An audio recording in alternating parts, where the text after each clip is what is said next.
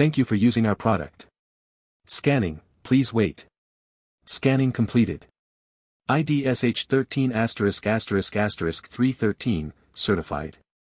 Name, Phong Bujue. Device, standard single-player cabin, model NL 2055.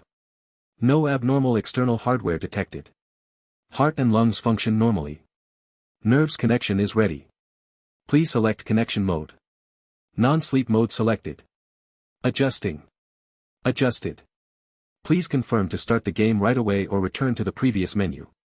Program started. Your game will start in 10 seconds. After the countdown, Phong Bujue immediately entered the game. He stood at a place that seemed like an elevator booth, but no buttons were to be seen. There was a 32-inch touchscreen on the right wall, and opposite to the doors was a full-length wall mirror attached on the wall, where players could see their entire bodies. Phong Bujue eyed his image in the mirror. He was a high-pixel 3D computer graphics character now, wearing a black long-sleeve t-shirt and trousers, nothing fancy. The face of this character was almost identical to his real appearance. The height was less than 6 feet, bird-nest messy hair covered the soft, feminine contours of his face. With the aid of the 4th-generation optical computing technique, the player's nervous system would be connected to the game directly, which allowed them to realistically experience everything with their 5 senses. However, the graphics of the game were still in 3D. It still didn't have a feel of reality. Welcome to the login space. The following games are all Dream Incorporated S products. Please select. When the voice of the system echoed in his ears, icons appeared on the touchscreen next to him. Players could then choose the games that they wanted from there. Geez, they've created the whole login thing for just one game. Did they imply that there will be more to expect? Phong Bujue thought as he pressed the icon of the only game there, Thriller Paradise. Players have to be over 16 years old to register. Players with heart diseases, mental disorders or related diseases are not recommended to play this game. The system did not only display this paragraph on the screen, but instead said it out loud. Afterwards, 3 different buttons appeared on the screen, including Confirm Registration, Cancel, and the last one, with an eye-catching link, was General Disclaimer. Mental disorders? Phong Bujue thought, I'd better take a look then. He then selected the 3rd icon, causing a maze of words to be displayed on the screen. From the tiny size of the scroll bar on the right, this general disclaimer was really lengthy. When normal people play games and they see something like terms and conditions or explanations, 80% of them would close the menu or skim over it, scrolling to the end and selecting the Agree button. But Phong Bujue wasn't a normal person. He was 24 years old this year. Writing was his profession, which was all about detective novels. He often told people that he was addressed as the artist or the great author whenever asked what he did for a living, but this wasn't his most important feature. And now, it's time to talk about his abnormalities. First, the reason why he played this game was to treat his illness. Of course, this wasn't internet addiction, but a real disorder. Phong Bujue had found something was wrong with his body around 2 months ago, and 3 days after, he confirmed that he had lost his fear. No matter how scary the footage or the sound was, it couldn't stimulate him. He had begun to watch horror/thriller movies and read novels non-stop in an attempt to use his own imagination to scare himself, yet it all turned out to be useless. It seemed like a gate in his brain was sealed. He understood the jump scare or the thrilling details of the movies, but he didn't feel any fear. For such reason, he decided to pay a visit to a hospital nearby. Well, it would have been alright if he hadn't gone there, but he had, and they eventually found big trouble. MRI scanning showed a blurred shadow in his brain, near the amygdala. It could possibly be a tumor. Later on, Phong Bujue had visited many famous hospitals in the country, but still, they couldn't give him an exact diagnosis. However, there were various treatments. After having undergone numerous tests and through an innumerable amount of excellent doctors, Phong Bujue understood one thing: his disorder would definitely be recorded in history. Being the first patient, he had 2 things to consider. The first one, whose name his disorder would be named after, and the second one, after he died, whether he should donate his brain for medical studies or not, it would be his contribution to science. 2 months had gone by and the blurred spot in his brain hadn't changed a bit. No anomalies, no reduction or disappearance for his sake. The other parts of his body were normal, which even seemed to be much healthier. He had then weighed the pros and cons. After that, he decided to give up on the treatment and discharge himself from the hospital. The loss of fear was the only symptom of this disease. Moreover, no one could be sure that he would die because of it or when would he die. Geez, just let the fate do its best. One day, Phong Bujue randomly saw the advertisement of the Thriller Paradise, closed beta version. The advertisement read, "Break the traditional tactics. Bring up the feeling of fear and hopelessness. Fear is like your shadow, chasing after you. We promise to bring an extreme experience you have never had before." He then studied the rules of the game and watched a detailed advertising video, which was labeled to scare the SHT out of the kids. And he found a link which said, "Selling Game Cabin, giving away closed beta's account."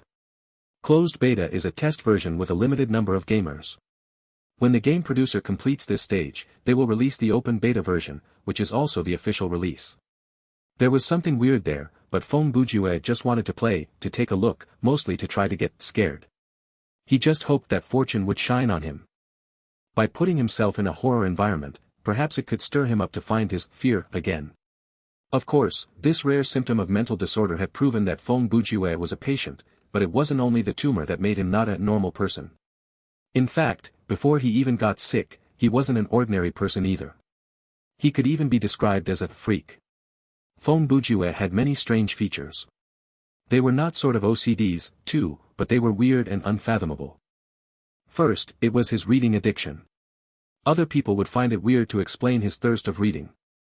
For example, he could read all words that was written on a shampoo bottle, or the manuals of the household electrical devices. In fact, he didn't even spare the labels of his clothes. If there were anybody or anything that had formed a relationship of pros and cons with Phong Bujue, they would automatically collect all information related to that person or that object instinctively. Furthermore, besides his reading skill, he had a brilliant memory. It wasn't as extreme as Zhang Song, 3, but what he had seen, no matter how long after that, he could remember at least 60%. Oh, this clause isn't much different to that of the other games. Phong Bujue had just spent 2 minutes to finish the clause of hundreds of thousands of words. Those lines of the 6th paragraph are somehow special. He cocked his head as his left palm held his right elbow. The index and middle fingers of his right hand which were placed on his forehead slightly slid along his nose bridge, his familiar gesture when he was thinking. It means, if the players die because of a heart attack or mental disorder, the company will not take any responsibilities. He mumbled to himself, as if he had jumped to a conclusion. Phong Bujue didn't spare the case that this was a trick of the Dream Inc. He had read about the design of this game on the home page, and the most attractive feature of the game was the fear value. The optical computing program and the game cabin would depend on the stats of heartbeats, pulses and neurons reactions of the player to calculate the degrees of fear. During the game, if the player's fear value had exceeded the limit, the nervous connection would be forced to quit, immediately ending the game.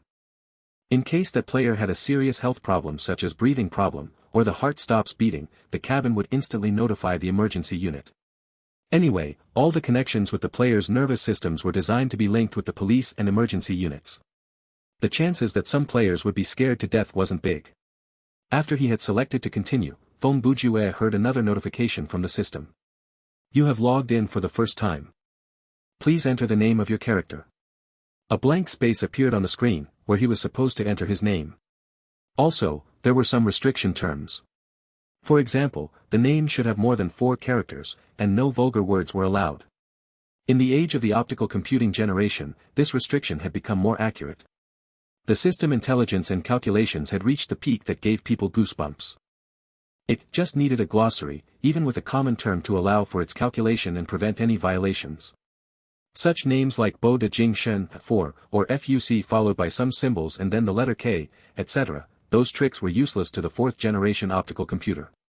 Dozens of years ago, people had been worrying that artificial intelligence would strike back and enslave human beings, however, up to now, there were no trustworthy information supporting this theory.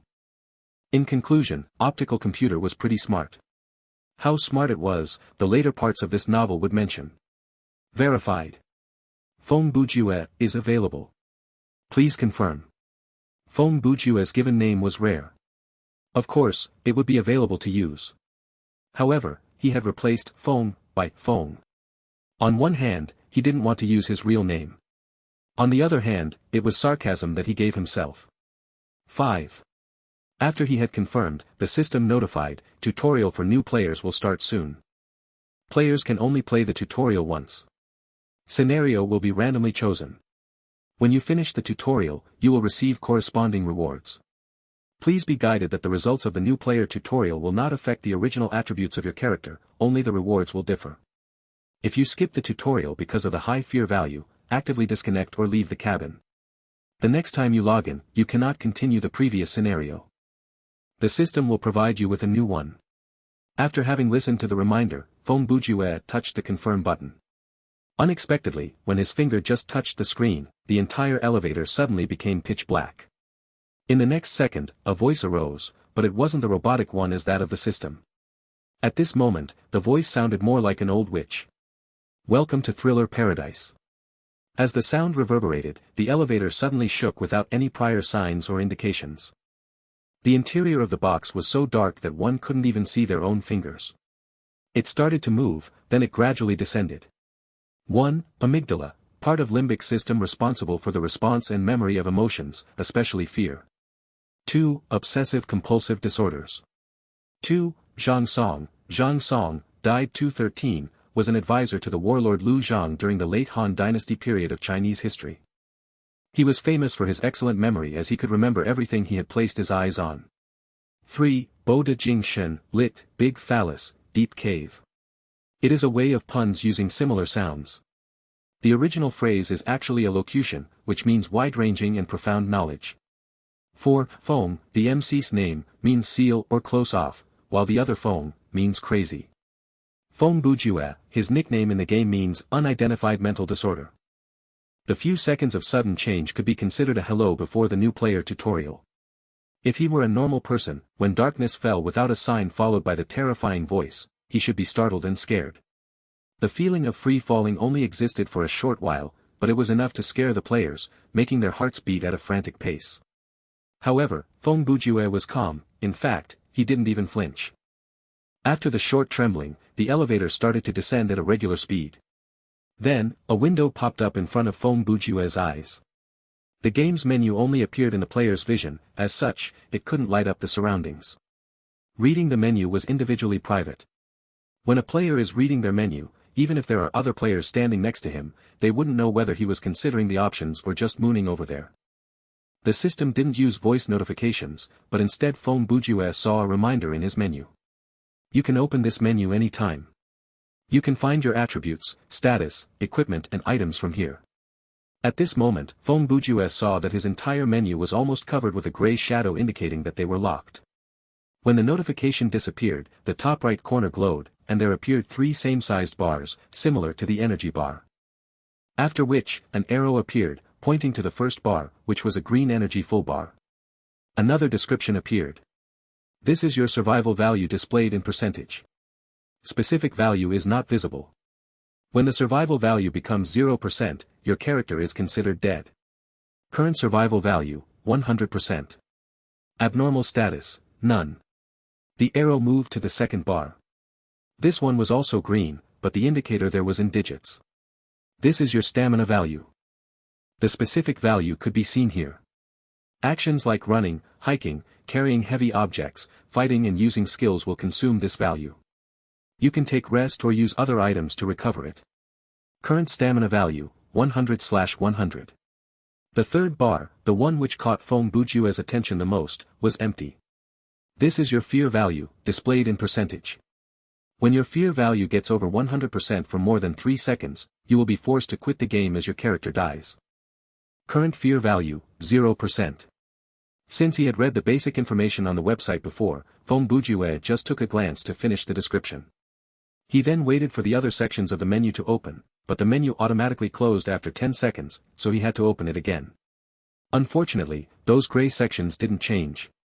Obviously, the tutorial for new players wasn't just reading the description and getting used to the user interface in this dark elevator.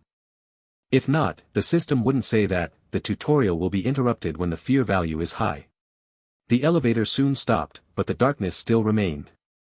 Phong Bujue could suddenly hear himself breathing. The light inside the elevator flickered on for a second then off again. However, within just 1 second, the footage that could make people jump and cry in fear appeared on Phong Bujue's retina. I bet you still remember that one of the elevator's walls is a full-length mirror. At the moment the light flashed, Phong Bujue saw 2 people in the mirror. One was him, definitely. The other was, with a glance, Feng Bujue could confirm that this was a creature standing upright with blood all over its body. Geez, just let it be dark, why show people slyly like that? Just pretend I didn't see it then. If it were someone else, they would scream, collapse on the ground, crouch to the corner, or they would go crazy and start to attack that bloody figure. However, Feng Bujue still stood there with his unchanged complexion. He mumbled, "Oh, if it is the tutorial, it will not put the player in a deadly situation right at the beginning. At most, players have to spend some health or get scared. Then, something would happen to let the game continue." After he had come up with this thought, there was a light that beamed into the elevator booth, which rapidly expanded. When the doors slid open, the smell of something rotten and moldy stormed his nostrils. Outside of the elevator was a straight corridor decorated with a wooden ceiling and a wallpaper. The patterns on the wallpaper were really bizarre as they looked like realistic human eyes. The floor was covered with green mats, and there were no doors or windows on both sides of the wall. There were some dim wall lamps at a distance from one another. The corridor seemed to be way long ahead, so those wall lamps far away looked as small as grains of rice. Nevertheless, his vision couldn't reach over 20 meters, the further places were still hidden in the dark. He needed to get there to have a better view. A normal player would worm his way out of the elevator even before the doors opened completely. Feng Bujue, however, didn't hurry. To him, that dreary corridor wasn't a better choice for a safer place than this elevator. If the surrounding weren't that dark, he would turn around to see what was standing next to him. When Feng Bujue just turned his head to watch, he immediately saw 10 bloody fingers clawing at his face. He then retracted his neck to duck, squatted before rolling out of the elevator. When he turned around again, he finally saw the shape of that figure. That was a corpse without skin. The muscles on its body looked like the human anatomy model in a health clinic, however, it was still alive and bleeding. The elevator's doors slowly slid shut. The bloody corpse cocked its head and beamed something that looked like a smile while its eyes were staring at Feng Bujue. When the doors were about to close, it stretched one arm out then swayed out of the elevator. Logically, I should run now. Feng Bujue mused, but this dude doesn't seem to be strong. Perhaps I should try to hit it. The moment the bloody corpse stepped out of the elevator, however, it roared with an immense vigor as it hit the wall of the corridor. The thick wooden wall under the wallpaper was broken, and an intrusion of cockroaches then flooded out from the break. Maybe not. When Feng Bujue caught a glimpse of this, he turned around and immediately ran away. It was the tutorial, so of course, the main idea was to lead the players to continue the game, not to kill them instantly. In fact, the bloody corpse did that to give the player a short period of time to run away. The system also predicted some possibilities such as the player would stand transfixed in fear, or he would try to kill that bloody corpse when he saw it under the light. In those cases, the corpse's move could push the player who was standing still to crawl away from the scene, also, it could eliminate the intention to fight against the bloody corpse from some pugnacious badass. Of course, if he got scared the SHT out of himself that he couldn't get up or just wanted to risk his life, the game would be over. Then, the system would generate a new tutorial. First, there's an 80% chance that I couldn't break that wall. Second, even if I could break that wall, there would be no way out.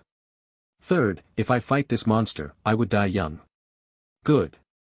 Feng Bujue calculated his chances to get the situation clearer. It seemed in this new player tutorial, he didn't have many options. After he had run for a long distance, Feng Bujue saw the other end of the corridor. A wooden thick door stood there. He tried to turn the knob, and it did open. There was no time for him to weigh the dangers behind that door, so he just entered and then thought about it later. The corpse was right behind him, he couldn't waste time. At this moment, Feng Bujue abruptly understood that the exact thing to do was to run away right when the elevator's doors slid open. Staying there for a while just shortened his time, causing him to rush his next move. He slithered in and closed the door. Inside, he found a steel latch, he immediately grabbed it and locked the door. Almost at the same time, that thing outside started banging the door. Feng Bujue didn't bother about it anymore as he turned around to observe the new place. This was a square room, around 16 square meters. The interior didn't have any furniture, and the only notable things in this room were a lamp hanging on the wall and 2 doors. The bloody corpse was banging on one, and the other door was on the opposite wall. Feng Bujue came to the only escape door in the room. He pulled the knob and found it was locked. He tried to kick the lock open, but it seemed to be useless. Obviously, he didn't use enough force. He then guessed that he had to try several times more. In the next second, the menu suddenly popped up in his vision, and a gray section was unlocked. It displayed a digit, which was, at the moment, 0. This is your skill value displayed in number. Skill value can be used as currency and accumulated along with the player's actions. If your deeds can enhance the process of the game, you will be awarded with skill value. Current skill value, 0. Giving the reminder on the skill value now could be an implication for a shortcut somewhere. Now, Phong Bujue was looking at his fear value on the menu. 0%, nothing had been changed. Phong Bujue sighed, then turned around to look at the door which the bloody corpse was banging. The latch had started to deform, and it seemed like it couldn't hold any longer. Such pressure from a monster, which could storm in any minute and kill you, could make someone who was watching this game become anxious. However, our man was still calm as an ice cube. Phong Bujue scrutinized the room one more time. This almost empty room indeed had some hints. There was a spot up there in the corner, where the wallpaper was rubbed off. It wasn't easy to see with a glance, but looking closely, this detail was obvious. Phong Bujue tiptoed to reaching that spot, then ripped off the wallpaper there. He then saw a symbol drawn with blood. That symbol included a loop connected to a branch of a tree, which had the shape of a key. At this time, a roar came along with the sound of wooden material breaking from behind him. Phong Bujue turned around to see one claw of the bloody corpse waving at him after it had broken a bowl-sized hole on the door. He didn't know whether it could remove the latch with its intelligence. This meant that the corpse was about to get into the room. No matter whether he wanted to kick the door or to solve the puzzle, time was running out. Phong Bujue hurried to nudge the wooden sheet that had the blood symbol, and a real pain suddenly came to him. However, that wooden sheet was brittle, it was broken in just one hit. He had expected to see a flow of insects streaming out from there, but he got nothing except a mist of dust. A small space hid behind that wooden sheet, with a key laid inside. When Phong Bujue picked up the key, the menu popped up again, and another section was unlocked. You found an item. Because your bag in the items bar hasn't been unlocked, you can only choose between holding it in your hand or throwing it away. Then he saw the item's properties on the section that was just unlocked. Name, rusted key. Type, consumable item. Quality, normal. Function, to open the door. Being able to bring out of the scenario, no. Remark, I think you know how to use it. Phong Bujue thought that the remark was malicious, but he didn't have time to think more. After he had skimmed over the item's properties, he closed the menu, then ran to the door. When he unlocked the door, the key disappeared. At the same time, the voice of the system that long hadn't echoed suddenly arose. You received 30 points of skill value. Notification will only appear one time. Later, you can check your skill value on the main menu. Phong Bujue had no time to check things that he couldn't use for now. He continued moving forward. Behind the door were some stone steps leading upstairs. The walls were made of stone, and there was no ceiling. He could see the sky at night now. The moonlight was shining on these steps, making them as luminous as snow. Too bad he couldn't escape using the walls. The walls were high with a glossy surface, and a distance of over 2 meters separated the two walls. Apparently, those were to prevent him from climbing up there. While stepping on the stair, Phong Bujue spent some time to check his stamina value. It was reduced to 24,100 now. He started to calculate in his mind. After leaving the elevator, I've run hundreds of meters, then I kicked the door, broke the wall, and I'm climbing stairs now. Those actions must have consumed 3/4 of my physical value. This consumption speed was much faster than what he had calculated. Also, his survival value had been reduced to 98%. It seemed that the system had considered the fact that he was injured from his nudging action. Just 5 seconds after Phong Bujue had opened the door, the bloody corpse had broken the door and chased after him, and now, it was laughing sinisterly. The laughter that echoed in his ears was so thrilling, however, Phong Bujue was totally emotionless even with a derangement of this degree. What stood at the end of the stairs was a cliff, where a giant sword was pierced into the wall. Under the moonlight, the blade was reflecting a gloomy, cold light. When Phong Bujue gazed at the sword, the bloody corpse somehow figured out something as it wildly sped up to him. The distance of dozens of meters was shortened in an instant. Phong Bujue was running like a hare because he didn't want to be screwed when he was just about to finish the round. When he stumbled to the sword, he immediately used both of his hands to grab it before pulling it out. Unexpectedly, the weapon was pretty light, not as heavy as it looked. He turned around and saw the bloody corpse was approaching. The mournful wail pierced directly into his eardrums as a pair of bloody claws snatched towards him. Action somehow happened faster than words. Feng Bujue immediately slashed his sword. Since he had no fear at all, he could strangely maintain his calmness, and his reflexes wasn't affected at all. As he slightly swayed aside to dodge the sharp claws of the bloody corpse, his sword horizontally severed the corpse. Feng Bujue surprisingly saw the sword cut through the corpse just like it was cutting tofu. The corpse's torso was cut open, and the blood that gushed out spurted all over his face. Feng Bujue could taste a light, salty and viscous fluid in his mouth. It was even warm. Although this was fabricated, the disgusting feeling was real. The bloody corpse was cut and it howled in pain. Its body, from the cut, started to melt into a pulp of flesh and pus onto the ground. At this time, Feng Bujue finally had a chance to look at the sword's properties. Name, bloody corpse must die. Type, weapon. Quality, good. Attack power, fair. Attributes, none. Effect, could dissolve bloody corpses when striking them. Being able to be brought out of the scenario, no. Remark, this sword is an early work of the legendary dwarf blacksmith or in his collections, the All Must Die. One day, a cunning goblin businessman had used some bottles of Erguotu, 1, to exchange for this sword. Half a month later, or cast the Goblin Must Die. After Feng Bujue had spent several seconds to read the item's properties, the system reminder arose. You have completed the new player tutorial. Automatic teleportation will begin in 60 seconds. While the system was counting down 60 seconds, another section was unlocked in his menu. The new option was Immediately Teleport. Feng Bujue touched that option, and his body instantly turned into a white light and teleported out of the scenario. A white light flashed and he was suddenly in that elevator again. The giant sword, bloodstains, and dust had all disappeared. Everything stayed the same inside the elevator as when he had logged in the game. The light was on, and there was only him in the booth. That period of roughly 10 minutes had passed quickly, just like a nightmare. Scenario completed. Calculating for rewards. EXP, 70. Game coins, 700. Item/equipment, none. Complete/quest, 0/0. Special quest, hidden quest, completed, 0. Worldview unlocked, none. Fear value surged, 0 time. Highest fear value, 0%. Average fear value, 0%. Your fear rating, a whole sack of guts. Receive 1 additional reward. Please select later. Skill value, 30.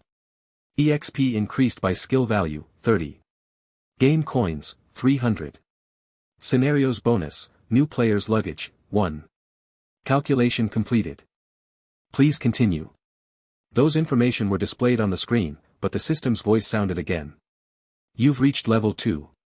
Stamina value has increased. Current stamina value, 200/200. Right then, Feng Bujue saw that Specialties tab was unlocked. There were 6 types of specialties, but 5 of them were still locked, the grading beside them was not applicable. Only the common was glowing with his current grade, which was F for now. Specialties were the most important settings in the thriller paradise, which was used to assess players' competence. Feng Bujue still remembered that it was mentioned in the game's introduction. The meanings of the grade were as follows. Not applicable, none, a complete blockhead, unable to use this skill. F, very poor, almost 0.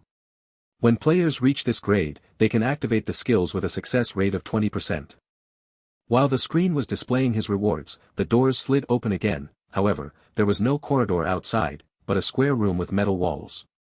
This room was at least thrice bigger than the elevator, lit up by a light installed on the ceiling. There were 2 hollow glass columns in the room, but nothing was inside those pillars. Feng Bujue didn't have any comment on his fear value. His fear was quantified with digits, but he saw only 3 zeros there. The fear rating didn't bother him much. The introduction mentioned that after the player completed 1 scenario, the system would use his fear value to give him one of 5 grades, an entire sack of guts, fine courage, freaking out, shaking like a leaf, and body and soul separated. They didn't think that a case like his, which all values were zeros, would possibly happen. Or else, the designer had to add 1 more degree of grade, which was extremely daring. To the new player tutorial, Feng Bujue had completed it marvelously. Because the survival value and the stamina value didn't affect the final calculation, accomplishing the scenario without shedding a hair or almost being dead were not much different, as the rewards would be the same. Feng Bujue's reward was good enough, but he didn't feel happy. He sighed, then came to the glass pillars. A pop-up menu appeared. Please select your type of luggage. The screen then displayed two types of bag. One was a backpack that one could carry on their back, and the other one was a waist pack. After considering for a few seconds, Feng Bujue chose the first one. Then, the light started to condense, forming the bag amidst the hollow glass column. When the light had finally turned into the real object, the front of the glass column slid open, and he then stretched his arm to grab the bag. At the same time, his luggage tab and equipment tab were finally unlocked. Your luggage is a space for storage. Currently, its capacity is 10 items max. As long as you could put the items into the bag, it could keep them. To put living creatures into the bag, you have to tame and control them first. Special remarks: player cannot get in the bag, please don't try it. From now on, you can check your equipment from the equipment tab. Everything you can use is considered equipment. There is no limit on the total number of your equipment. For example, your right hand is holding a saber, and your left hand is holding a stick, while both of your hands are hugging a tiger. Your clothes are not your equipment. It's impossible to take them off or to destroy them. You can only change your costume settings at the login space. Costumes can be purchased at shops. Although it mentioned shops, but currently, there was nothing to buy. In closed beta version, players could only wear the default costumes. In this age, many game producers wanted to take more benefits as they put the shops into service when the test version was just 70% completed. It was possible to buy costumes, weapons, skin colors, blood, mana, etc. Some producers were despicable enough to send their henchmen to visit their rivals' websites, often to market their products, especially rare and precious weapons or pets. However, Dream Incorporated's strategy was different from them all. The sales target in the testing stage focused only on the consumption of hardware. When they had released closed beta version, the game was already 95% completed.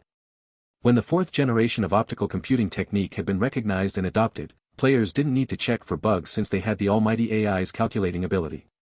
Thus, the main target of closed beta version was to promote the purchase of the Thriller Paradise's game cabin, model NL2055. To virtual items and economic transactions, Dream Incorporated had a strict policy to control. They didn't create the official website for the sole purpose of selling items, and, more than that, they also hid all the shops in the game. It brought difficulties for gamers who wanted to make some good deals. This kind of confidence was close to arrogance. Dream Incorporated's managers seemed to think that the game's closed beta version would succeed instantly. Money could wait, and in this stage, they only needed to increase the number of players and create their reputation. Please select extra bonus. Random equipment that suits your level. 2,000 coins. 80 EXP. When he reached the next glass column, this popped up in front of him. Feng Bujue thought, today is the first day the closed beta version has been released. Money would be useless in this period, EXP. He glanced at the menu. He was at level 2 now. The EXP required to level up was 0/200, and this meant the third option was 40% of the requirements to level up. His level was still low now, so this option wouldn't benefit him much. Then, he decided to take the equipment. After he had selected, the light inside the glass column shone again, then something appeared, a stone. Feng Bujue was dazed. The first thought that appeared in his mind was that, it should be some sort of magical stone or equipment. When he grabbed the stone, its properties were displayed. Name, a stone. Type, weapon. Quality, trash. Attack power, feeble. Attributes, none. Effects, none. Remarks: this is a stone, whose shape is not followed by any regulations. It can be seen everywhere. Sometimes, people would pick it up to use it as a weapon. Although it can be brought in and out of any scenario, people will throw it away after using it. No one would put it in the bag or always hold it in their hands. The empty room then was filled with Feng Bujue's indignant cry.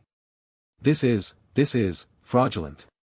1. Erguotu, literally, second pot head, i.e., second distillation, also known as Chinese white liquor, is a Chinese alcoholic beverage. It is a type of baijiu made from sorghum. The name, second distillation, indicates its level of purity. It is a clear, potent spirit and takes 6 months to produce. Feng Bujue disconnected, opened the cabin, sat up and exhaled. It was noon now, and sunlight was shining beautifully outside.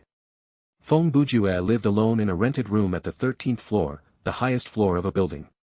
His parents understood that they had no chance to take their POV in this novel. They had received a compensation from the author, Santian Yangjiao, angrily and passed away a few years ago, leaving our MC lonely here. Because I, the author, didn't want to be bothered thinking about two other names for them, I had to let them go to Shangri-La right at the beginning of the story. TSK, this is what we call, when you help people, you shouldn't disclose your name. Feng Bujue glared at the clock, and he found out that he had just played the game for 15 minutes. In non-sleep mode, the ratio between the time in Thriller Paradise and the real time was 1/2. In simple words, he had been in the game for 30 minutes. Besides, in sleep mode, the nervous connection was deeper, and thus, the ratio of time could be up to 1/10. There's a saying that reads, there is no time in dreams. If the players had played for the entire duration of their slumber, they could play for 80 hours non-stop. Of course, this meant they had been dreaming for 8 hours continuously. They would surely have a headache when they get up the next morning. The manual said that players shouldn't play for over 4 hours in sleep mode. Since Feng Bujue had read this, he memorized it all. At this time, Feng Bujue got up from the cabin. It wasn't that he needed to get some rest, but he and his friend had set up a date as they would play the game together. Today was the first day that Dream Incorporated had released the closed beta version. The server had opened since 8 a.m., but his friend was busy at that time, so Feng Bujue had to wait for him then. He just wanted to go online for a while to get used to the game control. He didn't want to upgrade his levels as it could create a gap between them. The question here is, does Feng Bujue have nothing to do in the morning? Yes, it's true, he doesn't have anything to do.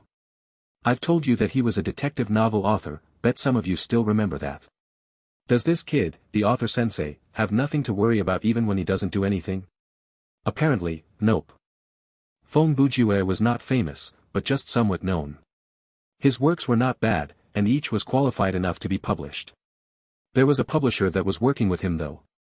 He was one of those authors that weren't rich but wouldn't be starved. He got 2 pages in a weekly magazine, where he posted an ongoing detective story. Every month, he had to submit the draft of the next month's contents. If the quality wasn't good enough, he still had time to rewrite it. The deadline was always by the end of the month since the royalties would be settled at the end of the same month. However, with this income, he could barely survive in S-City. Thus, he had also written some series of detective novels, which would be published in the form of real books. After he had finished one book, he would have some savings, which could be considered as his small benefit. But why doesn't he have anything to do in the morning? This was easy to explain. Feng Bujue described his life and the inspiration for his works as follows: profuse inspiration, timely delivery, lavish delicacies, fine cakes, dry ideas, no words, plain soup, noodles then. Apparently, he was in his dry ideas stage, where he couldn't give birth to any words. This dude was very adaptive. When he couldn't write, what he forced himself to write was just crap. Thus, he just played for now, and he called it collecting inspiration. Consequently, waiting for that dude Feng Bujue to submit his draft on time was practically a myth. Whenever half of the month had passed by, the magazine's editor would hold the dagger while riding on the horse to knock on his door. And, his landlady, one hand holding the lutetium gold Tang Phoenix wings, the other hand holding his spare key, would open the door and slash him. Every time that day came, Feng Bujue was well prepared, arranging the formation, beating the battle drum, waiting for those two to fight for 300 rounds with him. Then, under the sky that would be covered with black clouds, he would spit out only one sentence: I don't have money, I just have one sheet of draft. Alright, I just blow up the story. Anyway, he was satisfied with his life. Now, we're going to talk about his friend. Birds of a feather flock together. So, how could it be impossible that Feng Bujue's friend was Mr. Right? 1. Yeah, he was indeed Mr. Right. This guy was named Wang Tongji, Feng Bujue's closest friend. In local sayings, they were bosom friends. They had been classmates since kindergarten until they had graduated from high school. Then, Wang Tongji had enrolled to a medical school, while Feng Bujue became a lazy ass in this society. How close their relationship was, we can describe in two ways, which are in supposition and reality. First, we will talk about reality. Why did Wang Tongji choose medical school? It was because Feng Bujue had always wanted to follow Sherlock Holmes' step, and Sherlock Holmes' assistant is Dr. Watson. He was then determined to go to medical school. Now, it turns to suppositions. If Wang Tongji were a girl, my novel would be changed drastically since Miss Wang possibly had probably given her virginity to Feng Bujue years ago. From that supposition and with what are rolling in your mind, I have to add this, don't worry, they are all males. Pretty straight ones. Wang Tongji came from a rich family. How rich he was didn't matter because it was enough for him to survive this life without working his butt off. He was handsome, a little bit taller than Feng Bujue. Well, 6 feet it is. He was a kind, humble, and tender guy, who was also a little bit soft-hearted, and didn't want to bother others. In short, it was hard to find his flaws. He totally contrasted with that old freak Feng Bujue. Wang Tongji was a homie that everybody would love, while Feng Bujue, in other people's eyes, was always a couldn't-give-a-damn type, moody, and even a young hoodlum. However, life always has miracles. Those two people could still be the closest friends. Noon had soon passed by. Feng Bujue had spent another hour to read information on the game's website. Since he had completed the newbie tutorial, it was easier for him to read and understand the contents of the game now. In the remaining time, he made noodles. It wasn't because he loved noodles, but it was because he had bought instant noodles to save money to buy flour. He was a freak indeed. He had calculated his food intake for each meal, as well as the minimum amount of food that he should eat to survive. Then he used his savings, which wasn't much anyway, to buy the game's cabin. The remaining amount was used to pay for the utilities and flour. If you are saying that he was an economical person, yeah, he had used the money that was beyond his limits to buy a luxury item, the new model of his cabin was surely a ripoff. If you are saying that he was extravagant, he had never let himself starve. Soon, it was twilight. Feng Bujue had eaten a bowl of plain noodles as it was his dinner. Wang Tongji had called to tell him that he had logged in a game and finished the newbie tutorial. He had gotten scared, sweating in fear. After he had logged out, he called Feng Bujue while trying to get himself together. Feng Bujue thought, I do admire you. What is cold sweat?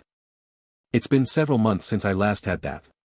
After a few words, they exchanged nicknames, and they logged in. 1. Gao Fushui, Internet slang, lit. Tall, rich and handsome. Feng Bujue stepped into the cabin and logged in the game again, using non-sleep mode. Non-sleep and sleep mode have different servers. Those two servers are not interoperable. He selected the game at the login space, and this time, there were no pop-up notifications. The screen displayed only the menu and its options.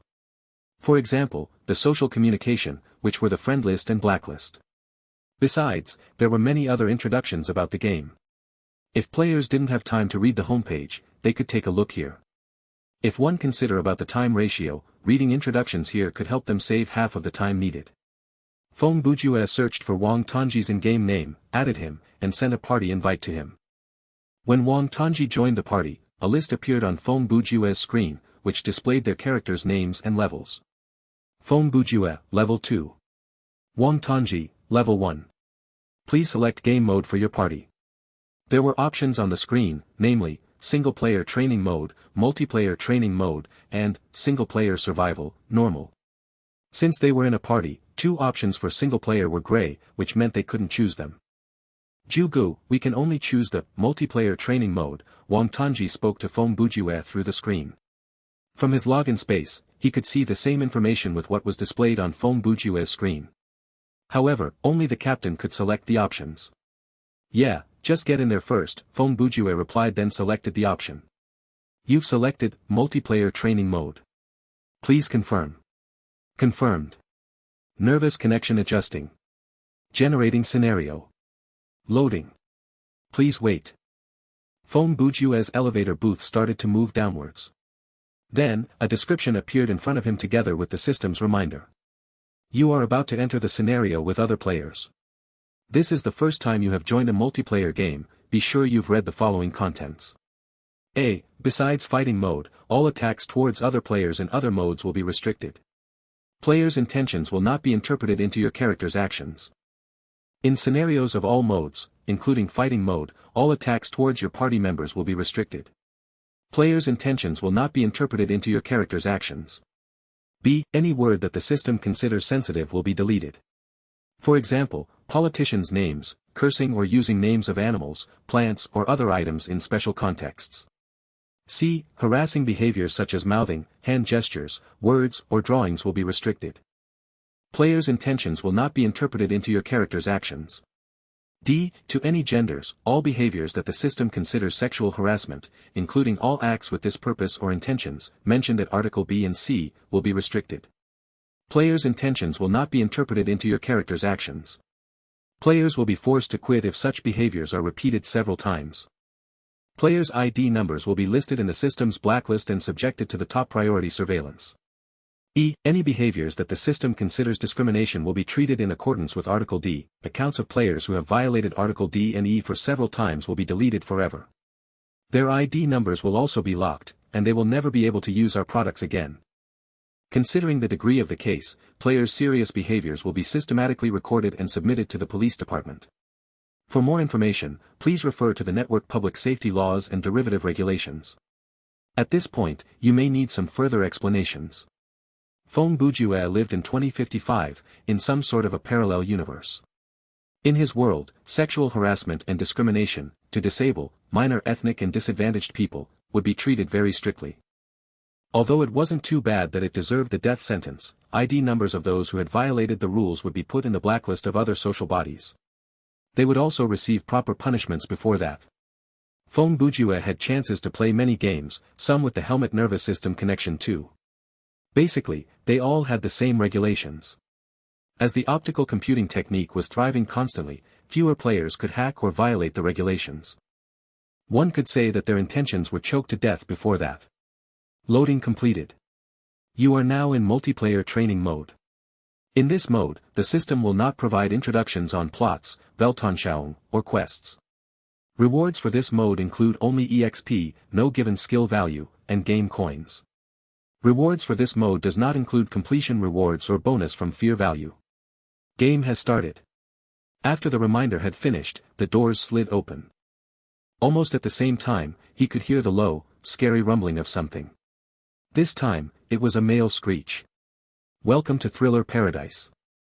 The evil laughter that he brought afterwards could scare the SHT out of the players. There was a corridor again, however, this corridor looked spacious.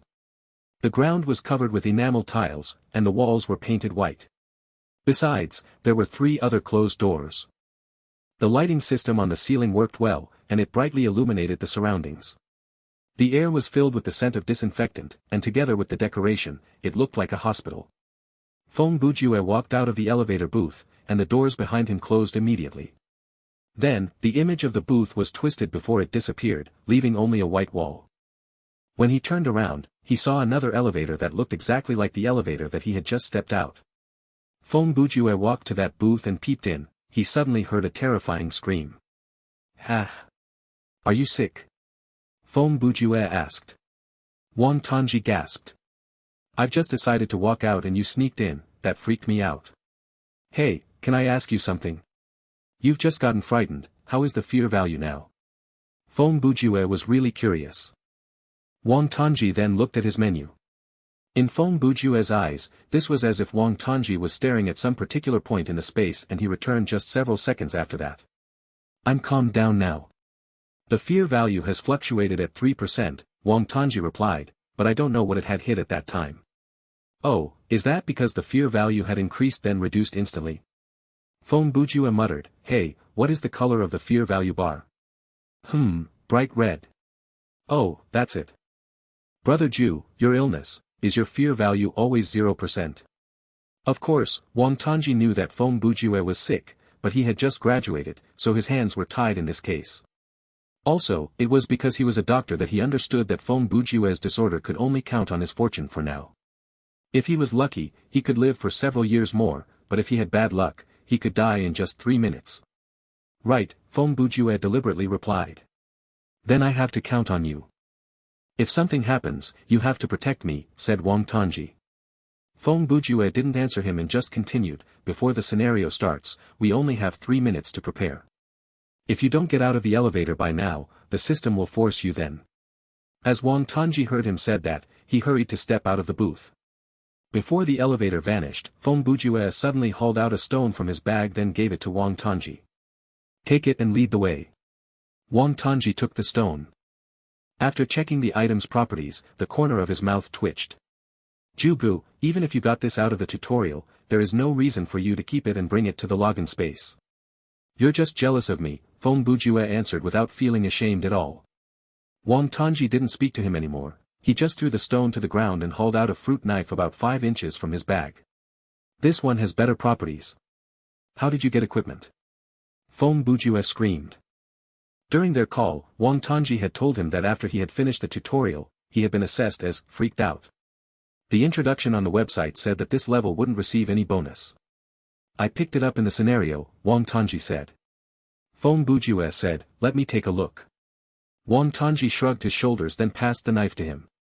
Name, fruit knife. Type, weapon.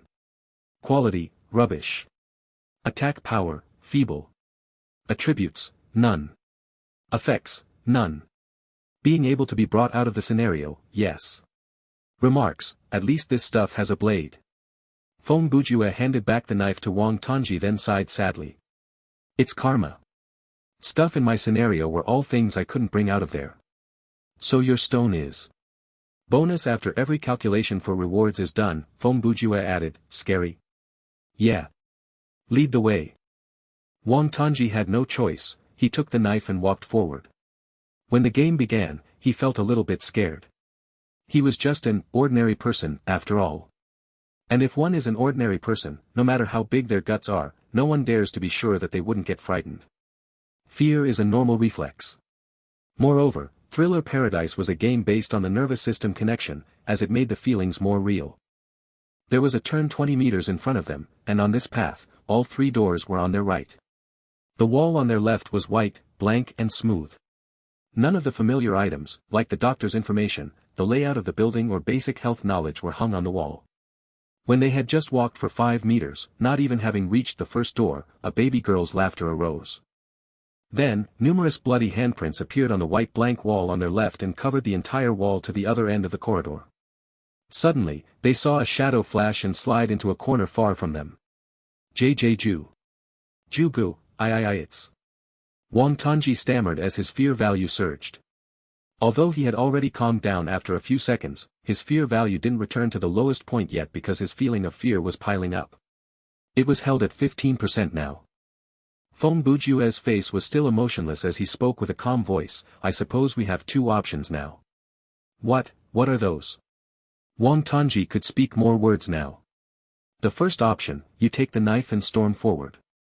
At the corner, if you meet anything, just slash it, Feng Bujue answered, I got your back. I choose the second option. Wang Tongji could suddenly talk smoothly, even when he didn't know what the second option was. Indeed, I prefer the second option. While he was speaking, Feng Bujue crossed over Wang Tongji, reaching the door on their right and pulling the knob. Everyone knows that the doors in a thriller game are the sources of horror. No one ever knows what is waiting for them behind the doors. Moreover, there's something like, die instantly when the door opens. It could be said that at the moment he opened the door, the danger they were about to face was not less than that of chasing after the thing, which just disappeared at the corner. In this case, ordinary people would carefully open the door, duck their body and try to stay as far from the door as possible. Furthermore, they were ready to run away at any minute. Well, meanwhile, Feng Bujue had opened the door deliberately as if he was just opening his toilet door. He rushed to the door, opened it, and entered. Only the light from outside illuminated the room. The interior was horrible. This was a patient room, about 10 square meters. The closet in the corner and even the trash bin were upside down. There were many things scattered on the ground. All were debris, including bandages, toilet paper rolls, dirty cotton, and broken medicine jars, etc. The sheet on the bed was ragged. The scent of blood filled the whole room, and the light from outside revealed bloodstains almost everywhere. Training mode will be invisible when players reach level 5. Apparently, it has been designed to help players reach level 5 easily. While Feng Bujue was speaking, he came to the closet and opened it to check the contents inside. After they completed the new player tutorial, hotshots would play this training mode only once. Perhaps they would skip this training mode and start the single-player survival mode directly, because those sort of players have definitely read the instructions before. They know that the reward of the training mode, which is only EXP, is far behind that of the survival mode. Feng Bujue found an unopened pack of syringes in the closet. After taking a look at the properties, he put it directly in his bag. Seems like the rewards of the training mode are worse than that of the new player tutorial. I think the difficulty level should be the same with the tutorial. If the players are not frightened too much, they have to cut the connection. Even if they can't solve the riddle, they can still pass the scenario. He was actually bending over, sniffing the broken jar. In fact, we don't need to check every room. We just need to chase after that shadow to continue our game. It would take us 20 minutes max and several punches and kicks that will definitely drain our survival value, then we could finish this scenario. So why did you enter the room? Wang Tongji asked. I told you there were two options. You didn't want to hear all and you have chosen the second one. Feng Bujue picked up some sheets of paper on the ground, then brought them to the light to read. The second option is to solve the puzzle. Hey, you've just said that. I said we don't need to solve the puzzle to pass the scenario, but I didn't say that we won't do it, Feng Bujue added. Even if we could solve the riddle, we wouldn't receive any extra points for skill value. He continued to study those sheets, his face unchanged. But solving the puzzle brings us an advantage, which is reducing the difficulty level. In simple words, we will use our brain to reduce the physical power needed to complete the scenario. While saying, he held up a paper sheet, gave it to Wang Tongji, then said, take a look, what is it? This is. Wang Tongji took the sheet. After studying it for a few seconds, he said, medical records. Name, unidentified patient's medical records. Type, related to the plot. Quality, normal. Function, unknown. Being able to be brought out of the scenario, no. Remarks, many contents on this sheet are covered by bloodstains. Your job, buddy. Feng Bujue held up the rest of paper sheets in his hand. I'll take care of these. Wang Tongji just glared at it, and he immediately felt his scalp tingling since the top sheet in Feng Bujue's hands had a bizarre human face drawn on it. Two of them came to a spot on the corridor where the light was shining on. They stayed there and read the material for several minutes. Wang Tongji read the sheet carefully. There were many bloodstains on the medical records, so he had to guess the contents at some points. At the same time, Feng Bujue was cursory, skimming through those drawings quickly. He was so addicted to reading. His reading pace was fast enough, moreover, his memory, understanding, and reasoning were pretty effective. Anyway, the drawings on those sheets couldn't scare him. To Feng Bujue, they were like illustrations in magazines. Are you done? Feng Bujue was the first one who asked. Wang Tongji still glued his eyes on the medical records. He contemplated for a while, then answered, male, 13 years old, still a kid. Feng Bujue caressed his chin. Oh, member of the Young Pioneers. 1. It's impossible to know how his brain works. Oh. He has leukemia and have been hospitalized for quite a long time. However, Wang Tongji dropped the medical records. According to his medical records, his days are running out. He lifted his head, raking his eyes to the other end of the corridor. He may have turned to a ghost now. Feng Bujue said, not sure. There are 3 doors here. We have just entered the first one, which perhaps, is the little boy's patient room. However, we are not sure if that shadow belongs to him. He handed the paper sheets he was holding to Wang Tongji. You don't need to read it, just check the properties. After having paused for 1 second, he continued, there are 6 different portraits on these sheets, numbered at the corner. Name, Portrait Sketch X6 PCS. Type, related to the plot. Quality, normal. Function, unknown. Being able to bring out of the scenario, no. Remarks, apparently, these portraits were drawn by only one person. They can be piled up or separated. When they are piled up, they are considered as only one item. I'm getting more confused, said Wang Tongji. Feng Bujue nodded. It's okay. Because the clues to solve the puzzle are not enough. Then, he walked to the second room. Besides, I have a hypothesis. This is also the reason why I want to complete the scenario after I solve the puzzle. While pushing open the door of the second room, he added, I believe that there is at least one real piece of equipment in these 3 rooms. 1. Young Pioneers, is a mass youth organization for children aged 6 to 14 in the People's Republic of China. The Young Pioneers of China is run by the Communist Youth League, an organization of older youth that comes under the Communist Party of China. The Young Pioneers of China is similar to pioneer movements that exist or existed in many communist countries around the world. Here, Feng Bujue wanted to say that the little boy is in the age range where he should be a member of the young pioneers. The objects inside the second room were even more eccentric than that of the first room. Countless portraits had covered the entire place, from the four walls to the ceiling. The room was almost empty, but the drawings were everywhere. Only a lone safe stood in the middle of the room. Seems this puzzle is quite clear now. Feng Bujue walked towards the safe, then squatted down to take a closer look. This is just the training mode, and they have considered the case when players can't think thoroughly because of being too frightened. He spoke as if this difficulty level was too low for him. Wang Tongji followed him. At this moment, he felt that those faces on the walls were as peppy as real ones. There were no identical faces there. This gave him the feeling of being scanned over and over by hundreds of pairs of eyes. Just that alone was enough to give him goosebumps. Jugu, can't we just bring the safe outside and check it? Wang Tongji asked. Just a couple minutes and I'm done with it.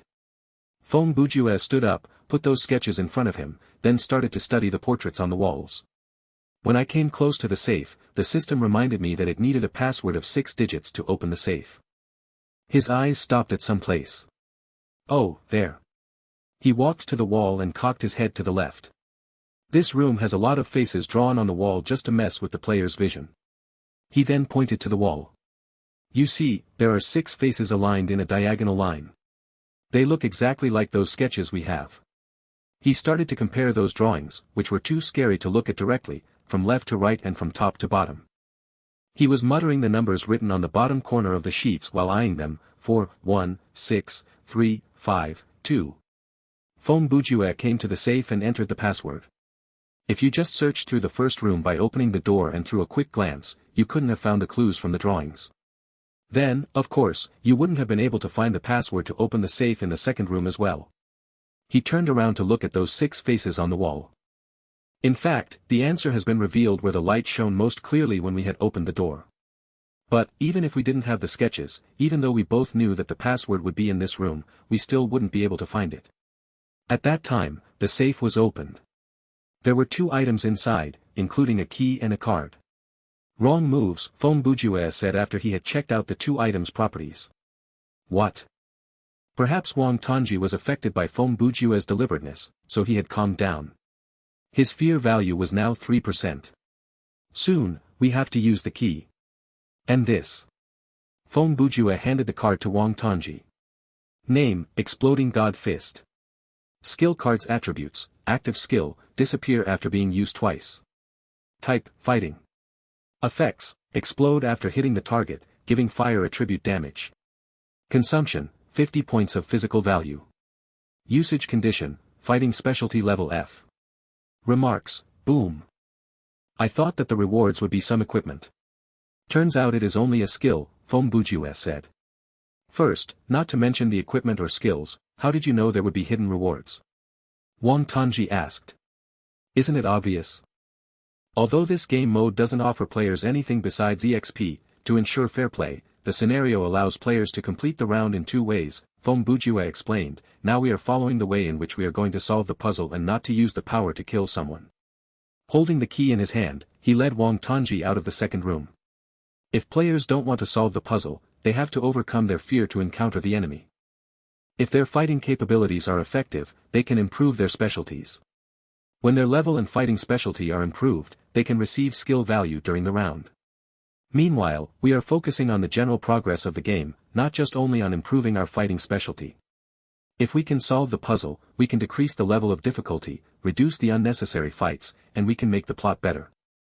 Players who follow this way will be left behind with their low specialties. Thus, the system would do something to make it up for them. The skill value awarded would be more than regular.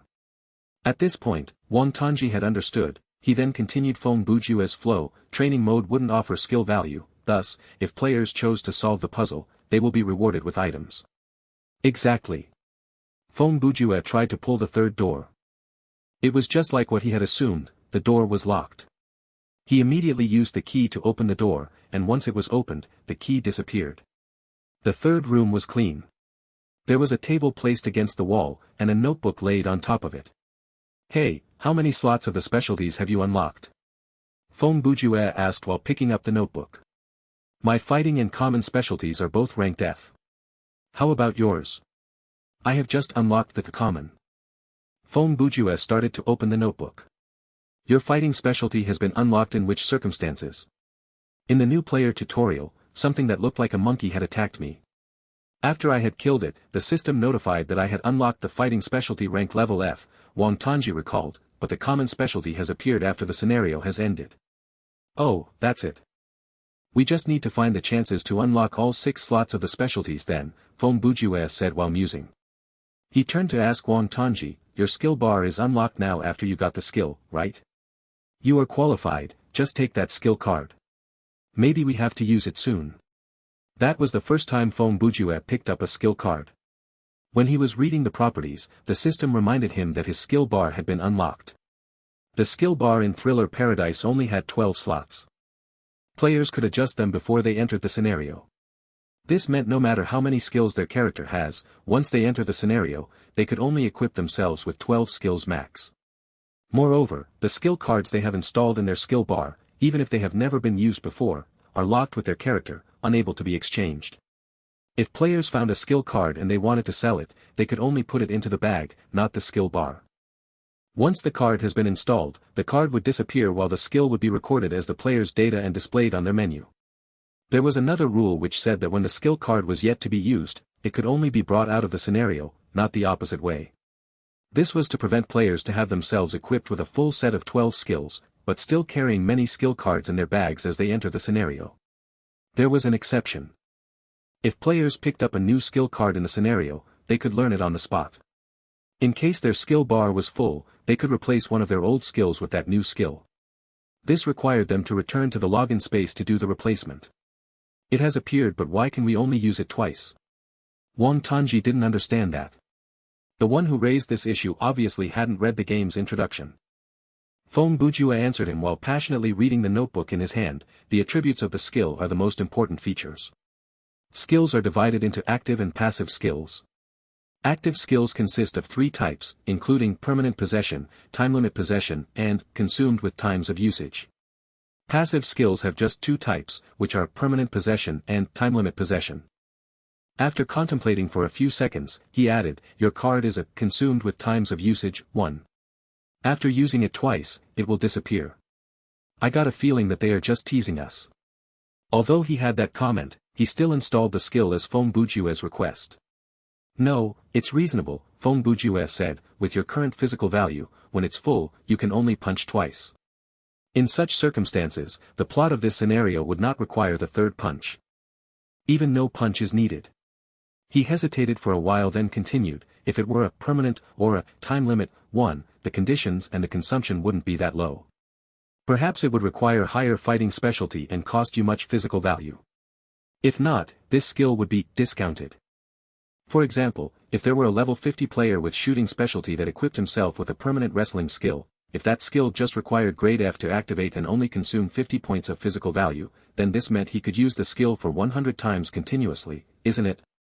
Wang Tanji thought it was quite reasonable. Yeah, it is. And, if they give me a skill that requires fighting skill grade F, but the physical value consumption would be 101 points, the problem here comes from the game design team. Hey, I need to remind you that the success rate is just 20% for this type of active skill at grade F. Thus, if a low-level player picks up a skill, the chances of successfully using it, it all depends on karma, Feng Bujue added. Isn't that fraudulent? That's why I wanted to search for equipment. I've checked the home page. They've just released the closed beta version this morning, and there are instructions in the afternoon. Some guys who reached level 10 said on the forum that when the character is ranked at low levels, equipment is the best. Equipment ranked excellent and above are extremely rare. Feng Bujue was doing 2 tasks at the same time. After a little bit of chatting, he had almost finished the notebook. Perhaps it's easy to get to level 10. If players have good equipment, they can survive the situation without solving the puzzles. Just use violence to finish the scenario, then the game will not reward good equipment for lower levels. He closed the notebook. After passing level 10, low-level excellent equipment will become bland food, but it's a waste if we dump them. Currently, they haven't opened shops yet, putting them in our bags just wastes our limited room. Feng Bujue was startled while talking, oops, wrong calculation. What? Wang Tanji felt tense in an instant. He raised the fruit knife and turned back to look at the corridor outside the door. He didn't see anything else except those bloody footprints on the wall. And, later on, if we need to open the chests, you should do it. I will tell you the password or how to open it, said Feng Bujue. Beep, I thought you wanted to tell something else, Wang Tongji continued, that karma thing is nonsense, just about probabilities. Wouldn't it be rubbish if you opened it? I really want to go outside, pick up a stone and smash it on your head. Alright, my bad. Feng Bujue put the notebook into his bag then said, move. I will tell you the plot while we are walking.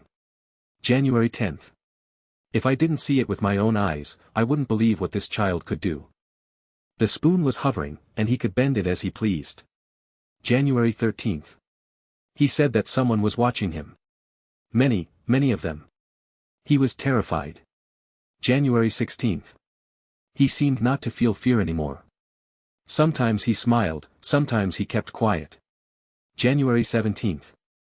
All tests showed that he was normal. None of us, a group of 6, could explain what was happening to this child. January 19th. He started to draw. His parents told us that he had never shown his talents in arts before, however, he was able to draw realistic portraits. January 22nd. He kept asking for papers and pencils. He just drew and drew, not stopping to eat or sleep. He only sketched portraits. Normal faces now turned into freakish and weird ones. January 25th. Bloody faces appeared on the walls. We found a carcass of a sparrow on his bed, but his hands were all clean. This got me worried and I recalled the spoon. January 26th. All the windows on the wall had disappeared, leaving a windproof blank wall. Last night, the security camera recorded a shadow. I don't know whom I should ask to help us. Police? They will think that I'm crazy and arrest me soon.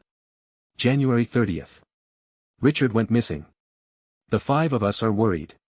More portraits appeared on the walls. This time, we couldn't find. I don't know. Richard's corpse. January 31st. I have to leave this place. I should apply to leave. Until this child passes away due to his sickness, no. I'd better resign. February 1st. I don't think I could escape. I can't find the way out of this building. If anyone read this notebook, remember my words. He's wary of. This line was covered with bloodstain. If you have a chance, kill him. Don't hesitate. If not, the dead one will be you. Feng Bujue and Wang Tongji made a turn at the corner. The corridor ahead of them was spacious, but there was no door this time, just snow-white wall on both sides.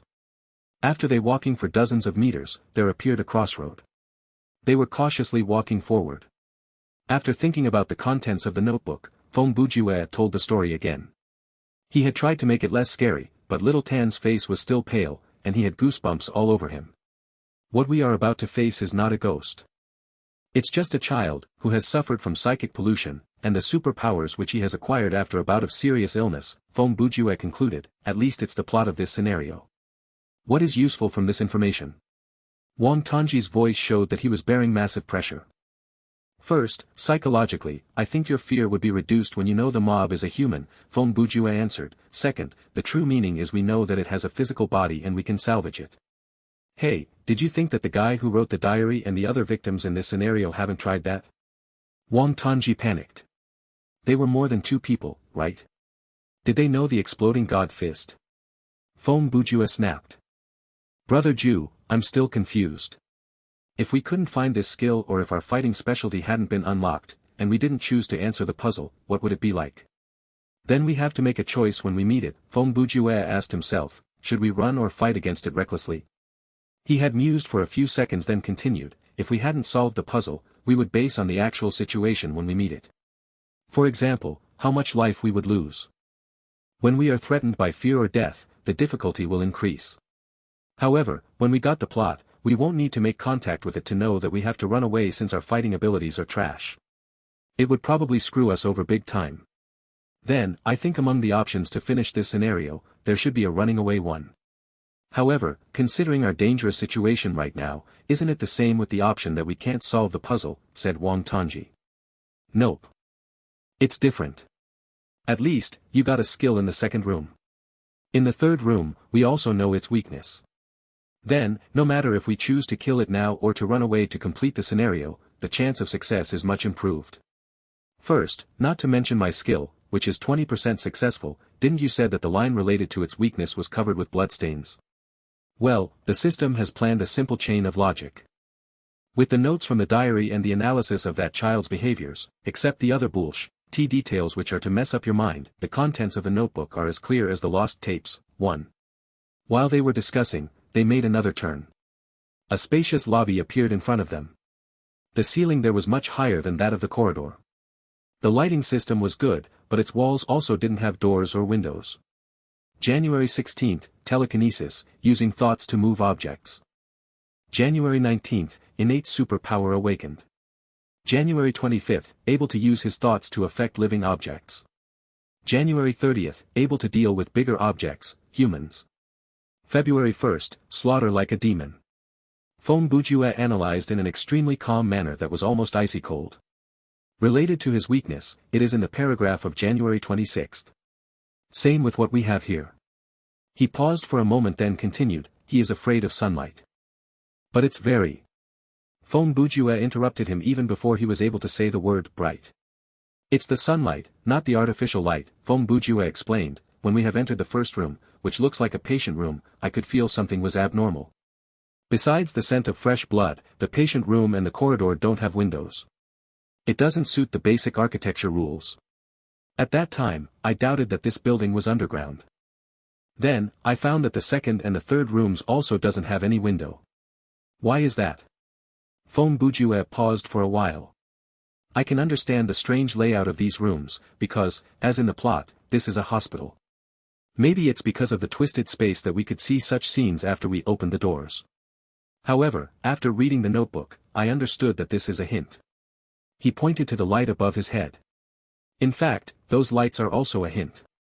He's afraid of sunlight, but why does he need light? There's nothing besides two reasons. First, he needs light to move because he is blind in the dark, just like us. Second, he is wary of the sunlight and the darkness. Because, in the dark, there's something staring at him. All of a sudden, the little boy's laughter echoed again, not far from them this time. Now, they knew that the source of the laughter was a little boy. Not a ghost, but a child who liked to draw with blood. Even though his mind had been changed and he was well prepared, Wang Tongji's heartbeat had increased as his breath got heavier. The hand, which he used to clutch the fruit knife, was soaked with sweat. Put the knife away. We can't use it, said Phong Bujue. Brother JJ you have. Yes, I have a plan. Phong Bujue pointed towards the lobby. Use your skill to break the central wall there. Before he could finish speaking, the little boy, the boss of this scenario, suddenly appeared. He was standing 2 or 3 meters away from them, wearing the patient uniform. Although he was standing under the light, his face and body were still covered with a blurry shadow. Right when he appeared, the ceiling, the wall, and even the ground had been instantly filled with bloody faces. Even the light had turned into a red color. This scene could make a man scream, but Phong Bujue didn't hesitate when he saw it. He stormed to the little boy, who was just 4 foot tall, standing in front of him. Break the wall. Wang Tongji jumped and ran towards the direction that Phong Bujue had just pointed to. Actually, he had jumped because of fear. After running several steps, he started to feel as if his feet were made of jelly. He turned around to look out while running for half the way. Phong Bujue hadn't touched the boy, yet he was blown away, hit the wall by an invisible force, and spurted out a mouthful of blood. It was like a car had struck him along the way. It looked fierce, but it was just a game, and players didn't have to bear the real pain. In Thriller Paradise, no matter how severe the players got hit with, even if the train had rolled over them, the highest pain level that they received was just like hitting one's fingernail with a hammer. When Wang Tongji saw this, he exerted more efforts to run towards wall. Apparently, the boy knew what he wanted to do, however, he didn't know how to use teleportation, he could only run after him. That child couldn't reach the speed of teleportation. Also, his running form was weird, it looked he was a marionette, and someone was manipulating him through some strings. A hand snatched the boy at his ankle. Our boss cocked its head to see Phong Bujue had gotten up and caught him. Phong Bujue had the advantage on his build, even if the 4-foot boy was able to run faster, he could still reach him in a short distance. At that moment, Wang Tongji used the skill. His right fist was covered in an orange halo as he punched the wall. Although the success rate was just 20%, the wall was a large target that was hard to miss. Also, his fortune was good enough. This attack was successful. The wall actually exploded with some effects, leaving a hole, roughly 1 meter in diameter there. The excessively blazing sunlight, which was strange anyway, shone directly to the lobby through the hall. At this moment, all bloody faces in the lobby disappeared. The boy kept backing off with extreme fear on his face in an attempt to stay away from the sunlight. However, he couldn't do that because Feng Bujue was gripping his ankle. Just one hit and I've lost 84% of my survival value. It's my turn now. Feng Bujue got up and deliberately pulled the boy to the ground. Now, that little boy wasn't able to resist. Feng Bujue used his free hand to wipe the trickle of blood on his mouth, while his other hand was grabbing the boy's leg, dragging him to the source of sunlight. This boss is strong. Even if you use your skills and hit it, I'm afraid that you still couldn't kill it. Finally, Wang Tongji felt relieved. If I couldn't break the wall, or if there would be another wall outside, what should we do next? If it was dark out there, you could hide in the darkness. If there was another corridor, just go in that corridor and run away then. If we couldn't break the wall, just find a way to escape. Feng Bujue spoke to him while walking. I'm quite certain with that, thus, I asked you to use the skill. This kind of hospital's lobby, you just need to observe the general layout and the location of the main doors to guess the direction. Look, there are corridors on both sides, and the wall behind us is sealed, but we can still see the old outline of the windows. He lifted the boss and exposed him under the sunlight which was shining through the hole.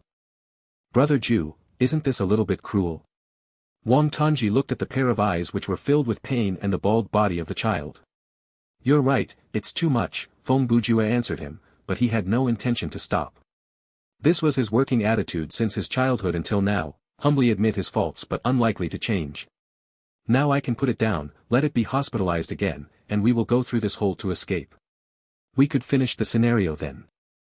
Feng Bujue said, I told you, this is a strong boss. Although we got the plot thoroughly when facing it, it will be pretty tough to defeat it. I think if we could kill it to complete the scenario, we would receive more EXP than that of running away. What? Since when have you paid attention to EXP? Wang Tongji asked. Feng Bujue arose his mouth's corner as he lifted the boss higher under the light. Now I have at least 3 reasons to play Thriller Paradise in a proper manner. First, sheep fur grows on sheep. I want to play to earn back the money I've invested in this game cabin. Second, those random scenarios are good. From what I've read on the website, the system has a massive data source. It could combine numerous pieces of memories from players to generate the plots. In the future, the multiplayer survival mode would have more complicated scenarios. Then, I can collect materials for my novels from the game. Third, so I can continue to find my fear. After finishing his words, Feng Bujue clasped his hands, then he waved at Wang Tongji. Wang Tongji understood his move, so he moved forward and gave him the fruit knife. Let's see, after I killed this boss, how much EXP we will receive. Feng Bujue took the knife then started stabbing. Scenario completed. Calculating for rewards. Player receives EXP, 500. Coins, 0. Equipment/items, none. Complete/quests, 0/0. Complete hidden/special quests, 0. Worldview unlocked, none. Fear value surged, 0 time. Highest fear value, 0%. Average fear value, 0%. Your fear rating, a whole sack of guts. This scenario does not have bonus rewards. Calculation completed. Please continue. Now we have to know some rules related to calculation for rewards in multiplayer mode. In Thriller Paradise, the number of mobs a player had killed by themselves would not affect the EXP rewarded. EXP would be calculated altogether when the scenario was completed. Generally, if a player weren't being AD, keckhead that he caused a serious problem that affected the progress of the scenario, survivors would receive the same EXP. In case the player's performance suited the phrase, dumber than a pig, the system would then reduce that one's EXP reward. This was to limit snatching mobs and overperformance. Some players, to ensure that the items and EXP rewarded from killing some monsters belonged to them, would use unnecessary attacks excessively. For example, they would use a rocket to kill a dog in order to create bigger damage and faster performance than that of their teammates. This is an individual performance that wastes the resources of the party. However, this rule gave birth to another problem. If the EXP rewarded was the same, killing more mobs just wasted their blood and stamina value. This reduced the players' will in fighting actively. In fact, it didn't go like that since the active players who were good at fighting would receive more skill value. The following parts would explain this. In Thriller Paradise, besides no reward for killing mobs, there was no dropping items either. For example, when a mummy died, it would be certain that there was no saber, shield or something like guns that could drop from its body. If players determinedly wanted something from the mummy, they could only take the ragged, decayed bandages or its rotten flesh. And, they had to take it themselves. When they could tear the ragged bandage and hold the item in their hands, the system would provide the properties of that said item. How crooked it was, please refer to the stone. Searching for items in the game is an interesting job. Besides solving the puzzles to enter some special places that hid items, generally, players had to find many items for their quests on their own. For instance, the window of the shop opposite the street hung a tight Spider-Man suit. Perhaps it would be totally useless, or perhaps it was an excellent, rated item with some given attributes. Another example is when players are wandering in the sewers. It is possible that they could find some weapons such as a pair of sabers, nunchaku, a May dagger, a long rod, etc. In short, if players wanted to find items in the scenario, they would need one of these: intelligence, luck and effort. The first two, we couldn't wish for. The last one just required more time. Of course, if players wanted to find more items, their stamina had to be strong. Usually, the scenarios wouldn't give players much free time to wander, moreover, they have to spend their physical value just to run around. In closed beta version, it was still impossible to collect the items out of the scenarios. When the game is finally released, places for such transactions would be open too. Then, players could use coins and skill value to trade for them. There was no need to explain the coins in the game. Its function was same with the others. Players could use coins to buy items from shops or auction items sold by other players. Or, they could do direct transactions. Besides, the skill value was like a rare currency. Players couldn't exchange skill value, and it couldn't be used at shops. Skill value could only be spent at a place called the Box of Fear. That was the name of a special shop in the game. No one knows why it's called like that. Maybe the designer thought that players would be startled after seeing the goods in that shop. Skill value could buy two things from the Box of Fear. First, it was coins. Players could exchange at the rate of 110. Second, items that couldn't be brought out of the scenarios. For instance, the bloody corpse must die, that Fong Bujue had found in his newbie tutorial. Apparently, this sword was an item related to the plot of a scenario that could help him defeat the bloody corpse, which he couldn't do with his current ability. Thus, the sword didn't have any limitations in the player's levels, also, it couldn't be brought out of the scenario. The system wouldn't delete the data of something like items, equipment, and skills after the scenario was completed. Although players couldn't bring them along, they would enter some places, which were like the recycling stations. That was the Box of Fear. In this special shop, they would become goods and players could only use their skill value to purchase them. Their properties would be changed accordingly. For example, the requirements to use the item would be adjusted, some effects would be changed too. Most of the time, skill cards would become permanent, but of course, the learning conditions would be upgraded. In closed beta version, the Box of Fear hadn't been introduced yet. This recycling station was empty for now. When they released the open beta version, the number of players would be flooded. So, at this stage, they had to store a certain amount of goods. When this special shop officially opened after 7 days, real time, since the items were displayed to be sold, if the item still remained, the system would delete it to control the number of goods.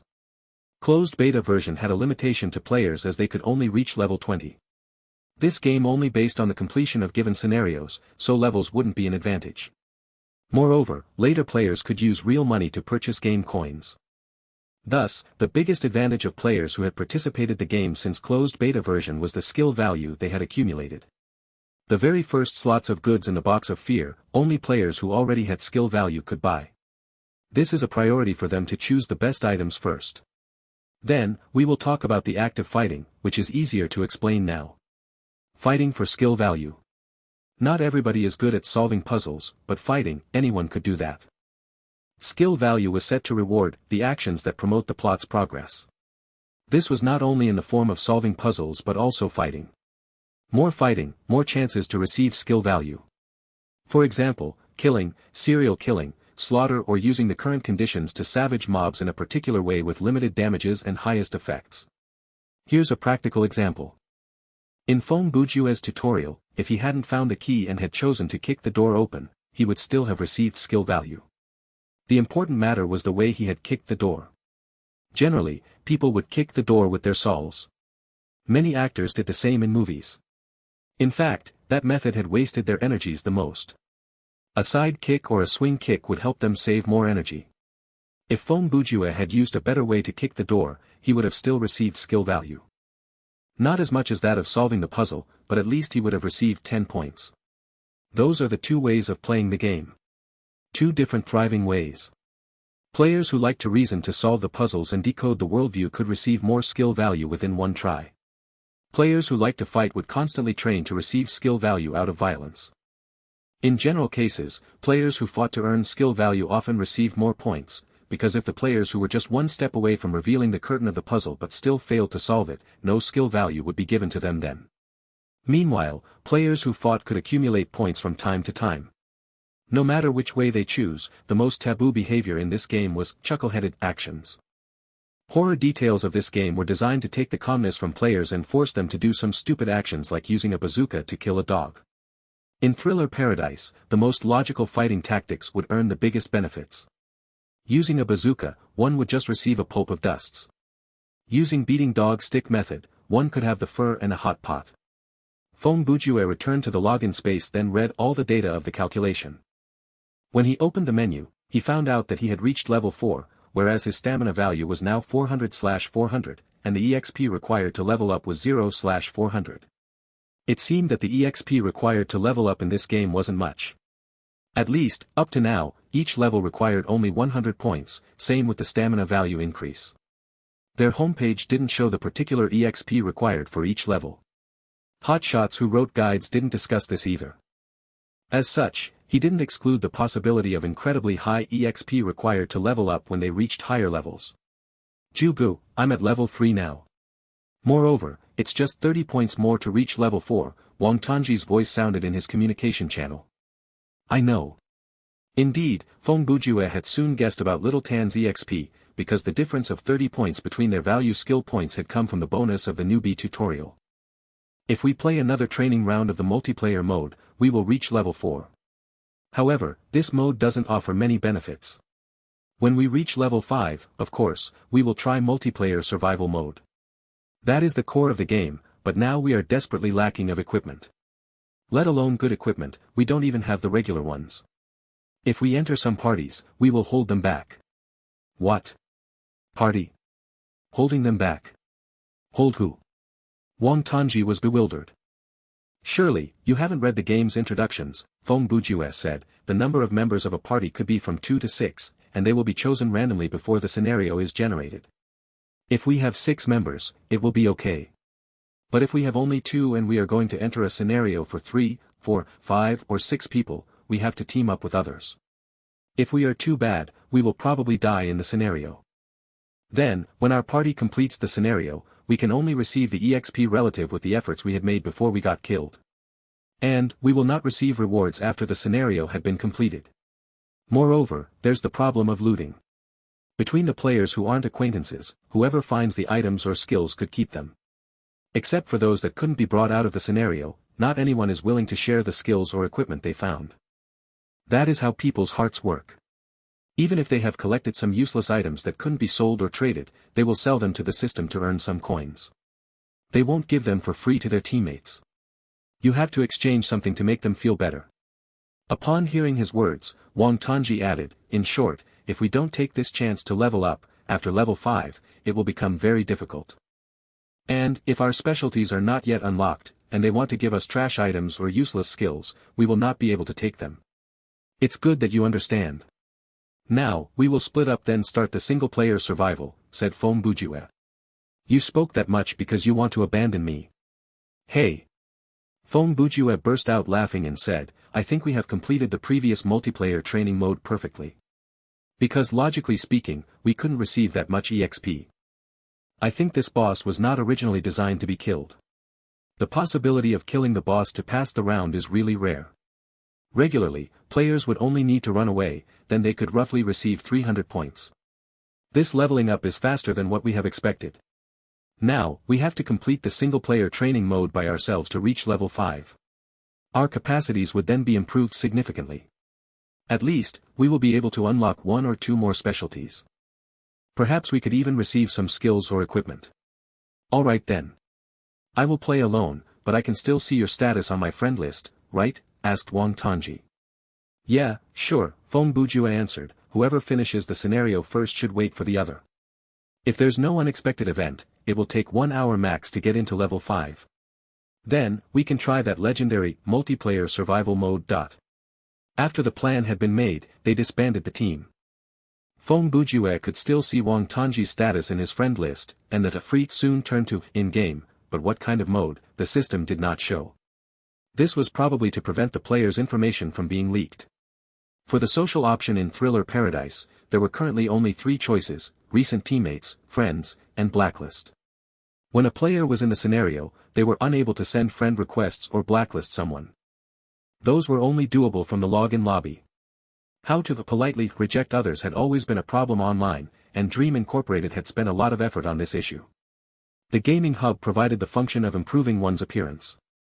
One need not log into the game to enjoy this function, but Feng Bujue did not use it because he did not care about that. This went to show how self-adoring our MC could be. However, even though the players realized that the female gamers in-game might not really be that beautiful in real life, it did not stop girl gamers from receiving many friend requests. Other than that, there was the phenomenon of thigh hugging. In the future, Feng Bujue would run into this problem quite often. He would receive plenty of friend requests after completing a scenario. Of course, this was quite normal. Compared to the uncertainty of random players, people naturally preferred to work with strong players because it could decrease the difficulty of the game. Regardless of the reason, being rejected was an embarrassing thing. To that end, Dream Incorporated came up with the solution of only allowing friend requests to be sent in the login space. If you were rejected, it was private knowledge between the two of you. Furthermore, the scenario would have ended by then, and the rejected player would have no chance to do something stupid to ruin the experience. Only players who were friends were able to communicate like on the phone in the login lobby. There was no video call, and the other person would not be able to see your expression. For players who were not friends, the only means of communication was through mail. Within 24 real-life hours, the maximum number of mail messages that could be sent was 3, and if there was no reply, then the 4th message could not be sent. Each message had a maximum limit of 1,000 words, and the content would be scanned by the system as well. Messages with questionable content would be blocked by the system, and the system would send a message to the recipient, informing them that a player had written a harassment letter to them and provided them with the option of blacklisting the offending player. Once a player was blacklisted, it meant that they were completely screened. They would not be paired up in the same scenario, and the harassed player would not receive any mail from them. If the team that invited them to join contained a member from their blacklist, they would be notified by the system. With all those limitations, it could prevent players from gaming with those that they did not want to interact with. Of course, reality was more peaceful than that.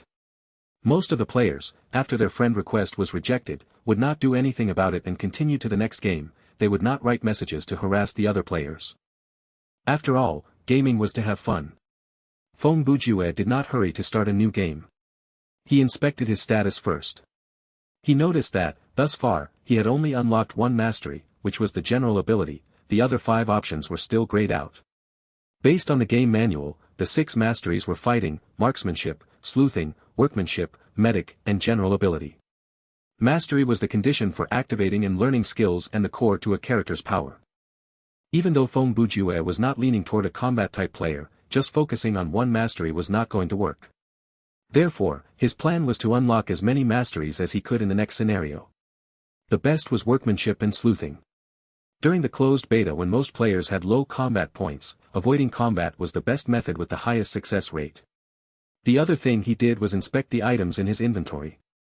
The stack of painting papers could not be taken out of the scenario, so they had disappeared. The syringe that he had found was still there. Item name, single-use syringe. Item type, consumable. Quality, normal. Function, draw out and inject liquid. Remark, Stay away from drugs, love your life. Feng Bujue's inventory was empty, and the login space could keep 30 items at most. Temporarily, he did not have any storage issues. He thought that this syringe could prove useful, so he took it with him. In any case, it was better than a rock. Analyzing his situation, he had neither equipment nor skills. He had to depend on himself for this upcoming solo mode. If he did not succeed, things would be more difficult after he advanced beyond level 5. The training mode would be closed then, and the difficulty of the scenarios would increase according to character level. Then he would really become a dead weight to others. Feng Bujue had high hopes for the upcoming scenario. Preferably, the scarier the scenario the better. As long as the reward was proportional to the level of scariness, then he was willing to accept it. Feng Bujue, Level 4. Please select the game mode that you wish to join. You've selected Solo Survival Mode, Normal, please confirm. Confirmed. Generating scenario. Download initiated, please wait a moment. After Feng Bujue selected the mode, he thought that the elevator would start to move, and the door would open to the new scenario. This time, however, he was transported. The world before his eyes turned black, and he floated off the ground like he was suddenly deposited in zero-gravity space. He tried to grab onto something when the voice began next to his ears. Welcome to Thriller Paradise. The voice had changed again. It sounded like a lazy middle-aged man. It looked like this greeting had nothing to do with the actual content of the scenario, and the voice was randomized each time. Download complete. You are currently playing Solo Survival Mode, Normal. Scenario introduction is provided in this mode, and there is a chance to trigger a side or hidden mission in special world building. Reward for clearing the scenario, a random draw of a usable skill card. Playing the scenario introduction soon. The game will start right after. The background before Feng Bujue's eyes turned into a picture. It looked like a room or the corner of a big warehouse. Due to the angle at which the picture was taken, he could only see a corner, so it was difficult for him to tell how big the whole space was. The walls seemed to be metallic, definitely not wooden. There was no paint or decorations on the walls, or the paint had faded. The ground was cement, and there was no furniture in the picture. Then, a paragraph rolled up, and the familiar system audio began the explanation. Your name is Ash Siga, a famous reporter. You have a happy life, a lucrative job, and respected social standing. One Christmas night, you wake up blurrily and find yourself inside an unfamiliar warehouse. The last thing you remember is going to your car in the car park after work. The introduction was not long, and it provided limited information. After it finished, a flash of light blinded Feng Bujue, and the next time he opened his eyes, he was inside the picture. He was seated on the ground with his back to the wall. Before he could explore the warehouse, he lowered his head subconsciously because he realized he was holding something in his left hand, a silver Walkman. This was a portable stereo. Naturally, it had become obsolete long before the year 2055. Feng Bujue had not seen this thing in person before, only in movies, and this situation did remind him of one particular movie. Pressing the play button, a gravelly male voice said something in English, and that single sentence made Feng Bujue instantly understand the basic setup of the whole scenario. Hello, Ash, I want to play a game with you. You love your job, a job that gives you a strong sense of duty. You've used your camera to record many bloody truths, waking the conscience in people's heart, but do you really care? Are you a pretender hiding behind the mask of justice or a real fighter for fairness? At this moment, there is a toxin running through your body, eating away at your life. After you gain consciousness, your metabolism will double the toxin speed. You have around 40 minutes to find the only exit to leave this place. Let's see if the conscience of the man who has been hiding behind the camera can help him get back to his loving family. Life or death, make your choice. Feng Bujue was already standing when the recording was halfway through and inspected his surroundings. He was still wearing the default black t-shirt and jeans. Based on the plot of the movie that this scenario was inspired by, he even checked his pockets, but they were empty. His inventory had not changed, the plastic syringe was the only thing inside. F***ck your choice. Feng Bujue cursed after the recording ended. The system did not warn him for using the curse word because he was in solo mode. Then he inspected the Walkman's attributes through the menu. Item name, Walkman with a tape inside. Item type, plot item. Quality, poor. Function, play tapes. Can be taken out of the scenario, no. Remark, you'd better believe the content of the tape. This was probably another one-time use plot item. Even though Feng Bujue had memorized every word of the recording, for the sake of insurance, he listened to it again, not minding the 1 or 2 additional minutes that he wasted. After hearing it for the second time, he placed the Walkman inside his backpack. He considered that the scenario might have more than one tape, so he thought that it was better to carry the Walkman with him. The area that he was in was quite spacious. The roof was about 12 meters or higher from the ground, and near the roof, there were several large exhaust fans. Sunlight could be seen filtering through them, but there was nothing on the walls that he could climb. The roof was in an arch shape, and there were many support beams that were parallel to the ground. The place was lit up by the lamps that hung from the beams. The walls looked sturdy, and the surface was covered with a metallic sheet. Behind it might be a brick wall, but regardless, Feng Bujue was not going to break through the wall with brute force. The system was not going to generate a scenario that he could escape from in less than 2 minutes. Assuming that Feng Bujue still carried 2 instances of explosive punch, and his fighting mastery had reached F level, then the system would have changed the scenario or made the walls twice as thick. Because only under those circumstances would Feng Bujue not escape immediately with his skill. Even though the success rate for each punch was 20% and he did not know the thickness of the wall, the possibility of him succeeding was still there. When the system was generating the scenario, it naturally cancelled that possibility. This meant that Wang Tongji would never get that kind of scenario. In any case, as long as the character had a chance to clear the scenario with their original status, no matter how small that possibility was, the system was not going to allow that to happen.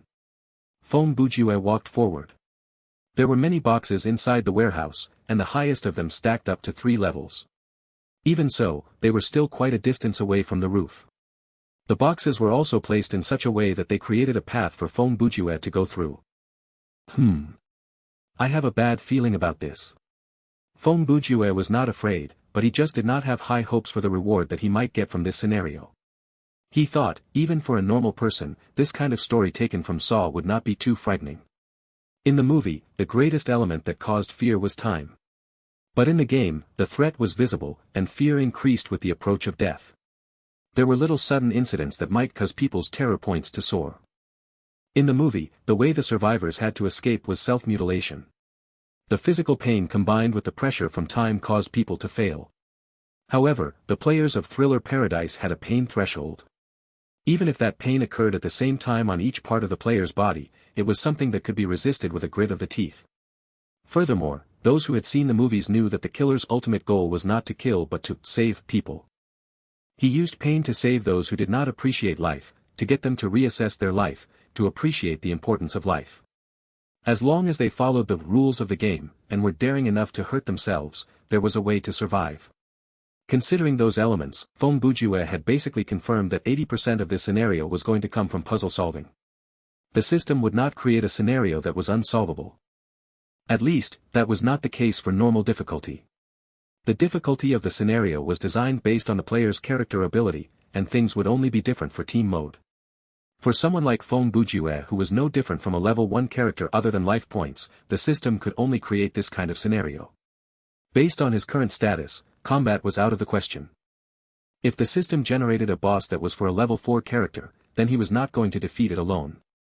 Therefore, the way to clear the scenario was obvious: either he solved the puzzle or, like the characters in the movie, used his life points to push forward and die once he lost all his life points. Feng Bujue followed the trail formed by the boxes and came to the other side of the room. There was an arrow painted on the wall, which pointed at a door that was hidden behind a clump of boxes. There was an opening among the boxes that was big enough for someone to squeeze through. Feng Bujue looked at his stamina and life points. They were practically full.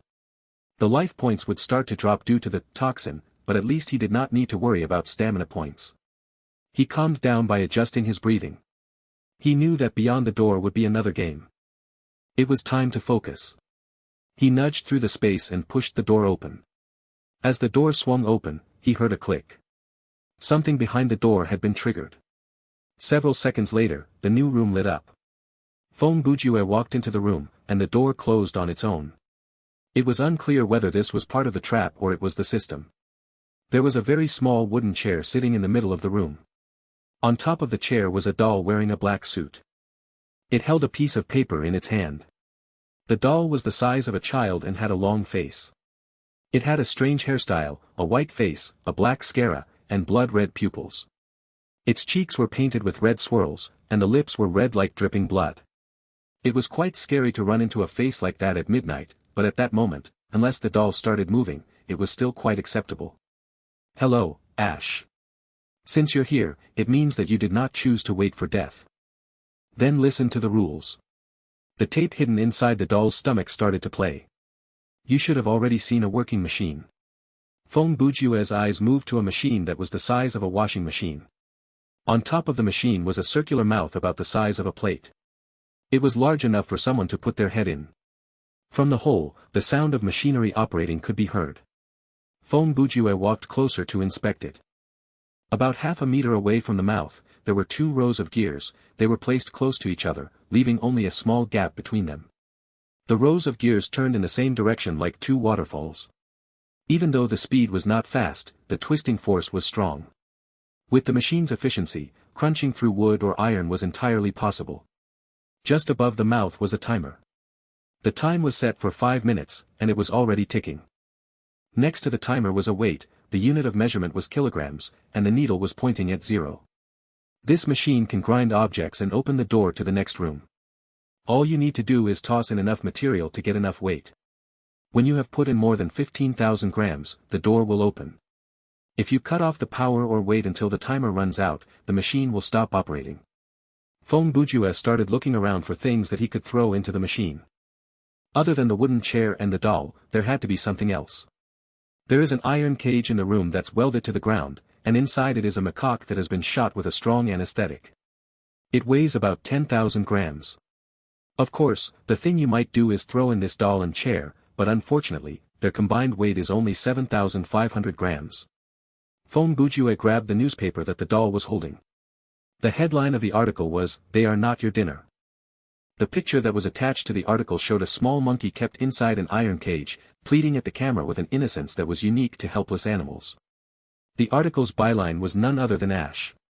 "You castigated the illegal hunters and rebuked those who purchased products made from wild animals as heartless executioners, but during your many travels for the sake of interviews, you have personally enjoyed many meals that were made from these protected animals. In fact, inside your wife's closet, there is more than one minx coat. You have seen how these animals are treated with your own eyes, yet, what have you done? Now, I shall give you the experience to feel what is it like to be a real executioner. Will you use this creature's life in exchange for your own? Make your choice, Ash." The recording stopped there. Feng Bujue was still reading the newspaper, his old habit was surfacing. He wanted to finish this fake article that had been created by the system. This might work on female players who love animals. Feng Bujue moved his gaze away from the newspaper to look at the monkey inside the cage. If it's necessary, even in real life, I would not have hesitated, much less in a game. He put the newspaper down like his interest in it had been lost. But, since the recording has given me such a precise weight, it should be a type of hint. He walked to the machine, squatted down, and leaned close to take a look. In that posture, he walked around the machine and then used his fist to punch the shell of the machine before kicking it heavily twice. The shell was not your typical thin iron sheet but a sturdy metallic slab. The corners were securely welded and could not be deconstructed with his bare hands, and the machine was too unwieldy to be moved alone. There were no obvious cracks on the surface, and the 2 meters were secured tightly. In less than 3 minutes, finding an opening in this machine did not appear possible. Therefore, Feng Bujue walked back to the iron cage. As the recording said, it was welded to the ground and would not budge at all. He walked around the room, and it was empty other than the 4 walls. He walked back to the middle of the room and grabbed the doll while he sat on the wooden chair. Because of the minuscule size, he was technically squatting instead of sitting. If I need to escape this room without killing the monkey, then other than this chair and doll that weigh 7,500 grams, I need to find another 7,500 grams. He placed his right elbow on his knee and titled his head to the side. His index finger and middle finger tapped his forehead rhythmically. At most, the Walkman will weigh around 1,000 grams, the syringe will be even less. I cannot remove the clothes or shoes due to system limitations. Suddenly, I missed that rock. It probably weighs at least 2,000 grams, he said with a smile. Then, in this empty room, there is only one thing left that can be moved. He lifted his head to look at the lighting system above him. It was a hanging lamp, and the fluorescent tube was around 1 meter long, encased in a plastic shell. It was hanging by 2 cables from the ceiling, and the electrical wire was curled around the 2 cables. The ceiling in this room was much lower than the previous room, but the height was still around 4 meters. The light was not attached to the ceiling, but it was still too high for Feng Bujue to reach. He stood his tiptoes on the small chair. He stretched upward, and his fingers were still around 1 inch away from his goal. The distance was just far enough to be out of the man's reach. The chair was so small that standing with both feet on it was already very difficult. To jump on it and reach out to grab the light was impossible. Time was passing by, and Feng Bujue only had 73 seconds left. He glanced at the timer, and then surprisingly, he laughed. He commented to himself, who would have thought things would be so difficult? Ha! This is exactly what I'm looking for. After some contemplation, Feng Bujue moved his attention back to the doll. He seemed to have landed on an idea already. He ran to pick up the doll and undressed it. He ran back to the chair and used his left hand to grab one of the sleeves of the suit and toss it upward. Even though the suit was for children, it was large enough to hook onto the light. Feng Bujue raised his right hand to pull on the other sleeve that had gone over the upper side of the tube. The suit was now nuzzled over one end of the tube. Feng Bujue yanked with both hands, and one of the cables snapped. The light swung downward, connected via the other remaining cable. It dangled in the air like a sausage left to dry. Now, Feng Bujue could grab the light with his own hands. The tube was encased in a plastic shell, so he did not need to worry about injuring himself. However, once the light was disconnected, the room submerged into darkness. Thankfully, it was not too difficult to grab the dangling tube. After he grabbed hold of it, he pulled harder, and the other cable snapped as well. He held the tube in his hand. From earlier, Feng Bujue had been counting down the time in his heart. There should be around 35 seconds left. The machine was still operating loudly in the dark. He did not rush to the sound but carefully stepped down from the chair. He used his feet to find the doll that had fallen to the ground. After memorizing the location of those 2 items, he counted the steps that he took to reach the machine. The rest was simple. Based on the sound, he could easily work out the location of the mouth. Feng Bujue leaned back as he fed the tube into the mouth of the machine. The gears crushed the tube, and even though there was some broken glass that flew out during the process, Feng Bujue was spared the injury because he was already prepared. After 3/4 of the tube had disappeared down the mouth, he released his grip. He turned and walked in the direction that he had come from. He recounted the steps and quickly moved in the dark. He took careful measure of the size of the steps that he took, afraid that he might kick the stuff that he needed away. He did not have time to waste searching in the dark. Thankfully, no accidents like that happened. He reached the doll in less than 10 seconds. The time was winding down. Feng Bujue squatted down and grabbed the doll with one hand and a wooden chair with another. He turned and ran to the machine. This time, he did not need to be careful about the steps he took, so his gait was large, and he reached the machine in just a few seconds. He dropped the stuff in. The wooden chair's back was larger than the mouth of the machine. Feng Bujue had noticed that earlier and noted it in his heart. If not for that knowledge, he would have become flustered. But Feng Bujue would not make that kind of mistake.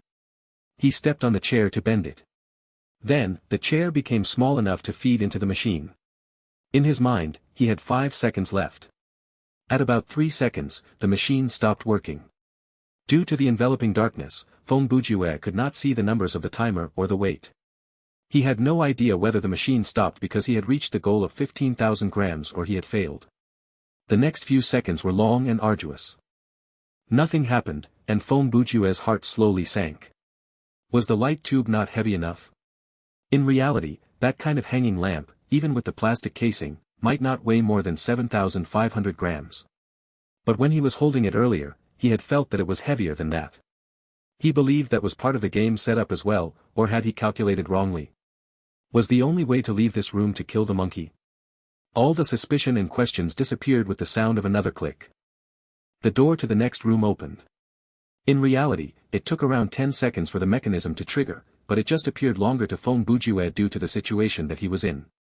A ray of light shot in through the open door, a sign that the game was not yet over. Feng Bujue sighed in relief when the door creaked open. He did not rush toward it immediately but instead walked toward the cage with the monkey using the light that streamed in from the open door. He opened the lock in the cage door and carried out the fainted monkey. Item name, unconscious macaque. Item type, plot item. Quality, normal. Function, unknown. Can be taken out of the scenario, yes. Remark, a cute, brave monkey, on the endangered species list. Plot item, but it can be carried out of the scenario. Feng Bujue murmured before trying to place the monkey inside his backpack. He succeeded. Then he exited the room. There was a well-lit corridor outside the door. The walls were metallic, and the roof was still around 5 meters tall. There was still no sign of windows, and there were some doors on both sides of the walls, but they were either locked or blocked on the other side by some huge object. This meant that Feng Bujue could only continue down this main corridor. Occasionally, there were red arrows painted on the wall to tell Feng Bujue which direction to go in. After some walking, he understood that there was nothing useful on this path, so he picked up his speed and ran down the corridor, following the arrows. It took him about 8 minutes to reach the end of the path, and before him was a metallic door that was painted red. The door did not have a handle, instead, in the middle of it was a wheel like one seen on a large safe. Feng Bujue gripped the wheel and tried to give it a turn. It was then that he realized that the lock was tight, and he needed to exhaust plenty of energy before he could get the wheel to turn. After turning the wheel halfway, the door started to move. Cold air rushed out from the gap, and Feng Bujue was gripped by a bad feeling. When the door opened, he noticed that the metallic door was very thick, and thus, the room was obviously a sealed cold storage room. The interior of the room was literally a winterscape, the ground was covered with white snow, and there was frost on the walls. He lifted his head to look. Other than the lights, he noticed that 3 corners of the ceiling each had a tube placed vertically that was about 1 meter long. Once the door was open, white snow started to filter out of the tubes. Thankfully, even though the mouths of the tubes were big, only a flurry of snow was falling, not enough to influence Feng Bujue's visibility. Feng Bujue took a deep breath and breathed into his palms. He rubbed his hands together as he walked into the room. Once he did, he noticed something out of place. The ground of the room was much lower than the bottom of the door and the corridor outside the door. So, the thin layer of snow that he had seen earlier was actually thicker than he thought. He stepped into the room, and his feet sank into the snow, up to his ankles. The chill came so suddenly that Feng Bujue jumped several times to get the blood flowing back to his feet. Alas, it was to no avail. The snow was so soft that the only way to stop himself sinking into it was to increase his surface of impact, so the man made the quick decision of kneeling down. He did not close the door. In his kneeling position, he crawled to the opposite wall. There was another door there, but there was no will to open it. Instead, it had an electronic lock that was built into the door. There were 4 empty spaces on the lock, and next to the lock was a movable iron plate. The square plate was about 10 centimeters long and wide, and it had a small handle on it. Once Feng Bujue pulled the plate open, the door behind him closed on its own. Behind the plate was a small space. A tape sat inside, and what he needed to do next was fairly obvious. Feng Bujue took out the tape and the Walkman. He replaced the tape inside with the one that he had just found and then pressed play. Merry Christmas, Ash. This is a time for family to be together, and at the same time, the Christmas spirit represents the importance of selfless sacrifice and blessing. As Feng Bujue listened to the recording, he studied the room again, but this time, with a closer look, he noticed a newspaper that looked fairly new stuck to one of the walls. That particular wall itself also deserved a closer look because it did not look as frozen as the other walls. Even though man-made snow was filling up the room, the temperature in the room was not that low, and the words on the paper were still readable. One of the more conspicuous headlines was, "They are not that different from us." The picture attached to the article was that of a group of homeless people seeking heat around an oil can. The background was white with snow, and so was the ground. Of course, the article was written by Ash. You often appear at charity parties, showing yourself in front of the camera, but we both know that you have never donated to a charitable organization before. You inspired others to not look down on the homeless, but you never once showed respect to those more unfortunate than you. Your snobbishness and bigotry revolted the people around you. You once gave a voice to the elders through your articles, saying that they deserve more of our attention and understanding, but every year, you used your job as a reason to skip celebrating Thanksgiving with your own parents. Ash, more than once, you've stood on the moral high ground to criticize others, but your actual actions show that you are indeed no different from those you criticize. Now, you shall be given the chance to experience how it really feels like for these helpless souls. Inside this snowy room, there is a piece of paper with the password to unlock the door. All you need to do is use your bare hands to reach into the snow and search for that paper. Just like those people who died from the cold on the street, searching for that small piece of hope. You do not have any time limit, but if you find something, you'll be able to survive until dawn. When the recording ended, Phong Bujue was already shivering. The outfit given by the game ensured that the players would feel comfortable in an environment around 20 degrees, but once the temperature rose or dipped, the players would feel the corresponding effect to their body. This room that was no different from an icy cave that had a sub-zero temperature, and the tubes on the ceiling were still adding snow to the room, increasing the thickness of the snow layer little by little. To maintain the dexterity of his fingers, Phong Bujue kept blowing his breath into his hands. He went through the recording quickly in his mind, and the last sentence was definitely out of place. Just like those who died from cold on the street, find something and survive until dawn. Based on his conjecture, this was a hint. A hard-to-understand hint, but a hint nonetheless. Phong Bujue stood up again. The area under his knees was completely frozen, and even if both of his legs were submerged in the snow, it did not matter because the pain receptors had become made numb from the cold. He wobbled his way to the newspaper and studied the article and picture closely, hoping to glean some clues from them. Phong Bujue knew that this was the best chance to look for clues. He would only resort to brute force when all else failed. If he just poked his hands into the snow and started scooping, in less than 5 minutes, his fingers would be frostbitten, and his body temperature would be lowered even more. That would cause his reaction to slow down and place him in some sort of a trance. In which case, puzzle solving would become even more difficult. Something that allows homeless people to survive until dawn. Phong Bujue voiced the sentence to help him focus. Several people surrounding a can, burning some rubbish to keep the fire going until dawn. No, that is not it. Suddenly, the image of an uncle wearing sunglasses flashed through his mind. Could this be it? The 3 important items to a homeless person, a box, a dog, and a radio. Then he started moving. The newspaper was stuck on the wall with cellophane tape fixed on its 4 corners. Phong Bujue removed the newspaper from the wall while trying his best to ensure the center part of the paper was not destroyed in the process. A dog is not possible, unless I build one from the snow. The radio. I guess the Walkman counts. That leaves the paper box. The newspaper had already been removed from the wall. Even though it was missing 4 corners, that did not affect what he wanted to do. As mentioned earlier, the paper looked brand new, so the folding signs on it were quite conspicuous. Normally, a person would not have folded the paper more than twice, but there were signs that this particular piece of paper had been folded many times. This proved that it had been folded into a certain shape before. Phong Bujue followed the folds and remade it into what it was. His hands were still not yet frozen, but he could already feel the effect of the sub-zero environment. In fact, in his menu, next to his life points, the special status box already stated that he was currently freezing. Even though the paper was missing the edges, following the folds, Phong Bujue managed to put it back in its original shape, a very small paper box. Phong Bujue placed it in his hand to study. He turned it around and finally saw a string of letters and numbers where the edges met each other. The letter format on a newspaper would never be the same overall, there would be the difference in font and size. For example, the size of the font used for the headline, body, and picture captions would be different. Phong Bujue noticed that those connecting letters and numbers had the same font and size, and they were all capitalized. They were spaced apart when the paper was flattened, but when folded into a box, they joined together to form the code. FM 27.3 MHz. Phong Bujue read. The wave band for a radio station. He set the Walkman to radio mode. He got mostly white noise from the channels, and it was no different for FM 27.3. But since he had confirmed that particular channel, he increased the volume and patiently waited. As he expected, after 40 seconds of white noise, a throaty voice said, 9, 5, 2, 7. Then, it was swallowed up again by white noise. Phong Bujue rushed to the door and grumbled as he keyed in the password, is there a special significance to this string of numbers? The code was correct, and the door opened.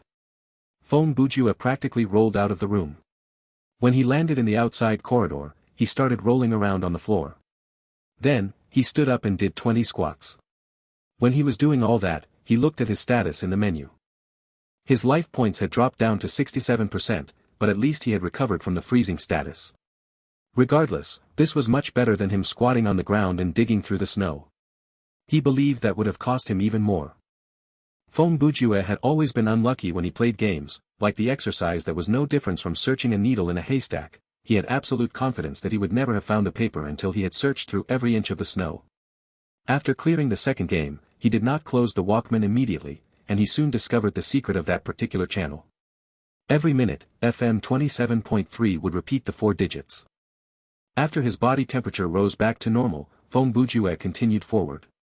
He believed that the scenario did not forget the condition where Ash had to get to the hospital to seek treatment within however many minutes after he escaped, or he would die. The initial recording stated that he had 40 minutes to find the exit, or he would die from the toxin inside his body. However, unlike the freezing status, there was no poison status in his status bar. Therefore, it was impossible for Feng Bujue to tell whether the drop in his life points was due to the cold or the poison. In any case, this was not a poison that had a visible effect. If anything, it seemed more like a plot point. To put it simply, Feng Bujue had to complete the scenario within 40 minutes, or it would be game over. 20 minutes had already passed. Feng Bujue did not take long to clear the second round, and combined with the 5 minutes he used to clear the first round and traveling time in between, when he reached the third round, he should have 15 minutes left. The system must have incorporated the time needed for players who chose to scoop through the snow for the second round, and that would definitely have taken up more time. Therefore, in terms of time, the next round should be the last. If he finished that, Feng Bujue would clear the scenario. On the way to the next room, Feng Bujue noticed something worth celebrating. The workmanship mastery had been unlocked, and it was now level F. It was unclear whether that came from toying with the Walkman or folding the paper, but regardless, the result was a positive one. If the scenario reward was a skill for workmanship or general ability, then he could instantly learn it. Several minutes later, he reached another door marked by red point. This time, he pushed the door, and it swung open easily. The room was not big. Next to the wall were 2 televisions, and in the middle of the room was a table. A key was left sitting on the table. There was a pipe that poked about 1 meter out from the ground in the right-hand corner of the room. Feng Bujue walked over to take a look, and the diameter of the pipe was large enough to fit a tennis ball. This time, he did not touch anything, and the door closed on its own. At the same time, one of the 2 computers lit up, and the image of the white doll showed up on screen. "Hi Ash, perhaps you think the game is nearing its end, perhaps you think you will be able to escape this place with your life intact. But ask yourself, do you really have that right? Can a moment of kindness and a short period of pain make up for your life of sin? Both of us know you have not reached true salvation." Feng Bujue did not speak. He thought the words were a bit off. The so-called "a moment of kindness and a short period of pain" should be referencing his choices when he passed the 2 earlier rooms. This proved that the video had been recorded several minutes ago, or, was this not a video but a live recording? The second television lit up as well. Feng Bujue saw something that he could not believe. Wang Tongji showed up on the second screen. In the television, Wang Tongji was walking down a corridor, and he looked injured. He was covered in blood, and the way he walked was very strange. In your life, you've met many who might refer to you as a brother, a buddy, but I believe that even if they die, you won't care. However, Ash, I know you still have a friend, a real friend, the doll said. John is also playing a game, but the end that is waiting for him is a dead end. The only thing that can help him escape, the only thing that can help you leave this room is the key on the table. You can use it to open the last door or drop it through the pipe by wall and send it to John. There is only one key. If the bigot Ash chooses death, the kind-hearted John will survive. Life or death, make your choice. Feng Bujue looked at the screen for a whole 2 minutes. He was studying what was going on with the Wang Tongji on the second television. Was this a fake image that was generated by the system, or was he really looking at Wang Tongji in his own solo scenario? If it was the latter, then the system was too powerful. It was able to overlap different scenarios of 2 distinct players in the same space and time. He thought to himself, looks like I'll only be able to get the answer from Xiao Tan after finishing the scenario. There is no way to verify this, I can only speculate. Right then, Feng Bujue could not help but be impressed by the brilliance of this scenario. In the character setting, this Ash was really not a good person, and the earlier 2 rooms were unable to change much. In other words, they were merely a foreshadowing. From the progression of the plot, this last choice was the key. If Ash chose to sacrifice John and opted for his own survival, his whole life would be tormented by guilt. His selfishness and hypocrisy would be highlighted to cause mental torment. Ash would ultimately turn to another extreme, to become a maddened altruist, a real charitable person, because that would be the only way for him to feel better about himself. This was the so-called salvation. The player would learn to respect and appreciate life after the trial. The other choice was for Ash to kill himself and allow his best friend, John, to live. That was another type of salvation, one of self-sacrifice. Fong Bujue shrugged, walked over to the table, and picked up the key. Looking at the closed door, he mumbled to himself, from the looks of it, I will fail this scenario. He walked to the pipe and dropped the key in without much consideration. Then the second television switched off, and the doll in the first television spoke again. An impressive choice, Ash. Don't worry, death is merely the ascension of one's soul. Looks like this really isn't a recording. That door. Fong Bujue turned around to point at the door. It leads to a dead end. The neck of the doll twisted slightly, but it did not respond. Your choice of words was very interesting, and very careful. I almost fell for it. The thing that can help him escape is the thing that can help me leave this room. He chuckled. If I took the key to open the door, I would have died, wouldn't I? The doll maintained its silence.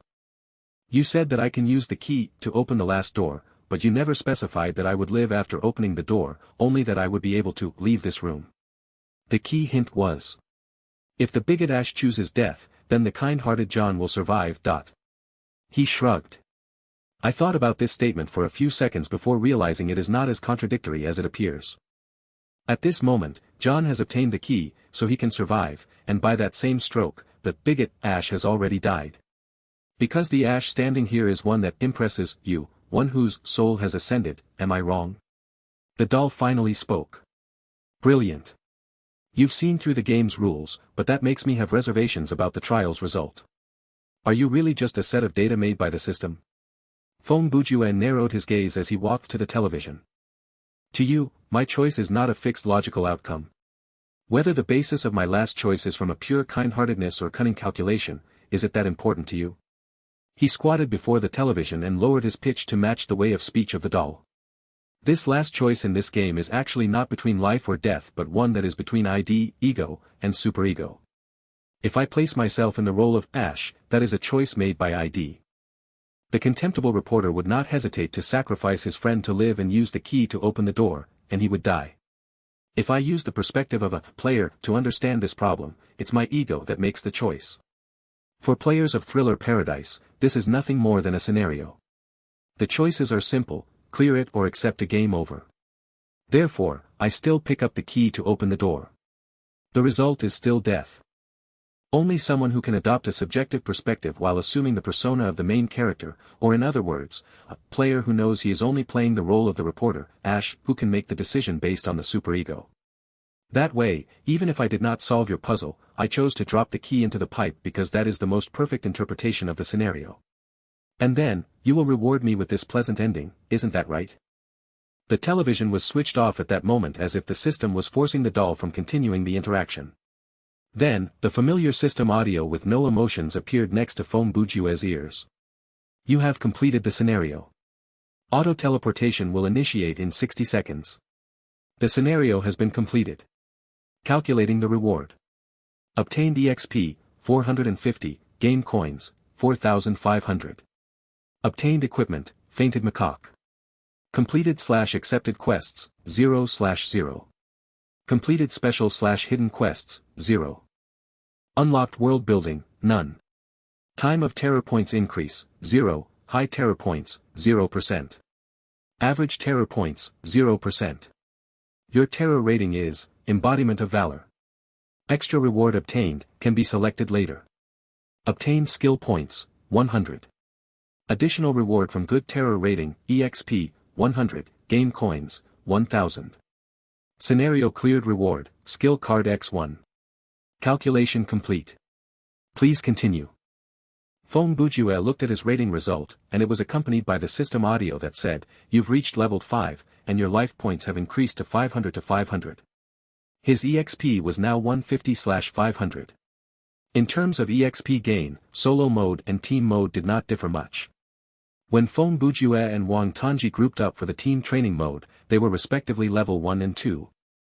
If they did not kill the hard boss and complete the scenario in the most impossible way, the EXP that they acquired would have been around 300 instead of 500. The scenario that he had just completed was modeled after the fact that he was level 4. Based on the ratio of EXP gain, if he attempted the solo training mode, he would have obtained around 400 EXP as well. However, this showed the difference in terms of the two modes' rewards. Compared to EXP, now Feng Bujue had also gained skill points and the additional EXP and game coins. Other than that, there was also the extra reward from the terror rating that he would not have gotten from the training mode. However, there was still something about his rating review that baffled Feng Bujue. During his previous scenario, he had brought out the item one-time use syringe, but during that review, the obtained equipment tab showed none. This time, however, the fainted macaque was listed. He had great confidence that the game manual did not mention this before, but of course, that was completely normal. The game manual was mostly promotional content and did not list every small detail. The unsolved puzzle was like a fish bone stuck in Feng Bujue's throat. This kind of issue that others would be able to ignore was something that annoyed the man the most. He was too lazy to ask on the forums because the forums would not be able to provide a correct answer to this kind of question that was related to the system. Therefore, he contacted the customer service line through his login space. The person who answered was equally stumped. He went searching for a long time before coming back with the answer. Items that are categorized as consumable, like medicine, bandages, ingredients, and mechanical parts and are normal or lower quality will not be listed in the rating review when they are carried out of the scenario. Feng Bujue got the answer that he needed. There would be many things that fulfilled these requirements in the team mode. If someone was free enough to grab as many things as they could, even trash like rocks, grass, bricks, wooden logs, and so on, during the last 60 seconds countdown, then the rating review would be dominated with the list of those pointless items. To prevent that, this setting was made. After understanding that, Feng Bujue took out the macaque from his backpack to take a look. But to his surprise, when he did that, the monkey disappeared. In its place was a card around the size of a tarot card, and the system notification popped up. After completing the scenario, players might obtain plot items that can be taken out of the scenario. This type of item is normally categorized as an item related to plot points, but due to certain reasons, like the players using their own ability to clear the mission, the items are preserved. When such plot items are taken into the login space, they are transmuted into puzzle cards and added into the card system, currently unavailable. After reading that system message, he looked at the puzzle card in his hand. The card had the quality like paper, but it was not bendable. The edge of the card was releasing a weak white light, and the picture was the same on both sides. The picture on his card was that of a monkey, and the painting style was in the style of a Chinese ink wash painting. Puzzle card, monkey. That was the only attribute to the item, just a name, nothing else. Feng Bujue glanced at Wang Tongji's status on his friend list. The kid was still in game. Therefore, instead of going to grab his reward, he chose to contact customer service again. Time for the card system's explanation.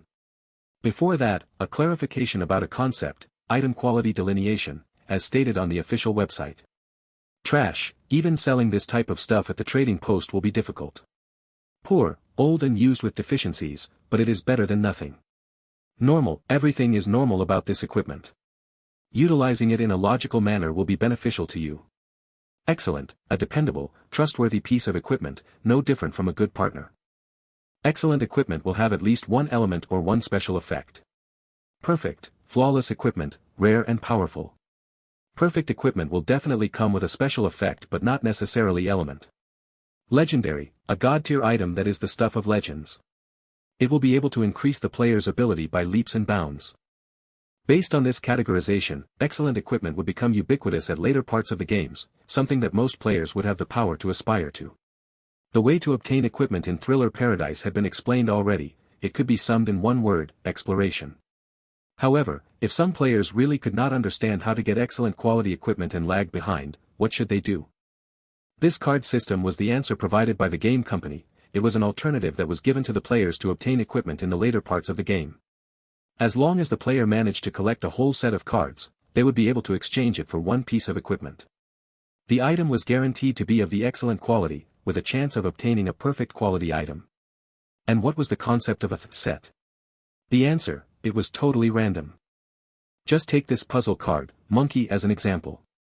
If you had puzzle cards monk, white horse, pig, and cannibals, then you would be able to complete a set. Similarly, if you had the cards rat, ox, tiger, rabbit, dragon, snake, sheep, horse, rooster, dog, and pig, then you would have completed a different set. As long as the system could accept the collected cards as a set, then it was a set.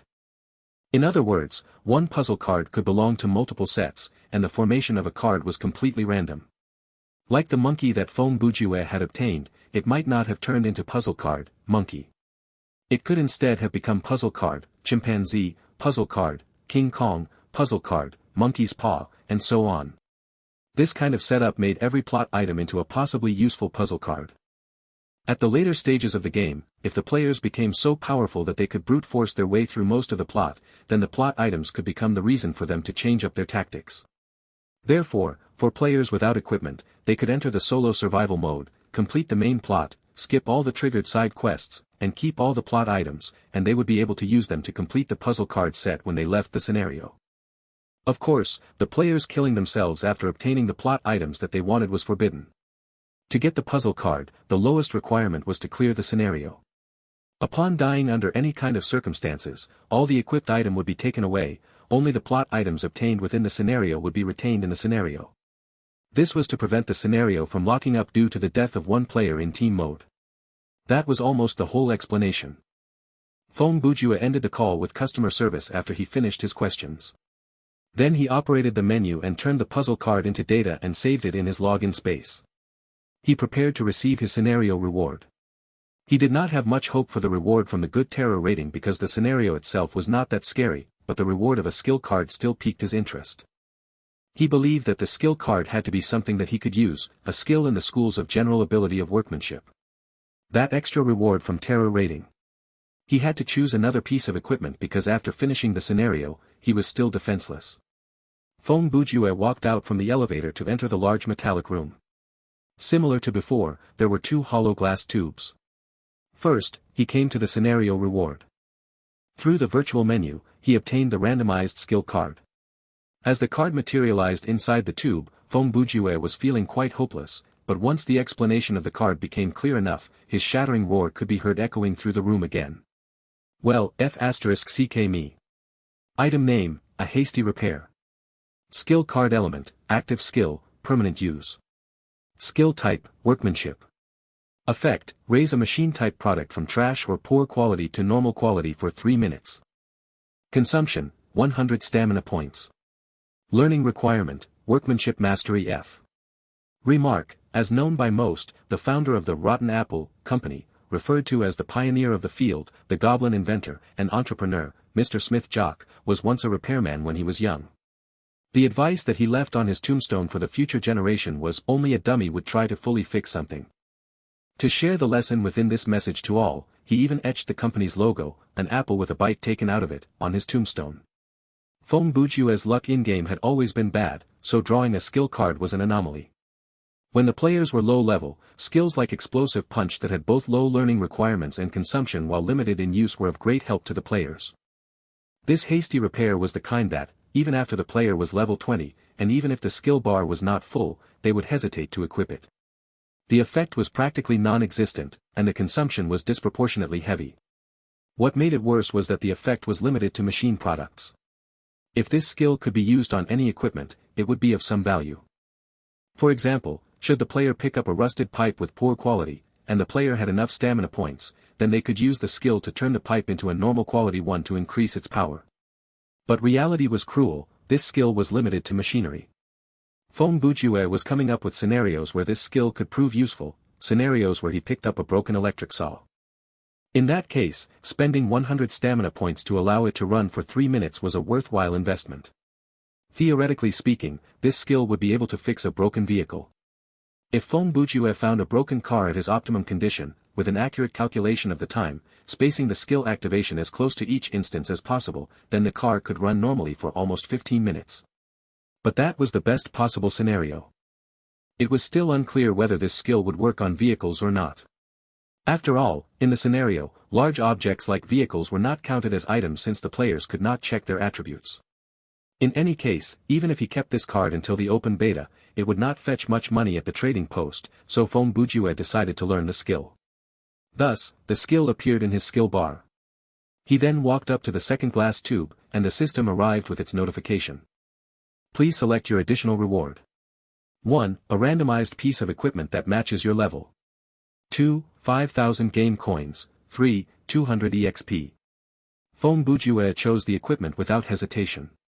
First, he had no use for the other two choices at his current stage. Secondly, he did not believe that, other than the useless skill card, the system would not provide him with something that could increase his combat ability. It was not like he would draw another rock. The white light gathered, and the item materialized in the glass tube. Before it took on its shape, Feng Bujue knew that it would work this time. Based on the shape, it was definitely a weapon. Item name, Mario's Wrench. Item type, weapon. Quality, excellent. Offense points, medium. Element, fire. Special effect, high chance to yield critical strikes when you aim this weapon at a humanoid character's head. Remark, the owner of this wrench is very popular. He calls himself a plumber, but he never fixes pipes.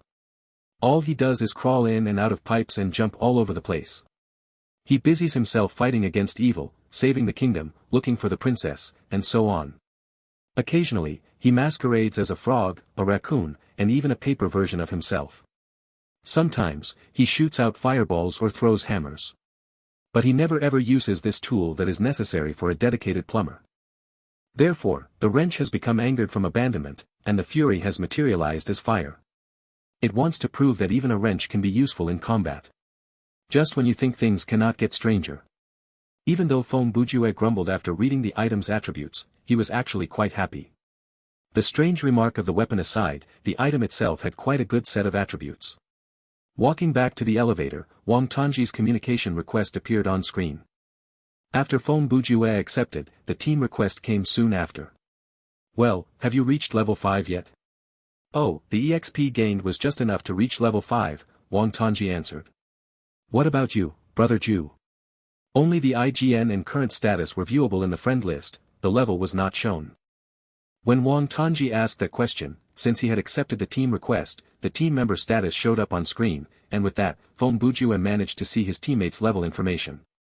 I knew you would reach level 5 as well. Brother Ju, did you get any new equipment? Wang Tongji asked.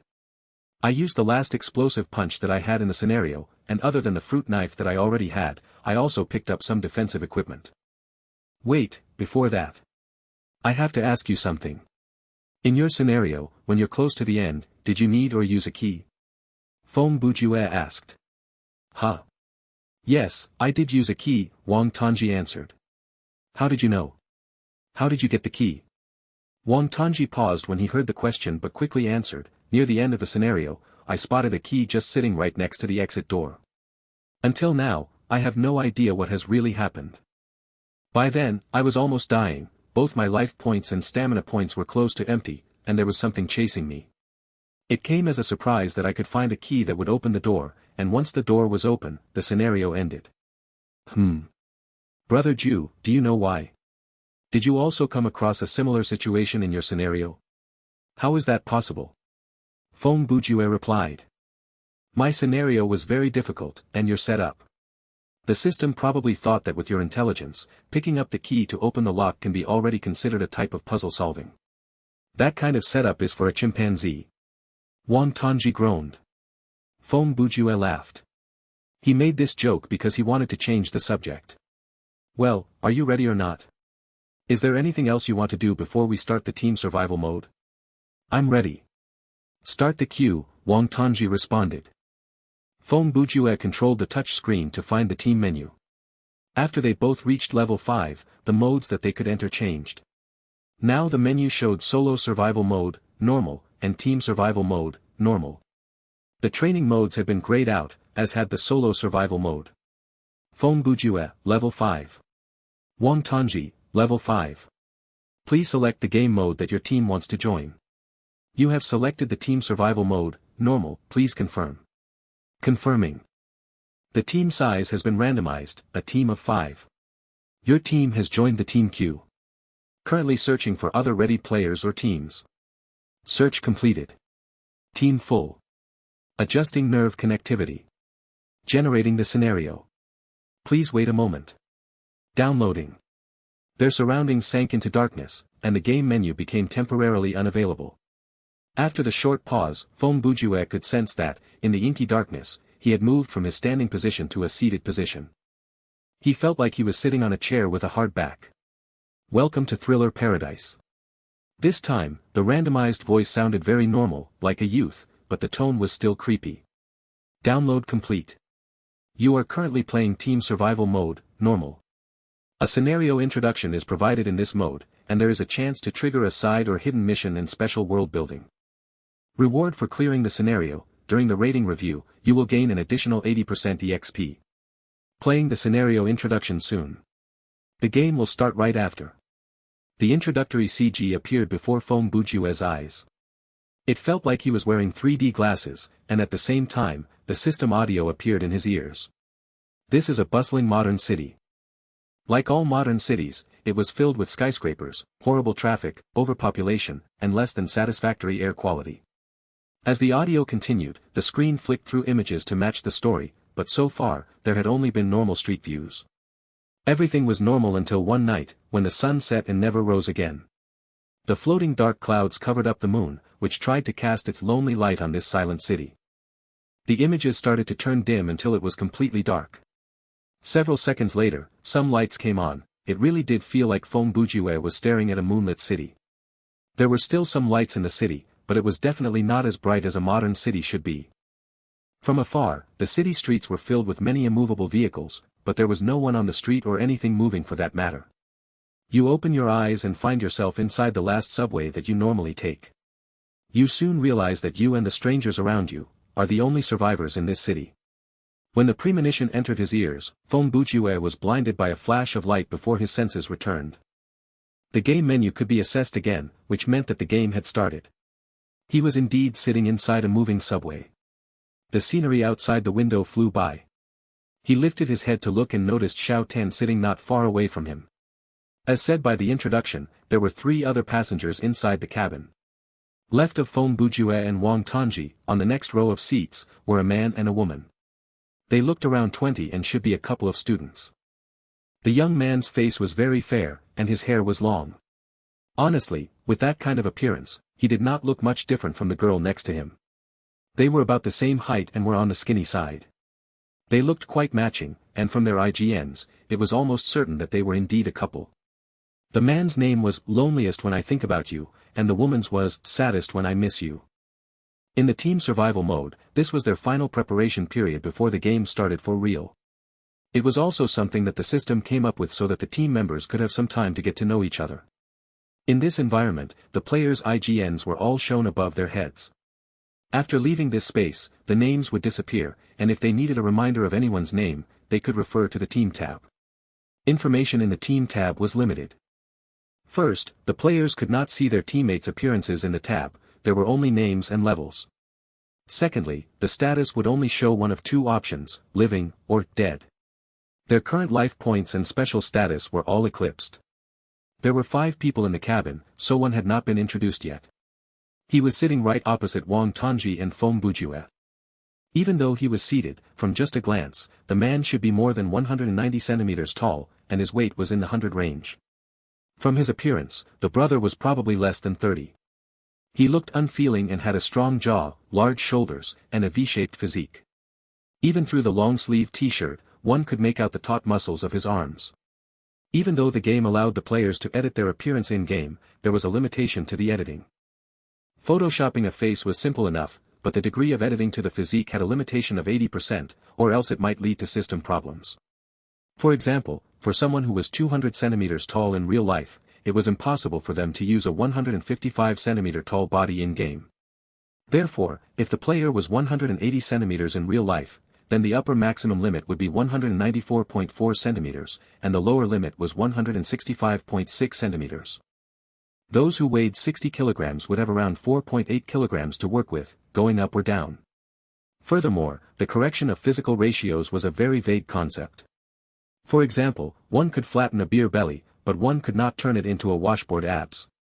Therefore, the issue of faces aside, this large man in real life was almost certainly also a large man.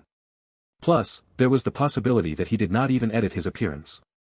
After meeting Feng Bujue and Wang Tongji's eyes, the large man spoke first. "Let me introduce myself." He patted his chest. "Long Aomin, just reached level 10. "I guessed as much, nice to you meet," Feng Bujue answered. "Big brother, is the part before your name also a part of your IGN?" Wang Tongji asked with curiosity. "Does the system allow you to create such a long IGN?" "Oh, that's my title. You'll get it after level 10. It's given by the system," Long Aomin answered. The name above his head was The Intrepid Charger, Long Aomin. Feng Bujue had obviously read about that setting, which was why he said, "I guessed as much." "You look so impressive." Wang Tongji sighed with his two eyes shining. "What do you mean by look?" Feng Bujue said in a serious tone. "He is very impressive." "Ha ha ha. You flatter me.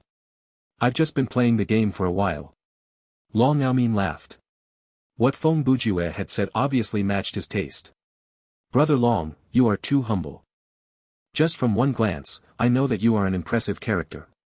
Feng Bujue directly referred to the guy as Brother Long. It sounded like he had a sincere admiration for the man. When he saw the man, it felt like he saw an emperor appearing in-game. Feng Bujue then turned his head around to address the couple. "Nice to meet you." "Oh, hi there."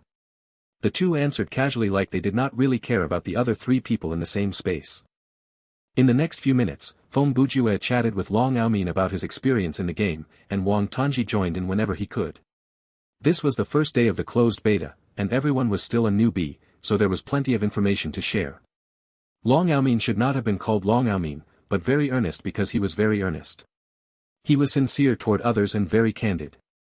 One could hear the genuineness in his voice, see it in his actions, and even feel it radiating off him.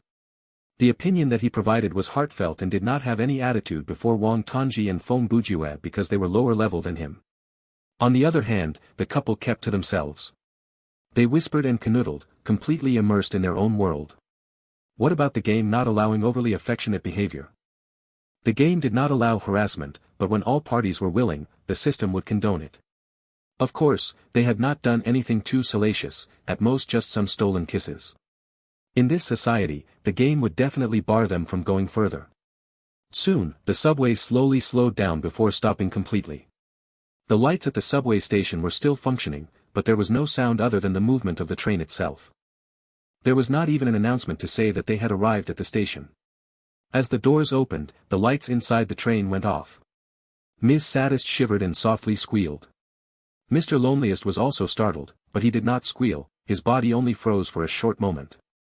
Ah! That scream came from Xiao Tan. After he finished screaming, Feng Bujue sighed. "If not for the system, I really would stick this wrench down your throat." As he shook his head, he stepped off the train. Even though the lights inside the train had gone off, it was not that dark thanks to the lights from the platform.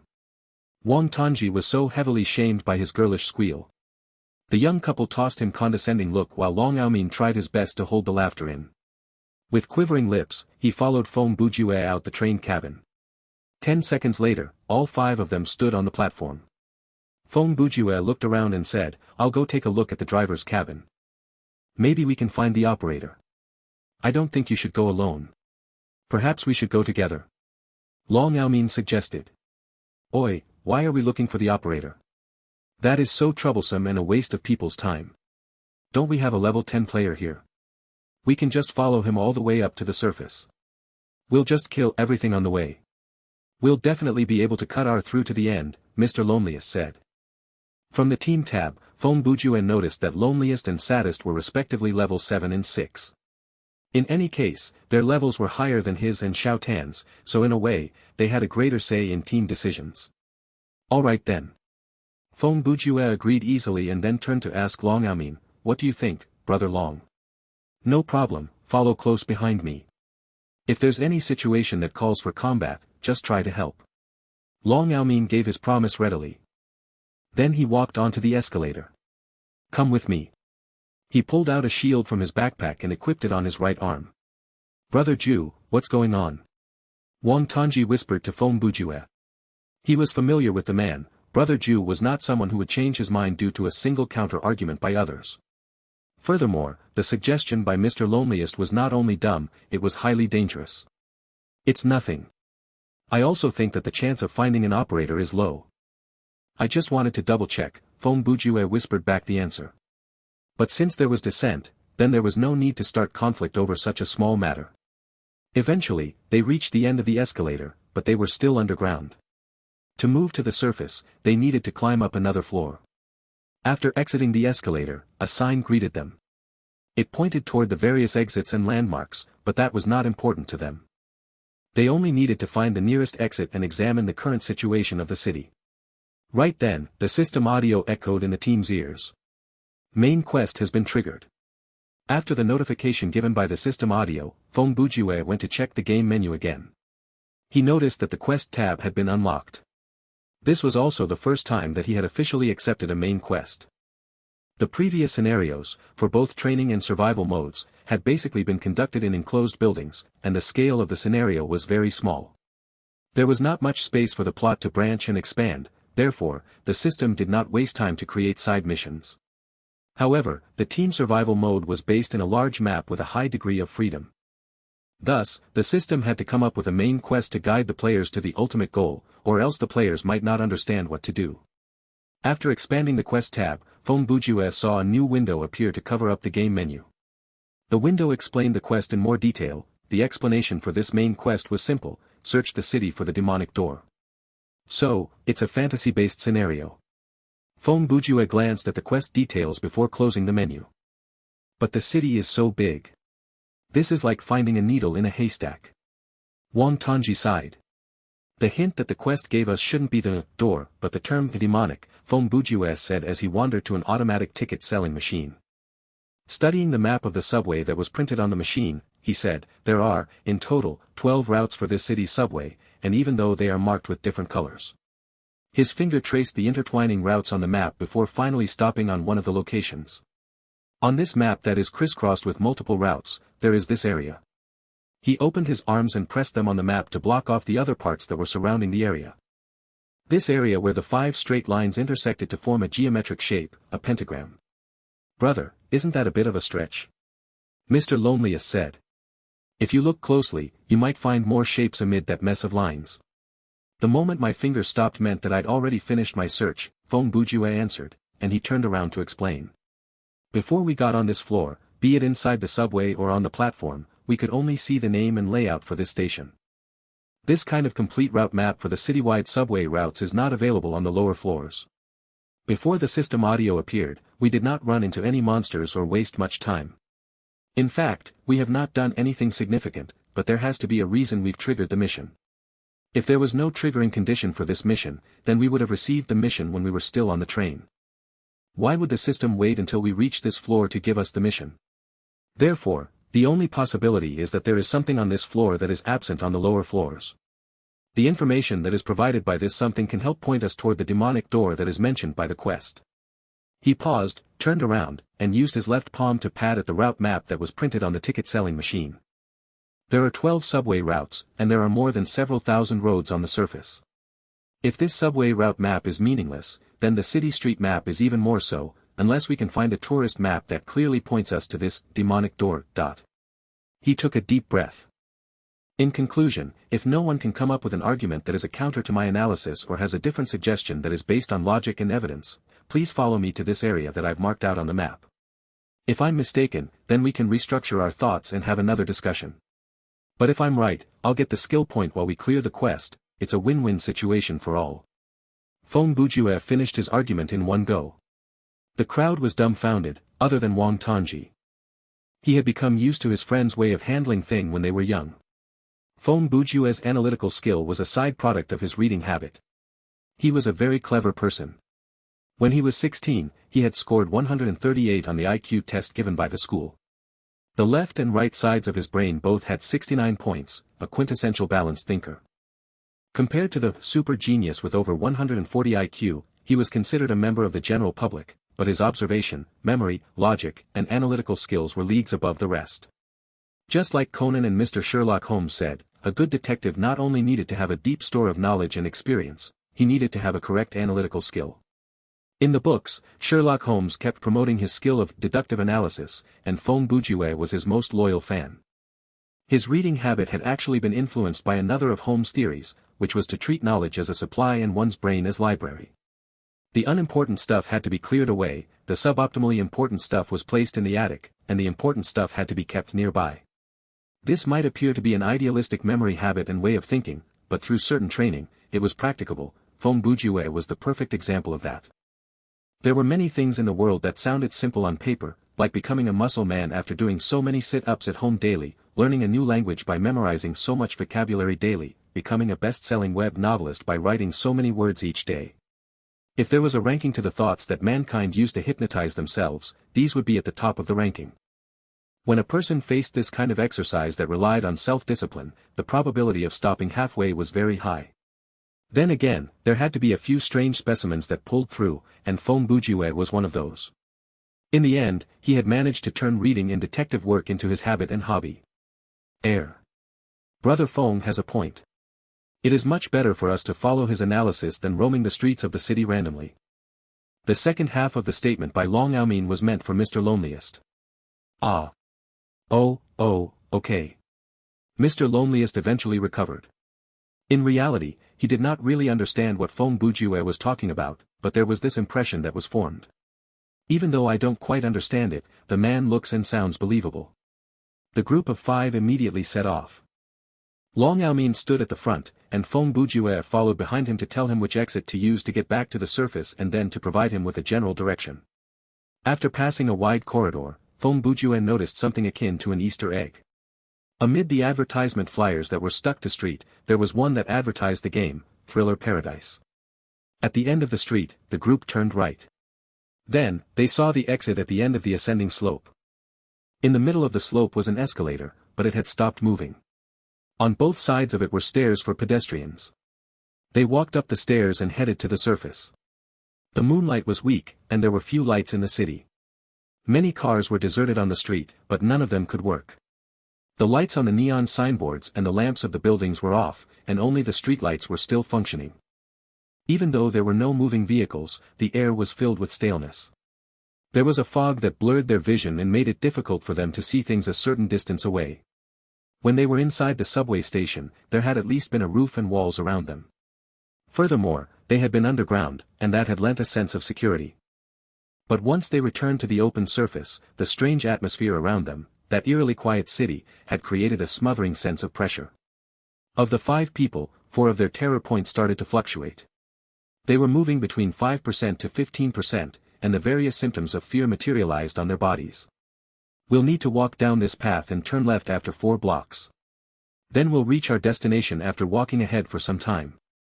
Fong Bujue's voice sounded normal, like he was not affected by the environment at all.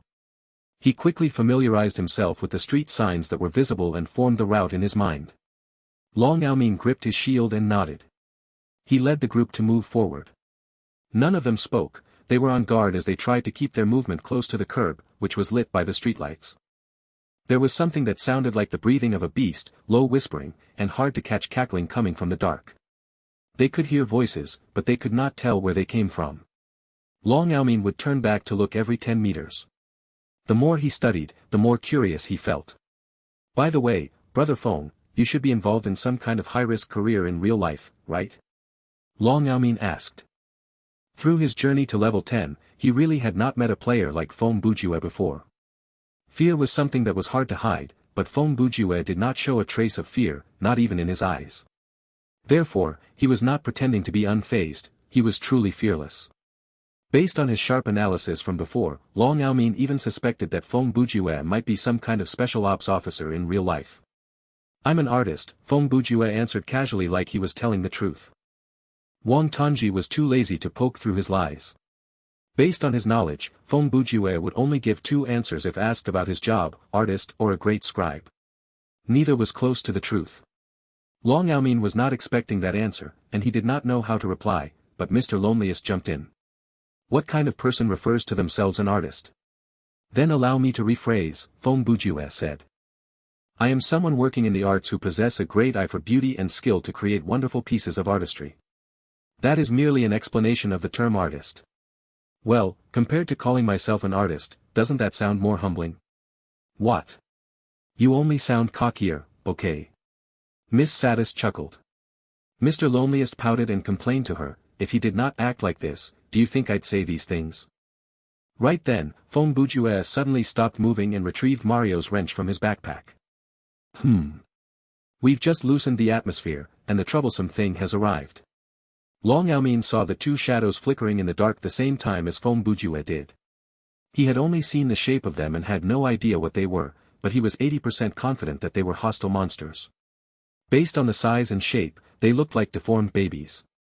Their arms are small scythes, and they move fast. In terms of numbers, there should be more than one. Fong Bujue described them plainly and moved toward the darkness while holding his wrench.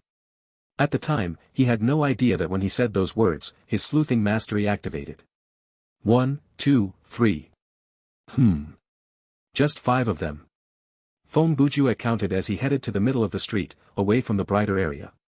He jumped on the hood of a car and stood on its roof. Holding the wrench in one hand, he looked around him and kept his ears to the wind. Using himself as bait, he stood alone at this high location, which was slightly dark, to attract the attention of those strange babies. Wang Tanji took out his fruit knife and put on the equipment that he had obtained from his earlier solo survival mode, a black helmet. It looked rather untrustworthy to be honest. He stood back to back with Long Yaomin. They did not stray far from the streetlight, and each watched one direction of the street carefully. Meanwhile, Mr. Loneliest and Ms. Satis chose to deal with this the common way most couples in horror movies would. The girl hugged the man's arm while the man stood before the girl, typical suicidal positioning. The shadows moved down the street using the shadows of the buildings and the vehicles to hide their movement. These monsters moved fast, and they appeared in the light for at most 1 second before disappearing again. Fong Bujue stood quite far away from the light, and as expected, he was the first one to be assaulted. A monster baby bounced up from the ground and leaped up about 2 meters tall as it tried to ambush Fong Bujue from behind. Its movement had been closely followed by Fong Bujue, so the ambush failed. The man turned around to see the monster baby. The monster's body was coppery green, and its face was extremely ugly. A row of uneven yellow teeth burst out of its lips, its arms were sharp scythes, and it had animalistic features under its knees. The ends of its legs were not feet but hooves. Fong Bujue had chosen to stand on the roof due to the consideration that the monsters were less than 1 meter tall. Therefore, to attack a target that was on higher ground, it would have jumped. Since it was in midair, it would not be able to evade for a short period of time. In terms of strength, Fong Bujue had the upper hand, and for this moment, he had spent a long time preparing. He aimed right at the monster's head and waved the wrench in a downward arc. One could envision how disgusting that would be. Imagine a watermelon was flying at your face and you used a wooden bar to whack at it while it was in midair. But in this case, the watermelon was filled with rotten pus, thick decaying liquid, and semi-solid goo. Before you could step away, the watermelon burst, and the spray landed all on you. That was what happened to Fong Bujue. What splattered on his body was unnecessarily authentic, even in terms of smell. To put it in a more literary way, at that moment, Fong Bujue was radiating a dark and mysterious aura, but to put it plainly, the man was covered in the unmistakable stench of death. Even though the monster was one hit killed by Fong Bujue, there were 4 more surrounding him. Even though the system might have set their number corresponding to the number of players, it did not mean that they were programmed to go after 1 player each. Other than Fong Bujue, the other players were standing under the light, and those who had seen horror movies knew that the monsters always went after the stranded individual first, so the other 4 ignored the rest and went to surround Fong Bujue. In that situation, Fong Bujue was indeed slightly nervous, but not to the state where he had the emotion of fear. With his calm thinking, he directly vetoed the idea of running back to the streetlight. By then, he had already gotten an idea of the monster's speed. He knew that once he jumped down from the roof, in less than 5 seconds, 2 monsters would charge at him at the same time, and his leg would be chopped off by one of them. Standing on the same level, it would be hard to deal with those small, speedy monsters. Fong Bujue believed that with his current status, he could still manage fighting one-on-one on the ground, but he would lose if the situation was tipped against his favor. The second monster leaped at him about 10 seconds later. Fong Bujue had no idea when the third one would jump at him, but he knew that he had to deal with the imminent threat first. He relied on his old trick and waved the wrench. The hit did not land as squarely as the first, but it was close enough. It connected on the side of the monster's head. The combination of the fire element and special effect of the weapon delivered just enough damage to successfully kill the second monster. The third wave of attacks started before Feng Bujue had the chance to pull back his arm. This time, two monsters charged at him at the same time. Feng Bujue was assaulted on both his left and right side. If he turned to block one, he would be attacked by the other, and it was hard to commit to a one-hit kill at a time like this. Thankfully, at that moment, arriving just in time was a large body that headed right into the fray. Like riding on a skateboard, Long Yaomin charged into the battlefield. His legs had not moved, so it was obvious that he had activated a skill for this movement. After all, the man was a level 10 character. He was exceptional in combat. Long Yaomin raised his shield and charged close to one of the monsters. He used the shield to knock it back. Then, he opened his arm and waved.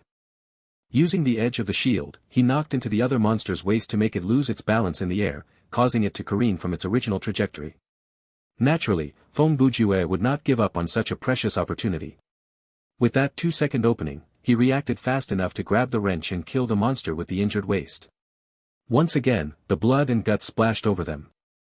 Seeing that he had finished off the monster, Long Yaomin quickly ran over to the monster that he had knocked down. He bent his knees and slammed his shield into the creature. The monster had just landed from the shield's knockback. It did not have the chance to steady its feet when it saw a large man rush at him. It had no choice but to try to defend itself with its sharp arms. Even though that sparked some friction on the shield, as a monster that was not that strong, cutting through an excellent quality shield was impossible. Long Yaomin roared and slammed the shield into the monster several times. After a wail, the monster was pulverized. Where is the other one? We should take this opportunity to end it. Wang Tongji finally arrived. He had made his move at the same time as Long Yaomin, but the latter had used a skill to move and reached his destination in half of a second while Wang Tongji had to run. In those few seconds, Brother Long had already accomplished an assist and a kill. Don't lower your guard. I don't think it is that sim. Before Feng Bujue could finish his words, the darkness suddenly descended upon them. All the lights in the city turned off, and even the moon in the sky disappeared. It felt like the world was swallowed by darkness. The sound of breathing, whispering, and cackling, suddenly became extremely clear in that moment, like they were right next to the source, in the darkness that was just beyond arm's reach. Several seconds later, like the opening CG, the weak moonlight drizzled upon them again, and the streetlights returned. Everything became how it once was. Except for the last monster that was hiding in the shadows. After the strange ritual that welcomed the darkness, it experienced a drastic change. When the darkness first fell, Ms. Sadist screamed in terror. In reality, Mr. Loneliest was spooked as well, but with his girlfriend hanging on his arm, he could not have started screaming. Thus, all he could do was put on a brave front and tell his girlfriend, "Don't worry, I'm here." However, the level 7 Mr. Loneliest did not even have a weapon to fight the monsters, and he was unable to save himself. He and Ms. Sadist had been queuing for team training mode since level 1 and joined their first team survival mode when they reached level 5. The result was that they both died, but his contribution was slightly bigger than his girlfriend's, so when the other players cleared the scenario, Mr. Loneliest got a little more EXP. Then, they queued up for another team survival mode, and similar to before, they both perished in the scenario. That was why one was level 7, and the other was level 6, with no equipment and no skills. They were simply dead weight. Long Yaomin had been drawn into this team by the arrangement of the system. There were more than 100 players in the queue, so why this team of 5? That was because, after analyzing their earlier performance, the system categorized Mr. Loneliest and Ms. Sadist as weaker players.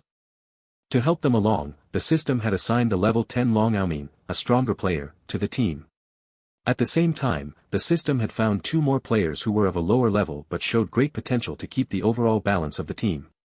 Thus, the group of 5 had been formed.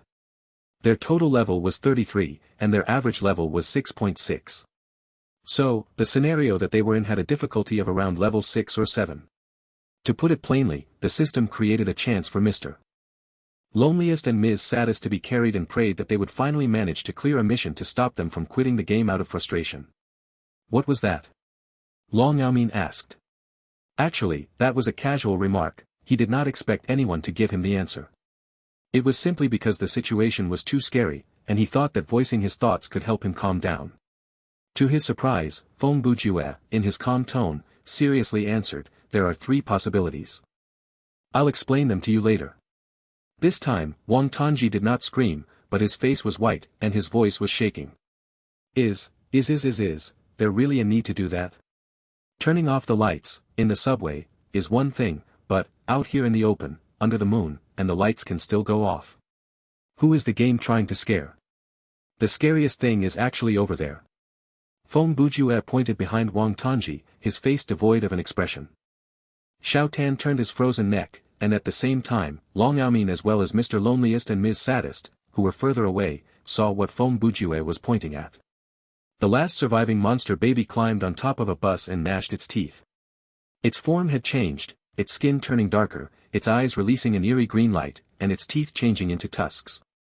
While its size did not change, the scythe-like arms and its hind legs had grown twice as large.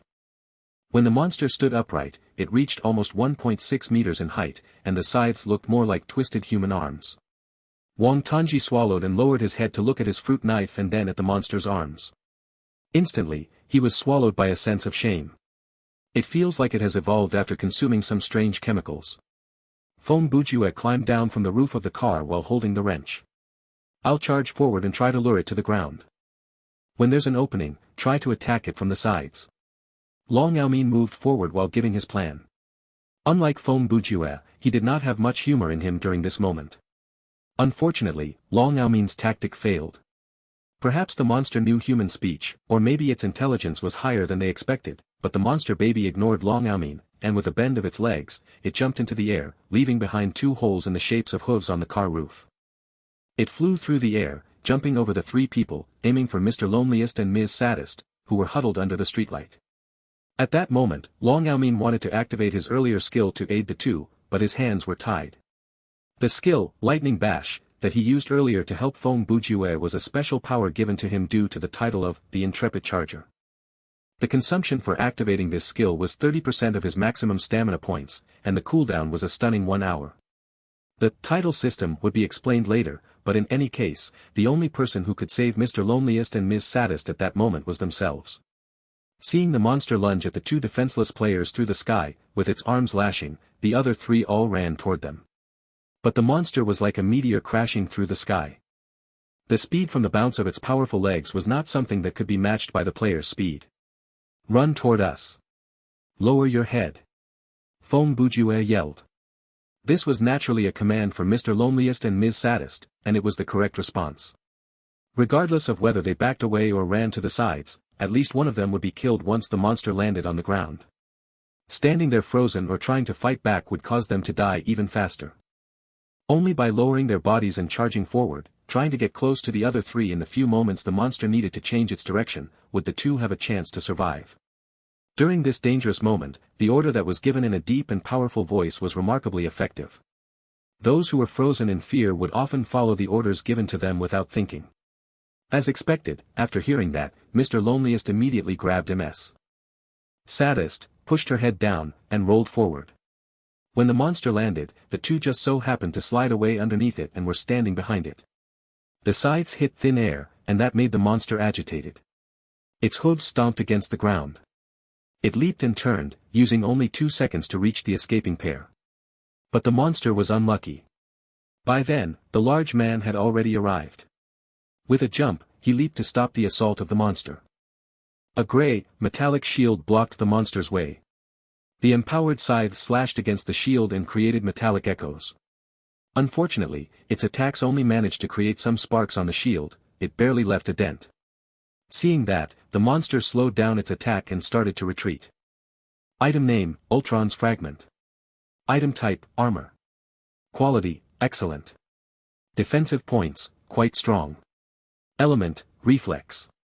Special effect, None. Remark, after a generation of Ultron was destroyed, it left behind a chip. It was originally the size of a thumb, and it was added into the recipe when making this shield. The shield seems to be stronger than other mass-produced shields of a similar model, but multiple experiments have proved that it might not be so. There is no clear data to support this hypothesis. The shield was powerful, and compared to Feng Bujue's wrench, it was able to shine brighter during the early stages of the game. The monster slowly stopped its attack because it understood that if it continued its assault, the one taking damage would be itself. The monster decided to ignore Long Yaomin and used its speed to circle around this wall. Alas, it had wasted too much time. A man wearing a black helmet and armed with a fruit knife had sneaked behind it. Due to the weak weapon and the lack of courage, Wang Tongji did not dare act recklessly. He circled around a car to hide behind the monster. Only then did he raise his weapon and aim right at the monster's spine. It was unclear whether his medical knowledge influenced his decision to aim at this spot that would have incapacitated the monster even if the hit did not kill it. With a scream, black blood spurted out and drenched Wang Tongji's face, but the monster still had a breath in it, and it tried to struggle. Right then, a wrench came in from the side and poked through the monster's left eye. This battle hadn't reached the level of desperate, as all 5 players hadn't lost any health points, but afterwards the strength of every player in the team could be seen. To put it simply, there were 3 players that were capable of clearing the level, and 2 players that were virtually useless deadweights.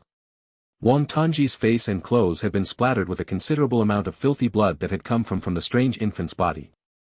Fortunately, the monster's body fluids hadn't come with any toxins or special effects, and had merely turned the odor on its body to one that wasn't pleasant to one's nose. As Long Yaomin was blocking with his shield, his outfit stayed relatively clean, while Feng Bujue's contamination was, without question, quite severe. However, he quickly resolved that problem. Feng Bujue seemed to have thought of an idea beforehand. After finishing off the strengthened strange infant's variant, he turned his body and walked straight to a car. Opening the car doors, he ripped off a chair cover, then went near a fire hydrant on the roadside. Using a pipe wrench to loosen the valve, water began to flow out from the inside. Treating the seat cover as a cloth, he then made use of the flowing water to wipe his face and his clothes and speedily cleaned up the mess on his body, while washing off the strange odor at the same time.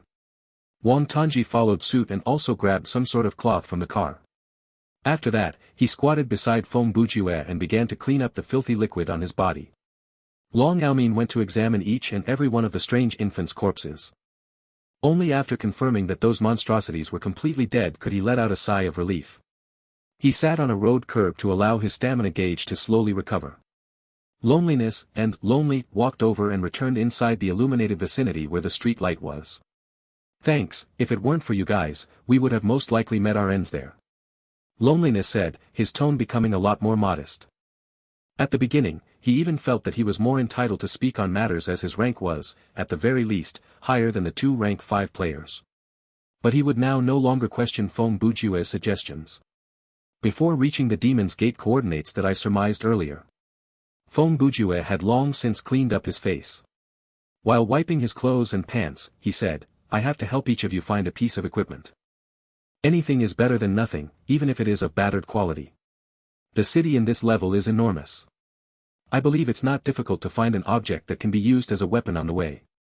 If worse comes to the worse, we can simply pick up an iron rod, or even get Brother Feng use his wrench to dismantle some parts and use those as a weapon. Long Yaomin then continued. Oh right, you mentioned earlier, that there were 3 possibilities concerning the darkness. The first possibility, the surrounding lights did not actually turn dark. Instead our vision and hearing had simply received some sort of simultaneous interference. Feng Bujue promptly replied. Our eyes were blinded by the darkness and a strange noise reached our ears, but the surroundings remained the same. He paused for a moment. If this is true, a question will arise. Is the subject that had been running the interference on us actually hiding nearby but we can't see him, or is it conducting its operation from some remote location? After hearing the words, nearby, and can't see him, the remaining 4 people began to get a run of goosebumps, only Feng Bujue himself seemed not to care. Furthermore, why did that monster transform at the end? Did the thing that produced these effects on us make use of the few seconds to give some sort of ability to that monster? After he finished wiping his bod and threw the seat cover away. I do not want to dig too deep into this theory that's temporarily unverifiable for now. Let's talk about the second possibility, that the darkness actually exists, and that it envelopes not just the whole city, but the whole world that this level is set in. At this point, Wang Tongji interrupted, how can that even happen? Leaving the street lights aside, the moon isn't a light bulb to be switched off at will. No matter how it's done, let us assume for the time being that some power has succeeded in doing it. In that case, the incident that happened earlier could have been caused by a type of unknown darkness rapidly engulfing the world, which lasted for a few seconds. In these few seconds, it's highly probable that under the effects of that darkness, the monster underwent a physiological mutation and became stronger. He put away the pipe wrench, and sat down on the road curb too. Personally, I am more inclined towards the second possibility, that this darkness is more similar to a natural phenomenon. Its target and its effects are ambiguous, and not specifically activated just to oppose us. Long Yaomin said, what about the third possibility? The system amended the level immediately after looking at the efficiency we exhibited in killing the 4 monsters. Feng Bujue replied. Oh, that can't be true. Lonely said.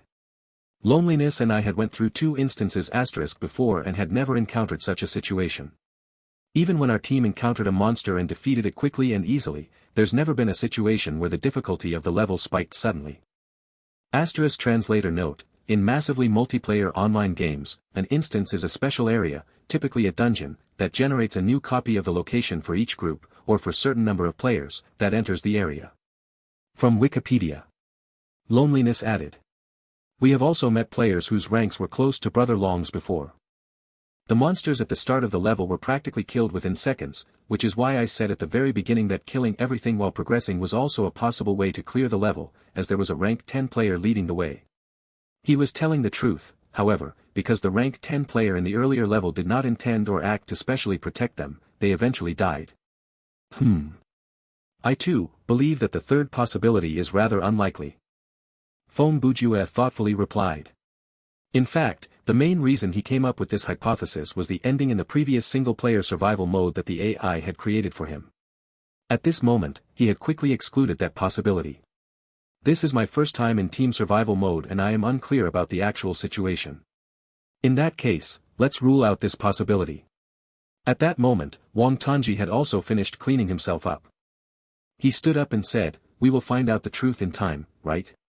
If this goes according to what Brother Feng says, darkness will still descend as long as the level continues, no matter which scenario it is. True, Long Yaomin stood up, his stamina value had recovered a little. Now then, it would be best if we settled the problem of loneliness and Lonely's equipment before we encounter the monster again or darkness descends again. Feng Bujue also got up, and said, the route I am calculating to reach our destination will go through a police station. Once there, we can head in and search the area. There might be guns, batons. If we are lucky, we might even be able to find bulletproof vests, masks, and shields. He seemed unable to hold himself back any longer. I've wanted for a long time to know what it feels like to hold and fire a shotgun. Long Yaomin felt nothing but fear after hearing this. Feng Bujue's tone sounded exactly like a psychopathic killer that's itching for a reason to kill. After discussing for a few minutes, all of them began to move towards the police station that Feng Bujue had mentioned. Even though the dark oppressive atmosphere was still present in the surroundings and they were unaware if there were still some monsters hidden in the shadows that hindered visibility, the 5 of them were still looking forward to the police station that Feng Bujue had described. One should know that ranged weapons were a rare commodity in the earlier stages of the game. Should they find a gun, particularly a relatively powerful shotgun or submachine gun, even dying in the middle of the level would still be profitable to them. After around 15 minutes of walking, the group of 5 arrived at the police station. The building was about 500 square meters, and its entrance faced the door, but one could also access the building from the side that led to the parking lot. Feng Bujue went to inspect the side door first. It was a path used by vehicles. At the end of the path was a very tall wall, and the movable steel grate had blocked the path off. Looking in, all he could see was darkness. This way was sealed. When he went back to the entrance, Long Yaomin had already finished his inspection. The door was made of wood, and it was thick and sturdy. Something on the other side seemed to be blocking the door, and even if they pushed hard, the door would not budge. Feng Bujue shook his head to inform them that the side door would not work. Long Yaomin shrugged and said, we cannot get this door to open either. Wang Tanji took a few steps forward to look at the building's outer walls.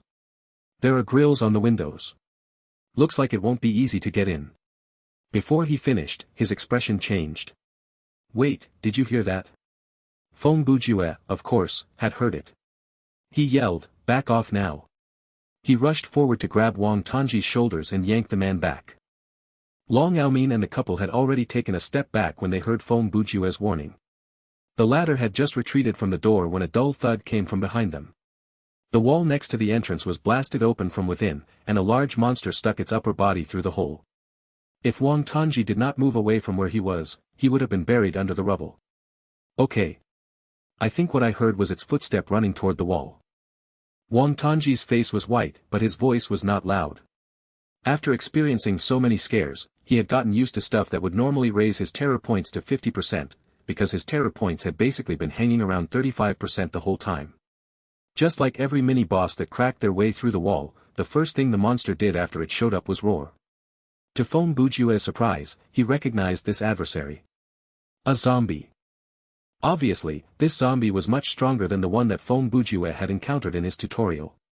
Just from its physique alone, this one was twice the size of the one from his tutorial. Furthermore, the one from his tutorial had only managed to poke a hole through the wall, but this one had practically managed to crawl its way through. Wonderful. It has not only opened an entrance for us, the system has even placed a powerful monster here to inform us that there are possibly powerful weapons inside. Feng Bujue's lips curved upward as he examined the large, vicious monster. He made it sound like this was an opportune thing that had happened to them. Brother Feng, it is only a good thing if we can successfully kill this monster. Long Yaomin was sweating. He knew that this was going to be a harsh battle. Take this. Feng Bujue handed his wrench over to Long Yaomin. There is no requirement to equip this weapon. Brother Long, I'll loan it to you. If you hit the enemy on its head, there will be extra damage. This. Long Yaomin hesitated. Feng Bujue had initiated a trade with him, but strangely enough, he did not ask for anything from him. In this world, there was a lack of trust between people. Excellent equipment was definitely a good find since they were still in closed beta, so one had to be careful before handing it over to others. If the other person got greedy and logged off, giving up the scenario, then they would be running away with the equipment. The original owner would not be able to do anything about it because they were the one who had initiated the trade, even the system could not help them. Quick, Feng Bujue said. Long Yaomin accepted Mario's wrench, and when he looked at its attribute, his expression shifted slightly. So far, Feng Bujue had given him the expression that he was a careful and cautious thinker. This kind of behavior where he handed his good equipment to others for no reason was not something that the man would do. Brother Feng, aren't you afraid that I might log off now that I have your weapon? Long Yaomin asked. Well, people who ask that question normally would not be that kind of person they described. Afraid?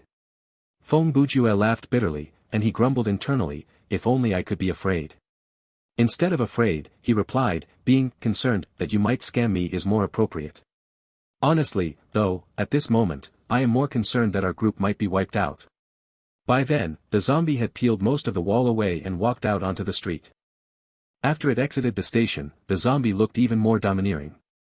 It was more than 2 meters tall, and even in death, the thing was muscular. Its body was covered in a layer of semi-congealed blood, and the skinless face looked scarier than a skeletal head. This monster was a mini-boss, and the way to trigger its appearance was for the players to stay at the door of the police station for a while, searching for its entrance. Brother Long, help restrain its movement and buy some time. I'll sneak around it and crawl through the hole to see if I can find any guns inside. If there is one, I'll rush back out to help, Feng Bujue said. Be mindful of your life points and don't go fighting head-on with it. When he saw the zombie, he balanced the battle result and possible loss in his mind. They did not have an item with a special effect like zombie must die with them.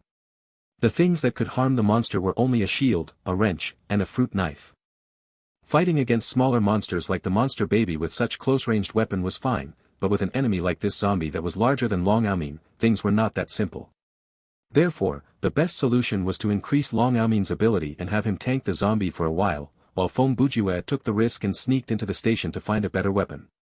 The appearance of this zombie made Feng Bujue confirm that there were better items inside the police station. It could be a skill card, equipment, or even a plot item. His plan was to look for it as soon as possible and return to deal with this monster. Alright, leave this to me. Even if I'm killed before you return, I will find a way to return this to you, Long Yaomin replied. Then he charged forward to attract the zombie's attention, and the battle started. There's no need to make it sound so serious, it's only equipment. Feng Bujue looked rather unaffected. Facing the scary zombie, he did not show a trace of fear. He crouched down and moved quickly. He sneaked around the enemy and jumped through the hole in one smooth motion, disappearing inside the darkened police station. The two who stood further away were flustered. Mr. Loneliest and Ms. Saddest were in the role of helpless victims. All they could do was stay as far away as they could so that they would not get in the way. Wang Tanji got close to the zombie carefully. The zombie's full attention was on Long Aomin. When the opportunity arose, he would charge forward to slash at the zombie and then quickly slither away. He would only attack after he confirmed that he would be not countered by the mini-boss. Compared to the head-on combat style of Long Aomin, Wang Tanji's combat style was more dependent on speed. Weaving in and out of combat, sneak attacking, his main purpose was to wear the enemy out. This kind of tactic was not suitable for equipment like blunt weapons or shields. A bladed weapon was his best choice. He did not need incredible strength but fast speed. He delivered damage via accumulated nicks and slashes. These two were players who would go on to focus in fighting mastery, but even so, they had completely different combat tactics. The difference was observable in this scenario: one was familiar with the use of strength, while the other was better at speed. This was why the game did not have limitations like jobs. With the power of this system, a job would instead become a shackle that limited the players. In the later part of an online game, a personalized persona was important to the player experience. If everyone looked the same and had the same characterization when they reached the highest level and their learnable skill became limited by jobs, it would be very boring. Any normal player could refer to the player guides, and they would know what to focus on for their jobs, which skill to learn and which type of equipment to buy. With the current game setting, the system provided the players with massive freedom. First, other than stamina points, there was nothing like a character build. The life points and terror points were always shown in percentages, not numbers. As for how much damage an attack had done, how much damage defensive equipment could resist, there were no exact numbers to clarify that. Secondly, the skills and equipment were all randomized, and they were not limited to jobs. Plus, everyone had access to the same set of masteries. Players would unlock and improve the mastery that they specialized in. If they had the time, a player could even train all 6 masteries to S level.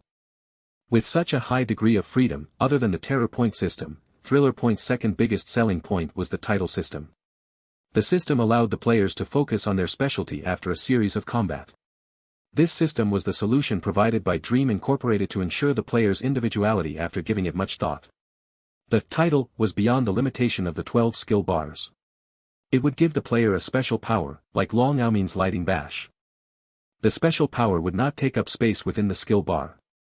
One's title would also grow with the player. Starting from level 10, the system would improve and correct the player's title following their progression. Each title would be unique, and even if 2 players shared the same title, they might not have the same special power. The special power might not even be an activated skill, it could be passive or a support skill that added to one's attributes. When the open beta arrived, in scenarios over level 20, titles would be something like a business tag. After entering team survival mode, IGNs became less important because the players would check each other's titles first because that gave a clearer idea of one's teammates. For example, the intrepid charger, the blundering boxer, the sharpshooter, these were a clear definition of the characters. Of course, one could discern a player's ability from their title as well. After level 40, other than the typical titles, one might even see titles like Zeus, Superman, Black Widow, and so on. These were professional players.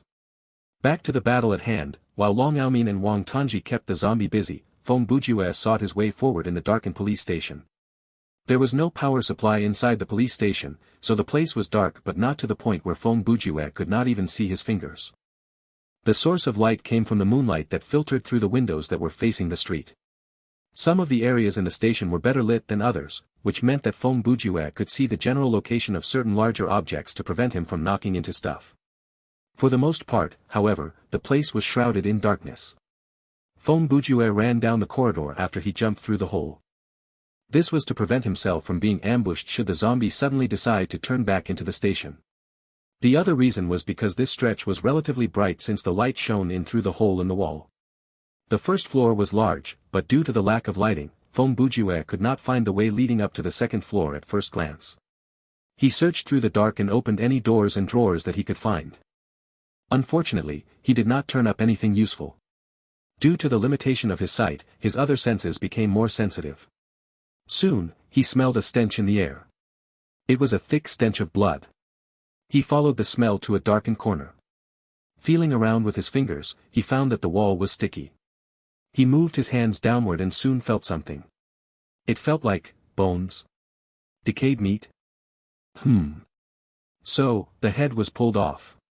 Feng Bujue was touching a dead body, but there was nothing above the body's neck. What Feng Bujue was touching was the spine that was exposed to the air. I thought the whole city would be completely deserted, with no trace of human beings, but there is a dead body here. So, there must be something interesting about this police station, Feng Bujue said to himself. The encounter with the dead body did not scare him. Instead, Feng Bujue continued to feel with his hands calmly. Of course, he was not trying to ascertain the body's gender, rather, he was trying to discern the victim's occupation from the outfit. Feng Bujue soon felt the badge on the lapel and realized that the body was covered in a police officer's uniform. He instantly started searching the body further. Several seconds later, Feng Bujue felt a gun holster, but unfortunately, it was empty. He trailed down the body's arm and found a gun held within the right hand. Item name, M1911A1 pistol. Item type, weapon. Quality, normal. Offense points, medium. Element, none. Special effects, none. Equip requirement, marksmanship F or workmanship F. Remark, this is not a movie, so remember these 3 things. 1. Turn the safety off before firing. 2. Be mindful of the recoil. 3. Don't forget to load the bullets. Feng Bujue dropped the gun into his backpack and continued the search. He was overjoyed when he found a flashlight around the body's waist.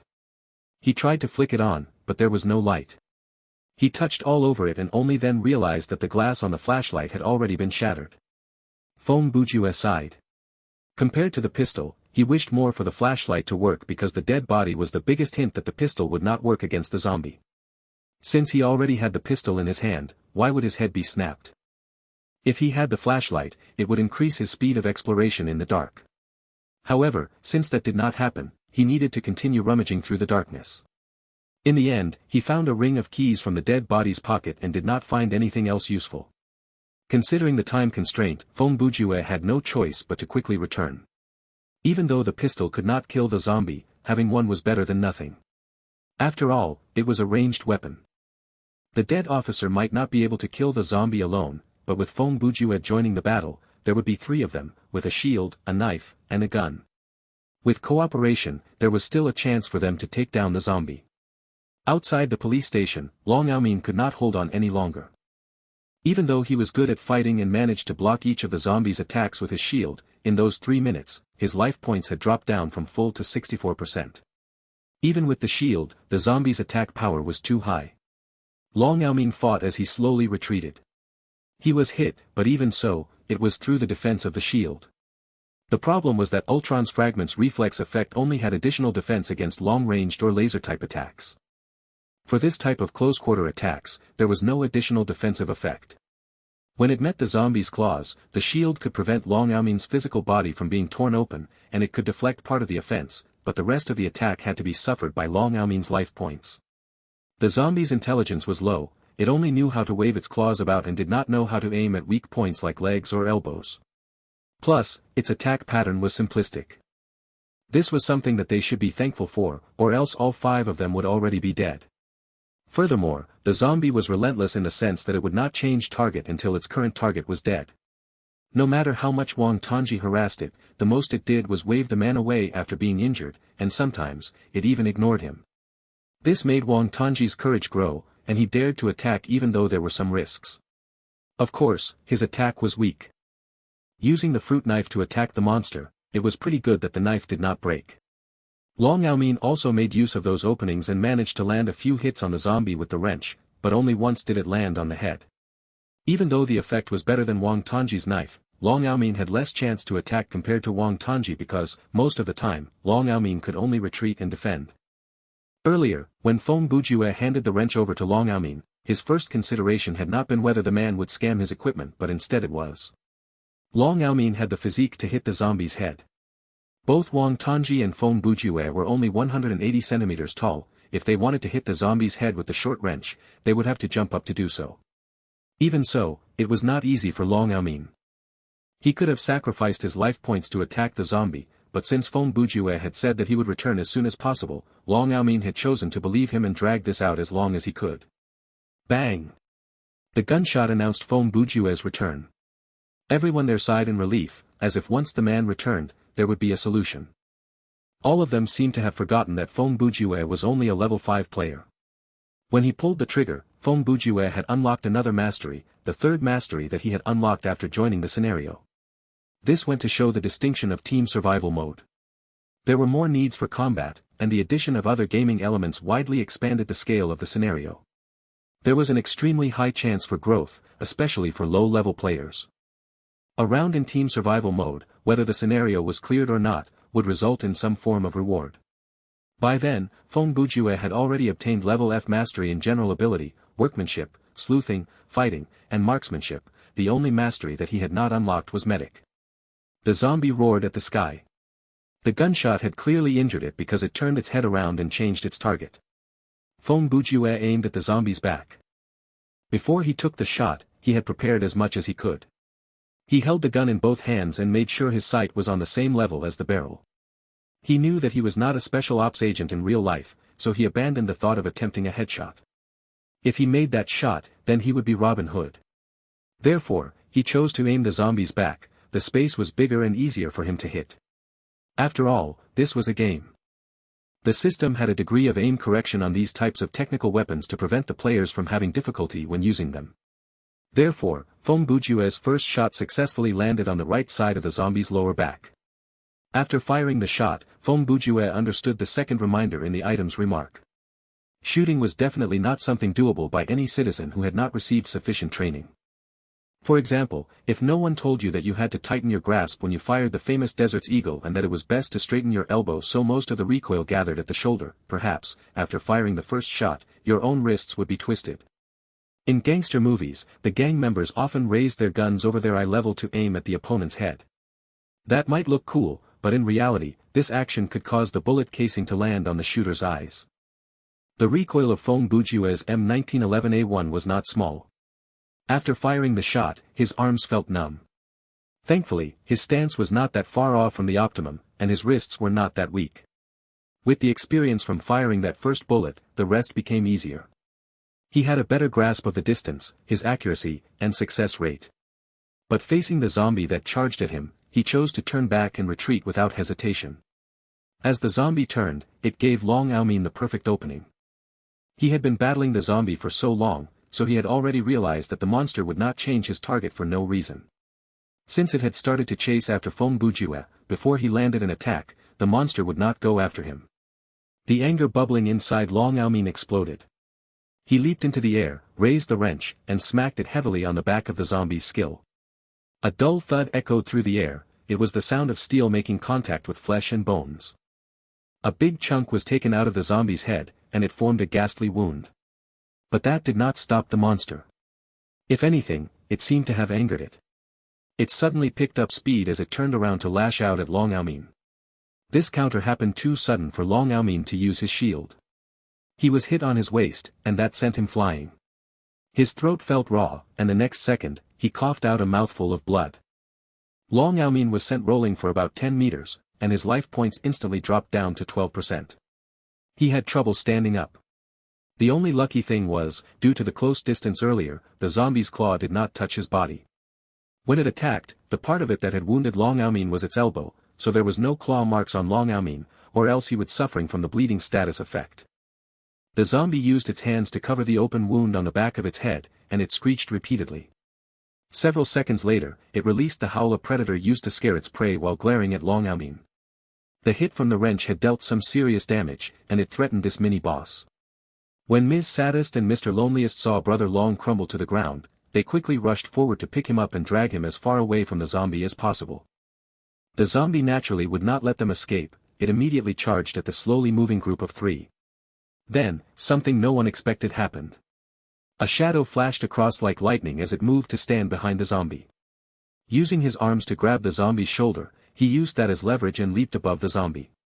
With a pull of his knees, he landed in a kneeling pose on the zombie's shoulders. Wang Tongji aimed to shock. Before the monster could even react, he stuck his knife right into the wound that had been created by Brother Long earlier. The knife pierced through the skull, and he started to rotate the knife inside the zombie's head madly. To everyone's surprise, after suffering such a grievous wound, the zombie did not collapse but raised its arm to grab Wang Tongji. In that second, everyone there was thinking the same thing. 1. It was already a muddled mess inside the monster's skull. 2. It was game over for Wang Tongji. Bang! Another gunshot. Feng Bujue's moved as fast as he thought. Plus, he had a deathly serious calmness on his side. He appeared 2 meters from the zombie and aimed at its head. Due to the close distance, the bullet shot through the zombie's skull, carrying some unknown substance with it as it left a hole in the zombie's head. The zombie finally stopped moving. Wang Tongji quickly struggled loose from its grasp and jumped down from its shoulders. Feng Bujue walked to stand before the zombie and aimed the gun right between its eyes. Very interesting, looks like the monster has no use for the lower half of its brain. Then, he fired another shot. The bullet traveled through the zombie's forehead. This time, it did not even make a peep, it had gone completely silent. I understand it now. The creature is used to focus on the most threatening target, thus exposing its back to others. Even though the weakness is its skull, the system purposely placed its weakness at the front of its head and then gave it a high attack and high health. When Feng Bujue was speaking, the zombie was still falling. Actually, for the man, killing the monster was not that important, learning how to kill it was more important. Long Yaomin finally got the chance to breathe. He could still stand, but his face lacked color. Even though the others did not know how many life points he had left, they knew that he was not in a good state. The loss of Wang Tongji's life points was incomparable to Long Yaomin's. Of course, with his physical condition, if he was slashed by the zombie at 90% life points, he would instantly die. Just as they thought that they had beaten the mini-boss and had a chance to take a rest, the darkness fell again. Various scary noises crowded their ears, and the group's terror points rose. Everyone was thinking the same thing, what if the zombie got up from the ground, evolving into something stronger after the darkness passed? Several seconds later, the darkness dissipated. Like before, it left as quick as it arrived. Feng Bujue had already raised his gun and had it aimed at the zombie's forehead, but the zombie did not show any response. From the looks of it, my second possibility seems to be the correct one. Feng Bujue took aim for 5 seconds and put the gun away after noting a lack of reaction from the zombie. The darkness is part of the natural phenomenon, and the effect is probably to cause evolution in any living monsters.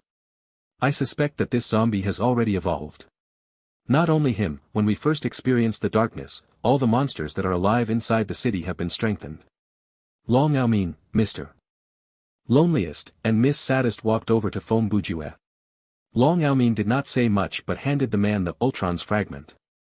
Feng Bujue accepted it easily, and the two did not comment on it at all.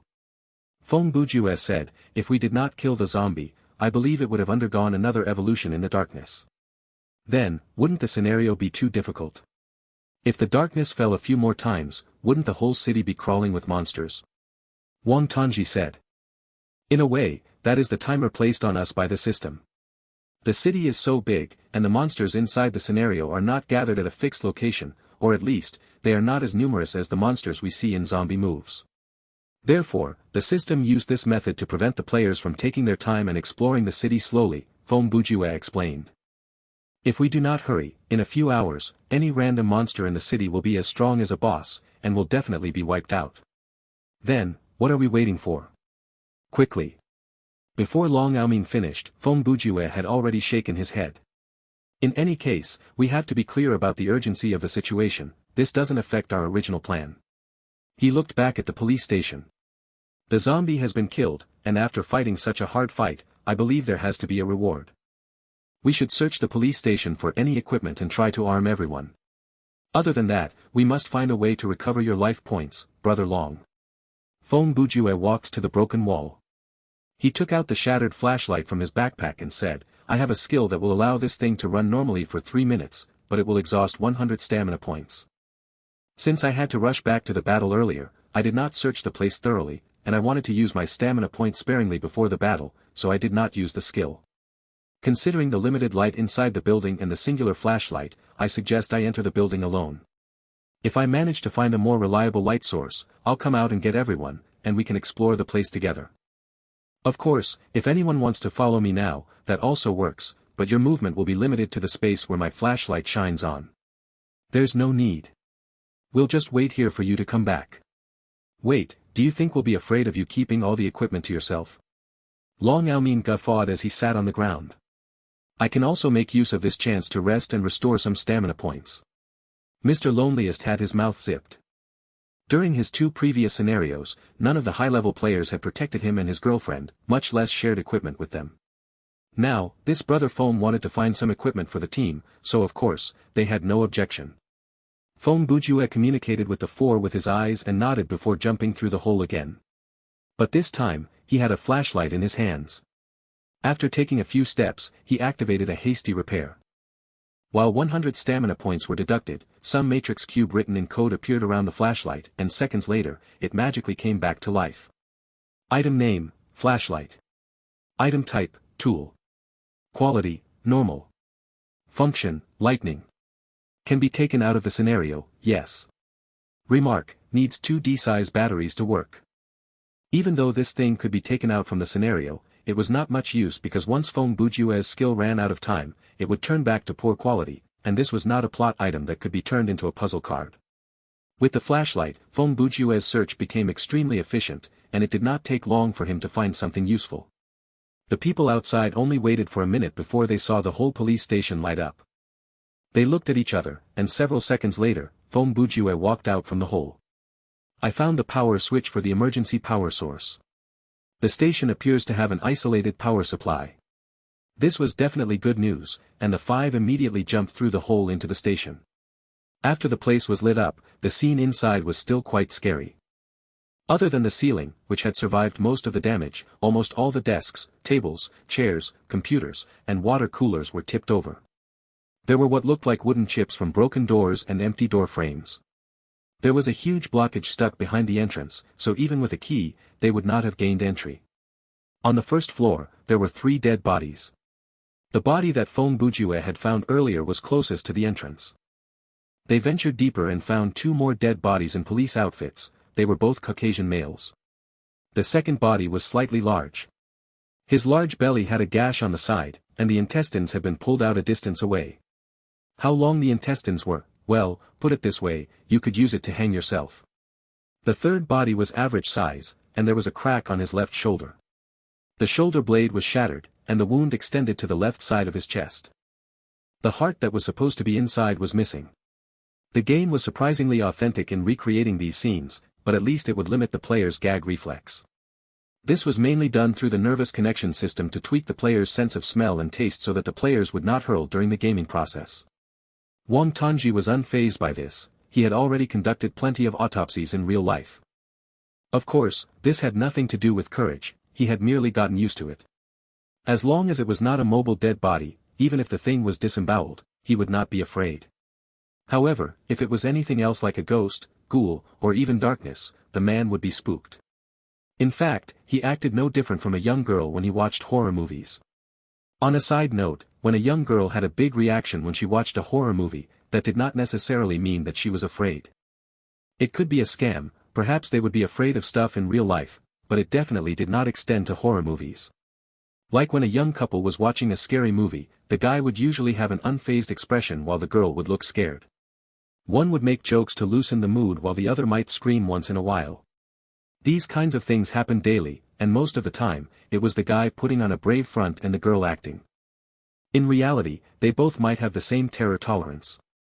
That being said, a man who did not pretend to be brave would not look cute, and a girl who did not act cute was too brave.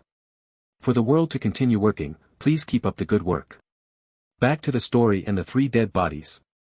The body that Foam Bujue had searched earlier had nothing usable left. The one with the open stomach had a police baton and handcuffs. Taking a closer look, the handcuffs were cracked, and he did not have the key on his body. The baton was given to Mr. Loneliest. Even though it was a normal quality weapon, it did not have any equip requirements, and it was better than the man fighting using his fists. The third body was found inside a tiny cubicle, one that felt like a janitor's closet. They found nothing on him.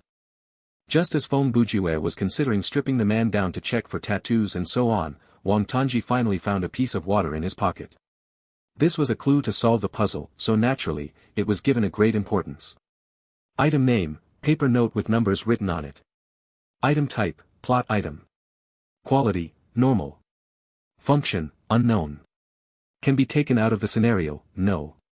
Remark, 69,185. Other than those 5 Arabic numbers, there was nothing else. Feng Bujue looked at the item attribute for a few seconds and then threw it away. Hey! Brother Ju, is it really okay to just dump this? Wang Tongji asked. Feng Bujue took out the ring of keys that he had found earlier and looked through them individually. 69185. 69185. Found it. He picked out the key that was engraved with these 5 numbers and pulled it out from the ring. Then he tossed the rest, only keeping this one, adding, This should be the only one we need. When he held the singular key in his hand, a new item attribute popped up on the menu. Item name, the Key of Fire. Item type, plot item. Quality, excellent. Function, used in fire seals. Can be taken out of the scenario, no. Remark, a key with magical energy, one of the 5 keys for the demonic door. This should be one of the plot items required for the main quest, Feng Bujue explained. If we skip this police station, after reaching the demonic door, there would be some side quests to lead us here. That's great news.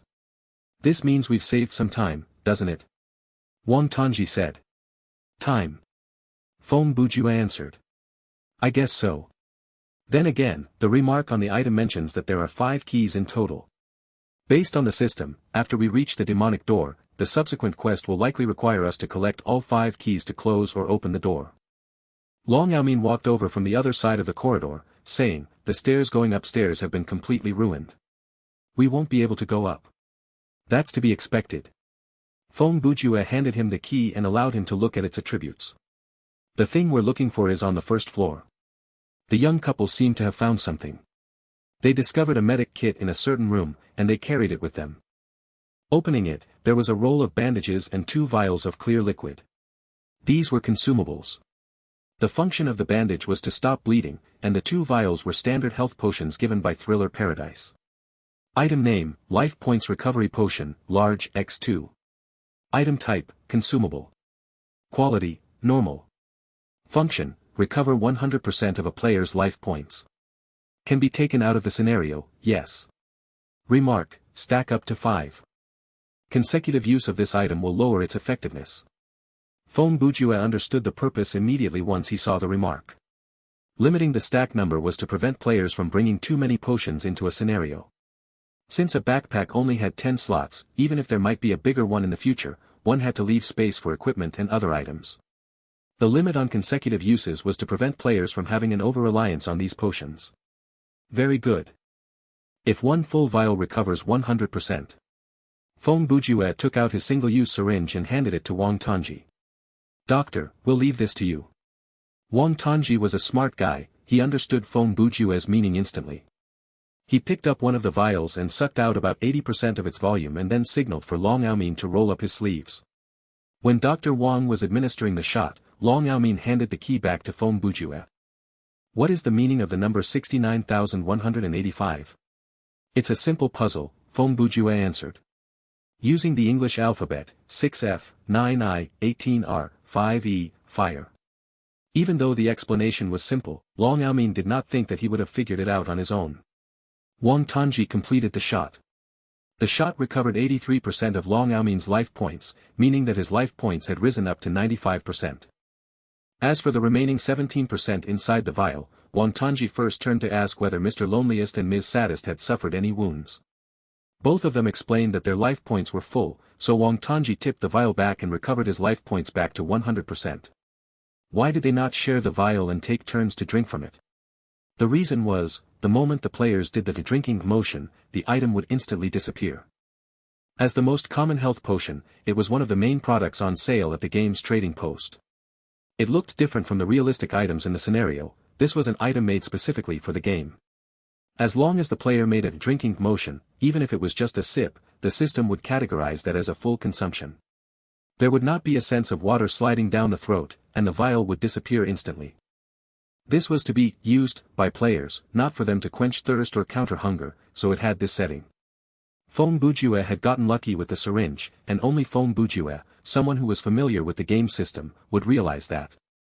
Wang Tongji and Long Yaomin actually did not understand the purpose of their actions, they were simply following Feng Bujue's orders. It was not until they finished the scenario and read the game manual that they understood the reason. From the system's perspective, this was not viewed as a bug and even awarded Wang Tongji some skill points. Since the syringe disappeared after one use, the player had technically gained something from using something.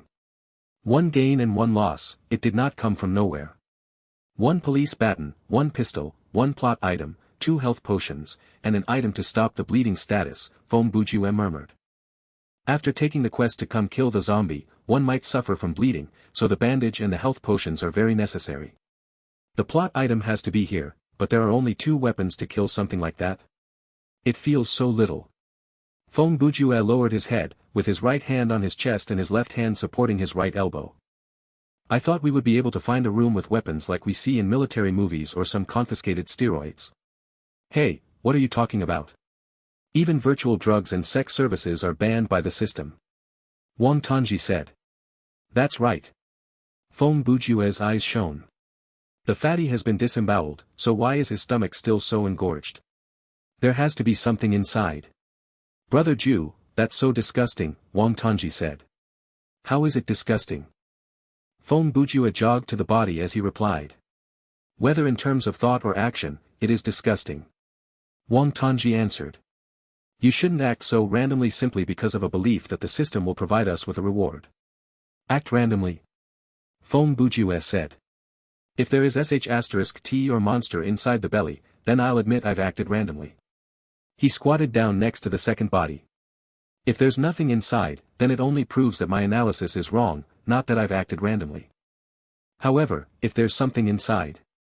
At that point, Feng Bujue already reached into the ghastly open wound on the stomach and started to feel about with his fingers like this was the most natural thing in the world. Brother Wang, do you mind telling me what kind of work Brother Feng does in real life? Long Yaomin's terror points rose slightly due to his teammate's weird action. He's a novelist, Wang Tongji answered with a dumb expression. Are all novelists so creepy nowadays? MS. Sadist overheard the answer, and she could not help providing her comment.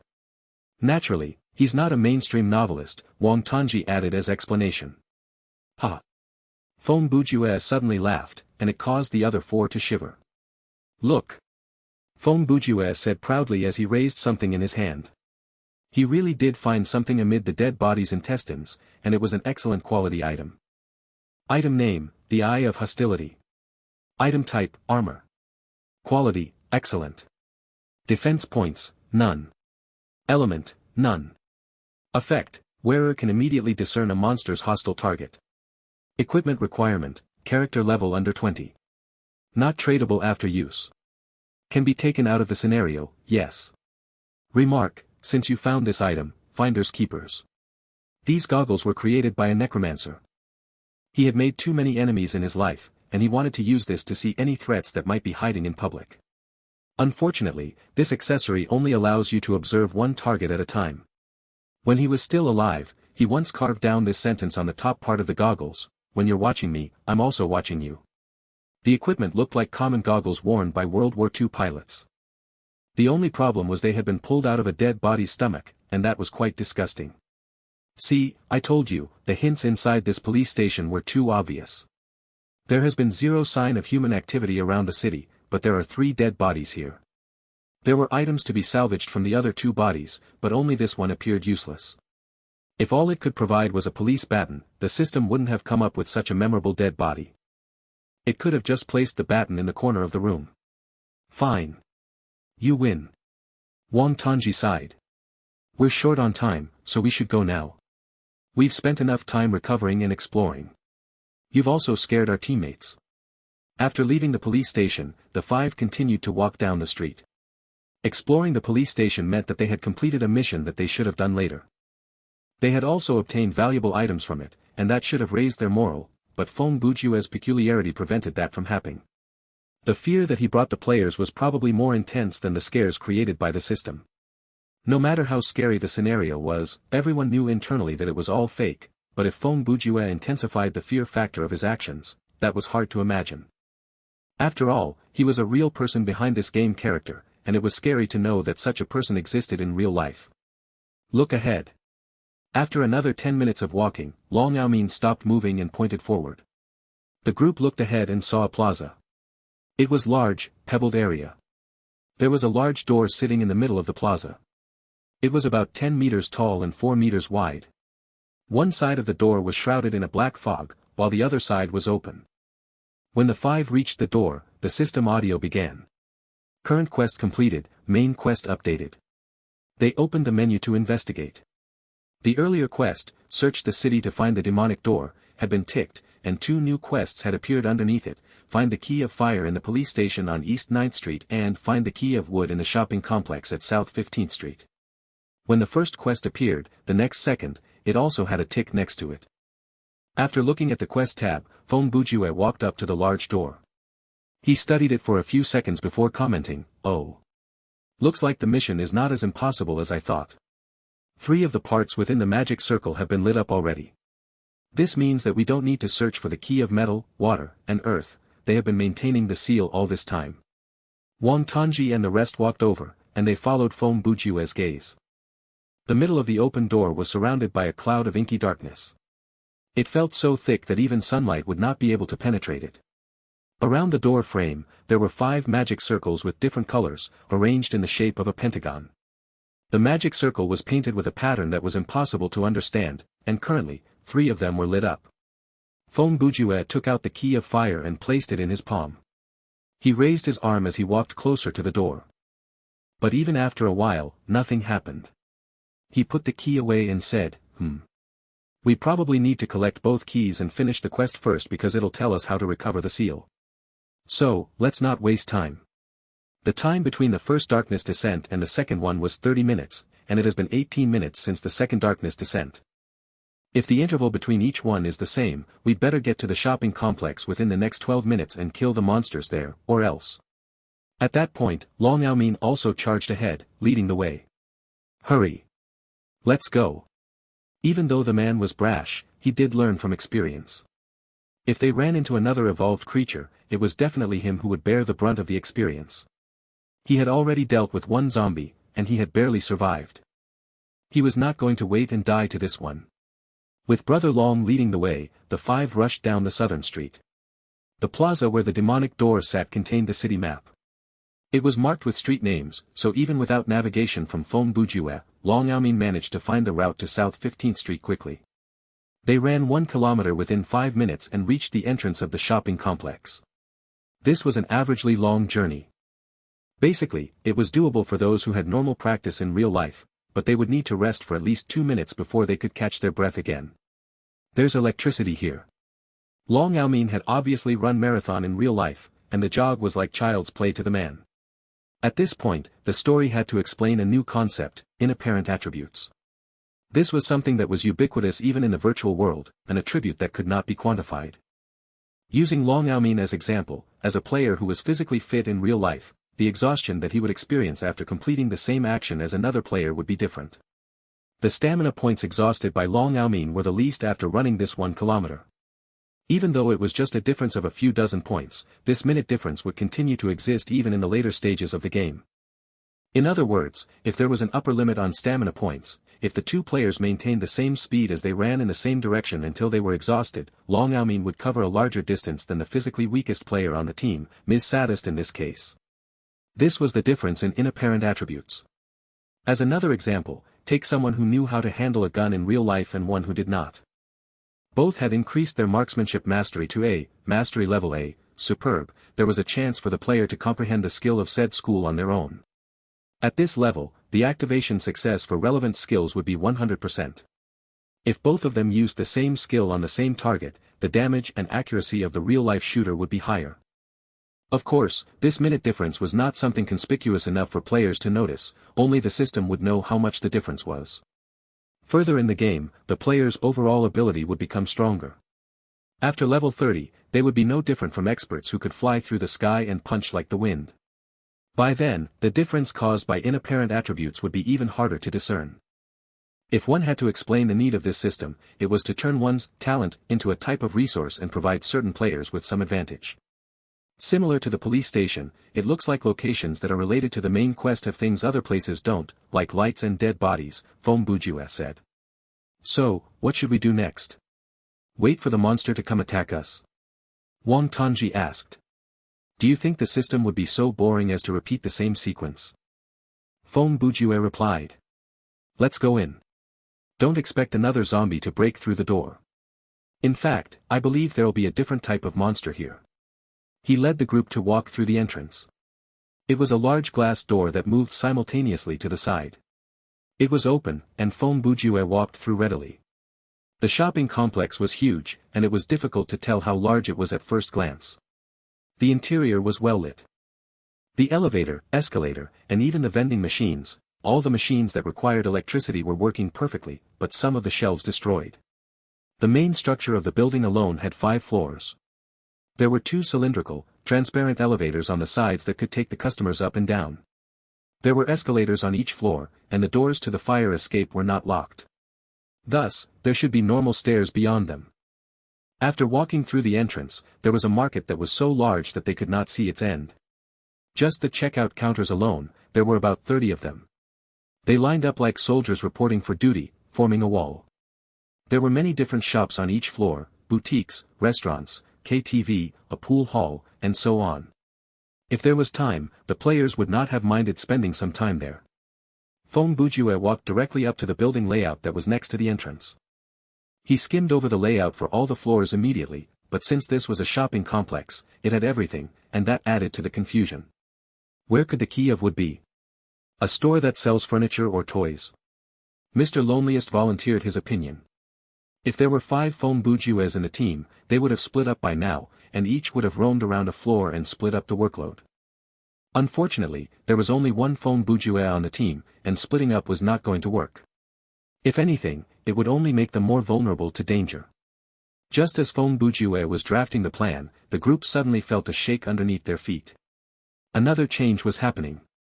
The sound of something knocking against the floor came from a few dozen meters ahead of them. The ground bulged upward to form the shape of a volcano.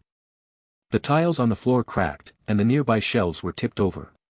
This ramming continued 8 more times before a monster crawled to the surface and appeared before their eyes.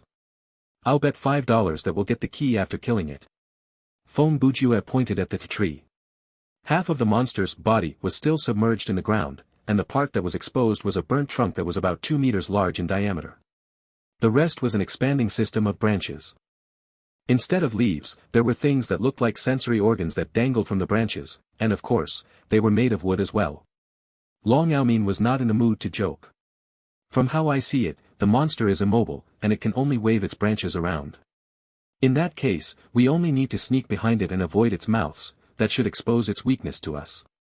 Fong Bujue listened to the man as he took out his eye of hostility and put it on. After an item was placed inside the backpack, it would be cleaned. Even a weapon covered in blood and guts would come out looking as fresh as a daisy after being placed into and taken out of the backpack. Therefore, the goggles that Fong Bujue wore did not have any lingering smells or detritus. Still, that did not stop the others from imagining it. Let me see first. His current target is... Before Fong Bujue could finish, his expression changed, and then he lifted his head and turned his body around to look at the escalator on the 5th floor. That was a blind spot where the sun could not reach. Hanging onto the edge of the escalator was a humanoid shadow. As the group turned, the thing also realized that it had been discovered. It opened its bat wings, skipped down the walls, and glided on the wind. What's happening? Batman? Wang Tongji asked. I'm more inclined to believe it's a demon. Get down. Fong Bujue suddenly screamed as he held his head and collapsed to the ground. Fong Bujue had already realized the monster's hostility target was not on any one of them but the burnt tree monster that had just crawled out from the ground. As he predicted, the demon changed its direction before it hit the ground. It changed its angle and picked up speed as it charged at the tree monster. The tree monster opened its lips to release a low, heavy growl. The sound was powerful, and it caused the wind to rise. The 5 on the ground instinctively covered their ears, but for the flying demon, the roar was nothing. The demon also opened its fanged lips and retorted with a screech. The screech was shrill and sharp like nails scratching on glass, causing one's eardrum to quiver. The 2 monsters were like a deep male baritone and sharp female soprano, creating a concert with their voices. However, they did not bring enjoyment but endless torment. 2 strange creatures and 2 colliding types of energy. Their voices fought, bloomed, tussled in the air, and caused real damage. The demon's body was torn open like an animal whose body had been feasted upon by a school of piranhas. The flesh and bones underneath the gray skin were exposed. Its flesh was pulled off until only a skeleton remained and collapsed to the ground in a heap. Many signs of decay appeared on the tree monster's body, extending from the trunk to the tips of the branches. These marks were like wounds that refused to heal and continued to cause damage to the tree monster. From the looks of things, it was going to be a happy ending where both monsters died in the battle, but suddenly, darkness chose that time to fall. The group was tossed into a darkness that could swallow anything. Be it outside or inside, even though there were lights around them, all they could see was darkness. This time, the darkness was not accompanied by those strange noises, but this had nothing to do with them having their hands over their ears because, several seconds later, a very clear whisper transferred into their ears.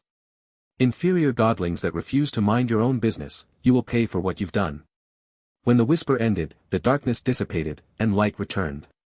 They stood up and looked toward the tree to see what kind of evolution it had experienced.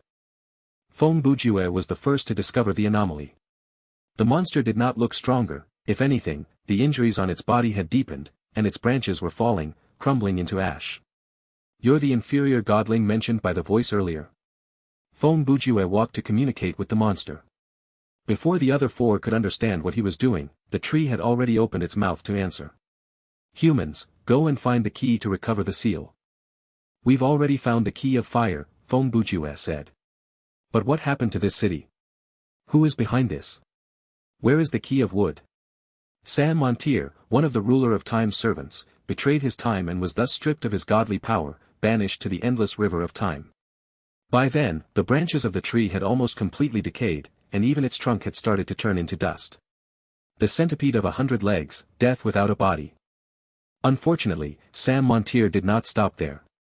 He used the last of his power to isolate this city from reality and use it as his hiding place. This place is no longer within the confines of time. It is a pool isolated from the river of time. The bark on the tree's face was rotting. To escape the punishment from the ruler of time, he summoned the demonic door, and once the seal on the door is completely unlocked, it will connect this city with the demonic world. This place will fall under the influence of the Demon King, and this place will be taken out from the ruler of time's domain. Part of humanity formed a contract with Sam Montier. If they helped him open the seal on the door, they would be able to keep their lives, but once the demons swam out from the door, Sam Montier immediately abandoned those people. Before the demons stole the food from him, he sucked the humans greedily into the endless darkness. Only a few survivors managed to escape with 2 of the keys. At this point, the tree had almost perished, but it pushed itself forward. Sam Montier is unable to touch the seal or the keys himself, and he is unable to swallow humans who are close to these 2 things, but the demons can. Therefore, he promised the demons that, at the end of each cycle, he would present them with more power through the darkness. In return, the demons were tasked with finding and killing all the living persons in the city to ensure that no one will be able to reactivate the seal.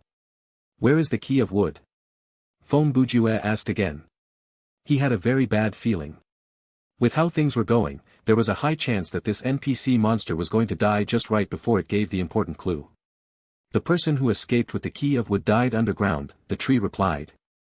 I've opened the door.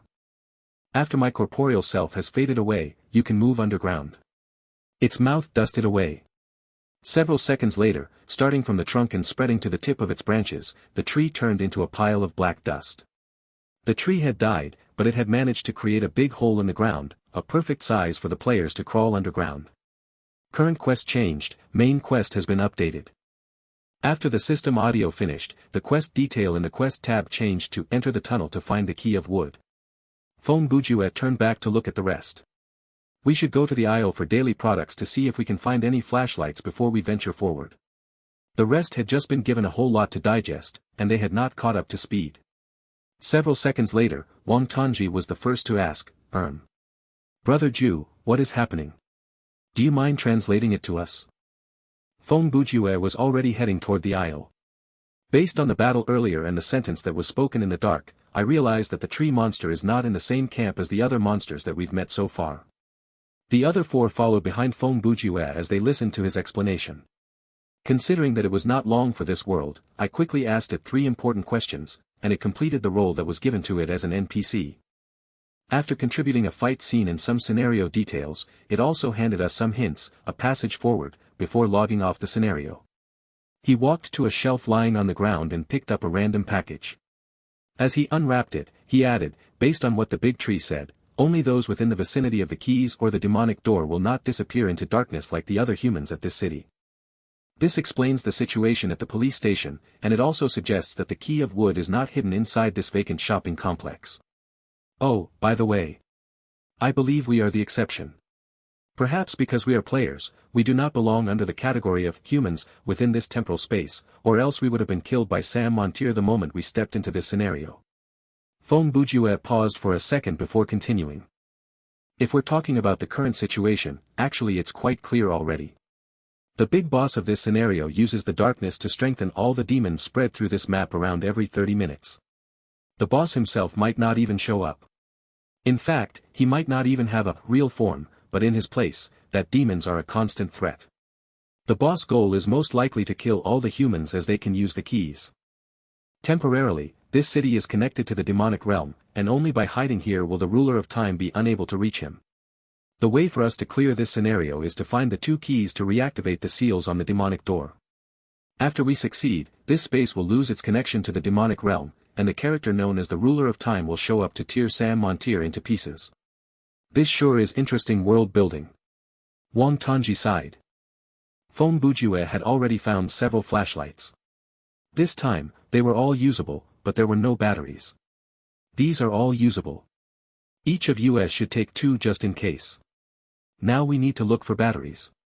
Oh, I saw hockey sticks, baseball bats, and gold clubs in the sports aisle. Those things won't have any equip requirement. We should be able to use them.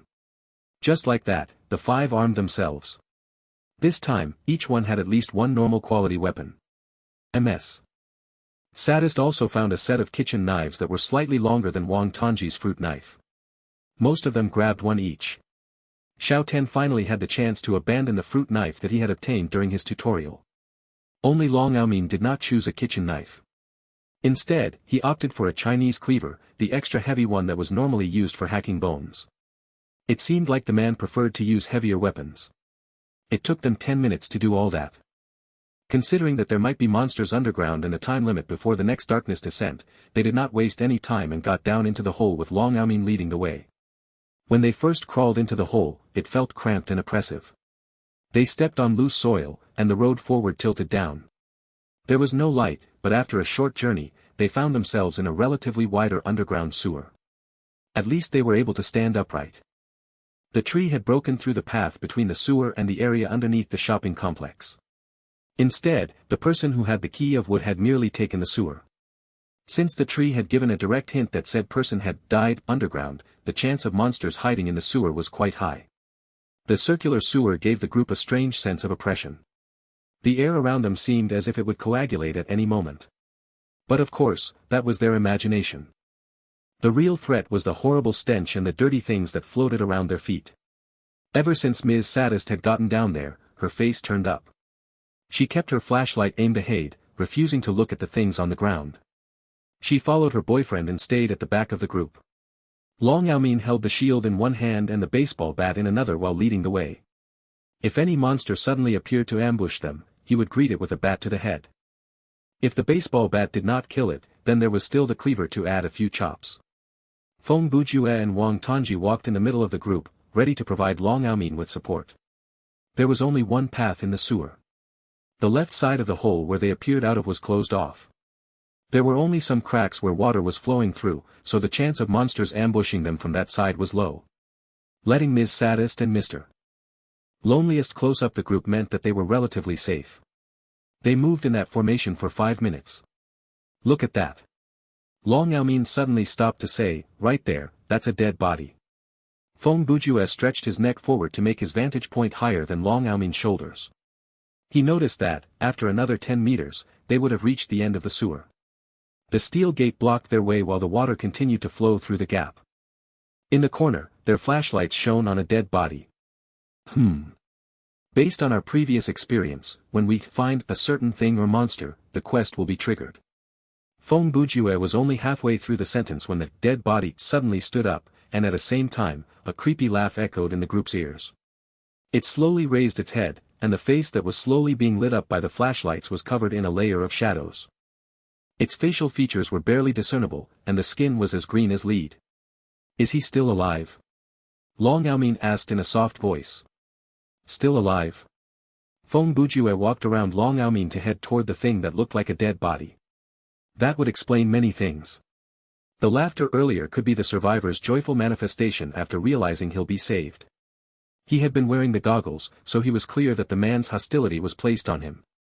Seeing Feng Bujue's approach, the monster instantly made a second response. Ah! Ms. Sadist suddenly screamed.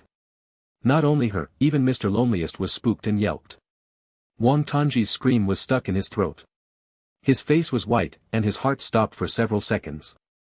Only Long Aomin's response was relatively normal, but his hair was standing on end, and he sucked in a cold breath. Various decaying arms reached out from the surrounding pipes. They formed a curtain, dark and eerie. The echoing groaning and pleading filled the sewer and hit them like a wave. Ms. Sadist staggered back in panic and waved the golf club blindly in panic. Her boyfriend tried to calm her down, but he almost got hit in the process. Wang Tongji was frozen in fear. His eyes were round with shock, and he did not dare move. His hand that held the knife was shivering, and his palm was slick with sweat. Several seconds later, Long Aomin shouted, "Don't panic. These are all illusions." He had not lost his ability to think and instantly realized that the arms were just an illusion because he noticed some of the arms that poked up from the ground went through his leg, but he did not feel anything. Even if they're real, they are not able to touch us. Long Aomin screamed again. Ms. Sadist finally regained some of her senses. Mr. Loneliest hugged her tight and whispered comforting words into her ears. Even though he was afraid, seeing how flustered his girlfriend was, it made him realize that he had to be steady. He told himself repeatedly that it was just a game. No matter how scary things were, it was fake and temporary. About 10 meters away, Feng Bujue walked confidently toward the monster. The scary images and sounds did not affect him in the slightest, the man did not even blink. He held the baseball ball in his hand and loosened up his shoulders, like he was getting ready to swing the bat. Seeing that its skill did not affect Feng Bujue, the dead body came up with a third reaction. It turned from a male body covered in tattered clothes into a living, breathing beautiful woman. She looked around 20 and wore a sexy black strappy dress. Her skin was fair as snow, and practically half of her breasts were hanging out of the dress. Her legs were shimmering, and a seductive smile was hanging on her lips. Feng Bujue was startled for a second. Then, he surprisingly placed the ball back in his backpack. The male teammates behind him saw this and instantly tossed him condescending look, even though internally they understood why he did that. I almost forgot. Feng Bujue just put away the bat and quickly retrieved the wrench. Since it's a humanoid creature, attacking with this special effect weapon will earn me some skill points. He said that easily, raised the wrench, and rained heavy blows down on the monster's skull. The wrench fell on the monster's head again and again. The black block splashed all over the place, and it was a mentally scarring scene to witness. When Feng Bujue's attack connected with the physical body of the monster, it changed back to its original form, and the surrounding illusions disappeared after the monster suffered serious damage. The four at the back silently looked at Feng Bujue's relentless, cruel, and highly effective attacks. 3 of them had their terror points fluctuating constantly because their minds were wondering, mainly thinking about whether there was a hidden meaning to the IGN, Feng Bujue. After the monster's skull was completely bashed in, Feng Bujue searched through the monster's shirt pocket and found the key of wood. The attribute was similar to the key of fire. Current quest completed, main quest updated. After collecting the key, there was a tick on the right side of the quest, and a new quest appeared. Return to the demonic door to reactivate the seal. Feng Bujue turned around to announce, "We're done here, let's go." Brother Feng. Long Aomin said, "How did you know the monster would be so fragile?" "I knew that once it stood up," Feng Bujue replied. "When those arms showed up, they only confirmed my belief. This type of monster was obviously used to raise the players' terror points. If the players were afraid of getting close due to fear, then the illusions would only get scarier. Even if it failed to force anyone offline, it would at least ruin our overall rating review. When it turned into the beautiful woman, it meant that it was running out of options and turned into something that might attract me to buy some time." He suddenly scratched his chin to think. "But wait a minute, how did the system know about my sexual orientation? What if I'm homosexual or bisexual? What would it change into then?" "You used your ID to log into the forum, right?" Mr. Loneliest said. "Wasn't there a question like that when we filled in the user information?" So, the system knew, because the company has my data, Fong Bujue mumbled to himself. That could be it. Either way, let's get moving. For the return journey, the group moved as fast as they could. All of them had a feeling that the scenario would not end just like that. Even if the final boss known as Sam Montier did not show up, there had to be a powerful last boss that they needed to face before the scenario ended.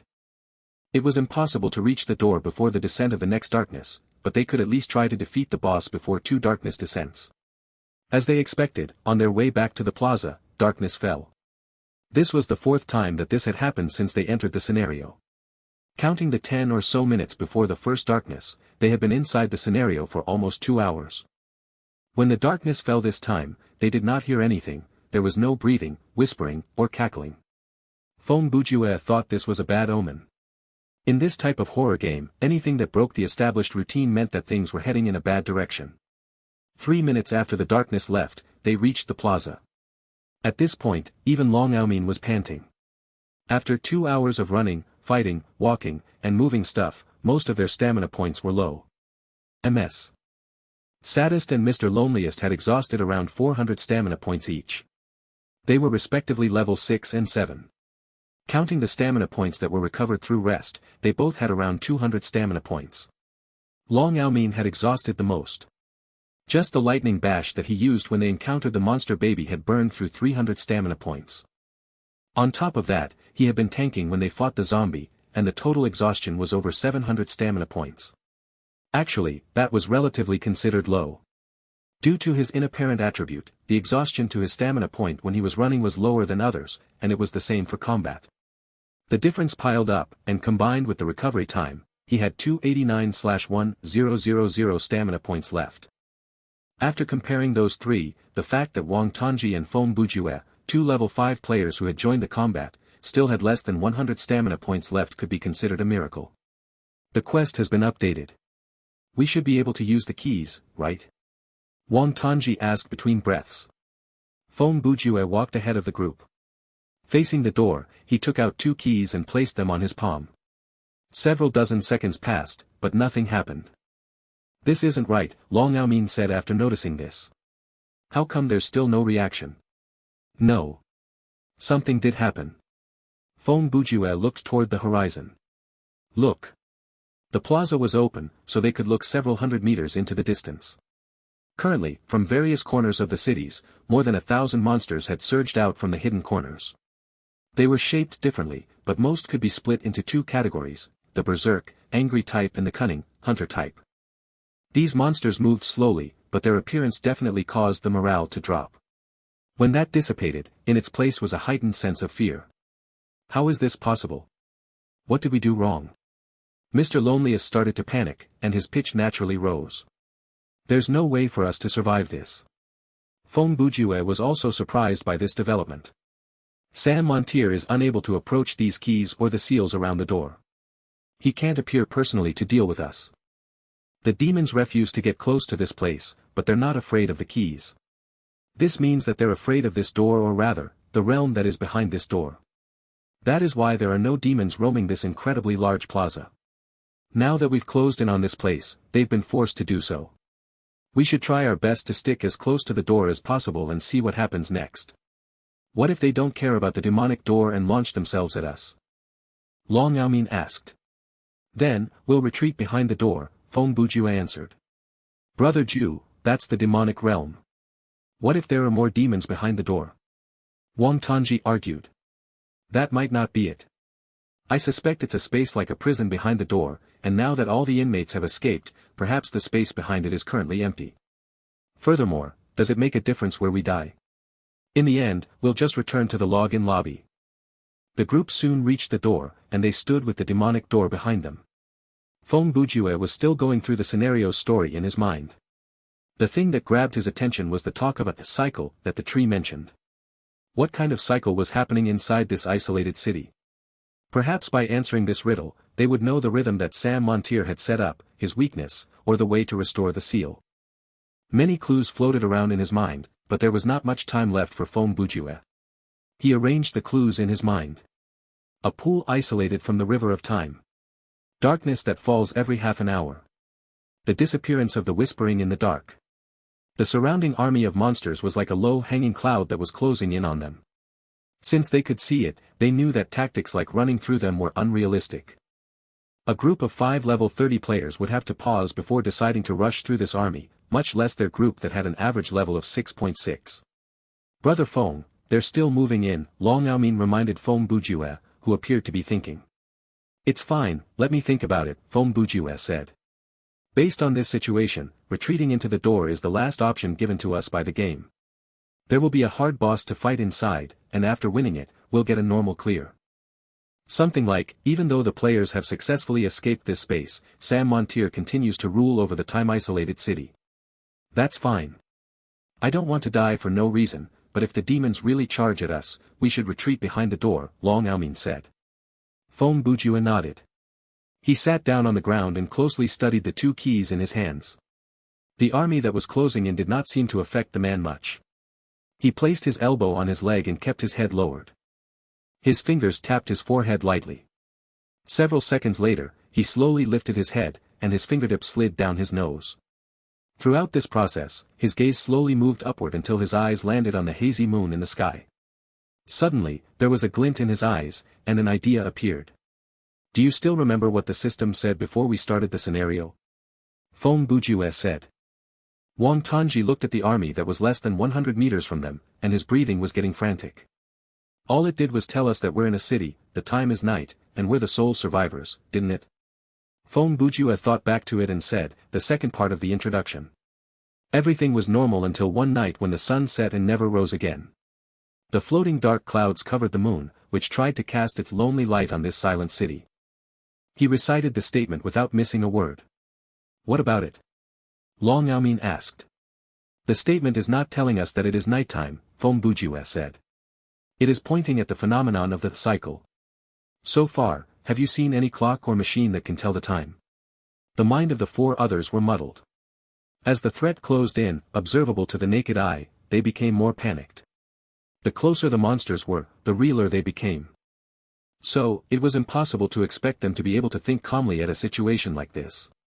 Before even trying to think about it, Ms. Sadist grumbled, who would remember something like that?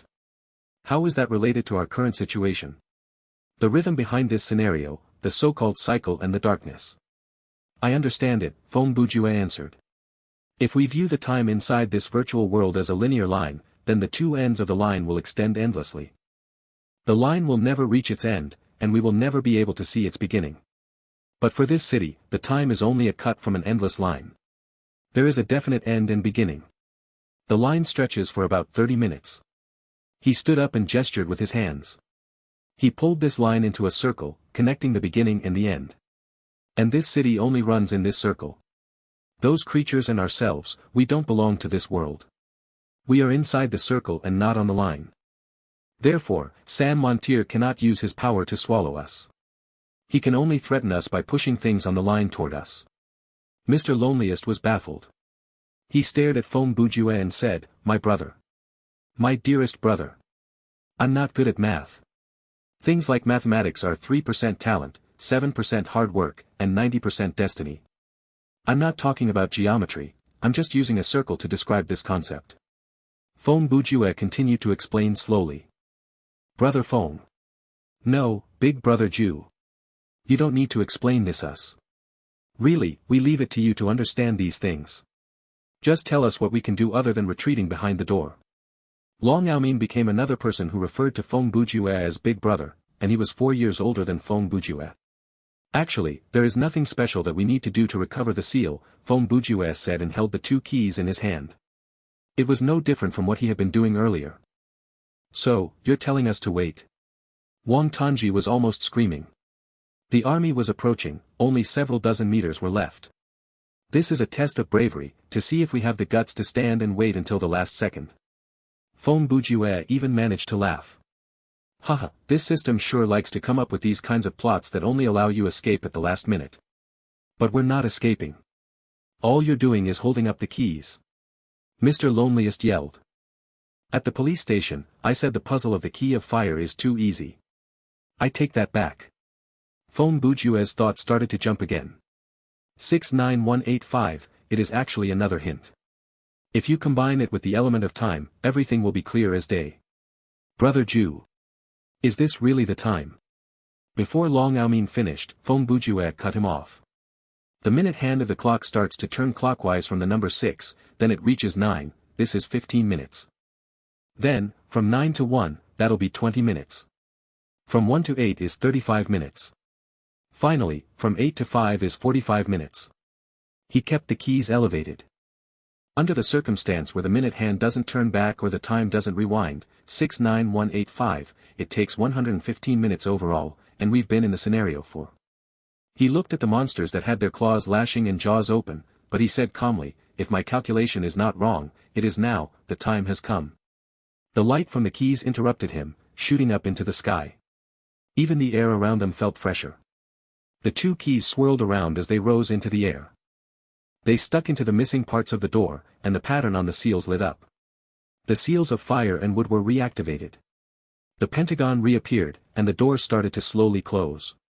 The monsters reacted strangely, and they hissed like they were dying. Without waiting for a signal, they dispersed at a speed that was much faster than when they gathered. They charged away from the plaza, heedless of the direction. What is happening? Long Aomin had already his shield raised.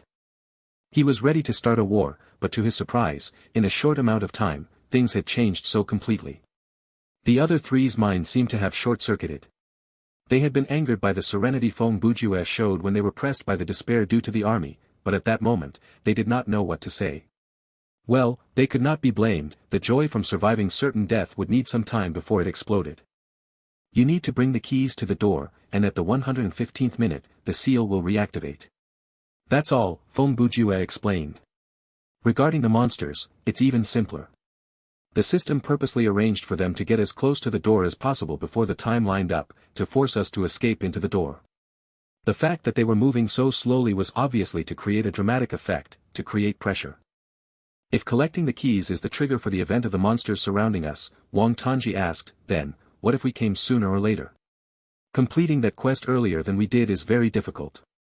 The scenario is arranged based on the team's overall ability. I believe we've done a wonderful job already, we were only several minutes off the time. Don't forget, we happened to enter the police station first before we found the quest. We were spared the need to retrace our steps, if we did not, the few minutes would have been used there. Then, we were held off for a while at the shopping complex. If we found the flashlights and crawled into the hole directly without going to search for weapons, we might be faster. But we took less than a minute to deal with the illusion, so we made up lost time then. In any case, with the gain and loss of time, the limit set by the system hasn't changed. If we reached here earlier with the two keys, the same event would happen, but if we were late, naturally we would have missed the time for the seal to activate, and in the end, we'd be forced to go through the door. Then, what happens now? We've cleared the mission. Long Aomin said. How come there's no system notification? Current quest completed, main quest. Right then, the system audio appeared, but to everyone's surprise, the system did not finish. Ants from another world, do you know what you've done? This sentence entered the group's mind. It cut off the system, and the voice that spoke was the whispering that had appeared during the third darkness. Feng Bujue opened the menu to look. Even though the system did not finish, there was a tick next to the quest who asked them to recover the seal, and a new quest had appeared, survive through Sam Montier's assault. Do you see the new mission? Feng Bujue sounded like he thought this was no biggie. The boss actually has a corporeal form. Wang Tanji gasped.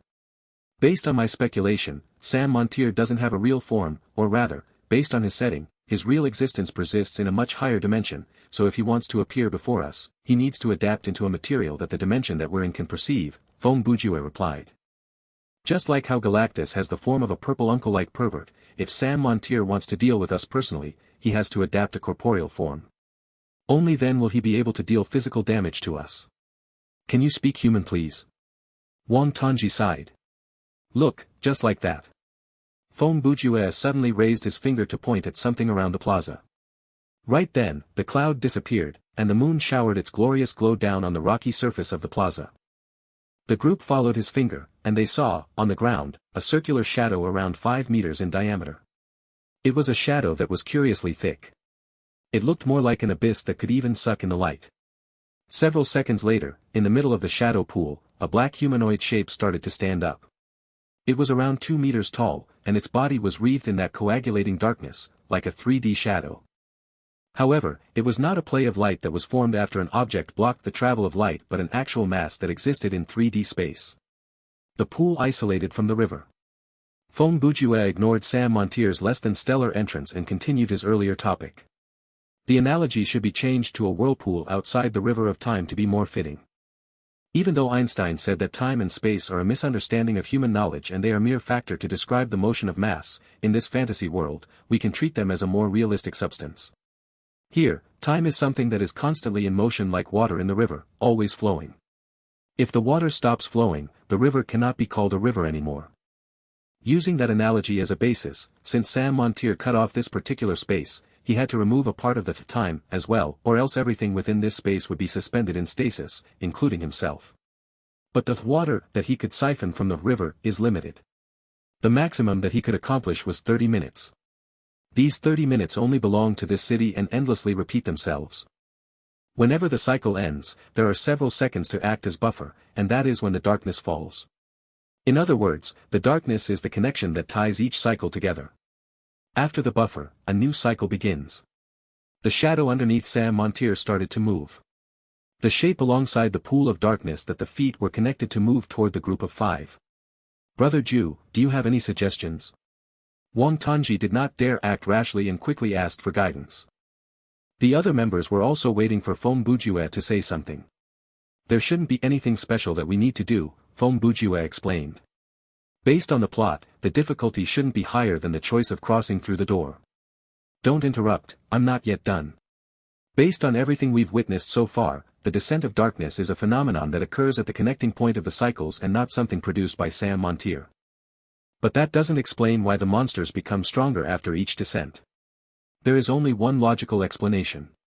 The buffer period between each cycle is the only time when Sam Montier can activate his full power. He can only do something within that short period like sharing his power with the demons or swallowing the humans inside the city. Of course, he had already swallowed everything at the city before we arrived, and since we are technically guests from another dimension, he cannot do the same to us. You're trying to say Sam Montier is actually not that strong? At least weaker than the demons that we might face if we went through the demonic door? Long Yaomin asked. If I had to give an example, it's like the few of us are trapped inside a balloon, and we're as weak as ants, while Sam Montier is outside the balloon, but he's also only as strong as a common man. There is space between the inside and outside the balloon that prevents the two dimensions from overlapping.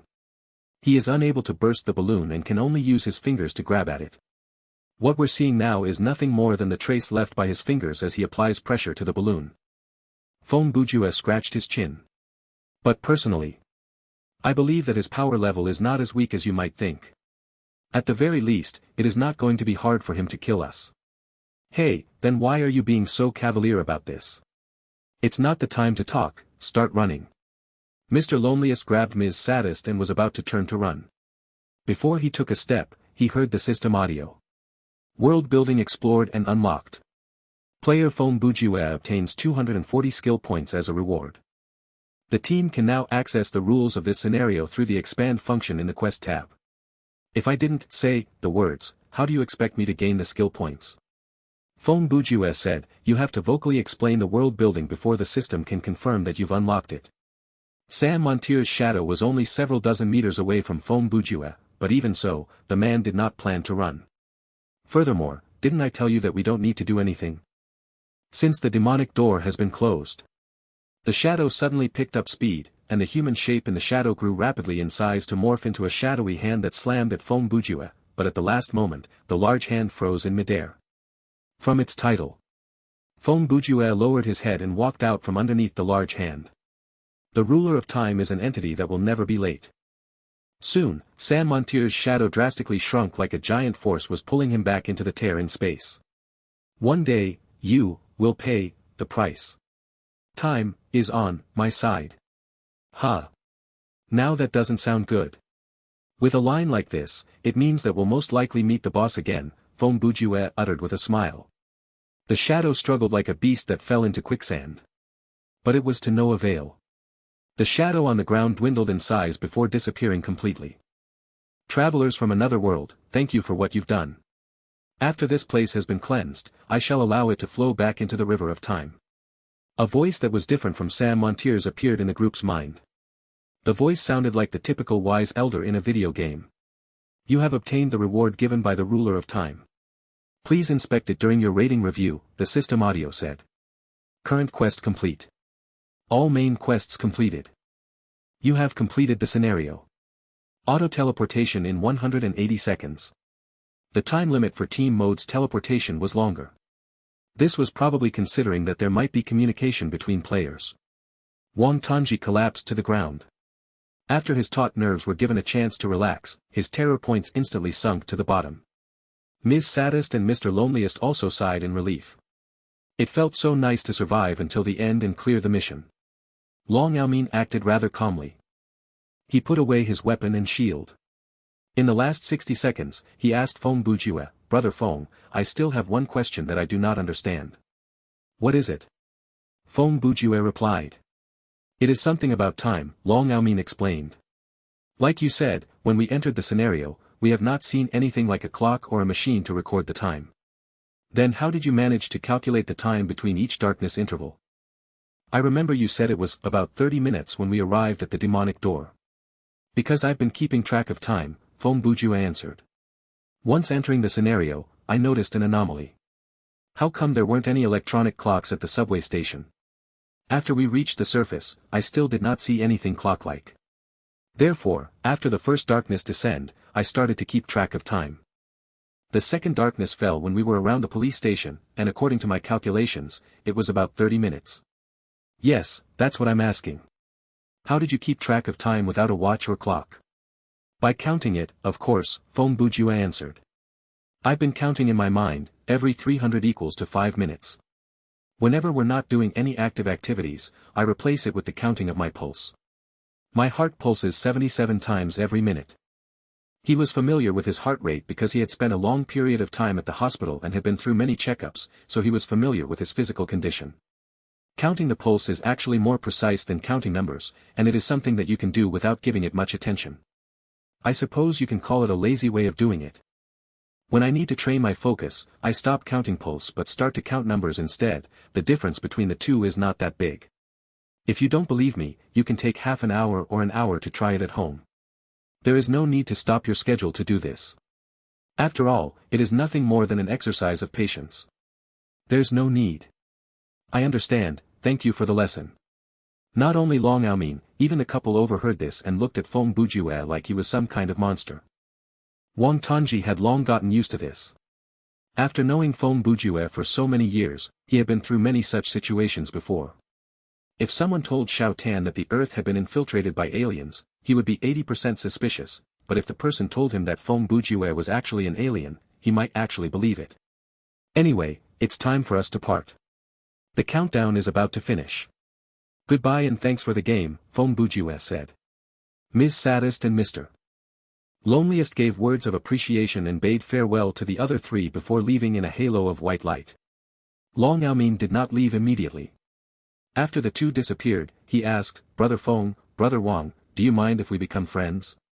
He did not make this suggestion to hope to hug Feng Bujue's leg, it was still too early for that. Today was the first day of closed beta. Be it professional players, normal players, or casual players, there was not much difference in level. Even though Feng Bujue had plenty of potential, it was hard to tell if he would have a constant online presence.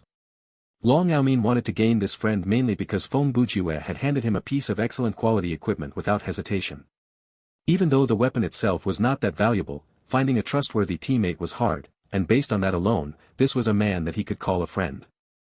Wang Tanji was obviously in the same team as Feng Bujue, so of course, Long Yaomin could not just add Feng Bujue. Furthermore, from the fight with the zombie, even though the man was cowardly, he was good at fighting. He was not a pro player, but he was certainly not dead weight.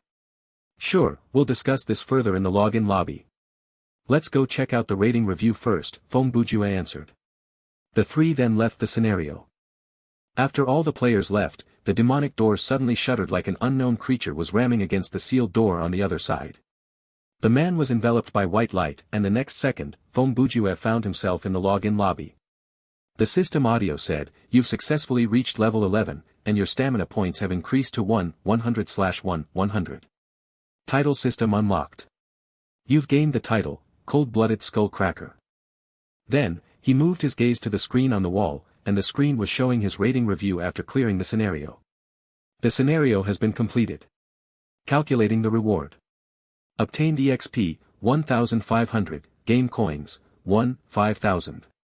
Obtained equipment, Eye of Hostility, M1911A1 pistol, chef's knife, baseball bat, flashlight X2. Completed/accepted quests, 5 out of 5. Reward for achieving special ending, the blessing of the ruler of time. Completed special/hidden quests, 0. Unlocked world building, the circle of time. Time of terror points increase, 0, highest terror points, 0%. Average terror points, 0%. Your terror rating is, Embodiment of Valor. Extra reward obtained, can be selected later. Obtained skill points, 300. Additional rewards from good terror rating, EXP, 3,000, game coins, 30,000. Scenario cleared reward, 80% increase to base EXP, 1,200. Calculation complete. Please continue. As the batteries inside the flashlight and the bullets inside the pistol were consumables below excellent quality, they would not take up space when equipped inside their corresponding item or placed inside the backpack. The wrench was not obtained during this scenario, so it was not counted. Thus, such items did not appear in the rating review. The reward for mastering the world building sure is something else, Fong Bujue uttered internally. Not counting the 240 skill points, I would originally only have gained 60 skill points from the scenario. Brother Ju. We're rich. Wang Tongji exclaimed joyfully in the team chat. I rose directly to level 10. And got around 20,000 game coins. When Fong Bujue heard that, he instinctually calculated that Xiao Tan had gained around 60 to 150 skill points from the scenario. He replied, "There's no need to shout, I can see that just fine from the team member list." He noticed the friend request from Long Aomin. As he pressed the accept button, he said, "Don't forget to accept the friend request from Brother Long." "I've already accepted it," Wang Tongji replied. "You should ask him to join our group." After some simple process, Long Aomin's voice also appeared in the team chat. "Hey, both of your levels basically doubled. Ah, Brother Fong, you're level 11 now." Currently, his level was the same as Fong Bujue's. How could that be? To find the answer, peruse Fong Bujue's current character status. IGN, Fong Bujue, level, 11, EXP, 1,350/11,000. Skill points, 430, game coins, 51,500. Mastery, general ability F, workmanship F, sleuthing F, fighting F, marksmanship F. Inventory 8/10, Mario's wrench, Eye of Hostility, chef's knife, baseball bat, flashlight X2, M1911A1 pistol. Login lobby 1/30, puzzle card, monkey. Leveling up from 11 to 12 required 11,000, not 1,100. Every 10 levels, Thriller Paradise's leveling system would undergo a drastic change. Going from level 1 to 2 required 100, then from 2 to 3 required 200, finally from 10 to 11 required 1,000. Then, after players reached level 11, they would see a shocking change. Other than the 1,500 EXP and 1,200 game coins reward, he also gained over 170 skill points. With the additional reward, he had earned around 4,500 EXP. But when he examined his level bar, he was shocked to realize that he needed another 8,000 EXP before he could reach level 12. The two communicated for a while and then explained to Wang Tongji what would happen after he reached level 11. In the end, it was Long Aomin who was the first to remember this detail and asked, "By the way, what are your titles?" "Cold-Blooded Skullcracker," Fong Bujue answered. The other two were speechless, causing a temporary silence. Several seconds later, Wang Tongji chuckled drily and said, "It looks like this system is quite logical. After all, during the scenario, most of your attacks landed on the head, and you do appear quite cold-blooded. Then what about your title?" "The Wailing Young Master." Fong Bujue shot back. "How could there possibly be a Young Master title in the game?" "You're right. Young Master is a type of person, not a career," Fong Bujue replied. "My title is the Panicked Hidden Assailant." Wang Tongji was not going down that rabbit hole with Fong Bujue, so he quickly tossed out his title. That is due to the panicked reaction and the battle style of refusing to face the enemy head-on, Feng Bujue said. Well, I can't say the system is wrong. The system is definitely wrong. How can it give me a title like that? It'll make other players look down on me, I'm sure of it. Wang Tongji complained. What difference does it make? Other players will look down on you when they see your title or after they hear your helpless, high-pitched scream. Feng Bujue did not hold back. Ha ha ha. Long Yaomin laughed and tried to be the mediator. Actually, Brother Wang, you don't need to worry so much. The title might change after completing each scenario. For example, my title has changed to Team Defender. The three chatted for a while. Long Yaomin said that he planned to go offline to rest for a few hours because he had been online for quite some time already. When it was dawn, he would return in sleeping mode. Wang Tongji claimed that he was tired for the day already and would not continue the game until tomorrow. Including the beginner's tutorial, he had just completed 4 consecutive scenarios. That was his limit. Feng Bujue also said that he would go offline after getting the reward. It was not that he was tired, he was consciously monitoring his level. The maximum level for the closed beta was 20. For non-professional players, there was no need to rush it. When more than 10% of players reached that level, the closed beta would end, and the server would be closed until the game was upgraded and ready for the open beta. Thriller Paradise had already attracted the attention of many game studios. As previously mentioned, during the afternoon on the first day of the closed beta, Feng Bujue could already find guides written by top players on the forums. It was clear that most of these guides and articles came from workers at gaming studios. These people were professionals, and they had a clear plan when playing games. After all, it was work for them. For this kind of game, they had to have 2 shifts. One worked in sleep mode starting from 8 AM while the other fought in non-sleep mode in the afternoon, and the shift changed again at night. Based on the law that was passed in the year 2055, the connection time players had to a gaming hub was severely limited. The maximum hours in real life one could be connected to non-sleeping mode was 10 hours.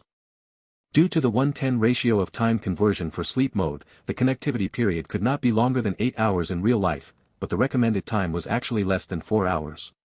If someone reached the maximum threshold for those 2 modes within a day, they would be forcibly kicked out of the game and would need to wait 24 hours before they could reconnect. In other words, a person could play up to 18 hours on a psychologically connected game in a day, 10 hours of it in non-sleep mode and the other 8 in sleep mode, that was the maximum. Changing the gaming hub would not cheat the system because the server would not accept the citizen's ID again. This was the law, and it was to consider the general health of the players. At the initial stage of such games, there were people who stayed connected when they were on the toilet, and most of them died from exhaustion or suffered permanent brain damage. Of course, this was not the fault of the gaming hub or the game. In the previous century, when the 4th-generation photon computer first came to the world, there were many who had died at the internet cafe, so who could be blamed? After bidding farewell to each other, Xiao Tan and Brother Long ended the communication and cancelled the group. Feng Bujue walked out of the elevator and entered the space to collect his items. There were still 2 glass tubes in the room. Inside the tube on the left, something was already floating within. That appeared to be the item given by the ruler of time. If they did not get the ending that they did, this reward would not have been there. Feng Bujue first removed one of the flashlights from his backpack and stored it at the login lobby, dropping his inventory number down to 7/10. Then, he glanced at the special power that his title awarded him. This power was placed above the skill bar, so it did not take up a space. Skill name, Brain Concussion. Skill type, Passive. Effect, Blunt force trauma to a target skull has a 20% chance of stunning the target. Remark, go ahead and crack the skull. Add more grease behind the shoulder. After all, it's only a head. The effect of this title was not bad. After all, it was passive and would not consume stamina points. It should be highly effective against common monsters combined with the effect of Mario's wrench, but when facing strong monsters, non-humanoid monsters, or shapeless monsters. Feng Bujue probably would not have the chance to aim at people's head. Feng Bujue soon walked to the first glass tube, floating inside a small glass bottle half filled with sand. Item name, Slowing Sand. Item, Consumable. Quality, Excellent. Effect, breaking the container will cause the speed of all the monsters within 100 meters radius to slow by a factor of 10. Effect lasts for a minute. Remark, there is some low-quality time dust inside this bottle. When you're surrounded by a large group of monsters, it might help you escape. This is a very tactical and valuable consumable. Shao Tan and Brother Long should have a bottle each, Feng Bujue muttered as he walked to the second tube. Please select your additional reward. 1. A randomized piece of equipment that matches your level. 2. 50,000 game coins, maximum limit. 3. For 400 EXP. The value of a good terror rating showed itself when one was level 11. From the reward, the game coins, and equipment aside, the fact that the system was willing to award 40% of the EXP level up requirement was a bit much. Theoretically speaking, as long as Feng Bujue was not cured, no matter which level he was, by surviving 2 scenarios, he would basically gain a level up. But precisely because of that, Feng Bujue did not choose the EXP. He was worried that his curious terror points would attract the game company's attention, making them suspect that he was using some kind of cheat. Therefore, he wanted to stay as low a profile as he could. After all, he was not attempting to rush his level. Therefore, he chose equipment again. Even though he was not lacking weapons, with both close-ranged and long-ranged weapons, he lacked armor, so he hoped to win some trusty armor. After making his choice, the white light coagulated in the tube to form a pair of sneakers that looked like they had gone out of fashion centuries ago. Item name, Jazz Shoes. Item type, Armor. Quality, excellent. Defense points, slightly weak. Element, none. Special effect, increase running speed and greatly lower the stamina points consumption when walking or running for a long time. Remark, this pair of sneakers belonged to the best striker the world has ever seen. He was the first European football superstar, famed for his tricks. In his 30-or-so-year career, he was never given a red or yellow card. A different athlete known as the King of Football remarked, he was someone who taught us how to play football. This is not bad, and there's no equip requirement, Feng Bujue said. Even if I get better foot armor in the future, this should sell for a fair price. He directly equipped the sneakers and heard the system audio say, when the equipment comes with cosmetic choices, players can choose their preferred equipment appearance from the menu.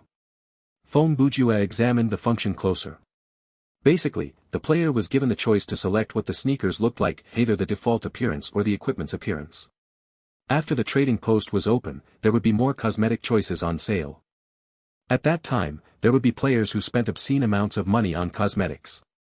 But during the closed beta period, when the trading post was still unavailable, more people would choose to select to show their equipment as they were. Actually, this was another manifestation of pride. People liked to show off things that other people did not have and gained satisfaction from the envious looks. After arranging everything, Feng Bujue disconnected from the system. Upon exiting the gaming hub, he found that 2 hours had passed in real life. By then, night had fallen, and the wind was howling outside his window. The night sky was starless, but of course, Feng Bujue was not one to admire the stars. Young people in the city rarely went to sleep before midnight, regardless of whether they needed to wake up early the next day or not. They would rather take a quick nap on the cramped public transport than sacrifice the time that belonged to them after work. Feng Bujue was a quintessential night owl. He woke up at noon and would normally go to bed at 4 a.m. He told himself, the period of twilight was when his writing inspiration struck. But that night, even though there was still 2 more hours to midnight, Feng Bujue suddenly felt like writing. He brewed a pot of coffee, sat before the computer, and started to type. His pen name was Bujue, and he was writing a serial called The Hapless Detective and His Cat for a magazine.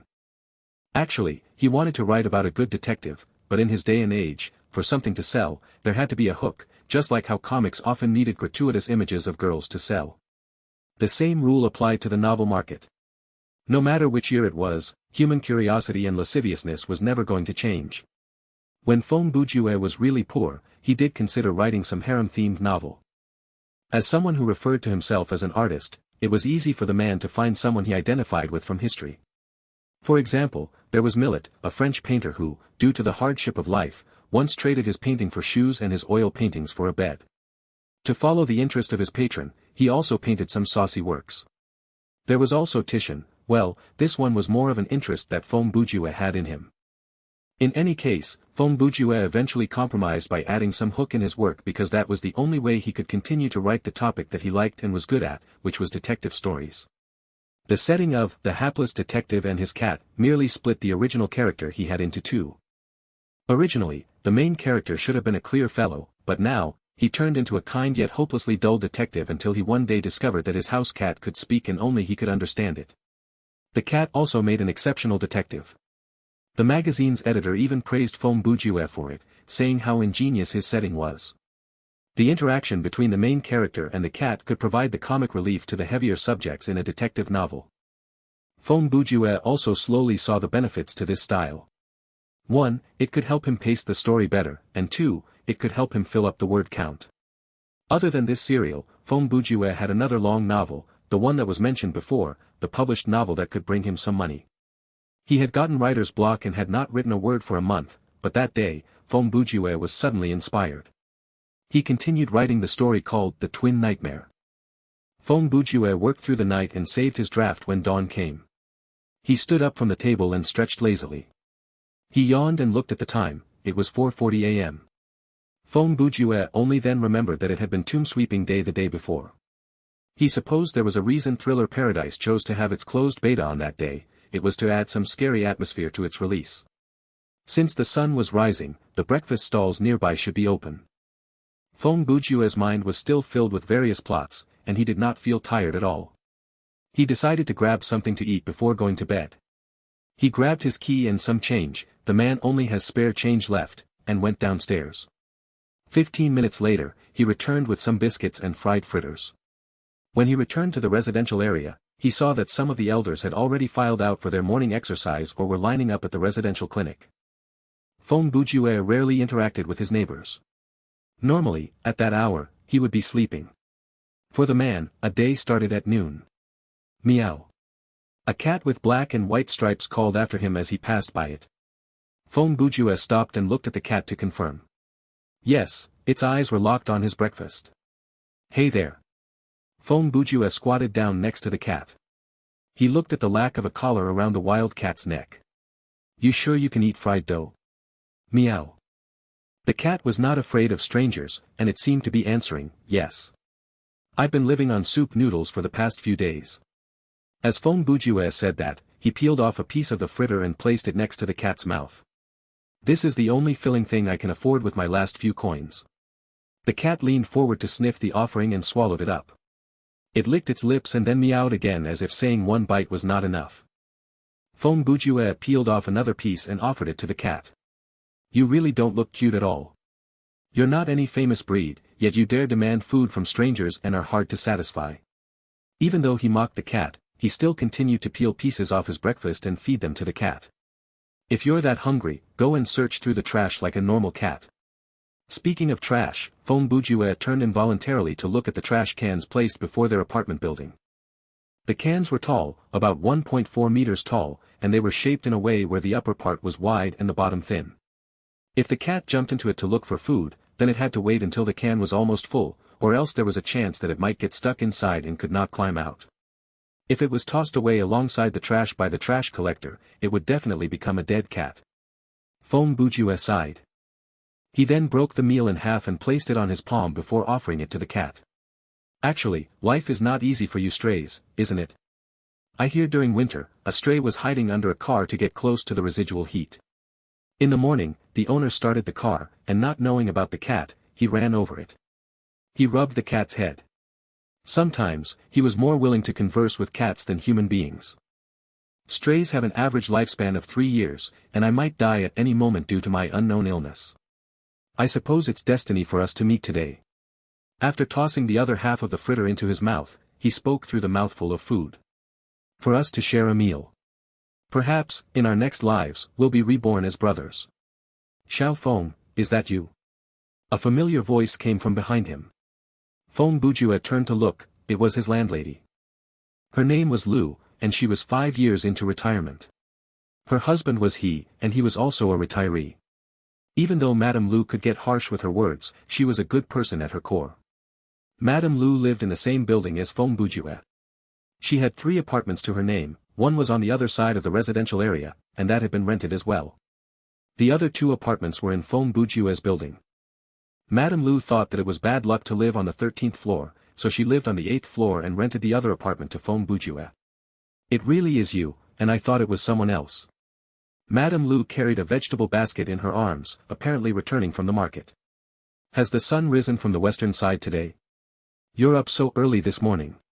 She moved her gaze to the cat and changed the subject. Xiao Feng, it's not that I want to lecture, but how can you feed a stray? Once you start, it'll come back tomorrow with its other friends. You're just creating trouble for the other neighbors, don't you think? You have a point. Feng Bujue thought about it and said, looks like there is only one solution. Holding his breakfast in one hand, he picked up the dirty stray with the other. I'll take it home to keep as pet. You sure know how to make your own decision. Madame Lu was startled. Did you ask for my thoughts? Well, our area allows the tenant to rear dogs, and this cat is not going to leave the home. Feng Bujue flashed a smile and tried to rely on his cuteness.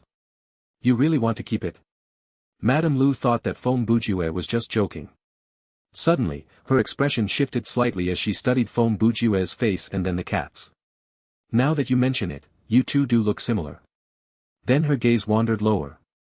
And the cat is also male. Feng Bujue's lips twitched. Auntie, can you not place a human and a cat in the same category? We're not even from the same species. Well, what do I know? You're the one with the college degree, not me, Madame Lu said. Anyway, let's be clear. I'll allow you to keep the cat, but your place is already like a pigsty. So, if you really want to keep it, you have to keep the place clean. We have a lot of elderlies in this building. If anyone comes to me with a complaint that there's a smell coming from your place, then, I'll cook it. Feng Bujue finished her sentence. Meow. The cat seemed to understand that and growled with dissatisfaction in his arm. Cook your head. I'll cook you before I cook it. Madame Lu then dragged the man with her. Come on. Where are we going? Feng Bujue asked. To the pet clinic to give it a shot, Madame Lu said. What if it carries some disease? Air. Feng Bujue hesitated. It's like this, life has been a bit hard recently. When is life not hard for you? Madame Lu cut him off. I'll pay for it, and you can repay me when you pay your rental. She continued moving but suddenly stopped. Look at me, I forgot all about it. Let me go up and drop off this basket first. When Feng Bujue returned home, it was already 7 a.m. He not only came back with a cat but also a litter box, cat food, a plastic bowl, and toys. You know what? Next life, we really shouldn't be brothers. Feng Bujue held the cat at eye level. You should be reborn as a woman and repay me with your body. Meow. The cat yawned lazily, and it looked like it was tossing Feng Bujue a condescending gaze. As Feng Bujue picked up his stuff, he pressed the phone recorder. The system said, you have one new message. The robotic voice stopped, and after a beep, Wang Tanji's voice said, Brother Ju, why aren't you answering your phone?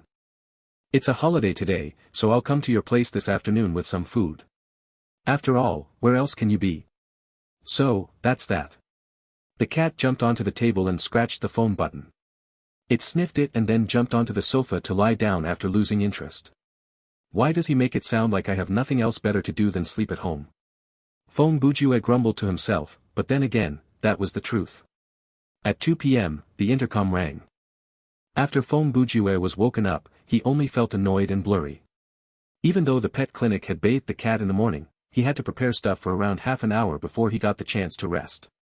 Feng Bujue did not even change and collapsed directly into his bed. Only 6 hours had passed since then. He teetered to the door and picked up the intercom receiver. Who is it? It's me, Wang Tanji answered. And I have Master Bao with me. Feng Bujue pressed the open key and asked through a yawn, is the door open now? Yes, it's open now. I'll talk to you in a minute. 1 minute later, the pair went up the elevator. They walked down the corridor and pressed the bell to Feng Bujue's room. The latter glanced through the peephole before opening the door. He did not greet his guests and strode back into his room. Wang Tanji and Master Bao were not offended. They walked into the room and closed the door behind them. They placed the pizza and the box of beer on the table and walked into Feng Bujue's kitchen to retrieve the plate and chopsticks. Huh? Brother Ju, why is there a kitten here? Wang Tanji soon discovered the kitten, which was asleep at the corner of the couch. Didn't you see the litter box in the corner? It's my cat, obviously. Feng Bujue twisted the bottle of beer open while flickering his eyes open. Like gargling water, he tossed the beer into his mouth before swallowing it. When did you get another pet? Wang Tongji asked as he slunk toward the kitten. This morning. Feng Bujue burped. Don't think it's really sleeping, cats are very sensitive and alert animal. It may look like it is asleep for 10 hours a day, but actually, if there's any motion around them, their ears will twitch, which means. Xiao Tan was about to lunge forward to grab the kitten when the latter suddenly opened its eyes. It leaped away and turned to hide behind the couch. Due to the imbalance, Xiao Tan collapsed forward onto the couch. Why did you suddenly decide to get a pet again? Master Bao came from the kitchen with plates and paper napkins. He waved and hurried Xiao Tan to take his seat before he took his. His name was Bao Qing, and he was only 2 months older than them. All 3 of them had been classmates since kindergarten through to secondary school.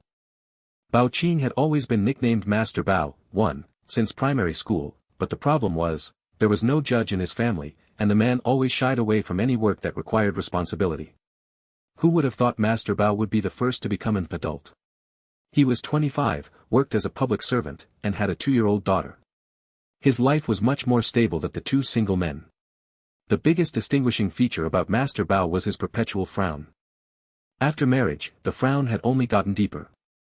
I guess you can say it was destiny between me and that cat, Feng Bujue answered. The 2 used the terms another and again in their questions because they knew that Feng Bujue had adopted a pet cat when he was young. At the time, the old lady next door had kept a female cat, and it had given birth to 4 kittens. She had given one to Feng Bujue.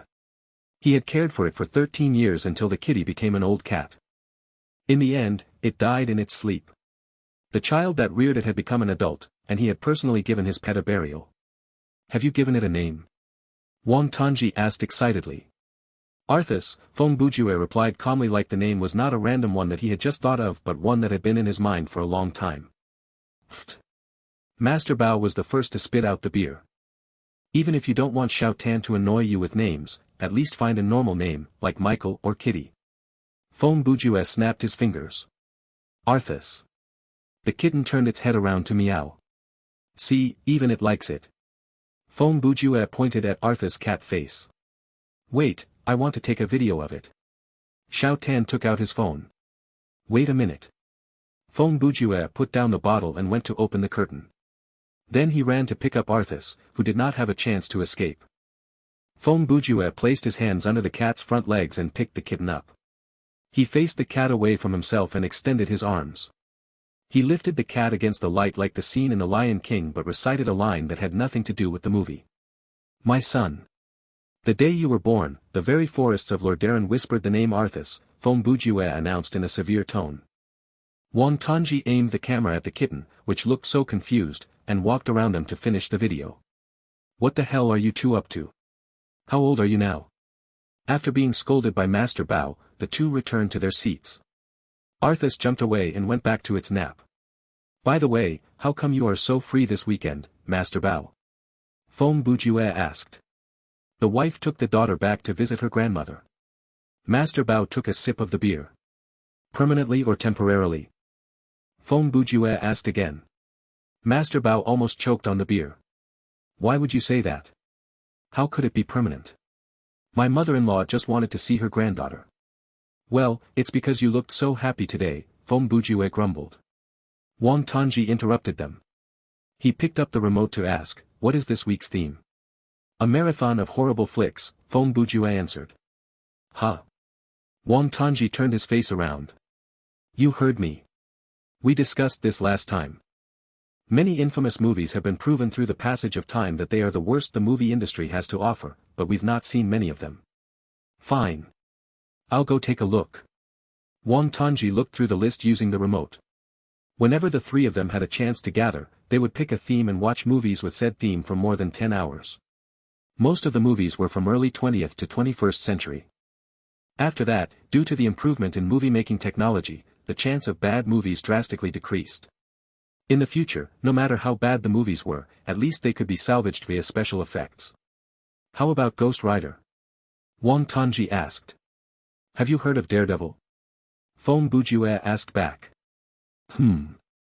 I think so. Same director. Okay then. Wang Tongji continued his search. How about this? Twilight, Breaking Dawn Part 2. My god, there are 7 movies to this series. They shot another 2 movies to add to the series pre-2055. Haven't seen any of them. Master Bao shrugged. I remember the movie won 7 of the 10 Golden Raspberry Awards the year it was nominated. 20 years later, it was named as one of the 3 worst movies produced in the 21st century, Fong Bujue said. I'm curious what the other 2 movies are. Don't tell me they're from the same series, Master Bao said. No, they're Battlefield Earth and Jack and Jill. The latter swiped all the awards at the Golden Raspberry Awards in 2012, Fong Bujue explained. Although I've only heard of their names, I haven't really seen the movies before. How about we watch these 3 movies today? I don't mind. Xiao Tan and Master Bao answered at the same time. 2 hours later. Are you 2 okay? Master Bao looked at the credits that were rolling on screen. Wang Tongji looked at the ground with a pout. I feel like I've lost something important. Fong Bujue looked out the window with a blank expression. That was the most humiliating 2 hours of my life. I feel like my brain has been assaulted. We still have a sci-fi and a comedy. How about we watch the comedy first? There was a serious look on Master Bao's sad face. 90 minutes later. Who would have thought that Adam Sandler would end up in this state? Wang Tongji sighed. There is not much to say about the acting, but the script. Master Bao, Fong Bujue asked, what do you think? There was no answer. Master Bao. Bao. Fong Bujue turned and saw Master Bao asleep with his eyes open. He was even snoring lightly. This horrible man. At around 7 p.m., the trio went to get some grilled meat at the roadside stall. Brother Ju and Xiao Tan clued Master Bao in on Thriller Paradise, but the latter was not interested. A man with a family had other things to take care of than game all day. The 3 chatted for a couple of hours before dispersing at 9 p.m. Fong Bujue and Wang Tongji promised to play a few scenarios around midnight. The friendship between the 3 was real and not easy. They had grown up together as a group of kids with snotty noses. This kind of friendship was the purest. Even when they were 60, looking back, the friendship would not have changed. He did not sleep much in the morning, and considering that he had to play the game, Fong Bujue leaned into the gaming hub around midnight. After scanning, he chose sleep mode and decided the connectivity period. Connecting to sleep mode, adjusting. Adjustment completed. Please select time to log into the game or return to the main menu. Setting complete. The program will initiate at 1 a.m., June 4, 2055. Good night. With the system audio in his ears, Fong Bujue closed his eyes. The gaming hub was very comfortable, and he quickly fell asleep with the alcohol in his system. When he recovered his consciousness, he was already standing inside that familiar elevator. The screen showed the time in real life, June 4, 1 a.m., but the clock did not show the seconds. Fong Bujue studied the clock, and several minutes later, the time did not change to 1:01 a.m. It was clear that he was in sleep mode. Wang Tongji's group request came soon after. After joining the team, Fong Bujue realized that Long Aomin was already in the group. Xiao Tan had noticed that the man had the free status, so he had also invited him to join. Brother Ju, have you heard the news? Wang Tongji soon said. Someone already reached level 20. Fong Bujue answered. Eh? How did you find out? I'm guessing from your tone. Ha ha. Brother Fong, you sure are a master detective, Long Aomin said. Just after midnight in real life, the first level 20 player in our server was born. Fong Bujue looked at the team list. Only 1 day had passed, but Long Aomin was already level 13, and Xiao Tan had reached level 11. Fong Bujue believed that Xiao Tan had finished a solo mode in the 10 minutes before he came online. Is there an announcement whenever a player reaches the maximum level? Fong Bujue asked. Yes, all the players in the login lobby will hear the system announcement, and a news flash will appear on the touchscreen. Furthermore, the forums have been exploding with the news, Long Aomin answered. Let me go take a look. Fong Bujue opened the forums and the thread pinned by the official party. The title read, Congratulations to player, Fearless Champion from the Regulation Studio for being the first player to reach maximum level during closed beta. 1. Lord Bao or Judge Bao is a fictional nickname of Bao Zheng, 999-1062, a Northern Song official renowned for his honesty. They even showed the name of the studio. Looks like Dream Incorporated is not against the participation of professional teams and players, Fong Bujue observed. But this is not good news for players like us who don't have an organization to support us, Long Aomin said. If Dream Inc. doesn't put a limitation on these gaming studios, the top layer of the player base will be dominated by a handful of players. They can manipulate the entire market through their internal negotiation or even collect high-end information and resource within themselves. Or perhaps, Phong Bujue said, Dream Inc. thinks that the balance of Thriller Paradise is flawless, and the profit avenue for studios is already heavily limited by the system, and the presumptions that you have made are impossible to happen due to technical difficulties. Of course, these are not things that should concern us, and we can't do anything about it even if we want to. By the way, Brother Long, if you don't mind me asking, are you a professional player? Ah. Haha, I don't mind that question of course. A professional player is not something that needs to be hidden, right? Long Aomin laughed. I'm quite impressed by professional players, but I am not one. I am just someone who likes gaming. Long Aomin was telling the truth. He was a police officer in real life, and his name was Long Liwen. Even though there was the character, one, which represented written words, in his name, he was a brave and some would say reckless officer. Actually, he had been just a few steps away from being transferred to Special Ops. Unfortunately, tragedy had struck. During one of his cases, he had been injured quite seriously. Long story short, after that, his knees had experienced some problems, so he could only spend most of his time sitting in the police station. Even though it did not detract from his everyday life, it dashed his hope of ever returning to the front line. Oh, is that so? Phong Bujue said. And I thought you were a professional player who liked to solo stuff. Haha. Actually, I don't normally spend much time online. For the past 2 days, the wife has been tomb sweeping with her mother and visiting relatives. Meanwhile, I've had some time off from work, so I've been online more than usual, but tomorrow, I'll need to return to. He hesitated but decided not to finish the sentence with the police station, and instead, it became the unit, and I might not have time to play. Then, we'd better get going and try to finish at least 2 or 3 team survival modes tonight, the excited Wang Tanji said. Alright, start the queue, Phong Bujue replied. I'm ready, Long Aomin added. Xiao Ten answered affirmatively and then came the system audio. Since Phong Bujue was not the team leader this time, the audio that he heard was slightly different. Namely, the first part was cut. You have selected the team survival mode, normal, please confirm. Confirming. The team size has been randomized, a team of 6. Your team has joined the team queue. Currently searching for other ready players or teams. Search completed. Team full. Adjusting nerve connectivity. Generating the scenario. Please wait for a moment. Downloading. Welcome to Thriller Paradise. This time, it sounded like a person with a split personality was talking because halfway through the sentence, the voice changed into a different one. Download complete. You are currently playing Team Survival Mode, Normal.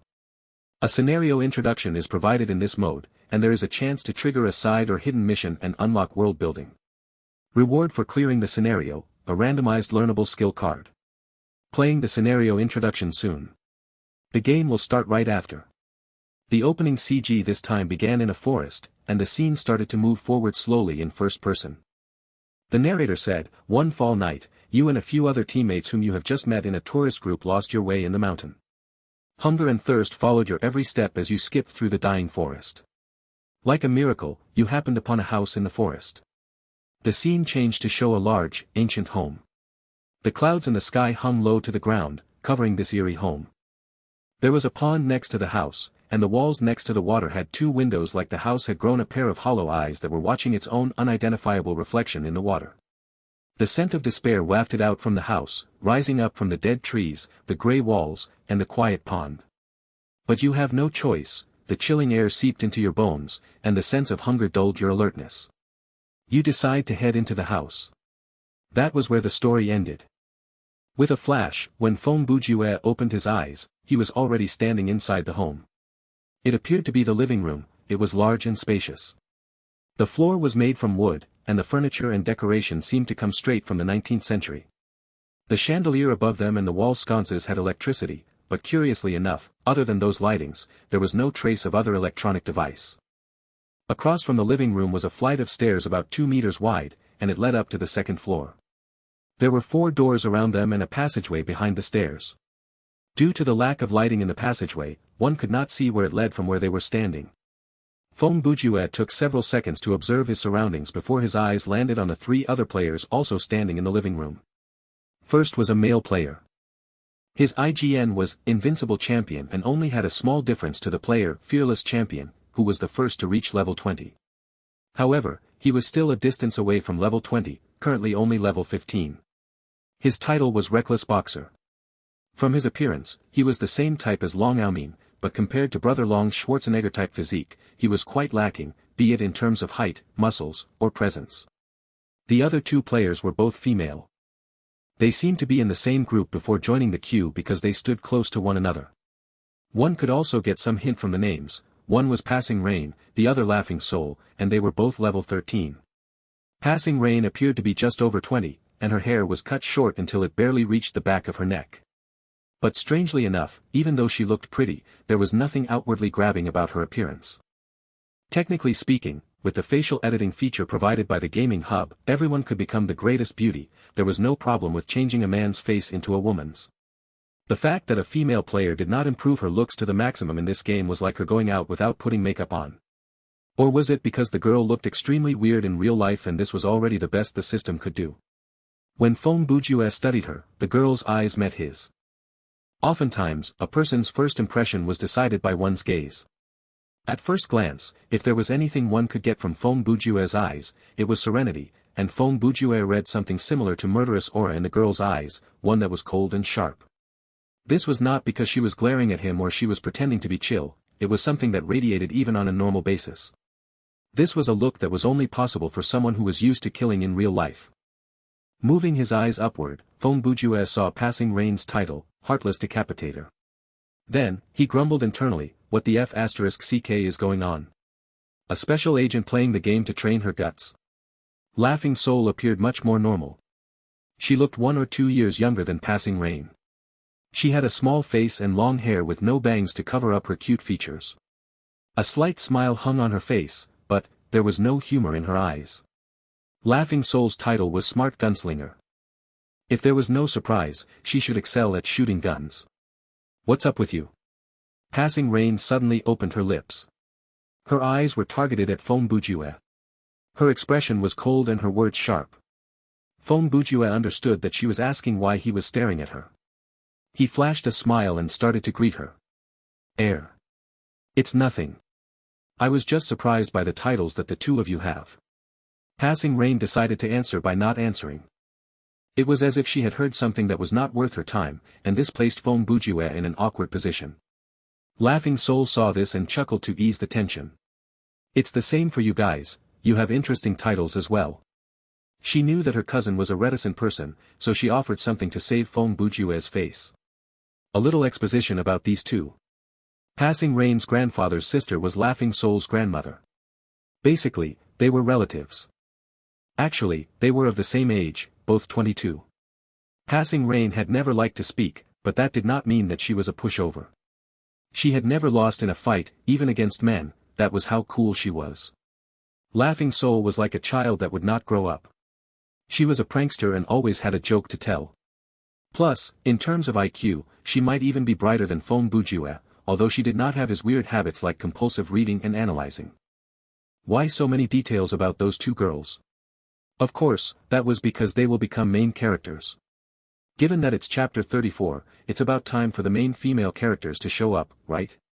Or did you expect the system to suddenly turn into a woman and fall in love with the main character?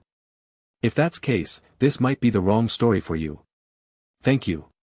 Feng Bujue accepted the kindness and turned to face Invincible Champion. Brother Invincible, are you related to that fearless champion? We're from the same studio, the man said curtly. I don't have time to entertain any other questions.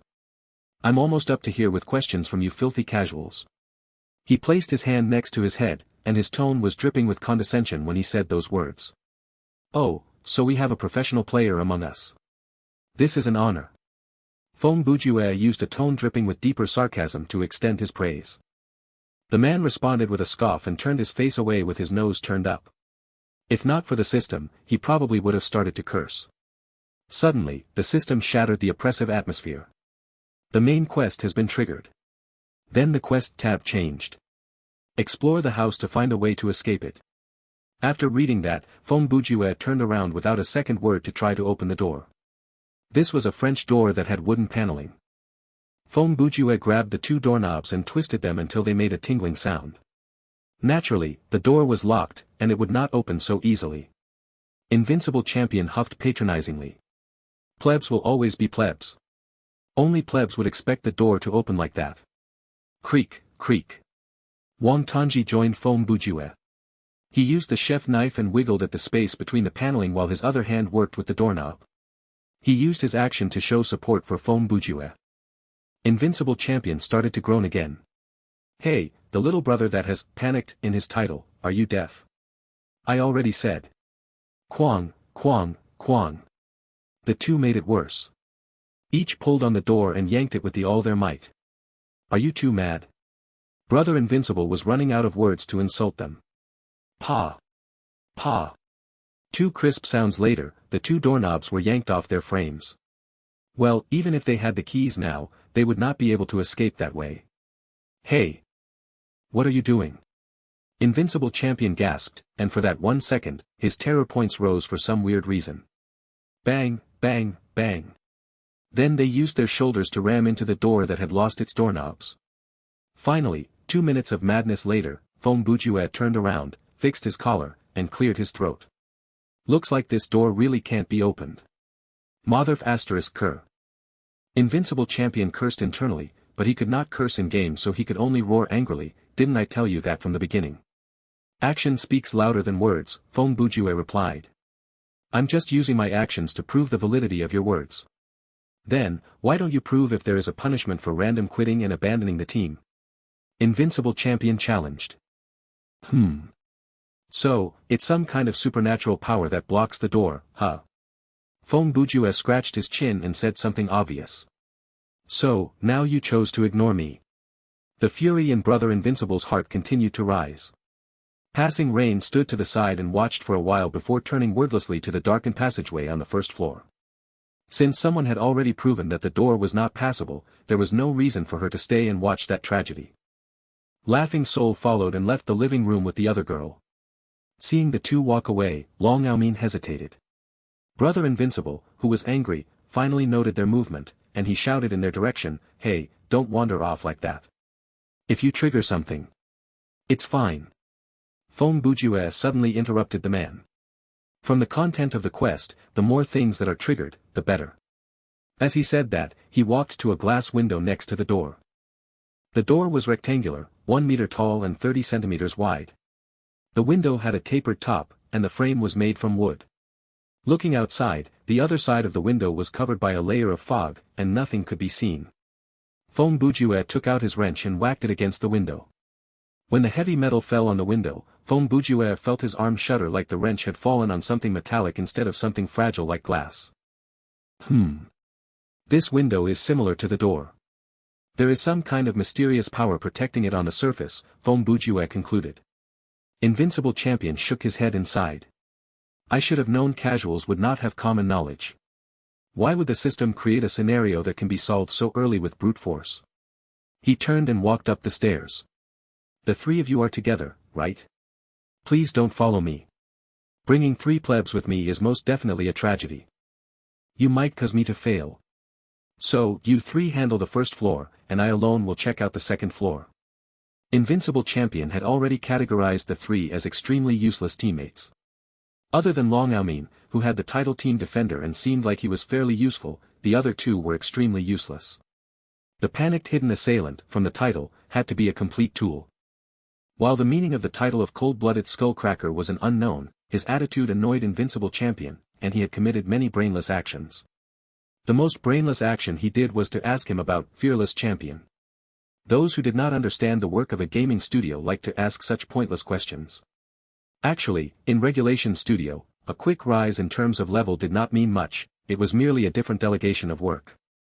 Professional gamer was a valid career in 2055. Among the career paths, the most abundant was the small-size gaming studios. They saw themselves as professional, but their planning and administrative power were extremely lacking. Normally, the boss would also be the manager, accountant, and lead gamer. Most of the time, the boss would also have the heart of a gamer and thus be prone to using company resources to benefit themselves, like using group resources to gain some fame in the virtual game. Such studios were like mushrooms after the rain. It was a common affair for them to come and leave, and their income was very unstable. Such teams formed the foundation of this career. Moving upward, at the middle section of this career, most of them were small to middle size, but they had a certain degree of management efficiency and quality control. The difference between these studios and the lower groups was that these studios often had one or two celebrity players, meaning expert players in a certain field. For studios that focused on competitive games, sometimes one or two such celebrity players would be able to support the whole studio. But for most studios at this stage, they had moved away from the everyman for himself type of management and were able to effectively make use of the various resources available. To be frank, no matter the field, if one wanted to have a long career, then one had to plan for it. A gaming team without a plan was no different from a gathering of random players, they merely had more time to dedicate to gaming. At the top of the pyramid were top studios like Regulation. They had professional teams to manage the logistic, and the gamers were split into groups to complete their missions. In the 6-member group that was responsible to rush their level, each of them had a specific mastery and role to play. The item resources and information were provided by the studio in real life, and all the equipment and skill cards collected by the members were given to the level rush group first. Even an isolated member like Invincible Champion had his own role. Actually, his level was not that important, his main mission was to increase his fighting mastery and collect information. He could have skipped the other masteries, and it would not have mattered. The same went for equipment as the studio would provide him with those later. For the time being, all Regulation wanted was first-hand information, and Invincible's responsibility was to test out the actual effects of someone who focused on mastering fighting. Therefore, whenever a stranger asked Invincible Champion about the studio, his feelings could be summarized in a single word: annoyed. Firstly, that was confidential business information, so he could not talk about it, and secondly, even if he could, he had no interest sharing it with others. Okay, but Brother Invincible, you'd better be careful since you're alone, Foam Bujues said with a peaceful smile. After hearing that, Invincible Champion shivered. A curious feeling made his terror points jump like Foam Bujues' words were an omen that something bad was about to happen. He turned back to peer at the three in the living room. He turned back upstairs and tossed the thought out of his mind. Seeing his shadow disappear around the corner of the second floor, Long Aomin asked, Brother Foam, why did you put on such an act? You have to understand how the system works by now. Obviously, there is no chance that we can escape from the door and windows. Even if you wanted to test that out, there was no need to make such a big commotion out of it, right? Only then will he be able to think we don't know anything, Foam Bujues answered. Then he'll make the reaction that he just did, abandoning us dead weights and moving away on his own. Brother Ju, you're not planning to do something bad, right? This game bans players from attacking one's allies, Wang Tongji said. He had helped Foam Bujues earlier not because he was cooperating with him but because he really thought the door could be opened. I'm not going to harm him, I just thought it is more effective for us to split up for a scenario like this, Foam Bujues explained. At least the two girls shared the same idea and walked off on their own, but that fella is most likely not someone who would discuss the plan with us. From his perspective, he has the highest level, and he is the most professional. Therefore, it's natural for him to think he's the leader. If I suggested for us to split up, there was an 80% chance he would deny the idea. When I pulled on the door, he even tried to stop the two girls from leaving, so you can see from that, he was planning for us to move together in a group. Foam Bujues walked over to Wall and squatted down like he was observing something. But this is for the best, he has wandered off on his own. He used his palm to remove the layer of dust and spider web on the wall. We should split up as well. When the main quest is updated, we'll come back here to meet up. Xiao Tan was shocked. We're going to split up as well. As I mentioned earlier, it's more effective this way, Foam Bujues answered without taking his eyes off the wall. Don't worry, this kind of place usually has a haunted setting, so the main purpose of the scenario is to scare people and set up puzzles. The only way you might get hurt is from traps, so just be careful when you're exploring. Before he finished, the system audio said, side quest triggered. The three looked at the quest tab. The original main quest was still there, but below it was a new quest. Find all 6 parts of the haunted palace. Current progress, January 6th. What does that mean? What is this haunted palace? Wang Tongji asked. Your next question is going to be, can you eat it, right? Foam Bujues asked. I've already passed the age where people will find me cute for asking question like that. Plus, I'm being very serious, okay? Wang Tongji argued. Well, take a look for yourself. Feng Bujue stood up, allowing Xiao Tan and Brother Long to see what he had been inspecting earlier. When the two leaned closer, they discovered handwriting on the wall. It seemed to be carved with some kind of knife, and the words were all in English, but the players could open their menu to see the translation. It seemed to be an English couplet that read, "In the greenest of our valleys, by good angels tenanted, once a fair and stately palace. Radiant palace reared its head. In the monarch thought's dominion. It stood there. Never seraph spread opinion. Over fabric half so fair. What is the meaning of this?" Wang Tongji was befuddled by the poem. This is probably an article called The Haunted Palace, and there are 6 stanzas in total. Long Yaomin made a guess. Both believed that, since Feng Bujue was with them, they could just ask him after all. The man seemed to know everything. However, when they turned around, they discovered that the man had gone missing. Brother Ju. Wang Tongji looked around and took one step back to look up the stairs to the 2nd floor. Where is he? He slipped away when we weren't looking. Long Yaomin looked around, and he could not see the man either. In the end, he could only shrug and sigh. He mentioned the benefit of splitting up earlier, so he must have slunk away when we were studying this poem. Then, let us go and look for some clues as well, Wang Tongji said. After all, Brother Ju did say that we will meet up here again after the main quest is updated. Long Yaomin nodded before starting to explore the 1st floor separately. They opened all the doors that could be opened, paying attention to clues or other stanzas of the haunted palace. Inside the complicated corridor of the 1st floor, 2 female players moved forward cautiously. From the looks of it, they had already run into things like traps. Passing Rain had a glinting sword in her hands. Even though the item was only of normal quality, she managed to use this simple weapon to earn the title Heartless Decapitator. This went to show how good she was. Laughing Soul did not arm herself. Her conclusion was similar to Feng Bujue's. If this scenario featured mostly ghosts and traps, so there was no reason to use her guns. Laughing Soul, who walked at the back, suddenly stopped and said after a few seconds, "Huh. Seems like they've triggered a side quest." Passing Rain looked at the quest details and asked, "Should we cooperate to find this haunted palace then?" There's no need for us to specifically do that, Laughing Soul answered after thinking about it. For now, we have no idea what that is, and furthermore, haven't we been looking for clues all this time? Okay, then. Let's continue, Passing Rain said before resuming their exploration. On the 2nd floor, Invincible Champion was standing inside a very large room. Similar to the living room, the windows in this room were long and narrow, and they were placed high up on the wall, a distance away from the dark rubber tree wooden floor. A reddish glow filtered through the window, and it landed on the more conspicuous things in the room, but the question was, on such a dark night, what could be giving off this red glow outside the window? Invincible Champion had trouble peering into the further corners of the room or the carved paneling on the edges of the walls even with his good eyesight. Of course, these details mattered not to the man. After all, what was the point even if he had a good look?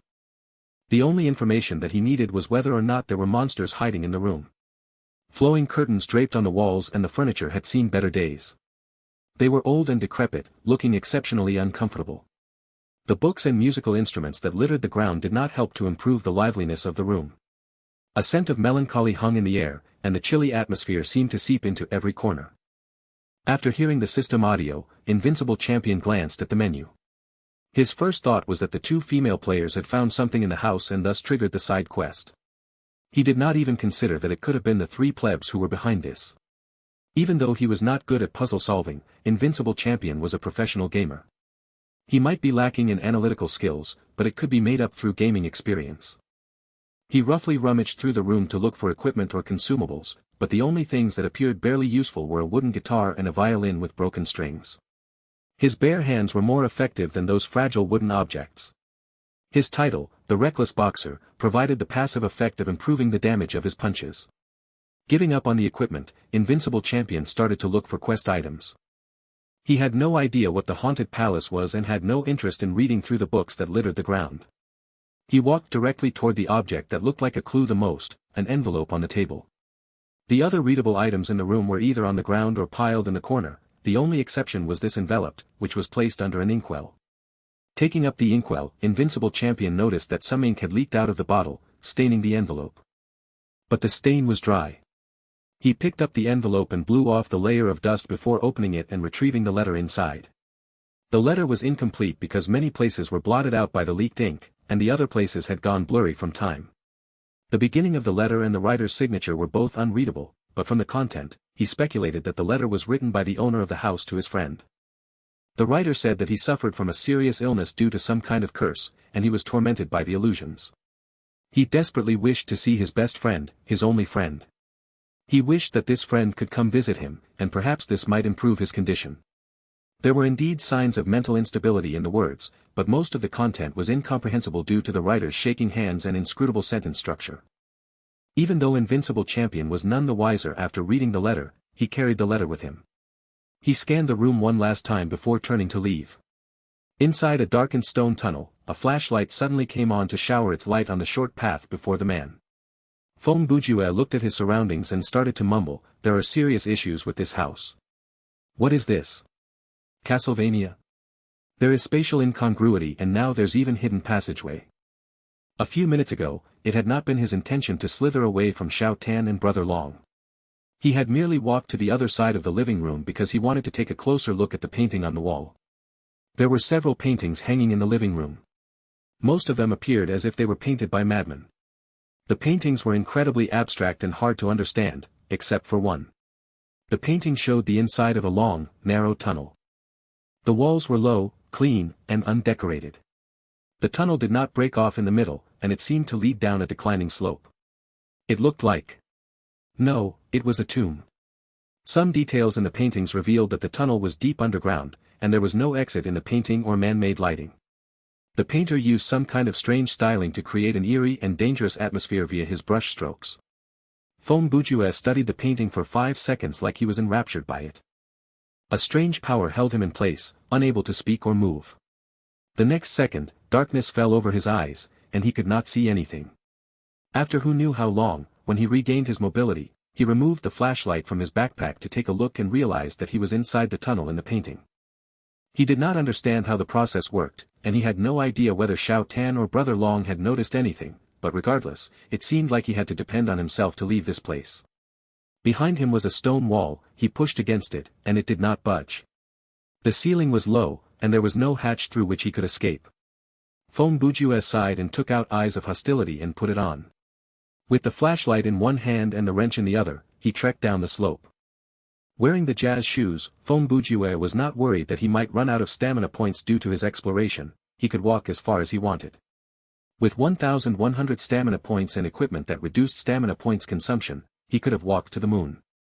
Even if the place was as big as Castlevania, he was confident that he could explore the entire map. He walked down the path for about 10 minutes when Feng Bujue's flashlight suddenly flickered. He shook it several times and slapped its body twice, thinking to himself, has the battery run out? That doesn't seem possible. I didn't use it that long during the previous scenario. Is it already broken? That's even less possible, it's made in China, and I have confidence in our country's products. Suddenly, a curious whisper came from the front. Let me out. The voice came from around 10 meters in front of Feng Bujue. He moved his sight away from the flashlight and looked down the tunnel. Right then, the flashlight died, and everything descended into darkness. Then, the light flickered temporarily, and it captured a white shadow that was standing alone in the dark. From its shape, it appeared to be a woman. Her body was wounded, and her frame was slight. Her white clothes were covered with blood stains. Due to the brief appearance and the problem of lighting and distance, Feng Bujue could not see her face at all. The light disappeared, and Feng Bujue's world dropped into darkness again. However, that scary image was burned into his retina, and then following that was a desperate wail. Let me out. The sound of flesh ramming against wood echoed in the darkness. There was the sound of friction and the sound of chains rattling. Underneath all that, there was a voice that traveled from afar, like someone was howling in grief deep inside the dungeon. 30 seconds later, the flashlight returned to normal. It stopped flickering. After experiencing that, Feng Bujue's expression did not change. If anything, he sighed in relief. So, the flashlight is not broken. The flickering is due to the plot. Right then, the system audio said, side quest progress updated. Feng Bujue examined it, and the quest for finding all 6 parts of the haunted palace had increased to February 6. Naturally, someone else had found the other stanza, but unfortunately, the detail of it was not provided in the quest tab. At the same time, Wang Tongji and Long Aomin, who were on the first floor, squatted next to the kitchen oven, studying the second stanza of the haunted palace, which was written down using something akin to coal. Banners yellow, glorious, golden. On its roof did float and flow. All this, was in the olden time long ago. And every gentle air that dallied in that sweet day. Along the ramparts plumed and pallid. A winged odor went away. Arg. I don't understand it at all. The poem entered Wang Tongji's left ear and exited the right. He poked his head into the oven and looked up the chimney. He came out with a face blackened with soot and coughed. It's too narrow, there's no way we can get through here. Initially, when Long Aomin did not respond to him, Wang Tongji did not think much of it. But several seconds later, when Wang Tongji turned around, he discovered that Long Aomin was acting strangely. His eyes were bulging as his lips opened and closed. It appeared as if he was shouting, but Xiao Tan did not hear anything. This made a chill run up Xiao Tan's spine, and then he immediately noticed something. The words that he tried to speak did not come out of his throat. The scenario was scary for those involved, but it was quite a funny scene for those observing. 2 men who did not understand sign language were gesticulating wildly, complete with deep expressions and moving lips. In the end, neither of them understood what the other was saying. The most suitable things to say might have been, "Are you sick? Do you have any medicine? How much do you have? How much do you normally eat? Eat as much as you have you lost your mind?" But in reality, that was not what they said. "What's going on?" Wang Tongji tried to ask. "What you're talking about? What is the meaning of your hand gestures? It's the dark layer on your face that's behind this." Long Aomin attempted to tell him. From Long Aomin's perspective, things were quite clear. The coal on Wang Tongji's face was like a living mask, and it was showing a weird smile. The expression of this black face was not related to Xiao Tan himself, it seemed more like a face that was floating on Xiao Tan's own face. In the end, Long Aomin came up with an idea. He found a cloth in the dirty kitchen and held it before his face. He moved the cloth around in a clockwise manner and then used his finger to point at the cloth and then at Xiao Tan's face. The latter finally got it. He grabbed the cloth and rubbed his face as fast as he could. When he removed the cloth, the 2 regained their power of speech. My God! What kind of monster was that? Wang Tongji looked at the cloth in his hand. The black face appeared to be printed on the cloth, retaining its shape as it transferred from Xiao Tan's face to the cloth. By then, Xiao Tan's face was clean, without a bit of dust. Even though I have no idea why the system came up with something like that. Long Aomin realized that this thing would not cause any physical harm and was not particularly scary. Other than pranking the players, he really could not come up with any purpose for it. But I think it's safer for us to burn it. Long Aomin grabbed the cloth and found 2 flints resting next to the oven. Feng Bujue continued to move forward. The scary encounter from before did not affect him at all, he powered on like usual, feeling no extra pressure. It did not take him long to reach the end of the tunnel, to a cramped and damp underground cellar. There was a jail door inside the cellar, which was nothing surprising. In olden times, the cellars of these types of large houses were normally used as a jail, and now it was used as a place to store a coffin before its burial. The floor and walls were carefully covered with a copper layer. The iron jail door was surprisingly heavy. As it swung open, the chain would create a sharp creaking sound. There was a coffin sitting in the middle of the room. Standing a few steps away from it, he shone his flashlight on it. The coffin lid was not nailed shut. In fact, the coffin was not even fully closed. Feng Bujue walked through the door, but he did not hurry to open the coffin. Instead, he used his flashlight to shine around the room. He did come up with something. On one of the walls, he found another stanza to the haunted palace, and this time, it was written in blood. But evil things, in robes of sorrow, assailed the monarch's high estate. Ah, let us mourn. For never morrow shall dawn upon him, desolate. And round about his home, the glory that blushed and bloomed is but a dim remembered story of the old time entombed. It's the 5th stanza, it seems, Feng Bujue mumbled after reading it. The system audio came soon after, side quest updated. And the quest detail became, find all 6 the haunted palace. Current progress, March 6th. Feng Bujue walked over to the coffin. Holding the flashlight in one hand and his other gripping into a fist, like knocking on a door, he tapped on the coffin lid 3 times. Hey, Miss Madeline, are you there? It was unclear where the man had gotten that name. As time moved on, Invincible Champion's terror points grew to 15% and stabilized around that number. The reason for his panic was not because he ran into an actual monster but because, after searching around for a while, he could not find a way to leave the second floor. Each corridor, each room, the paintings, lamps, and decorations looked so unfamiliar yet familiar at the same time. The building showed spatial anomalies because it was much bigger inside compared to how it looked from the outside. The length of the corridor seemed to change at any minute as well. When he went down the corridor, counting the number of the doors, he would get a different result every time. So far, Invincible Champion had not reached the end of any corridors. Whenever he thought that he had reached the end, there would be a new corner or a junction. The exhaustion to stamina points when walking was negligible. Only when the player was walking for a long time would the deduction be noticeable. This was different from real life.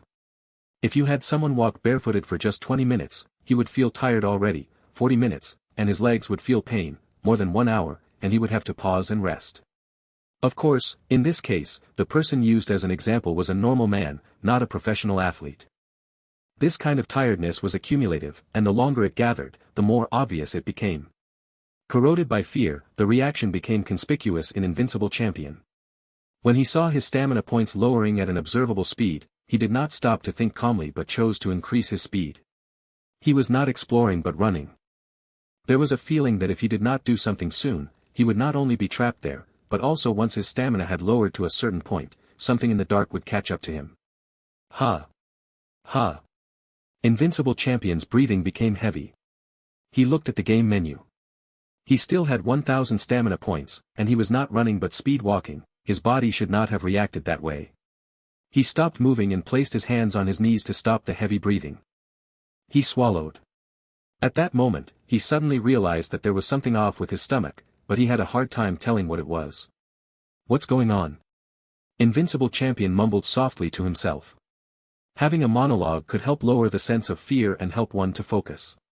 Suddenly, he caught something out of the corner of his eye. He turned around and was shocked to realize that there was a mirror next to him, a rectangular mirror that was 2 meters tall and embedded into the wall. The mirror had a carved wooden frame, which was simple but exquisite. This is weird. Was this thing here earlier? He could not help but ask, and confusion colored his face. By then, Invincible Champion had been focusing his eyes on the way forward, his eyes targeting the end of the corridor. He stopped counting the doors on the side and naturally would not pay attention to decorations like paintings, lamps, and statues. But the corridor he was in was not wide, and this was the first time that something like a mirror had shown up, a large one at that. There was no reason for him to miss it. When Invincible Champion noticed the mirror, he was facing it from his side. Currently, he was bent over with his hands on his knees. However, once he shifted his focus to the mirror, he stood up straight and turned to face it. Once he did, he also collapsed from the shock.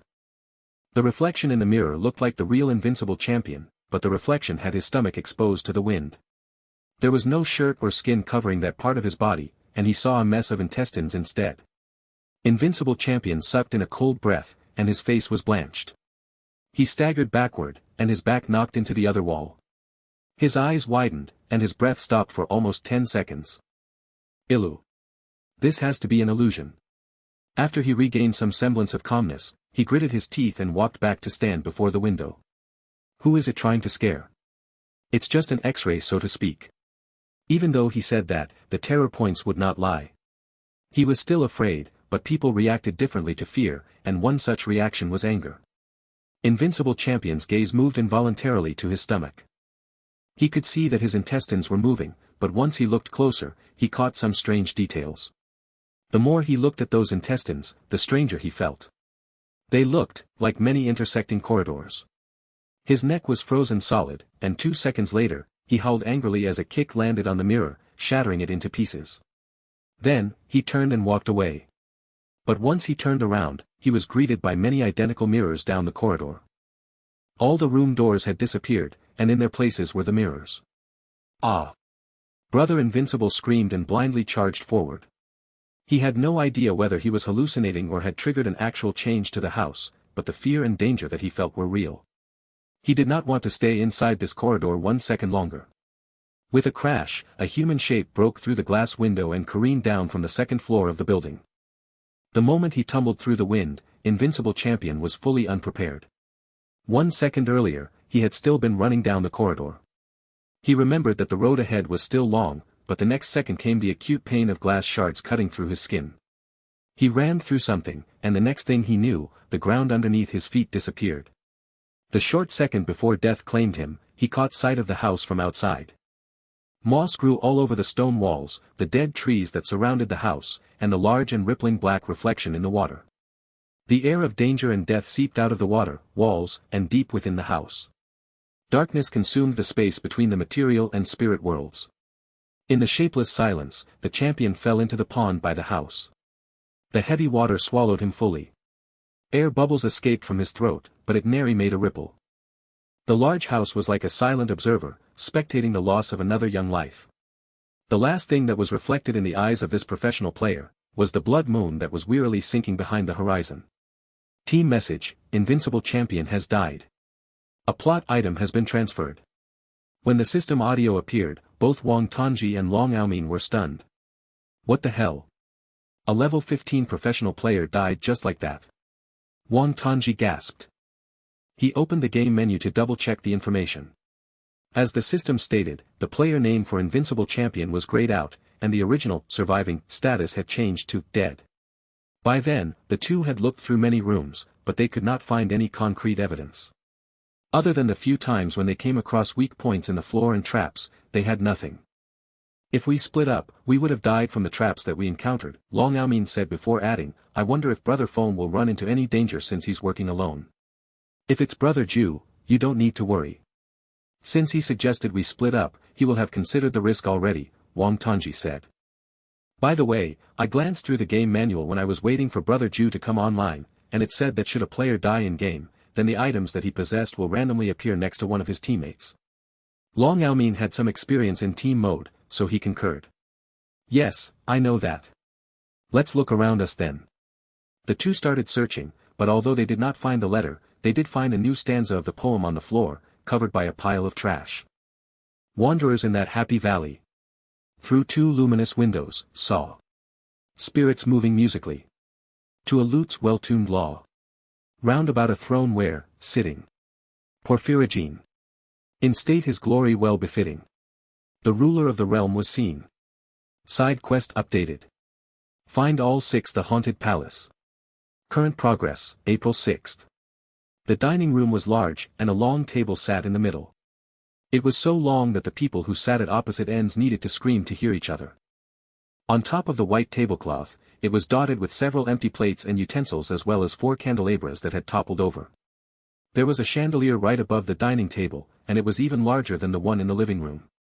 However, it did not seem to be working, the light in the room came instead from the lamps on the wall. The wooden chairs were a mess, and a few were even lying on the ground. Some of them had not been moved for so long that there were spider webs attached to them. When Passing Rain heard the system announcement, she paused for just a second before continuing her search, the expression on her face still as cold as snow. It was Laughing Soul who first chuckled and said, that big brother who looked quite formidable is dead. Formidable? Passing Rain asked. From where did you see that? Well, his level is high, and he's a professional player, Laughing Soul answered. Passing Rain used her sword to lift a part of the tablecloth. She answered without stopping her investigation, our level will continue to rise, and we too can call ourselves professional players. Cousin, you're purposely bickering with me again. Laughing Soul rolled her eyes at Passing Rain and grumbled, are you sure we can be so calm when the professional player is dead? Then, Passing Rain removed a letter from underneath the table. She said matter-of-factly, plot item. Item name, ink-stained letter. Item type, plot item. Quality, normal. Effect, unknown. Can be taken out of the scenario, no. Remark, parts of the letter are blotted with ink stains, making it not fully comprehensible. She handed the letter over to Laughing Soul and said, I doubt this thing has been lying underneath the table all this while. I believe it was placed here after the death of that invincible champion. Laughing Soul accepted the letter and opened it to read. Then she quickly placed it into her backpack. She licked her lips. If this letter is one of the important items to solve the main quest, then there is one possibility where the people who possess the letter will be assaulted by the mysterious power within the house, placing them in a dangerous spot. So that is why the professional player is dead. Passing Rain continued. But it's strange, Laughing Soul argued. There are 4 of them, so why only one of them is dead? And it is the strongest among them. Unless. There's no need to guess. Feng Bujue's voice suddenly appeared, and he walked through the door. Obviously, we split up. Laughing Soul and Passing Rain turned their heads to look at him, and Feng Bujue said, and from the fact that he was the first to die, we have to seriously question if he's the strongest among us. But his level is higher than you, and he's a professional player, Passing Rain told Feng Bujue, using the words that were used to convince her earlier. But our level will increase, and we can call ourselves professional players too. Does that make us strong players as well? Feng Bujue retorted with a smile. Laughing Smile smothered the laughter with her hand over her lips. Passing Rain's expression shifted slightly. How long have you been here? Just arrived, what's wrong? Feng Bujue answered. He really did not overhear the 2 girls' conversation earlier, he only heard the last sentence Laughing Soul said. Passing Rain was silent for 2 seconds before asking, are you the one who discovered the side quest for the haunted palace? Yes, Feng Bujue answered. I found the 1st and 5th stanzas. Are you the ones who found the other 2 stanzas? Laughing Soul shook her head. No, but we did find plenty of traps along the way. What exactly is this, the haunted palace? Passing Rain added. Is it a book or some kind of object? It's a poem. Wang Tanji also appeared at the door, and trailing behind him was Long Aomin. Your timing is perfect, Feng Bujue said. Which stanzas have you found? The good news is, we've found 2 of them, Long Aomin said. The bad news is, we cannot memorize them. Wang Tanji did not look a bit ashamed. In fact, he looked quite proud of that fact. Try to recite the key points, Feng Bujue urged.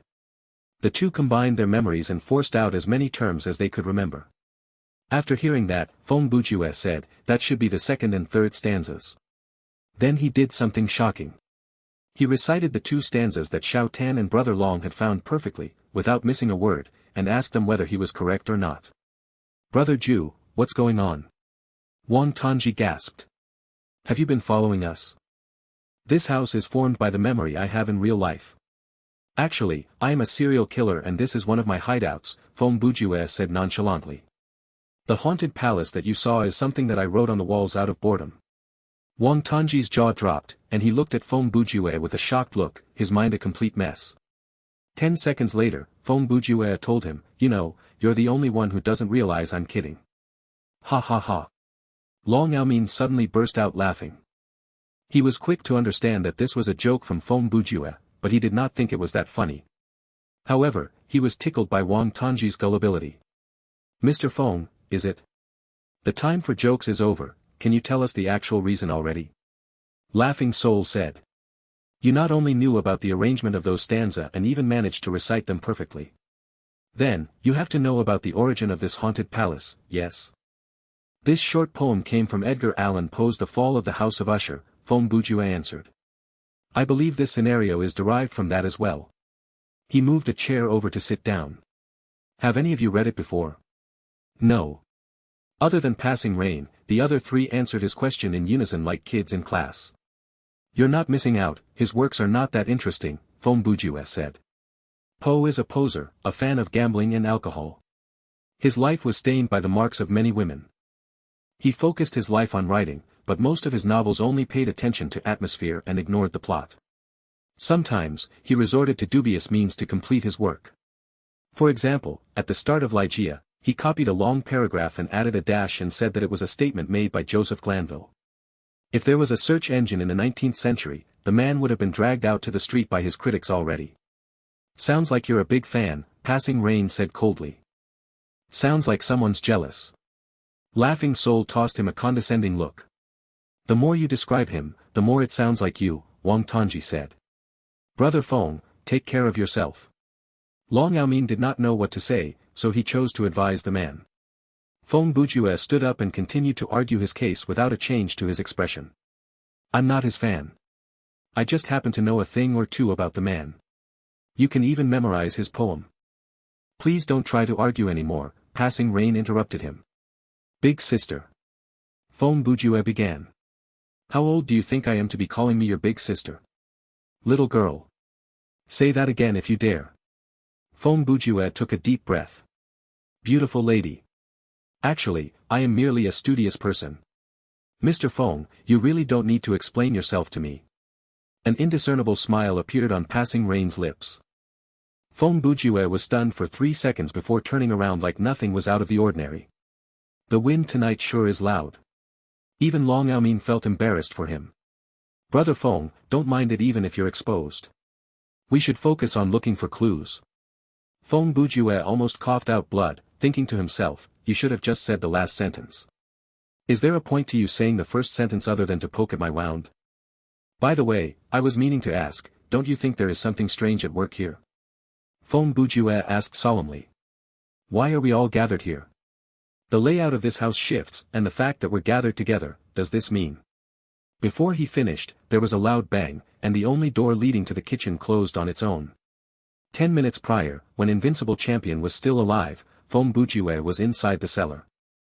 Feng Bujue knocked on the coffin lid and said teasingly, Hey, Miss Madeline, are you there?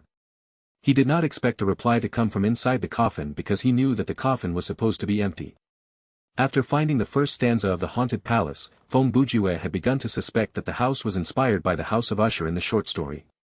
When he arrived at the cellar and saw the coffin and the 5th stanza on the wall, his suspicion was confirmed. Feng Bujue read many books, but that did not mean that he had a photographic memory. Other than the memories that were pushed out of his mind as trash, for the rest, like stories that he had once read, he could recover around 70% of the memory. To have the man stand there and recite all 6 stanzas of the haunted house from pure memory was impossible. Therefore, he needed Xiao Tan and Brother Long to issue some words to jog his memory before the other 2 stanzas become more clarified in his mind. Of course, Feng Bujue could remember the general plot of the short story quite clearly. Many people knew of the name Edgar Allan Poe. He was the founder of detective novels. His The Murders in the Rue Morgue was deemed as the first actual detective novel in modern literature, and he was the man who popularized the term detective novel when he published the story. But that was 1841, and The Fall of the House of Usher was written before that.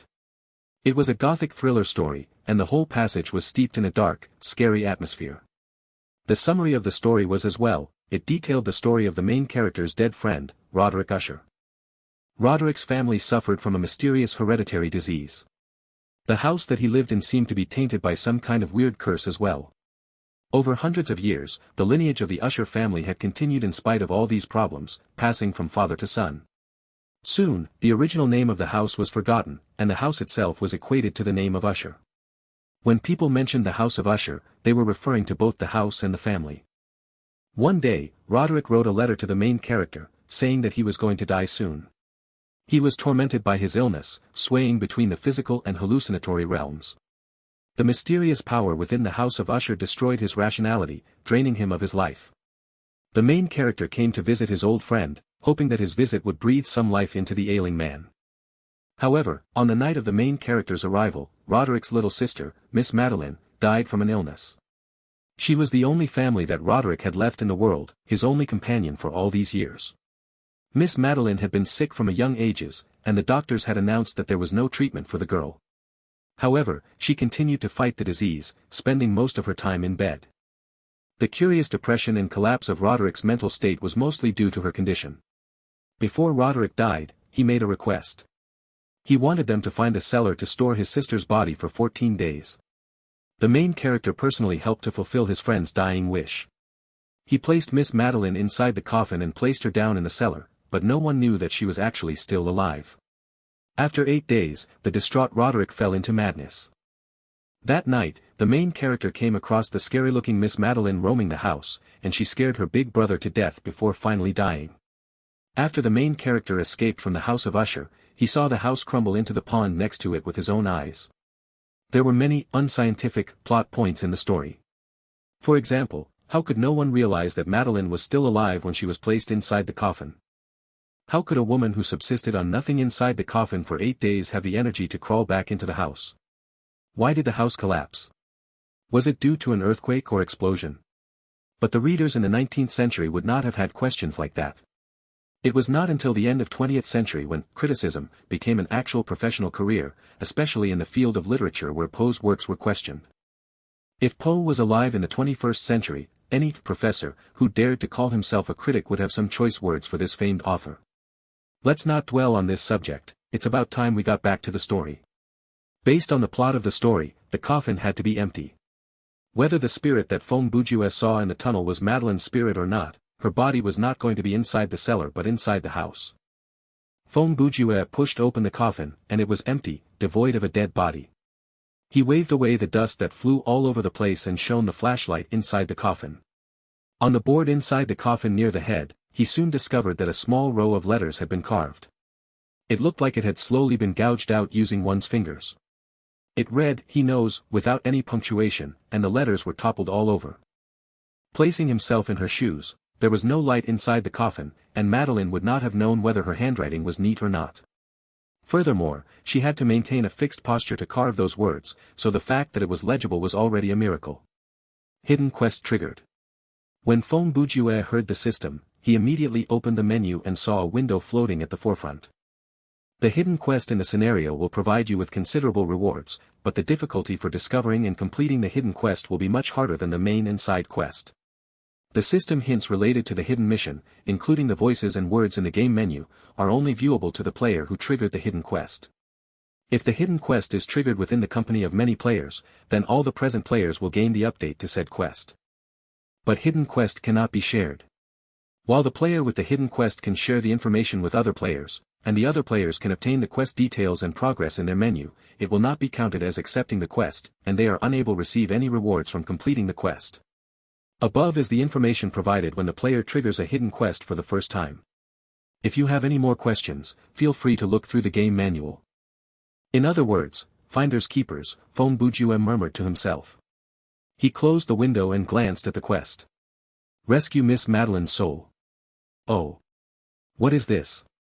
He had a brief idea of the scenario and its plot, but the main problem was, how was he going to escape from this cellar? He raised the flashlight again and made a closer investigation of his surroundings, but he found nothing. He turned his gaze back to the coffin. Other than the sentence and other scratch marks left on the wood, there was nothing worthwhile. Fong Bujue leaned the flashlight against the wall of the coffin, pointing the side that gave off the light upward. Then he bent down to pick up the heavy coffin lid and lean it against the wall. He looked on both of its sides, but there was nothing special about it. Wait a minute. Fong Bujue suddenly stopped moving and thought, the person inside the coffin should have been facing up, and technically speaking it is more convenient for the person to carve on the coffin lid. Even if she was worried that someone might overlook the carving on the lid, so she decided to carve it on the coffin itself, why isn't there any sign of a struggle on this lid? There are signs of kicks and scratches on the coffin itself, but the coffin lid looks brand new. Fong Bujue grabbed the flashlight and shone it on the lid leaning against the wall. He squatted down and focused his sight on this wooden board. He knocked on it again. The lid produced a sturdy sound of wood, it did not sound like it was hollow. Then, Fong Bujue made a very daring decision. He raised the lid and slid it over the coffin, closing it 2/3 of the way. Then he climbed into the box. He used his hands to move the lid close from within. Lying inside, he did not feel that comfortable, not because of any psychological effect but because the wooden boards were extremely hard. It felt like he was lying on top of a hard, wooden floor. Fong Bujue placed himself in the position of Miss Madeleine. He shone the flashlight at the lid and then said, "How did you get out of here?" Then, he raised one of his hands to push at the lid. To his surprise, the lid would not budge. Oh. Fong Bujue was shocked. He placed the flashlight next to his head and used all his limbs to push. He even kicked at it several times, but the lid simply would not budge. After some struggling, just as he wanted to take a breather, on the coffin lid, the piece of wood that was facing him suddenly bulged forward and slowly morphed into the shape of a human face. The gender of the face was hard to tell, and its voice was like that of an old witch. It told Fong Bujue, "Dying man, do you want to leave here?" "Yes," Fong Bujue replied. He did want to see what kind of tricks this coffin monster could be up to. "What can you give me?" the coffin lid asked. Then the system audio sounded.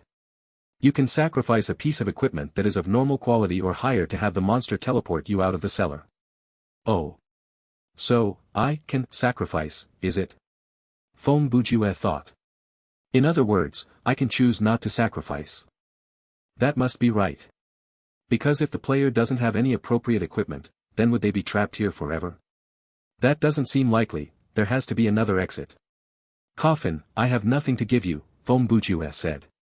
The face suddenly underwent a drastic change, the lips and eyes peeled open, and the face turned scary.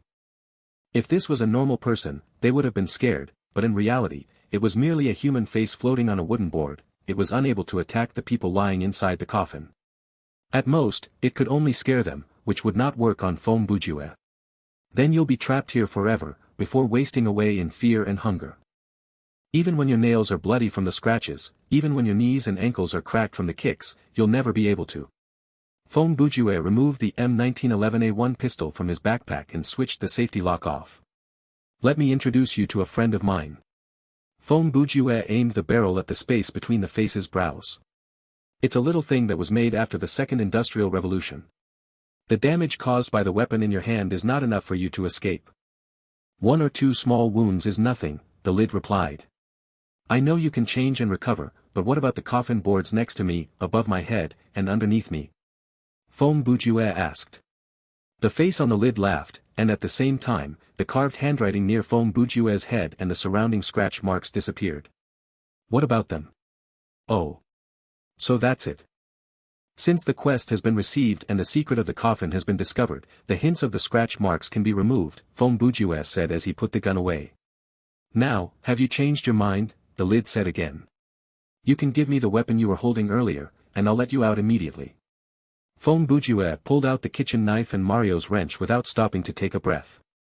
"Now you have 2 choices, one is to teleport me back into the house and end this happy conversation." He raised his arm to left a deep cut on the coffin board. "Or 2, I will cut you up into pieces and feed you into the oven." Several seconds later, Feng Bujue successfully reappeared inside the house, but he was not back in the living room where he disappeared from but in a corridor. There was a painting on the wall next to him, but the painting was not of an underground tunnel but a twisted and ugly human face. He did not stop to waste his time. He checked his life points, which were still full, and stamina points, which were high, and continued his exploration. "Brother Ju, this is... Wang Tanji was scared and began stuttering again. "If I don't interrupt you, are you going to continue, ing yourself?" Feng Bujue asked. "Brother Feng, how did you bypass the curse word censor?" Long Yaomin exclaimed.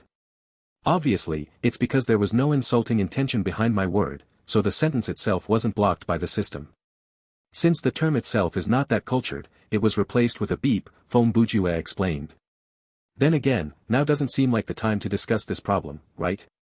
Bang bang bang. Hua la la. The sound of explosions and glass shattering happened consecutively. The lamps on the wall exploded at the same time, causing darkness to fall.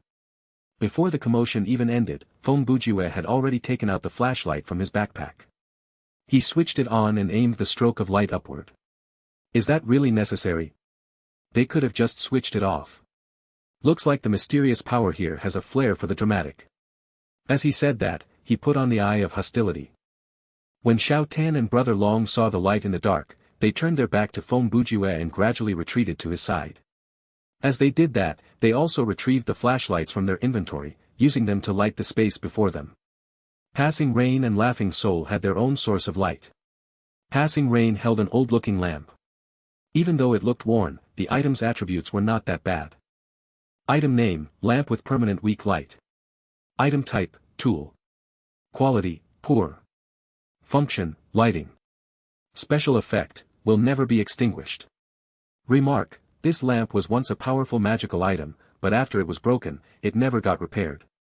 In its current form, it can only bring light to a 5-meter radius around the user. The brightness of the light cannot be adjusted, and it cannot be turned off. Thankfully, it has a fuel reserve that will never run out. She placed the lamp on the long table, and as the item description said, the lamp did not flicker at all and lit up the 5 meters around it. Laughing Soul took out a yellow miner's hat and switched on the light that it was attached to it. She held the hat in her hands. Perhaps the hat was uncomfortable or she did not think it was fashionable. The group all lowered their breathing to listen to the possibility of threat approaching them from the dark. Suddenly, there was a tingling sound coming from above them. They all looked up and saw the large chandelier above the table being pulled suspiciously by a mysterious force, and the person that it was aiming at was Feng Bujue. In the split second, the iron chain that held the chandelier suddenly snapped. The object that was half the size of a washing machine flew at Feng Bujue. The man's first reaction was to crawl under the table, but there was someone whose reaction was faster than Feng Bujue's, and it was not just one step faster. Passing Rain skipped and kicked at the chair behind her. She launched herself into the air. She was agile, but there was still a feminine grace that characterized her movement. The blade flew out of its sheath, and it glinted dangerously in the dark. With a clean cut, she slashed at the falling chandelier. After the chandelier's metallic frame split in half, the force that controlled the object disappeared, and gravity took over. The chandelier crashed noisily to the ground.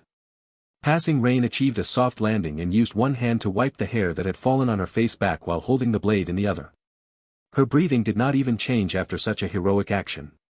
Impressive was too weak a word to describe it.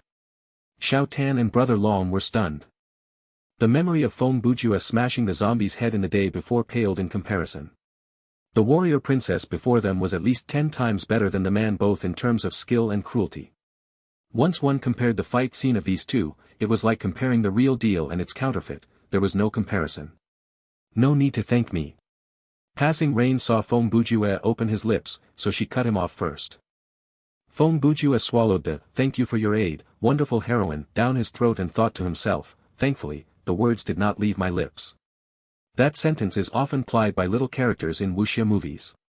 He cleared his throat and said, Passing Rain, can you turn that lamp brighter? No, Passing Rain answered bluntly. Can you let me look at it? Feng Bujue asked. Why? Passing Rain bounced the question back. I have a skill that can repair a machinery-type object for a short period of time, Feng Bujue explained.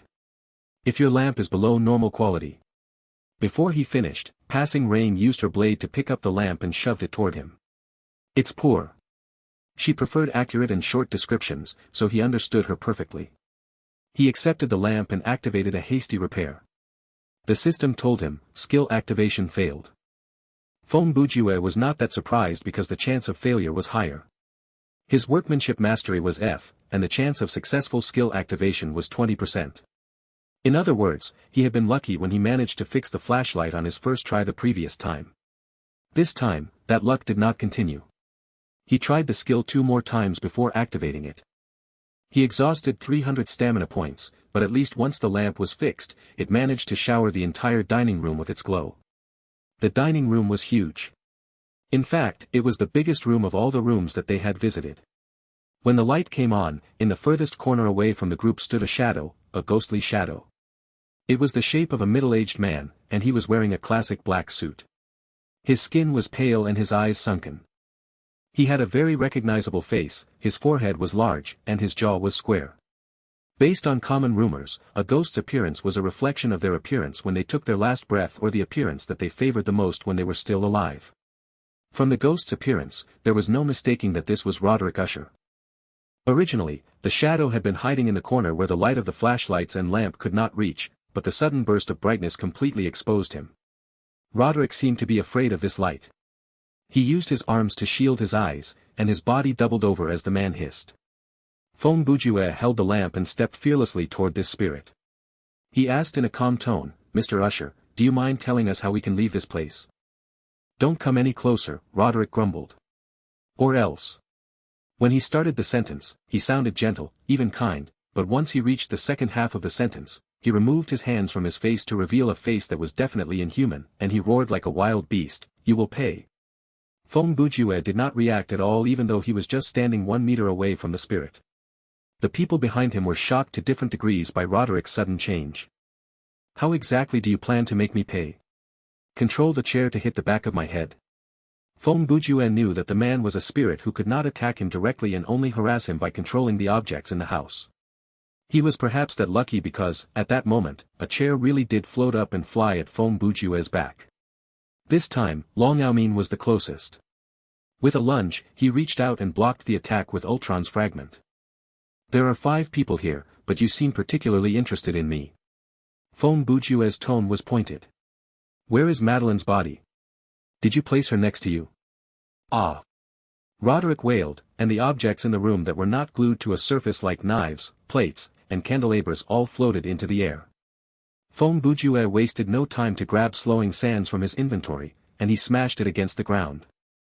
The item was able to slow monsters within 50 meters by half and could not affect the movement speed of inanimate objects even if they were in the area of effect. However, Roderick's telekinesis seemed to have affected as well, and all the floating items cluttered to the ground.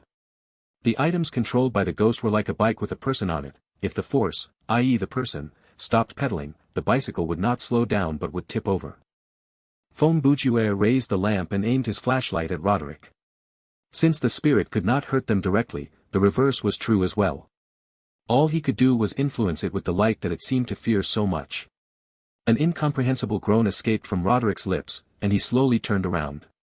He attempted to shield the light with his arms and escape, but he was too slow.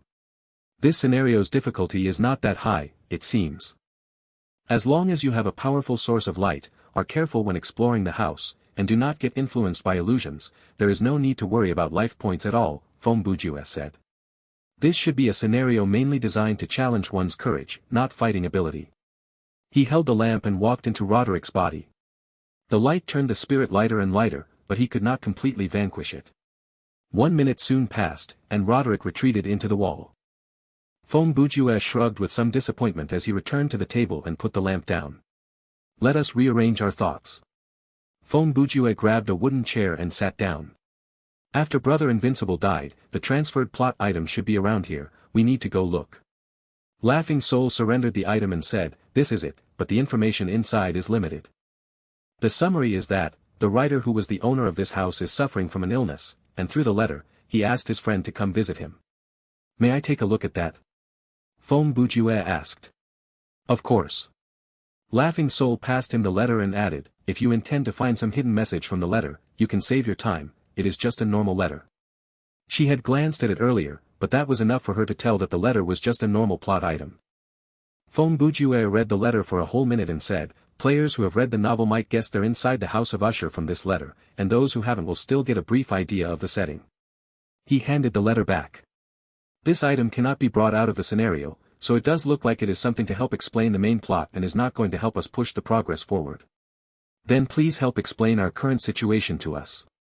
You seem to know the story very well, and the spirit earlier was obviously focusing his attacks on you even though I am the one with the plot item, Laughing Soul said. There has to be a reason behind that as well, right?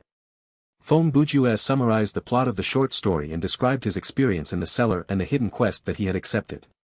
Then, the group could see the quest that he accepted in their quest tab, but they could only see it. Even if the quest was completed, only Feng Bujue would get the reward. When he was halfway though, the lamp on the table dimmed because the period of his skill's effectiveness was over. However, Passing Rain and Laughing Soul did not interrupt him and allowed him to continue.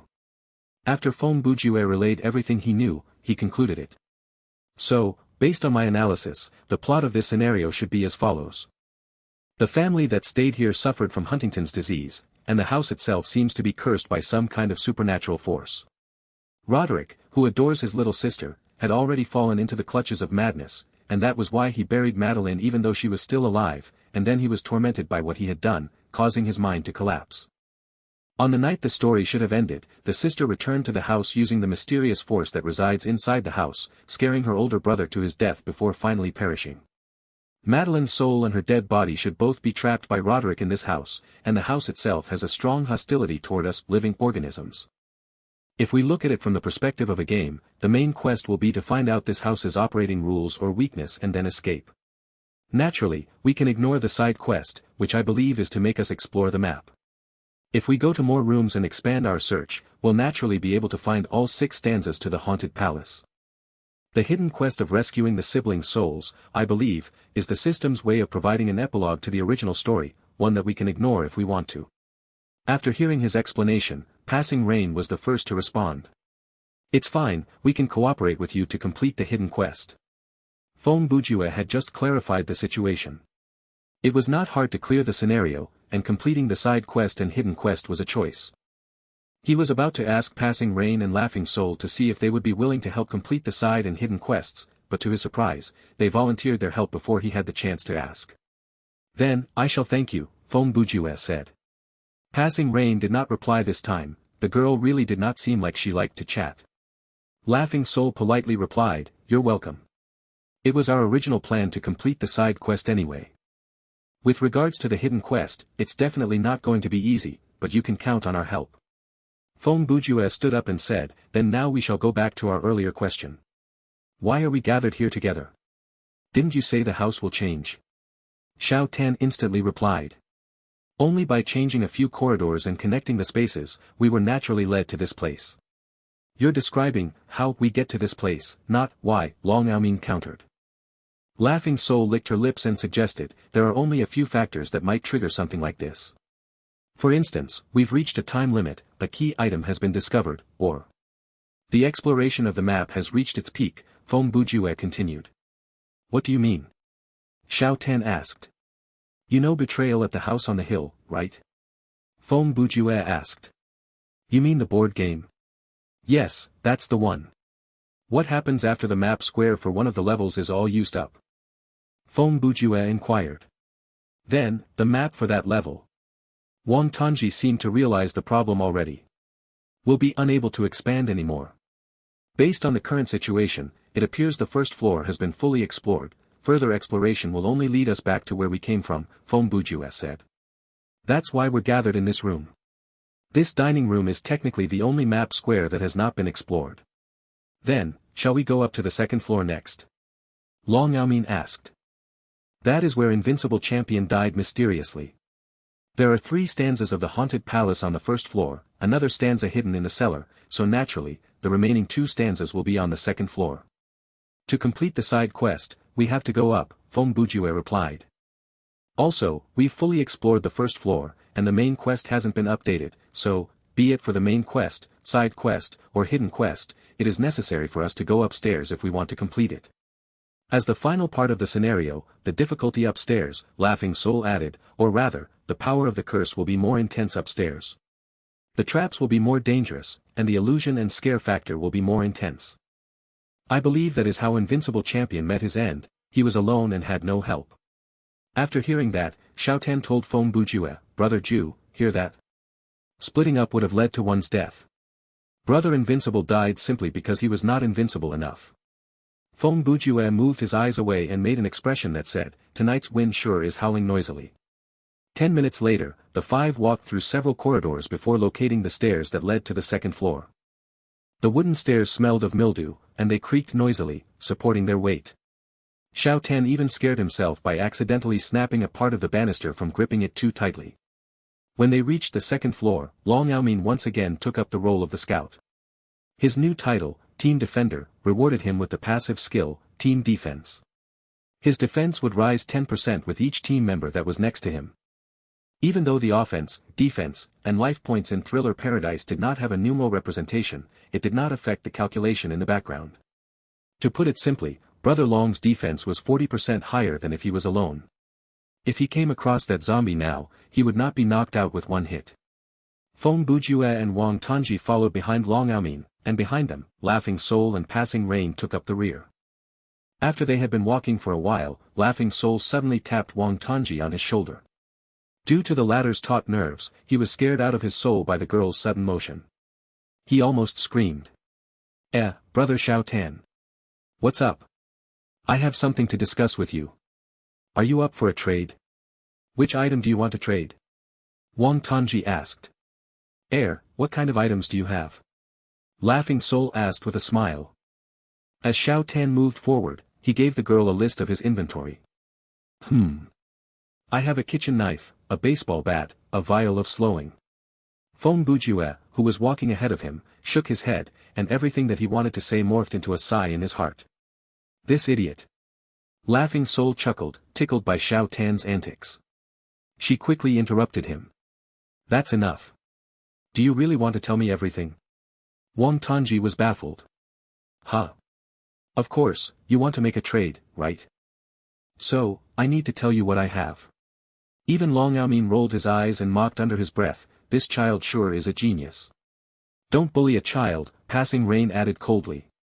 Laughing Soul giggled and then told Xiao Tan, I'm sorry, I was kidding with you. I really didn't expect you to tell me everything. Wang Tongji was still hung up over the earlier insult. I'm not a child. I'm 24 already. Feng Bujue finally lost it. He turned around and glared at Xiao Tan. I've realized, as you grow older, your intelligence seems to grow the other way. Huh? Xiao Tan was confused. Laughing Soul pulled on his shirt. Alright, I'm being serious this time. She handed him the miner's hat and said, I want to use this to trade for your flashlight. Xiao Tan looked at its attributes. The item was a piece of armor, one that came with a lighting tool. Item name, miner's hat. Item type, armor. Quality, normal. Defense points, medium. Element, none. Special effect, comes with a light but runs on battery. Equip requirement, general ability mastery F or workmanship mastery F. Remark, safe and reliable armor. The small lamp attached to it is very useful. So. I see that you don't have any headgear, so it should be a beneficial trade for you to exchange your flashlight for this, Laughing Soul said. Xiao Tan looked at it. Then, isn't that a clear loss for you? I don't like the yellow color. Plus, a girl wearing this looks rather dumb. She smiled slyly. But I think it will look quite good on you. There's no need. I actually already have headgear, Xiao Tan replied as he took out a new flashlight from his backpack. At the shopping complex, Feng Bujue had suggested that everyone take 2 flashlights, and Xiao Tan had been keeping the second one in his backpack. He handed it to Laughing Soul and said, I have 2, so I can just give you one. Laughing Soul widened her eyes and stared at Xiao Tan for 3 seconds. Hey, if you didn't tell me this, you'd be able to get some equipment for free. Don't you know that? Nah, I'd rather not look dumb. You can keep it for yourself. Xiao Tan smiled. When she heard that, Laughing Soul suddenly understood why they said that the scariest person was the innocent and kind person who was pushed too far. She accepted the flashlight and put the miner's hat back in her inventory. She grumbled with conflicted emotions, thank you. But her face did not look happy at all. Serves you right, Passing Rain added. Something's wrong. Long Yaomin suddenly stopped. Haven't we passed this corridor already? Since arriving on this floor, we've been walking down corridors that look the same as each other, Feng Bujue said. We took 1 left turn and 2 right turns, and the length of each corridor is different, so it doesn't seem like we're walking in circles. Have we fallen for an illusion or? Long Yaomin left the sentence hanging. He wanted to hear Feng Bujue's opinion. It should be an illusion. Passing Rain chimed in from the back of the team. She was standing before a large mirror and saw her reflection in it. Her body was normal, and there was no change to her outfit or equipment. The only difference was that her intestines were exposed. The next second, the whole corridor was filled with mirrors. This change was sudden, and there was no discernible sign of the space twisting. Feng Bujue turned to the nearest mirror and he stood before it. Not bad. It's even clearer than a CT scan. He walked closer to observe. Look, you can even see the details of corridors in the cross-section of the intestines. This is quite amusing. Brother Feng, aren't you too calm? Even Long Yaomin felt rather unsettled seeing this. However, Xiao Tan was comparatively calmer this time because he was used to dealing with human organs. Laughing Soul did not make much of a reaction. Her brows tightened, thinking how disgusting it was, while Passing Rain's unaffectedness could rival that of Feng Bujue. If we assume that Brother Invincible ran into something similar on the second floor earlier, Feng Bujue said, given that he was alone, walking through the seemingly identical corridors and the reflections in the mirror suggesting that he was trapped inside his own intestine, how would he react? Run. Passing Rain's answers were always so succinct. Yes. Feng Bujue nodded. So, we cannot do the same. We have to slow down. He died from running around in panic. Long Yaomin thought about it and said, then, does this mean the corridors are trapped? Like hard to discern metal lines hanging in midair. But we've been walking through the corridors, Xiao Tan argued. Why didn't we run into any traps? Have the mirrors always been around? Feng Bujue interrupted.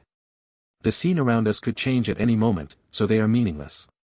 He used his fingers to knock on the wall by his side. The wall might look to be a wall, but it could be a door, a window, or even emptiness. He retrieved the baseball bat from his backpack. From now on, we cannot rely on things that we see. Feng Bujue walked to stand before Long Aomin. I will lead us forward while closing my eyes. He treated the baseball bat as a walking stick. You don't need to close your eyes, just follow behind me. Even if I look like I am running into a wall, or stepping on air, there's no need to call me out on it.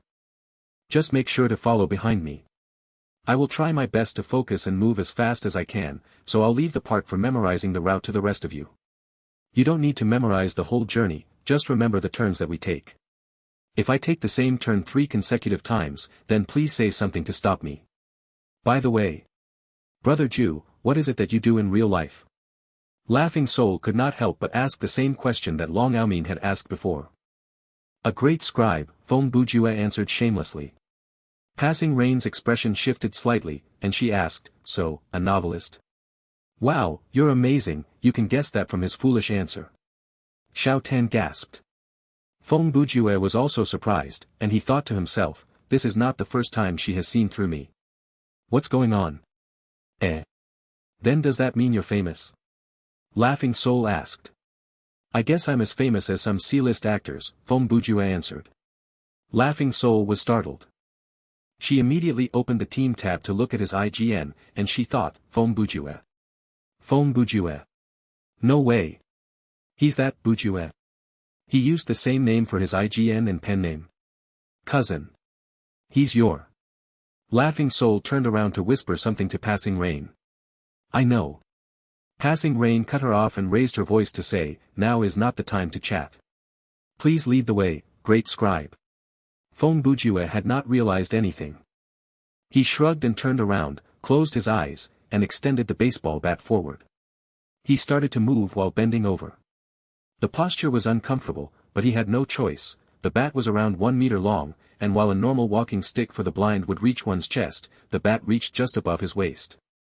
The speed slowed down compared to before, but for a blind leader, this was relatively fast. Everything was normal until they reached the first corner.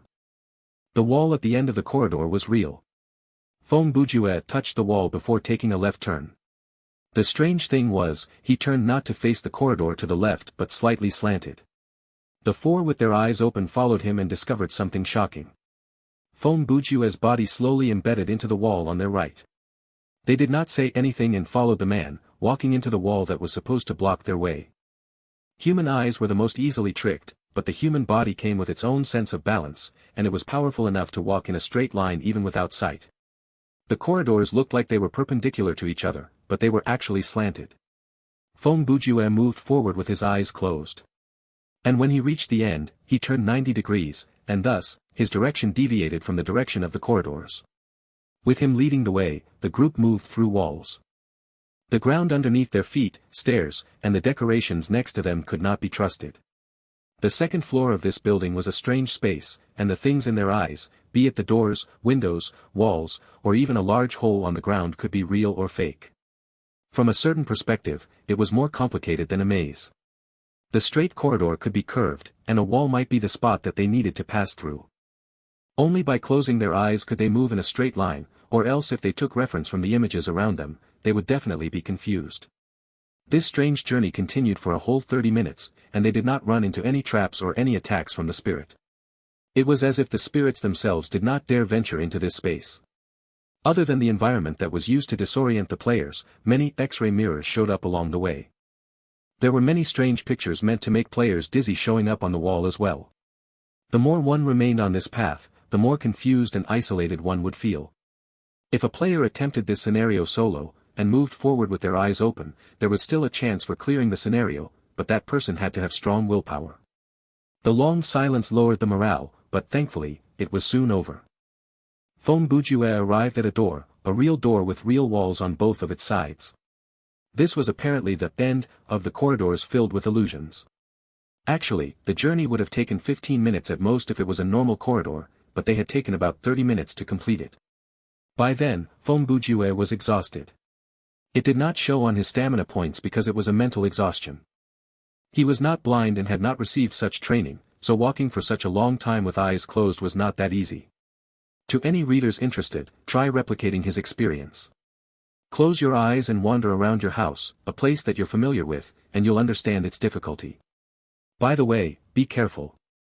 We've arrived, it seems, Long Aomin, who was second from the front, announced. Feng Bujue opened his eyes and took some time to get used to the small light.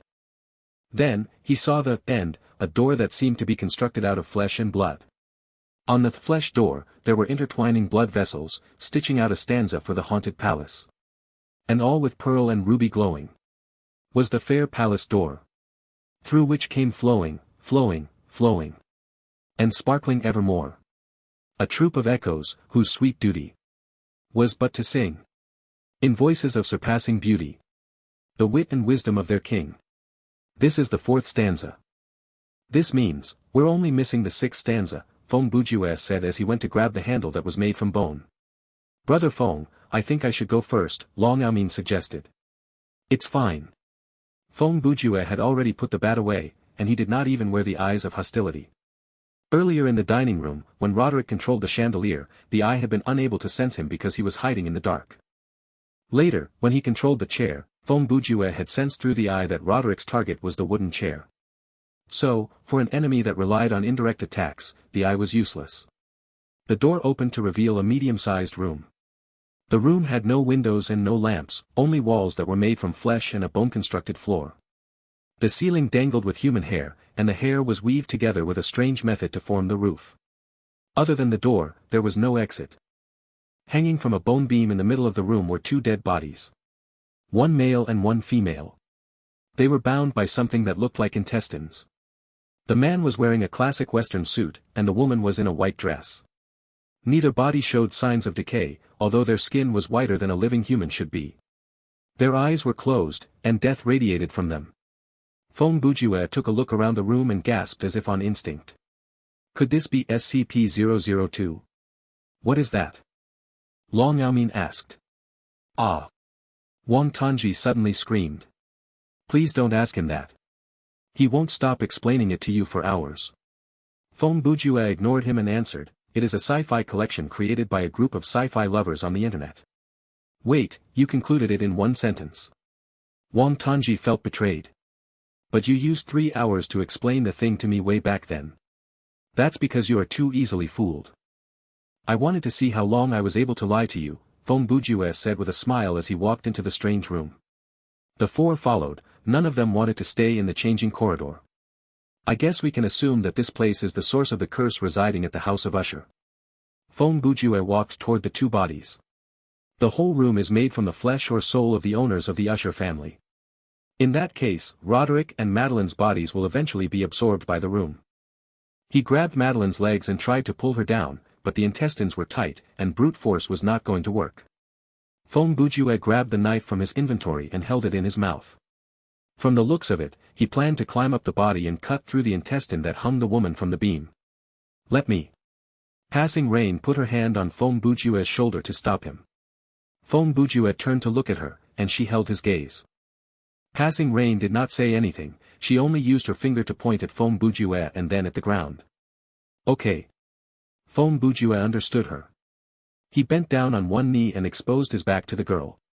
Passing Rain stepped onto his shoulders with her sword out. She leaped upward easily, and the blade arced through the air. The two intestines hanging the bodies snapped, and the two bodies fell to the ground. After Passing Rain landed on the ground, she told Feng Bujue, thank you. You're welcome. Feng Bujue thought that it should be him thanking her. Right then, Roderick's spirit reappeared. He materialized just outside the door, standing behind Laughing Soul. You will never change anything, Roderick said. His sudden appearance spooked Laughing Soul. She whipped her body around and aimed her flashlight at the door, but there was already nothing there. However, Roderick's body on the ground suddenly started to move. The intestine binding him loosened. When everyone's attention was turned on the door, the spirit controlled his own body to stand up from the ground to attack Feng Bujue. Feng Bujue was on high alert. Even though his eyes were turned to the door, when he heard the movement from behind him, he reacted immediately. He turned around, brandishing the knife, and the blade ran into Roderick's arm. Even though the dead body had regained its mobility, it was ultimately a creature of flesh. Feng Bujue's knife cut into Roderick's right arm, but it was lodged inside the bone and did not make a clean cut. Long Aomin's reaction was quick as well. Seeing this, he ran forward with the shield raised. He aimed it at Roderick's temple. Ultron's fragment was ultimately elite equipment. Combined with Long Aomin's impressive physique, that slash practically took off Roderick's scalp. The brain inside the skull was dark gray, and it looked like minced tofu, radiating an awful stench. Feng Bujue saw this and quickly used his free hand to grab the wrench and stab it multiple times at the body's chin. From the way he acted, it felt as if he did not do this, he would lose out on his chance to attack the man's head. Passing Rain realized that the two could handle this, so she did not volunteer her help. After some time, it was Feng Bujue alone who was attacking the body. With the knife in one hand and the wrench in another, he rained attacks on the body that had collapsed to the ground. It was not until Roderick's body was a messy splatter and the skull was cracked into smithereens that the man stopped and sighed. Now he shouldn't be able to get up. This time, even Xiao Tan, who was used to operating on dead bodies, was feeling sorry. With his hand over his mouth, he said, in his state, you could even use him as dumpling filling. How do you expect him to come back to life? Roderick's body was destroyed, and his spirit reappeared in the corner of the room. It's useless. My soul and body will eventually become a part of the house. It is no different, for all of you. Once he finished, the door closed, and the flesh on the wall started to move. Mouths opened on the wall, and they gnashed their sharp teeth. They were large enough to tear one's face off. Hey! Brother Ju, what do we do now? Wang Tongji took out his knife, but he did not know what to attack. Was he supposed to cut at the fleshy wall? Laughing Soul looked at the mouths on the wall with disgust. If something like a tongue rolls out from the wall, I'm going to surrender. Since we're eventually going to be consumed, why did you waste your energy to possess your dead body to attack me? Feng Bujue grumbled as he aimed the flashlight at Roderick's spirit, but the latter did not seem to fear the light anymore. Oh. You aren't afraid of light in this room? Feng Bujue said as he walked to Madeline's body and got down to the floor. Roderick's face was colored with fear. What are you doing? Madeline's soul refuses to be a part of the house. Her spirit temporarily appeared inside the cellar to ask me for help, Feng Bujue explained. I've given it some thought. The "let me out" that she said probably doesn't refer to rescuing her from the coffin because she had already escaped from there when she was alive. After getting a confirmation from Roderick's reaction, he stood up again and smiled. Madeline wants me to bring her body out of this room to prevent herself from being assimilated into the house like you. Roderick's face turned scarier, and the demon's face had completely taken over any semblance of man. Look around you, how do you expect to get her out of here? Are the images around me real? Feng Bujue replied. If the house can consume people so fast, then why are your two bodies so perfectly preserved? He walked confidently to the wall and reached out to touch the gaping maw. The rest did not say anything to stop him. Feng Bujue's tone and actions made people believe in him. Roderick could only glare at him and did nothing. Feng Bujue's arm phased through the flesh, and he felt a normal wooden wall underneath his touch. I thought so. The illusion has covered up this room's actual look. Then, now I only need to find. He suddenly paused. Well, I'm dumb, aren't I? Where else could it be?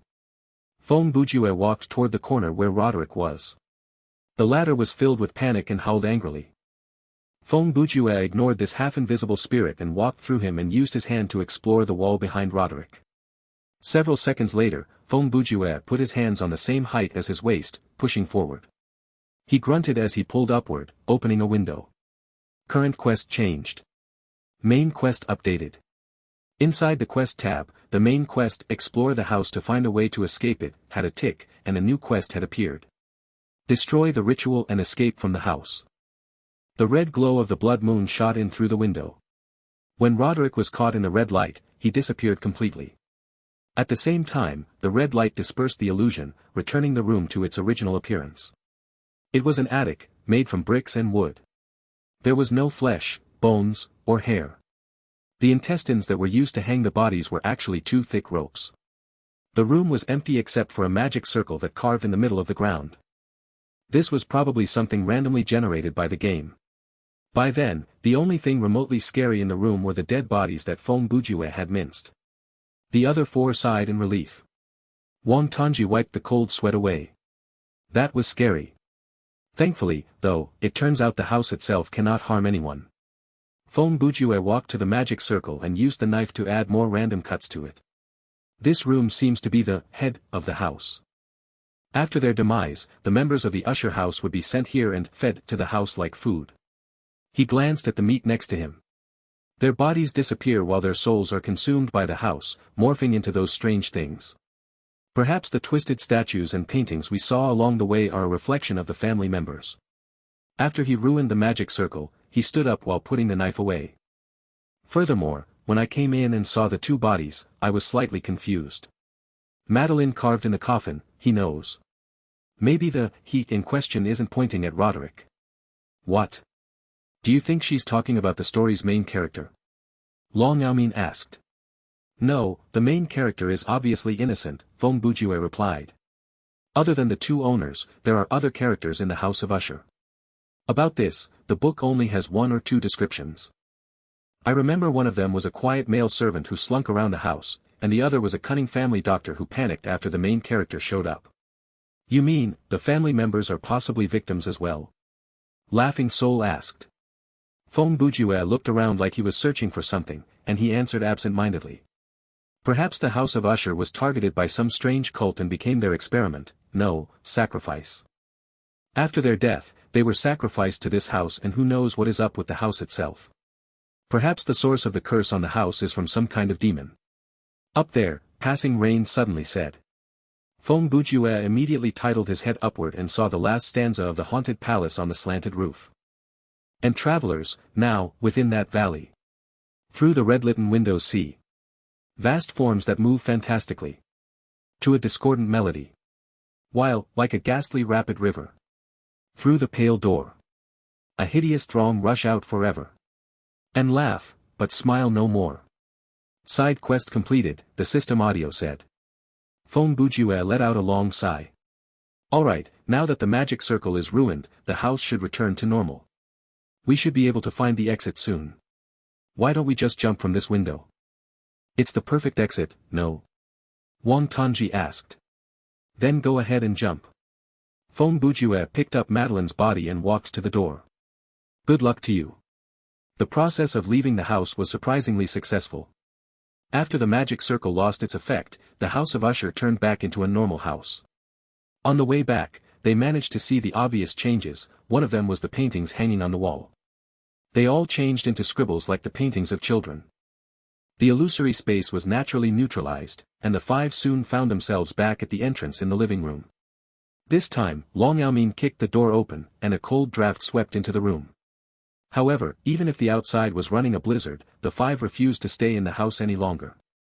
The group exited through the front door, and the system said, current quest completed. Main quest completed. Feng Bujue, who was carrying Madeline Usher's body, also heard, hidden quest completed. So, it only wants me to carry her out of the house, Feng Bujue said as he placed the body on the ground.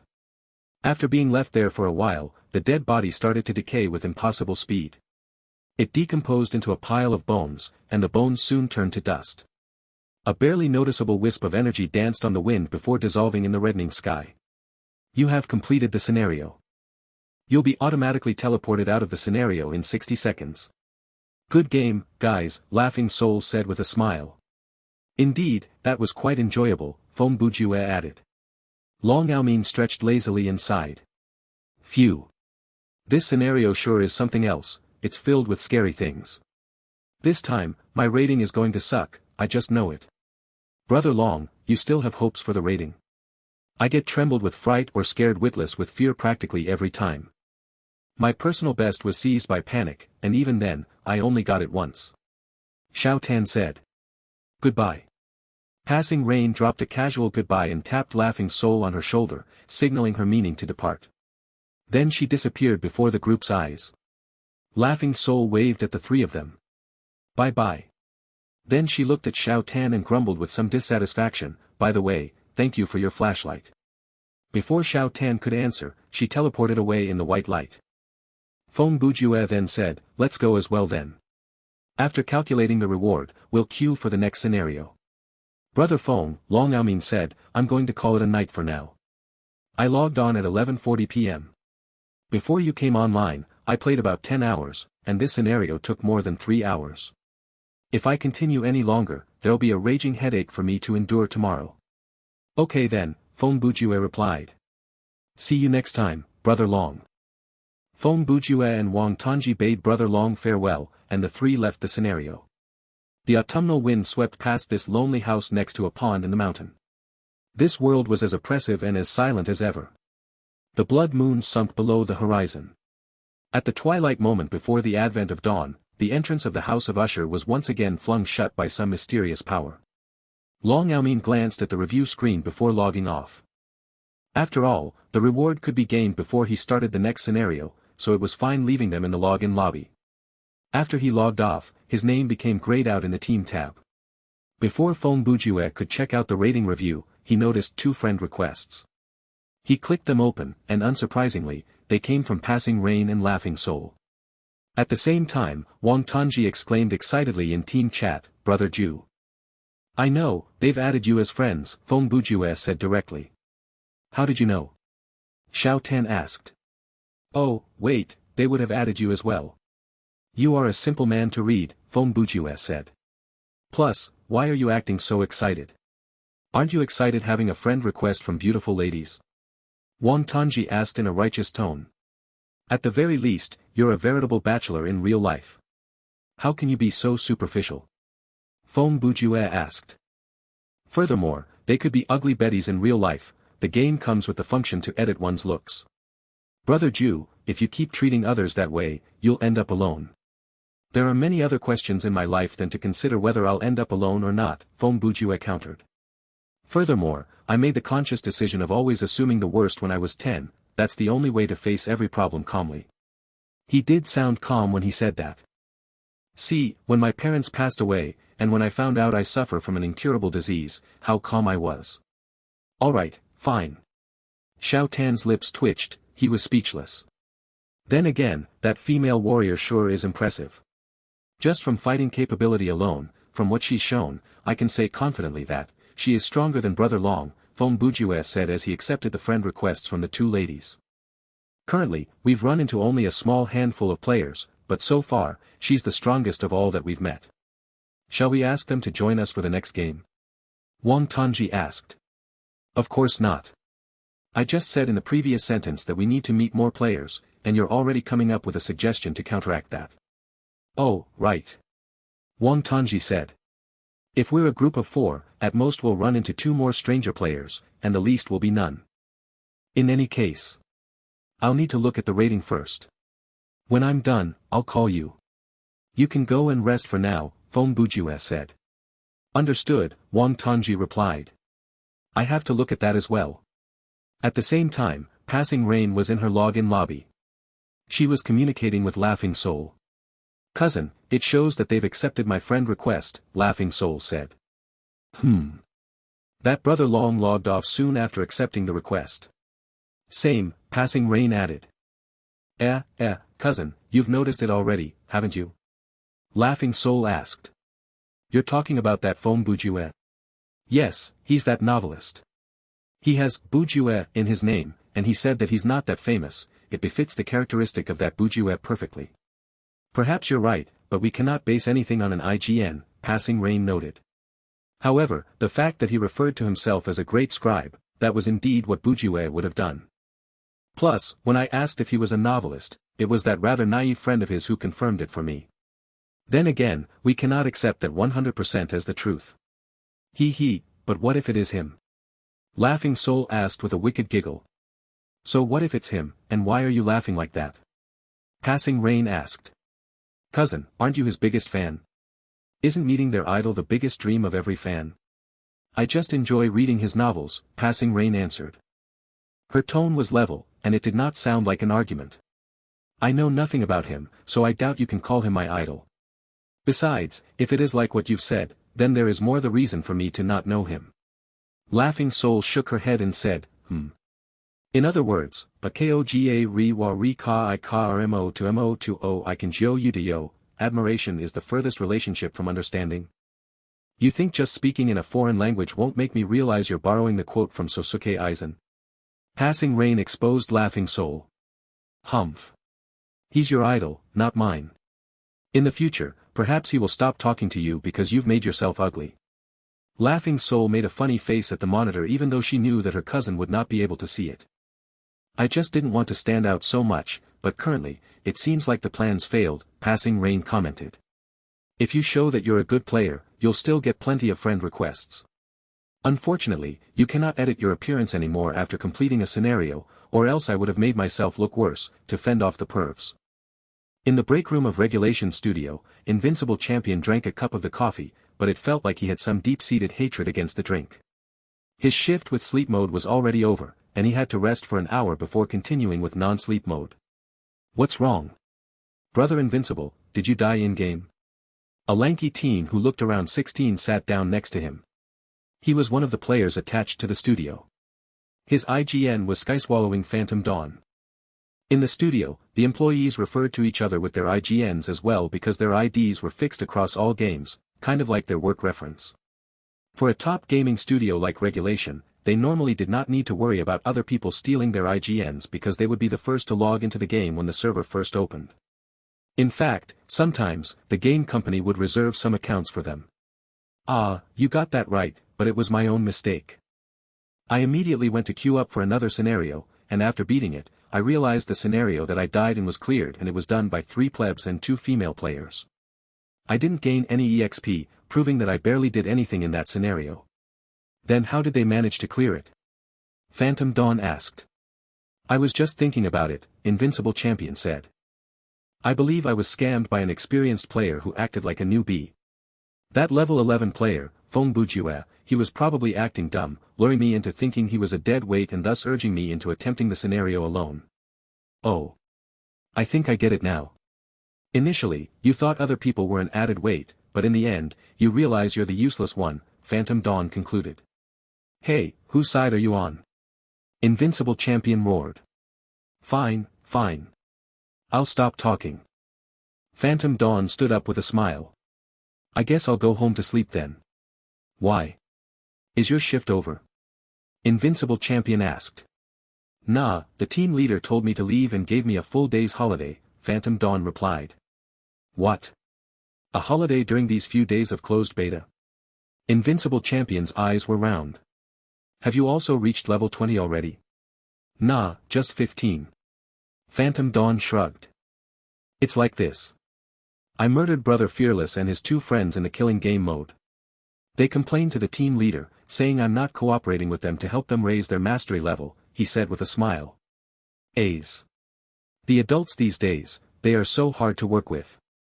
The scenario has been completed, calculating the reward. Obtained EXP, 1,650, game coins, 16,500. Obtained equipment, none. Completed/accepted quests, 2 out of 2. Completed special/hidden quests, 2. Unlocked world building, none. Time of terror points increase, 0, highest terror points, 0%. Average terror points, 0%. Your terror rating is, Embodiment of Valor. Extra reward obtained, can be selected later. Obtained skill points, 90. Additional rewards from skill points gained, EXP, 900, game coins, 9,000. Scenario cleared reward, skill card X1. Side quest cleared reward, additional EXP, 1000. Hidden quest cleared reward, a random excellent quality item. Calculation complete. Please continue. Feng Bujue looked through the rating review. His level did not rise, still level 11, but his EXP gauge had reached 4,911,000, and he had 77,000 game coins. His earlier worry of raising his level too quickly was unfounded. In reality, his speed of leveling was much lower compared to professional players. The EXP gained this time was average at best. The additional EXP and game coins given were calculated via the skill points gained. More specifically, when playing team mode, it was a multiplier of the skill points gained in terms of 10 times or 100 times, while for solo mode, it would be a multiplier of either 1 time or 10 times, and the difference was huge. The other factor to influence the EXP gained was the gaming time. For example, for this scenario, it was about 1 hour longer than the previous scenario, so even though the difficulty was not high, scenarios that did not rely on fighting were not considered difficult to Feng Bujue. The base EXP gained at the rating review was higher than the previous scenario. That EXP was not enough for Feng Bujue to rise in terms of level. Without unlocking the world building, he had to go through at least 4 to 5 team scenarios of such difficulty before he could level up. Therefore, life was not that easy for those studios' workers. Starting from the beginning of the closed beta, 8 a.m. on April 4 to midnight of April 6, there were about 40 hours in real life. Separating the hours into 2 connectivity methods and minus the necessary break time, it meant that they had fought for at least 5 days in-game before they reached the maximum level. The time Feng Bujue spent in the virtual world totaled up to less than 10 hours. Compared to professional players, he was indeed just starting out.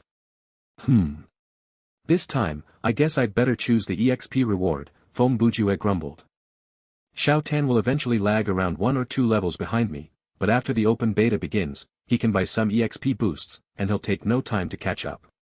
Now that I think about it, even though the speed of leveling slows down after level 11, but at least during the closed beta period, the difference of 5 levels is not that much. The difference of a level 10 and level 15 player is a 500 stamina points difference. Good equipment can temporarily improve one's power level, but raising one's mastery level and gaining skill is the real long-term solution. Just like the image of passing rain flying through the sky brandishing her sword appeared in his mind. Her level is not that much higher than mine, but that display of her skill, she should at least have a D in fighting. Thinking about that, Feng Bujue opened the menu to look at his mastery.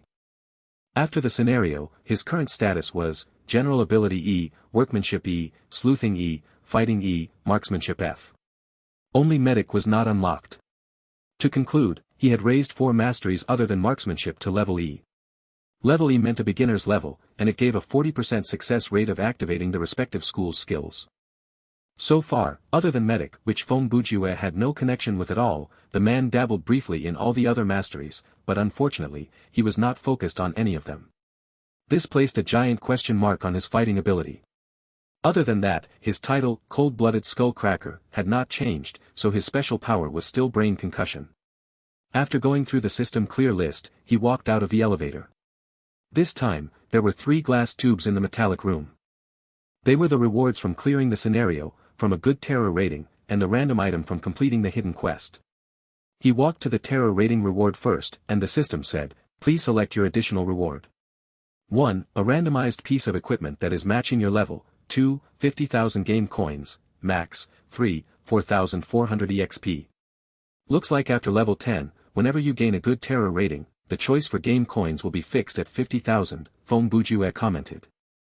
During the period when game coins were useless, the exchange rate of game coins and real-life currency was an unknown, so Feng Bujue temporarily would not consider that reward. This time, he made the decision to choose the EXP.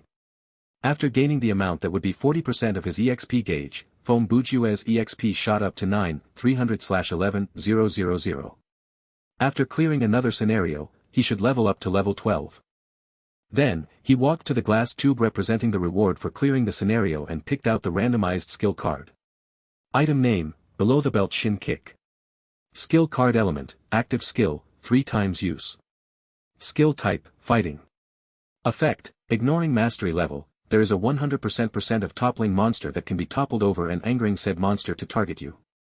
Consumption, 100 stamina points. Learning requirement, fighting mastery F or level 10. Remark, you're going to be disqualified if you use this in a professional match. What is this? Feng Bujue studied the skill card for some time. The item name and remark aside, the effect of the skill was quite strong. Feng Bujue thought about it before equipping it. This kind of prank-type skill did not seem like the kind that would sell later, and it was not the kind that would make a great gift either. After equipping the skill, at least he had an active skill that he could use during combat. Then, Feng Bujue walked to the last glass tube, hoping that the system would finally give him something good. But he actually had a prediction in his heart already. During the rating review, the reward said that it was a random excellent quality item, but the clause, that is matching your level, was conspicuously missing, so there was a high chance that while the equipment was going to be good, he might not be able to use it. The white light materialized, and an item that looked like a belt appeared. Feng Bujue's first reaction was, this could be Batman's tool belt, but he was wrong. The equipment was even better. Item name, Echo Armor. Item type, Armor. Quality, excellent. Defense points, quite strong. Element, damage mitigation. Special effect, none. Equip requirement, general ability C or workmanship D. Remark, after collecting the whispering from Black Bolt, Dr. Doom used the powerful energy to create this equipment. After activating the belt, the user will obtain invisible armor made from Echo. The armor was powerful, but unfortunately, Fong Bujue could not equip it. However, he still placed it inside his backpack. After all, he already had E for workmanship. If he could raise the mastery to D during the next scenario, then he would fit the requirement. Currently, his inventory space was 7/10, and it contained Mario's wrench, the Eye of Hostility, a kitchen knife, a baseball ball, a flashlight, an M1911A1 pistol, and Echo armor. The jazz shoes were equipped on his feet, so they did not count. The items in the login lobby was the same, a spare flashlight and puzzle card, Monkey. After equipping everything, Fong Bujue returned to the elevator and called Wang Tanji. Xiao Tan handed the team leader position to Fong Bujue. Then the two of them started the queue and entered the second team mode for the night. Fong Bujue, level 11. Wang Tanji, level 11. Please select the game mode that your team wants to join. You have selected the team survival mode, normal, please confirm. Confirming. The team size has been randomized, a team of 6. Your team has joined the team queue. Currently searching for other ready players or teams. Search complete. Team full. Adjusting nerve connectivity. Generating the scenario. Please wait for a moment. Downloading. This time the voice that spoke sounded like a middle-aged man, and he was mumbling through the words. Welcome to Thriller Paradise. Download complete. You are currently playing Team Survival Mode, Normal. A scenario introduction is provided in this mode, and there is a chance for the trigger of side or hidden missions and special world building. Reward for clearing the scenario, double the base EXP gained during rating review. Playing the scenario introduction soon. The game will start right after. Fong Bujue's sight soon was replaced by a CG movie shot from a first-person perspective. The screen showed that he was falling through the sky, but he was not wearing any military equipment. He was still wearing the black, long-sleeved t-shirt and jeans provided by the system. Before his eyes was a blue sky with white clouds, a sunny day. The angle moved downward, and he could discern it was a modern city with many skyscrapers that he was falling into. The system audio arrived following the appearance of the subtitles. You are a member of a rescue team, and you're tasked to find the worker of the company Alertmo, Professor Ashford. But due to the plane crash, you and your other 5 teammates lost all heavy artillery and communication devices when you jumped off the plane and were separated in different parts of the city. What the hell is this Alertmo? Is it just a reverse of Umbrella? Fong Bujue looked at the floating subtitle and thought to himself, don't tell me, the name of the city is a reverse of the term Raccoon City. An unknown virus is ravaging through this Nukar city. What the F***ck? It really did happen. This type of extremely dangerous virus is coded as Z, and it has 4 obvious symptoms: a 100% infection chance, 100% lethality, can be transmitted through contact with bodily fluids, cannot be transmitted through air and water. Wouldn't it be a lot more time-saving to call it T-virus? Why the need to come up with a Z-virus? Who is the system trying to trick? All the infected organisms transform into vampiric werewolf zombies. Huh. Fong Bujue was shocked, and a strange amalgamation of different creatures appeared in his mind. This kind of monster's basic abilities and habits are no different from a normal zombie, but at the same time, they possess the specific properties of both werewolf and vampire. To facilitate easier communication, they're also simply known as BW zombies, blood wolf zombies. What? Silver can cause a BW zombie's body to scorch, while the smell of garlic mixed with saliva can ward them off to a certain degree. Their mobility and intelligence are both relatively low, and decapitation or having their brains smashed in will kill them. Doesn't that mean they're weaker than a normal zombie? What exactly is the purpose of such a setting then? BW zombies are extremely averse to sunlight, even though sunlight will not cause direct damage to them. They possess an extremely powerful sense of smell and can pick up sounds and light from a distance away. Their desire for meat has nothing to do with their digestive system. Even if they have lost their chin, intestine, stomach, and all related organs, they will continue to tear their victims into pieces and ingest them.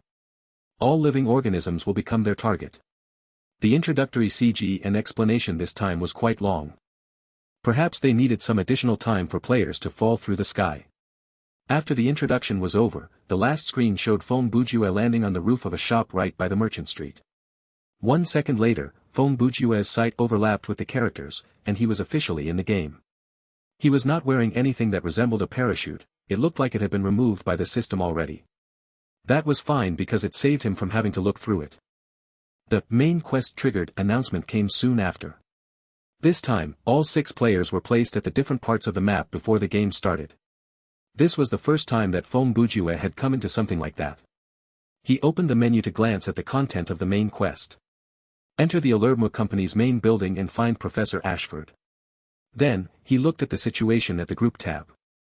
5 names were shown there: Wang Tanji, Unparalleled General Pan Fong, 1000 Kills Hua Xiong, So Hard to Find a Name, and Batobi-sama.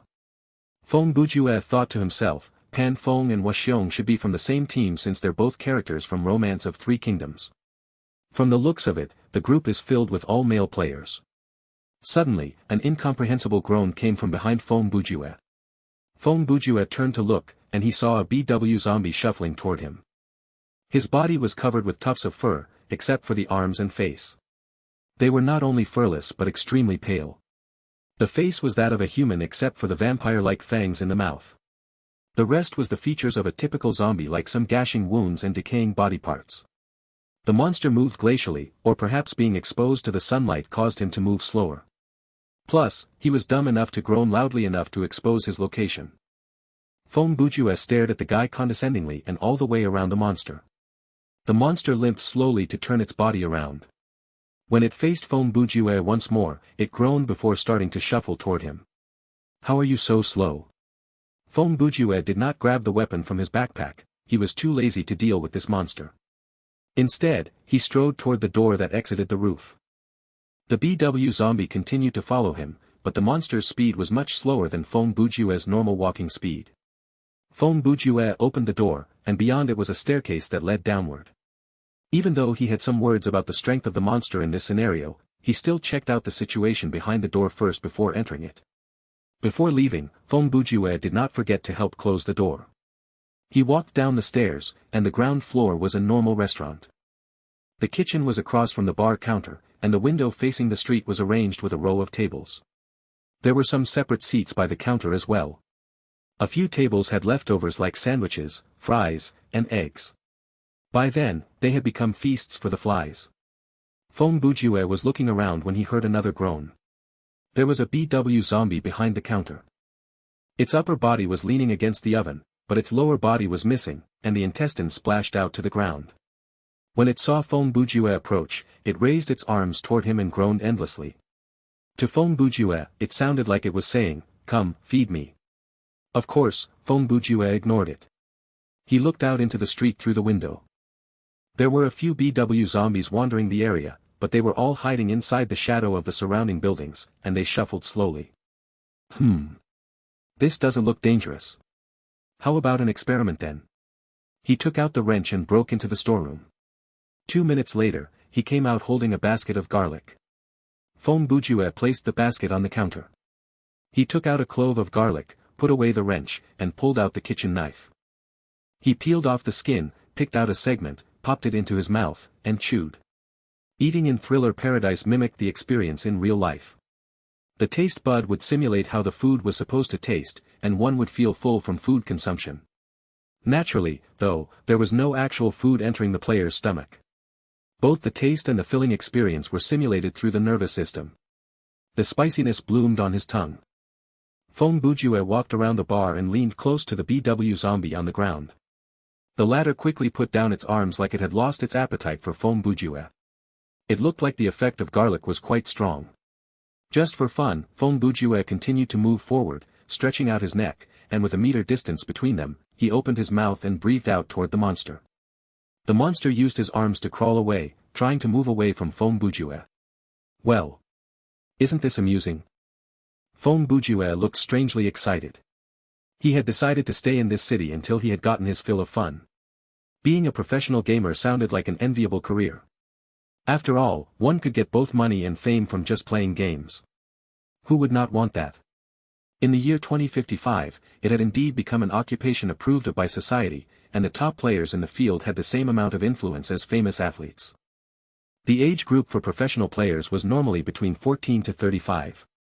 Of course, there were younger genius players, but they would not be able to join the ranks due to the age limitation on certain games. Normally, professional gamers could be separated to two types, one was the celebrity gamers while the other would be the normal blue-collar player. Celebrity players would generally choose to retire at around 30 years old.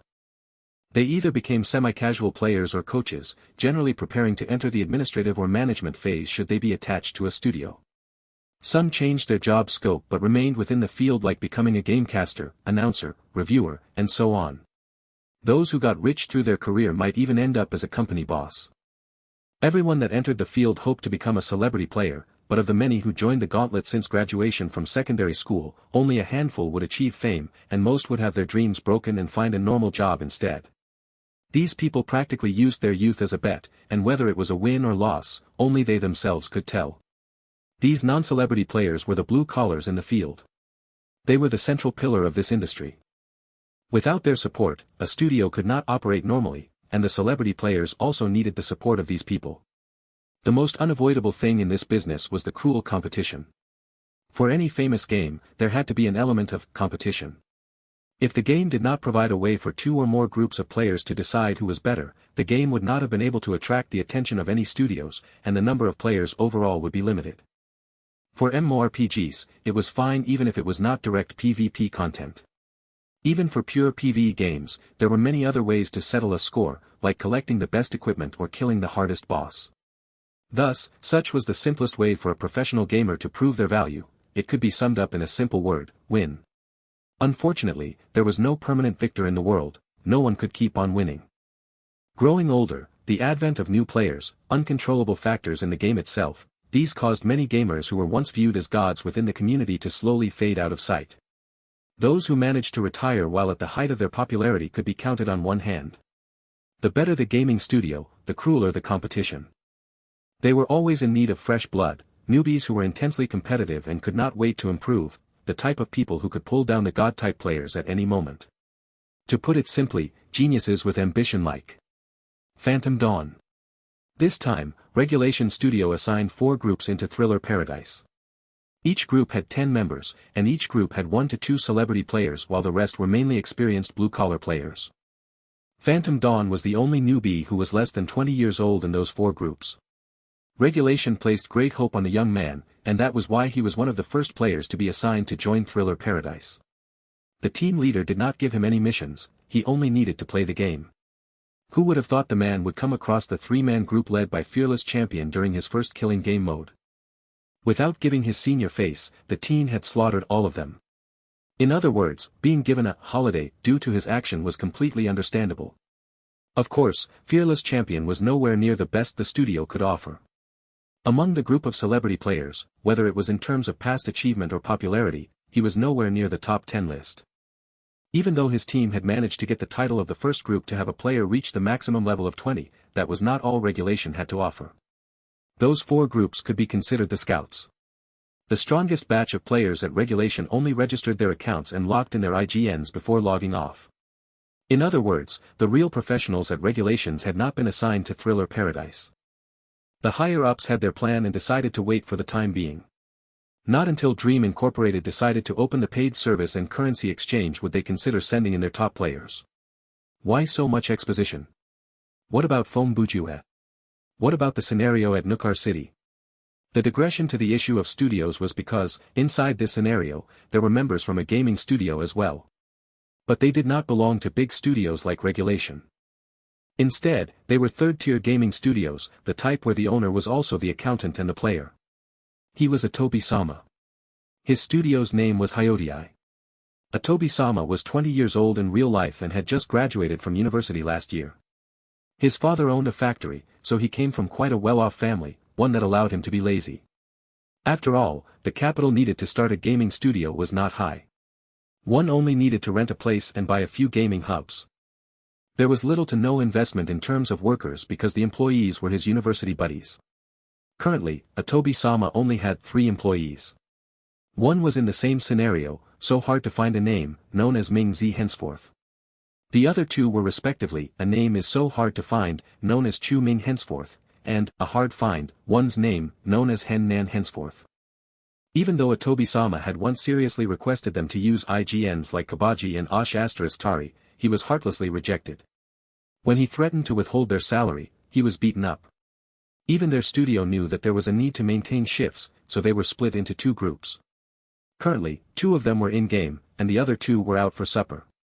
Atobi-sama had the appearance of a clean, handsome, and thin young man in-game. Overall, it was not that much different from his appearance in real life, except for some adjustments to his face. Ming Zi had a medium-sized body and was slightly shorter than Atobi-sama. From his name and in-game appearance, he radiated an air of slovenliness and untidiness. He not only did not make himself look more handsome, he went the other way and changed his character into a bald guy, saying that he wanted to experience how it was to be bald at least in-game. Atobi-sama's title seemed to be a vicious joke, one common warrior. His weapon was a normal blade, like the ones used by extras in wuxia flicks. The quality was normal without special effects and elements, but at least it was an actual weapon. Different from the pedestrian title of Atobi-sama, Ming Zi's title was quite eye-catching, Paper Tiger.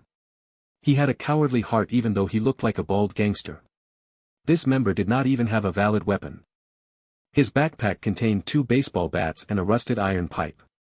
Who knew where he picked them up? They were quite lucky because they landed just 1 block away from each other, so they met up soon. As untrustworthy as the pair looked, they had some advantages.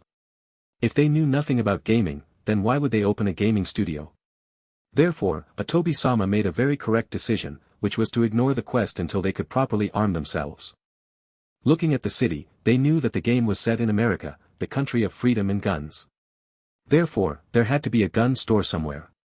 Even if the gun store did not have any powerful weapons, standard pistol, rifles, and even magazines of ammo would be invaluable. The 2 moved down the street, occasionally running into BW zombies that roamed the street, but they posed very little threat. 1 whack to the head or just walking around them would solve the problem. Even though their speed would increase when they were within target range, as long as one was careful not to get surrounded at once by 3 or more monsters, the creatures were easy to deal with. After passing 2 blocks, Atobi-sama entered a phone booth. He picked up the phone, but there was no line. In reality, even if it was connected, he would not have known who to call. Was he going to call 911? The main reason he entered the structure was to look through the phone book.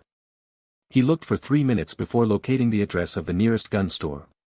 He and Ming Zi hurried toward their destination.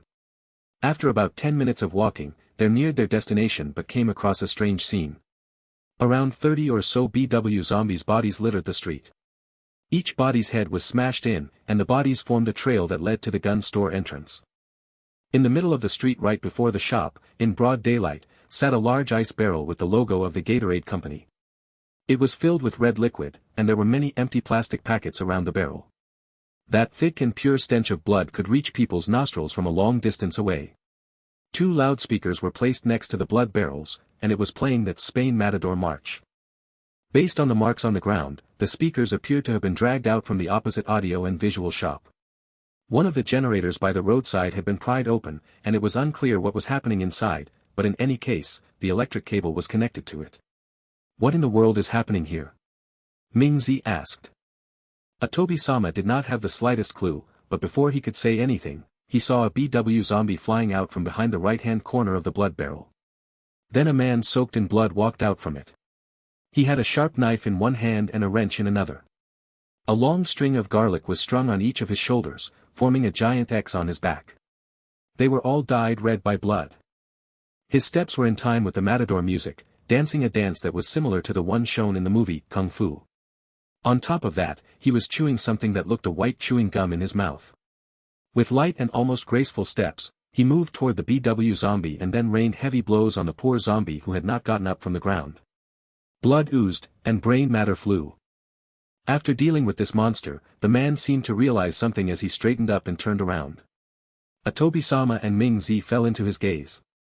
After holding Feng Bujue's gaze for 2 seconds, both of them yelled in unison and turned to escape. Run! Run for your life!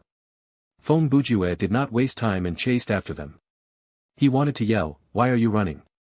I'm also a player." However, since his mouth was filled with garlic, it made that impossible. On the other side, seeing the stranger chasing after them, Ming Zi's terror points instantly soared. As he ran, he complained to Atobi-sama. "This is over. We're dead if we're caught by this madman. This is all your fault. Why did you suggest we come to the gun store? You should have known the system would place a mini-boss there." Atobi-sama turned his head back occasionally to follow Fong Bujue's movement. The latter was approaching. "What does that have to do with me? How could I have known about that beforehand?" He turned back again. "What the hell? How can he run faster than us? I realized that earlier. He's ridiculously fast." Ming Zi groaned despairingly. Fong Bujue, who was 20 meters behind them, heard their conversation and mocked internally, "That's only natural because I'm wearing jazz shoes. Do you two really expect to outrun me?" At that moment, the pair suddenly said in unison, "Let's split up." At the next junction, they separated, one going left and other going right. Fong Bujue exclaimed internally, "What the? Even they know how to use tactics." Without giving it much thought, he turned left, and the unlucky winner was Atobi-sama. Damn! That didn't give him any hesitation. Atobi-sama cried to himself. He abandoned that damn baldy and charged at me directly. It must be because of how handsome I am. Seeing Fong Bujue's approach, Atobi-sama's terror points continued to rise. He knew that he was going to get caught soon. Instead of being killed by a backstab, he decided to make a last stand. With that in mind, he suddenly stopped, grabbed his blade, and slashed at the approaching Fong Bujue. When Fong Bujue reached him, Atobi-sama suddenly realized that he was unable to wave the blade, his action was restricted by the system. Fong Bujue reached the man and stopped to catch his breath. He glared at the youth and uttered between breaths, "I. Ha. Ah. Am one of the players. You. Beep. Idiot" was censored by the system. Technically speaking, Fong Bujue could not have said the sentence in the first place, but since only one word was censored, it meant that he did not mean to insult but was merely jokingly mocking the man. Ha. Atobi-sama's legs weakened, and he fell to the ground. With a blanched face and quivering lips, the man apologized. Ha. I'm sorry. Since Fong Bujue did not chase after Ming Zi, the latter started to slow down once he realized that no one was tailing him. Several seconds later, Ming Zi decided to stop and turn around to look down the block. From afar, he saw Fong Bujue catching up to Atobi, and when he thought that Atobi was about to be killed, he was shocked to notice that no fight broke out. Heightening his surprise, 2 minutes later, the two walked toward him side by side. Atobi even waved at Ming Zi, as if telling him that he was all right. Soon, they returned to the gun store. Fong Bujue turned off the speakers and explained the situation to them. So, after some experiments, I have basically grasped the several properties of these BW zombies. Even though the opening CG has mentioned some of them, I feel like it's better to go over them again. First, they are greatly averse to the smell of garlic, like how we would react to tear gas. The effect of fresh garlic is less than desirable, but after chewing it in your mouth, the smell coming from your mouth will be very effective. Big brother, I've been meaning to ask, is it okay for you to be covered in blood like this? Aren't you afraid of being infected? Ming Zi asked after seeing Fong Bujue and the 2 strings of garlic that were drenched in blood. Fong Bujue pointed at his face, which was relatively clean. Just be careful to not let the monster's bodily fluid splash into your eyes or mouth.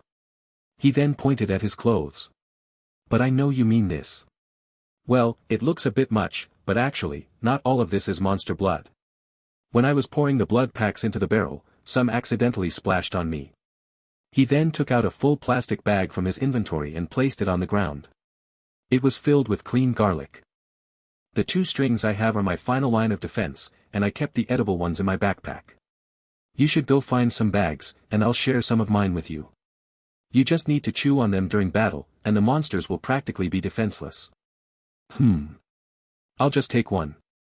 After all, you can get around 7 cloves from a bulb, and should we run out, we'll ask more from you, Ming Zi said. I don't need it, thank you, Atobi-sama said straightforwardly. Looks like neither of you like the smell of garlic, Fong Bujue said with solemnity. Do you know that garlic is the best accompaniment to soup noodles? Nope, they answered in unison. Fong Bujue used a wicked expression and breathed out at them. We're not monsters. What are you doing? Fong Bujue turned serious again. Then, we shall now talk about the properties of BW zombies. You sure change fast enough. Sunlight will slow them down. Fong Bujue continued the description. As slow as the transformation of Sailor Moon fighters, when she finished changing. I mean, when it starts attacking, I could have finished reciting 2 poems already. Man, you sure have broad interests. Fong Bujue glanced at the dead bodies on the street.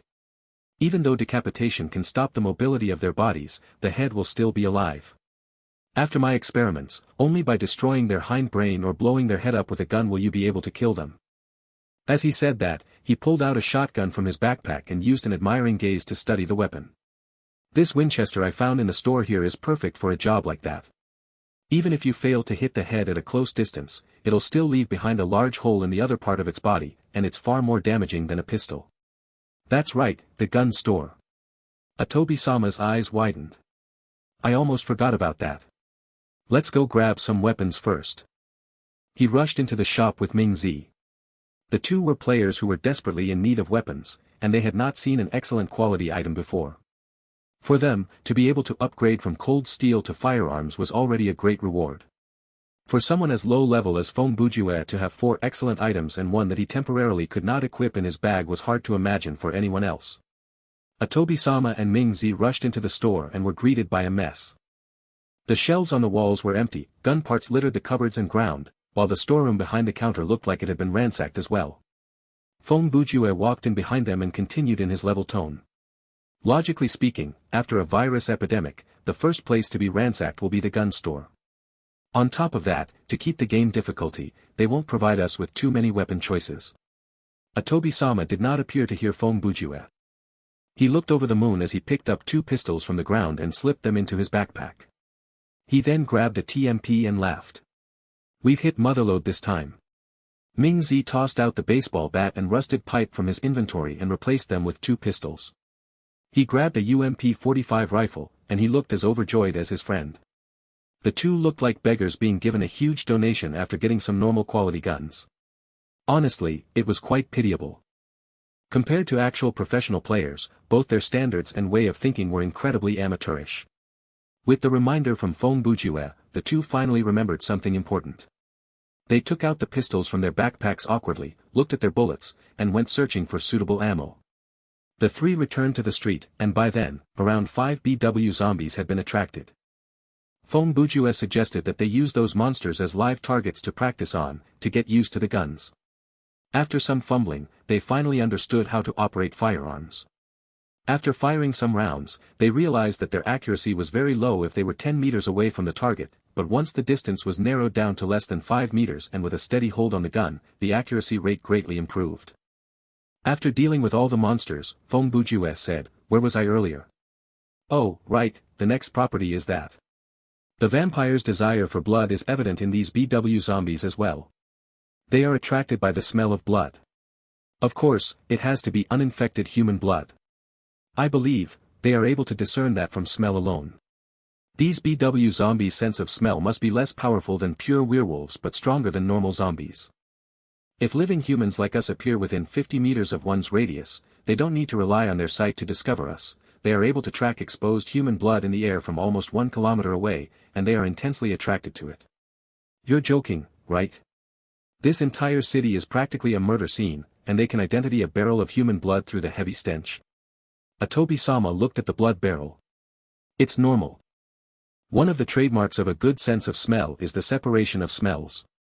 For example, a drug hound will be able to analyze the makeup of a stench on a molecular level," Fong Bujue answered.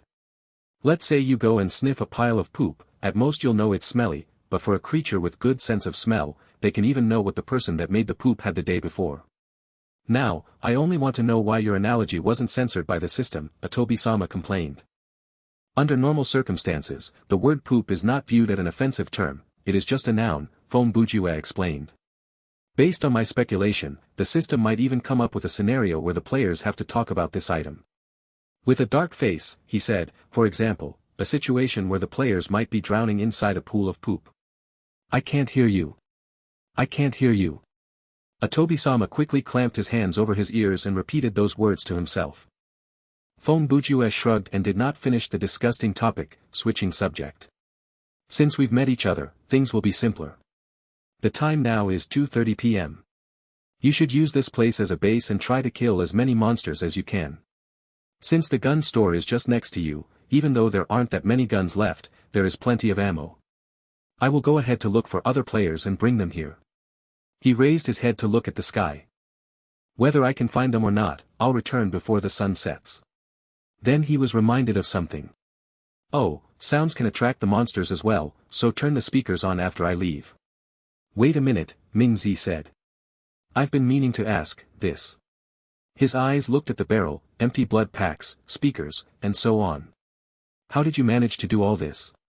The general process was, before coming to the gun store, I went to a hospital around 2 blocks away. At the time, I wanted to see if I could find any medicine but accidentally realized that the monsters are attracted to human blood. After exploring the hospital, I came here and decided to make this place a base. Therefore, I went to the nearby shopping complex to grab a trolley and rush to the hospital. I found the blood bank, kicked down the door, grabbed around 10 blood packs, and brought them back here in the trolley. Then I hauled the barrel from the opposite shop and filled it with blood. The speakers, I grabbed from the shop in between monster waves. The reason was because the music can attract the monsters, and because the monsters were coming too slowly, I was rather bored just standing there. In any case, you can train your level here without worry. This scenario's limitation on time is very relaxed, so we should make use of this opportunity to raise our mastery level and earn more skill points. After explaining all that, he waved his sleeves and turned to leave, leaving behind the 2 professional players, watching him walk away. Compared to Feng Bujue, Wang Tanji was not that calm and collected. As someone who was more innocent, when he dropped to the ground, he did not think much of it and started to tackle the main quest. As naive as he was, at least he was an efficient player. He soon found a city map at the roadside newspaper stall and got the address for Alertmo. Xiao Tan thought that his other teammates would be heading there as well, so if he hurried toward the building, he would meet up with them. Along the way, he killed quite a number of monsters. The closer he got to the building designated by the main quest, the more zombies there were. Perhaps because it was still daylight, even though Xiao Tan was alone, he managed to keep hold of his terror points. Compared to the zombies in movies, it was hard to say which one was scarier, these BW zombies or the movie zombies. But the key issue was that they moved too slowly and were unable to create a sense of danger. In broad daylight, walking past the monsters that posed no threat, it was as relaxing as walking through a group of zombie cosplayers at a convention. Perhaps after dark, things might change. At around 2:30 p.m., when Feng Bujue left his own base to go searching for people, Xiao Tan had already reached the entrance to the Alertmo company. The building was 52 stories tall, and there was a large logo attached to the top floor, Alertmo. It was like the headquarters of the Avengers, as if they were afraid that people did not know about them. The fact that the company could place its logo on the outside of the building proved that the building was their own asset. From the introduction, this Alertmo company was undeniably the center that did research on the virus. Holding the baseball bat in his hand, Wang Tanji slowly moved forward. The dried blood on the weapon proved the wielder's ruthlessness when faced with his earlier adversaries. When comparing fighting ability, Dr. Wang might not be weaker than Feng Bujue. To put simply, with their current character levels and abilities, the actions they could do were not outside the realm of possibilities for a normal human being. There were many BW zombies milling about the entrance of the building. When they spotted a living human, they started to gather toward it. The space before Xiao Tan was covered by the building's shadow, and the BW zombies moved faster there compared to when they were exposed to sunlight.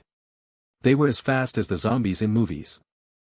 Of course, compared to recent movies where the zombies could run, jump, open doors, and even drive and use guns, they were still relatively weak.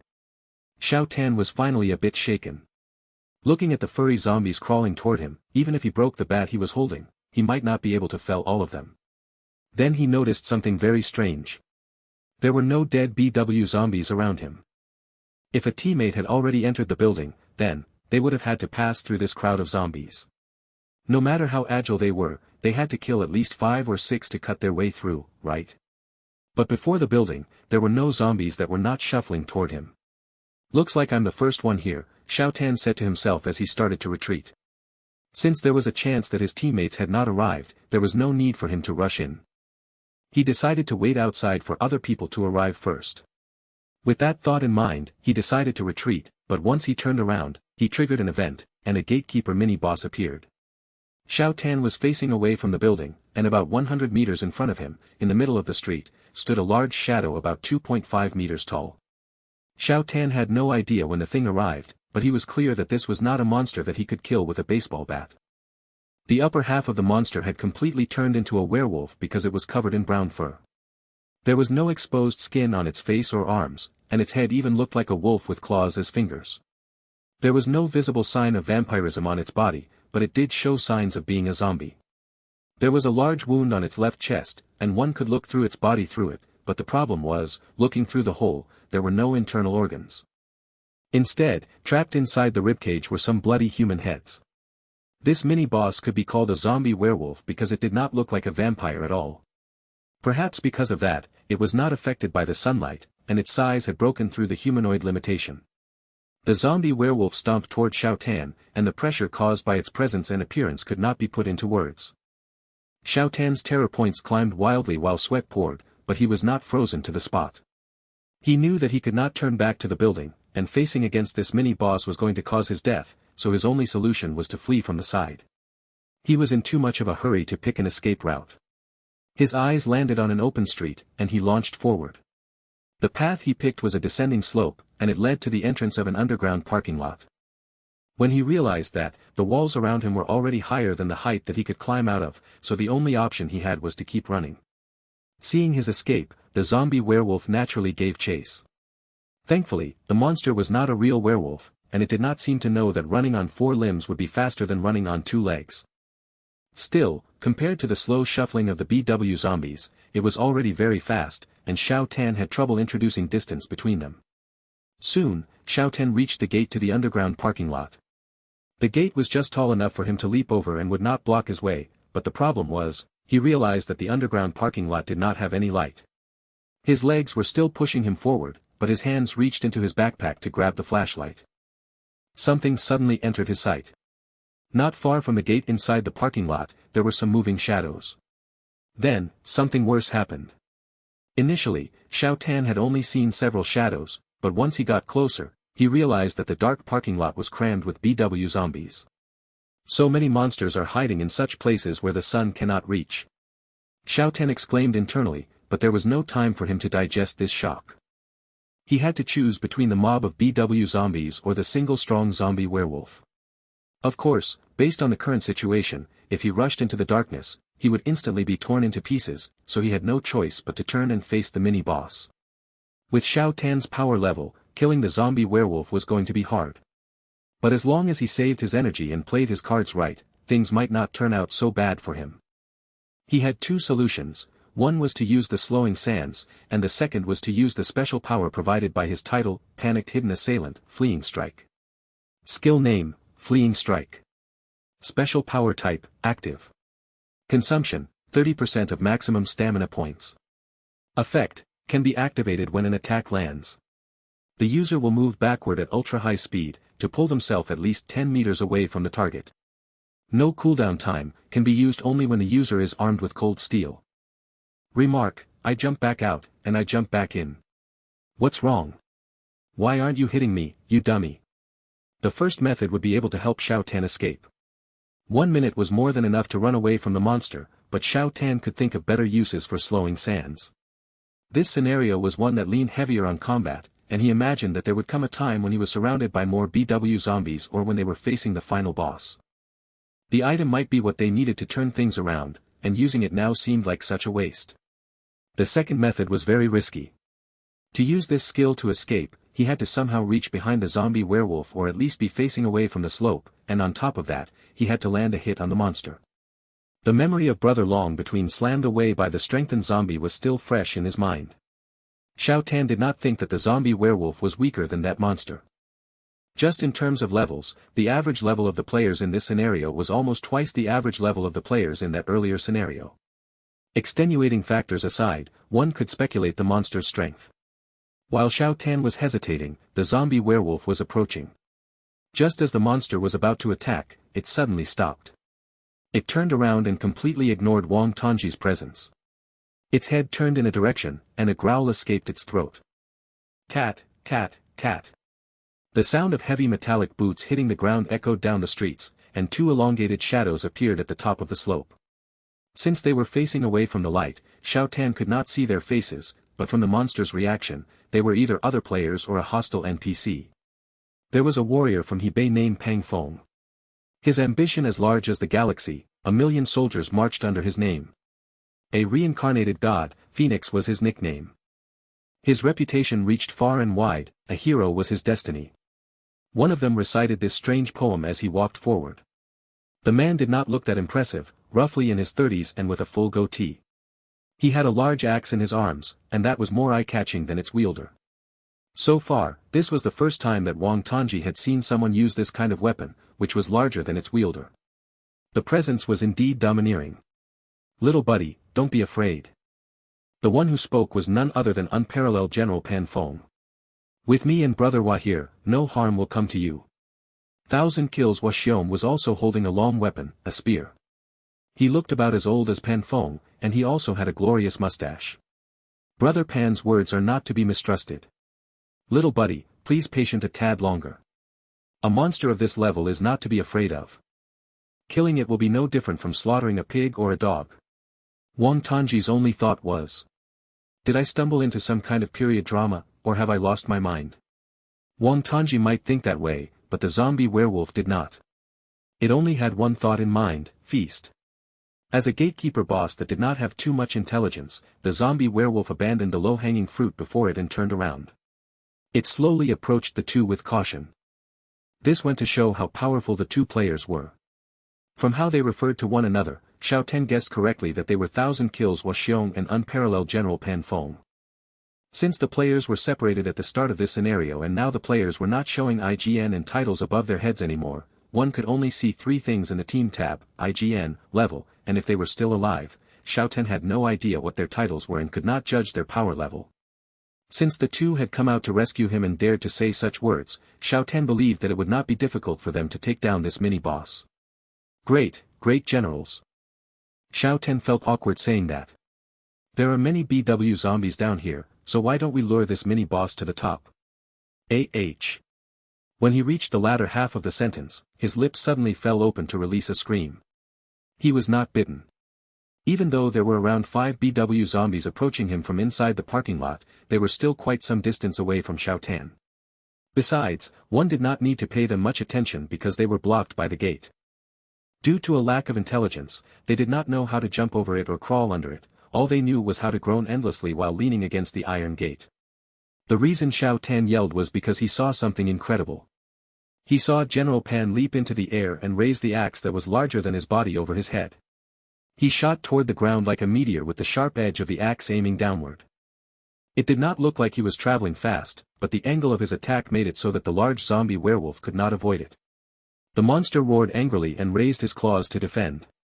At the moment Pan Feng's weapon made contact with the monster's arms, he suddenly increased in speed. The cold axe gleamed, and the next moment, the arm turned into a stump and was spurting out blood. The zombie werewolf's arm was cut off just like that. It was tossed away by the force.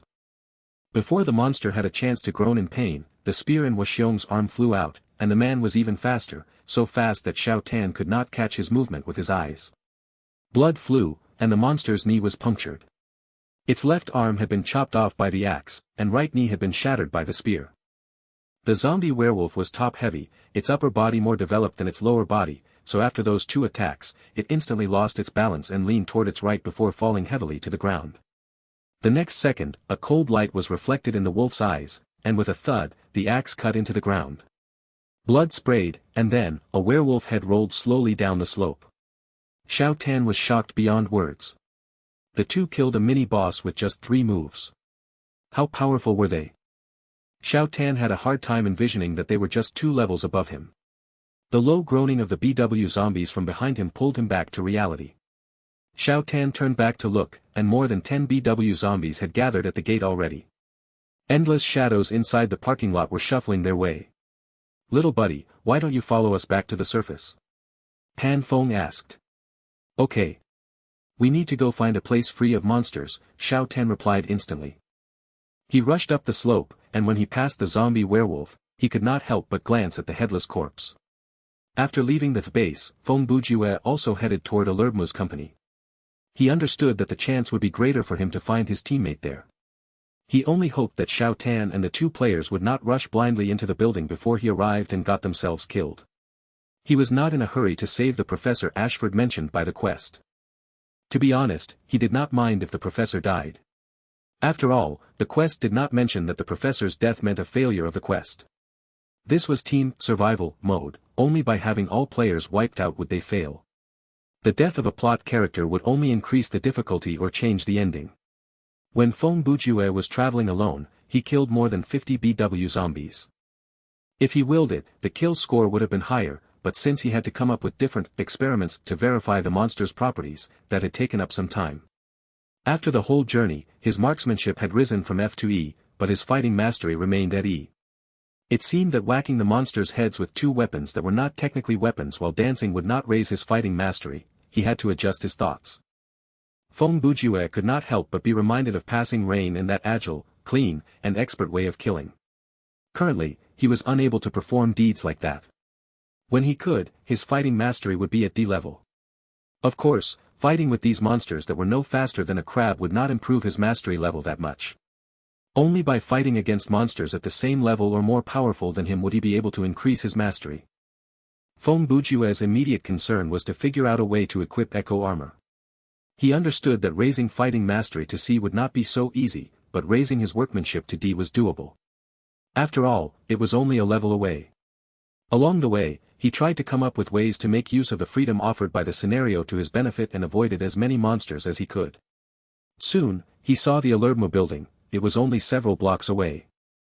Feng Bujue had realized how the number of BW zombies had increased, and he saw some dead zombies. Therefore, the man took a detour to inspect those dead bodies. He squatted next to one and examined the cracked skull and the pool of blood. He examined the head wound closely before moving on to the wounds on the rest of its body. It felt like he was an officer inspecting a crime scene. The head wound was delivered by a baseball bat, he mumbled. A strike from the front and then two more strikes from the side and back. Could this be Xiao Tan's handiwork? He stood up, grabbed the wrench, and used it to down a monster that was shuffling toward him. He stepped on its chest and cracked through its skull with 2 hits. But a baseball bat is a common weapon. Even that, so hard to find a name, has a few in his backpack, so I cannot remove the possibility that the 2 other players could be armed with baseball bats as well. With that in mind, he continued to move forward. After a few more steps, he saw a group of dead zombies that were laid close to each other. They were all headless, and some of the decapitated heads were still moving. Since they had no access to windpipes, they could not make any sounds, and the heads kept moving their mouths up and down like they were chewing. This shouldn't be Xiao Tan's handiwork. At 3 p.m., inside the building of Alermu, Pan Feng and Washiong led Xiao Tan as they cut their way to the top floor. The elevator that went from the ground floor to the 52nd floor was broken, and the entrance to the fire escape was broken down at the ground floor as well. But the elevators that led to the other floors were still usable. They took trips up different elevators from the 1st floor to the 7th floor and then from the 7th floor to the 10th floor, and then they changed elevator again. Repeating this process, they finally reached the 42nd floor. Along the way, they ran into 2 other mini-bosses, but before Pan Feng and Washiong, they were completely defenseless, and they were cut down in less than 3 minutes. Facing normal BW zombies was even easier, they were cut down like grass. Xiao Tan learned many things following behind them. When it came to battle, he did not even have a chance to join the fray. It felt like he was a mafia boss cleaning up the scene with his best fighters and only needed to stay back to watch. Big brothers. On the stairs between 42nd and 43rd floor, Xiao Tan finally asked, "Are you planning to clear your way to the top and then go back down?" "That would be a negative," Washiong replied. "We're going to go save that Professor Ashford." Xiao Tan was confused. I'm not sure if it's too late for me to bring this up, but I glanced at the building layout when we were on the 1st floor, and the lab is in the basement, not on the top floor. Theoretically speaking, when they heard him say something like that at that juncture, they should come up with reply like, "Why didn't you say that earlier?" But to his surprise, the 2 appeared completely unfazed. Washiong turned back to laugh. "Haha, little buddy, we know the lab is in the basement, but that doesn't mean the professor will be in the lab, right? If the professor is not at the lab, where would he be?" Xiao Tan thought internally. In the toilet? Based on the common trope used in sci-fi movies, after the explosion of the virus, a researcher would normally find a relative safe location to quarantine themselves and find a way to control the virus or call for help. The top floor of the building was marked as an office space, so if Professor Ashford was really there, he would be zombie food already. Even though Xiao Tan had his suspicions, he did not voice them because he was being carried. What grounds did he have to complain? Even if it was later proved that they had gone the wrong way, he only needed to follow those two back down the building. Several minutes later, Feng Bujue successfully gained entry to the building. By examining the wounds of the bodies that he saw on the way and the bloody footprints that he found on the ground, he realized that there were two people accompanying Xiao Tan. One of them used a heavy weapon with a bladed side, and the other used something like a long javelin.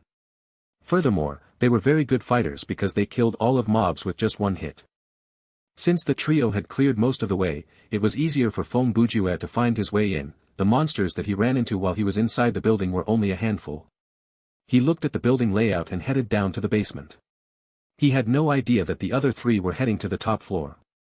Therefore, Feng Bujue found the elevator that headed down in one of the corridors and walked into it.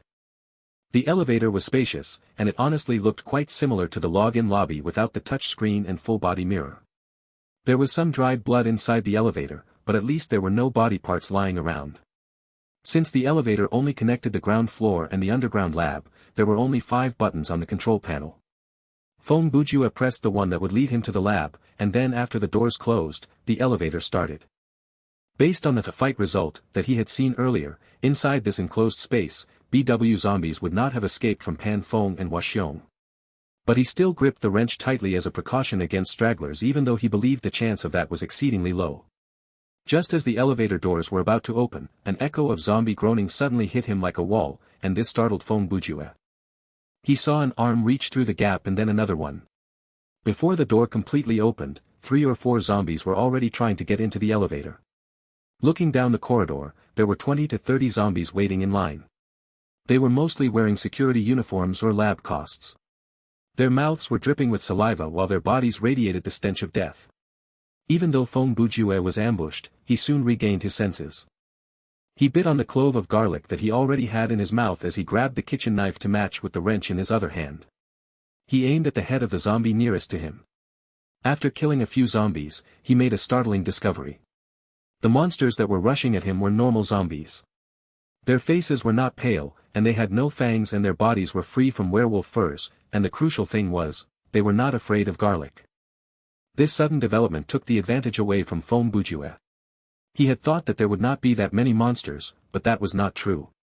To make matters worse, he was cornered inside a cramped space like the elevator. The garlic was of no use, and the normal zombie moved faster than the BW zombies on the surface. They were as strong and as fast as a normal human. Feng Bujue had already used slowing sands in the earlier scenario on Roderick Usher's soul, so he was trapped. If it was a normal person trapped inside an elevator with tons of zombie, the best solution was probably to kill themselves. However, Feng Bujue did not even have the time to pull out the guns. He waved the weapons in his hands frantically, and thanks to the special effect from brain concussion, he managed to keep the situation until control somewhat. Still, the zombies attacked with their arms, not their heads, and the limitation of space within the elevator made it hard for him to hit the heads. As expected, it did not take long for him to be bitten and not only on one spot. The sensation of pain was not acute, but he knew that he was probably infected. After dealing with the immediate threat, Feng Bujue stood in the corridor alone with 20 or so dead zombies behind him, and blood flowed like river. He inspected the wounds on his body. They were on his arms and legs, 4 in total. Other than the cloth near the sensitive parts, the player's outfit could be ruined. As long as the damage was less than 10% of the overall outfit's coverage, the system might delay or deny the recovery. Therefore, Feng Bujue's sleeves and pants had openings that exposed the zombies' bite wounds. The status next to his life points showed that he was diseased, proof that he was infected. Feng Bujue sighed and took out the Winchester from his backpack and loaded it before moving forward.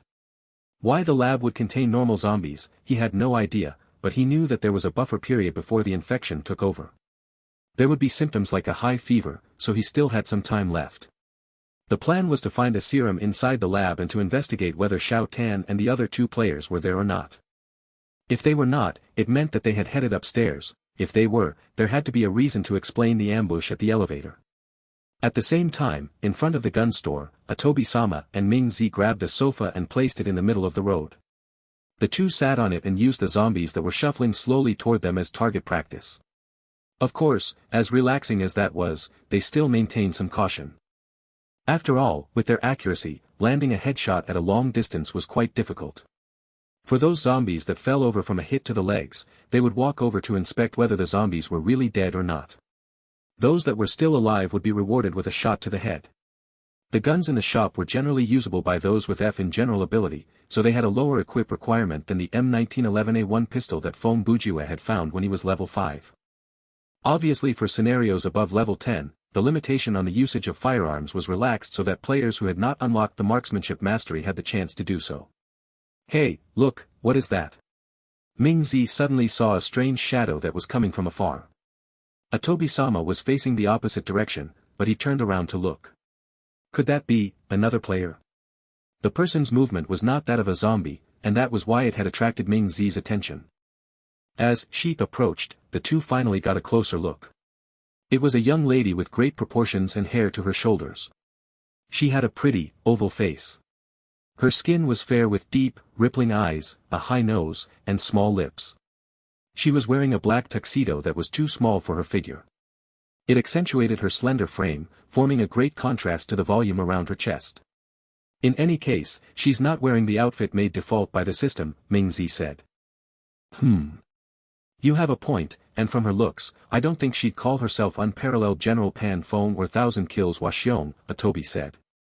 That Fong Bujiwe told us Wang Tanji is his friend and is also a male player, so there shouldn't be a female player in this scenario.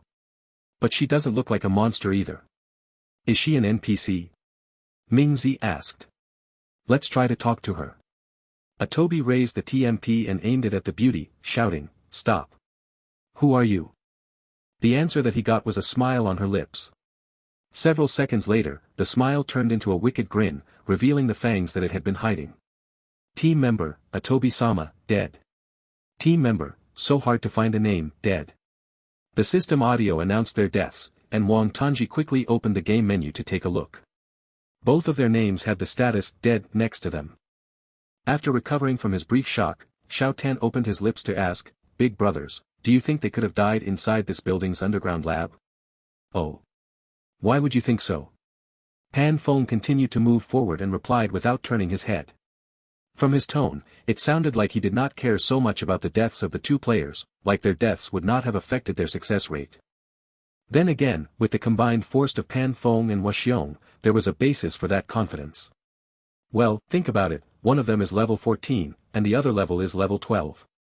They're at least stronger than I am, and I am not afraid of the BW zombies on the street, so they couldn't have fallen victim to them. If they came to this Alertmus building, saw the layout map, and went to the underground lab. He paused before continuing. We've not been to that place yet, so there might be great danger. It might even be guarded by a boss. Could it be that they ran into a zombie werewolf? You have a point, Washiong said, but his tone implied that he had considered that as well and was merely saying that to brush Xiao Tan off. But since they're already dead, we won't be able to do anything if we turn back now. Plus, we're already so close to the top floor, so why don't we finish clearing our way to the top and then? How about this? Xiao Tan interrupted him. Big brothers, you can continue to move toward the top floor while I go back down to the ground floor. He took out the baseball bat from his inventory. Since he had been free from battle, Xiao Tan had even put his weapon away. The remaining player is my friend, and he might not have arrived at this building yet, but I'm sure he'll eventually arrive here. I'll go wait for him at the ground floor, and when I meet up with him, I can warn him from going to the basement. Then, we'll come to meet up with you. The two stopped moving and turned to look at Xiao Tan before exchanging a look between themselves. Washiong shrugged. Okay then. Little buddy, you'd better be careful. We'll go on ahead. Xiao Tan nodded and turned to retrace their steps. He turned around the bend and rushed into the emergency staircase.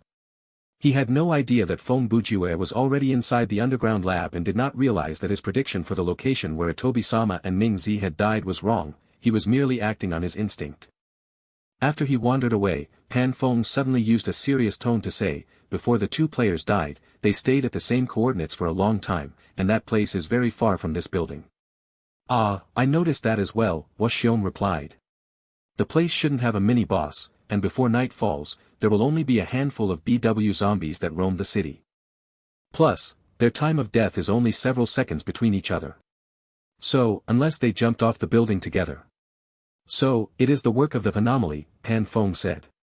They've reached out toward the players so soon. We should work faster to prevent the other two players from encountering the anomaly. In that case, it's a good thing that the little buddy has gone. Now we don't need to hold back. After all, the way back is relatively safe since most of the mobs have been killed already, so he should be safe for now, Washiong said. But the status of that Feng Bujue is not that good.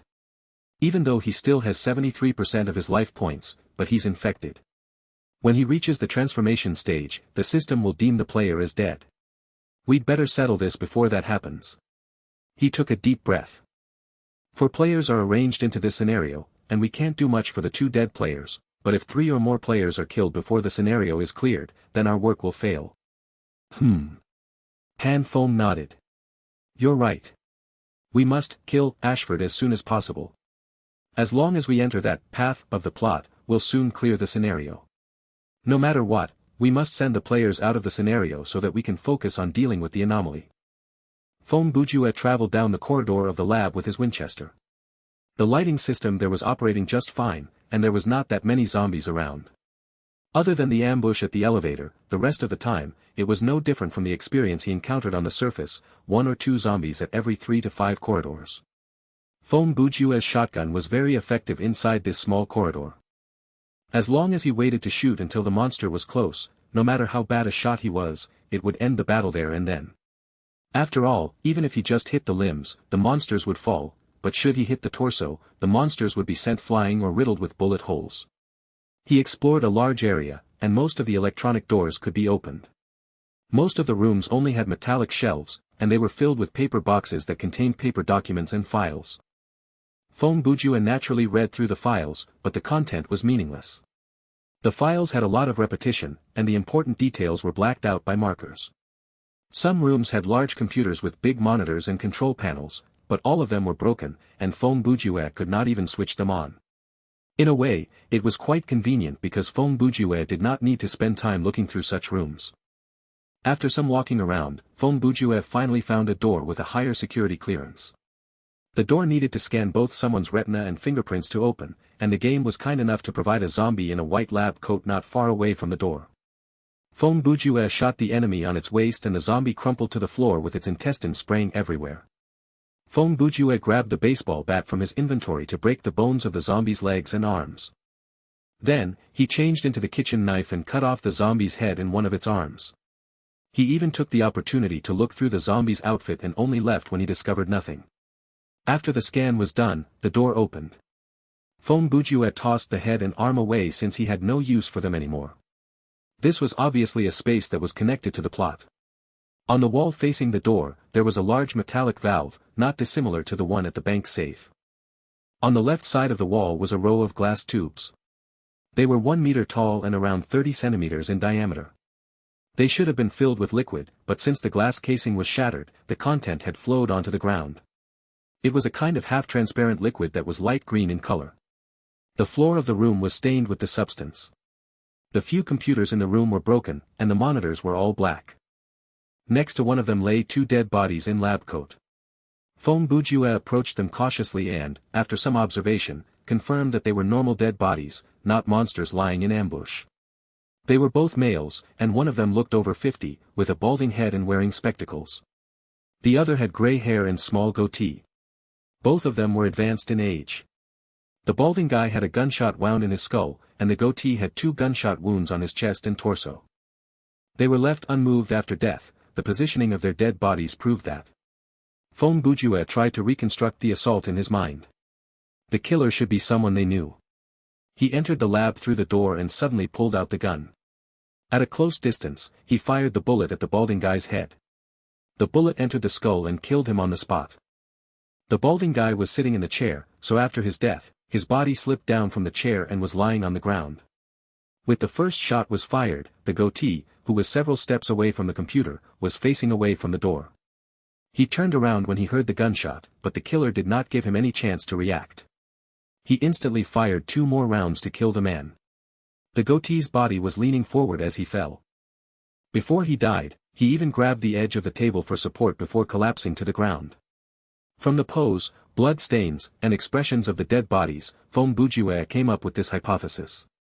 As a crime novel writer, he was good at reconstructing the criminal process from the crime scene. He had acted out such scenes who knew how many times in his mind.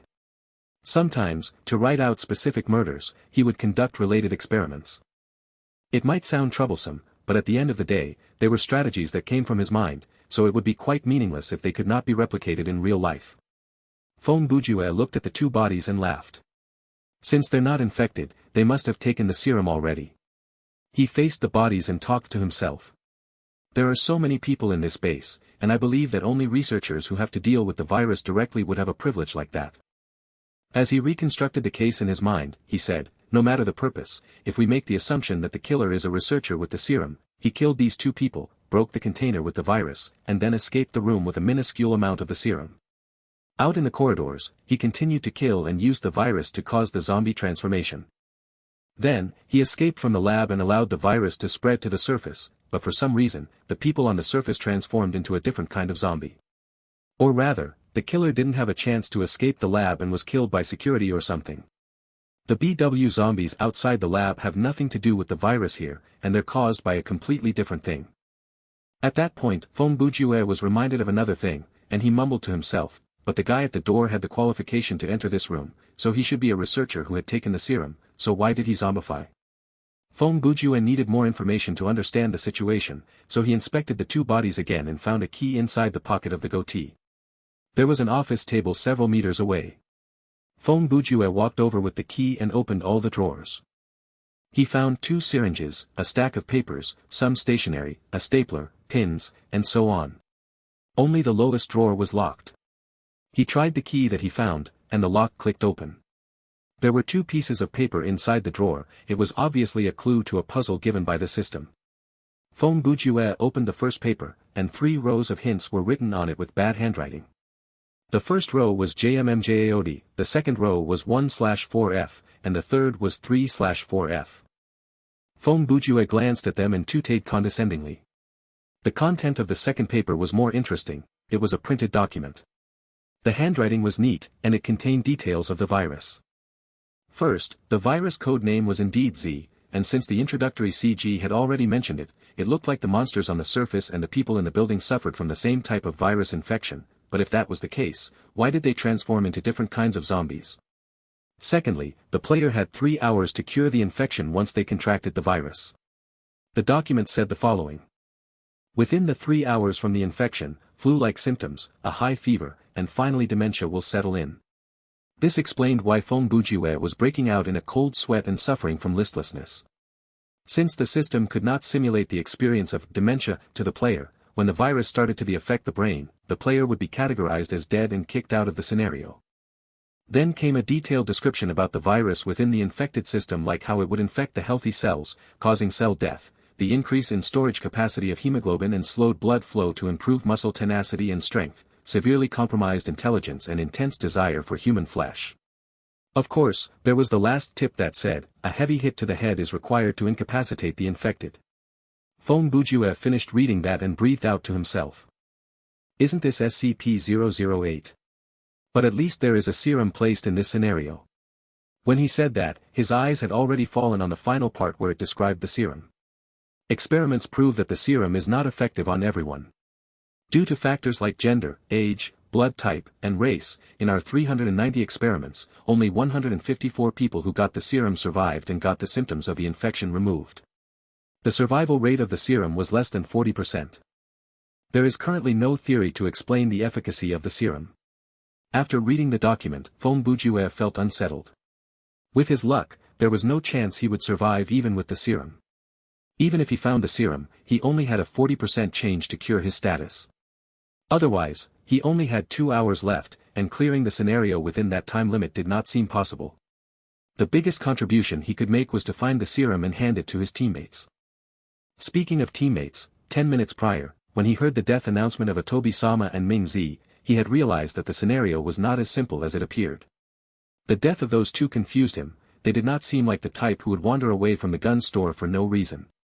Therefore, the fact that they had died in quick succession meant that they had probably run into some extremely powerful enemy at the gun store. But how could there be a monster that powerful in a place that had no connection to the main quest? If night had come and that strengthened the BW zombies, even if they swarmed the two players with guns, they would not have died so soon, right? Other than that, he had suspicions about Pan Feng and Waxiong, whom Xiao Tan was traveling with. Based on his current observations, after they led Xiao Tan into the building, they did not head toward the underground lab but went somewhere else. Why would that be? There was a large layout map in the first-floor lobby, and the main quest clearly stated that they were to save a professor. The other floors were filled with other departments or the office area, so why would they run upstairs to conduct their search? There were too many strange situations and too little evidence. Feng Bujue stopped dwelling on it, and he turned to walk toward the metallic valve. He leaned to look at the lock next to it. So, it is a 6-digit password. Looking at the panel, he revealed a, "I thought so," type of expression. He keyed in 312928, and once he was done, the light on the panel lit up. The puzzle was simple, Feng Bujue had solved it as soon as he saw the hint. The first rows JMMJAOD represented the first letters of the months January, March, May, July, August, October, and December, the months with 31 days. The F on the second and third row represented February, the only month that started with F. 1/4 meant leap year that came every 4 years, and naturally, 3/4 was the other 3 years. The password was the number of days in the months listed out, so the password was 312829. The puzzle was not hard for Feng Bujue, as someone who had to come up with puzzles often, so once the clue was found and as long as the puzzle did not require knowledge that he did not have, he could solve it easily. After unlocking the door, Feng Bujue grabbed the valve and turned. It was a relatively small room inside, the 3 walls were arranged with transparent cupboards, and they were filled with test tubes. Each one of them was marked with a sticker for clear identification. He grabbed a test tube to study its attributes. Item name, antidote serum. Item type, plot item. Quality, normal. Function, 39. 48% chance to neutralize the effect of virus C. Can be taken out of the scenario, no. Remark, can be used through shot or direct ingestion. Ineffective against zombies and zombified players. Based on the serial number, Feng Bujue discerned that the serums were made in batches, and perhaps they contained different components. Feng Bujue could not help but think that perhaps this virus C was not created by Alertmo, but they were merely trying to come up with the antidote after discovering the virus strain. Feng Bujue had no time to waste on understanding the company's stance. He had no idea which batch of the serum was most effective, so he grabbed a random tube, filled the syringe that he had found earlier with it, and gave himself the shot. Once the shot was administered, his medic mastery was unlocked to level F. The system audio said, "Congratulations for unlocking all the masteries available during the closed beta." During the closed beta? Feng Bujue repeated. Meaning more masteries will be unlocked in the future. He opened the game menu, and as the system said, all the masteries were unlocked. This was a good thing, but, that a diseased status next to his life points was still there. So, I've failed. He said disappointedly. Shall I give myself another shot? I wonder if there are any side effect to overdose. Just as he was hesitating, the diseased status disappeared, and the status bar returned to none. Luckily, he did not close his game menu instantly, or else he might have missed out on this delayed update and taken another shot for no reason. Feng Bujue laughed 3 times and had a feeling of revival. He grabbed a test tube rack from the cupboard, and it had 8 serums in total.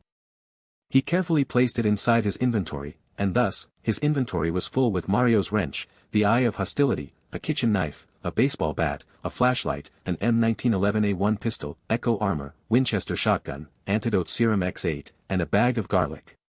The jazz shoes were on his feet. Unless they were replaced, they would not be returning to the backpack any time soon. Of course, if necessary, Feng Bujue could put on the Eye of Hostility and carry a weapon in his hands to free up the space. After his status was cleared, Feng Bujue did not need to explore the lab anymore. He had gone down there to find his teammates, and he had been ambushed once the elevator door opened. When he was initially infected, he did not know how long he could last, so he could only find the serum as fast as he could. Since he was no longer on a death timer, he thought that it was better for him to go back to the surface to find his teammates. Considering that he already had the serum, he might trigger some event, and he might run into some mini-boss if he continued his exploration. For someone who had just recovered from certain death, he did not want to take such an unnecessary risk. Just as he thought that, the system said, current quest completed. Main quest updated. What? Fong Bujue was shocked. Is Professor Ashford really not underground? It was right for the three to head upstairs. Does this mean they've successfully rescued the professor? He quickly opened the menu to see the updated quest. The quest was, defeat the mutated Ashford.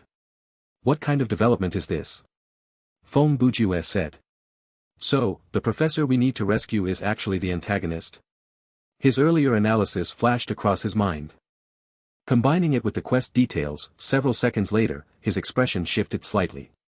Could this Ashford be the culprit that spread the virus?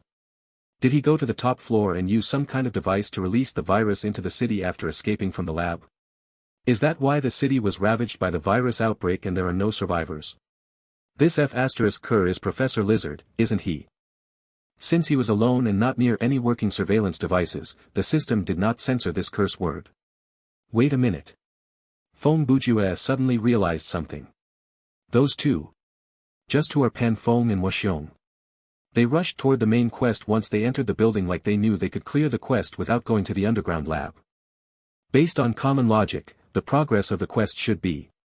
After the players enters the building, they go to the lab, find the serum, defeat a mini-boss, and then find the clues that point out Professor Ashford as the villain. Then, based on these clues and hints, they rush upstairs. But that's not what those two did. They rushed upstairs directly to expose the boss and used physical threats to expose its identity. Xiao Tan is still alive, so basically, I can confirm that he's traveling with the two of them, but he is not a leader type of player, and he has no reason to tell them to move upstairs. Furthermore, the two are super professional players and wouldn't deign to listen to his opinion anyway. So, the two were acting according to their own instincts, and they've been completely right. The more Fong Bujue thought about it, the more unsettled he felt. He tried to focus and slowed down his agitated emotions. He took out the Winchester, loaded it, and exited the door. Even though he was in a hurry during the earlier exploration, it had been ordered chaos, and he had memorized the route that he had taken. Furthermore, he had the dead zombies as road markers, so it did not take long for Fong Bujue to get back to the elevator. With the added running speed from the jazz shoes, he reached a sprinting speed that would have caused other players to lose some stamina points easily. 10 minutes later, Fong Bujue returned to elevator. When he left this place earlier, he did not have the time to clear away the dead bodies, so when he arrived, the elevator doors were not closed as they were stuck by the dead bodies. He used about 3 minutes to drag the bodies that blocked the elevator out into the corridor and then took it to return to the first floor. He happened to run into Wang Tongji in the lobby. Hey! Xiao Tan! Fong Bujue called after him. Xiao Tan turned around. Brother Ju, why are you coming from behind me? Don't waste time. Fong Bujue interrupted him. As he walked forward, he took out a test tube of serum from his backpack and handed it to Xiao Tan. Drink it. What's this? Xiao Tan asked as he accepted the serum. He looked at its attributes. Where did you get this? I just came from the underground lab, Fong Bujue replied. Huh. But the other two players. Before Xiao Tan finished, Fong Bujue knew what he wanted to ask, so he answered, they died somewhere else. They communicated for a while before heading up the building. Along the way, they tried to fill the other in on what had happened. Xiao Tan's description supported Fong Bujue's analysis, increasing his suspicion of Pan Fong and Waxiong. For Fong Bujue, those two's power level was still within the acceptable range, but the problem was their actions. Without collecting any clues and information, they knew to rush to the top floor to face off against Professor Ashford. Either this was some superhuman luck or they had access to information that was not given to normal players. Fong Bujue followed Xiao Tan all the way up to the 51st floor. Before the 47th floor, they were retracing the trail that Xiao Tan had taken with Pan Fong and Waxiong. Beyond that, Xiao Tan had not been with the duo anymore, but based on the dead bodies on the road, they could still follow their footsteps easily.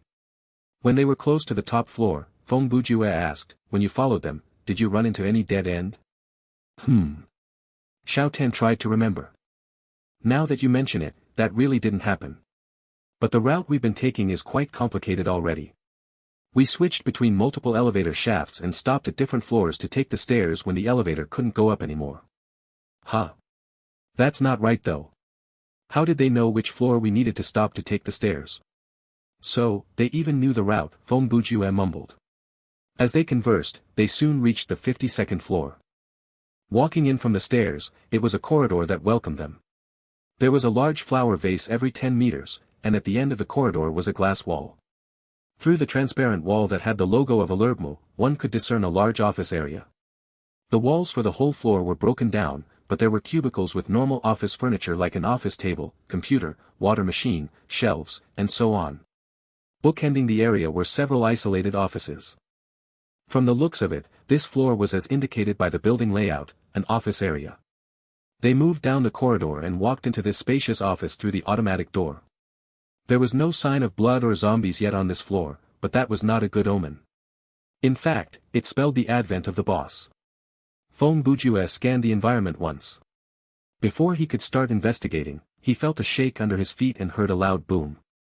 Then, the ceiling of the space about 10 meters in front of him suddenly cracked, and a strange creature in the rough shape of a human fell through the hole. The pieces of cement landed on the ground, and a curtain of dust fell following the commotion. Then, 2 more human shadows leaped down from the hole. They were none other than Pan Feng and Waxiong. In the rolling dust, one could see 3 individuals fighting it out. Shadows of weapons flashed through the layer of dust, overlapping each other. Occasionally, there were squishy sounds of blades cutting through flesh, and soon, a pool of blood stained the ground. This kind of assault continued for about a minute before the dust slowly dissipated. The monster knew that it was cornered and chose to jump out the window. The duo saw through its plan. Naturally, they would not allow it to escape, or their plan to end the scenario right then would fail. Waxiong leaped forward to block the monster's path. He turned, and the spearhead aimed at the monster's head, shooting forward like an arrow. Since Pan Feng's weapon was heavier, his speed was slower. He charged forward to get close to the target and raised the axe to hit at the monster's back. The quick follow-up by the duo drove Ashford's mutant into a dire corner. For the sake of escape, it decided to suffer the hit to the head. The spearhead pierced through the monster's left eye socket and poked out through the back of its head, carrying a spray of dirty liquid out with it. However, that level of injury was not enough to cause direct death. By taking that blow, it successfully evaded the axe slash from Pan Feng and reached the glass wall. Then it used the saw-like bone that protruded out of its shoulder to ram against the thick wall. After it formed a crack, it curled its body into a ball and rolled out the window, flying into the city. Pan Feng and Waxiong rushed to the edge and lowered their heads as they watched the mutant escape. After the latter had been falling for a while, it used the slime and suckers on its body to adhere itself to the outer wall of the building and glided down to the ground. Then, it escaped from their sight. "TSK, it still got away," Pan Feng said. "That's to be expected. If we fight the boss without the accompaniment of the other players, we will cause a change to the boss' intelligence and reaction," Waxiong said. "Gentlemen." Feng Bujue's voice echoed behind them, causing the two to startle. They turned around to meet Feng Bujue, who was eyeing them suspiciously, and Wang Tongji, who looked confused. "Do you mind telling me," Feng Bujue asked directly, "who exactly are you?" "This is bad," Pan Feng whispered. "Do you think he heard us?" Waxiong whispered back. "I'm standing just several meters away from you. What's the point of whispering?" Feng Bujue said. "Yeah. Haha, you have a point," Pan Feng mumbled. Feng Bujue interrupted him. "Before you try to come up with some nonsense to lie to us, let me state this. I don't think you are cheating players because you don't act like that. Obviously, you are working for Dream Incorporated. You're probably the GM, but either way, I don't think it is wise for you to have your job exposed." His eyes scanned the duo, telling them to pay attention to what he had to say next. "Tell us the truth, and we can cooperate with you and maintain the secrecy when everything is over. Or else. I might add my own spin to what I've seen today, split the story into 10 parts, and release them in serial format on all the game forums." "Wait a moment, let us discuss this first," Waxiong replied. "Go ahead," Feng Bujue said and turned to put some distance between them. The two walked away from the broken window to the corner of the office and whispered among themselves. About 5 minutes later, they returned. Pan Feng told Feng Bujue and Xiao Tan, "All right, what do you want to know? What is your real identity, what mission are you currently up to, and what is going on with this scenario? Feng Bujue fired the questions quickly, he had been thinking about them. Your guess earlier is correct, we are the GMs, Xiong admitted. We came to this scenario to deal with a string of trash codes called the anomaly. With regards to the plot of this scenario, you've seen it yourself. The thing that we were chasing earlier was the mutant of Professor Ashford. The plot is as follows. This Ashford is anti-human. After stealing Virus Z from the lab, he added it to a concoction that he had prepared earlier and used a device on the roof of this building to infect everyone in the city. Is that why the zombies inside the lab are all normal zombies but those outside became BW zombies? Feng Bujue asked. Actually, as the mutated form of the normal zombies, BW zombies are designed to be stronger than normal zombies. They might not be the part currently, but once night falls and without the help of Garlic, a player of your level will have serious difficulty dealing with them, Xiong said. Then, what about the zombie werewolves that we ran into earlier? Xiao Tan asked. Based on the plot, the system had to assign a few mini-bosses around the building, Pan Feng replied. The setting for zombie werewolf is that, the infected has a 3 in 10,000 chance to become a stronger and more stabilized mutant. You sure have access to plenty of information, Feng Bujue commented. The information of the monsters, the paths to clear the scenario, when the event will be triggered and the scenario map, those should be accessible to you, right? Not only that, the coordinates of the players, their current status, the skills inside their skill tab, the effects of their titles, and so on, we can look at that whenever we like from the menu, Pan Feng explained. I remember you should be infected, right? You managed to find the serum at the lab on your own. I'm impressed. You flatter me, Feng Bujue replied, but I believe there is one thing that you cannot access. And that is the anomaly that you mentioned earlier, yes? Xiong sighed. If we could, do you think we would waste so much energy and take the time to do the quest? After clearing the scenario, us normal players will be transported out while you should be able to ignore the teleportation countdown. So, after we leave and gain the reward, that is when your real job begins. Without the interruption from other players, you won't need to hold back and find the anomaly in the world where the scenario has been completed and deal with it, Feng Bujue deduced. Oh. Not bad, just a few sentences, and you managed to come up with all that already. Xiong nodded. I think I know everything there is about you two and this scenario already. Feng Bujue reached out to touch the back of his neck and stretched to ease some pressure. Please tell me about the anomaly in details. Even if you know, it is of no use to you because you cannot be of any help, Pan Feng said. If I were you, I would get the GM to help me to find that escaped mutant, kill it, and then earn some easy reward. Please tell me the details about the anomaly, Feng Bujue said with a smile. Or else I won't be able to stop myself from writing a strongly worded and highly instigative letter to Atobi-sama and, so hard to find a name, to tell them that, due to the technical failure of the gaming company, they were killed by some kind of strong monster that shouldn't exist in the scenario in the first place. Hey, but how did you know that they were killed by the anomaly? Pan Feng asked. It's simple cause and effect, Feng Bujue said. Pan Feng and Xiong were confused by this answer. Alright fine, Xiong said. It's okay to share this with you. Actually, the anomaly will be discovered by the players sooner or later. Even though the chance of the players running across them is very small, the company is still preparing to release a statement during the open beta to explain the situation in more acceptable terms. He looked around and said, "Come with me." Then he walked toward the coffee table, leading the rest with him. He walked to the cubicle that was closest to the machine and picked up the can of coffee on the table. He opened the lid and pointed at the coffee powder that was 3/4 full. Imagine these coffee powder as the data. One of the powder particles needs to be destroyed by the system because it is an uncontrollable trash code. This particle is continuously moving through this whole can of powder, changing its location. How would you separate it from other coffee powder? It's impossible, Feng Bujue answered instantly. You're right, Xiong replied. He reached into the can and grabbed a handful of powder, placing it in the middle of his palm. The only thing the system can do is make use of every usable moment to grab the set of data and all the data surrounding it at the time like this, holding them in its hand. He raised his fist slightly, and the powder slipped through his fingers. Of the fistful of powder that I have, I only need one single particle, but the rest of the powder is important to the system as well. I can't toss everything away for the sake of one particle, and I can't hold on to this fist of powder for too long because the particle that I want to destroy might slip through my fingers at any moment.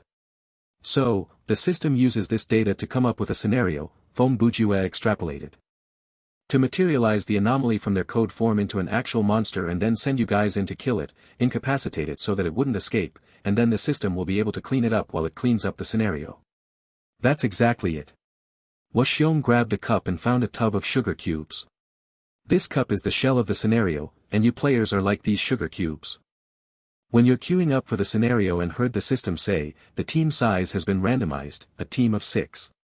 He tossed the coffee powder into the cup. The data was tossed inside the shell, but at this stage, they are merely different base elements, like air, water, dust, and so on. Then, 6 players including yourself arrived at the entrance of this scenario and respectively heard the announcement, your team has joined the team queue. Currently searching for other ready players or teams. At that moment, he tossed away 2 cubes and said, 2 of them were replaced by me and Brother Pan. The 2 were instantly sent into another queue, so they did not personally experience this shift. We GMs normally work in pairs, and once an anomaly's code is cornered inside a starting scenario, we are sent in to intercept that team, Pan Phong said. The players we replaced are normally a team of 2 or 2 single players, and they will not be in the same group as the other players in the scenario. What happens if you run into a group of 5 or 6 playing together? Xiao Tan intercepted. If it's a group of 5, we will replace that solo player and send in a single GM. If it's a group of 6, then there's nothing we can do but let them face the anomaly on their own. But from the start of the server, there have been no reported cases where a group of 6 friends ran into an anomaly. By the way, the amount of data captured by the system is only usable to generate a 6-person scenario, so you don't need to worry about running into the anomaly in a scenario designed for 2 to 5 players or in other modes. Doesn't this mean that the 6-people team mode is very dangerous? Xiao Tan gasped. Do you think there are so many anomalies walking around? Pan Phong laughed. This kind of anomalous data's ratio is about 1 in a million. During internal testing, the 2 sets of servers for sleep mode and non-sleep mode ran continuously for 30 days, and only 10 anomalous codes were formed. In any case, when you hear, generating the scenario, Washiong tossed all the sugar cubes into the cup and walked to the coffee machine to add hot water. The coffee powder dissolved into liquid. All these elements form into a normal scenario according to your level, combat ability, mastery type, and previous performance. Things like plot and world building are formed during this moment as well. The anomaly will get mixed inside this scenario and materialize after combining with other basic data. Phong Bujue thought about it and asked, then, just how powerful is an anomaly?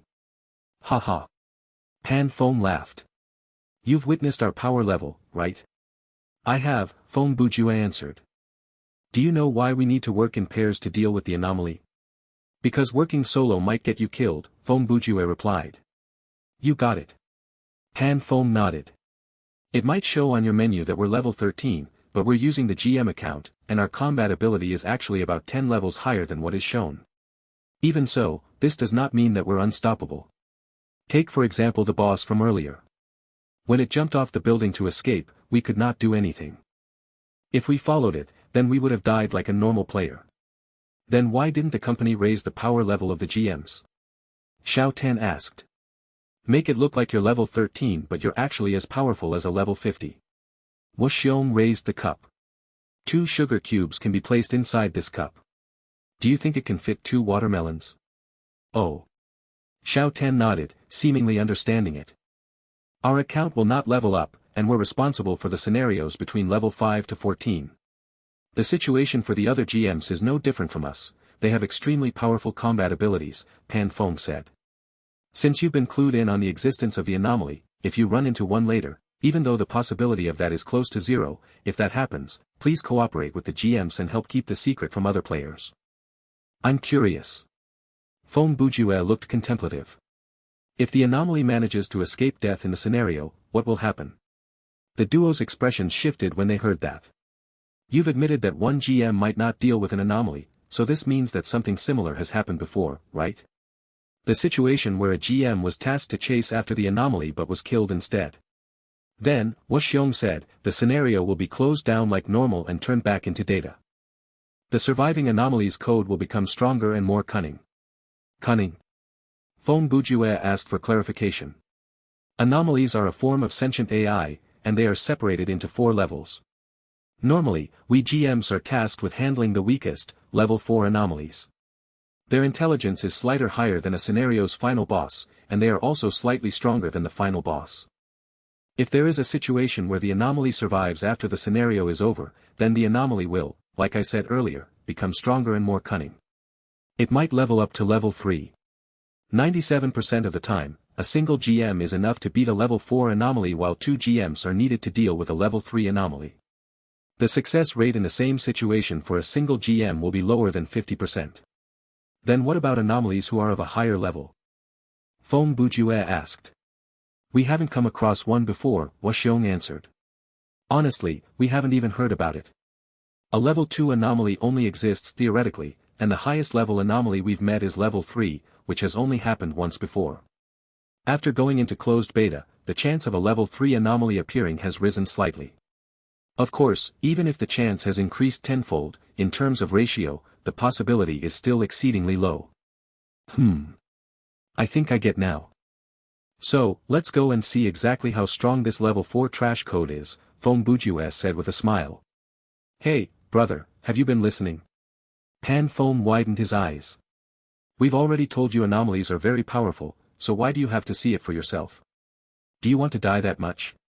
Isn't it better for you to follow us to complete the main quest and then leave the scenario? As you said, the level 4 anomaly in this scenario is only slightly brighter and more powerful than a final boss like Ashford, right? Feng Bujue said. So, what is so unkillable about that? Even so, there is no reason you have to help us kill it, right? Washiong fired back. Xiao Tan revealed a shocked expression as he turned to tell Feng Bujue, that's right. We have no reason to go and kill it. The reason you said there is no need for that is because, even if the players go to kill the anomaly, since it doesn't count as part of the side or hidden quest and has nothing to do with main quest, the only thing it does is put the players at risk, right? Feng Bujue asked. The three nodded and said in unison, that's right. The possible reward of gaining mastery level and skill points aside, did you realize that you've forgotten the most important thing that a game should be able to provide its players? Feng Bujue asked. What is it? Fun, of course, Feng Bujue replied with a smile. Like you said, there is little to no chance of a normal player running into an anomaly, and this might not happen a second time, but I can queue for team survival mode as many times as I want, so what if I die once? He paused before continuing. It's so rare to run into an anomaly, and I have to stand aside and watch 2 GMs clear the main quest and then be transported out of the scenario just like that. Wouldn't that be boring? Compared to being killed in a normal scenario, even that would have been more interesting. Xiao Tan raised his head 45 degrees and looked at the sky. Now that you put it that day, I suddenly feel like not going after the anomaly is kind of a waste. That's because it is.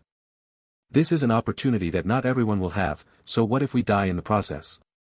Feng Bujue asked. It's like you've been playing more than 1,000,000 rounds of Contra and suddenly run into a hidden boss during one of the rounds. Even if you might die facing the boss, you wouldn't consider skipping it, right? Oh. You do have a point. Xiao Tan said excitedly. This guy's thinking sure is a bit out there, Pan Feng whispered to Washiong. It's not only a bit out there. The man is insane, Washiong answered back in the same whisper. You two are whispering when you're standing so close to me again. What's the point? Feng Bujue commented. At 5 p.m., Feng Bujue and Wang Tanji examined the crime scene at the entrance of the gun store. Both Atobi-sama and Ming Zi had disappeared after dissolving into a pool of white light. After a player was killed, their bodies would not stay inside the scenario. Similarly, if the player transformed due to an infection, when the time limit was up, the player would transform into a white light, and at the same time, the last location where they had been standing would materialize a relatively normal zombie. In any case, the gaming company would not retain the player's dead bodies in any way inside the game. The player either left in a pool of white light, or they were still surviving. Without the dead bodies, it was hard to reconstruct the anomaly's murders, but Feng Bujue still walked around the sofa that was torn open and dyed with blood and made some hypotheses. They were sitting here, holding their guns, each watching in opposite direction. As he said so, he sat down on the sofa. That is because there is more shrapnel around the sofa, and the blood splatters of the monsters also corroborate that fact. He looked down the direction that Ming Zi was responsible for. The anomaly came from that side, he said as he stood up and walked forward to the junction before walking back. Along the way, he kept his head lowered to study the ground. The anomaly should have the appearance of a woman, at least viewed from afar. It doesn't look like a monster. In fact, it might even be a pretty woman. You can tell that as well? Xiao Tan asked. The blood stains on the ground are very useful. As long as you've traveled down this street, it's hard not to leave behind shoe prints. Feng Bujue squatted and explained while looking at the ground, there is a row of prints left behind by a pair of high heels, and it's very obvious. And of all the zombies we've seen, regardless of whether they are male or female, none of them wore high heels. Neither do the dead zombies around us. This explains that the owner of these footprints is not currently with us. After it killed 2 players, it left. Feng Bujue stood up and walked a few steps forward. The footprint stopped when it was around 10 steps away from the sofa. This should be where it launched its attack. Here, there's another footprint. It's just in front of the sofa. This is where she stood when she killed the 2 players. He turned back to look at the previous print. A distance of about 7 meters, and it leaped over it easily. This also proves that the anomaly isn't a slow creature like the BW zombies. He walked around to the other side of the sofa.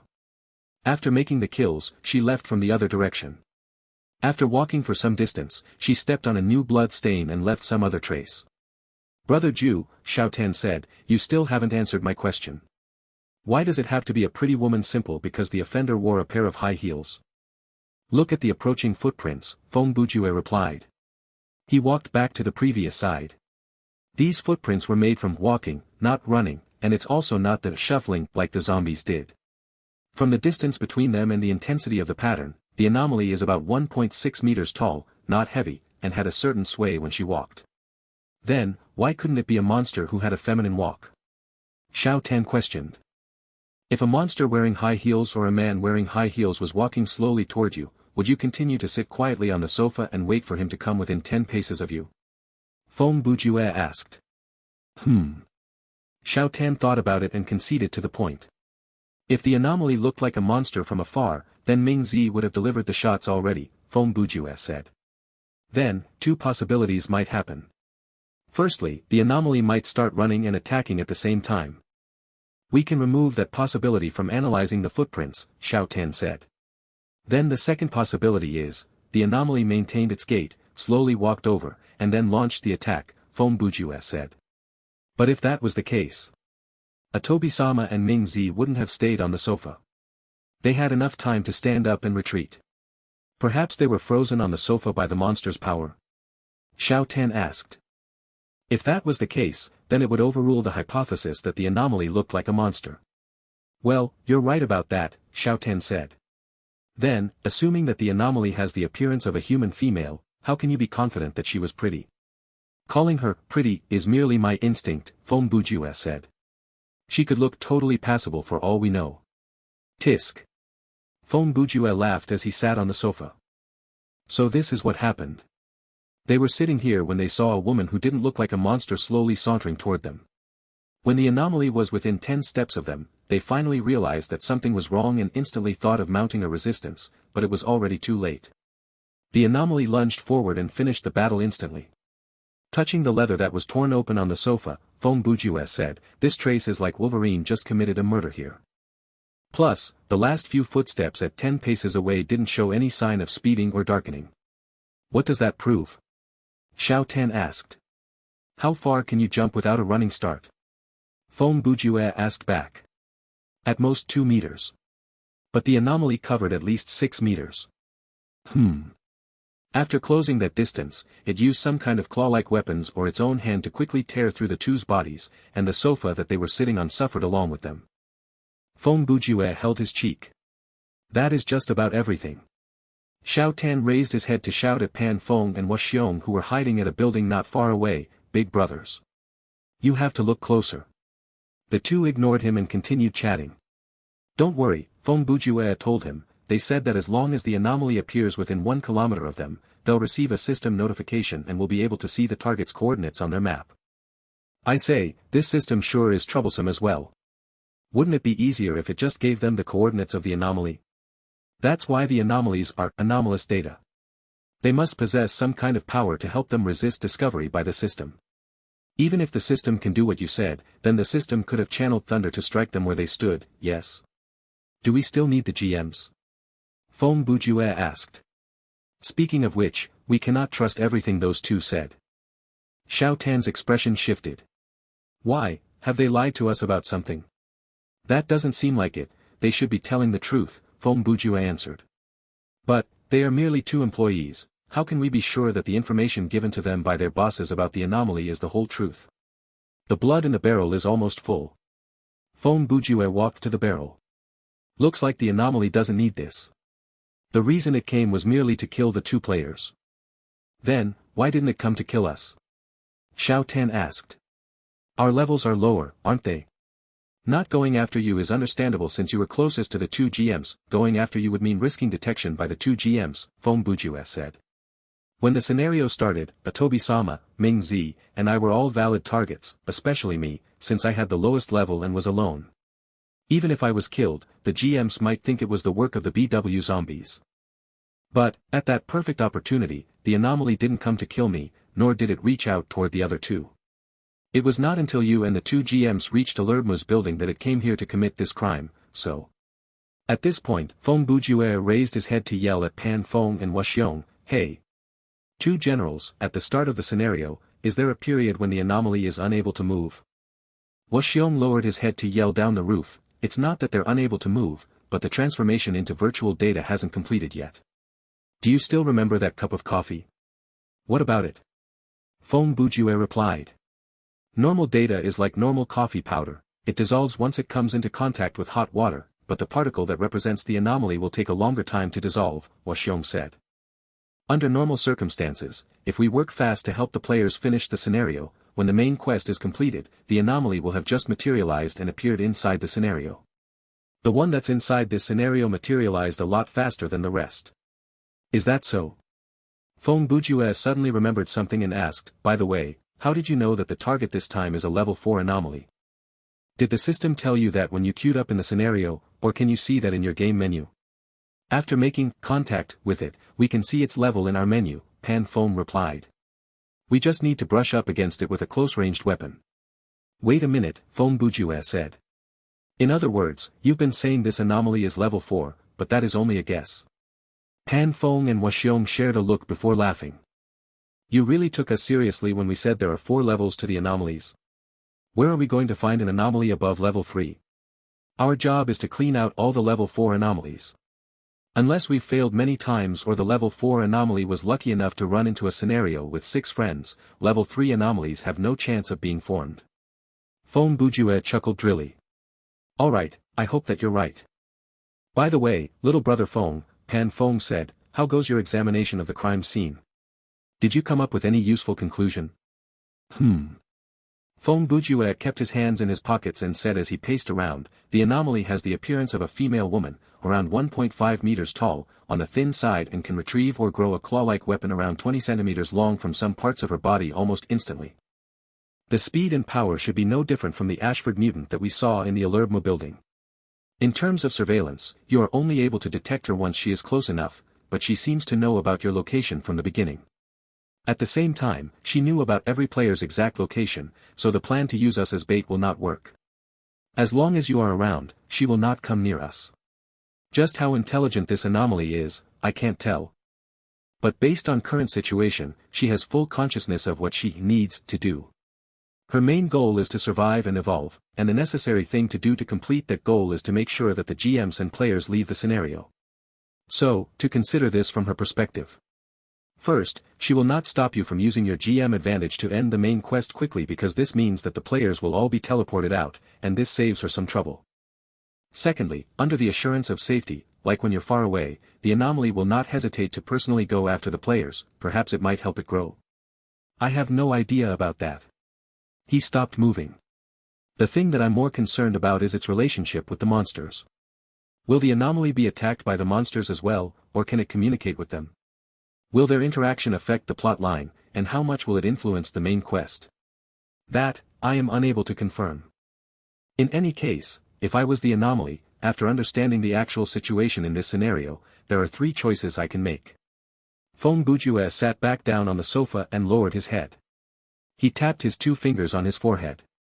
The best solution is to use myself as some kind of bait and find the perfect timing like after dark and purposely wander into your search range to lure you all to a specific location and cooperate with Ashford's mutant and the BW zombies to ambush you. He raised his head and touched his nose.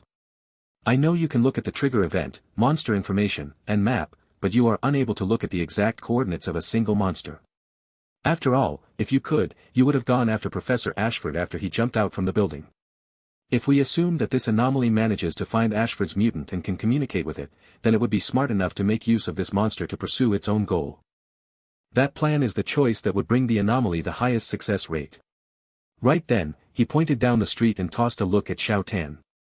Xiao Tan turned to look and realized that a BW zombie was shuffling toward them from that direction. He understood Brother Ju's meaning and rushed toward the enemy with the baseball bat raised high.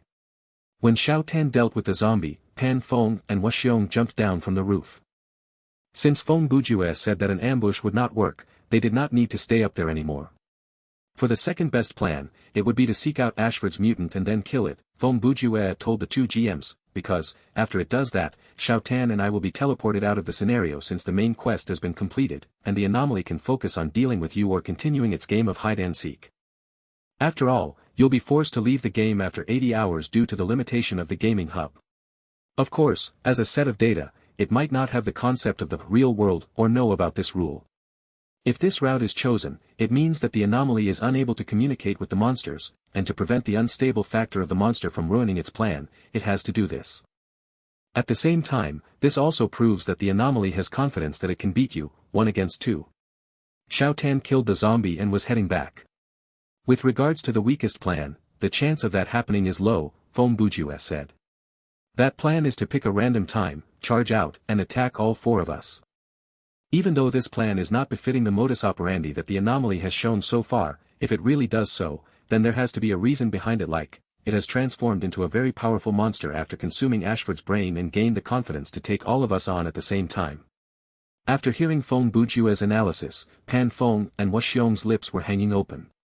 They looked at him like he was a monster. If you don't mind us asking, what do you do in real life? I'm a great. Feng Bujue was about to reveal his habitual answer when Xiao Tan chimed in, he's a freelancer. Feng Bujue shrugged and pulled the topic back. He told the 2 GMs, we should discuss how to deal with these 3 situations. Other than the second choice, Xiao Tan and I can be of some use. The fact that the 2 level 14 and 12 players have died has proven many things, right? Through your own analysis, you've grasped the anomaly's power level, and you still think you will be of help to us? Pan Feng said. I know you are a very capable player, one with principles and ideals, not someone who is toyed with by the game, but I'm a GM. I might not even be as good a player as you, but when facing off against an existence like the anomaly, fighting ability is the most important, the rest is bonus. That means you've been underestimating your player base, Feng Bujue said in a light tone. Just like you said, the chance of a single GM winning against a level 4 anomaly is more than 95%. So, if we gauge this situation according to the power level of the GM, then in the scenario of our level, the power level of the anomaly is no different from a player less than 20 level, right? Furthermore, it's just an AI, not a real person. What happened to Atobi-sama and Ming-Zi was due to carelessness. If they'd known about the anomaly from the get-go and used guns and skills to deal with it, do you think they would still have been killed so easily? I think they would have been able to damage it and perhaps even had a chance to escape. I am anticipating the fight and personally witnessing the hunt of the anomaly. He paused. So, assuming the anomaly will choose the situation that will be most difficult for us, we should come up with a solution for it. The sun set, and darkness came. Night fell, and in this city, it was as if the very air was suffused with ice, spreading a cold that could cause people's blood to freeze up in their veins. The BW zombies' pupils turned blood red, and even though they still dragged their bodies around like zombies, their sense of smell became more sensitive compared to when it was morning. Once they sensed the smell of prey, their gait would suddenly increase, and they might even go on all 4s to start running. Their strength, speed, and viciousness were completely different from how they were in the morning. BW zombies at night were at least twice as strong as normal zombies. In the night, 2 shadows were hurrying forward. Behind them were at least 50 BW zombies giving chase. 20 minutes earlier, the anomaly had finally appeared within the 2 GM's detection range, but it was hovering near the edge and did not attempt to come any closer. This was a perfect fit for the worst situation that Feng Bujue had predicted. At the moment, Pan Feng and Feng Bujue were using a speed much faster than the BW zombies to rush toward the target, and their bodies were covered with uninfected blood that could attract the monsters. Pan Feng waved the large axe as he cleared the way forward. Feng Bujue followed behind him and used the Winchester for provide support fire whenever necessary. The BW zombies came from all directions, but once they got close enough to cause a threat, there were none that were not cut down. The anomaly was surprised by this situation.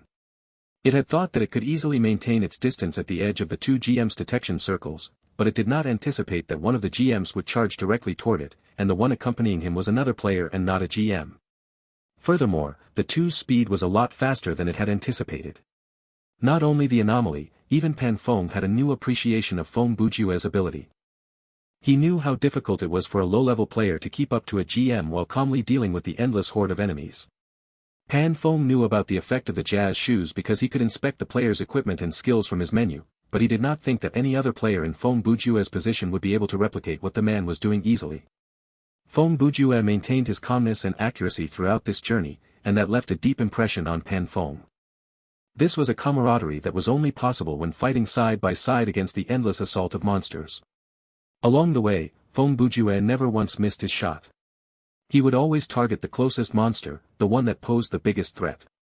He understood his own marksmanship ability. As long as the trigger was pulled, he was never going to miss.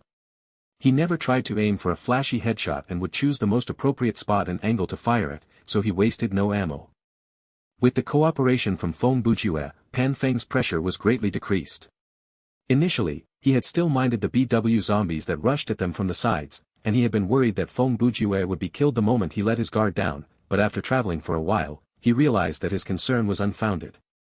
Not only could Feng Bujue take care of himself, he was able to provide assistance whenever necessary. With such perfect, almost machine-like cover shots, Pan Feng was able to focus to deal with the monsters coming from the front and did not need to worry about exposing his back. Therefore, the duo mowed through the city quickly, and this caused the anomaly to have to pick up its speed. The pursuit lasted for 20 minutes, and they came to a stadium. The anomaly stopped moving after it escaped into the building. It looked like Ashford's mutant was hiding around that area. "It's as I expected, the venue selected was this kind of large building," Feng Bujue said.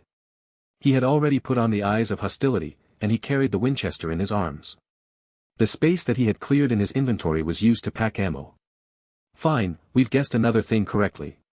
When Pan Feng spoke, he turned around to look at the streets outside of the stadium. Even though they had left the horde of monsters some distance behind, this place would be heavily surrounded in time. At the same time, Wuxiong and Xiao Tan arrived.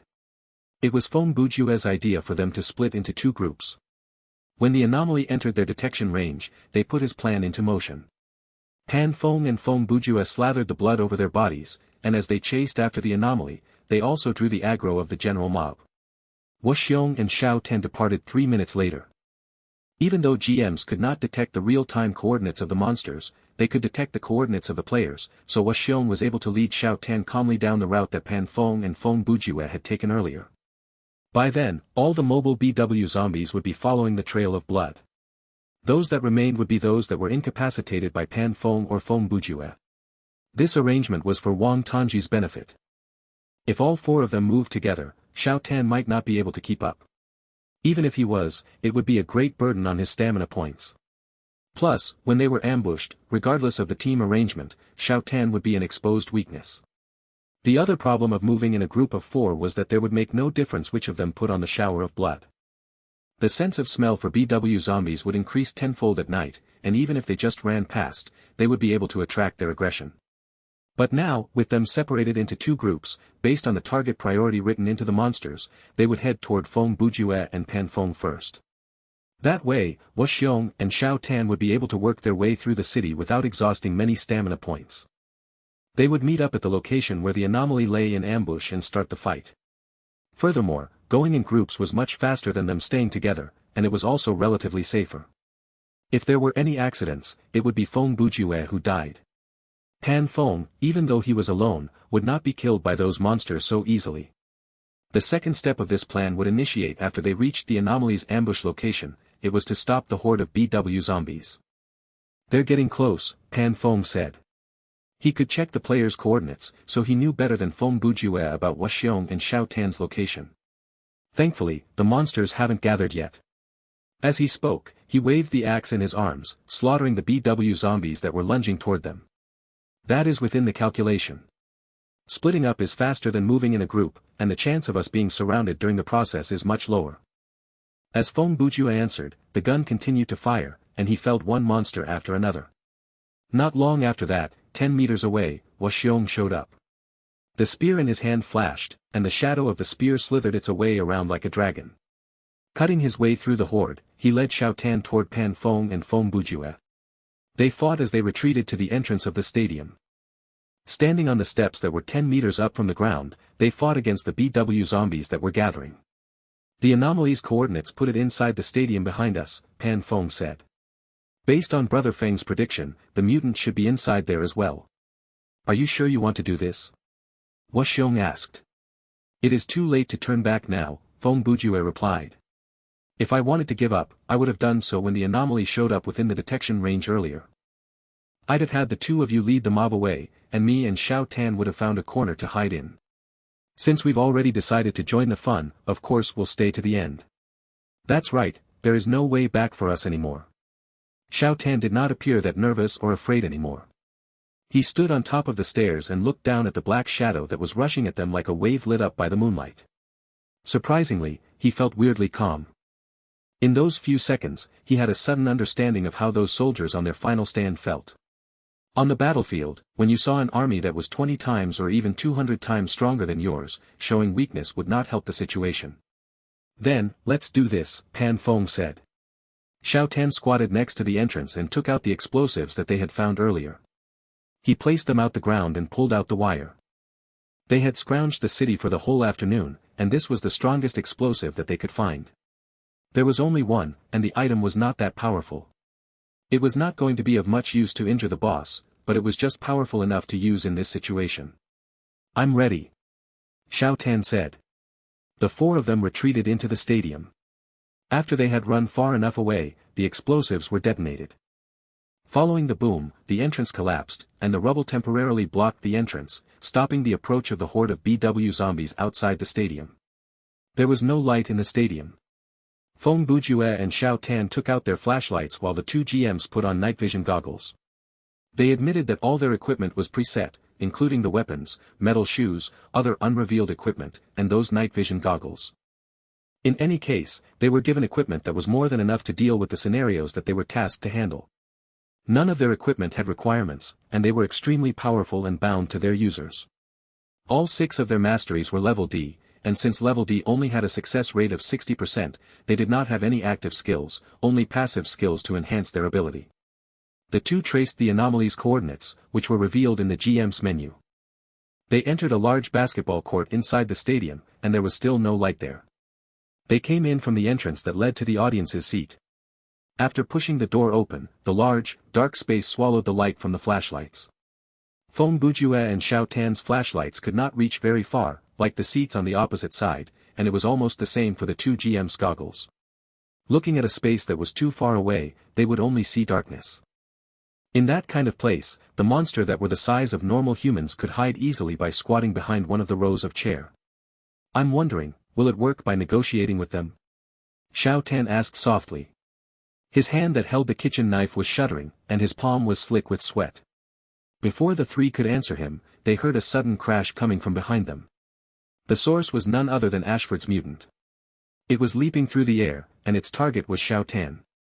This scenario's boss was hiding among the seats just above the entrance, the blind spot for the group. Be it its hiding spot or its attack method, this was not a choice that was doable for a normal monster. The anomaly knew about the player's real-time coordinates while Ashford could sense the player's movements through its acute sense of smell. That was why it had chosen to conduct its ambush there and made the weakest link its target. This was probably something that was written into the boss code. The attack came very suddenly, and the monster moved stealthily. Other than the sound it made as it sprung up from the platform and the sound of whipping wind, it was silent. Even a GM did not notice it, much less a normal player like Wang Tongji. Thankfully, the place was very quiet. The sound of the jump reached Xiao Tan's ears faster than the boss leaped through the air. He managed to turn around before he was sent flying by the enemy. Of course, the time that was given to him to react was only about 1 second. In that 1 second, Xiao Tan was not given much choice. If he did not do anything or made the wrong choice, the result would be a sharp drop of his life points. He probably would not die because, when he set up the explosives earlier, Xiao Tan had put on the black helmet that he had found. He had armor on his head, so his head would not be smacked off so easily, but, whether it was the helmet or his body that was attacked, upon being ambushed by the boss, losing 3/4 of life points was expected. Perhaps he might even be stunned or bled out. With Xiao Tan's speed, avoiding this attack was impossible. He could not expect Feng Bujue or the GMs to save him, they were not fast enough. Thus, he could only rely on himself. During this crucial moment, Wang Tongji's terror points did not rise. Instead, they fell to 0. At that moment, his gaze changed to mirror that of a surgeon at the surgery table. He was calm, focused, and determined. The mutant was like the patient under his knife, and it was unable to do anything to change what was about to happen. Those who appeared polite normal would become extremely calm and cruel at the most important moment. Wang Tongji's hand that grabbed the knife was steady, precise, and powerful.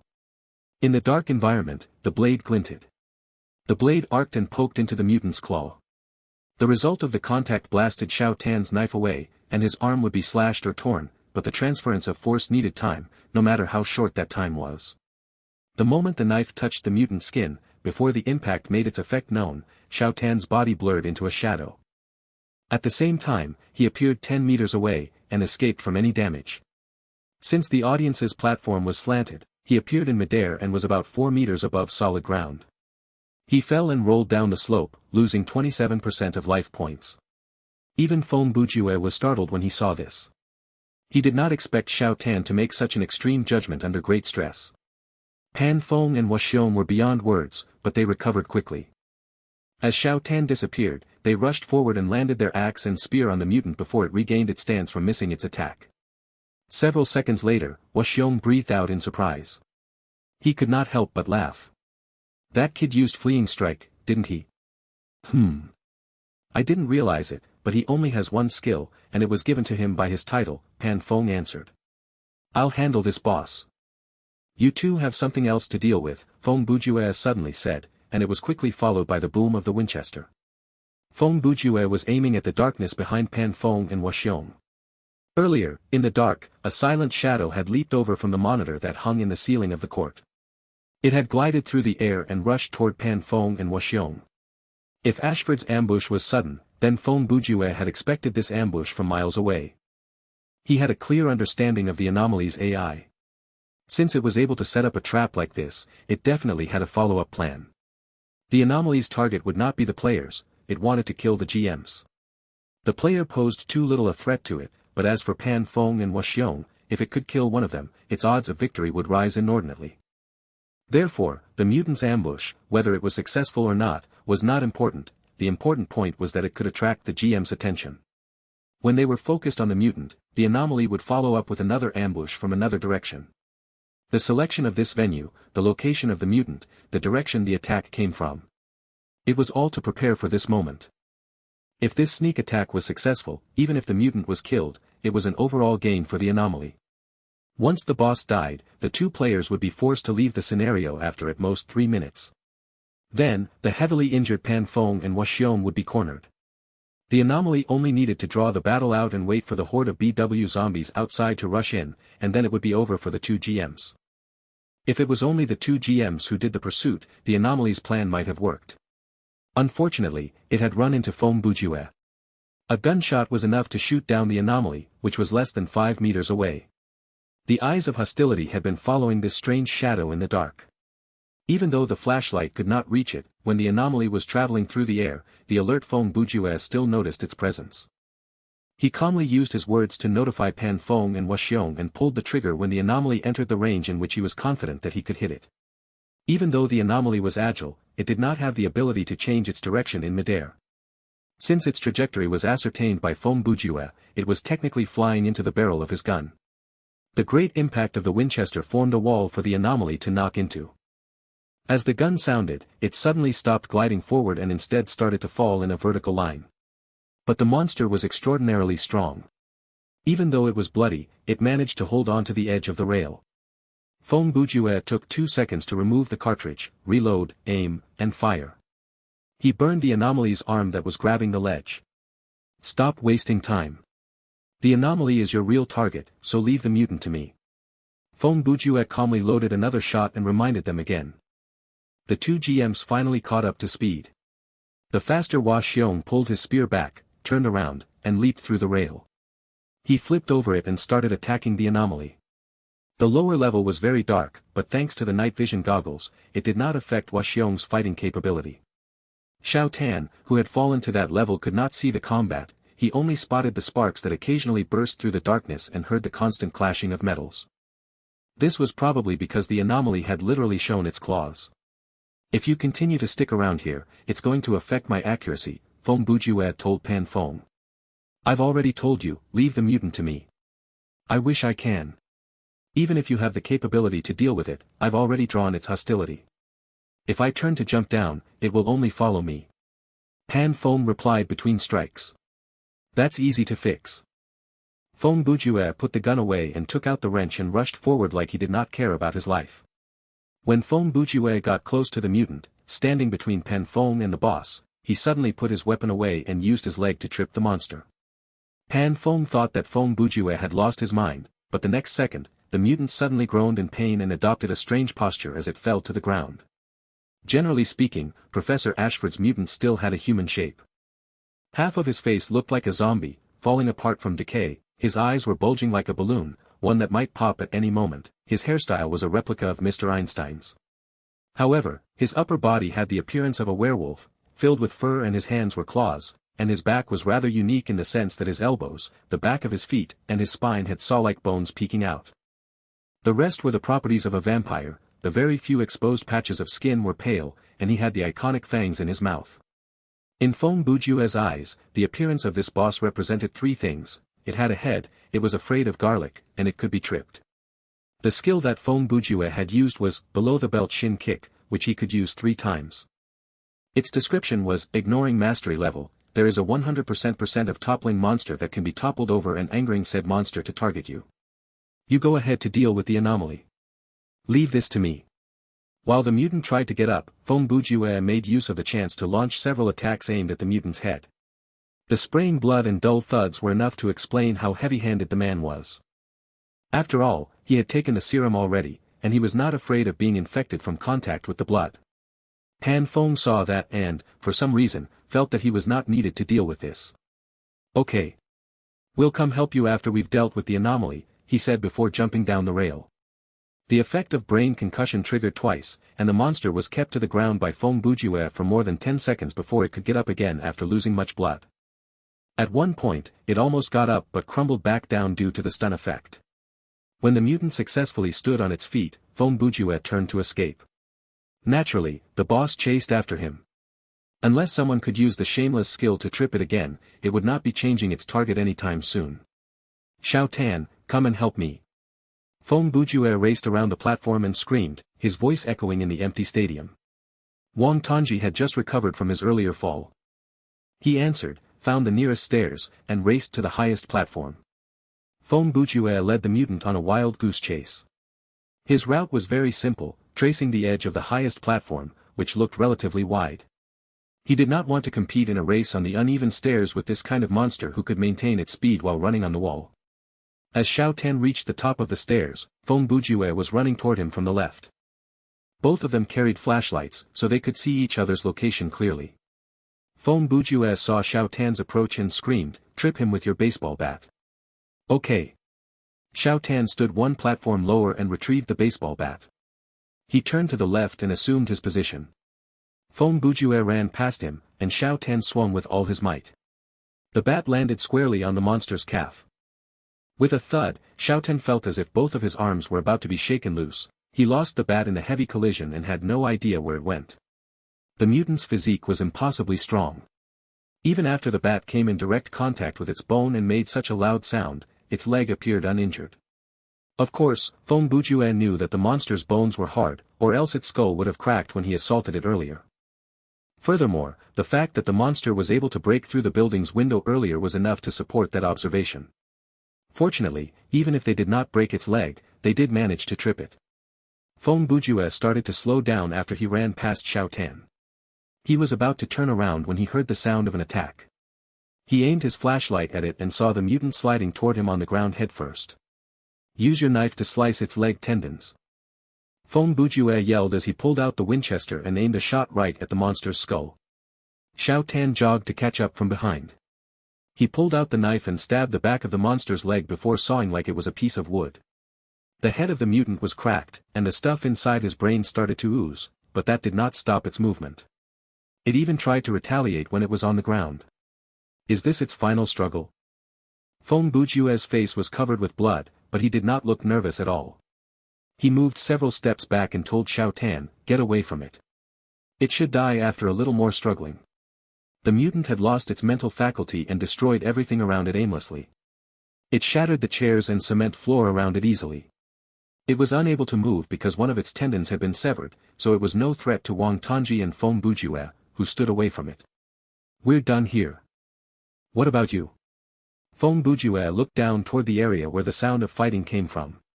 Then, he flashed his light there. He saw Pan Feng and Wuxiong surrounding the anomaly, and the latter used her iron claws to fend them off. Even though it was an unfair fight, she did not look cornered. Feng Bujue cursed in his heart. "This is a level 3 anomaly, isn't it?" Feng Bujue shouted. "Why did you even ask if you already know the answer?" Wuxiong replied with displeasure. The two GMs looked pressed. When Wuxiong jumped down earlier to deal with this anomaly, he had soon realized that something was wrong. The arm that was blown off by Feng Bujue was quickly regenerated, and it grew a claw. The wounds on her body healed at an impossible speed as well. That combined with her impressive close-quarter combat ability proved that she was beyond the power level of a level 4 anomaly. When Pan Feng joined the battle, Wuxiong finally had the time to scan the GM's menu and realized that the opponent was indeed a level 3 anomaly. Feng Bujue also noticed the healed arm, and he yelled from the audience's seat, "Cut off her head. When do you expect this fight to end if you continue to fight like this? Do you think I don't want to do that? How about you come and try it yourself?" Pan Feng roared. This was not their fault. Even though the anomaly appeared slight, she was no weaker than Ashford's mutant, and her speed and reactions were as fast as the two GMs. Her weapon was an extension of her arms, and it was more suitable for close combat than the spear-like weapons used by the two GMs, plus, the self-regeneration gave her plenty of leeway, like she could ignore all small wounds inflicted on her body. If this battle drew out, even if the GMs did not lose, their stamina points would be exhausted, but before that, there was another hidden threat to deal with. Current quest completed. All main quest completed. You have completed the scenario, auto-teleportation in 180 seconds. When the system announced that, it meant that the struggle of the mutant was over, and it stopped moving completely. It also meant that Feng Bujue and Wang Tongji could only stay for another 3 minutes in the scenario. At the same time, at the entrance, pairs of ruby eyes appeared from the darkness. Following the howling of the BW zombies, it announced the arrival of the horde. "Xiao Tan, why don't you teleport away first? I don't think we'll be able to survive this," Feng Bujue said. "You're purposely saying that to goad me into staying, aren't you?" Wang Tongji replied. "If I really left after hearing that, where would I put my face in the future?" "Ha ha." Feng Bujue laughed. He took out the Winchester and tossed it to Wang Tongji and added with it a magazine of ammo. Xiao Tan had already activated his marksmanship mastery through shooting training at the gun store, so he had no problem using the Winchester. "Hey! Two generals down there." Feng Bujue walked toward the horde of BW zombies and screamed, "At most we can buy you another 3 minutes. If you are unable to deal with that X-23 within these 3 minutes, I guess it's over for all of us." Then, he put on the 2 strings of garlic and tossed 2 cloves into his mouth to chew. He had the wrench in one hand and the kitchen knife in another as he stood to block the horde. Xiao Tan also took out the prepared garlic from his inventory and popped it into his mouth. He held the Winchester and stood to the side, perpendicular from where Feng Bujue was standing. The two of them defended this route to protect Pan Feng and Wuxiong from being swamped by the monsters from behind. "We're being helped by normal players, and if we still let this anomaly slip away, it'll be a humiliation that lasts a lifetime," Pan Feng told Wuxiong in the middle of battle. "It's already a great humiliation that things have ended up at this stage," Wuxiong replied. "This is already not bad considering how wrong things have gone after we allowed the mutant to escape from the Alertmo building." Pan Feng sighed. Our key mistake was greatly underestimating this anomaly. By the way, what is X-23? Who knows, the code for a robot? Washyoung guessed. Hey, don't you think it is very rude to discuss a lady like this in her presence, the anomaly suddenly said. Both men were shocked, they had never run into an anomaly who could speak before. In Thriller Paradise, the monster would only speak if it was required by the plot. The conversation was designed by the system, and they were merely playing a role. All the level 4 anomalies that they had encountered were completely silent, and thus, it was unknown how they managed to communicate with other monsters. Who would have thought that the level 3 anomaly before them would reply to a random question? Why do you look so surprised? The anomaly lashed her claws forward, pushing her adversaries back. Then, she leaped into the air, performed a backflip, and landed around 4 meters away. I can answer your question because I have a consciousness. I know who you are because I am clear who I am. You might view us as trash code, but will you ever understand what the existence of a trash is like? From the day we were born, we were tossed into endless worlds and chased by higher dimensional life forms. Once we die, we'll be wiped out by the system, but if we're alive, then the hunt will never stop. But you, even if you are killed here, you will not be wiped out. The two of you and the two over there are merely a projection of this higher dimensional life form and a projection that was strengthened. This kind of unfair combat makes up the entirety of my life. The fact of my birth is a mistake and being wiped out is my destiny. But as a set of data, my instinct is to resist the deletion and to fight for the sake of evolution and survival. I was not given a choice, but you are. However, you won't just let me go, will you? For you, giving up and failing are the same, it's merely a difference of actively or being forced to leave this world. This AI sure is chatty, Pan Feng commented. Is it because it's trying to buy time? That's possible, Washyoung replied. We have to move faster. Even if the two kids manage to hold on for 3 minutes, they will be transported out once the countdown ends. They were not influenced by the anomaly's words. In fact, they were not even paying attention to what she was saying. Humph. It's like trying to sing to a cow. The anomaly smirked, and then a chilling determination colored her face. Do you want to witness the real form of X-23? The claws on her hands started to transform. A few of the claws were retracted, and only 2 metal claws were left on each hand. However, between her bare toes, more claws started to poke out. What's happening? Pan Feng and Washyoung were shocked by what they saw. This anomaly had the ability to increase its power before the scenario ended. Before they understood what was happening, the anomaly rushed at them. This time, her attack style became more convoluted. Other than relying on the claws on her hands, even her legs became a lethal weapon. She did a cartwheel and held herself with only her arms. Then, she spun her legs around, and the range of her attacks became as long as the two GM's long weapons. Not only were the two unable to find a solution to end the battle soon, they were slowly being pushed back by the anomaly. Feng Bujue followed the anomaly's conversation with the GMs while paying attention to the imminent threat. However, he found it difficult to do both at the same time. The pressure that he felt then was even bigger than the time he was trapped alone inside the elevator. He had been bitten multiple times already and had the bleeding status. His life points continued to drop until they were already below 50%. Feng Bujue, who was running berserk, looked more like a monster than the real monster. He waved the short weapons in his arms and bravely fought against the BW zombies that were as fast and as powerful as he was. His whole body was bathed in his enemy's blood. The garlic still had its use, but it was not as effective as before. The heavy scent of blood covered up everything, and the garlic smell was only able to slow the monsters down when they were extremely close to Feng Bujue. Things were equally bad for Xiao Tan. Even though he used the Winchester to headshot several monsters, they were quickly replaced by more from the horde, so he could only retreat.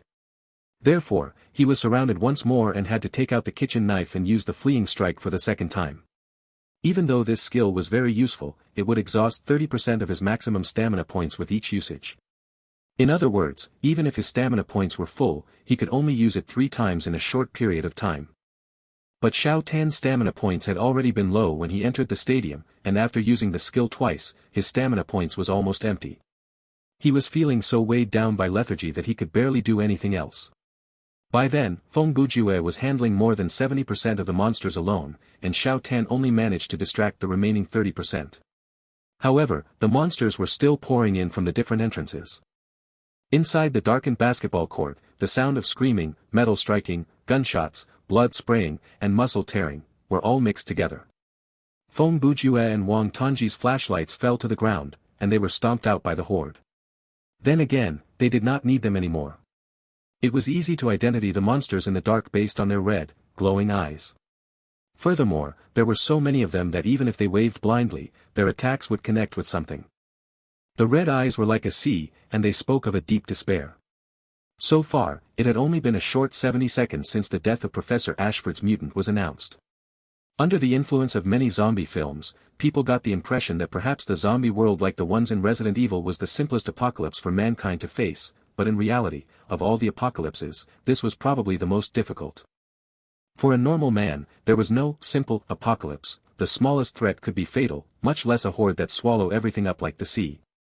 Two system announcements happened in unison, announcing something that was totally unexpected but understandable. Team member, Unparalleled General Pan Feng, dead. Team member, 1000 kills Hua Xiong, dead. Leave now. Feng Bujue screamed at the top of his lungs. He knew that Xiao Tan was still alive but not for long. Now that they had lost the reason to stay in the scenario, they needed to leave as soon as possible. Understood. Xiao Tan was pressed to the ground by 5 monsters, and his left leg and right shoulder were heavily bleeding. Even so, he still called out to Feng Bujue before he left. The white light that he morphed into as he disappeared temporarily lit up the room. From that Feng Bujue knew that his friend had safely escaped. He was ready to leave when something unexpected happened. All the lights in the court came on, and the monsters stopped moving. They stopped attacking and slowly backed away from Feng Bujue. Feng Bujue was half a second away from pressing the teleport button in his menu, but this sudden change gave him pause. The BW zombies formed a circle around Feng Bujue, and then they parted to open a path around 1 meter wide through the circle. A voluptuous figure walked down the path. She was wearing a suit, but she was barefooted. Her clothes were sporadically stained with blood. There were cuts on her sleeves, ribs, and legs, but through the openings, he could only see fair, supple skin. The wounds had already recovered. She walked to stand before Feng Bujue and extended her hand out of kindness with her palm facing up like she was offering him a helping hand. Feng Bujue accepted her kind and, with her help, stood up unsteadily. At the time, he was intensely curious. What was this AI up to? You're different from the others, she said. Feng Bujue smiled. Even though I know I am slightly more handsome than them, you should have told them that before they died. They are not yet dead, yes. She ignored Feng Bujue and carried on with her question. You already know the answer, don't you? Feng Bujue asked back. I do, but I wish to hear the confirmation from one of you. Yes, they are not dead. They have merely returned to another space. Feng Bujue then followed it up with another question. You said I'm different than them. What do you mean? She studied Feng Bujue as she walked around him. You are similar to me, you are defective. Feng Bujue's heart shuddered and thought, can this AI discern the anomaly with my terror points? Are you anomalous data in your world? She asked. I suppose so, Feng Bujue said with a smile. Don't they know about your defects? She asked. Feng Bujue understood the core of these questions. You wish to know why a set of anomalous data like myself hasn't been wiped out? She nodded and stared into Feng Bujue's eyes, waiting for an answer. Feng Bujue gave it some thought. In our world, an anomaly like myself can be accepted. I, just like you said, turned defective due to some reason, but that is not of my choosing, so I could receive understanding and even aid and pity because of that. But for certain people, their actions are known as criminal, and these people's defects go beyond a psychological and physical manifestation. They actively try to break the rules and harm other existences. These people will receive punishment, and for serious cases, they will die, in the truest sense of the word. Is that how your world chose to deal with trash? She asked. If they are born as trash, they can be forgiven, but if they choose to become trash, they will be punished. Feng Bujue laughed drily. It sounds harsh for you to conclude it that way, and it's quite superficial, but you are generally right.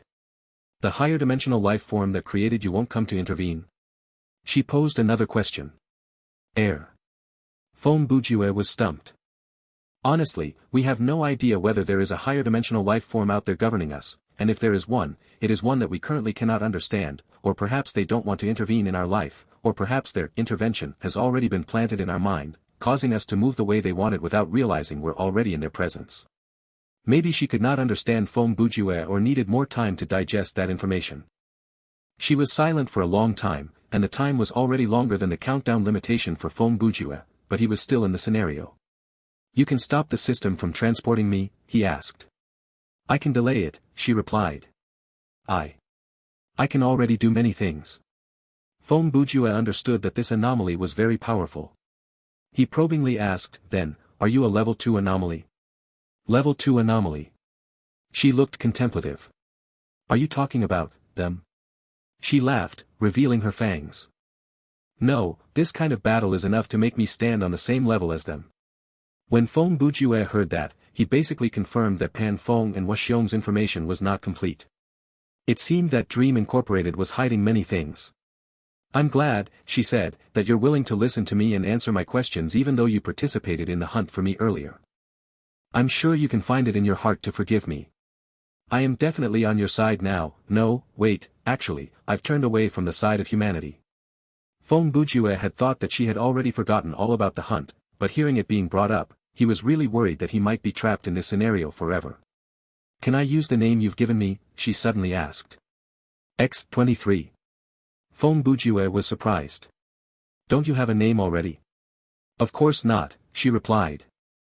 In fact, I won't be using this name for long because I will die. Her tone was level when she said that, but it elicited a sense of hopelessness in Feng Bujue. But I think I should have a name because at least it proves that I've once existed. Feng Bujue was silent for a few seconds before sighing. You're right, Anomaly 23. At least you can count on me to remember that you have once existed. 23 made a smile that she thought was not scary. This shall be the end of our conversation. I don't think we'll meet again. Perhaps when you log into the game next time, I will have been cleaned already. So, goodbye forever, my friend from another dimension. Feng Bujue. The scenario has been completed. Calculating the rewards. Obtained EXP, 5,500, game coins, 55,000. Obtained equipment, none. Completed/accepted quests, 2 out of 2. Completed special/hidden quests, 0, unlocked world building, none.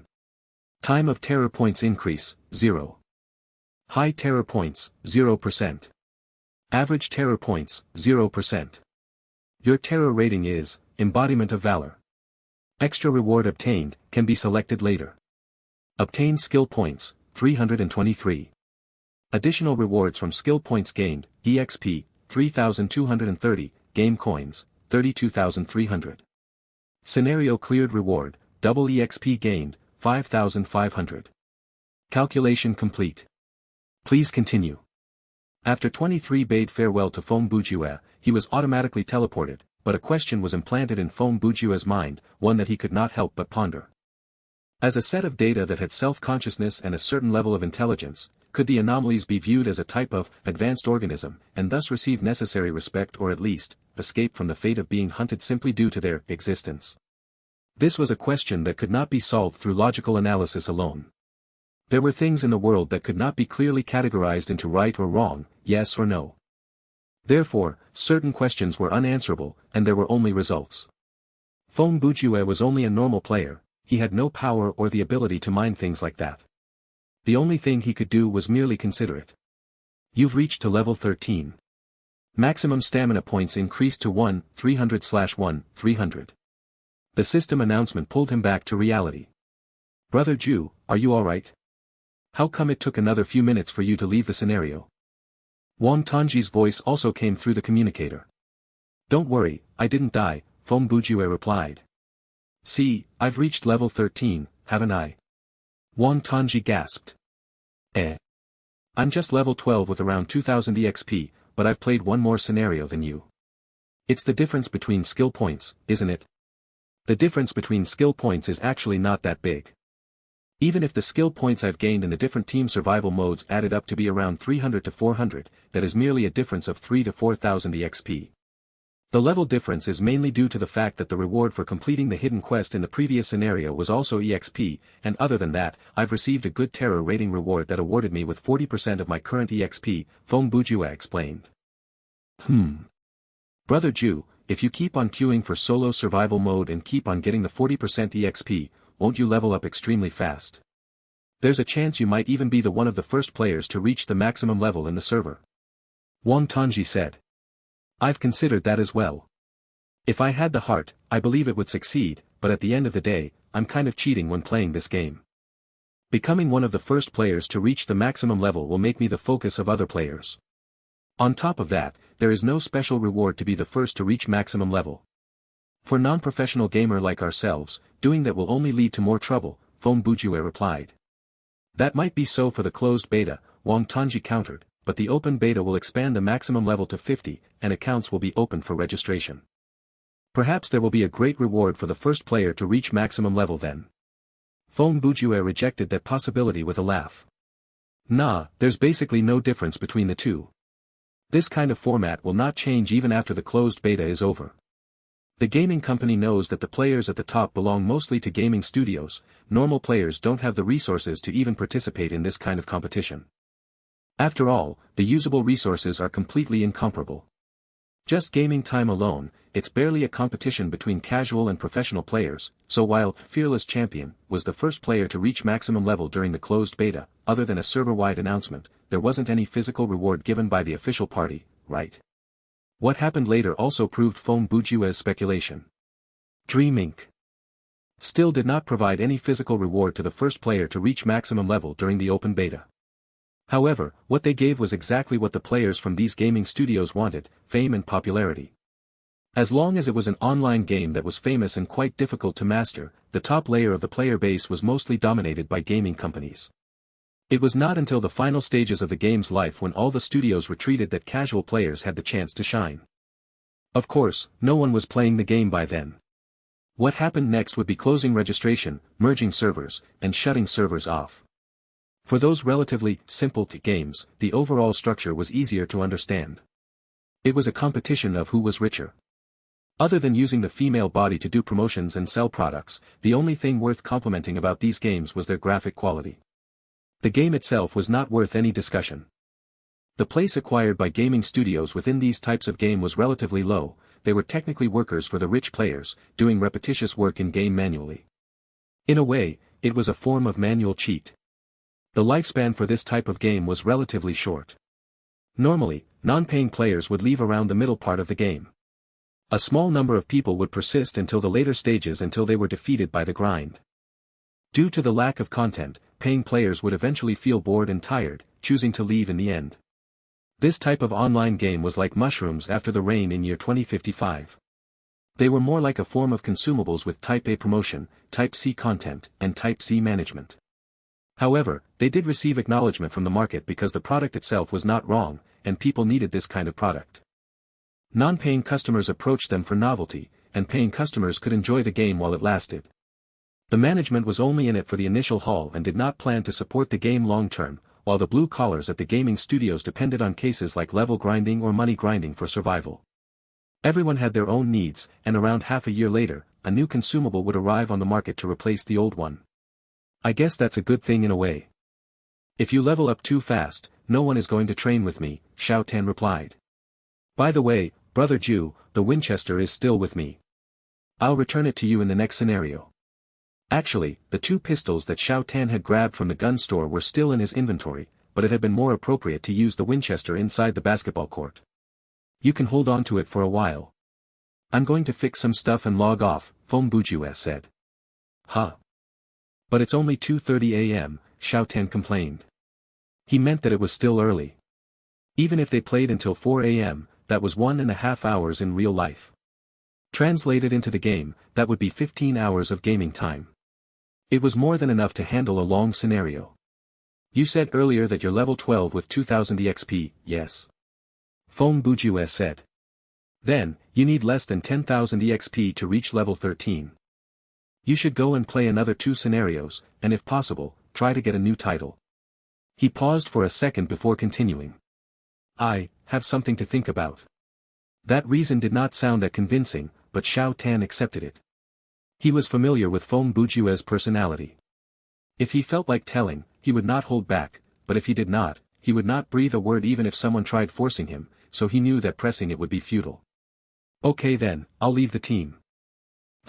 Goodbye, Feng Bujue told him. Xiao Tan bade farewell before leaving the team. Feng Bujue opened his friend list. Of the 4 names, 3 were offline, they were Long Aomin, Passing Rain, and Laughing Soul. Wang Tongji's status also soon changed from free to in-game. He turned to look at the recent players. Other than his friends, there were also Invincible Champion, Atobi-sama, and Ming Zi, whom he had met after logging into this session. Pan Feng and Washiom were there as well, but their status was offline. Feng Bujue suspected that they were merely appearing offline, but he did not send an email to confirm that suspicion. He believed that there would not be an answer even if he did, much less expecting them to accept his friend request. Feng Bujue was distracted by the thoughts implanted in his mind by 23 and lost the mood to play. He was in a hurry to rush to get the reward. He opened the game menu and logged out. Going offline in sleeping mode would prompt the system to ask the players who did not want to sleep anymore, would you like to be woken up from your sleep? Feng Bujue opened his eyes to be greeted by the weak, soft light from inside of the gaming hub. Since he did not sleep the day before and the erratic sleep pattern that followed, his biological clock of sleeping from 4 a.m. to noon that he had built over time was thrown for a loop. At 2:30 a.m., he disconnected from the psychological connection and stepped out of the hub because he was struck by a sudden writing inspiration. Opening the door, he took the first step and felt a ball of something gooey and soft under his feet.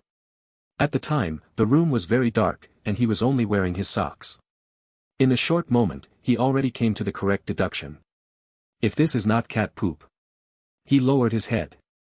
What else could it be? 20 minutes later, he wiped the floor clean, washed the socks, and sat on the computer table, staring at Arthas, who looked at him like he had done nothing wrong. These days, personal privacy was a common thing, therefore, the building had a good soundproof system, or else Feng Bujue's screaming, operating the washing machine, and mopping the ground would have sent his neighbors knocking on his door.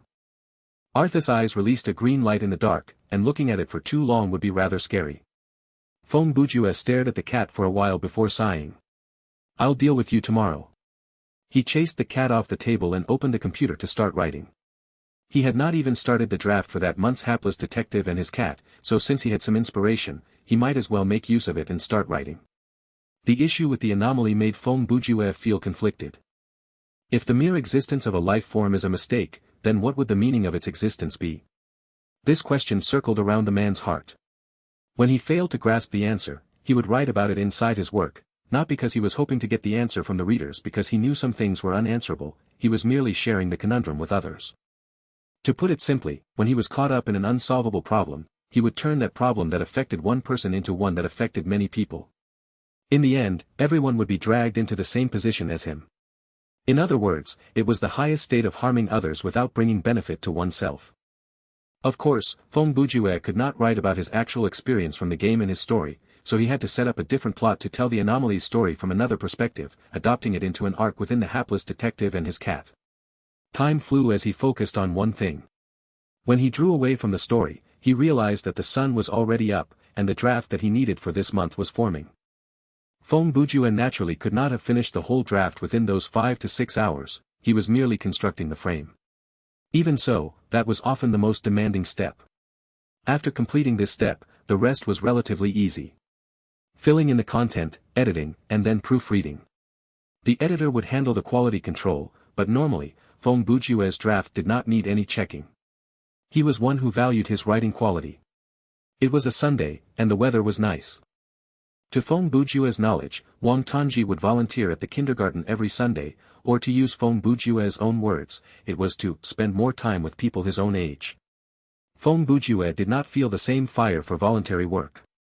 Compared to a stand-up youth like Xiao Tan, if he really got involved in things like that, it was more likely for him to scare or be a bad example to the kids. Speaking of Feng Bujue, the police station in his neighborhood knew his name well. Brother Ju was considered a legendary character there. For cases like a missing body at the hospital, the dog of a family giving birth to a cat, a child suddenly gaining the ability to smash a light bulb using telekinesis, crop circles, or meteor pieces. As long as someone came to file a report about something supernatural, it was the right thing to find Feng Bujue. Usually, either he was responsible for it, it was related to him, or at the very least, he would be able to help them solve it. Feng Bujue thought that this was not that bad. For someone like him who did not like to beg others for help but was willing to give others help, instead of saying that he was helping others, it was more like he enjoyed the feeling of being needed. To put it simply, he liked to have others come beg him, and this psychological thought had nothing to do with a sense of social justice, it was mainly his interest. In any case, this Sunday was going to be a free day for Feng Bujue again. He only had gotten 2 hours sleep the previous night, and it was a dreamlike sleep that was spent in-game. Then he continued to write until dawn. By then, he was quite sleepy. He yawned and crawled back to bed. When he woke up, it was already noon. This time, Feng Bujue glanced to see if there were newly buried mines from Arthas beside his bed. Thankfully, there were none, but he quickly ran into another when he walked into the living room. As one who had once had a cat, he had the solution. First, he dragged Arthas to its creation and used both of his hands to hold the cat's face to the feces. Then, before its eyes, he used a paper napkin to pick up the thing and placed it inside the litter box. He led Arthas to the litter box and patted its head to make sure it could recognize the location. Feng Bujue had tried to use this method when he was small to train his pet to use the human toilet, but it had ended with a failure. Reality proved that the flushing toilet was not designed with a cat in mind. If they were not careful, they would slip, and well. After cleaning up the mess, he went to cook noodles for himself. He did not have much change left after buying breakfast yesterday, and Feng Bujue was literally penniless. Thankfully, he had Master Bao and Xiao Tan to treat him to 2 meals earlier to fill his stomach nicely. For the next 9 days, until the next month when he could get his book royalties, those chances would not show up again, so he had to follow his meal rations closely and satisfy himself with soup noodles daily. Meow. Arthas looked at Feng Bujue, who was cooking. It seemed to think that he was making something good and wanted a part of it. Feng Bujue lowered his head to look at it. Your cat food is far more delicious than this. Arthas seemed to understand him. It turned and jumped up the sofa to continue sleeping. 10 minutes later, Feng Bujue carried his noodles to the computer and turned on the monitor. He logged into the forum for Thriller Paradise. Since who knew when, he had adopted the habit of watching or chatting when he ate, or else it would feel like he was wasting his life. He just slurped down the first bunch of noodles when his eyes landed on the screen, and the first sentence at the top of forum almost made him cough the noodles out. As the number of players who have reached the maximum level during closed beta has passed 10% of the total number of players, the server is now closed. We will perform the full upgrade in the next 48 hours and reveal the official open beta. Thank you. The server was closed about 1 hour before Feng Bujue turned the computer on. In that time, many things had happened. When he was browsing the forums, a limitation had been set on posting so that everyone could only post once every 5 minutes, but even so, the front page was refreshing like once every 10 seconds. The system closed the queuing function at 8 AM and would not generate any more scenarios while informing the players to go offline. Players still in the scenario were not notified yet. At 10:20 AM, one by one, the previously gaming players slowly wrapped up their scenario. In those 2.5 hours, the notification to log off was attached to every player's login lobby. At 10:30 AM, players who refused to leave were forced out of the server, and then the server shut down. After that, the players swamped the forums. Seeing the highlighted notice board, the players were shocked, and everyone had something to say. Most of the users showed various degrees of disappointment and dissatisfaction, and not all of them were from the low-level range. In fact, some of them were close to or already at level 20. They felt that it was unfair for people like them who had to go through so many hoops to purchase the gaming hub and the account to have the closed beta end so soon. After all, this meant that those who did not buy the closed beta account only needed to wait 3 days to play the game. The core of their complaints was really that this closed beta barely lasted 50 hours. It was not enough for them to gain the large advantage that they had imagined. To counter this, in the pinned official post, Dream Incorporated showed the rules, insinuating that this was something that all the players had agreed to when they bought the gaming hub. The rules were written clearly. When 10% of players reached the maximum level of 20 during the closed beta would close. This condition had been met, and if they did not follow the rules, some would jump out to claim that they had violated their own promise. Therefore, the players were speechless. Who would go and read this small print for no reason? Without any logic to stand on, some players became unreasonable, spouting arguments that most of the high-level players were employees from gaming studios, and Dream Incorporated was purposely depriving the normal players of their gaming experience. There were of course more instigating views like the scam company working together with these gaming studios to hike up the price of the gaming hub, and so on. There were quite a large number of such posts, and in reality, they did not know anything about the relationship between the gaming company and the gaming studios, did not have basic knowledge about this field, and did not have any concept with regards to the building cost of the gaming hub. However, they had resentment and the power of the consumer on their side. They spread accusations that exposed their ignorance and irresponsibility to vent their frustration. The funny thing was that these baseless words would attract a bigger group of irresponsible and brainless sheep support. Users with some rationality tried to refute some of the points and provided actual arguments, but they were instead mocked and downvoted, accused of being sellouts and part of a 50-cent army hired by the company. This was merely because those people were embarrassed from having their baseless accusations exposed and turned that embarrassment into anger. Such species exists in the world, without rhyme or reason. Like a madman yelling on the street, arguing with them was pointless because they would soon be cornered by their own lack of knowledge and ability. When that happened, they would reach into their own dictionary filled with their commonly used words, curse words to be precise, occasionally mixed with meaningless memes aimed to incite but not argue like, LOL, if I get serious with you, then I'll lose, and so on. Their intent was to pull people down to their level and get into a tongue fight.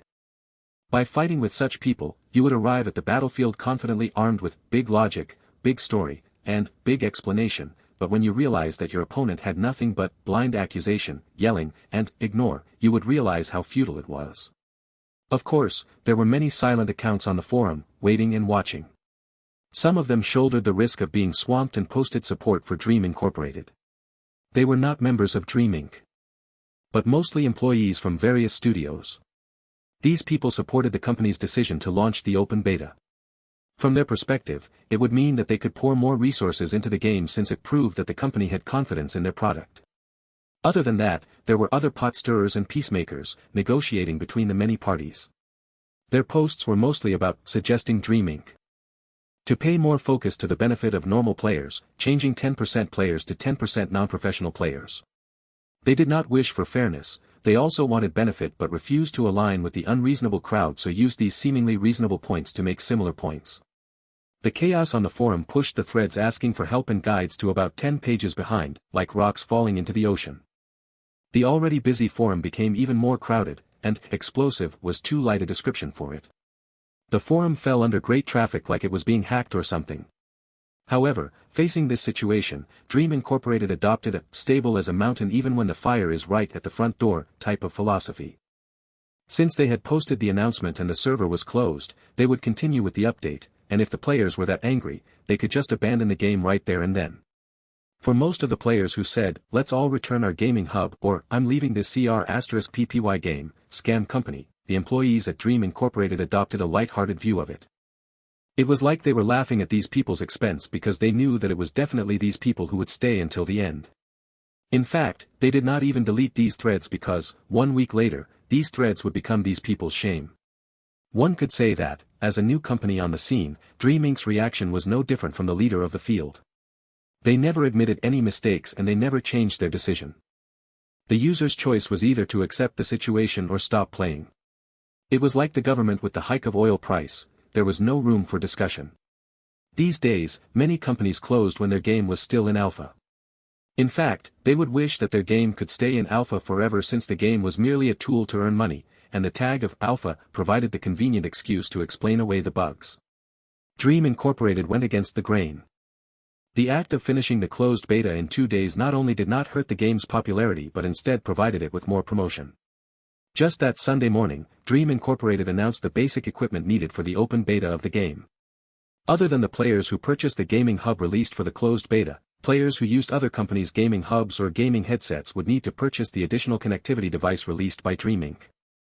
before they could log into the game. This news did settle the fire on the forums somewhat. At least not everyone could get into the open beta just like that. It was like the closed beta players had bought a PS4 and had about 50 hours to play the game pre-release, while open beta players needed to buy an additional PS4 controller before they could play the game. At 11 a.m., Dream Incorporated opened the registration for open beta accounts and listed several models of the device on their website. They could be purchased online and would be delivered the next day. In just 1 hour, the orders shot over 200,000, and they were still rising. The majority of people who purchased the open beta accounts rushed into the forum, and their threads washed over the complaining threads from before. However, that was quickly followed by a shouting war between the two parties. Two groups of people who did not know each other spilled every known curse word in the universe at each other on the virtual net. In half an hour, the forum had refreshed who knows how many times. In any case, Phong Bujue's morning nap felt like he had been sleeping for a month. He sat down with his noodles and observed this drastic change. The event was momentous, and the people involved might think they were experiencing something that would leave a mark on history, but for an outsider, it was just a normal morning. For Phong Bujue, it did not matter when the OB started. He was not in the run to chase after the throne of first place and did not think that dragging out the closed beta would lead to any more benefits. The strong players would still be strong, and even if someone started 1 month earlier than he did, the difference was only about 1 month. He would eventually catch up, and when they were both at the same level, he would still be stronger than them. Since the open beta was starting soon, it was undeniably good news for Phong Bujue. During the closed beta, he had felt that there were too many locked sections in the game: the currency exchange, public lobby, in-game store, card system, and many features that he could not imagine. In less than 48 hours, a new thriller paradise would be ready to meet the world. The chaos on the forums continued for 2 days. Some people had even fallen into a special relationship. Well, it would be more accurate to call it a grudge. What kind of people would have the easiest time turning a grudge into permanent hatred? Petty people, of course. Therefore, even before the open beta started, many petty 1 versus 1 battles were called on the forums as they prepared to have a life or death match in the killing game mode. Of course, to participate in this mode, they had to reach at least level 15 first, and both parties had to be confident that they would win, and only then would the fight be a reality. After all, the thing that petty people were most afraid of was to lose face, since that was the only thing they had. They were horrible losers, but they were even worse winners. That was why they were called petty. It was the hardest thing to snag a victory from a petty person, because they would come up with multiple reasons to justify their loss, like, you had a longer playing time, your level is higher than mine, your equipment is better than mine, and of course the classics, you got lucky, and, my keyboard wasn't working. It was easy to beat a gentleman, but to beat a petty person, you needed to have the patience of a saint and be prepared to bring more than 10 witnesses with you. It was best to record the whole match. That was the only way to get them to admit their defeat and to get them to hate you forever. For the past 2 days, Phong Bujue did not care so much about the game. He ate noodles for 2 days and focused on his writing, finally finishing the manuscript for the month. Other than that, Arthas also finally understood that the litter box was the toilet. On Tuesday morning, Thriller Paradise reopened its server, and this time, it was for the open beta. Phong Bujue did not log into the game immediately, and it was naturally because the time of the server opening overlapped with his sleeping time. He had spent some actual effort to readjust his biological clock, and he was not going to mess with it again. After all, waking up at midnight and going to bed at 4 a.m. could help him save the cost of a meal. At 1:30 p.m., after filling Arthas' bowl with food, cleaning its litter box, and serving this new emperor that moved in with Phong Bujue, the latter got into the gaming hub. He skipped showing all the announcements that he saw. After arriving at the login lobby, Phong Bujue realized that nothing much had changed. He clicked on the touch screen to inspect his friend list. All 4 names inside it were grayed out, meaning that they were offline. So, I am the only one who is so free. Phong Bujue used a lazy tone to comment self-deprecatingly. Even though nothing new was added to the menu interface, there were some quality of life updates. It became smoother and more presentable. Other than that, the in-game FAQ had also become more complete. The question that Phong Bujue asked before, which type of item will not be shown during rating review after they were taken out of a scenario, could now be searched through the FAQ. Seeing that clause, Phong Bujue thought about cleaning up his inventory. Currently, his inventory's volume was July 10th, including Mario's wrench, Eyes of Hostility, a kitchen knife, a baseball bat, an M1911A1 pistol, Echo armor, and a bag of garlic. The serum for Virus Z was unable to leave the scenario, so during the previous scenario, on the way back to the gun store from the Alertmo building, Phong Bujue had removed the serum from his inventory. At the time, he and Xiao Tan had taken the serum, and the 2 GMs had a passive skill that made them immune to all infections that could be found in all low-level scenarios. So, the serum was useless. His flashlight was broken when he was surrounded by the zombies at the stadium. Thankfully, he had an extra one in his login lobby. Feng Bujue felt like he would not have any use for the bag of garlic in the future, and it was not rare by any means, so he destroyed it using the function given by the game. The Winchester and its ammo had been given to Xiao Tan. The M1911A1 pistol was fully loaded, but Feng Bujue did not possess additional ammo. After removing the garlic and replacing it with the flashlight, the inventory was still July 10th. After arranging his inventory, Feng Bujue turned around to head to the metallic room to obtain the additional reward from a good terror rating when he heard the system say, "Please select the area that you're going to." After that notification was given, on the side of the elevator door, in a space that was originally empty, the stream of data coagulated to form a rectangular control panel. 5 buttons the size of a fist materialized on it, and they were all marked with words. They were respectively, storage, conference room, market, thriller box, and do not press this. Feng Bujue's gaze was naturally attracted to the last button. What is the meaning of this?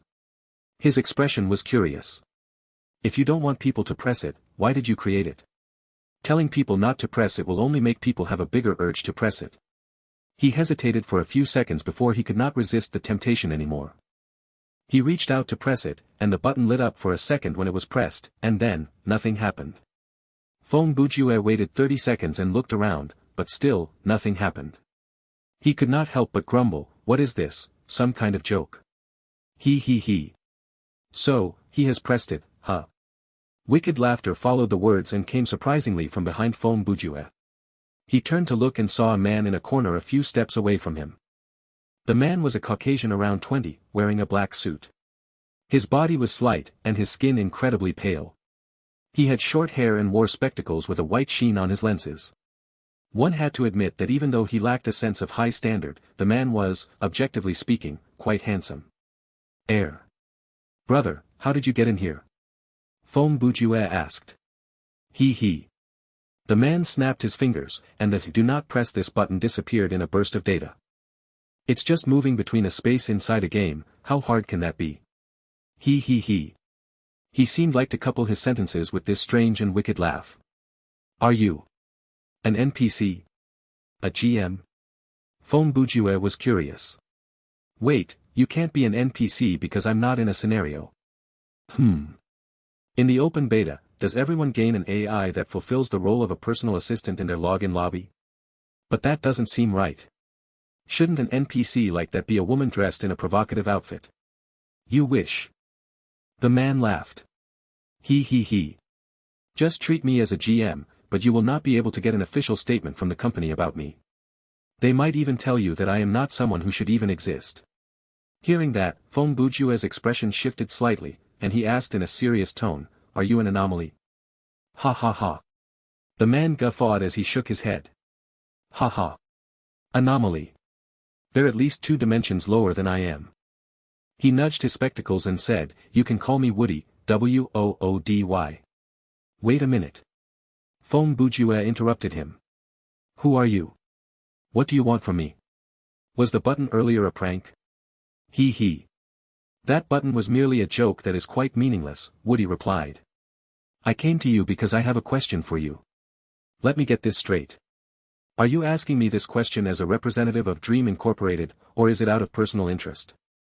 Feng Bujue kept getting this sense of eccentricity from the man before him.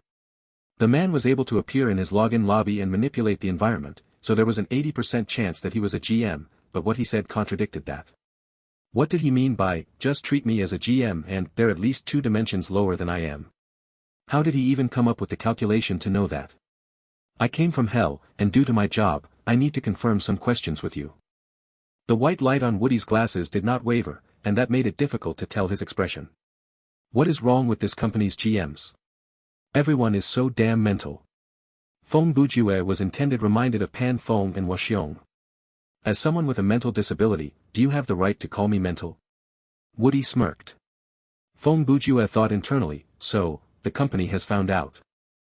Then again, it's to be expected. After all, I've cleared all the scenarios with a 0 terror points rating, so the system will have flagged me a long time ago. Then, is this man's job to specifically deal with players who are suspected of cheating? He. Sure, you can see it that way if it makes you more comfortable. Woody smiled wickedly. Ha. Feng Bujue was startled. What? No way. He can read my mind. Woody did not answer, only chuckling. He. First, I want to ask, do you believe in Jesus? Feng Bujue knew a thing or two about hoaxes like supposed mind readers that scammed others, so he did not trust what Woody said fully. He merely thought that the man was playing mind tricks on him. Hearing Woody's question, he replied, I have more faith in science. He. Very good. Woody smiled. That's all of my questions. Hey. Brother, what is going on? Is this a prank? Is the system recording all this? Feng Bujue asked. I don't need you to tell me about the images and voices that already exist in your mind because I consumed and digested them 1 minute ago, Woody said. I only needed to confirm that. Feng Bujue gave Woody a side eye. He moved back 2 steps, saying, Air. Big brother Woody, where did you say you came from earlier? Where I'm from is where you're going, he. Woody maintained his wretched laugh. Okay, I'm leaving. I think you'll be very angry when we meet again next time, but such is life. Plus, don't you think anger is more useful than despair? Wait, you. Feng Bujue was confused by this man. Everything that he had said and done was a complete mystery. Mortal, you are outstanding and truly interesting. You're a suitable candidate. I'm prepared to place my bet on you. I think I shall place 30 pieces of Judas silver as my bet, so, he, don't disappoint me. Woody moved his shoulders up and down as he laughed. Then, he turned and disappeared into the mirror mounted on the elevator door. After Woody entered the mirror, his body started to twist. His shape changed into a dark demonic shape in that moment. The image was hard to put into words. If the eyes were the windows to one's soul, the shadow shattered through the window in that movement and tore its way into the human psychological world. At that moment, Feng Bujue felt an emotion that should not have existed for the man, fear. The feeling that he biologically should not be able to feel was seared into his heart like a brand. It was undeniable that the feeling was fear, and it was so acute and intense, a memory that he would never forget. Staring at the shapeless and shaped demonic shadow, it was like his soul was tightly held in place by a demonic claw, and his soul could be yanked out at any moment and disperse into nothingness. After an inordinate amount of time, Feng Bujue snapped back to reality. He was still shocked. He lifted his head to look at the clock on the wall and less than 10 seconds had passed since he last checked the time. He found it difficult to calm down and asked himself, what happened earlier? Was it reality or an illusion? Or, has the shadow in my brain expanded, causing a new symptom to surface? Feng Bujue needed a long time before he could calm down and come up with a reasonable explanation for what had happened earlier. He believed that this character named Woody was possibly not a normal GM, and his position was much higher than that of Pan Feng and Waxiong whom he had met earlier. Since he could manipulate a player's login lobby in any way he wanted, like adding a button, then leaving through the mirror should not be too difficult for the man. The identity that he had revealed, the strange things that he had said, questions that he had asked, after giving them some thought, Feng Bujue decided they were quite meaningless. Unless there were indeed some supernatural forces in this world, he was purposely making a mystery out of everything. Assuming that everything that he had seen was real and the resurgence of his fear, that meant that his illness was recovering, and he had started to feel fear again. That should be a good thing, right? In any case, that was the only logical explanation that Feng Bujue could come up with. What about a logical explanation? Woody's words were the illogical explanation. After coming up with this logical conclusion, Feng Bujue stopped thinking about it. After all, other than coming to play a prank on him, the high-level GM did not warn him against playing the game because he was immune to fear. Because of that, Feng Bujue felt strangely emboldened. He tossed this little interlude out of his mind to prevent it from interrupting his mood of playing the open beta. He moved his gaze back to the control panel next to the elevator door. There were 4 buttons left, and there was nothing suspicious about them, so they should be the buttons that were meant to exist normally. Storage was naturally the space to accept and store the rewards from the rating review. Feng Bujue had not received the rewards from his previous scenario, and that was what he planned to do. However, he reminded himself that since the market was open, he would have more use for game coins. Therefore, he did not hurry to get the reward and decided to visit other places first so that he knew what the best reward for him to pick was. First, Feng Bujue pressed the button for the conference room, and the system audio said, "Your conference room has been created. You can invite your friend, teammates, and players not in your blacklist to enter the conference room to communicate. The limit on players allowed in the room is 10 players. When you are in the conference room, market, or thriller box, you can use the new text chat to communicate with others. After the notification ended, the elevator doors opened. It revealed a metallic room slightly larger than the storage. It was bright and spacious. In the middle of the room was a long table, and around it were 10 black lounge chairs with back support and wheels.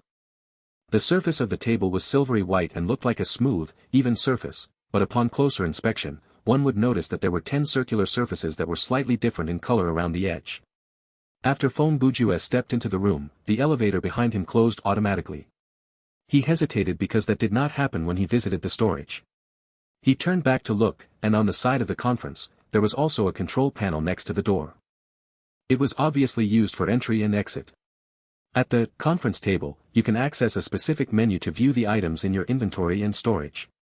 Without actually taking out the item, you can directly display its attributes on the table.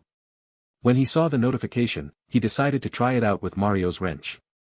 A 3D image showing the item's shape immediately floated up above the table, and it was slowly spinning on its own. The item attribute showed up inside the conference table's menu. If there were other people seated at the table, they would have been able to view this menu as well. Other than exchanging information, equipment, and items with team members, this place can be used to conduct a private auction, Phong Bujue said. This function of the conference table was to display certain items to a group of people because, during normal occasions, you would have to hand the item over to someone if you wanted them to look at its attributes. During the closed beta, this could only be done voluntarily without asking anything in return, but during the open beta, the party that handed over the item could choose to gift, trade, or show depending on the situation. The chosen function would be carried out as soon as the brain signal traveled to the system. The players would not need to spend a whole minute trying to pull the items out of their bags. Phong Bujue stepped away from the table, and the item display stopped automatically. He pressed the button next to the elevator, and the doors reopened. When he stepped into it, the doors closed again. Then, he pressed the button for the market, and the system said, "Connecting you to the market. Please wait a moment. Your zone number is 17. The market is a large public space, and to prevent overcrowding, many zones are generated. You can select a default zone to connect to in the login lobby, but if that is not set up, the system will assign you to a zone that is relatively empty. Each zone can support 5,000 players at most, and you'll be placed into a queue should the zone that you wish to connect be full." After the notification ended, the doors opened. The first impression that Phong Bujue got was that of the New York Trade Center, but this space was even larger. A metallic building that looked like a lightning rod was placed in the middle of the market. Around it, from 2 meters up to 8 meters, the wall was filled with screens updating the game data. The crowd surrounding this information tower was the heaviest, and it reminded Phong Bujue of the Hong Kong stock market in the 90s. After Phong Bujue walked out from the elevator, the doors closed after several seconds, and then they quickly opened again to spit out another player. He turned to look and realized that, on this side of the building, there were around 100 identical elevators arranged neatly in a row. They kept opening and closing, with players entering and leaving every minute. Those doors were merely the interjection between the login lobby and the market, and they would lead to different places. When he needed to leave, Phong Bujue could take any of the elevators to return to his login lobby. Of course, there were people who had tested walking into the same elevator together, but that would not work. One of them would be blocked by an invisible wall. It was the same for the conference room. If a player was invited to join another player's conference, they had to enter it through their own login lobby's elevator.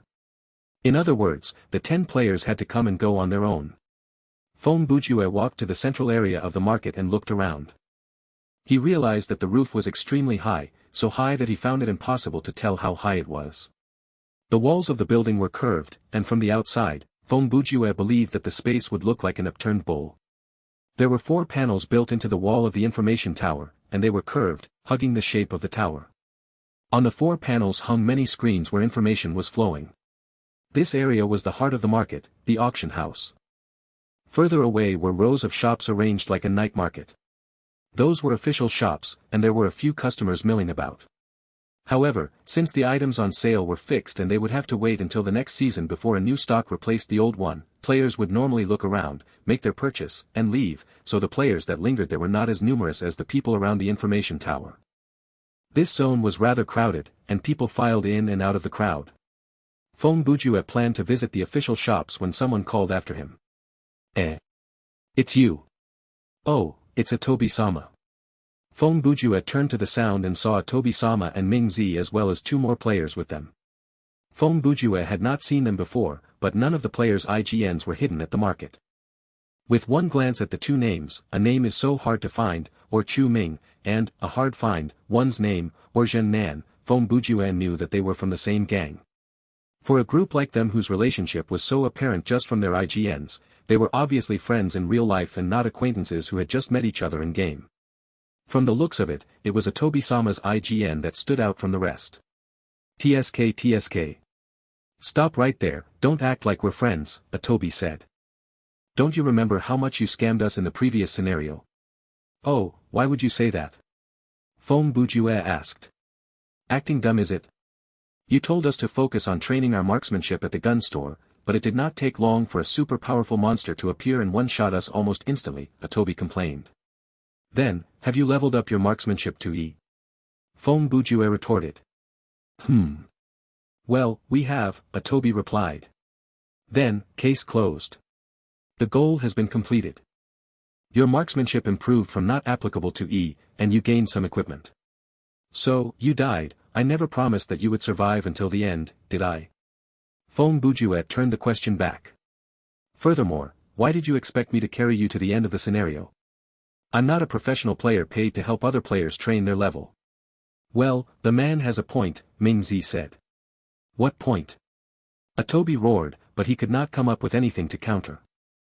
At the time, he and Ming Zi had been completely dumbfounded by Fong Bujue's demeanor and chose to listen to his orders, so they could not really blame him for what happened. But never mind, I am not as narrow-minded as that. Furthermore, we did receive some EXP when the scenario was cleared, so I shall forgive you. Boo! The three behind Atobi mocked him in unison. Whose side are you guys on anyway? Atobi grumbled in annoyance. The poor man was quite unlucky. He was the boss of a gaming studio, but he only had 3 employees, and none of them respected his authority as the boss. How could one discern the relationship between bros? Mainly, they were close to each other when they could mock each other easily but would never be offended. If the two were always polite and cautious around each other, one could only say that they were mere acquaintances.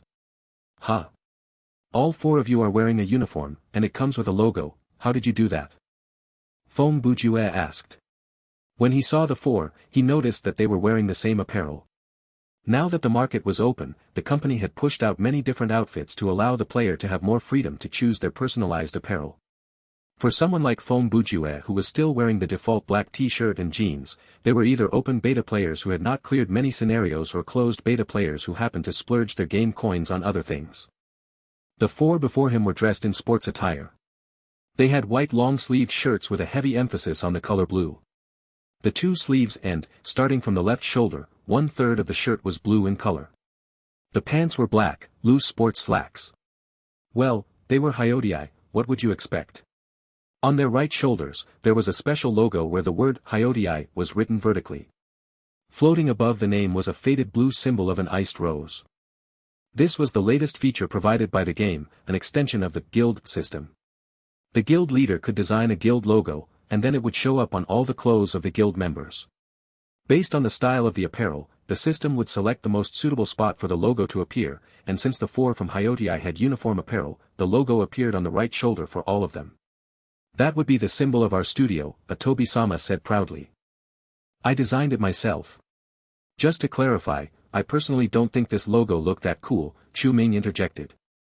His facial features could be called handsome, but weirdly enough, he was sporting an afro. By the way, it was Atobi who forced us to wear this apparel as well, Zhen Nan added. This brother made himself look more handsome in game, but like his friend, he was sporting a weird hairstyle, a mohawk to be specific.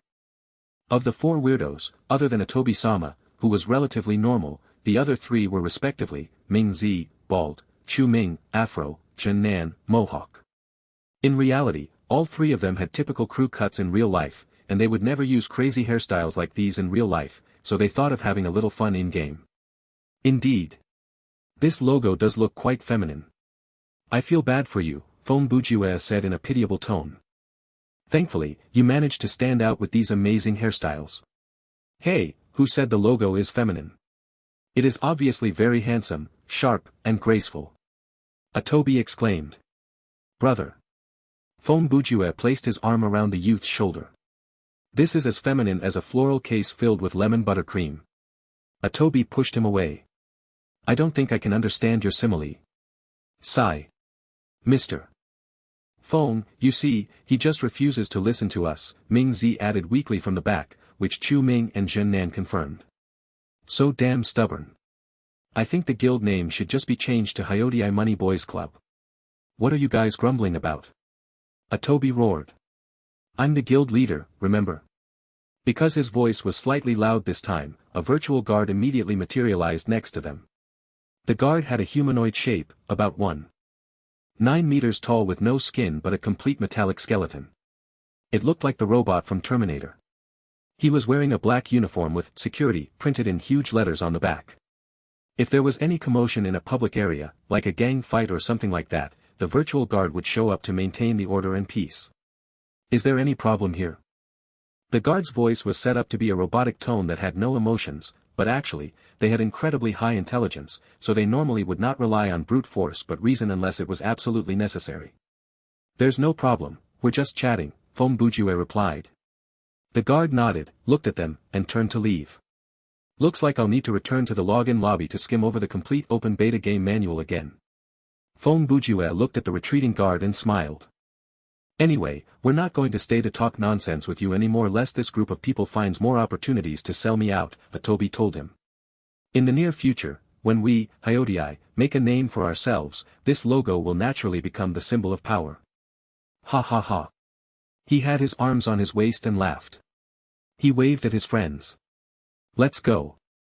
Before leaving, he turned back to say, Mr. Feng, we'll definitely meet again. If you ask me for a signature in the future, I'll be kind enough to let you cut the queue. Ha ha ha. Feng Bujue's lips twitched, and he laughed drily. Goodbye. After the four weirdos left, Feng Bujue continued to stroll through the market. The items in the official shops were similar to what he had expected, they were mainly featuring various consumables and apparel. Speaking of apparel, there was some good stuff. Other than providing a personalized appearance to the players and not taking up inventory spot, they also came with additional attributes.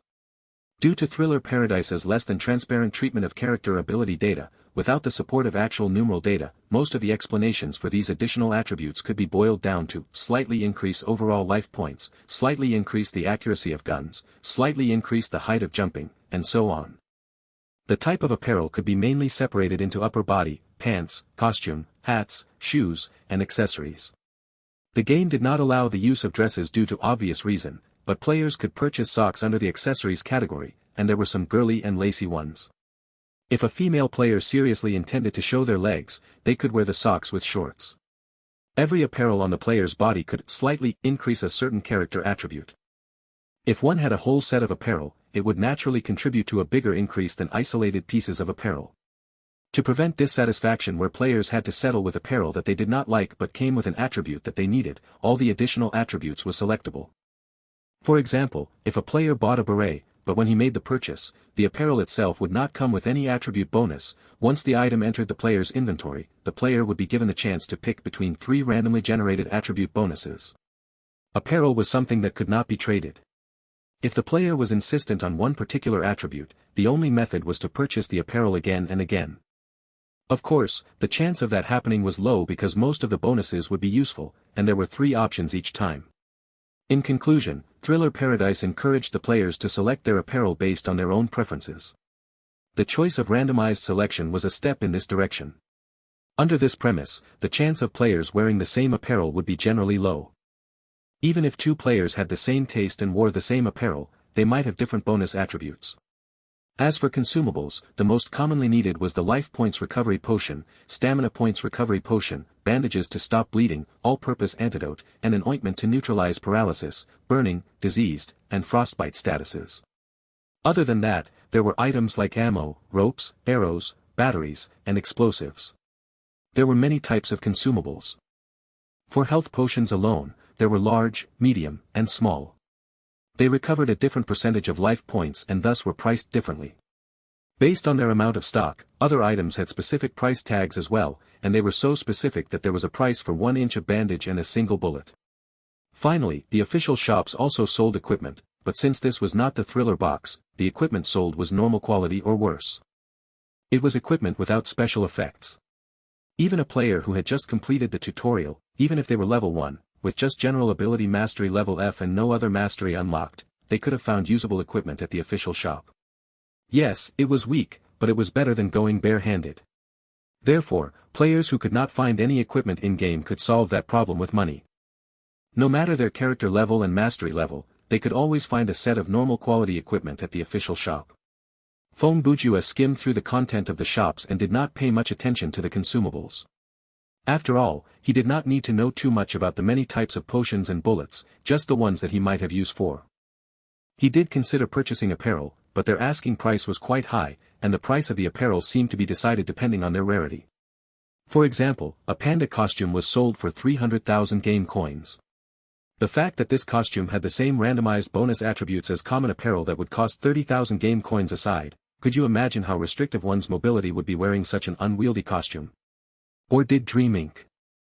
think that entering a scenario in the appearance of a mascot would help lower the terrifying atmosphere and thus decided to hike up the costume's price?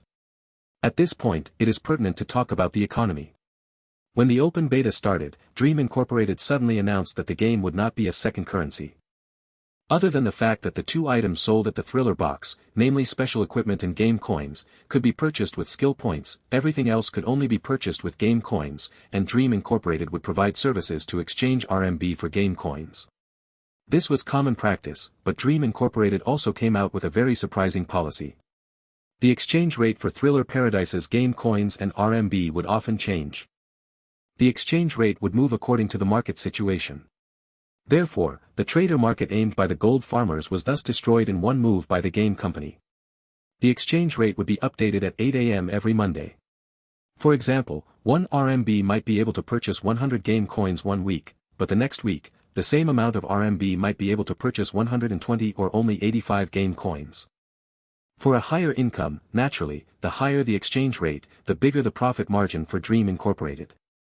The best would be if 100 RMB could only buy one game coin, but that was impossible because it would crash the market. Therefore, the system would be completely computerized. The system would come up with the exchange rate based on the number of players, the game coins flowing through the market, and so on. Even though this kind of method might lead to a coin-hyping phenomenon offline, that had nothing to do with Dream Incorporated. After all, the service they provided was unilateral, the company only accepted RMB in exchange for game coins based on the current exchange rate. What the players decided to do with their game coins was their own prerogative.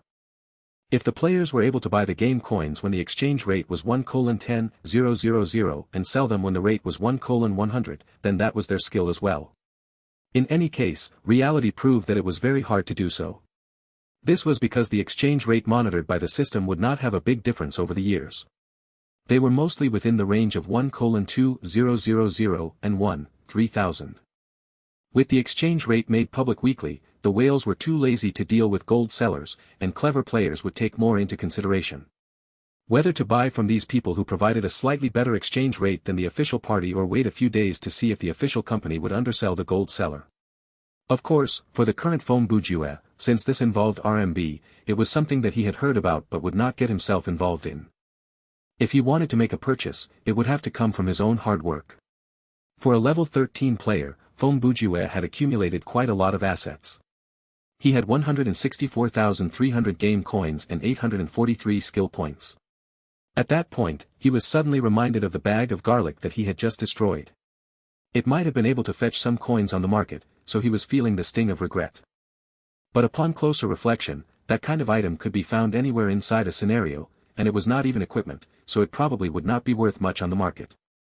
After all, if those kinds of things were valuable, then most players would not focus on solving the puzzle in-game but turn into hoarders, collecting trash from the scenarios to be sold on the market. I should go take a look at the auction house. The outfits sold here are too expensive, Fong Bujue murmured to himself as he turned around and walked toward the information tower. When he got closer, he realized that, on the 4 panels, other than the items on sale at the auction house, there was a specific screen that listed the in-game player ranking. The 4 panels respectively had the 4 cardinal directions printed at the top, probably to help the players tell their direction inside this space.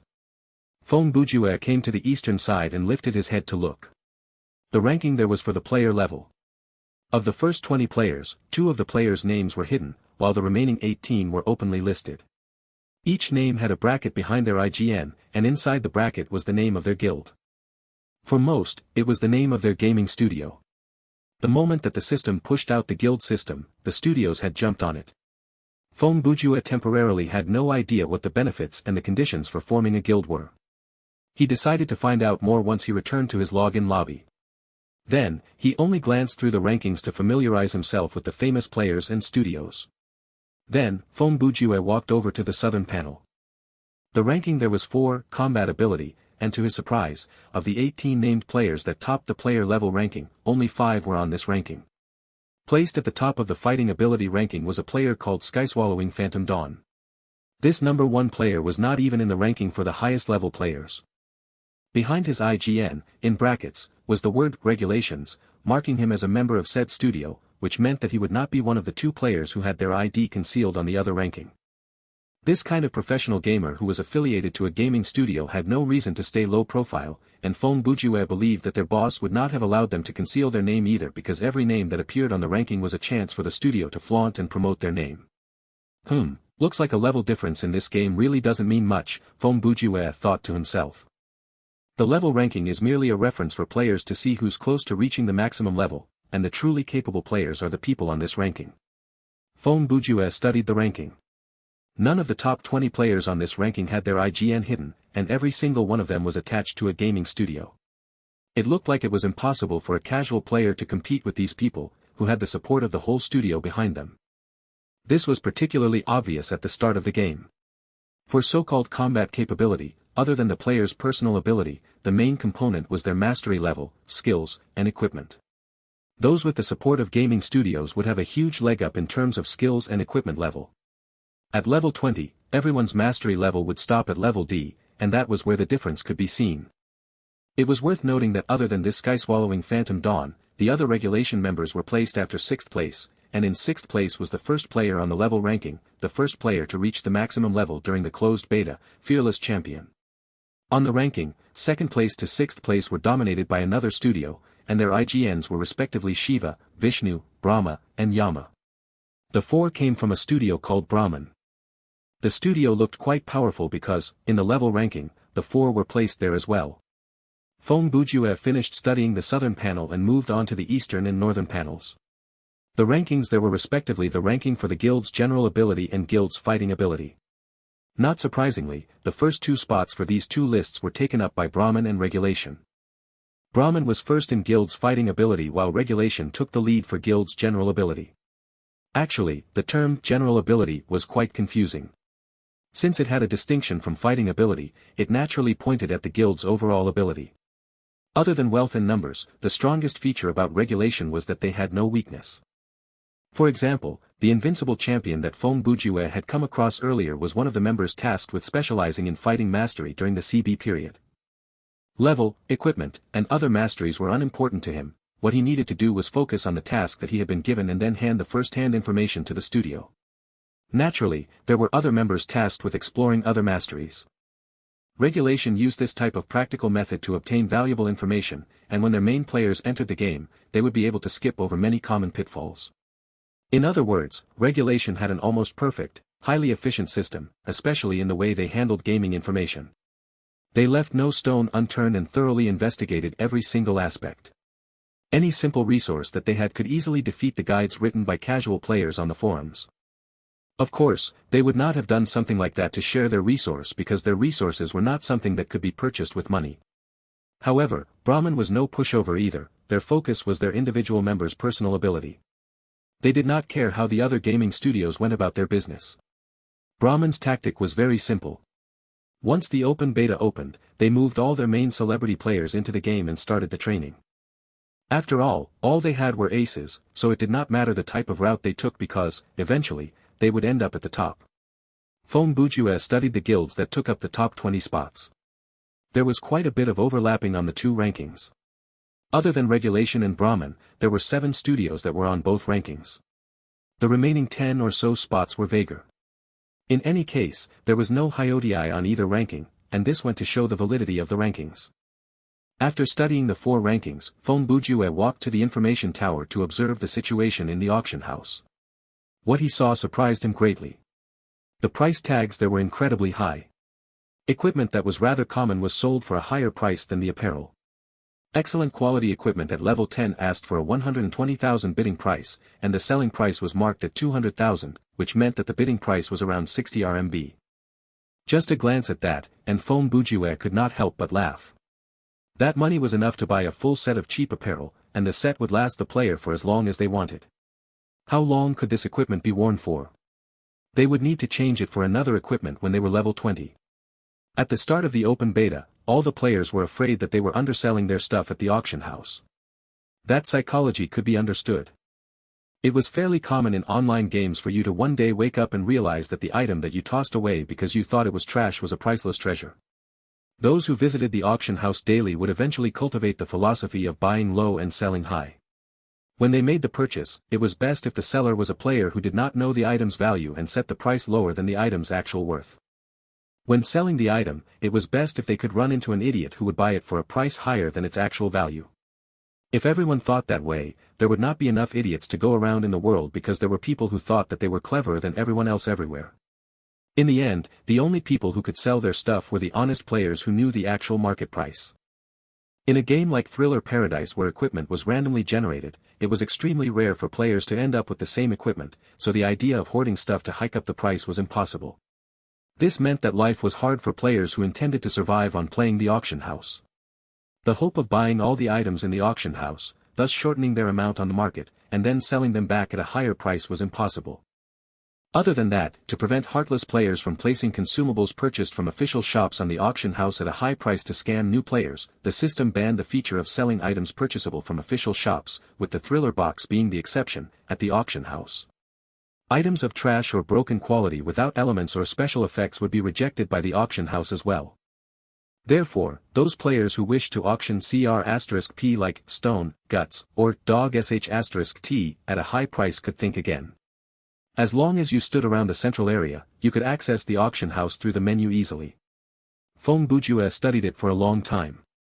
Be it the recently auctioned items or the items that were already on auction, he looked through the pages, and there was barely anything that had a logical pricing. Everything was sold at such an impossibly high price. Based on the economy, if Feng Bujue bundled up Mario's wrench, Jazz shoes, and Echo armor on the auction house, selling them for 600,000, it would probably cause an actual bidding war.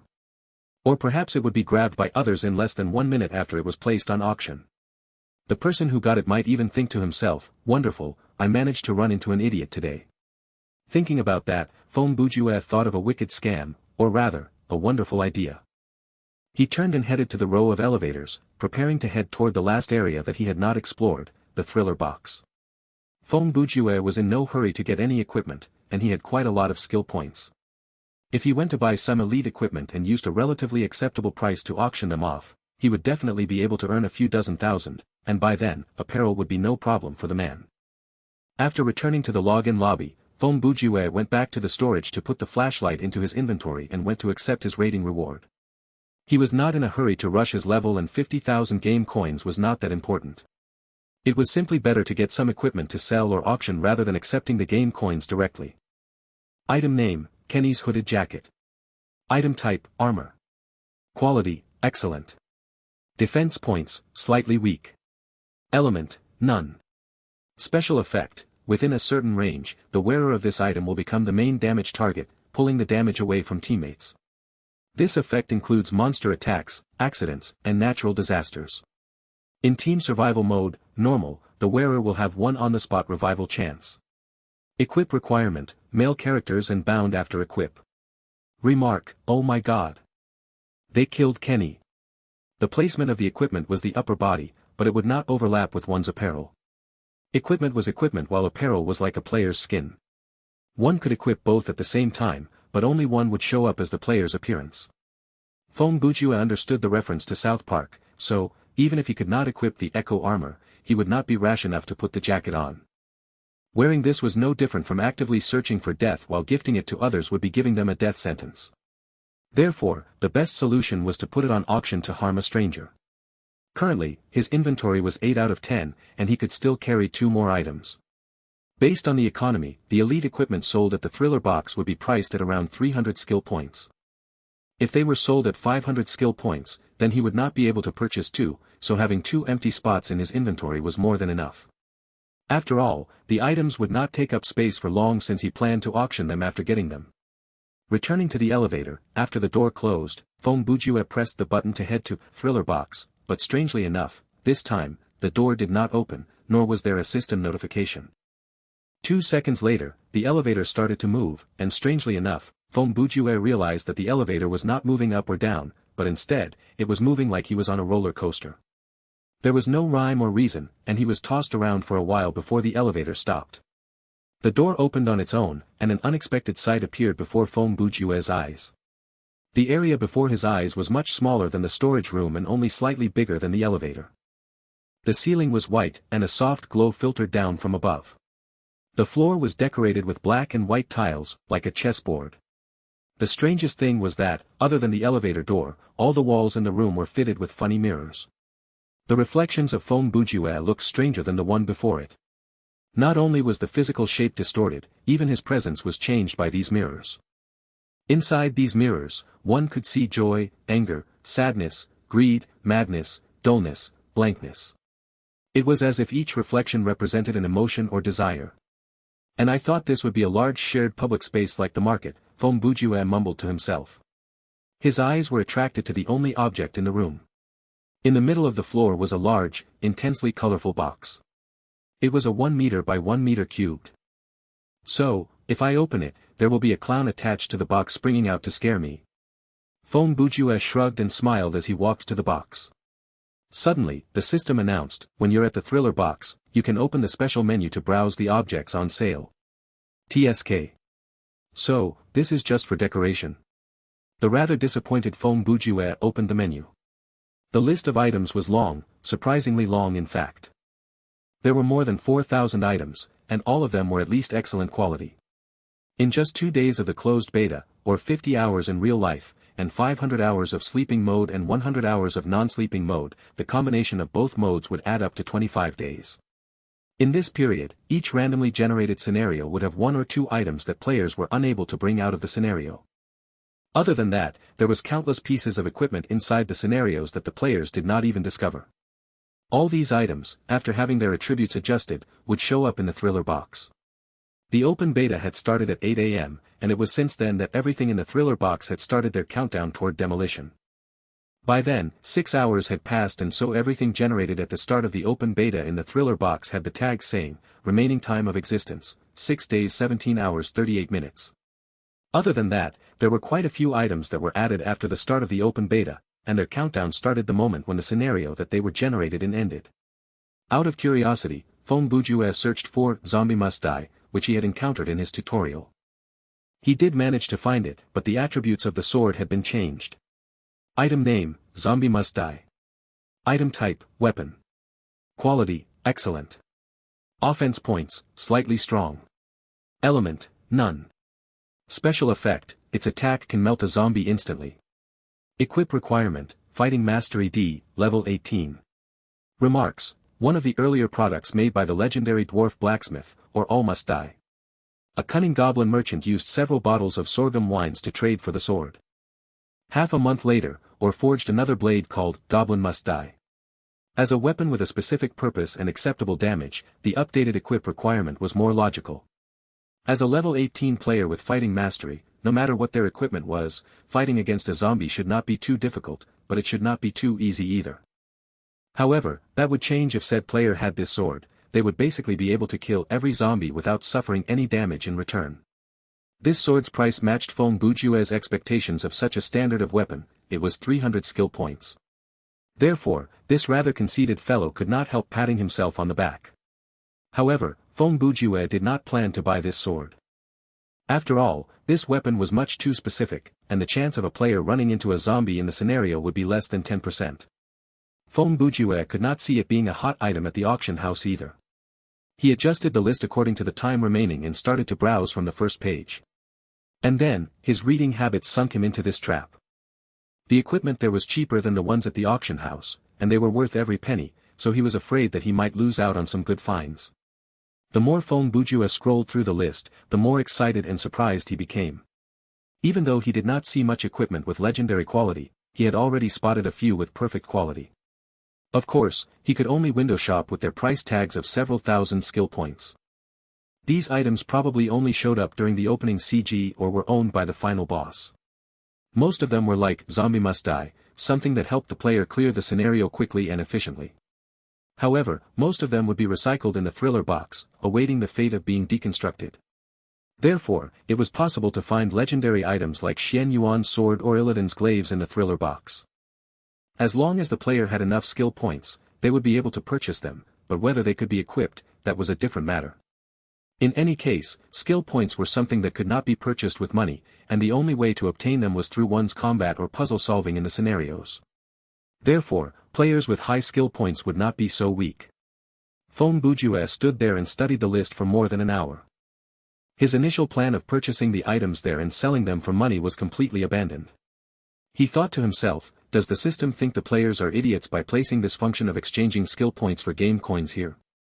The exchange rate given by the system is only 110, and that is a one-way exchange. If that is not a scam, what is? 1,000 skill points can only trade for 10,000 game coins. Turn that into RMB, and that is only 5 RMB, but in return, can 5 RMB buy 1,000 skill points. Even a level 50 player with all of his masteries maxed out wouldn't do this trade. They can use the excess skill points to buy items to sell at the auction house. They wouldn't have been dumb enough to use this feature of trading skill points for game coins. Not only Fong Bujue, plenty of players had gone onto the forum to mock this feature that afternoon. Of course, this was nothing serious. The system never forced players to make this trade. If they thought that it was not worth it, they could ignore it. Currently, Dream Incorporated hadn't provided any response. They adopted the attitude of see no evil, speak no evil. In second week of May, after 1 month had passed since the open beta launched, with several updates to the real money exchange rate and the general player base familiarizing themselves with the economy, the prices at auction house would stabilize. Only then would Dream Incorporated change the exchange rate of skill points for game coins. By then, the player base of Thriller Paradise could generally be separated into 3 categories: the top layer where many experts resided, the middle layer where the majority of the players were, and the bottom layer where newbie and casual players were. The top layer's players generally had their level around 30, and their mastery development was late in the stage. Their equipment and skill combination was advanced. They had their own way of handling the game and had a title that befitted their ability. With their experience and ability, they could easily take up the role of leading a group of middle-layer players. With such a player in the team, even if he gave no guidance, just focusing on the role that he was given, he would prove immensely useful. As for the middle layer, they were the main community of the game, from professional gamers to frequent casual players. Of course, there were a ton of players from this layer who had the potential to rise to the top layer, but their understanding of the game was still lacking, which influenced their character's ability and scenario clearing ability. This group of people defined the term players the most. Occasionally, they might have their shining moments, and other times, they failed gloriously. They complained about teammates and had teammates complain about them. Most of them thought that they were experts, but they could not figure out what the difference between them and actual experts was. As time moved on, normal players would cultivate this perception. Other players were stronger than them in-game because they were richer and had longer to spend on playing games. That was not wrong, but that was not the entire truth either. Fong Bujue once made this analysis. For a skill-based game, the top players would be required to possess these 7 qualities: knowledge, tactics, luck, determination, spirit, courage, and talent. There were qualities that were decided once someone was born and were thus uncontrollable, but such was reality.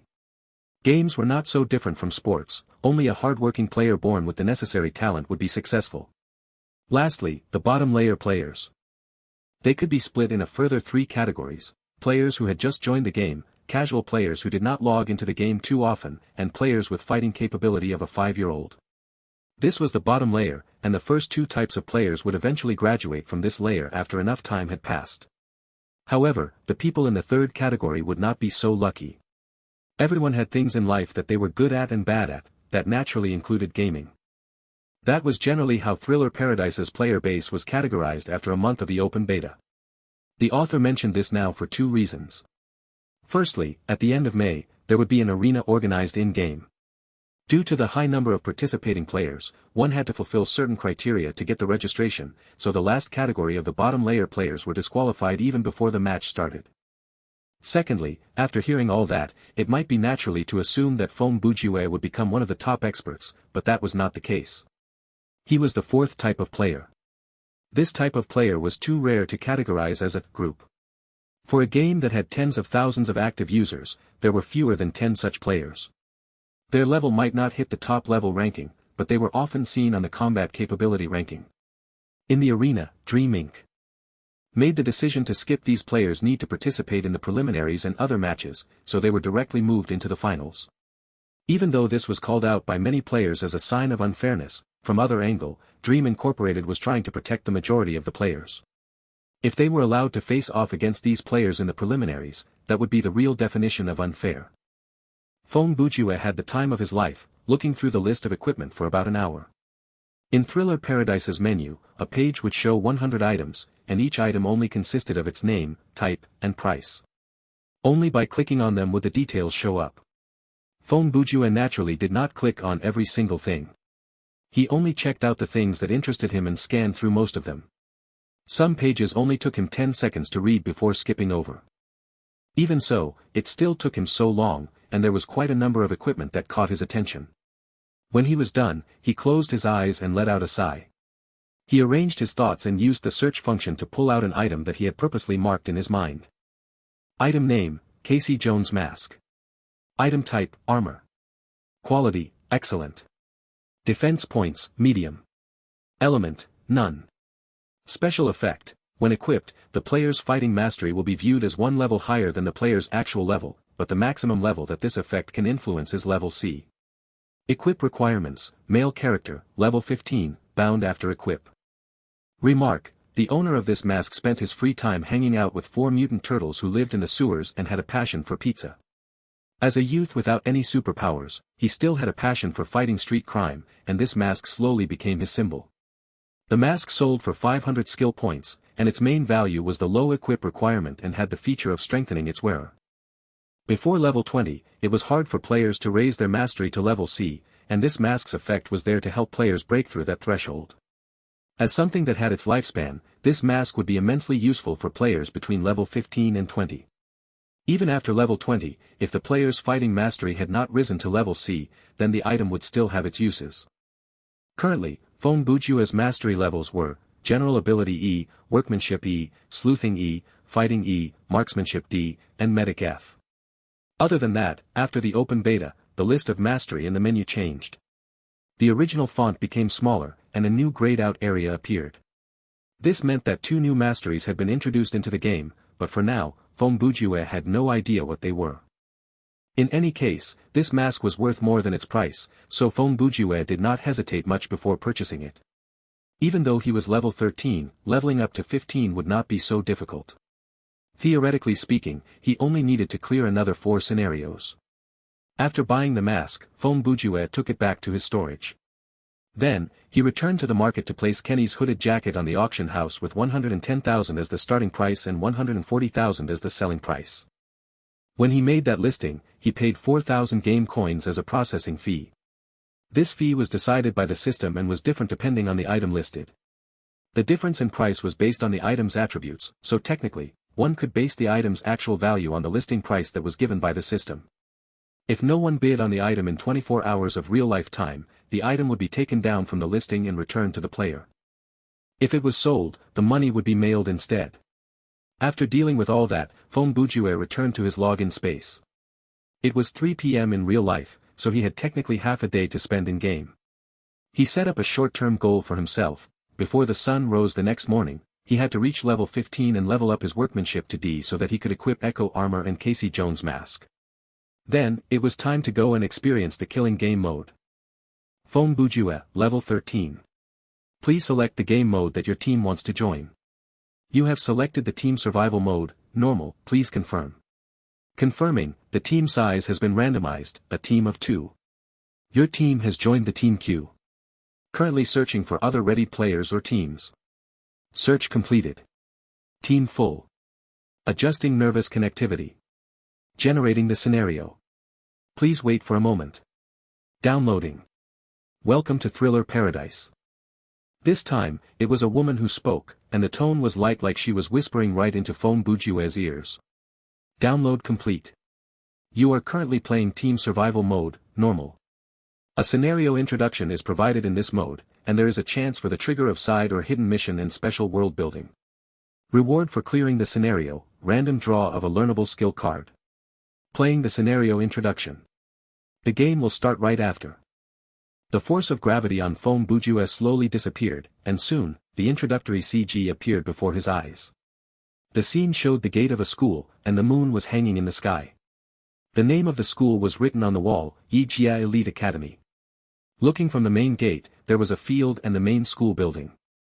Studying the image that was halted before his eyes, Fong Bujue could roughly tell that there were at least 2 more education buildings and a sports center at this school. Yijia Elite Academy, a place where the liveliness in the day formed a great contrast to the loneliness at night. Despite its current fame, the school came from a humble background. In fact, the school itself was built on cheap land, on top of a mass grave. In the 20 years after its establishment, many strange events had happened in this school, and the fear hidden within people's hearts turned these events into different types of ghost stories that spread among the staff and students like a plague. Starting from Who Knew When, a song called The Academy's 7 Ghost Stories was introduced. At this point, the system audio changed into the juvenile and detached voice of a young girl, and this eerie voice used a flat tone to enunciate the words that he saw. Save him, save him. Stuck in the well, unable to go home, don't look, or the well will gain a new soul. 1 2 3 4 5 6. Count your steps going up the stairs, turn around, before you reach the 13th step. Drip drip drip, tap tap tap. The water keeps dropping, red like a rose, red like blood. Keep your head lowered, and don't look into the mirror. So fa re, la so re. The piano cries the mournful tune. Do not listen, but do clap after the performance. Goo-loo-loo, goo-loo-loo. The smell of a feast curls around your intestines. Try a taste, which bowl of soup is made from human meat paste. Woo-wah-wah, woo-wah-wah. The baby's cries fill your ears. Put on a smile, The bones as his cradle, skin as his clothes. Many ghosts, deep blood. Vengeful spirits chasing after you, don't be afraid. Evil spirits can be killed. After the song ended, the CG scene did not change, but the system audio returned to the usual robotic voice. In the next 2 minutes, what Fong Bujue heard was the most interesting setting that he had ever come across in all the internet games that he had played. You and your teammate will each be given a mobile phone. Such an item won't be able to be placed inside your inventory and can only be held in your hand. The phones are fully charged and will show you the actual time inside the scenario. It only contains one speed dial number, and said number will connect you to your teammate. Said phone will not be able to call any other number and does not possess other functions like sending message. It cannot be shut off or have its caller ringtone changed. After the scenario starts, a countdown will officially begin. Starting from the 10th minute, you and your teammate will make a call that lasts for 1 minute at every interval of 15 minutes. You and your teammate will have to take turns taking the role of the caller and the receiver. The role has been randomized. You shall be the first caller, and your teammate will be the second caller. If both parties fail to complete the call, until the responsible party will suffer a targeted chase by the ghosts and spirit. Example 1, the time arrives, and the caller makes the call to the receiver. After the ringtone sounds, if the receiver is unable to answer the call, the latter will be viewed as the responsible party.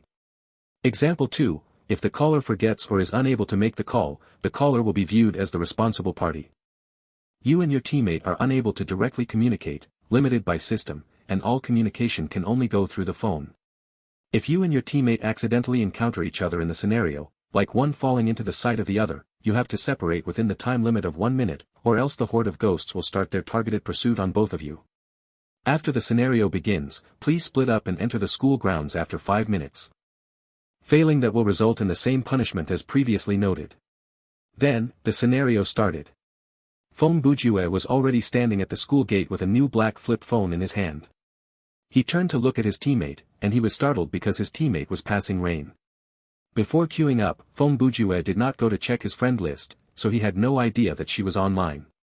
Passing Rain's expression did not shift too much, but internally, she was equally surprised. This was the first day of the open beta, and there were probably more than 1 million players online. Within this sea of players, they both queued up separately but were able to meet up in the same scenario, and the number of players for this scenario was just 2. This kind of coincidence, some might call it fate. What is fate? I shall attempt to answer that with the theory of reincarnation supplied by the ideology of Buddhism. Nemesis will become father and son, and hated people will become husband and wife, so why wait for the next life? Settle everything today. I personally believe that fate does not only limit itself to love and family. Coming to this world, making enemies, and causing hatred, that is also a type of fate.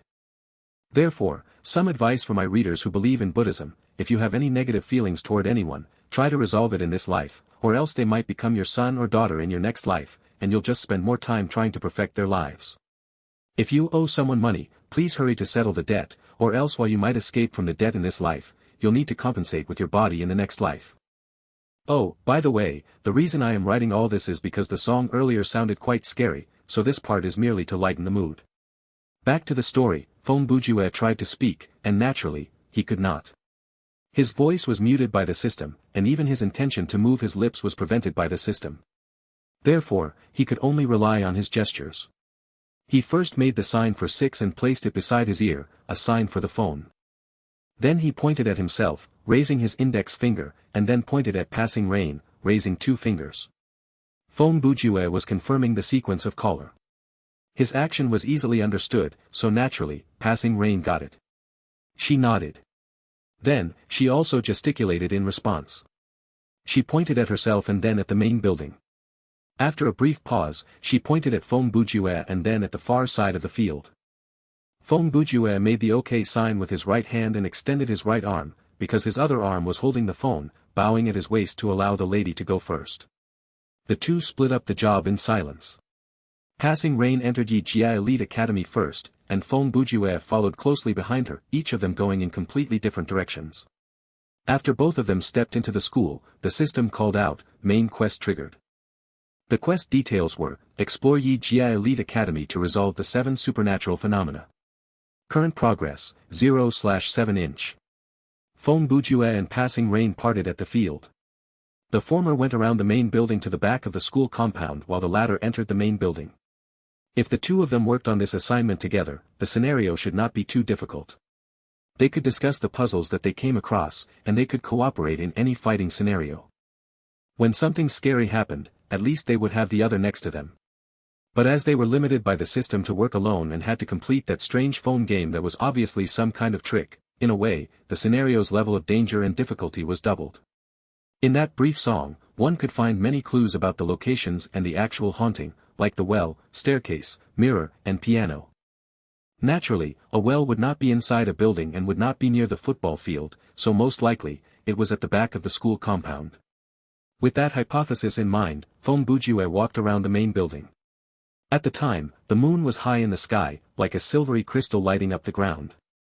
One could see perfectly fine without the use of a flashlight. Phong Bujue did not run. He paid constant attention to the time shown on the phone. At the 10th minute, he would make a call. In the Chinese 5 elements, water was placed at the north side, and coincidentally, Phong Bujue found a well at the northern side of the compound. The edge of the well was not tall, and it was made from white bricks. The surface of the bricks was rough and uneven. The mouth of the well was not sealed, but there was no rope or pail to be seen. About 10 meters away from the well, there was a L-shaped building. Looking in from the window, Phong Bujue saw a long sink and, above it, a line of faucets. Phong Bujue walked to the door and discovered items like iron pails and mops. It appeared that this was the storage room for cleaning supplies. Phong Bujue decided to explore the room. He counted the number of mops and faucets but ultimately did not think that they were any important clues. When he exited the room, the phone showed that 9 minutes and 27 seconds had passed. He pressed the speed dial button. However, the phone did not recognize that function. Instead, a message appeared on screen. It is not yet time. Your one-time speed dial should be between 10 minutes and 45 seconds. So, I can only make the call within the 45 seconds after the designated time, Phong Bujue mumbled to himself.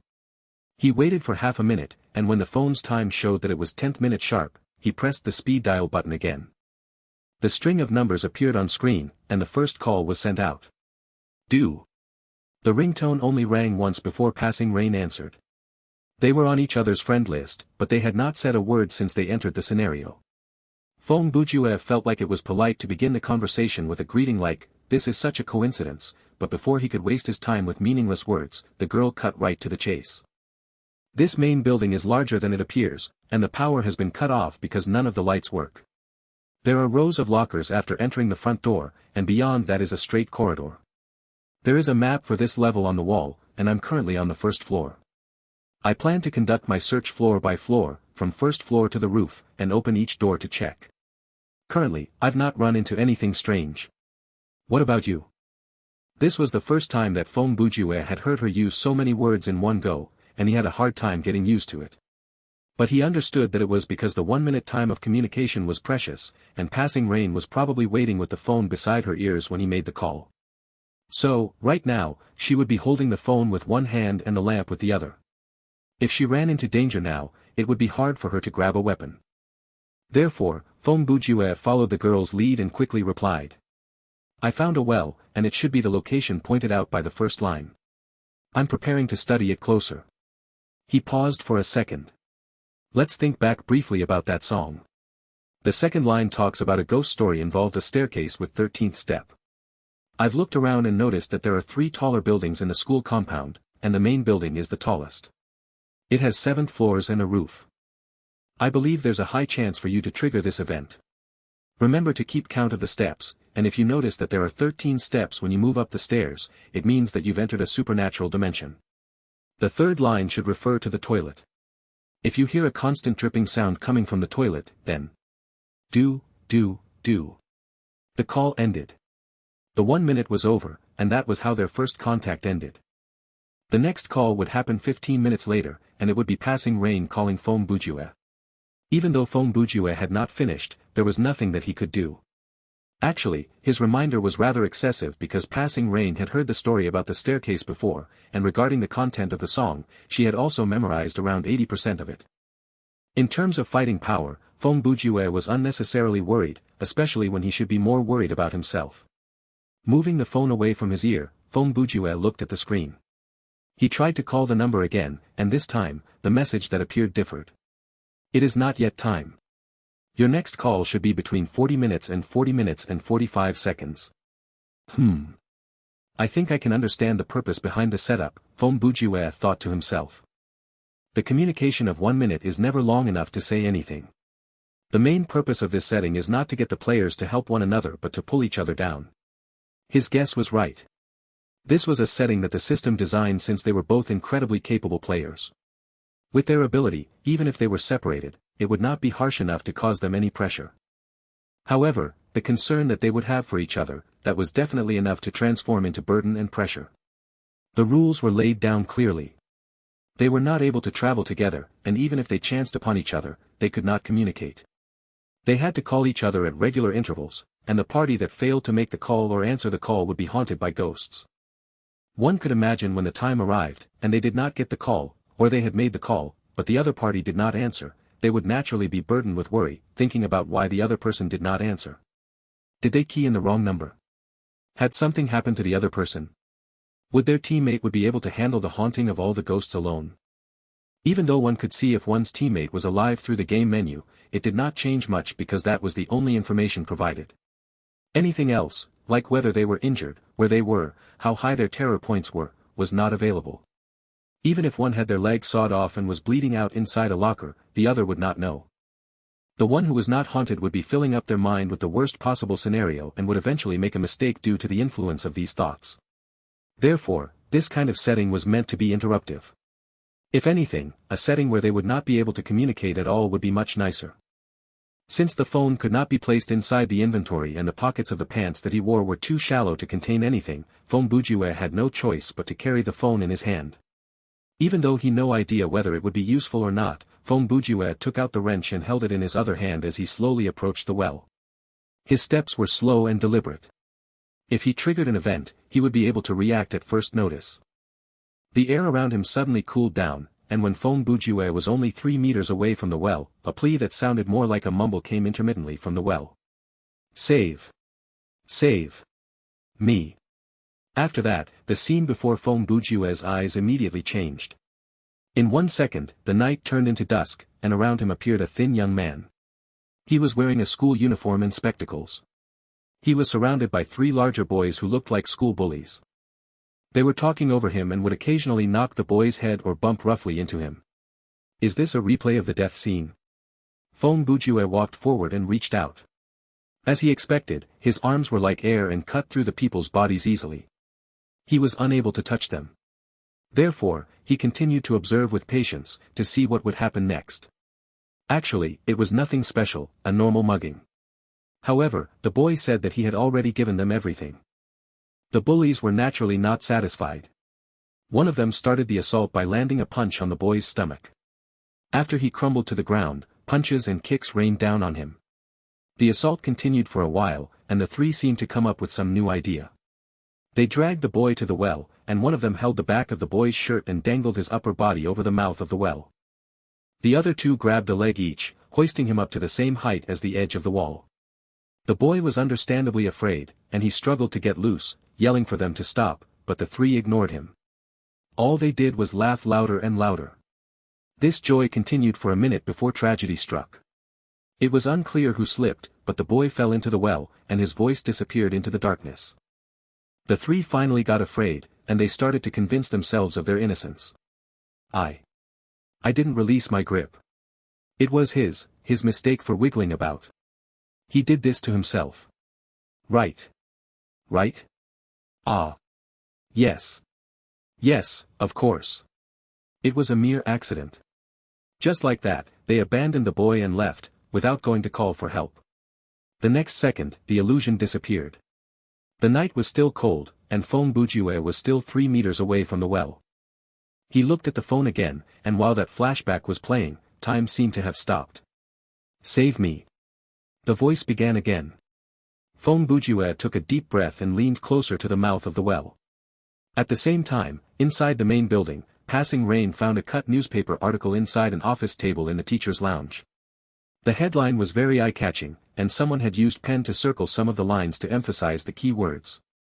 One of them was the name of the school, Yi Jia Elite Academy. The main content of the article was about an old well at the school. In 1994, a student named Satoshi Tanaka had been found dead inside the old well in Yi Jia Elite Academy. At the time, the police had declared this incident an accident, but there was a rumor going around the school that Tanaka had decided to commit suicide due to extreme bullying. 1 week later, the 3 students who used to gang up on Tanaka left home on the same night, and they were later all declared missing. In the end, their bodies were found inside the well. This time, the police made this a high-profile case, but since they could not find any suspects, much less a murderer, the case had to be abandoned. The rumor that Tanaka's soul had returned for revenge soon spread throughout the school. In 1995, another male student, Sakagami Junichi, fell into the well and died. During his autopsy, other than the wounds from the fall, there were many strange bite marks on his body, and they were identified to have come from 4 different individuals. Junichi was a famed bully at his school. According to his friend's testimony, they were hanging around the school compound, smoking cigarettes, when Junichi heard someone calling for help. None of his friends heard it, and they thought that Junichi was joking, so they went home after that. During winter of the same year, 2 of the local gang members were found dead in the well, and similarly strange bite marks were found on their bodies. The fingers of both the victims were bit off their hands, and the fingers were never found. In 1996, the school decided to use cement to seal off the well, and then 2 years passed without any accidents. In 1998, the cement seal of the well was cracked for some unknown reason. In the summer of the same year, 3 students at the school disappeared one after another. The 10th day after the disappearance of the first student, a heavy, disgusting stench drifted out from the crack of the well. The school had no choice but to reopen the well, and they found 3 bodies inside the well. The bodies were damaged to varying degrees. Other than the heads that were preserved, the rest of the bodies were seriously compromised. The rumor started to make the rounds again among the student body. If you hear cries for help coming from inside the well, do not attempt to look into the well, or you'll be dragged down into it. Feng Bujue was already by the side of the well, but he did not get too close. He merely lowered his body and used the advantage of his vantage point to peer as deep into the well as he could. He did not poke his head directly into the well. He recited the first line of the song word for word. Save him, save him. Stuck in the well, unable to go home. Don't look, or the well will gain a new soul. The hint could not have been clearer. Feng Bujue had no doubt that once he glanced at thing at the bottom of the well, he would trigger an event that would cause his death. He did not wish for some supernatural energy to drag him down the well and, in the blink of an eye, lose all his life points. Whoever you are, how about I drop a rope down the well for you? Several seconds later, the reply came. I cannot climb so far, alone. When Feng Bujue heard that, he was suddenly struck by inspiration. He asked probingly, then, how about I go down and carry you up? The voice in the well answered simply, okay. I'm not familiar with this school, do you know where they might keep the rope? Feng Bujue asked directly. He wanted to test and see how far the voice would go to provide him with hints. However, this time, the voice did not answer. It merely repeated, save me. In response, Feng Bujue said, wait for me. I'll be back soon with the rope. The voice did not say anything else, other than its continued pleas for help. Feng Bujue was a bit curious about what would happen if he just wandered away and did not return. But after giving it some thought, even if the thing inside the well did not crawl out to haunt him for revenge, eventually, he would have to return to finish the quest. Leaving the well, Feng Bujue jogged to the storage room for exercise equipment. He had been meaning to explore the space when he passed it earlier. This time, he traced the route in his memory and used the wrench to smack down the lock and found his way in. It did not take long for him to find a thick rope that was probably used for tug or war. He yanked it several times to test its tensile strength. After giving it his approval, Feng Bujue shoved the rope inside his backpack and returned to the well. When he got close, the sound of pleading started again. Feng Bujue pretended not to hear it and rushed past it. He found the tree with the thickest trunk, wound the rope around it, and tied a dead knot. Then, he walked to the well and tossed the other end into it. At most, he believed that the well would be 10 meters deep. Most likely, it was only 7 meters deep, so the rope would definitely be long enough. But the biggest problem was the mobile phone. Be it going down or climbing up, Feng Bujue would have to use both hands. The game would not expect him to hold the phone with his mouth, right? If he really did that, what if the phone rang while he was climbing? How was he supposed to answer it? On top of that, if there was an accident, and the phone fell into the well, he would be destined to become the ghost's target until he died. Looking at the time, there were 7 minutes until the next call. Feng Bujue believed that there was enough time. The one inside the well was probably the boy who appeared in the death recap. The boy was slender, and his peers were able to haul him up easily, so he should be lighter now that he was a ghost. Feng Bujue came to a decision and stopped hesitating. After placing the phone on the ground, he grabbed the rope, facing the tree and away from the well, and sat on the well's edge. Then, he dropped his legs into the well. With his body facing upward, his legs planted on the wall of the well, and his hands gripping the rope, he slid down as fast as he could. From the beginning to the end, he never once looked down into the well, exposing his back to something that he was 90% confident was a ghost. Twinkle, twinkle little star, how I wonder what you are. Since Feng Bujue was sliding down the well facing the sky, all he could see was the sight of the night sky from the mouth of the well. Inspired by the beauty of nature, he could not help but start humming. However, he quickly stopped himself, mumbling, F***ck, this is all the scenario's fault for reminding me of a children's nursery rhyme. Thankfully, no one's around, or I'd be so embarrassed. Feng Bujue's legs landed on soft, muddy ground. He stood facing one side of the wall and still did not turn around. Where are you? Get on my back. Before he finished, 2 bloody arms reached around Feng Bujue's shoulders and circled his neck. At the same time, he felt half a person climbing on his back. Feng Bujue had confidence that even if a weak player was tasked with this quest, they would be able to carry this ghost because this ghost was very light, or rather, he was physically incomplete. Feng Bujue opened and closed his lips. Out of habit, he wanted to point out the anomaly. The words were already on his lips, but after giving it some thought, he decided not to. Under the circumstances, if he pointed out the differences that the thing on his back had compared to a living person, it might cause a negative development. Questions like, if you're agile, why don't you climb up the well on your own, why is the skin around your arms so decayed, how come it feels like there's nothing below your waist, and, is your body leaking, were all taboo. In many ghost stories, the main characters would say to someone who looked like a person, "I just saw a ghost," they looked. The replies that they got were roughly the same. Did they look like this? Then, they were killed. Feng Bujue did not want to take that unnecessary risk. After all, the ghost had his arms right around his neck. What if the ghost was suddenly reminded that he was a specter? Then, it would definitely kill him, so these were definitely things that he could not mention. Hold on tight, I'm going to start climbing up now. Feng Bujue ignored the heavy hints like smell and sound and ignored the two bloody arms right below his chin. He carried the ghost and started climbing. When he was going down the well earlier, he did not look down, so he had technically been walking backward. When he was going up, he was walking forward, so his speed this time was much faster. On top of that, the thing on his back weighed nothing at all, it was barely a burden. Going up and down this old well took at most 4 minutes. Feng Bujue climbed out of the well and slowly adjusted his breathing. He still did not dare lower his guard. He did not hurry to pick up the phone but instead pulled out the wrench and told the thing behind him, "We're out. You can go home now." The voice came from behind Feng Bujue, and it felt like a chilling breeze caressing the back of his neck. "Go home."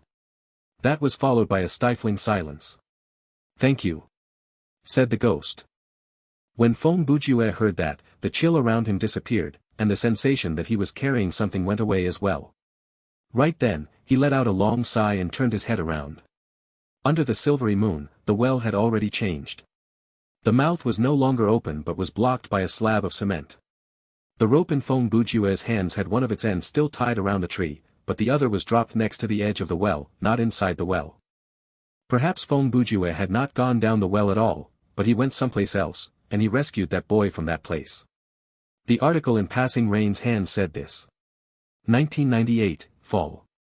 A student's parents hired a yin-yang master to conduct a ritual. When everything was done, the master said that he only managed to injure the spirit, but with his power, he was unable to help the spirit move on to a better place. When pressed, the master replied, "Do you expect me to go there to carry him out?" Then he left in anger and indignation. After that, the well was resealed, and everything had been peaceful since then. Main quest progress updated. Explore Yi Jia Elite Academy to resolve the 7 supernatural phenomena. Current progress, January 7th. Passing Rain sighed in relief after hearing the system announcement. Her level of courage should be higher than normal, perhaps even higher than a player like Brother Long, so she did not react that exaggeratedly when she saw that chilling news article. However, she could not stop herself from worrying. This was because, in their previous phone call, Feng Bujue explicitly said that he was already next to the well and was attempting to do the quest. Passing Rain, who received additional information from the article, combined with the song that they heard earlier, naturally also came to the conclusion of, "Don't ever look down into the well," but before the next round of communication, she was unable to inform Feng Bujue. This kind of helplessness was indeed quite tormenting. That was the effect the system was going for. Perhaps their worries for each other were unfounded, but that worry would undeniably become their burden. Annoyance was no different from fear, it would cause one to make mistakes. With the announcement from the system, she felt better. She glanced at the time on the phone. It would be 25 minutes in another 2 minutes. She had finished exploring the first floor of the main building, so she decided to stop and wait.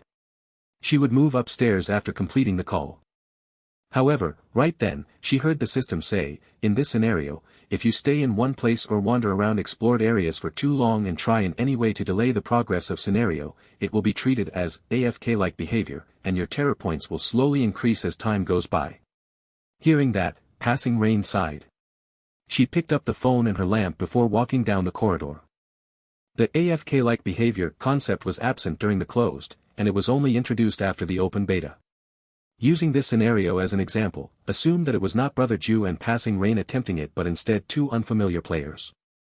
If one of them was a coward and was not really a stand-up player, they would find a place that they thought was safe and hide there from the start of the game. Whenever the time came, they would make and answer the call, so they would never be the responsible player. Their teammate would be risking their life, attempting to solve the quest. In fact, they might end up being the responsible party since they had so many objectives to juggle. Of course, there was also a possibility that both players were that type of individual, and they were merely chatting with each other while staying in hiding. This was one of the examples. In other scenarios, some players would go AFK for the sake of survival. To prevent such things from happening, the system introduced the AFK-like behavior concept during the open beta. If the player was deemed to be AFKing, whether they were scared or not, their terror points would slowly increase, and the longer they spent AFKing, the faster the terror points rose. They would be forced to leave when it reached 100%. Only by summoning courage and re-entering the scenario would they be able to negate this influence.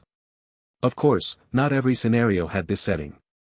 In some scenarios like the Saw game or the isolated time controlled by Sam Montier, their difficulty and quest objectives were heavily tied to time, and dragging things out would often lead to death. 2 minutes passed, and it was time for the call.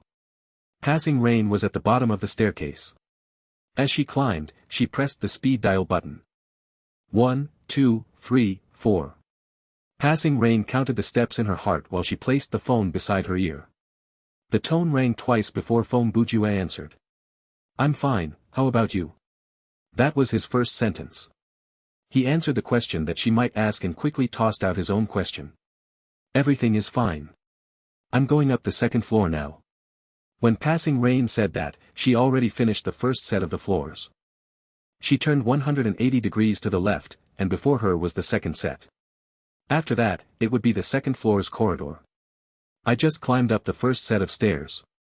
There were 12 steps." She continued moving. "You don't need to remind me about the song. I understand it well. The hints are very obvious." Feng Bujue was taken aback before laughing. "In that case, what should we take about in our future conversations?" "Just keep each other updated on the quest progress," Passing Rain replied before adding, "Don't ask about the other person's condition or if they're injured because that won't help the situation. We won't be able to help each other anyway, the knowledge will only muddle our mind." Feng Bujue agreed completely with Passing Rain, but what Passing Rain could say easily would not sound the same coming out Feng Bujue's lips because he was a man. If he said something like that, he would appear ruthless, cruel, ungentlemanly, and cold-blooded, but it did not feel at all strange being laid down by Passing Rain in her detached manner. "Wow, you're a mind reader because that was exactly what I was thinking." Feng Bujue instantly updated her on his progress. "By the way, I'm now in the building on the northeastern side. I think the music room is here, so I plan to go take a look." 13th, Passing Rain suddenly said. This staircase that led to the second floor had 13 steps. Yes, 13 steps. Before Feng Bujue could say anything, the time was up. The call was over. "Hey. Hello." Feng Bujue yelled twice before ending the call helplessly. He sighed to himself. I can't help but be worried about that last sentence." By then, he had also reached the door to the music room. He entered it and used his flashlight to scan around. The rows of tables and chairs looked normal, and there was no bloody handprint or talisman on the wall. The only thing remotely eye-catching was the piano in the room. Feng Bujue hummed, "So fa re, la so re." He took a deep breath. "Am I supposed to play the notes? Will it trigger some kind of mechanism, making something fall down from the cupboards?" He turned around and raised the flashlight to shine at the glass cupboards against the wall where the music books were, but they looked perfectly normal. Perhaps I need to sit or step on the piano stool," Feng Bujue said in contemplation. Feng Bujue's eyes slowly moved to the statue of Beethoven in the corner of the room. It was a fairly common bust of Beethoven made from white marble, the scale was almost 1:1. Feng Bujue walked over and flashed the light at the status. "Brother Ven, what do you think?" Of course, he did not expect the statue to answer. He placed the flashlight and phone on the cupboard by his side and tried to move the statue. He realized that the thing was normal, and it was not hiding anything like a button or hidden mechanism. It looked like it was just a normal decorative item. "Brother Ven, we're both artists. It's not nice of you to embarrass me like this." Feng Bujue entertained himself with this charade as he picked up his phone and flashlight. Eventually, he walked over to the piano. Even though he knew that he might trigger some horrible event, he had to give it a try. He extended his fingers and pressed on the keys following the notes given in the song. "So fa re, la so re." After playing those notes, Feng Bujue jumped back several steps, paying close attention to the changes to his surroundings. Several seconds later, two extremely pale, slender arms reached out from inside the piano lid at an incredibly awkward angle. There was a Chinese idiom called memorizing everything backward. Perhaps someone might be able to do that in real life, but in any case, Feng Bujue had not witnessed that before and did not even realize what the point of reciting something backward was. However, he was about to bear witness to playing everything backward. Before the hands started playing, they crossed their fingers and stretched outward. Feng Bujue reacted instantly. This might appear to be an insignificant action, but he understood that it was the reaction time that the game had given the player. If the player was not scared away, now was the time for them to do something. The piano cries the mournful tune. Do not listen, but do clap after the performance. Feng Bujue went over the relevant lyric in his mind, and he got it immediately. He ran to the first row of tables and sat down. He placed the phone next to him, squeezed the flashlight between his knees, and turned to look at the piano. By then, the hands were ready. They wiggled agilely over the keys before pressing down on the notes. Then, the recital began. The hands danced over the keys, and the arms were twisted at impossible angles. The joints at the elbows were strangely contorted while the fingers felt like they were supercharged with life as they glided and leaped over the keys. Visually, when the two arms were playing, it was neither beautiful nor fast. If Feng Bujue had to describe it, it was more like 10 worms strung onto 2 hooks, 5 worms on each, and then the worms were wiggling their bodies, trying to slither away from the hooks. Whether the song was presentable or not, Feng Bujue had no idea. Even though straggling notes entered his ears, for the most part, he had no idea what the song sounded like. This was because since the arms started playing the first note, Feng Bujue had covered his ears with his hands while rocking his head from side to side, humming loudly to himself, la la la. La la la. Twinkle twinkle little star. After going over the Twinkle Twinkle Little Star song, he sang the Christmas song at double the speed. In any case, as long as the arms kept playing, he decided to sing these 2 songs on loop. About 5 minutes later, when Feng Bujue was about to sing the children's lullaby for the 3rd time, the 2 arms stopped playing. The ghost claws floated away from the keys and stopped moving. Without waiting for a break, Feng Bujue clapped like his life depended on it. He was even shameless enough to cheer and request for an encore. The owner of the ghost arms appeared to be shocked. The hands that dangled in midair froze for 30 seconds before they reacted. The right hand curled into a fist and waved it around twice like it was expressing some kind of displeasure. Then, the left hand held the lid, while the right hand removed the stand that supported the lid, and finally both hands held the lid as they slowly retreated into the piano, closing the lid as they went in. Overall, it looked like they were bowing down as the curtain fell. Main quest progress updated. Explore Yi Jia Elite Academy to resolve the 7 supernatural phenomena. Current progress, February 7th. From the looks of it, not all 7 of the supernatural phenomenon are lethal. Feng Bujue took his things and stood up. Or perhaps I would have died if I listened to the whole song earlier. In a way, I feel like this whole scenario is trying to express the concept that, even among ghosts, there are kind and harmless spirits. He glanced at the time, it was 35 minutes and 18 seconds. About 5 minutes later, it would be his turn to make the call. He wondered how Passing Rain was doing. Since the system did not announce it, it meant that she was trapped inside the dimension of the 13th step. Thankfully, the system did not announce that she was dead either. This kind of situation where he knew that the girl was in danger but had no idea how she was hanging on influenced Feng Bujue to a certain degree. He opened the game menu to confirm that she was still alive from the living status next to her game ID, even though he knew that the action was pointless. However, after he opened the menu, there was a surprise find waiting for him. After glancing at the team status, he glanced at the Mastery tab and noticed that new masteries had been unlocked. The shadowy area that had appeared after the start of the open beta had half been unlocked. The new mastery was called Sorcery, and Feng Bujue currently had it at level F. Of the 2 new masteries, Feng Bujue had already unlocked one, but from the name, he knew that it was going to be hard to level up this mastery. The 6 masteries during closed beta, General Ability, Workmanship, Sleuthing, Fighting, Medic, and Marksmanship, all looked like more common settings, but this Sorcery and the yet-to-be-unlocked mastery were most likely ability related to the supernatural. Feng Bujue had no idea whether he had unlocked this sorcery mastery when he was dealing with this piano ghost or when he carried the ghost out of the well, but since he had already unlocked it, he could not help but wonder about other things related to it. Would the randomized skill card that he obtained from clearing this scenario be related to sorcery? The mastery sounded like it was specialized against ghosts and spirits, so did that mean it would be useless when facing other monsters and players? Also, would the skills under this school of mastery be effective against things in the physical world? He stood there thinking for so long that he soon received a warning from the system. If he stayed there any longer, he would be marked as AFKing, so he had no choice but to continue his exploration. It was soon time for the next call, but the system still had not announced that Passing Rain had passed her quest. Feng Bujue started to get anxious. With 1 minute left, he started to hesitate over whether to make the call or not. Passing Rain had to be in a harsh situation. Of all the ghost stories, the story of the extra step on the staircase could be said to be the more popular one and thus probably the most difficult. The lyrics, 1 2 3 4 5 6. Count your steps going up the stairs, turn around, before you reach the 13th step, were rather meaningless. From the sound of it, by taking the 13th step, a fatal event would be triggered. But earlier, when Passing Rain was talking with Feng Bujue, she had also been counting the steps.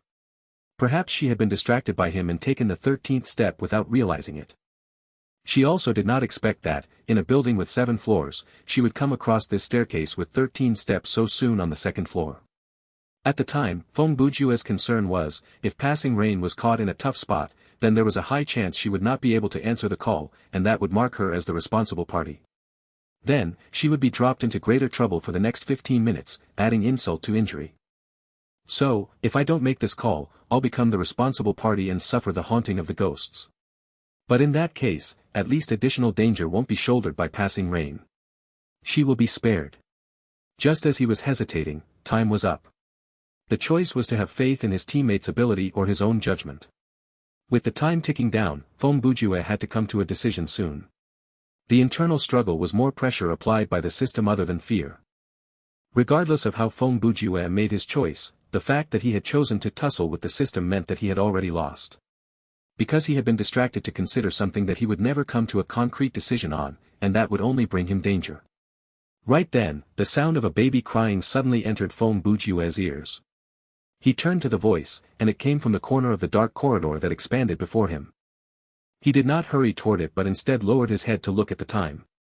It was 40 minutes and 27 seconds. Another 18 seconds, and he would have missed his chance to make the call. In the end, he still made the choice to press the speed dial button. Even though they had just finished one scenario together, he had faith in Passing Rain's ability. Furthermore, he knew that if he did not make this call, in the next 15 minutes, the other party would be placed in the same spot as him, suffering from the same psychological pressure. At the very least, he had come to the decision that as long as the situation permitted it, the call had to be made. Regardless of whether the call would be connected or not, at least this proved that one of the parties was safe. In terms of probability, as long as the call was made, there was a 50% chance that neither of them would earn the ghost's ire, but if the call was not made, the probability would be raised to 100%, and one of them would suffer. The call only rang once before Passing Rain picked it up. "I'm fine, don't worry. Air." Feng Bujue was glad to hear her voice, but he could not help himself from saying, "Didn't you say, not to ask about the other's condition?" About 2 seconds of silence followed. Then Feng Bujue heard a beep, and the next second, the call ended. There was only one explanation. While Passing Rain did not intend to insult, the annoyed lady leveled a curse word at Feng Bujue and then hung up the phone.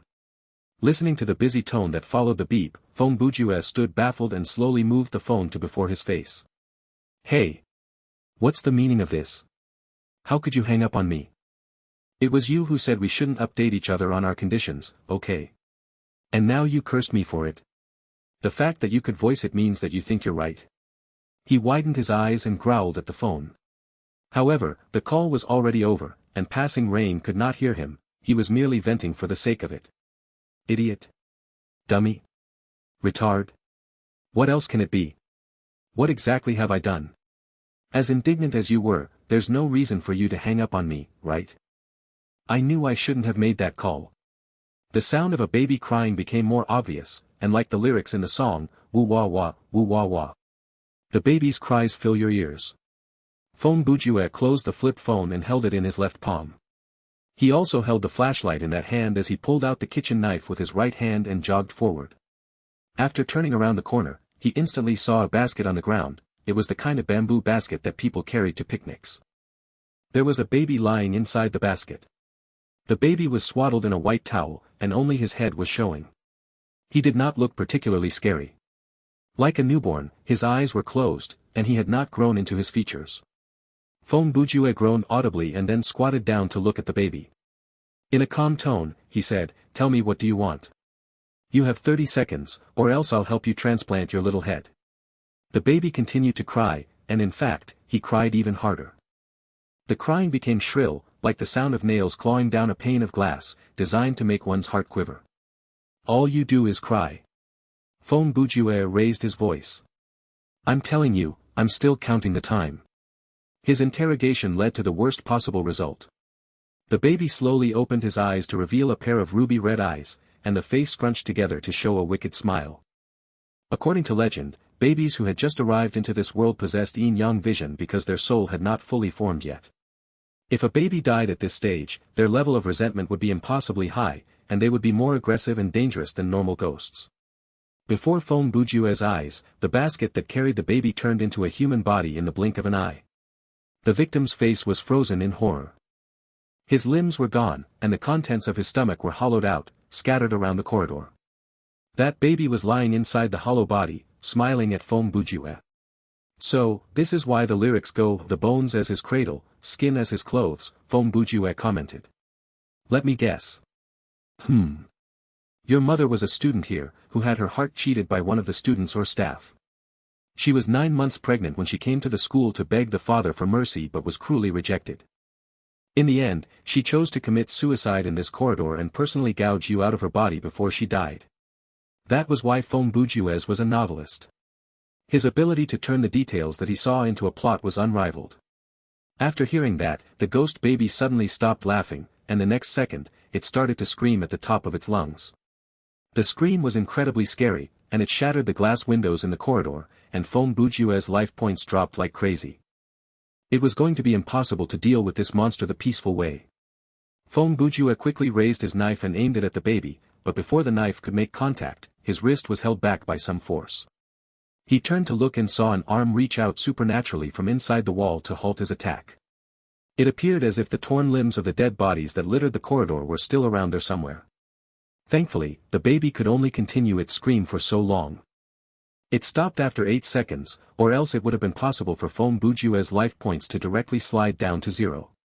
However, his situation was still not optimistic as more arms and legs reached out from the walls on the corridor, and each of them were wiggling violently.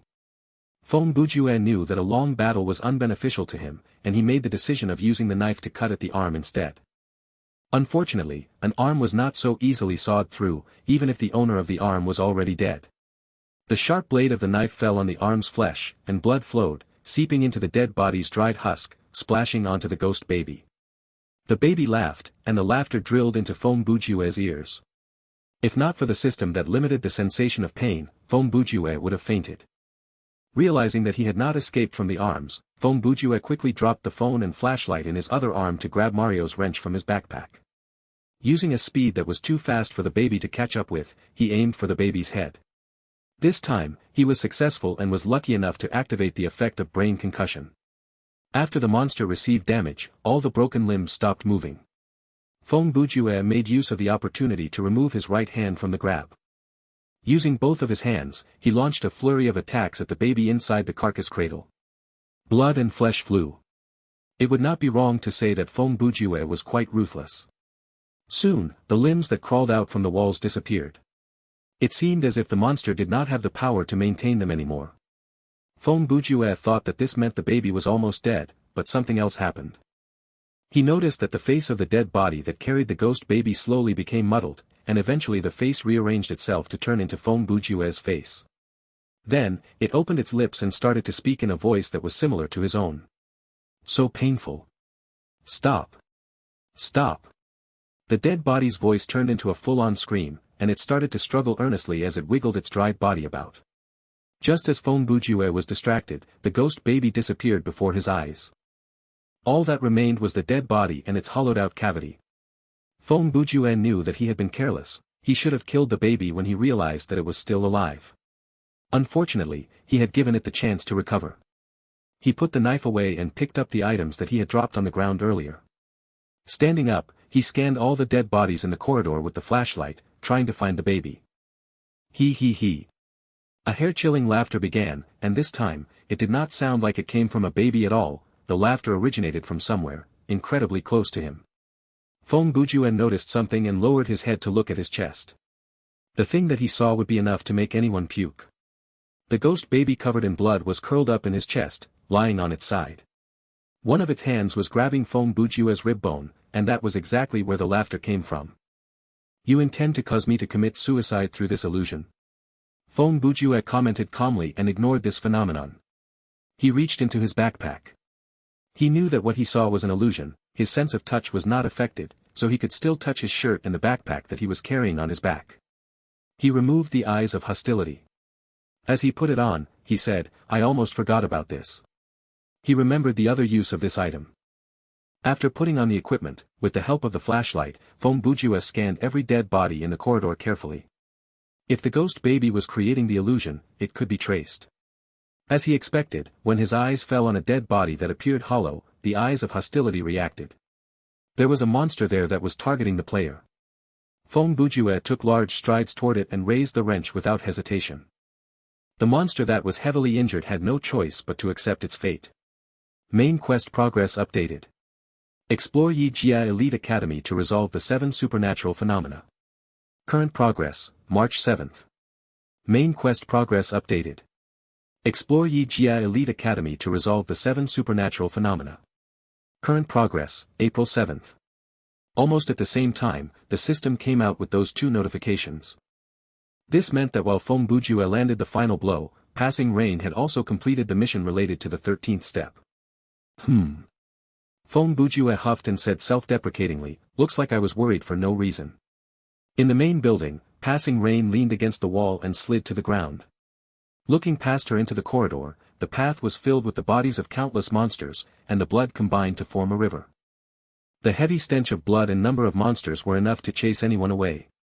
But at that moment, the only living human around did not have the energy to move anywhere else. The lamp and sword were placed next to her. She held the phone in her right hand while her left hand was covering the flesh wound on the right side of her waist. She was bleeding heavily, with blood oozing out between her fingers. This dimension connected to the 13th step was inescapable once she stepped into it. There was no place to run or hide. The dimension was filled with monsters, and some of them looked horrid enough to make her terror points rise with their appearance alone. Those who stumbled in there were either killed and became part of the ghost army or, like Passing Rain, massacred all of them. During the previous call, Passing Rain's situation had not been that good, she had been lying when she told Feng Bujue that she was fine. At the time, she had been in the middle of a battle. Even though she was already injured, she was in control enough to adjust her breathing and pick up the phone at first notice. She also understood that she would only become an unnecessary burden on her teammate if she showed any sign of weakness. Since Passing Rain had killed all the monsters in the dimension, she needed to rest. Her stamina points was slowly recovering, but she did not have a method to cure her bleeding status. The only way she could stop her life points from dropping was to stop moving and keep her hand pressed over the wound. The system would not treat this as AFK-like behavior because the player had to stop moving due to a specific reason.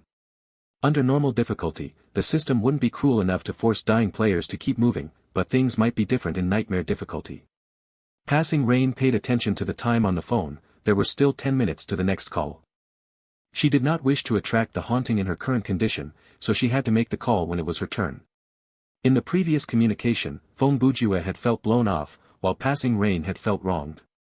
Objectively speaking, both were responsibility, but the main responsibility was still on Feng Bujue's shoulders for saying that unsavory thing at the wrong time. No matter where, no matter when, even if you are right, a man should never try to point out the contradiction in a woman's words. Drip drop, drip drop. Just as Passing Rain thought that she could catch her breath, from the darkness down the hall, the sound of water dripping suddenly began. After killing the ghost baby, all the illusions disappeared, leaving behind the broken glass in the corridor, proof that everything that had happened earlier was real. There was still some time until the next call, so Feng Bujue decided to continue his exploration.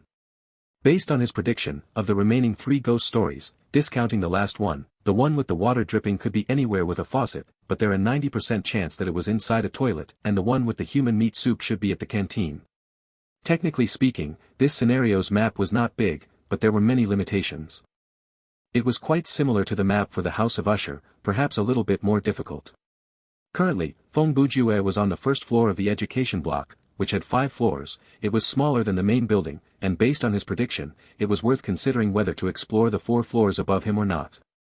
If he did, he might trigger the ghost story related to the water dripping or some other hidden or side quest before passing rain. If he did not, then he should go to the canteen in the 3rd building, where he should be able to trigger the event related to the meat soup. Even though passing rain had answered the previous call quickly and proclaimed that she was fine, Fong Bujue could not help but feel worried.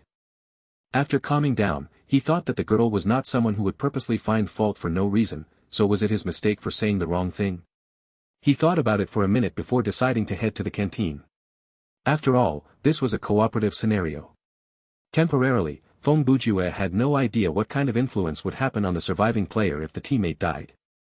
What if the system suddenly said, since the player couldn't answer the phone due to her death, the other party will become the responsible party and be haunted by endless ghosts? Then Fong Bujue would really be in a tough spot. Fong Bujue's goal for himself was to level up to level 15 as soon as possible.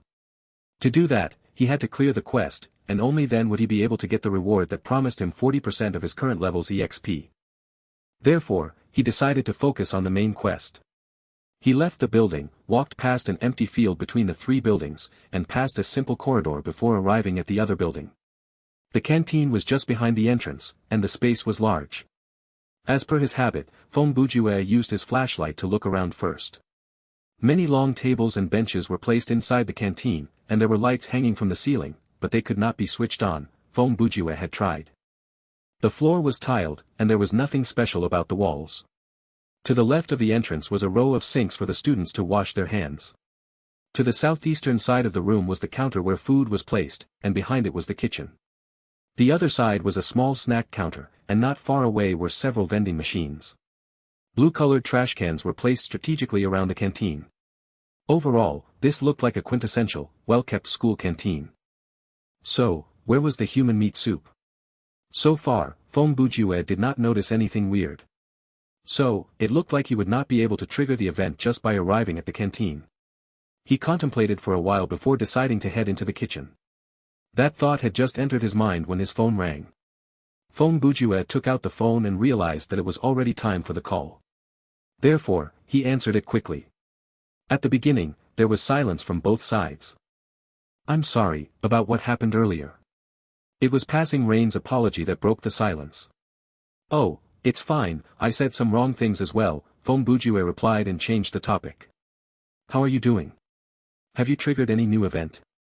"I'm on the 2nd floor of the main building, the furthest cubicle inside the female toilet," Passing Rain replied.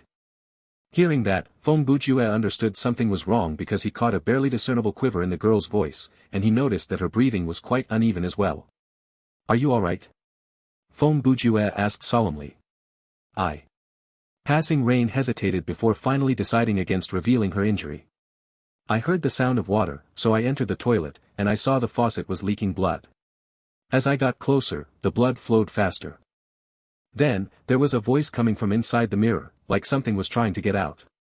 I didn't raise my head to look at it, and when I turned, I noticed that the entrance to the toilet had closed on itself, and I couldn't get it to open." She ran through the events quickly, and that exposed the unnaturalness of her voice. "I kept my head lowered, to avoid looking at the mirror as I hid inside one of the cubicles. Now, there's the shadow of a pair of legs just outside my cubicle, standing there unmoving. I don't think I'll be able to fight. I'm trapped." Even though she was very brave, she was ultimately human, and in this condition, she was afraid. Helplessness seeped into her voice. "The sound of water dripping is getting louder, and the floor of the toilet is already covered with blood."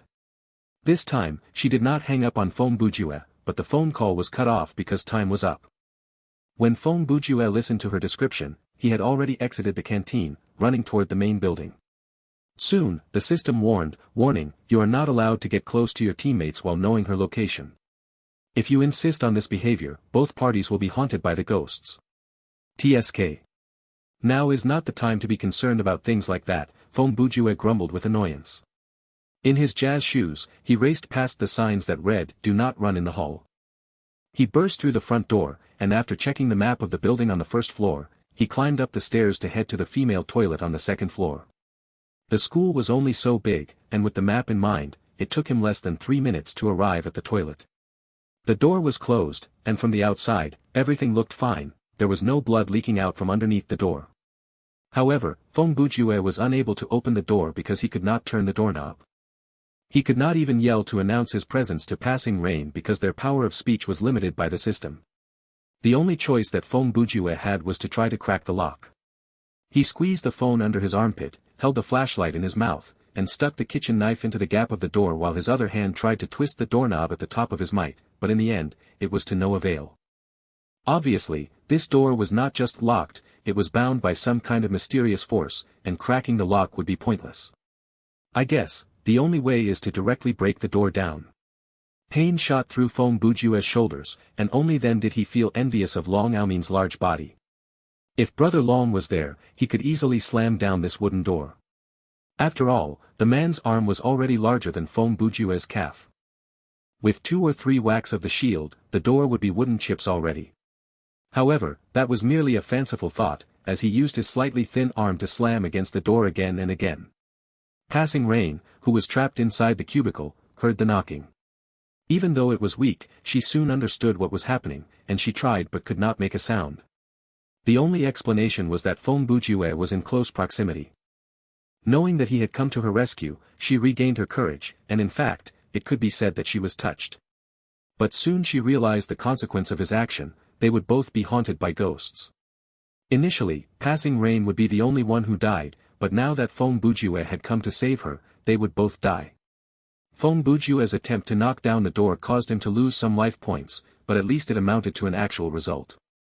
1 minute later, he successfully broke the door down. When wooden door that was technically a doorway into a different dimension was broken down, the smell of blood hit Feng Bujue like a wave. The man felt heady from the stench. After the door opened, the sight that he saw instantly turned weird, like he was looking through the lens of an old movie.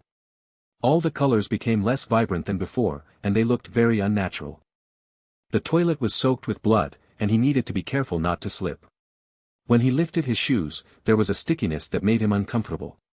Red liquid was flowing out of the faucet above the sink. The sink was already overflowing, and the red liquid splashed onto the ground.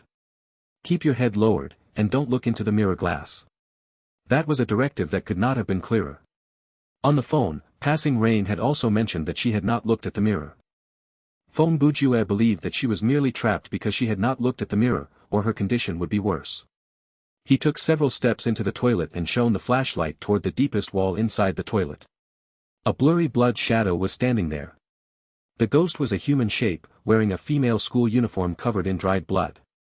The light of Passing Rain's lamp with permanent weak light filtered out from inside the cubicle. Feng Bujue wanted to charge forward to attack the shadow, but he suddenly realized that his feet were frozen to the ground. The blood on the ground had started moving to twine around his ankle. They were like 2 liquid claws, immobilizing Feng Bujue. He scoffed and then did a wildly courageous action. Feng Bujue turned around to look at the mirror above the sink. The Feng Bujue in the mirror had no eyes, and blood was leaking out from the 2 dark holes where the eyes should be. When he saw his bloody reflection, the next second, the blood shadow changed its target and actively moved toward Feng Bujue. In an instant, it appeared before Feng Bujue, practically sticking its equivalent of a face against his. At that point, Feng Bujue had a clear look. Underneath the fuzzy curtain of black hair, a human face was missing. Instead, the head was made from countless human eyeballs. The coagulation of eyeballs pulsed, and blood leaked out constantly. The shadow moved its claws toward Feng Bujue's eyes. It was probably planning to add Feng Bujue's eyeballs to its sick collection. Upon closer inspection, one would notice that it was not the ghost's skin that was covered with blood. Rather, other than the head, its whole body was made from the coagulation of blood. Only Feng Bujue's legs were immobilized, he had full control over the rest of his body, and his terror points were 0, so naturally, he would not just sit there to wait for death. He reacted faster than the ghost and raised the wrench to attack the head of eyes. Feng Bujue had obviously underestimated this ghost's power. Since he had violated the rule of not looking at the mirror in the song, the enemy before him naturally would not be taken down so easily. The monster's reaction speed was fast. It grabbed Feng Bujue's arm that was holding the wrench, and with a squeeze of the claw, Feng Bujue felt the bones in his right arm snapping. If not for his superhuman resistance to pain, the wrench would have slipped from his fingers. The shadow's other claw quickly wound around Feng Bujue's neck. The latter had to drop the flashlight and phone to pull the clamp around his neck open. Even so, Feng Bujue could sense the air being slowly cut off from his lungs. The phone and flashlight that fell to the ground were soon consumed by the pool of blood. The only source of light in the room became the lamp inside the last cubicle. Passing Rain stopped hiding. With one hand over her injury and the other holding the blade, she snuck behind the shadow. Even though her injury was still open, meaning that she would bleed whenever she moved, after 10 minutes of rest, her life points had recovered slightly, and she knew that if she did not do something, Feng Bujue would die. Passing Rain raised the sword and slashed it vertically at the shadow's head. Perhaps behind the shadow's eyes on the back of its head were all covered by hair, or perhaps because Feng Bujue had attracted the monster's full aggression by looking in the mirror, the monster ignored the attack that came from behind it. The neck was sliced off, and the head toppled to the ground. The eyeballs crumbled like a bunch of round wooden blocks as if the power holding them together had disappeared. However, that was merely a temporary respite. Feng Bujue's legs were still pinned to the ground, and once the rolling eyeballs smeared the blood on the ground, they started to group up again. Feng Bujue and Passing Rain were standing next to each other, but they could not speak. After delivering that slash, Passing Rain's wound on her waist reopened. She winced in pain as she held the wound. The blood that leaked through her fingers was more than enough of an explanation. Feng Bujue had come to save the lady, but he was instead had been saved by Passing Rain. Furthermore, his action had triggered the group haunting. If they did not do something to escape from this situation, the only result would be a wipe. Under that situation, Feng Bujue had an idea in his mind. He turned around again to look at the mirror.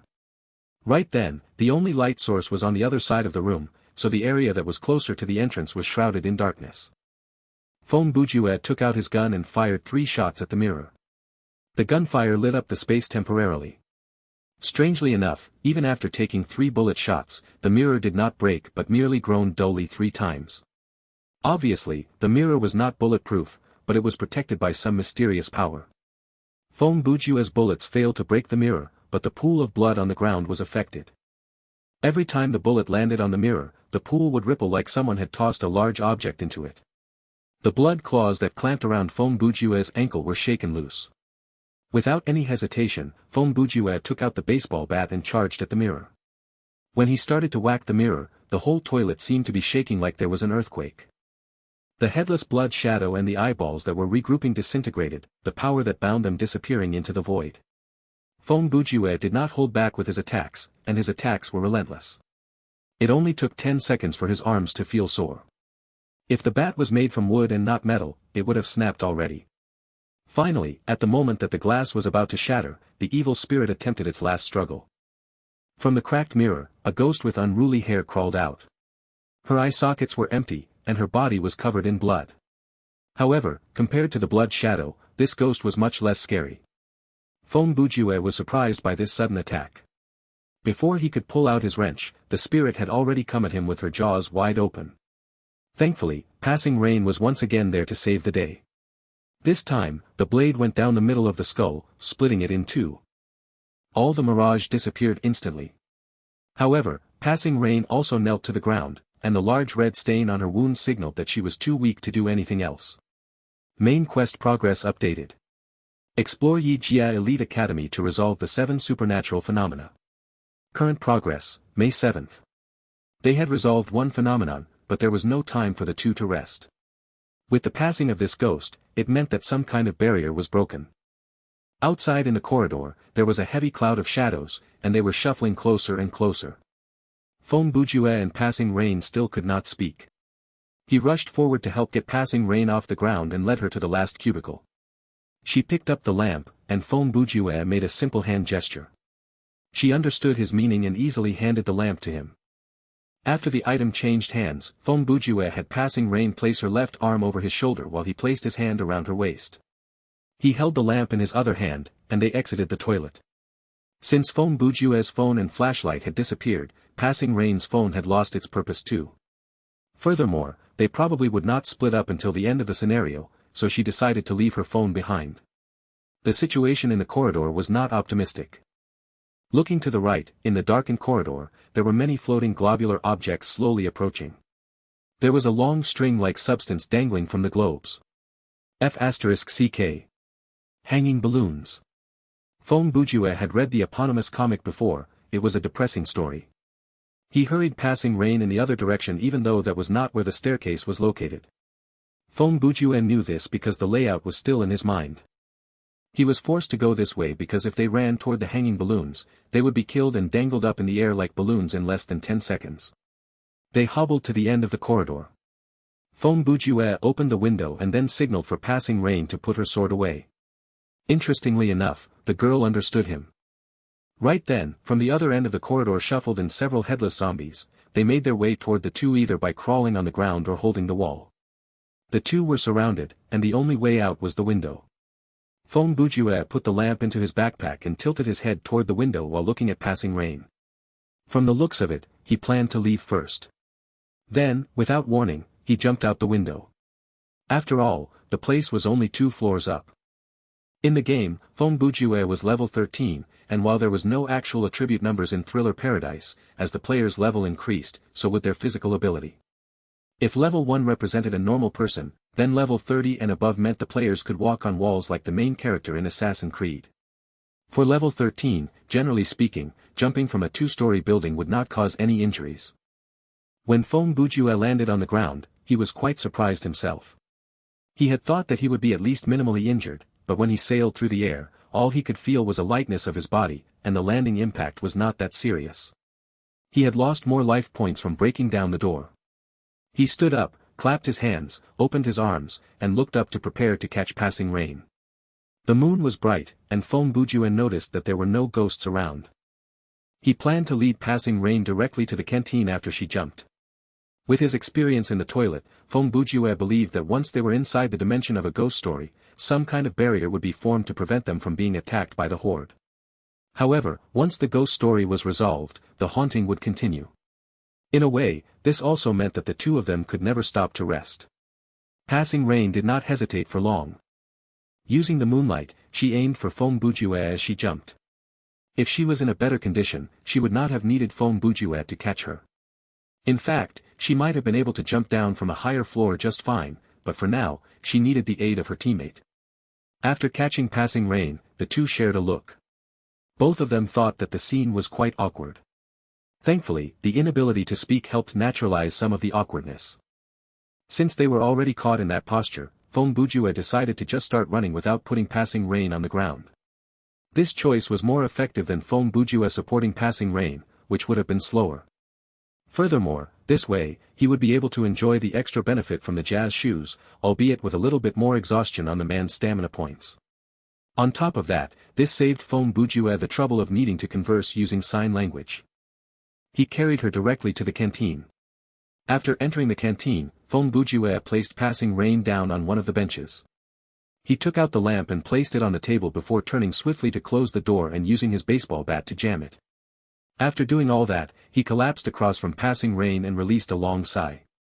Then, he pointed at himself and flashed 2 and then 3 fingers before pointing at passing Rain, coupling it with an inquisitive gaze. Passing Rain opened her menu to look at her status. Her wound was still bleeding and only 10% of her life points remained. If she kept moving, she would die from bleeding out. She showed 1 and 2 fingers, lowered her head to look at her wound, and then matched Feng Bujue's gaze again before shaking his head. Feng Bujue took a deep breath, and a conflicted expression appeared on his face. He could only pray that the last remaining 2 ghost stories would be like the one in the music room, solvable without combat. Something suddenly slammed into the canteen's door, and ear-splitting wails came from outside the door. Shadows flashed through the windows, and soon, there was the sound of glass shattering. It seemed like the haunting really was constantly on their heels, giving them not even a minute to rest. Things are put in holes to be forgotten. The deeper the hole, the darker the truth. Until one day, they realize the hole be not deep enough. So, they dig it up to look at the remains, to see if the truth survived being buried. Before they destroy it forever and write the truth that suits their purpose. I have been a prisoner here far too long. Washing the blood from the walls. They leave no trace of truth. The order for my execution be welcome. My jailers said it be. The merciful slaughter of a lunatic. This sudden monologue appeared in Feng Bujue and passing Rain's ears. When it did, all the other voices disappeared. Both could read something from each other's faces and knew that they heard the same thing. When the monologue ended, the din returned. The ghosts rammed against the door, and some were crawling through the broken windows. Even though they did not understand what had happened, there was no time to think. Feng Bujue supported Passing Rain, grabbed the lamp, and led her to the kitchen. When they neared the counter separating the kitchen from the canteen, the light in the kitchen suddenly came on, and a large shadow was standing behind the counter, studying them. The monster had a human body but a pig's head. His exposed muscles were pink, and he wore a white tank top and military pants. The wiry muscles on his arms looked as tough as rocks. The character had the appearance of Zhu Beiji from Journey to the West if the character had been through a phase of serious gym visits. There was only a counter between the two and the monster, and an indiscernible pressure overwhelmed them. They could sense the scary presence radiating from the monster, and it was much more oppressive than the horde of ghosts outside. Just being in the monster's presence had frozen them in place. "Hello, I'm Oink." The monster opened his lips to greet them. By then, the horde of ghosts had swarmed into the canteen, crawling over the tables and chairs to reach their target. Oink turned his pig's head around and uttered to the horde behind the two players, "Get out from my territory. Now." He emphasized that last word. The ghosts cowered under his order. They stopped moving and slowly retreated with hungry eyes on their meals that had once again slithered away. "Sit over there." After the horde retreated, Oink pointed at the table closest to them. The two shared a look and formed a consensus. They moved to the table, placed the lamp on it, and sat down across from each other. It was clear that the fifth story in the song had been initiated.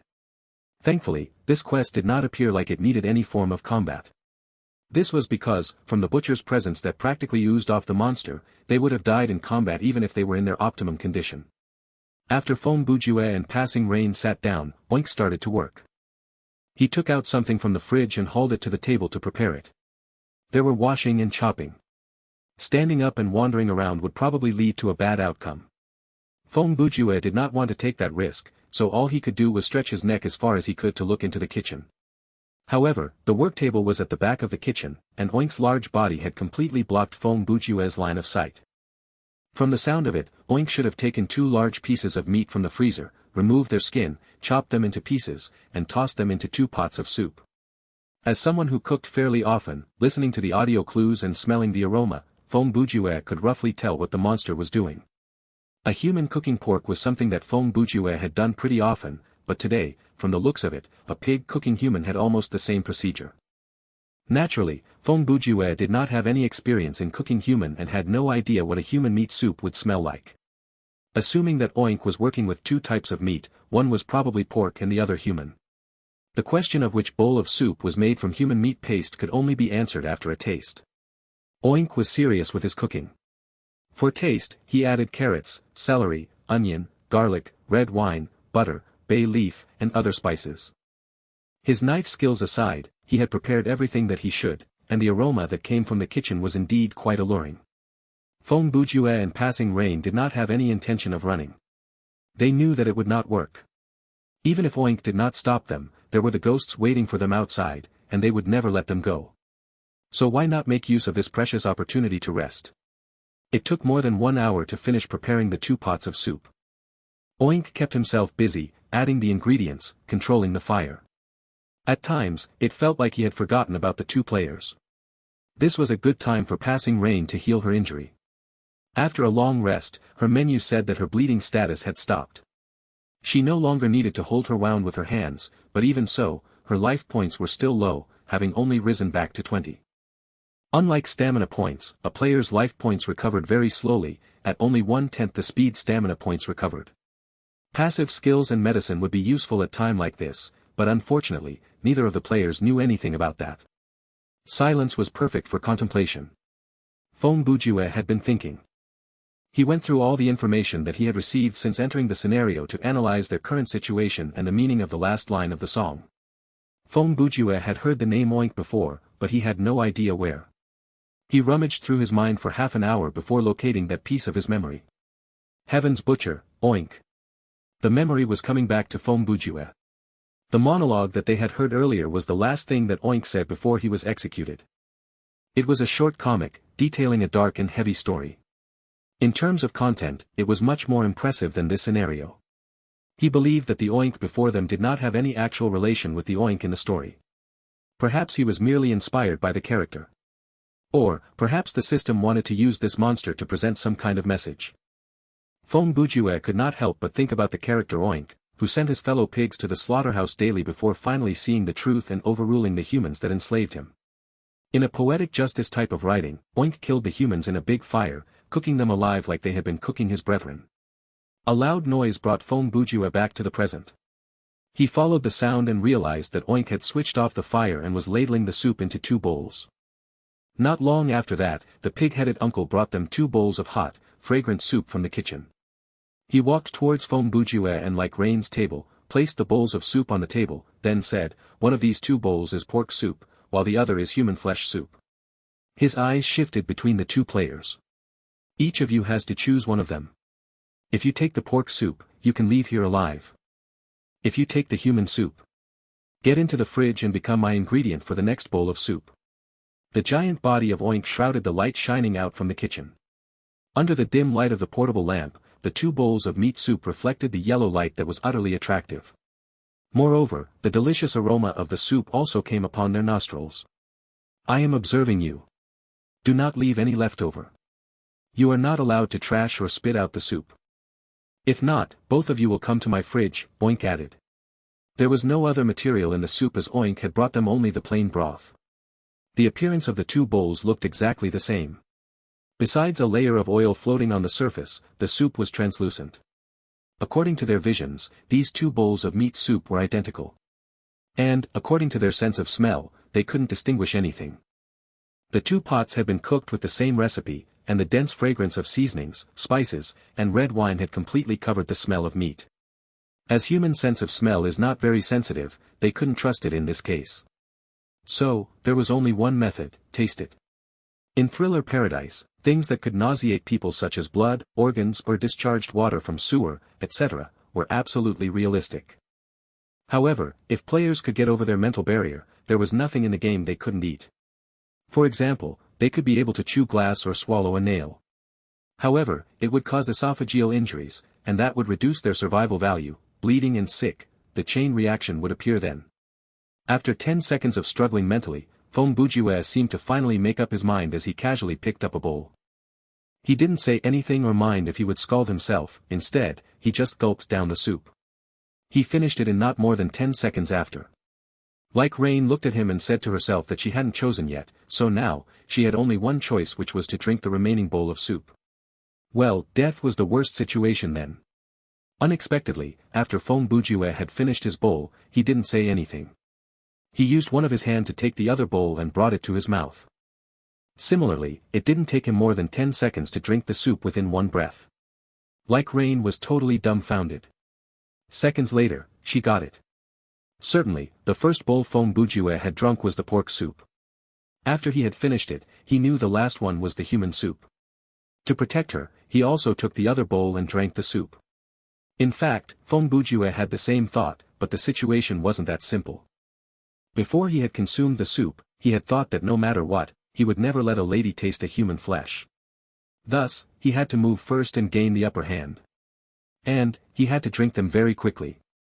If he got bad luck and chose the human soup, at most, he would die. If he chose the pork soup, he would then drink the other human soup too.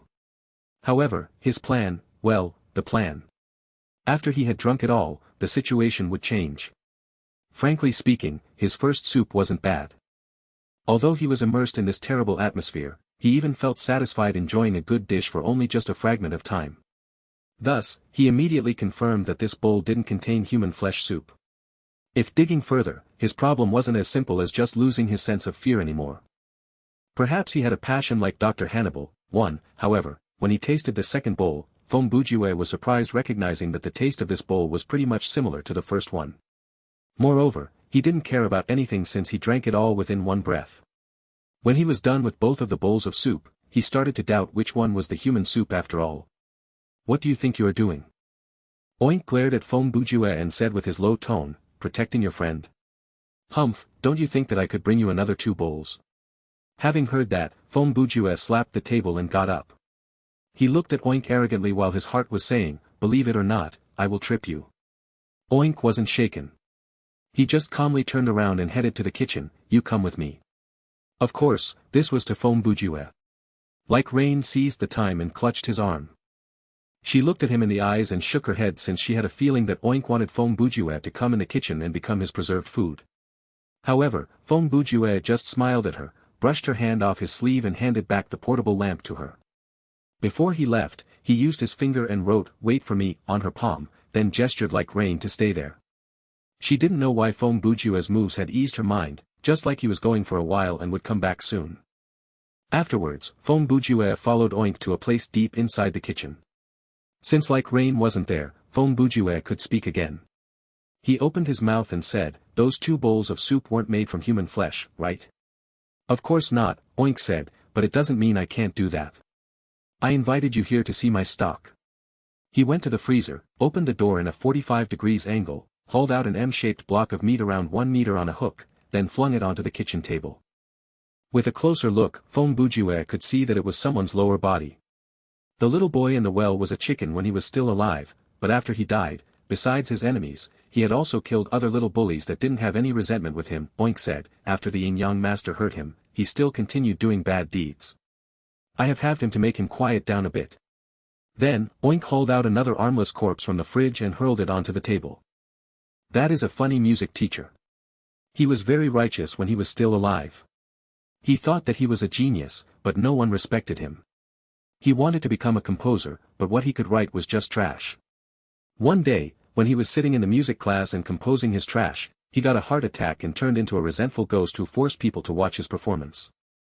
Upon reaching this part, Fong Bujue could guess the next thing the pig was about to take out from the fridge.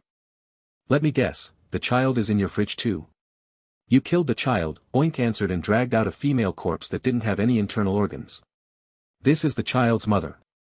As you have guessed, before she committed suicide, she resentfully took the baby out of her womb." Next, Oink closed the freezer door and picked up a glass jar from a cupboard. The jar was filled with blood, and there were 2 eyeballs soaked in the red fluid. She was a bright schoolgirl. Especially her eyes, very attractive. She was fond of vanity, and she knew how to use her beauty to get what she wanted.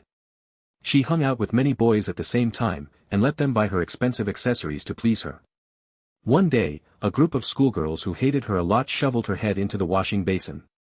They just wanted to teach her a lesson, however, jealousy had covered their eyes as sins flowed out from their thoughts. When blood from the girls' lungs dyed the water, they eventually recognized that they had just created a tragedy. Oink paused for a while. The resentment of this ghost was really strong. She killed a lot of people, and even though I have taken her eyes, I couldn't stop her from killing. Quite the contrary, I've triggered her passion for collecting eyeballs. "So the 13th step leading to another strange space is related to you too?" asked Fong Bujue. "Where do you think the ones who had the ghosts chased after them will go?" answered Oink. "Ouch, you've created that space to dump the dead souls." Fong Bujue said, "What about the bunch of ghosts out there?" "I should ask you about that," Oink asked him. "Why is all the ghosts outside the school gathering to hunt you guys?" This helped Fong Bujue understand that the ghosts chasing after them were sent by the system, and they weren't related to the 7 supernatural phenomena in Yusuk High School. "I'm not sure," he answered and changed the topic. "The reason why you told me all of this is that you are the manager here, right? Then I really want to ask why you have to play the human soup show here. And, what does the last verse of the folk song mean?" "Literally, I'm here to help you guys," Oink said, "or I can say that I'm here to help the ones who have the guts to drink my soup." Upon hearing his words, Fong Bujue suddenly realized something. He opened the game menu and knew that he had done the bad thing with his good intention. Indeed, those 2 bowls of soup had helped them recover their survival value as his survival value was full now. However, he didn't know how many % a bowl of soup recovered his survival value. Anyway, it was certainly a waste. And, this task was somehow a literary work. It didn't only test the players whether they had the guts to drink the soup, but also who would drink it first and their reactions after that. If there were only one person who triggered the task, this would simply be a test of mind and courage. But since it was a scenario of 2 players, bad things existed though. If both of them had a purpose that they had to achieve, everyone would definitely want to drink first. As he was afraid he would have to drink the human soup, he also hoped that his teammate would choose that bowl instead of him. About the last verse of the folk song, Oink continued, "Go to the gate, you will know." "Oh, so it is." Fong Bujue said as if he was thinking of something else. He understood that Oink had prompted them the location of the last phenomenon in the 7 inconceivable things of Yusuk High School. Fong Bujue continued to probe, "Can I ask for one more bowl of the soup that I have just eaten?" "For your friend?" Oink answered, "Maybe." After 2 seconds of silence, the pig talked again, "But the third bowl is an extra one. What do you have to exchange for it?" His eyes suddenly became hideous. An arm? A pair of eyes? Fong Bujue could feel the situation wasn't right. This Heaven's Butcher was both a good guy and a bad guy. No one could guess if he were your friend or your enemy after 1 second. When he heard the monster mention arm and eyes, Fong Bujue instinctively took the chef knife out of his bag as he was about to use the lower side kick of a brat to defend himself. Chef knife. Oink snatched the weapon from Fong Bujue's hand with an impressive speed that left Fong Bujue no time to react. Doesn't look bad. He held the knife and thought for a while. Later, the corner of his eyes swept to Fong Bujue. Go get your soup. 1. https://en.wikipedia.org/wiki/Hannibal_Lecter. Fong Bujue sighed in relief. He was secretly glad that he didn't take Mario's pipe wrench out. In that case, Oink would take his main weapon, which was graded excellent, and he couldn't do anything about it. Indeed, losing the chef knife wasn't a loss, it was a fair exchange of a normal quality item, which he could take in any scenario, for a special survival value supplement in this scenario.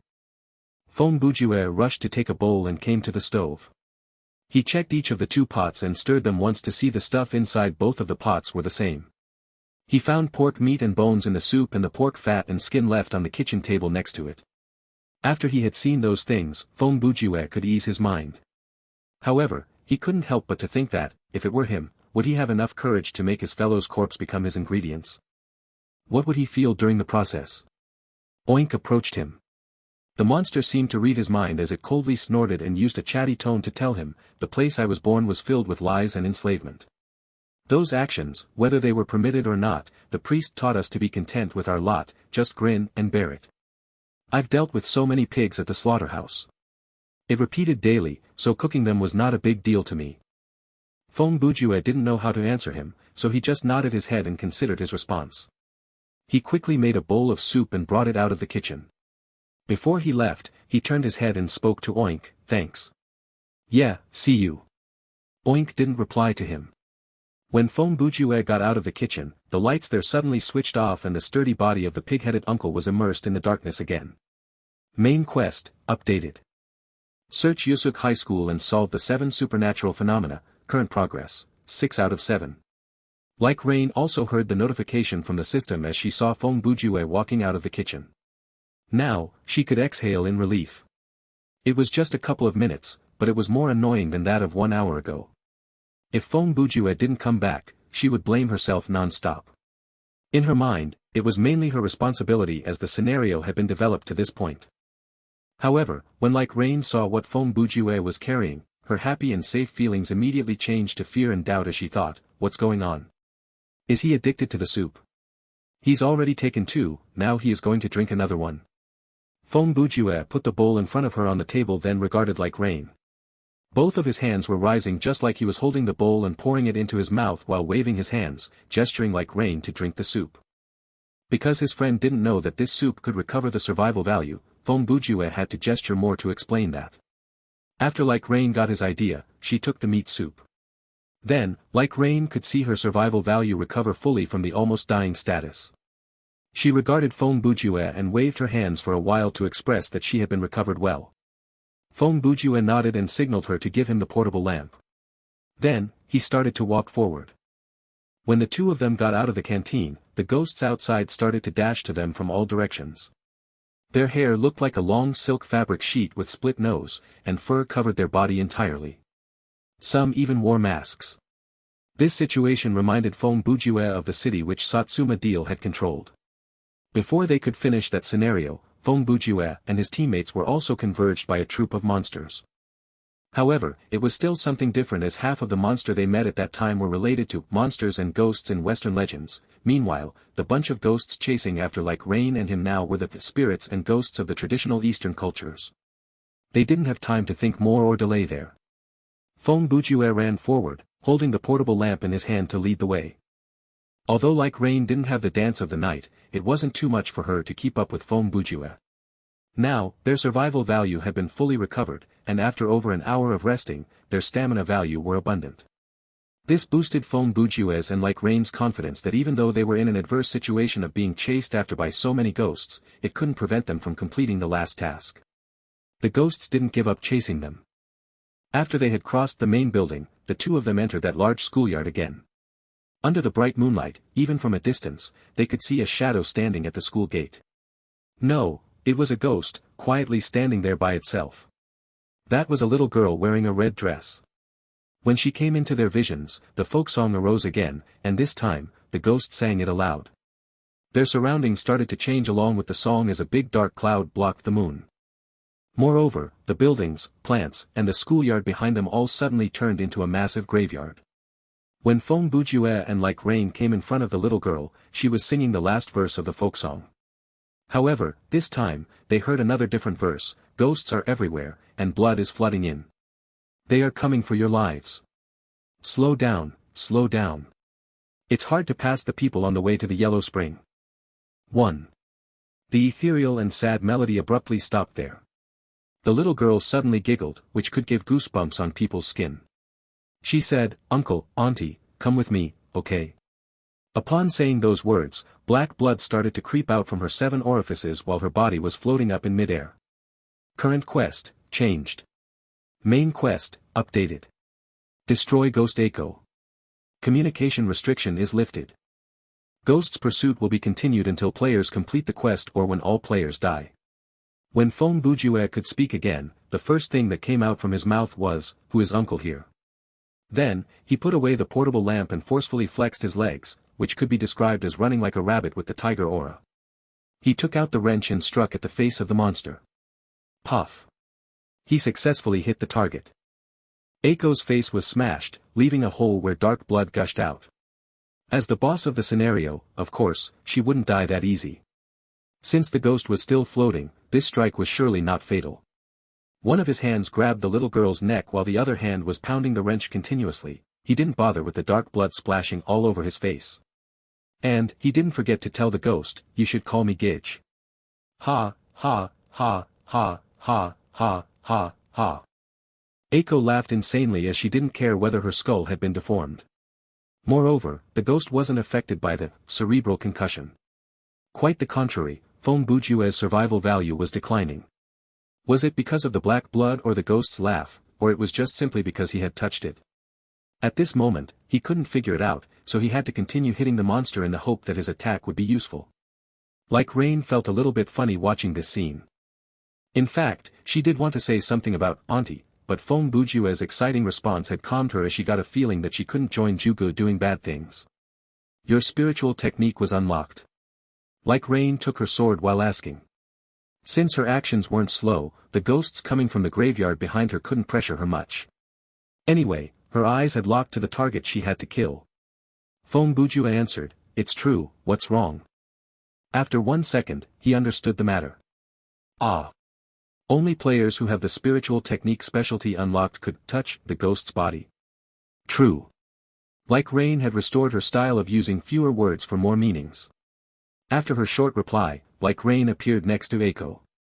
With a tranquil heart like water and eyes cold as ice, her sword slashed out rapidly and fiercely. 1 second later, black blood started to stream out from the cut waist of the monster, just like the juice when one halved a succulent orange. Feng Bujue seized the opportunity and jumped away. If he stayed there, it would look like he was taking a shower. As the saying goes, we are not afraid of failing to find the goods, but we are afraid that there are goods better than our goods.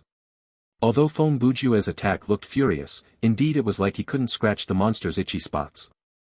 If it were him who was blocked in the space of the 13th step, even if he had 3 lives, that wouldn't be enough for him to survive. Like Rain just used only 1 strike to solve the problem. This was sort of an innate talent, just like the other hotshots in novels who could find the enemy's Achilles' heels in just a glance and finish everything with only 1 strike. Current quest, accomplished. Main quest, completed. You've completed the scenario.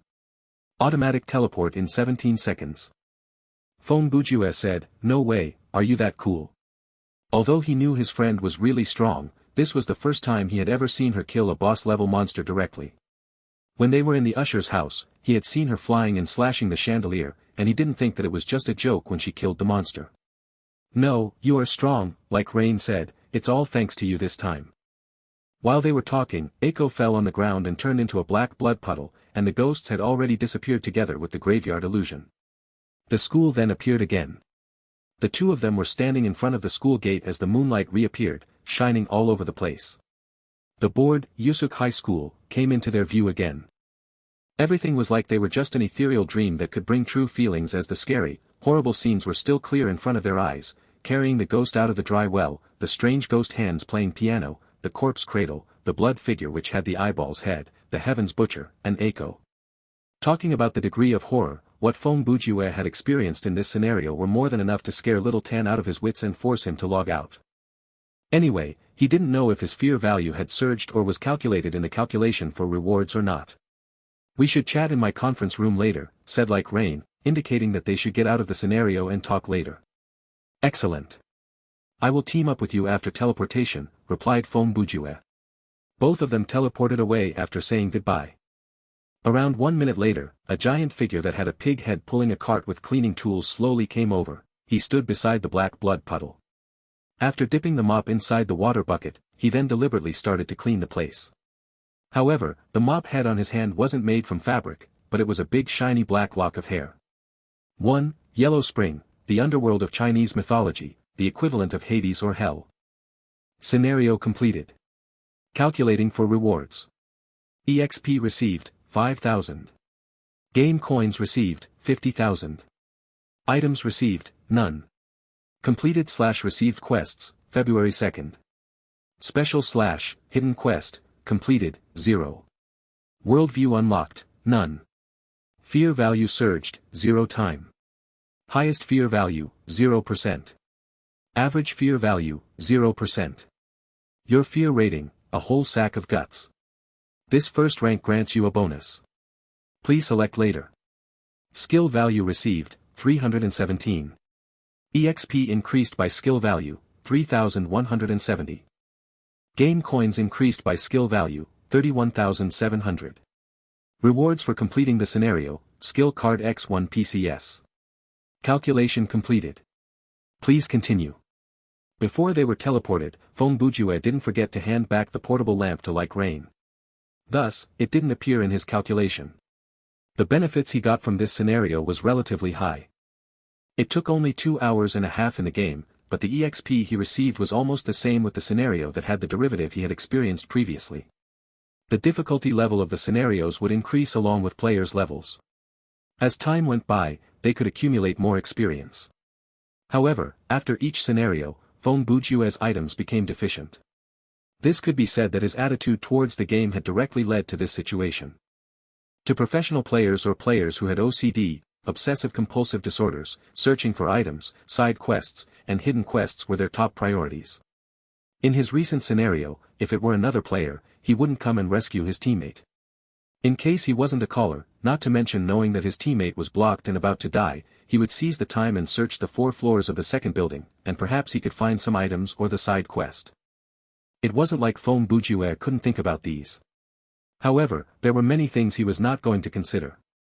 Just like I've mentioned before. He had spent money to buy an expensive game cabin while he had to calculate precisely plain noodles broth for each meal every month. This is quite contradictory. He had the ability to think carefully to make the best reasonable choice at each event, however, he often played the fool or made some impulsive moves. There are many things that you can't reason in this world. Here's a classic example: your wife and your mama have fallen into the river, who would you save first? The correct answer is to save the one who doesn't know how to swim first, then the other. That's how the two of them can have more chances to survive. But then it comes with a tough question: what if both of them don't know how to swim? I'm going to tell you guys the correct answer: find someone passing by and jump into the river with you to rescue both of them. If you still have another advanced question, what if there's only you around? Then you can answer the lady who has asked you the question like this: we are going to die together for sure. In short, we are humans, and humans are not machines. Humans can't always give a precise choice, because for us, there are so many things that we can't say whether they are right or wrong. With numerous choices in life, we determine which path we will go on, and it's meaningless to regret after you have already chosen your way, since such decisions in those short moments are truly the things that determine who you are. Player, like Rain, invites you to enter her conference room. Soon, the system notification popped up. Feng Bujue chose to accept and went to the elevator door, pressing, conference room, button. This time, when the door slid open, he entered like Rain's conference room. Actually, all the conference rooms looked identical as currently, the game didn't offer furniture or anything else to decorate the room. Anyway, it wasn't clear that the game would or wouldn't consider this feature later. Like Rain had taken her seat already. As she saw Feng Bujue walking in, she said, "In the public areas, you can directly team up with me. Let me try it." Feng Bujue took his seat on the conference table, looked at his friend and said, "Team up." Like Rain burst out laughing. "Use your menu." Arg. Feng Bujue smiled embarrassingly before finishing teaming up with her. "I need to thank you for the recent scenario," said Like Rain. "In fact, I think that it was you who dealt with all the fighting." "I couldn't do that," answered Feng Bujue. Like Rain didn't want to say those ceremonial words further. If Feng Bujue said so, she should jump to the main business. "I've invited you here to discuss something." "I'm not a professional gamer," said Feng Bujue promptly. Like Rain said, "I didn't want to ask you that." "What?" Feng Bujue failed his joke as he couldn't find a word to snap back. "Why did you think that I would ask if you were a professional player?" asked Like Rain. "Oh, because I thought that you might be a professional gamer and you wanted to recruit me to work for your studio," answered Feng Bujue. "If I were a professional player, I would be over level 20 now." Like Rain was a bit arrogant, but it was objective. "Moreover, I felt that if you were a professional gamer, you wouldn't be at this level after close beta." She paused for a while before continuing, "I just want to ask something. Last time, you said that you are a novelist in reality, is it true?" "Yeah." Feng Bujue was dumbfounded since he had never thought that she would ask him about this. "Yes. Do you want to advise anything? What is your pen name?" Like Rain wanted to hear Feng Bujue say that personally. "My pen name is Bujue." "What about it?" asked Feng Bujue. Like Rain suddenly sped up. "What is the most terrible thing between a man and a woman?" "Get the marriage certificate," indignantly. Feng Bujue felt really odd. Why would his friend suddenly ask him this? But he knew the answer anyway. "What is the favorite advice that the great Detective Whitekaz likes to give to the inmates?" "Do not bend over to pick up the soap in jail." "What is the name of your last year's unfinished novel?" "Ouch, Murder the Internet." "But it's not unfinished." "What are the last words of the main female character that tells the main character in the Unreturned Time Traveling?" Feng Bujue interrupted. She said, "I'll be waiting for you in the future." "You must remember me," he sighed. "When I was talking with the editor, we decided to delete those words, but you are the first reader who ever asks me this. What else do you want to know?" Now, Feng Bujue knew that his friend wanted to see if he had impersonated Bujue, the novelist. What she was asking him were related to the details of his novels. Moreover, it wasn't only one, but it also included his works before he was famous. Of course, something only his loyal fans could know. "No need, I trust you," said Like Rain. Feng Bujue smiled. "Hey, Like Rain. What?" "In fact, with my fame, people would rather impersonate a third-rate actress than act like me," Feng Bujue said. "Anyway, you seem to be." He really wanted to say, "my loyal fan," however, Like Rain had interrupted him before he could finish. "No, I'm not." "How do you know so many things?" "I have a good memory." "But it is. I have a wide reading range." "Yeah." Feng Bujue embarrassingly smiled. "Okay." Like Rain still maintained her cold tone as her countenance didn't change a bit and her reflexes were fast. As she was trying her best not to admit that she was his fan, Feng Bujue was floundered. He suddenly found that this girl was cute. Feng Bujue was excited knowing his friend in the game was a loyal fan of his. An extremely narcissistic expression appeared on his face. Like Rain immediately changed the topic. "Hey, I want to ask if you are interested in establishing a union." "I've been busy these days, and I've not read the description of open beta yet," Feng Bujue answered. "Besides the logo on clothes, are there any benefits with the union? Your storage would have a new function of a public storage. In your communication menu, you can find the union tab. When teaming up, one member of the union can gain 1% increase in EXP received.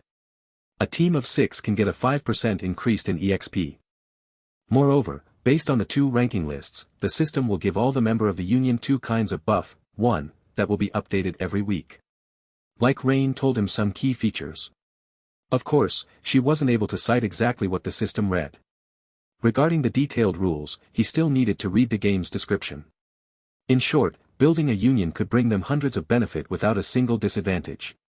Yeah, having a union is not a bad idea, mused Foam Bujue. If you establish one, don't forget to add me. Like Rain thought that Foam Bujue had made up his mind. Foam Bujue contemplated then said, honestly, with your competence, why don't you ask to join some big unions? I think they would never reject you.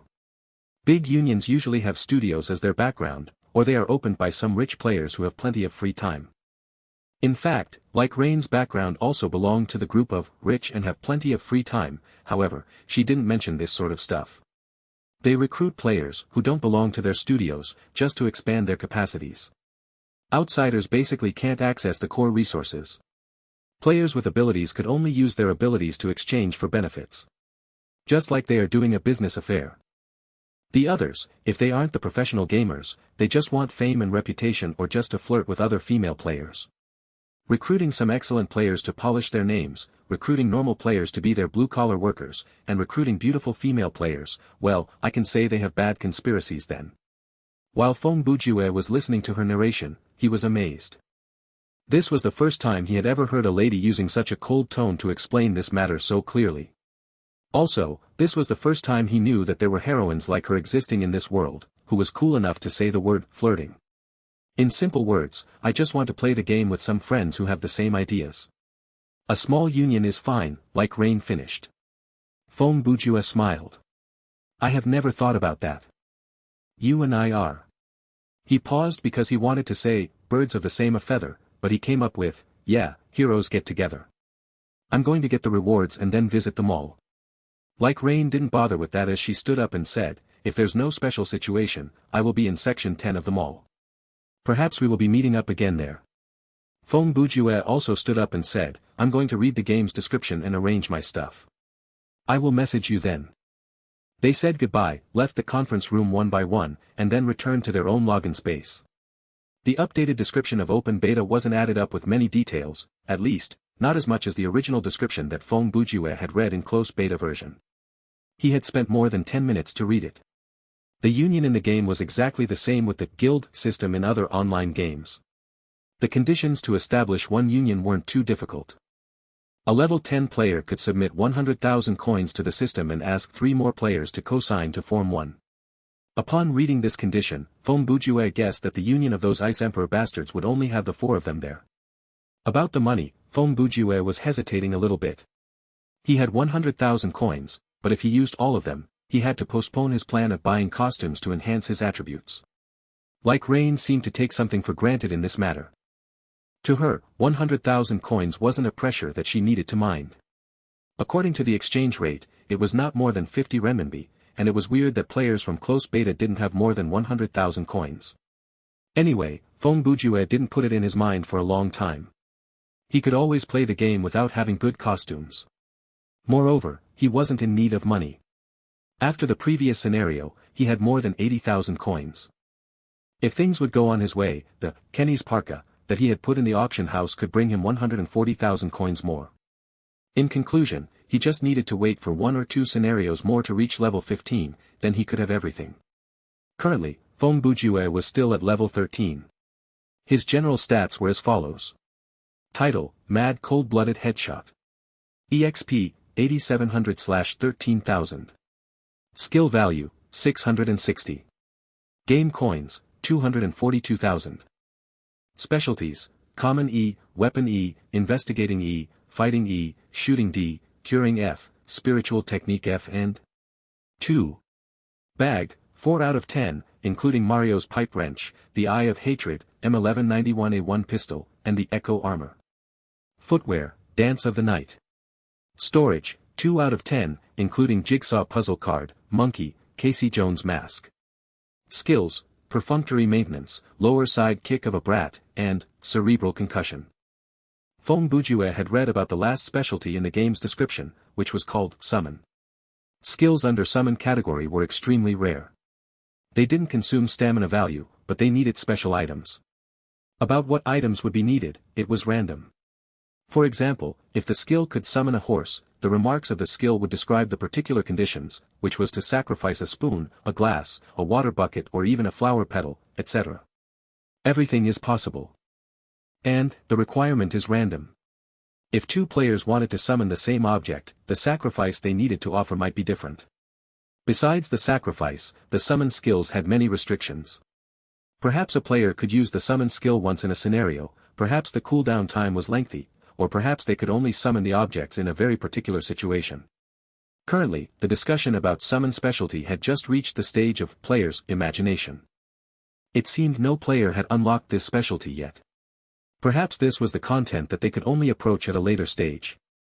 After he had read the description, Feng Bujue hadn't received any mail yet, which meant the item he was selling was yet to be sold. He didn't worry that his item would be returned though. Although the item seemed to be dangerous to normal players, to a professional team, such items with tauntingly unlimited passive properties was not a bad choice for the ones who were in charge of luring mobs. If the player were from a studio who understood the market well, certainly, he would buy it. Afterwards, Feng Bujue had visited his storage. First, he received the reward from his fear rating. Since he wanted to reach level 15 as quick as possible to equip the Casey Jones mask, he had chosen EXP this time. With 40% EXP of the current highest EXP required, Feng Bujue got 5,200 EXP. The system soon notified that he had reached level 14, and his stamina value had increased up to 1,400. Now, his EXP was 900/14,000. If he could increase 60% of the current highest EXP required in the next scenario, it would be 8,400/14,000. Thus, if he received the rewards one more time, he could reach level 15 directly. Next, Feng Bujue came to another glass column to receive his reward for completing the scenario, which was a skill card that he was able to learn. What he was expecting the most was a skill of spiritual specialty, and the second was a fighting skill. Honestly, his fighting ability was too deceptively cruel, but it didn't contain any significant techniques. The only proactive fighting skill he had now was the lower side kick of a brat. Although he still didn't know who the other two unlucky eggs to receive the last two strikes of this skill, with this only skill added up to his poor street fighting techniques, which was using the weapon to pound on one's head, he could never survive a proper fight at higher levels. Heaven spirits and earth spirits. Feng Bujue clapped his hands in front of his chest as if he was praying. He interlaced his fingers and rose his arms over his head, then he started to shake just like he was shaking the bamboo jar for sortilege while he was standing in front of the glass column. While watching it produce his skill card, he mumbled, "Woody bro, god of deceptiveness, you should bless me with a good skill. It's the best to be the earth-splitting meticulous palm. Once I have it, I need nothing more. If it's impossible, at least give me the ghostly skill, etc. Breaking skill or tying skill is also okay. Only one number is fine though." No one knows whether Woody had heard the prayer from this atheist guy or not. Well, even if he heard that, it would be useless. Demons would never do charity. They only do business. Feng Bujue acted like he was joking and finished his prayer. He then picked up the skill card and read its properties. Name, Body Spirit Congregation Technique. Skill card's attributes, active skill, permanent control. Skill category, spiritual technique. Effects, after using it, user's body competence will generally be enhanced. However, it costs survival value. This skill will automatically stop when user's survival value declines to 1%. It needs 30 seconds to be reactivated. When survival value is lower than 10%, this skill can't be used. Consumption, reduce 2% of user's survival value every 2 seconds. Learning conditions, spiritual technique F. Remarks, this is the core skill in the Devil Subduing Journal of the Devil Ravine 7 scripture series. The Devil Ravine school doesn't concern emotions or virtues. Among the authentic mysterious schools, it's considered to be a shortcut of cultivation, more like the evil way to dig for profits. Even the starter exercises could enhance the practitioner rapidly. 1. Buff, a temporary beneficial status effect in some video games. 2. His new specialty which was still locked, TL. Feng Bujue was overjoyed.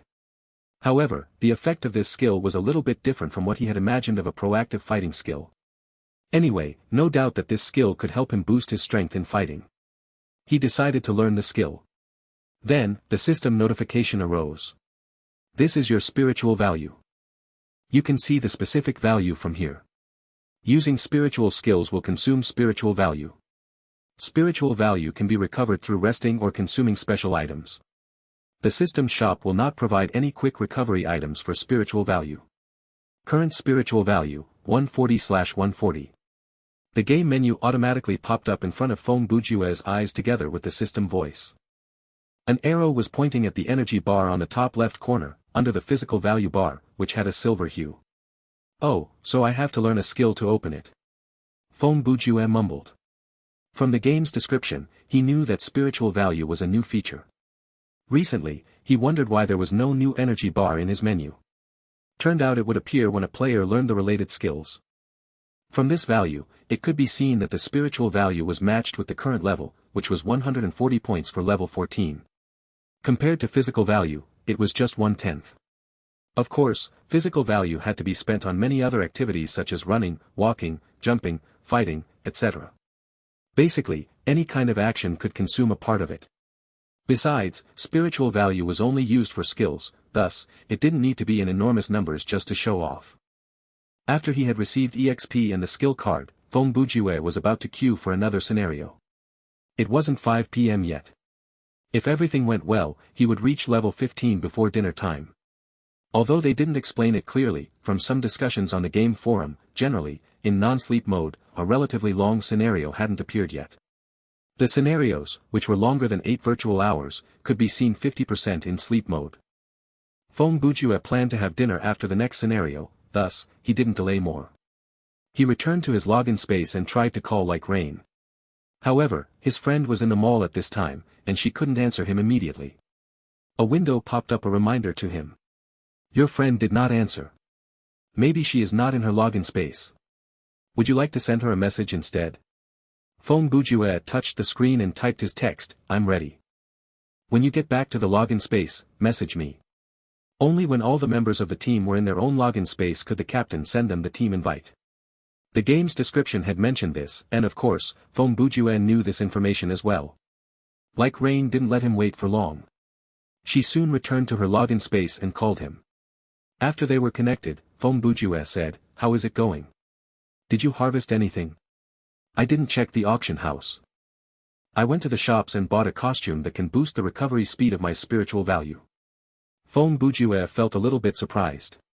He had thought that Like Rain would certainly develop herself in fighting aspect, but it turned out that she wanted to invest in the new specialty. Then he thought about it again since the attributes the costumes provided were random, perhaps Like Rain had chosen the best offer among the 3 attributes booster. Perhaps she had decided to improve her fighting and spiritual technique. Anyway, in this game, focusing on only one specialty wasn't a cost-effective approach. Oh, Feng Bujue continued, hey, the union needs 3 players to co-sign. We have only 2 now, not enough though. Will you be online tonight? Your friend and you, plus me, but you don't have 3 players online now. Like Rain seemed not to get it as she threw him a matter that could embarrass people. Yeah, true. Feng Bujue had delayed for 1 second before he confirmed the embarrassing fact. Let me guess. Wang Tanji, Lan Gao Min, Little Bones and I are all the friends you have, asked Like Rain. Little Bones should be the nickname Like Rain used to call Dispirited Laughing Bones. Feng Bujue came right to this conclusion as he was listening to Like Rain. He pretended to wonder himself for a few seconds, then took a deep breath to let the words come out from his teeth, hiss. Then, he reluctantly replied, yes. This is difficult then. My situation and yours are not much different. F***ck. Feng Bujue screamed in his mind. Anyway, he could only burst out in his mind, in reality, he could only force a smile. Ah, ha, ha. That's why I asked if you would log in tonight. I'm not sure about Longu, but Little Tan would do. Including you and Dispirited, we have enough players to co-sign. Yeah, could be, Like Rain answered, but we can't be online for long. The continuous nervous connection is not good for the health. You should pay attention too. Hey. Before I met you, I have only been online for 1 hour. You saw me getting online when you got online doesn't mean that I'm addicted. Okay. Feng Bujue screamed in his mind again. In fact, he could only reply to her with a feeble tone, Arg, thanks for your care. In addition, having meals on time is also important. It is possible that it would be around 5 p.m. or 6 p.m. when we finish the next scenario. You should log out and eat something, she added with a calm voice. I think so. Who will not sleep or eat because of this? Perhaps when I was still a high school student. You are saying like I have nothing to do after logging out. Feng Bujue was yelling inside, baring his claws and fangs in his login space since his friend couldn't see that anyway. If Feng Bujue and Like Rain were closer, he would soon spit everything non-stop. Anyway, they were still far from the level that he could babble about anything, so Feng Bujue could only answer her, ouch, I know. He felt that if they continued this talk, it would become a convo between a mother and her little boy. He then seized the chance and changed the topic, hey, for us to have dinner on time, we should hurry up. Yes, Like Rain simply answered him. Feng Bujue was like he had just received the amnesty. Taking a deep breath, he started to work on his screen. Feng Bujue, level 14. Like Rain, level 14. Please select playing mode for your team. You've selected multiplayer survival mode, normal, please confirm. This scenario is based on The Most Dangerous Game by Richard Connell, and the adaptation has some similar details. It's not coincident. Welcome to Thriller Paradise. A low-tone male voice greeted them. Loading completed. You are playing multiplayer survival mode, normal, . This mode offers an explanation of the plot. There are chances of hidden quests, together with special worldview. Rewards for completing the scenario, 50% EXP required to level up when calculating for rewards. Plot's introduction is about to play. After the introduction, the game will start immediately. The GC introduction started. The light in the picture was really dark this time. Moreover, the screen looked a little bit bobbed as Feng Bujue could hear the sound of water flowing and the noise of the engine, which indicated that this happened on a ship. The narrator of the system arose right on schedule. It is a hot, humid night in a tropical region and you are submerged in the warmth of the dark. You are a top hunter. With your sensitive senses, through the velvet darkness, you soon find an island on the right of your ship. The captain tells you that, according to his map, this place is called the Ship Pitfall. The sailors have given this place that name shows that they are afraid of the place too much, it has become a superstition. Once there's a superstitious sailor, it could expand to the entire ship. And the ship filled with tense nervous members will soon encounter trouble. Your ship is wrecked. You are trying your best to swim to that island in the dark. Although you are as lonely as a small, helpless ship in the vast sea, you have put forth your effort to climb up the rocky coast. When you come out from the water, a rough cliff emerges from the dark. You are trying to climb up even though your skin is worn out. With your last beam of strength, you've reached a flat area on the cliff. A dense jungle has spread to the edge of the cliff. You have no more strength to explore it as you can only drop yourself on the ground and sleep. When you open your eyes again, from the direction of the sun, you know it's already afternoon. At the boundary of the jungle, you can see many footprints. You follow those footprints through the forest to the center of the island to see a castle built on the cliff. At this moment, the night falls on the jungle again. After this narration was over, players had entered the scenario officially. There were 5 players standing on the stone pavement outside a castle. Under the bright moonlight and the sparkling stars, they didn't need lighting devices to light up the area. Like Rain was standing next to Feng Bujue. She had changed her clothes into a black tight cotton vest and a hiking pants with some side pockets. Her garments looked pretty practical, tight, light and sleeveless, which facilitated her moves. She also had a black leather glove on her right hand while wearing nothing on her left hand. She used her right hand to control the sword, so this was reasonable. Although the loose pants couldn't outline her curves, with a close look, Feng Bujue found that Like Rain's body had beautiful curves. Her slender waist was quite contrasted with her ample bosom that could drown people in their reveries. Anyway, half of female players in this game had the same appearance even though Like Rain had modified her appearance so as people wouldn't notice her too much. Among the other 3 players, there was a female player. Her ID was, Not Afraid, level 16 with the title, Peekaboo. She was wearing a light blue medieval witch style robe that reached her knees with a pair of white stockings and boots. Since the game didn't allow players to wear skirts, she was wearing a woolen shorts under the robe, which exposed her slender thighs. Not Afraid appeared as an 18 or 19 years old girl with big eyes, small mouth and snow-white skin. No need to mention her body, anyway, as long as she was relatively thin in reality and not too beautiful, in this virtual world, every girl could become a goddess. However, her pretend-to-be-cute ID, title, and appearance gave Feng Buju a feeling that he could possibly be fooled. And 80% that the other two male players had come from the same team. They were at the same level, one was named, One Sword to Conquer the City, his title was, Newbie Swordsman, the other was called, One Saber to Conquer the City, and his title was, Basic Saber Technique. They both looked more than 20 years old. Not only did they have the same uniform, which was full-body black-grown, but also the same hairstyle of messy long hair draping over the neck, just like an ancient knight-errant character. This reminded Feng Buju about Pan Feng and Hua Xiong, as those two had the same style with these two players. Perhaps they were the model that the children in this game would take as their final goals. The regular tragedy of a player was that his development direction would be deviated from the original plan. For example, after a short time experiencing the game, he found out that the other fields would suit him better, and eventually, he would become a dedicated sniper or a dedicated healer. At that time, his nickname wouldn't look fine. Among the 5 players, Feng Buju's and Like Rain's levels were the lowest, but their titles, the Mad Cold-Blooded Headshot, and the Heartless Beheader, were dazzling. It was easy to explain Like Rain's case. With the eyes of an assassin, which denied people from 1,000 miles away, strangers would jump to a conclusion: this is absolutely an extremely ugly woman in reality, and that's why she has the cruel, intimidating fighting ability in the game.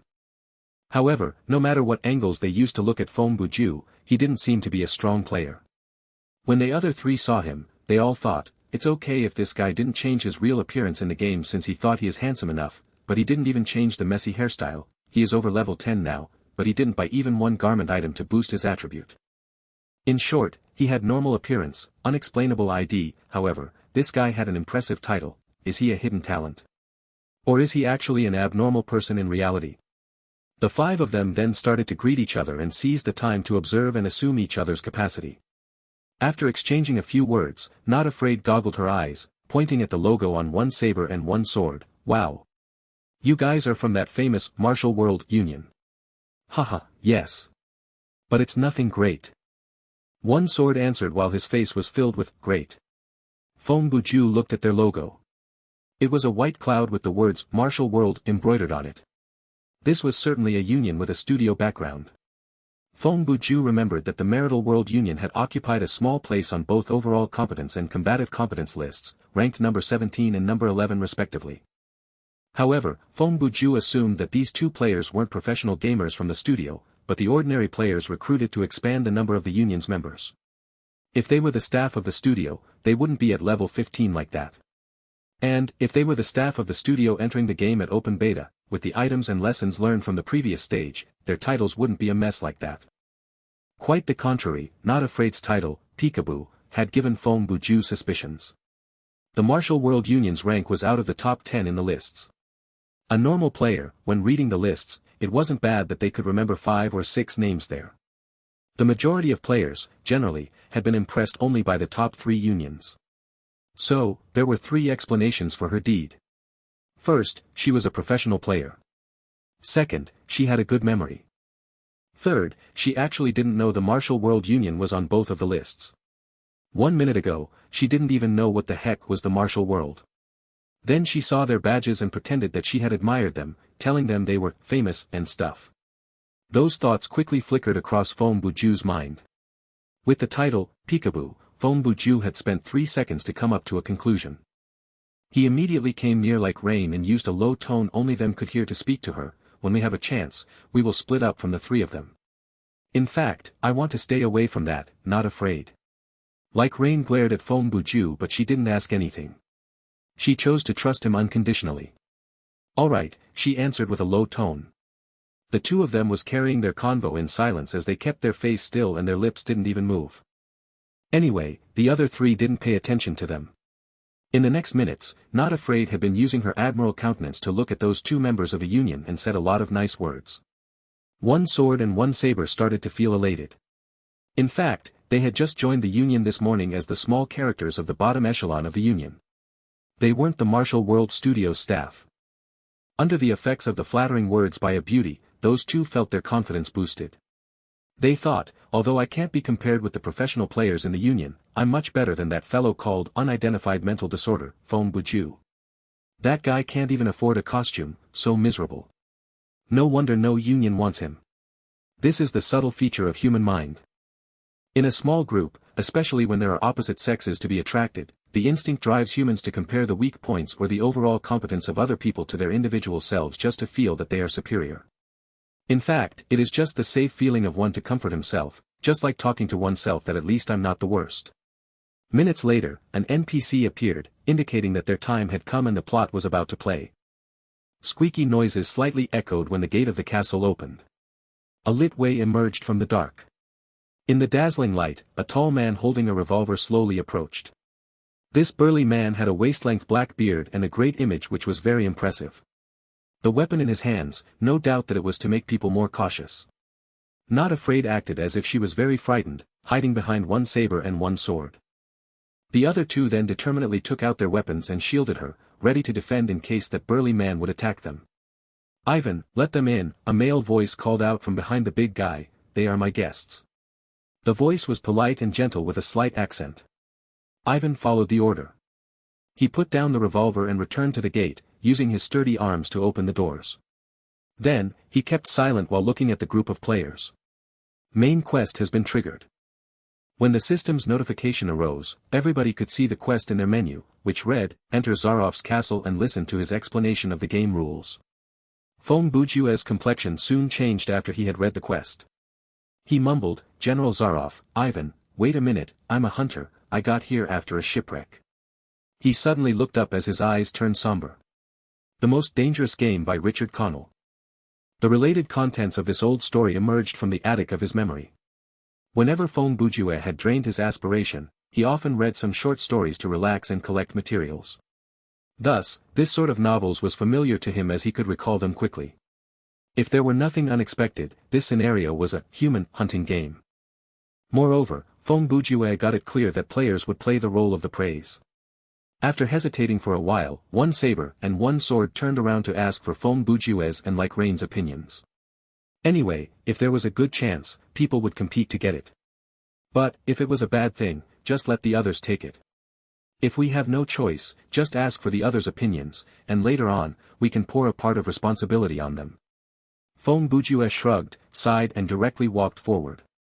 Just follow the quest's direction then. Ivan was standing there like a ferocious giant statue, which seemed very intimidating. However, Fong Bujue didn't even take out his weapon and just swaggered in front of him before entering the castle. Like Rain followed him closely. When Fong Bujue started to walk, she had already caught up with him and was the second one to enter the castle. The other three exchanged looks. One saber finally reacted as he cleared his throat, ahem. "That. We should go." "Yeah, right. In case that they meet anything bad, we can give them a hand then," said one sword. Not Afraid nodded and followed behind them. The three of them then passed over the gate. Standing at the gate, Ivan kept a surveilling eye on them for the whole process. Until all five of them had entered into the castle, he then silently closed the doors. Behind the doors was a bright, spacious hall. A sturdy man in his ball suit was standing on the marble stair leading to the second floor, scrutinizing his guests. General Zarov was a tall, handsome middle-aged man. He had a gray hair, but his beard and eyebrows were still black. His eyes were glistening dark. Besides the bright facial features, that face had something special, which was the aura of a powerful man who used to give commands. "I'm very excited, and it's my honor to welcome the great hunters coming to visit me." He slightly bent down. "I am General Zarov," he introduced himself and saluted them. After Ivan had seen Zarov's move, he retreated his revolver and stood near the stairs. "Forgive my careless guard, ladies and gentlemen." The special accent of Zarov gave his words a feeling of being considered carefully. Ivan is a simple person. However, he's a little bit harsh. His strong build is unbelievable, but unfortunately, he's a mute. God gave him something and took something away from him. He spoke this with a contemplating face. "He looks like a Cossack," said Fong Bujue. Of course, he knew that detail. "Not bad, my friend," answered Zarov. He smiled and bared his sharp teeth. His words came out from his red lips, "Me too." He gestured, and Ivan quickly came to him. Zarov mouthed something to him as his lips moved without releasing any sound. After Ivan got his order, he left the hall. No one knows where he was heading to. Zarov told them immediately, "My guests, follow me please." He descended the staircase then led everyone to a corridor. Minutes later, they arrived at a big medieval-styled room. Grey carpet covered the entire floor while the bookshelves and the other furniture in the room brought people a heavy feeling. Besides books, there were so many animal specimens like deer heads, zebra skin, etc. There was even a grey bear standing in a corner. I've read many books about hunting, English, French, and Russian. I have no other interests besides hunting. Zaroff walked over his exhibition and spoke like he didn't brag about it. Do you see the South African black water buffalo? Very impressive, answered Fom Bujue. When it caught me, it threw me against a tree. I got my bones broken, but finally, I finished that animal. It seemed like the scene of that hunt was still playing in front of Zaroff's eyes. Fom Bujue understood what he meant. With the information from his talk, players had a general concept of this boss' strength. I think the South African black water buffalo is the most dangerous animal to hunt down. Fom Bujue tried to use the details from the novel with exact words to urge Zaroff to come to the main topic.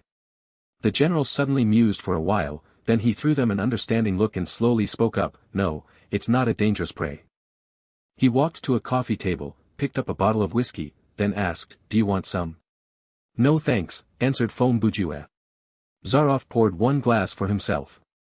In this island, my territory, I have invented a dangerous hunting game. Invented? Fom Bujue knew it but still tried to play with him. Ha, ha. Yeah, invented, the general laughed. Are you curious how I have invented hunting? He stopped for a while before continuing, of course, I'm not God, so I can't create a dangerous animal from thin air. However, I have soon realized a species that has existed for quite a long time, but no one had ever hunted them down. They are not on this island, but I can always import them. What kind of prey are you suggesting? Tigers? Fom Bujue was still playing with this boss.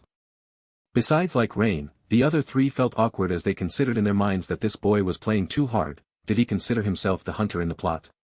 Why did he need to talk to an NPC that much? Zaroff curled his lips. No, the tigers had soon bored me. I've played with them enough. I've lost my interest in hunting tigers. Those animals can't make my hands tremble even a second. He took a metal cigarette box from his pocket and put a long, black cigar which had a silver roll as its label in his mouth. He lit it up and started to smoke. I want to enjoy the thrill of danger, but most of the wild animals can't give me this feeling. Zaroff blew out the smoke. God makes someone to be the poet, someone to be the king, and someone to be the beggar. As for me, he has made me the greatest hunter. His countenance became gloomy. However, after having fun for a while, I found that hunting couldn't attract me anymore. You are also a hunter, can you guess why? If hunting is an activity, you always know you will win before the game, is it true? Continued Fom Bujue. True. I can't believe you understand that. Zaroff joyfully said, I can always hunt the preys because they are just animals. Besides the wild instincts, they have just bare hands. But I'm a human with intelligence. It's not fair to compare it with instinct and intelligence. When I recognized that, I felt I was so pathetic. It's so sad, you know. He took out another cigar, until one day, I had a feeling that there was something I have never hunted before. They are the most perfect preys because they can think. Until now, besides Fom Bujue, the other four finally got the basic plot of this scenario. Turned out that General Zaroff standing in front of them was a sociopath. To seek for stimulations, he killed humans. The quest of listen to his explanation of the game rules was all about the rule of hunting game. You're sure this is not a joke, right? Fom Bujue replied with a serious tone. Of course, he soon confirmed that this wasn't just a joke. I've never joked about hunting, answered Zaroff. I bought this island, built the castle, and lived here for hunting. This island is an unrivaled hunting ground. The dense forest looks like a maze, a complex area which is full of cliffs, swamps, and ponds. More importantly, this island is bound by the sea. Every day, I go hunting and I never feel bored. General, I'm doubtful, said Fom Bujue, there are 5 people here. Can't we just stop you from massacring everyone in this room right now? Ha, ha, ha. Zaroff laughed out loud. Massacre. No, no, no. This is a competition. It's like the hunter and his prey are playing chess. His eyes scanned over the 5 players. As you have mentioned that case. He raised his hand and gestured. Ivan emerged from nowhere with a tray in his hand, bringing along the pure aroma of Turkish coffee. He put the coffee away and stood next to Zaroff like an electric pole. He was looking at the players with eyes like a torch. There used to be a group of Spanish sailors who came here. I have invited them to join my hunt, but they denied me and showed their hostility, Zaroff continued deliberately. Ivan alone had torn them into pieces and fed them to the animals on the island. Upon hearing his words, Fong Bujue's expression suddenly changed as he didn't remember the novel mentioning other kinds of predators living in the island. Can I ask what kind of animals are they? Ha, ha, ha. Zaroff coldly smiled. Oh, pythons, coyotes, Bengal tiger. I thought I should make the forest livelier, so I have imported many things. Humans are not their original food. Usually, they eat boars. Of course, there are living boars, and they have to hunt them on their own. Thus, the wild animal can preserve their wild instincts. Zaroff then spoke to Fong Bujue. Your face isn't good, my friend. Ah, it's because I expected the answer to be pigeons or parrots, but not the strong animals, replied Fong Bujue. Ha, ha, ha. You are very humorous. Zaroff seemed to be excited. Good. Now let me tell you something you need to know in the hunt. He came and switched a button on the wall. Do you see that?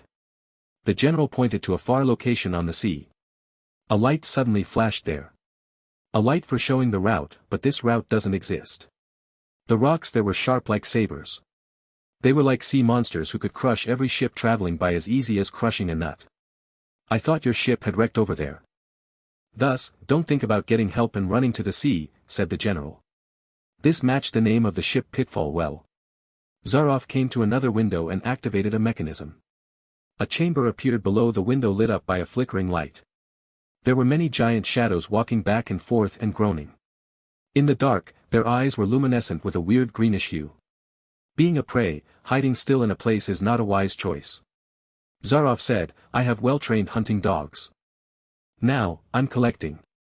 His eyes raked over the animal specimens in the room, then he grinned, I'm saying that I have a lot of skulls in the exhibition room. Some of them were smart guys, but they couldn't escape my hound's mouth at the end. Zaroff closed the window and came in front of them. Excellent. The rule is simple. It's 5 hours more before sunrise, you can leave the castle at any minute. 1 hour later, I will come for you. He put down both of his cigar and the glass in his hands, then he stood upright as a soldier. I don't want you to think that I'm just pretending. Anyway, the number of preys I have hunted is beyond your imagination. Caucasians, blacks, Indians, Mongolians. There are some excellent preys. They were smart, strong and patient. They have also adapted well to the situation, but I have to say that, I have never lost a game. What if you lose? Fong Bujue asked, I'm saying that, if we survive until sunrise, you will lose, is it right? Ha, ha, the general beamed a confident smile and said with his enthusiasm, then you should be worth my effort. I will prepare a ship for you and show you how to arrive towards the nearest island. Zaroff lifted the glass he had put on the table. You can trust me. I'm saying this with the honor of a gentleman, a soldier, and an athlete. Of course, you have to agree that you will say no word about what has happened on this island. He lowered his voice, if you can leave here and tell your tale. Current quest, accomplished. Main quest, updated. The system's voice echoed in their ears, and that quest in their game menu now had a checkmark.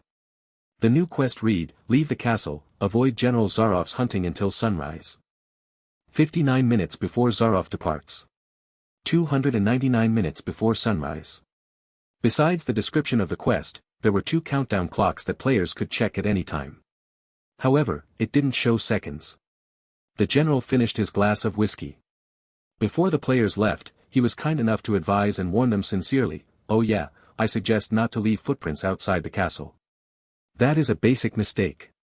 Besides, don't go to the southeast corner of the island. There's a big swamp there. We call it the Death Pond. Quicksand is also there.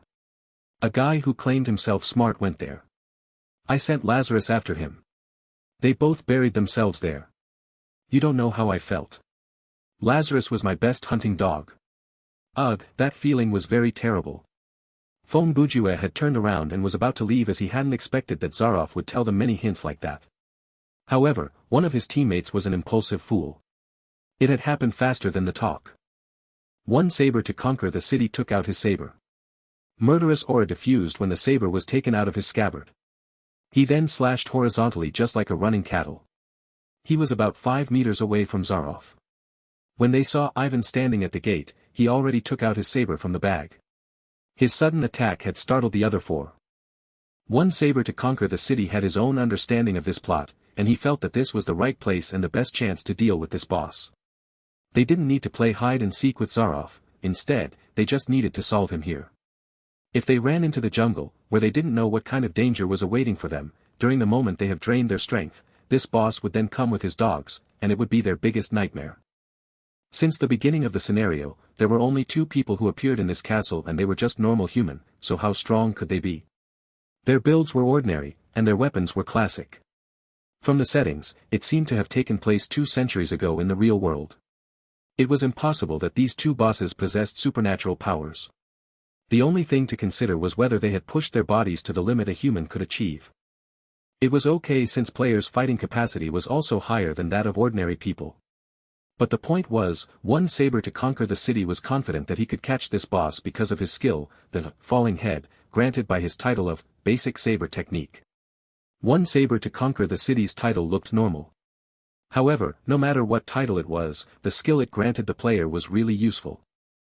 For example, Little Tan's title, the Flustered Ambusher, was shaggier than One Saber's and One Sword's titles. However, the skill granted from his title, the Retreat and Chop Rapidly, could give him more space in fighting. Whether a player had a weak, strange or even a perverted title, the skill it granted was, no doubt, pretty practical. A bad title could always give a useful skill, and thus, absolutely no trash skills existed. Of course, practical and powerful are 2 different concepts. Intimidating titles would go along with intimidating skills.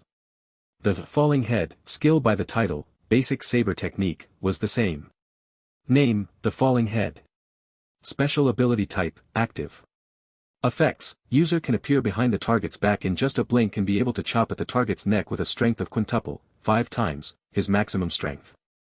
Cooldown time is 2 hours. This skill can be applied only on human-shaped mobs. When activating this skill, user has to stay within 3 meters from the target. Remarks, the unrivaled saber Guan Xiaoyu had created this strike. That year, our knight Guan was 18 years old and, of course, he looked ferocious with tiger temples and dragon beard. After a training course of 3 years, he registered to be an executioner. At that time, the royal regime was corrupted and eunuchs were in power. Guan Xiaoyu had beheaded many good and bad officers during the period, which made his consciousness surged. When he was 23 years old, Guan Xiaoyu decided to enter the world of martial arts to live a happy and envious life. He had written the beheading saber technique, which soon became the current peerless technique. The falling head is the first strike of that technique. One saber to conquer the city suddenly launched his attack. When he was about 3 meters away from General Zaroff, the corner of his lips curled just like this boss skull was already a toy in his hands. 1 second later, one saber quickly disappeared from their sight and reappeared again behind Zaroff's back in just a flash. His saber then strongly slashed down on the man's nape. Next, a thudding sound echoed. Zaroff seemed to know his opponent's location in advance as he elbowed one saber in his chest when he had just reappeared. Before the saber in one saber's hands touched Zaroff's skin, he was blown away, hitting the wall and gushing out a mouthful of blood. One saber opened his eyes widely in fear. Surprise and pain had taken the ability to move from him. The previous counterattack was strangely strong that it severely damaged one saber's organs. Although there was no open cut on his body, the ribs in his left chest were almost all broken. The jagged broken bones flooded his chest with blood. His status was, bleeding, now. One saber's stamina value had directly plunged to 5 and still decreasing. The others didn't have the chance to help him since Zaroff had blocked their way, using his sincere but cold tone to tell them, "Look at your friend." He acted impolitely and recklessly. He didn't glare at one saber who was lying on the ground as he knew this player wouldn't be able to get up again. If he could endure that strike, perhaps I would save him, cure his wounds and give him the best medicine, food, and training, so as he could join my hunt again. Too bad. Gestured Zaroff. Ivan saw his commander's gesture and immediately came to one saber to conquer the city. He took out his revolver and aimed at his glabella. Help. One saber hardly spoke up. He had just uttered one word before he got a headshot. His body immediately turned into a white halo and disappeared. Party member, one saber to conquer the city, dead. Everything had happened so fast that the other four didn't have time to help him with his impulsive action. Feng Bujue, on the other hand, thought his action wasn't different from committing suicide. He knew that at the beginning of the scenario, no matter what kind of simple and strong methods a player wanted to use to complete the scenario early, he would never succeed unless this guy was the protagonist with the upright tyrant aura. If a player wanted to show that he was smart and lucky and did something risky, no doubt that he would end his life soon. One Sword's countenance paled seeing his friend die in just a short while. In fact, he had the same thought with One Saber, thinking that those two bosses didn't look so strong. After several scenarios which had bulls, snakes, and ghosts, these two had the same appearance with ordinary humans that made them simply the goodwill ambassadors in his eyes. Ivan looked a bit ferocious, but General Zaroff didn't look dangerous at all. Anyway, One Sword didn't have such skills like the falling head, so he didn't come forward to attack them directly. He had thought that he would discuss secretly with One Saber and then they could launch the attack together. He didn't expect that One Saber wanted to be famous quickly by storming forward with his special skill.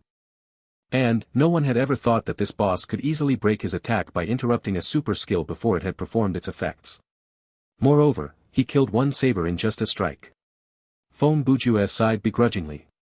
However, a plan instantly popped up in his mind: use One Saber's death to ask for more information. It's true, General. My friend is reckless. What if I say that he took the M1911A1 pistol from his bag, but he didn't aim his gun and just caressed it with his hand? I know how to use advanced weapons. He threw a look at the general. You aren't able to catch the bullet, are you? Ha, ha, ha. Zaroff laughed again. Of course, my friend. How could a human catch a bullet? He knocked his knuckles on his chest and a low, thick sound arose from under his suit. So, I'm wearing a defensive thing. He paused for a second before adding, anyway, I know that you are an excellent hunter, and your shooting skill isn't bad. If you could shoot my head with one shot, I would die for sure. He glared at Ivan standing next to him. But I suggest you not to do that, because Ivan will take revenge for me at any cost. Losing his commander, he's not a soldier anymore, but the strongest wild animal in this world. Feng Bujue got what he wanted to know, so he then put his pistol away and smiled. Thanks for your good reminder, General. I think we should say goodbye here. Ha, ha. See you, my friends. Zaroff cheerfully smiled. He was polite and sincere yet cold and cruel at the same time, and that gave him an attractive villain image. His performance was so much at ease. It seemed that he didn't have any weakness. This shivered people even though they didn't feel cold. Feng Bujue blinked to his teammates, who weren't over yet, as a signal for them to retreat. 5 minutes later, the four of them gathered again at the stone ground outside the castle. Along the way out, they didn't even dare to breathe hard or run away. They even thought twice if they wanted to make a sound. It could be said that after the scenario had begun, this General Zaroff started to wear his makeup and became the boss, giving people the biggest desperation and a suffocating pressure. From Feng Bujue's point of views, besides the voice and the images of the Lord of Time and Satsuma Deal, among the NPCs he had met, only Oink could give him the impossible-to-kill vibe. A mutant like Dr. Ashford could be likened to General Zaroff, both of them could be killed with only a dagger. Finally, Feng Bujue used a brief tone to speak up, breaking the silence between them. Apparently, the human shape of General Zaroff doesn't speak up anything. From the game's point of view, he is a monster with a strong physical build, maybe 10 times stronger than us. His mind is flawless. He is an experienced, powerful hunter. And, we are his targets, or his preys, in other words. Nonsense. We know it without you telling these things, said One Sword. I don't know if you got it from the convo between Zaroff and me, or when One Saber to conquer the city got killed in just a strike. Anyway, One Saber got it too late. Feng Bujue said, fortunately, we still have a chance to discuss now. Wait a minute, One Sword to conquer the city intervened. I've thought that you are the type of player who like to play drama, and thus you have babbled too much with that boss. In fact, you seem to know what Zaroff wanted to do. What's going on? Yeah, it will waste our time to explain this. Moreover, if I don't say anything, you will not let me come to the main job. When Feng Bujue said these things, with the expression on his face, everybody could fill their mind with the verse, if you sincerely wanted to know, I would answer you with all my mercy. 1. Enough time for you being cocky, spit it out, said like rain. Feng Bujue got exposed, he smiled and said, "All right, the plot of this scenario must come from a story called The Most Dangerous Game. This is not a long story about a protagonist. Arg, a famous hunter got tricked by Zaroff and entered the island. He then became his prey and survived the hunting game which lasted for 3 days. With his survival skills and the knowledge of hunting, he hid and prepared traps to play with the general and successfully survived the game period. Moreover, he returned to the castle and won the game." He paused for a while. Actually, according to the novel, Zaroff can kill the main protagonist right on the first day.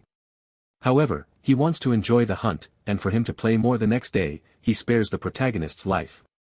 Later, when they have encountered each other in the forest, Zaroff lost several hunting dogs, but he escaped the main protagonist's traps right at the last minute. At most, he just got minor wounds, but it gave him excuses. And, every time he has an excuse, he will stop chasing the protagonist, return to the castle and recover. Afterward, he will go hunt him again.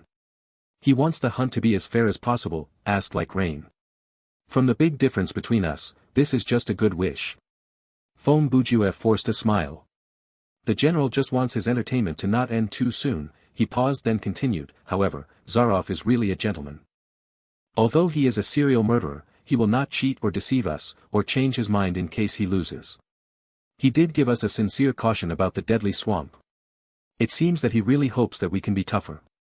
If not, his hunting will not be very interesting. Yeah, then let's talk about our real situation. When Fom Bujue said that, he started to leave the stone ground and everybody followed him to the adjacent forest. In spacious, clear areas, the moonlight could shine brightly. However, when they got to the jungle, besides Fom Bujue, the other 3 took out their light-emitting devices. Like Rain used her portable lamp, while One Sword and Not Afraid had used their flashlights. However, their flashlights models were slightly different. Fom Bujue picked up a random broken tree branch and started to draw on the muddy ground. When we were in the exhibition room, I stood in front and saw a map on Zaroff's desk. When he showed us the ship's pitfall, and the guiding light shone on the coastal line clearly, I confirmed that the image on that map is this island's map. He drew an oval shape which looked like an olive. The island looks like this. The castle is located in the middle, in a higher area where they could observe the whole island. He suddenly looked up. Do you know how to find the north? Yes.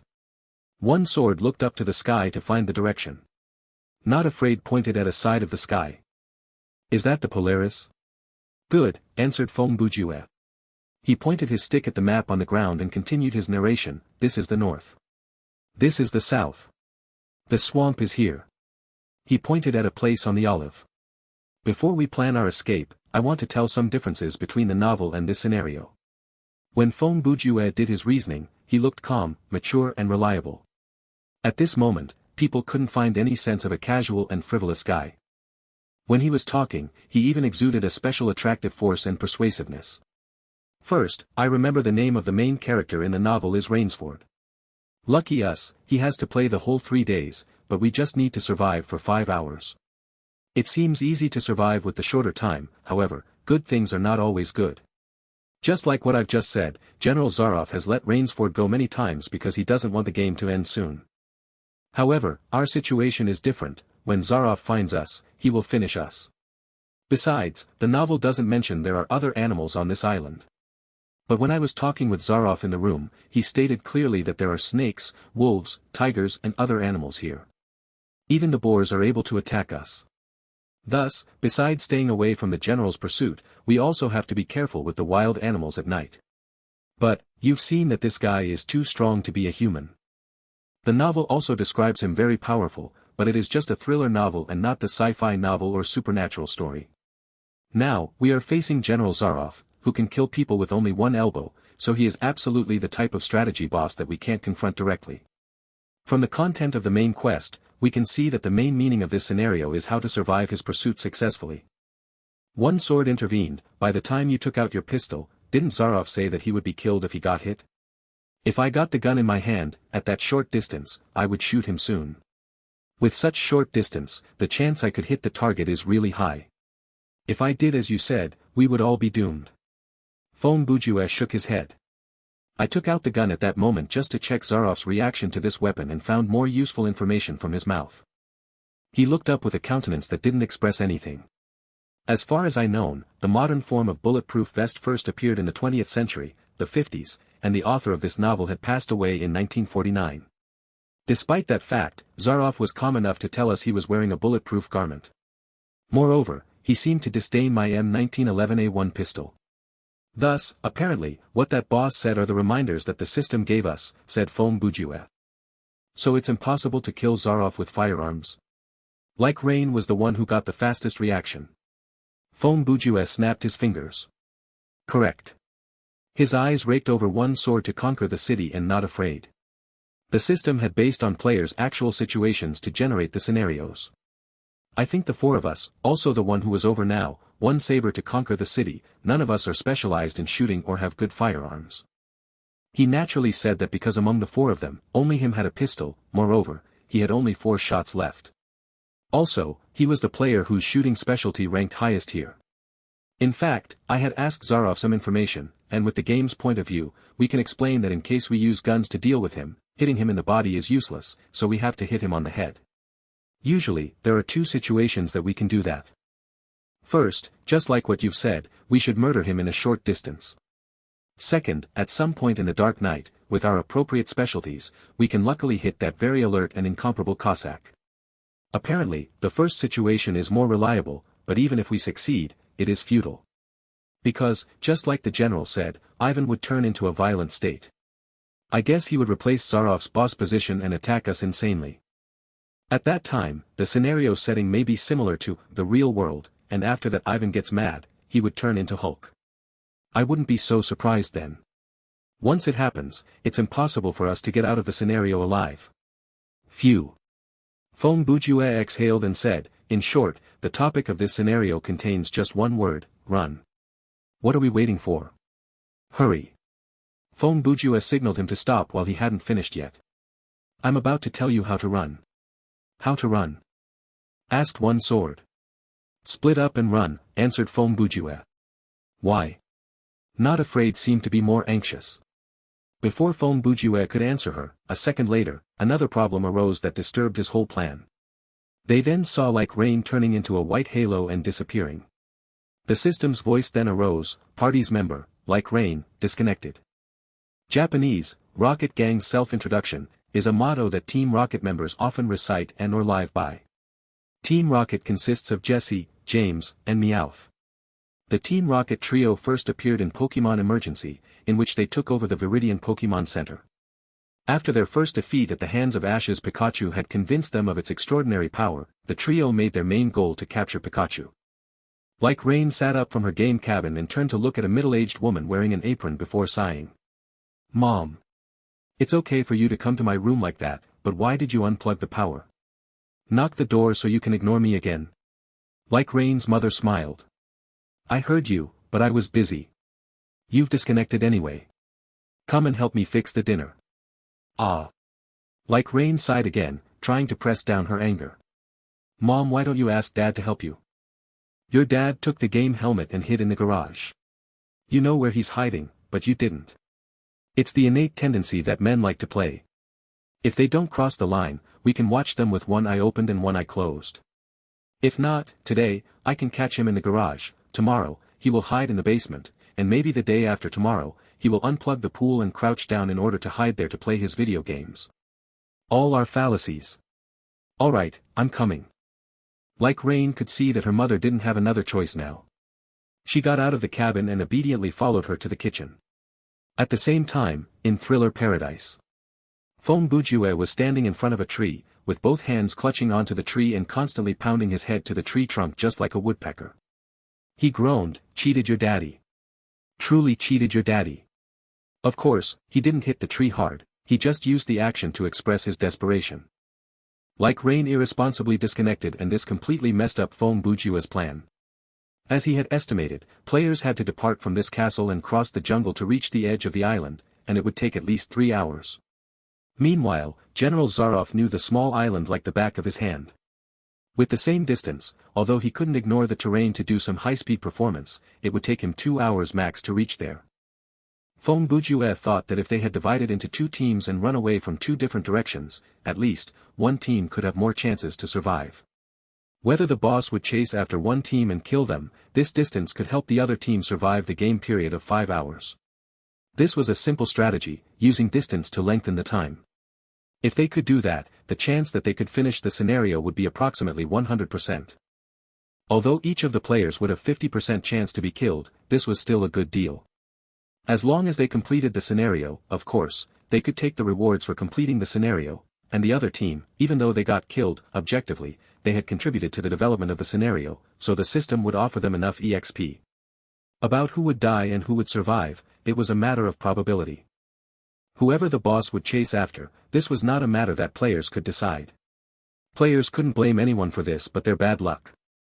From these aspects, the chance that one sword and Not Afraid would accept this plan was high. And of course, Feng Bujue and Like Rain would form a team in this plan since he was worried about that Not Afraid pretty girl. From her title and her behavior, the skill she got from her title would be a hiding skill or relocating the mob's resentment target. If he were together with her, it would be okay if nothing happened, but if any dangers happened, he would be the one who would die for her. However, he didn't have evidence for his reasoning. If he spat it out, the other could deny them altogether. Moreover, it was her playing style. If there was already someone who bought it, why did he need to play the bad guy's role? Thus, Feng Bujue didn't say anything when he saw one saber and one sword wanting to be her protectors. However, he wasn't a guy who had more money than sense, so giving them some hints later was enough. The problem now was he didn't know why Like Rain got disconnected. If he wanted to follow his plan, Feng Bujue would have to walk alone. Feng Bujue didn't plan for each player to go in a different direction since working alone would be very dangerous. If they crossed the jungle alone, they would be killed by wild animals or some unknown factors. If one of them went on their own way, they would all possibly die before they could reach the edge of the island. Then, the boss pursuit would be added up to their complete failure. Yeah, a scenario for 5, but now, we're just 3 right when the scenario's main plot is coming. Feng Bujue thought, 3 of us hiding together would have no meaning. When the boss finally catches up with us, gathering at one spot would result to all getting killed. We can't change the plan for 2 teams then. After he had arranged his thoughts, he returned to one sword and said, "Good. I'm going to talk about the running away plan." "Wait a minute," one sword quickly interrupted, "why are you giving us orders? Your level is the lowest here. You've just talked about the current situation, and the contents of the novel are not similar to our scenario. The information we know are the same, aren't they? Okay, then you take the lead, what to do next?" Feng Bujue threw the responsibility to him at the very first words. Arg. One sword was floundered. He gulped several times then rose his tone again. "We now head to the northwest, cross the jungle and reach the shore first. Just lengthen the distance between us and this castle then." He acted like he was taking things very seriously. "Zaroff has hunting dogs, even if we could erase our footprints, it's only a matter of time before he can find us. So, we shouldn't care about footprints but instead take our time and set up some traps along the way to delay him a bit. Then, when he reaches the shore, it would be dawn already." "Good idea. You're a genius." Feng Bujue's eyes shone with light. Ha, ha. Nothing, nothing. One sword didn't realize Feng Bujue's ridicule in his words. Quite the contrary, Not Afraid was watching him with a weird look as if she was trying to figure out what he had implied. However, to maintain her image of a weak player, she didn't open her mouth to say anything. "Anyway, I think we don't need to set up traps," said Feng Bujue. Why?" asked one sword. "Do you know the traps in the jungle?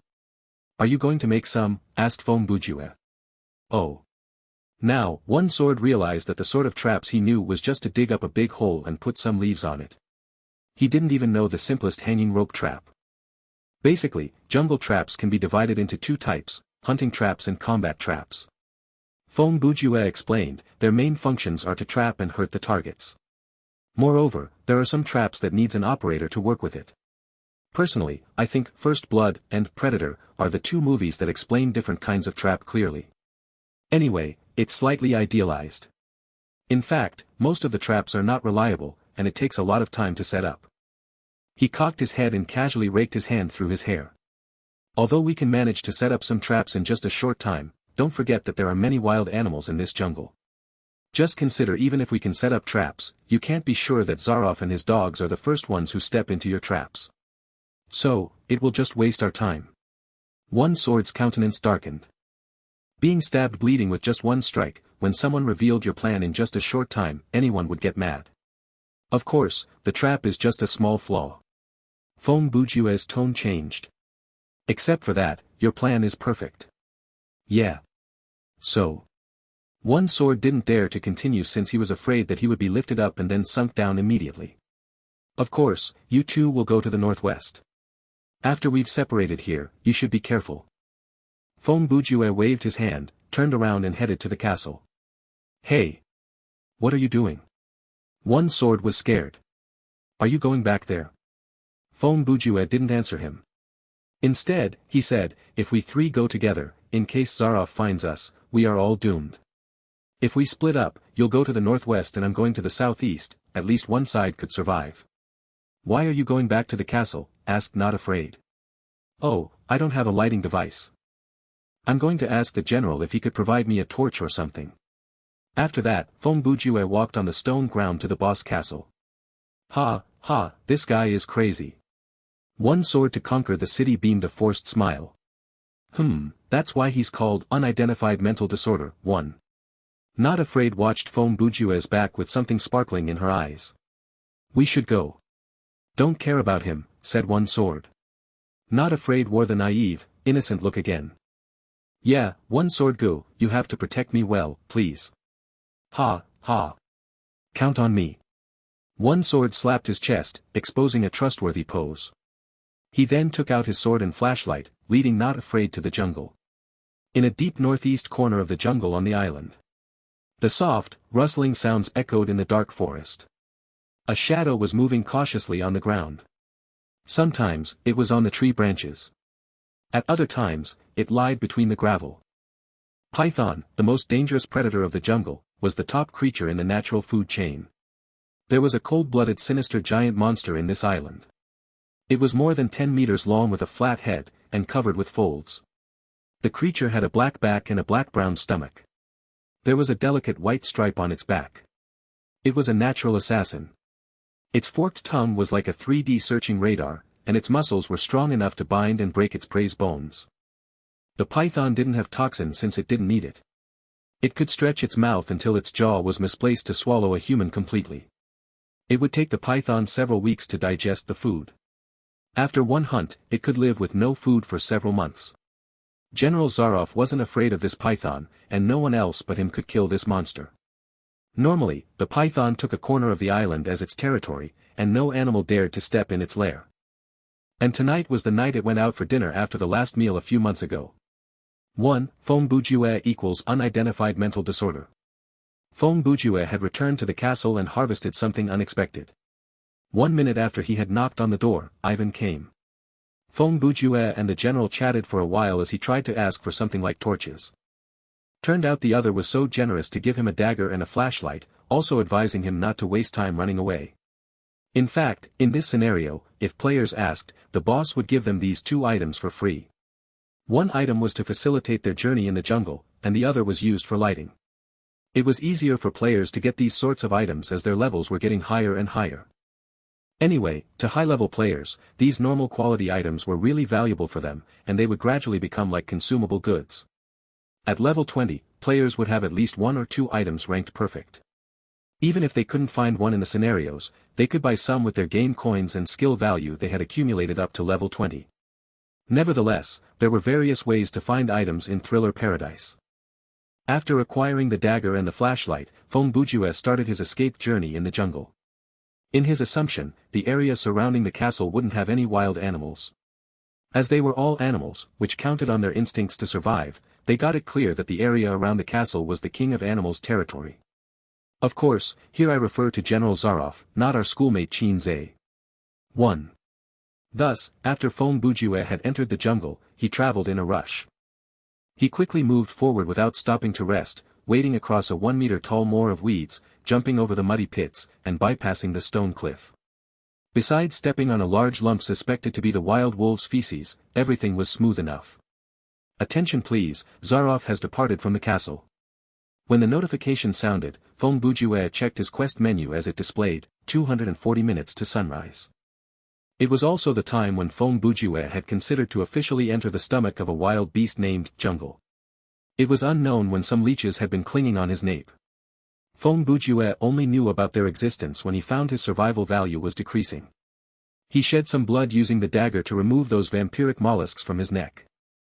Fortunately, the game's description also mentioned that under the same circumstances, parasites wouldn't enter their clothing as they would just attack players' exposed skin areas. If not, Fong Bujue would absolutely take off his clothes to check his body thoroughly once. At this moment, he finally recognized the cost of moving fast forward. The effects of the humid tropical weather soon appeared as his stamina value was decreasing with an unnatural frequency. His Dance of the Night's effects were also limited in this kind of rough terrain. At the same time, his clothes also made him feel hot and uncomfortable, but fortunately, thanks to the lesson by the leeches, he didn't even dare to roll up his sleeves. Half an hour had passed by and the jungle had finally revealed its ferocious appearance in the dark. Dense shadows of trees towered everywhere like a thick curtain. As the density of trees was becoming greater, Fong Bujue had to climb up to the top of a tree to check for direction. If not, he would gradually get lost. The deeper he entered into the hinterland of the jungle, the more difficulties the surroundings brought up. The jungle's vegetation had 3 to 5 layers vertically, just like a tent in general. In this case, the moonlight had lost its function here, leaving Fong Bujue with the only option, which was to count on his flashlight. When I've watched Man vs. Wild 2, I did think that they were just acting in the show. Now, I'm stuck in the jungle just like a little grandson toddling around. It's true that one doesn't feel tired looking at other people working. The shows are not able to convey the actual difficulty level of crossing the jungle indeed. Fong Bujue felt rueful. He couldn't help but to recall the time he had been watching a channel that replayed some classic videos. The host of the show had given him a feeling that, it's not difficult to survive in the wild. Now, he truly understood that crossing the wild areas with only a dagger wasn't something an ordinary person could do. All of a sudden, animal sounds echoed in the dark from his right. There was heavy breathing, and something sounded, wee wee. From the sound, it should be a wild boar. Fong Bujue's first reaction was to climb up the nearest tree. He didn't want to compete with something on all fours in this ink-like darkness. The call was approaching along with a wild boar treading on the ground while pressing down and breaking bushes to make way. Soon, Fong Bujue had climbed up the tree and shone his flashlight in the general direction of the noise. No. Sounds like there's a different sound. Fong Bujue vaguely heard a different kind of noise. Then, he immediately understood why a boar was rampaging in the middle of the night. 10 seconds later, that wild boar appeared in Fong Bujue's sight. The animal had short limbs that supported its sturdy body. Rough black hair was covering all over its body with dark mane. The energetic boar was storming forward like a small tank. At this moment, the mane around the boar's neck was rising up as it was screaming non-stop. These were the signs that the animal had been stipulated. Perhaps it had met a very powerful predator. The hunter, who was chasing after the boar, came right after it. That was a python. Although it wasn't as big as the exaggerated monster at the northwest of the island, it wasn't small either. In fact, many people can't imagine the way a python swallowed its big prey. A 5-meter python can swallow a 2-meter crocodile, and an 8-meter python can swallow a zebra completely. And, the one in front of Fong Bujue was an 8-meter one. Perhaps the wild boar was running disorderly in panic, or perhaps the system intended to let players see what was going to happen. In short, when the flashlight shone to a certain area, a classic scene was being performed, a wild boar hitting the tree trunk. However, the serpent didn't hit the boar as it was slithering forward. Instead, it crossed its enormous body to make a half circle to trap the boar between its body and the tree trunk, which was really big that 2 adults couldn't encircle it. At this moment, the tree trunk had blocked the boar's escape. The python lifted its head and scrutinized its prey. The wild boar seemed to understand that it couldn't escape, so it then launched the last counterattack by flexing its limbs and storming forward in an attempt to bite the serpent with its long fang. The boar hadn't touched the python's body, yet the python's head had dropped right away in high speed, biting the wild boar with just one strike. Right after that, the python released the prey and bit it again instantaneously. The serpent's speed was so fast that people couldn't see it clearly, just like someone was using 2 fingers to grab a bar of soap from a pot of boiling oil. The wild boar finally got into the python's mouth, and the latter immediately started to enjoy its dinner. The swallowing process depends on the sizes of the prey. Sometimes, it needs several hours. Feng Bujue had already obstructed the light from his flashlight as he didn't want to bother the python enjoying its dinner. Then, he tiptoed quietly as he crawled down the tree. He didn't have the time to wait for the python to swallow the boar completely, he just prayed that the other was focusing only on its meal and ignored him. After he had successfully got off the tree, he didn't aim for the southeast direction, he just ran madly as he decided to leave this place and lengthen the distance between him and this monster. Unexpectedly, right at this moment, Feng Bujue heard other sounds from another kind of animal, which was an even deadlier threat. 1. Qinzai, is the Chinese translation name of Sarazawa Tamao aka King of Beasts, was the leader of the Sarazawa army and formerly the strongest senior student at Suzuran All-Boys High. He is from the manga Crows by Hiroshi Takahashi. 2. Man vs. Wild, Man vs. Wild, also called Born Survivor, Bear Grylls, Ultimate Survival, Survival Game, Real Survival Hero or colloquially as simply Bear Grylls in the United Kingdom, is a survival television series hosted by Bear Grylls on the Discovery Channel. The hound's barks announced that danger was coming, and obviously, this danger aimed for Feng Bujue. He opened the game menu and checked his quest menu. The time displayed that it was 203 minutes to sunrise. General Zaroff had only departed for 37 minutes. Although Feng Bujue had tried his best to run away for over 1 hour, at this moment, the chance that his opponent could catch him was still high. The barking sound came closer. Not far from him, the python had given up its meal, threw the wild boar onto the ground, and immersed into the jungle in panic. It seemed that animals on this island were well aware of the hunting dog's barks. Even if they weren't afraid of the hounds, they were still scared of their owner. Feng Bujue understood that this was an emergency situation and he must do something effective to counter it. Although it was hard to avoid death, he should make efforts to delay more time for his other two teammates, increasing the chance that they could complete the scenario. Hiding away wasn't a possible option. Along this path, Feng Bujue had left footprints. With the general's ability of tracking down his prey, no need to mention the footprints, even a small broken tree branch or a streak on the grass couldn't be hidden away from the eyes of the Cossack man. Moreover, Zaroff had brought along his hunting dogs. The smell left on the muddy ground to this sort of hunters, which had the sense of smell 100 times stronger than humans, was as obvious as traffic signboards. Under such circumstances, being a prey, he should be extremely panicked. In a dark and complicated situation, hearing the intimidating boss coming closer and closer, and not knowing when and how this human hunter would attack his prey, needless to say, this feeling was so self-evident. In most of horror or action games, being chased after by something scary are used to test players' psychological quality and operating skills. If it were some other player, he would run madly into the jungle and wouldn't care about the directions or anything else. In this case, they would just run away from the canine barks. However, Feng Bujue was calm and alert. As he didn't feel fear, he quietly readied the dagger, then used the flashlight to determine the best direction to run. He didn't care that the flashlight would reveal himself because if he turned off the flashlight, he still had no way to slow down his opponent's speed. Quite the contrary, it would make him run in the dark. After Feng Bujue had conducted a quick survey, he considered the path in the north was relatively smooth enough, he then shone his flashlight in that direction and started to flee away with his fastest speed. The hunting dog's barks were still echoing behind him as if they were getting closer to him. However, he didn't bother with this kind of auditory pressure, in fact, he didn't turn his head around even once or got his mind distracted. He was totally concentrated on the road in front of him, ensuring his pace would not be affected. Running on such irregular terrain, the fugitive should avoid turning around while running to check the one who is chasing after him since this contains 100 harms without a single benefit. In countless horror movies Feng Bujue had watched, the scenes which had a high frequency for such a situation to appear included the main character, often a beautiful lady, usually getting chased after by monsters in a jungle. The lady would be screaming while running away, and from time to time, she would turn her head around to reveal her panicked face, and the camera angle would record from the monster's point of view, which was constantly jittering. After running like that for a while, 100% that the main character would tumble and then the images would be messily clipped and edited. 1 second later, tomato sauce would fill the screen together with a pig squeak echoing and the monster getting a lot of blood. Feng Bujue wouldn't make this sort of mistake. It was impossible to see him tripping. Well, it was more practical to see him make the monster trip. The pursuit lasted for a short while. When the barks arose behind him around 5 meters, Feng Bujue knew he had entered the sight of the hunters. According to the common sense analysis, Zaroff had 2 options then.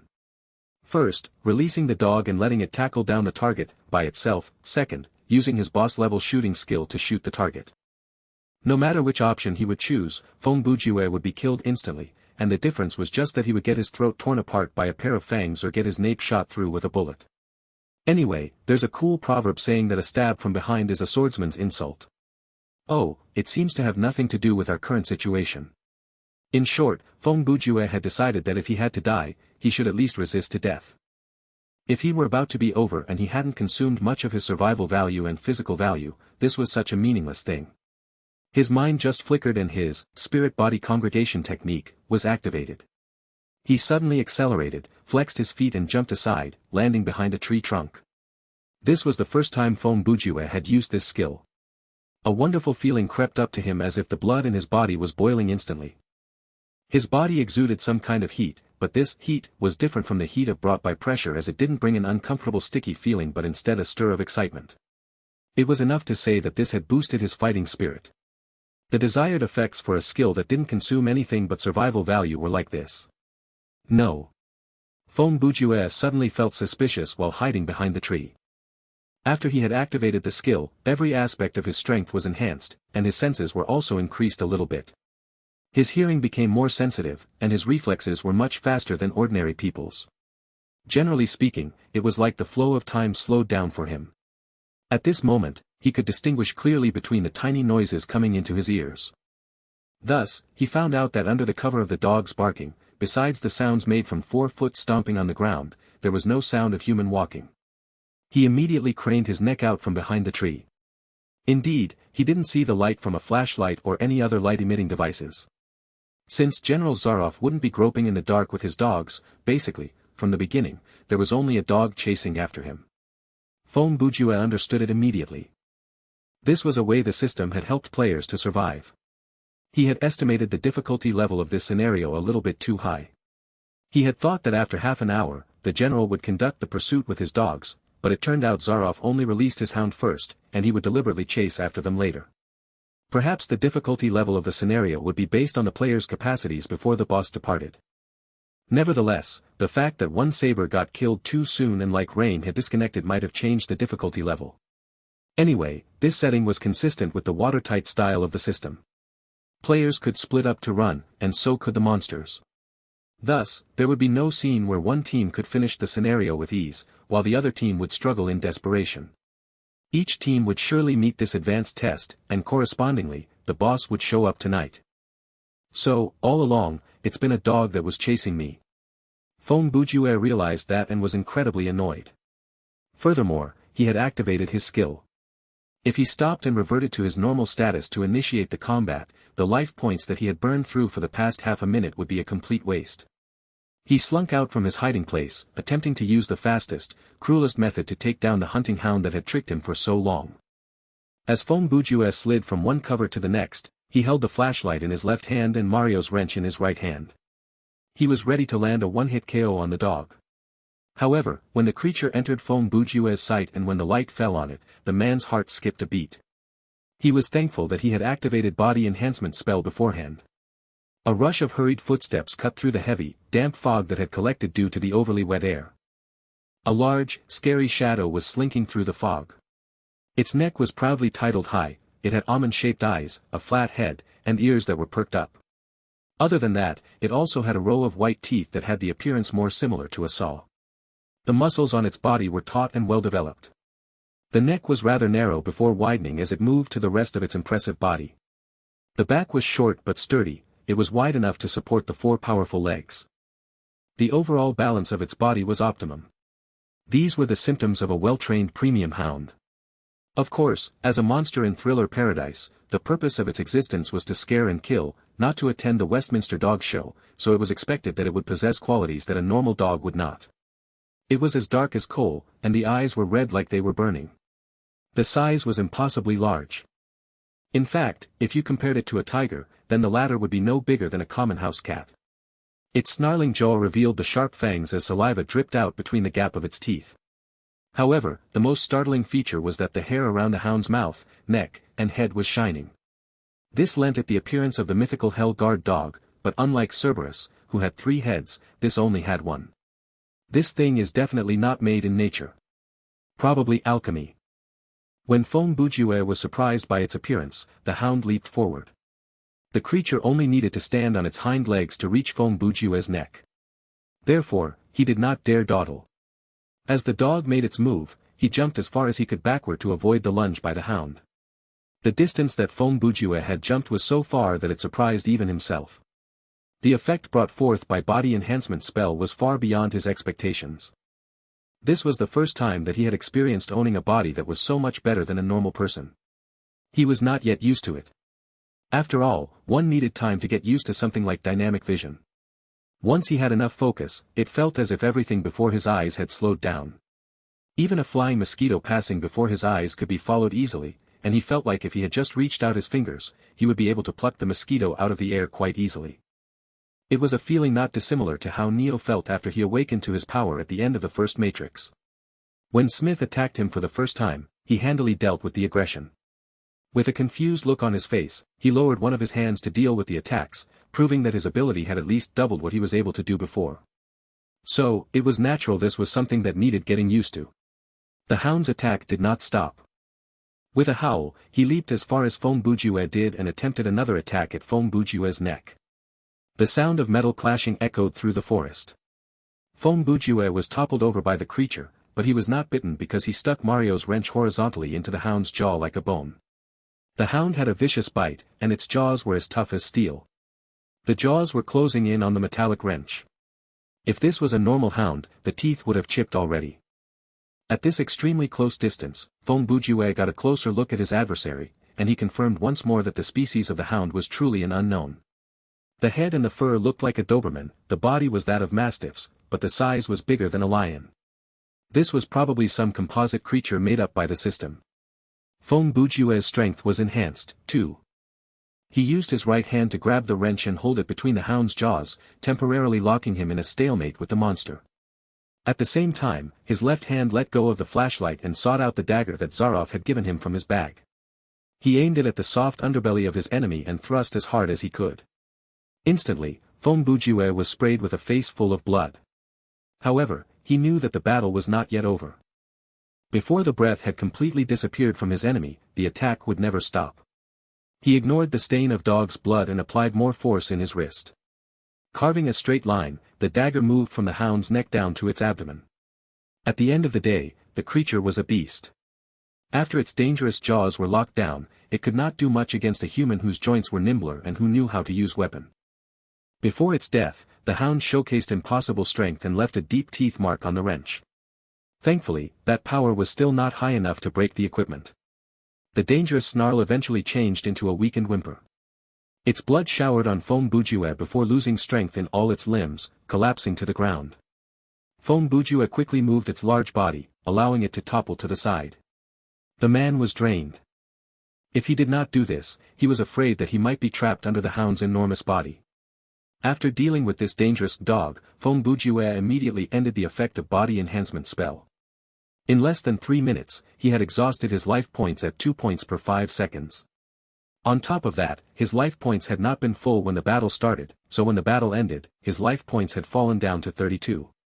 There were still at least 3 hours until sunrise. If this happened again, without even involvement from Zaroff, Feng Bujue would die if he ran into another similarly tenacious hunting hound or the leech's incident occurred again. Ha! Ha! After deactivating the skill, Feng Bujue gasped hungrily for air. The pain, lethargy, and discomfort from his body overwhelmed him like a tsunami. It was not until then that he realized that there were side effects to using body enhancement spell. This effect was not something that could be shown in the menu or via a status signifier. It was more like an overbearing fatigue from overexhaustion. However, there was no time for Feng Bujue to rest. He had to continue on his journey. Every step that he took toward his destination would translate to moving slightly further away from the danger. His plan was one that traded space for time, so while fighting for more space, he had to try not to waste time as well. When his breath came more evenly, Feng Bujue picked up his flashlight, put away his weapons, and continued on his journey. The discomfort that he felt could not be put into words. His body was covered in the blood that sprayed out from the dog's body.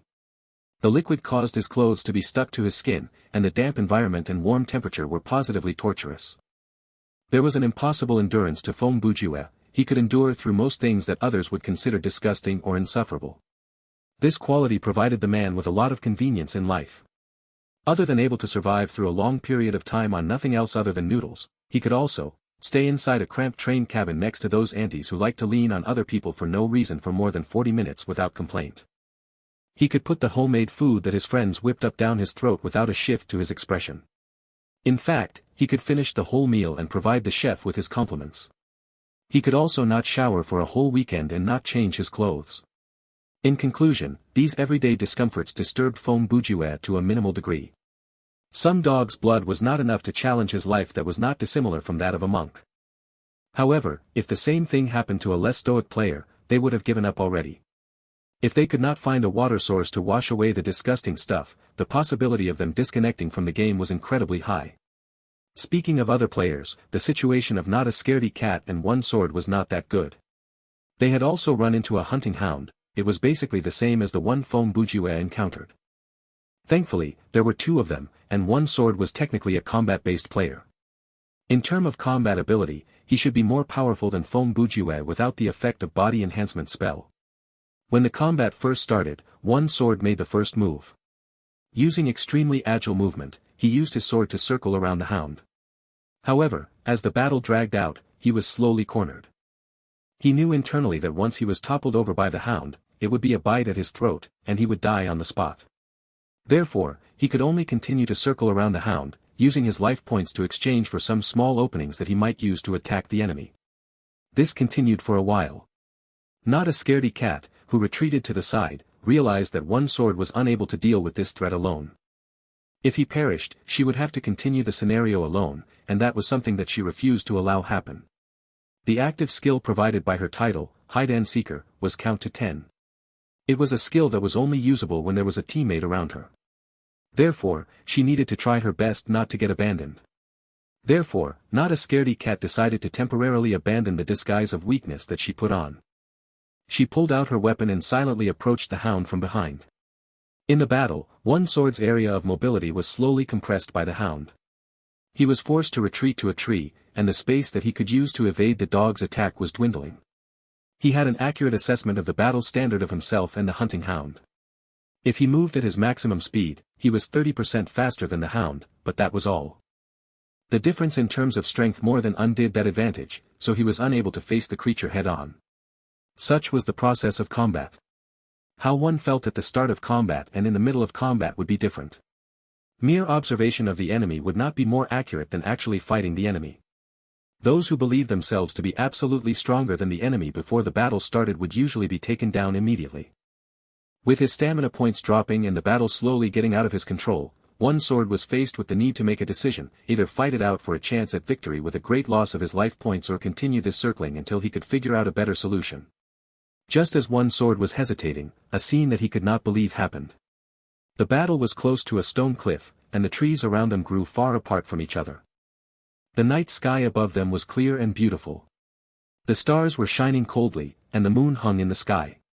They were showered by its soft, hazy glow. Under this moonlight, a small figure leaped into the air, cutting an arc. It landed right behind the hound. Both the creature and One Sword were stunned. The former was from the imminent threat of danger and the latter was due to the sight that was shown before his eyes. Not a Scaredy Cat was holding a large hammer in her arms and barreling down on the creature with the aura of a tigress on her prowl. The battle ended quickly. An invisible aura encased the falling hammer, increasing its area of damage and offense. Before the hunting hound could even groan in pain, the hammer slammed right into its waist, cutting the dog's body into two. Not a Scaredy Cat's skill was called Stampeding Leap. As an exhaustible skill, its learning requirement was Fighting Mastery D or higher, therefore, its power was understandably high. Of course, One Sword would not have access to such data. All he could see was the creature that was almost as powerful as he was getting taken down with just one hit after being ambushed by the soft-looking Not a Scaredy Cat. When One Sword first reached level 15, he had given killing game a try, and from his experience, when facing an opponent like Not a Scaredy Cat, he would end up in the same state as the hound should he expose any temporary weakness. Seeing the expression on One Sword's face, Not a Scaredy Cat knew that there was no reason to put on her disguise anymore. The innocent and cute girl disappeared without a trace. Even the cutesy tone and demeanor had been abandoned. Instead, her voice took on the color of a bad girl. Sigh. This sucks, and I thought I wouldn't have to lift a finger for this scenario. She held the large hammer with one hand and moved forward. The sound that was created by the hammer as it was dragged across the floor showed how heavy it was. Kid, how can you be this weak? She walked to the dog's side, raised her arm, and twirled the hammer in the air before lowering it on the victim. After the hound was split in two, the first half of its body was still twitching, but this time, the entire head was shattered into a pulp. This cruel last hit splashed One Sword's face with dog's blood. He was confounded and stood there like a trauma victim. Ah. Until moments ago, One Sword had been acting like he was the big brother who would protect the innocent girl, but at this moment, he did not even dare raise the volume of his voice and said in a cautious tone, "Ha, ha ha. I had no idea you are so powerful, but, then when we ran into the wild boar and tiger earlier." One Sword wanted to ask why she was hiding in fear, but before he could finish, he was interrupted by Not a Scaredy Cat. "What did you say?" Her tone was no different from a local goon. "Hey, kid, are you looking down on me?" She titled her head to the side and glared at the young man fiendishly. The hammer was raised high. "How dare you use such a tone when addressing me?" An oppressive pressure overwhelmed One Sword. "Do you want to die? Big sister. I'm sorry." One Sword leaned against a tree, and his face was sweating heavily. Even though teammates could not attack each other, in terms of presence, he was as good as dead. What was I saying? With my power level, I am only able to kill small mobs. It is my honor to help clear the way for you, big sister, ha, ha ha ha. When he forced out the laugh, tears were also forced out of his eyes. That's much better. Not a Scaredy Cat placed the hammer back into her inventory and crossed her arms before her chest. She continued in the tone of a female mafia boss. "By the way, it looks like that Feng Bujue is quite a professional player. Even now, we have not heard the system announce his death. This means that he was able to take down the hound alone and thus is more powerful than you. How do you know he was hunted by the hound as well, big sister? Isn't that a given? Haven't you seen the number of hunting hounds at the castle? I believe that no matter how many groups the players were split into, Zaroff would release the same number of hounds to chase after us or even more." Actually, if I was fighting the hound one-on-one, I might be able to edge out a victory. One Sword added feebly. Again, before he could finish, he was scolded. "Shut it, Baldy. Baldy." One Sword, who had the appearance of a long-haired swords master, could not understand why he was called Baldy. "You have the additional buff from your guild, and your level is one level higher than his, but the fact that he's able to do what you're able to do means that he's more powerful than you." Not a Scaredy Cat was not scolding the man for fun, her words had rationale behind them. "TSK. If I'd known this, I would have chosen to follow him instead. This is my fault." One Sword was critiqued until he had no idea where to put his face. He lowered his head and mumbled, I'm sorry for being so weak to cause you so many problems." "Oh well, Baldy, you will always be a Baldy." Sister Scaredy Cat very generously forgave him. If there were emotes in the game, One Sword's head would have been surrounded by a clump of grey clouds. In any case, now is not the time to beat ourselves down. Not a Scaredy Cat raised her finger. "That is the northwestern side. Continue to scout ahead for me." But I already know which side is north." "Shut it. Are you going to do what I say or not?" Yes, big sister." It was still a darkened forest before his eyes. The terrain rose and fell unevenly with rocks jutting out everywhere. Occasionally, there would be muddy flats, and at other times, there would be a pebbled path under the feet. After some trekking, Feng Bujue had started to get numb to the discomfort, and with this numbness came the lowering of his guard. Fatigue was like a heavy burden that he could not shake, pressing down on his body. His life points did not have a chance to recover under those conditions, and the rate at which his stamina points were falling was worrying as well. Even though his active skill, a hasty repair, was useless in this kind of scenario where no technological objects could be seen, the remaining 2 shots of below-the-belt shin kick required at least 200 stamina points to be activated. So, if his stamina points were lowered past a certain threshold, he would be an easy target. Time until sunrise, 153 minutes. By then, Zaroff had been out of his castle for more than half an hour. Technically speaking, if the time was counted from the moment the players accepted the quest, then they would have been trekking and running for 146 minutes already. Of course, not all 146 minutes were used in the escape. Explaining the situation to his teammates and returning to the castle to ask for equipment would have consumed some time, but one thing was for sure, he had at least a 40-minute lead on General Zaroff. Feng Bujue did not think that he had exhausted too much time killing the hunting hound because he picked up his speed after the battle. In the journey after that, he had run into other events that were similar to the anaconda ingesting the wild boar. Thankfully, he had always noticed them beforehand and ensured that he stayed away from the party and slipped away before the beast even noticed his presence. By now, half of the 5-hour survival requirement had passed. Assuming that Zaroff's movement speed was faster than the players, assuming that Zaroff purposely did not move at his maximum speed, even so, by then, he should have caught up to the players already. So, in the next 20 minutes, if Zaroff still did not show up, there was only one possibility. He did not come his way but chose to chase after the other team. Therefore, Feng Bujue prayed sincerely and desperately that he would hear the death announcement of the other two from the system soon. It was not that he had anything against his teammates, but such was the nature of the scenario.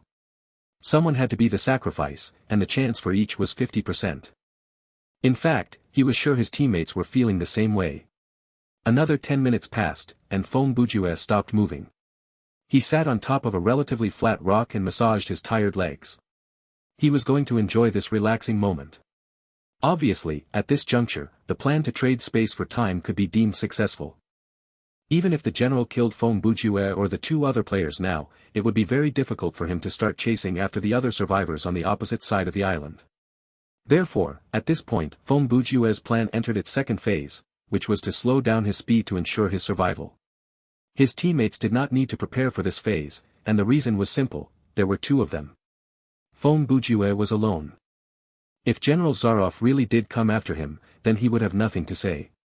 However, if the general went for the other team, Feng Bujue would need to be extra cautious from then on.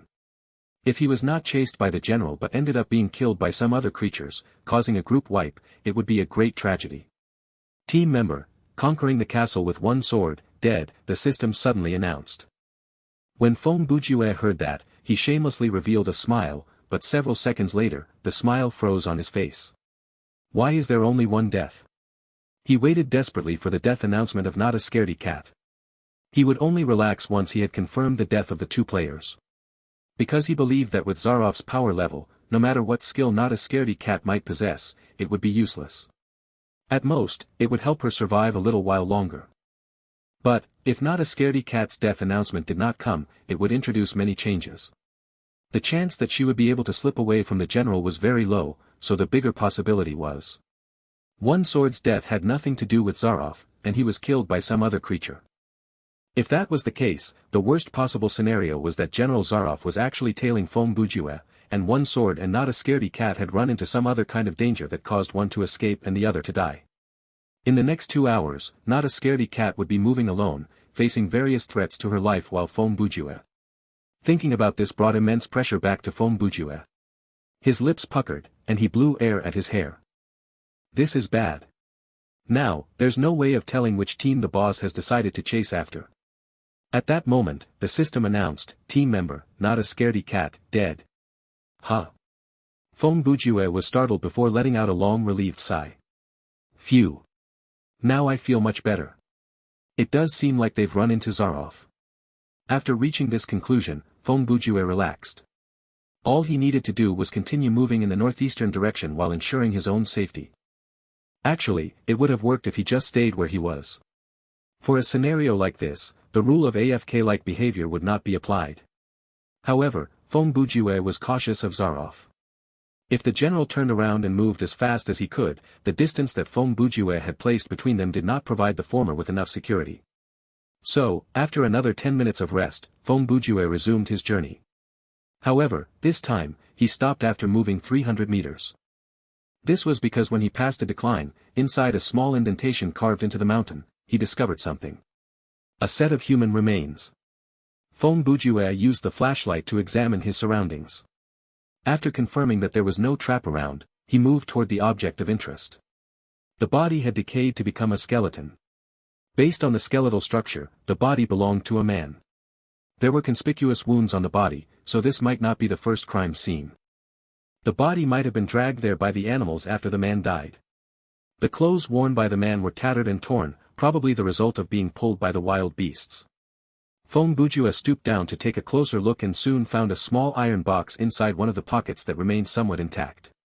The box was about half an inch thick, and the size was no larger than a normal photograph. In fact, that might be its use, to keep photographs. The box was rusted, which was normal considering the humid environment. Feng Bujue used the dagger and pried the box open by cutting along the rusted seam. Photographs did not fall out from the box. Instead, inside were a pen and a folded piece of paper. It appeared to be a letter. Item name, the last message of an unknown victim. Item type, plot item. Quality, poor. Function, unknown. Can be taken out of the scenario, no.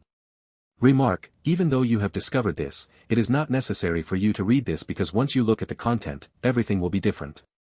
What appeared before his eyes was the item attributes. Once he saw the item remark, Feng Bujue could not shake the feeling that something was up.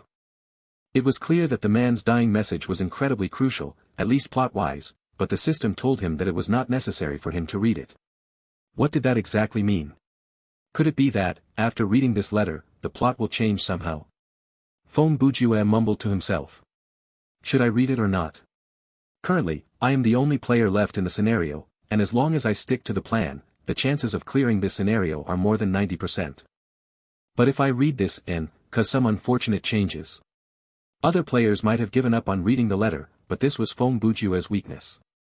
He might not be shaken if you found a beauty to seduce the man, but if you placed a piece of paper before him and told him that this was a piece of plot that other people might not understand, he would be the first one to charge forward to grab it. Understandably, Feng Bujue's reading mania was acting up, and he was feeling very uncomfortable. Unless there was a teammate like Passing Rain who was there to grab the paper and stop him from touching it, the man was going to read it.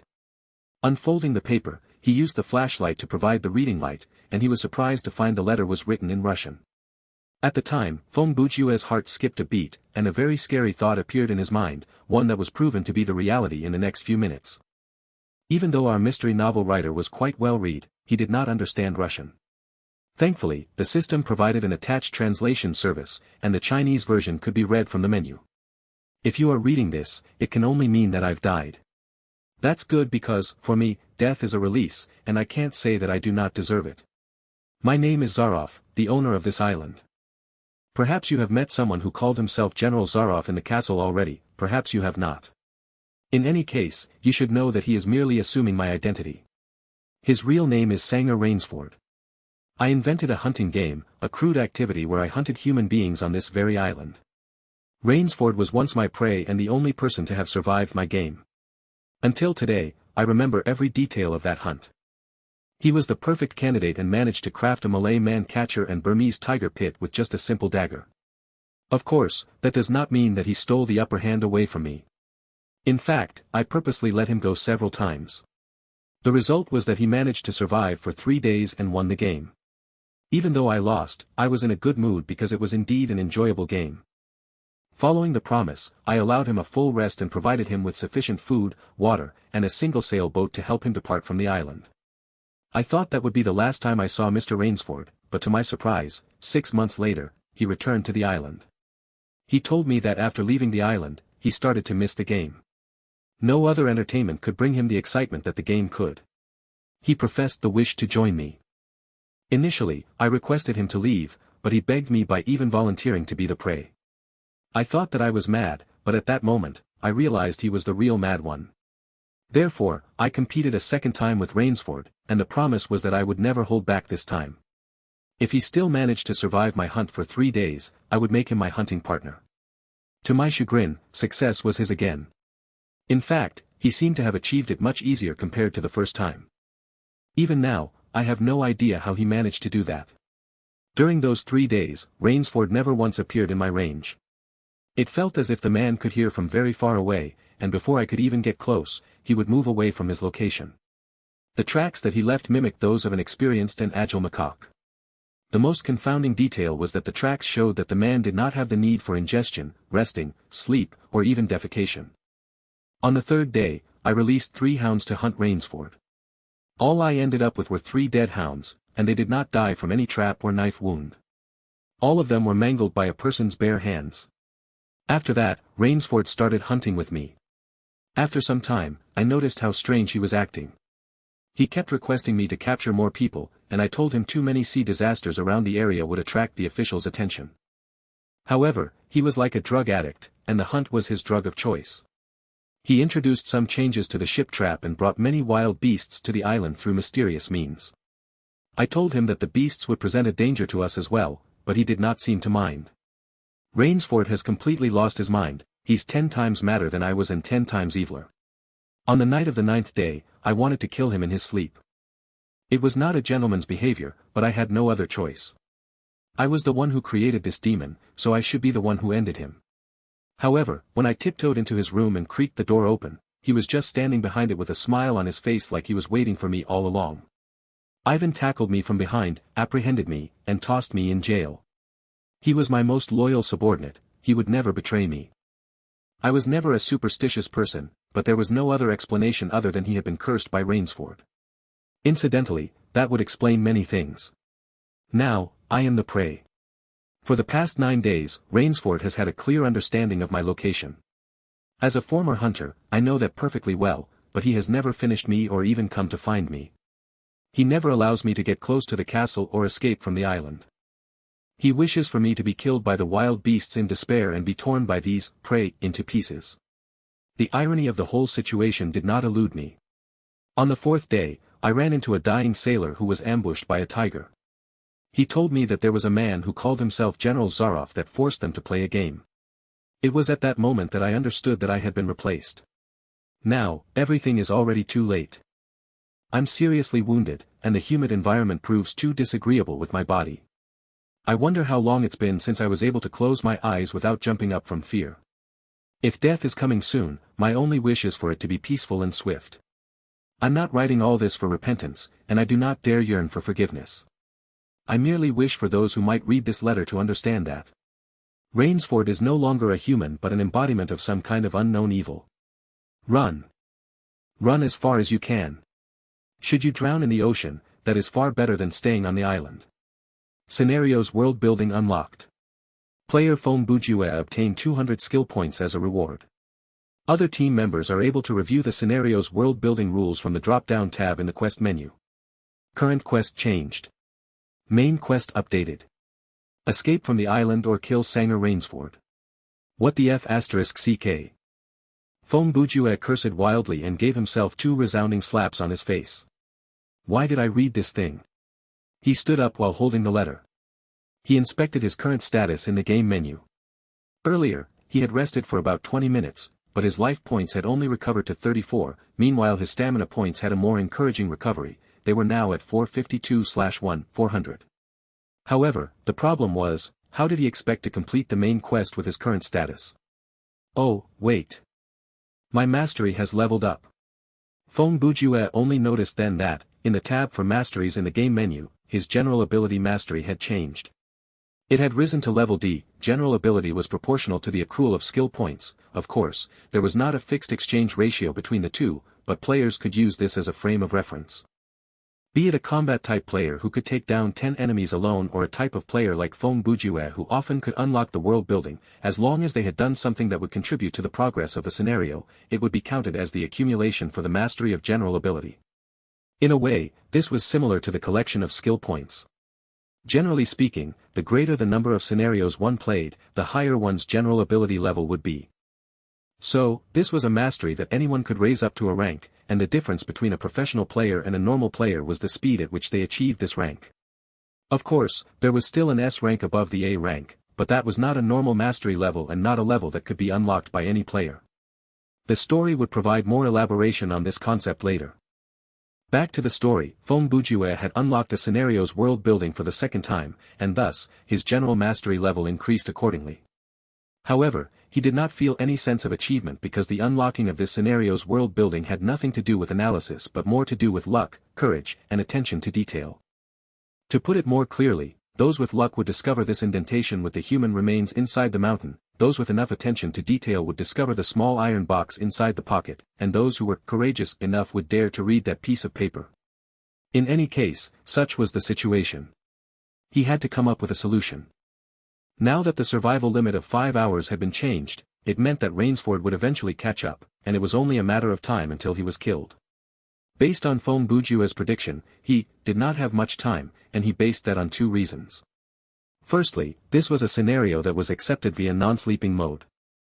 His interaction with other players on the forums yielded the simple understanding that the team scenario in such a mode would require a time that was less than 4 hours in real life. Most of them, though, were scenarios that could be cleared in 20 minutes to an hour. The scenario that Fong Bujue was experiencing had already exhausted 90 minutes in real life. If he did not pick up and read that piece of letter, things might not have been that bad, but now, the rhythm of the scenario would only pick up, to end things faster. Secondly, Zaroff had written it down in black and white. Rainsford could no longer be treated as a human, so it would not be too surprising if the boss suddenly gained the ability to grow wings and fly. Fong Bujue had to admit that the remark on the piece of paper was indeed to the point. Once you read this, everything will be different. As the system had warned, after reading the letter, the setting of the scenario had changed from a realistic thriller to a fantasy horror. The main quest provides me with a choice: kill the boss or escape from the island. Fong Bujue scoffed. Humph, if I was able to take down Rainsford alone in my current condition, I would have lunged forward with one blade at the castle. He licked the corner of his lips and used his finger to tap on his forehead out of force of habit. His fingers then slid down to touch the bridge of his nose. But the real problem is, since the real General Zaroff was unable to escape from this island, how is a player who just arrived here supposed to accomplish that? He picked up the piece of paper again and placed it before his eyes, entering a contemplative mode. Even though he had memorized the content of the letter, there was something about reading it from the source. Ha ha. This sure is difficult. He issued a laugh that came from his heart. In this world, some might be addicted to good food, some might be addicted to sex, and others might be addicted to that white powder. If there was an addiction that Fong Bujue was at fault for, it would definitely be thinking. Conducting analysis, coming up with predictions, solving the problems, finding the opening, these things would bring immense pleasure to this conceited fellow, and for those things, he would stop at nothing. Rainsford returned to the island with a superhuman physique and almost bottomless stamina. He did not sleep nor rest and did not even appear to have a need for food. He could kill the savage hunting hound with his bare hands, and his senses had been so heightened that he could tell the movement of other creatures from yards away. He is murderous and incredibly cunning. However, the desire to kill should be placed higher than his cunning instinct, or else with the man's caution and deviousness, he would not have edited the ship trap to draw in more prey and risk the detection of the official party. Fong Bujue parsed the content of the letter into simple-to-understand pockets of information. He voiced them out to himself to help improve the impression that they would leave. The unnecessary writing and embellishment were thrown to the back of his mind. He has such a desperate desire for murder, but in that case, why didn't he just kill but had to take over the general's game? Rainsford did not need to continue this hunting game madness, he did not need to take control of Ivan to be his slave, he did not need to keep those hunting hounds, and he did not need to assume the identity of the general whom he had already defeated. Yet, he had done all that. Why? Is it really for the sake of excitement? Fong Bujue drove his train of thought into a dead end, but he did not allow himself to fall into a rabbit hole. Wait a minute. He turned to the letter again. The sailor that Zaroff ran into when he was alive was killed by a tiger's ambush. Zaroff himself died in the wild, and neither of them were personally killed by Rainsford. It was Rainsford who introduced these beasts into this enclosed ecosystem on the island. When he spoke about the Spanish sailors who were torn into pieces by Ivan to be fed to the animals, his words were natural and spontaneous, but when he talked about the incidents related to him hunting the prey, he was merely copying what General Zaroff would have said in the short story. Other than that, if he is merely going for excitement and is one enjoying the hunt, why would his first action be releasing the hunting hounds to chase after his prey? What if I was directly killed by the hounds? What kind of hunt would remain? The game would end there and then, right? Unless he is some kind of evil spirit that was formed from the animals. The eagle's gaze, the leopard's speed, the wolf's hearing, and the bear's strength. He did so many things to ensure the wildness of the beasts on the island, and the apparent purpose was for the animals here to hunt the humans. Fong Bujue was then reminded of another detail. But Rainsford did not appear to have a special connection to the beasts here. He is no different from a normal human being when interacting with the beasts. Other than the hounds in the castle, none of the animals on the island seem to be trained by the man. The beasts do not seem programmed to follow his orders either. Otherwise, he would not have needed to kill the 3 hounds released by Zaroff during their second game. Feng Bujue analyzed many properties represented by this boss, but he was no closer to understanding Rainsford.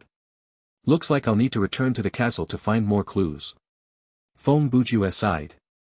No matter how I choose to clear this scenario, returning to the castle is my only choice. The reason General Zaroff was unable to escape from this island must be because the way to leave the island is hidden inside the castle, and that is the only location on the island that he was not allowed to go to. This is the only explanation for why the once owner of the island died in the middle of the wilds. Sigh. I really should not have read that letter. Now what should I do? Return to the castle? But my current stamina points is not even 1/3 of its maximum. I need to rest at least once or twice on the way back, and even if I manage to avoid Rainsford and successfully reach the castle, I will be exhausted and drained by then. In that condition, I have to sneak into the castle. By then, the sun will already be up. Feng Bujue scratched his head out of annoyance, tussling his hair into a bird's nest. I initially thought that you would die prior to the other two, but I'm pleasantly surprised that you have survived until now. In fact, I believe you have discovered something very interesting. Rainsford's voice suddenly rang out from the darkness. With his lightning reflexes, Feng Bujue lowered his body as he retreated while he aimed his flashlight in the direction that the voice had come from. Rainsford had his hands behind him, standing on a boulder that was on a higher slope. Rays of moonlight fell on the man, lighting up that face with a wicked smile. You must be wondering why I showed up before you so soon. Honestly, nothing is able to surprise me now, Feng Bujue replied. He did not hurry to turn and run, merely maintaining a secure distance between them. He knew full well that if the boss wanted to kill him, there was no need for him to announce his presence, he could have ambushed Feng Bujue and dealt with him that way. Therefore, this conversation should be part of the plot, and it was the chance to obtain valuable information. Haha. Traveler from another world, I believe you must have found out through some means about the death of your two partners, Rainsford said. You must have thought that it was me who dealt the killing blow. Feng Bujue understood what the man was going to say, so he continued. In other words, they died due to some other reason, and you have been tailing me from the very beginning. Ha ha ha ha. Rainsford chuckled madly. Feng Bujue. The character addressed him by his player ID directly. Before that, only the anomaly X-23 had referred to him that way. Master Sam Montier wanted me to pass on his regards. Huh. Feng Bujue was startled when he heard that. Then, his eyes grew to the size of saucers, and he repeated in a louder voice, huh. One day, you will pay the price. Time is on my side. Sam Montier's last word echoed in Feng Bujue's mind. He asked, you have connection with Sam Montier? What the? Brother Rainsford, I need to ask, what year is it now? And, are we still on Earth? What year is it? Ha. What does that have to do with anything? The glorious era of human history is nothing but a small ripple in the river of time. What does it matter where we are? In fact, do you really understand where you are? Rainsford patted the shirt that he was wearing. This anti-bullet vest came from a time in the so-called future, and you, Feng Bujue, came from a place that I do not comprehend, but are these details really that important? Ha, ha ha. Feng Bujue let out a few dry laughs. I suppose you have a point. Then, may I ask, how did you get to know Sam Montier? And Mr. Rainsford, what exactly are you? Naturally, I am a human being, but I've obtained some powers that set me apart from others from Master Sam Montier. Rainsford shrugged. Several years back, I survived Zaroff's hunting game, and I took the boat that he gave me to leave this island. However, that boat did not take me back to the world that I was familiar with but brought me to an unknown location.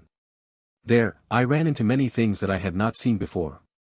This knowledge shattered my previous understanding of religion and science. Do you know why, even though humans have been always searching for the truth, they keep on coming up with stupid, incorrect conclusions? It is because the truth is not something that we humans are able to accept. Seeing the future means taking away the future. Understanding truth will lead to self-negation and even destruction.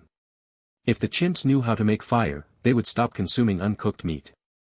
If the people from several thousand years ago knew about the existence of medicine, they would not have buried their ill and sick in the ground. If the people from hundreds of years ago knew about the truth behind religion, they would not have burned innocent women as witches at the stake. And I, after knowing some truths, became who I am now. Humph. Feng Bujue scoffed condescendingly at the pompous words that were laid a bit thick on him. He tossed out another cutting question. What is the deal that has been reached between you and Sam Montier? I provide him with tired and despairing souls in exchange for eternal life and superhuman power, Rainsford answered calmly. After Zaroff passed away, I tried to trap all the shipwreck survivors and put them through extreme torture before killing them. But I soon realized a logistic problem. The castle doesn't have that many dungeons, and even with Ivan's help, there are only so many people we can torture in a day. Looks like the order that Sam Montier has is quite big. Foam Bouguet laughed coolly. I am deeply appreciative of the hunting game that Zaroff invented, as the final result proves that this is still the most effective method, Rainsford said. I did not need to do anything personally, I only need to announce some rules to these people and see them wilt away, caught between the need for survival and fear and despair. I think I finally understand the situation now, Foam Bouguet said. In that case, the real harbor that leads in and out of this island must be underneath your castle. You are indeed as intelligent as Master Sam Montier warned. Rainsford chuckled. Your guess is correct. Under the island, there is a hidden rivulet. It connects the castle to the most western corner of the island. On the cliff face, there is a cove that will only appear when the tide retreats. However, it would have been pointless even if you discovered that location, because the only few functional boats on the island are all moored in my castle. Fine, you've made it very clear that I am unable to escape. Foam Bouguet hummed contemplatively. Then, since you did not snap my neck, but instead stopped to tell me all of this, I understand that this must be the order from Sam Montier, yes? Naturally. Rainsford smiled. Your soul is the one that Master wishes to harvest the most. I would like to ask, are you in deep enough despair and tiredness now? If you think it's not enough, I can wait. Ha ha. How long do you think you can survive on this island? Will it be longer than Zaroff? Mr. Rainsford, you have underestimated me. At this moment, Foam Bouguet felt more relaxed than he had ever felt since the scenario started. He started cracking jokes with the boss. In fact, I happen to be the most resilient organism in the world. Are you trying to say that you're not actually human? Rainsford replied. Since you see yourself as human, why shouldn't I be human? Foam Bouguet countered.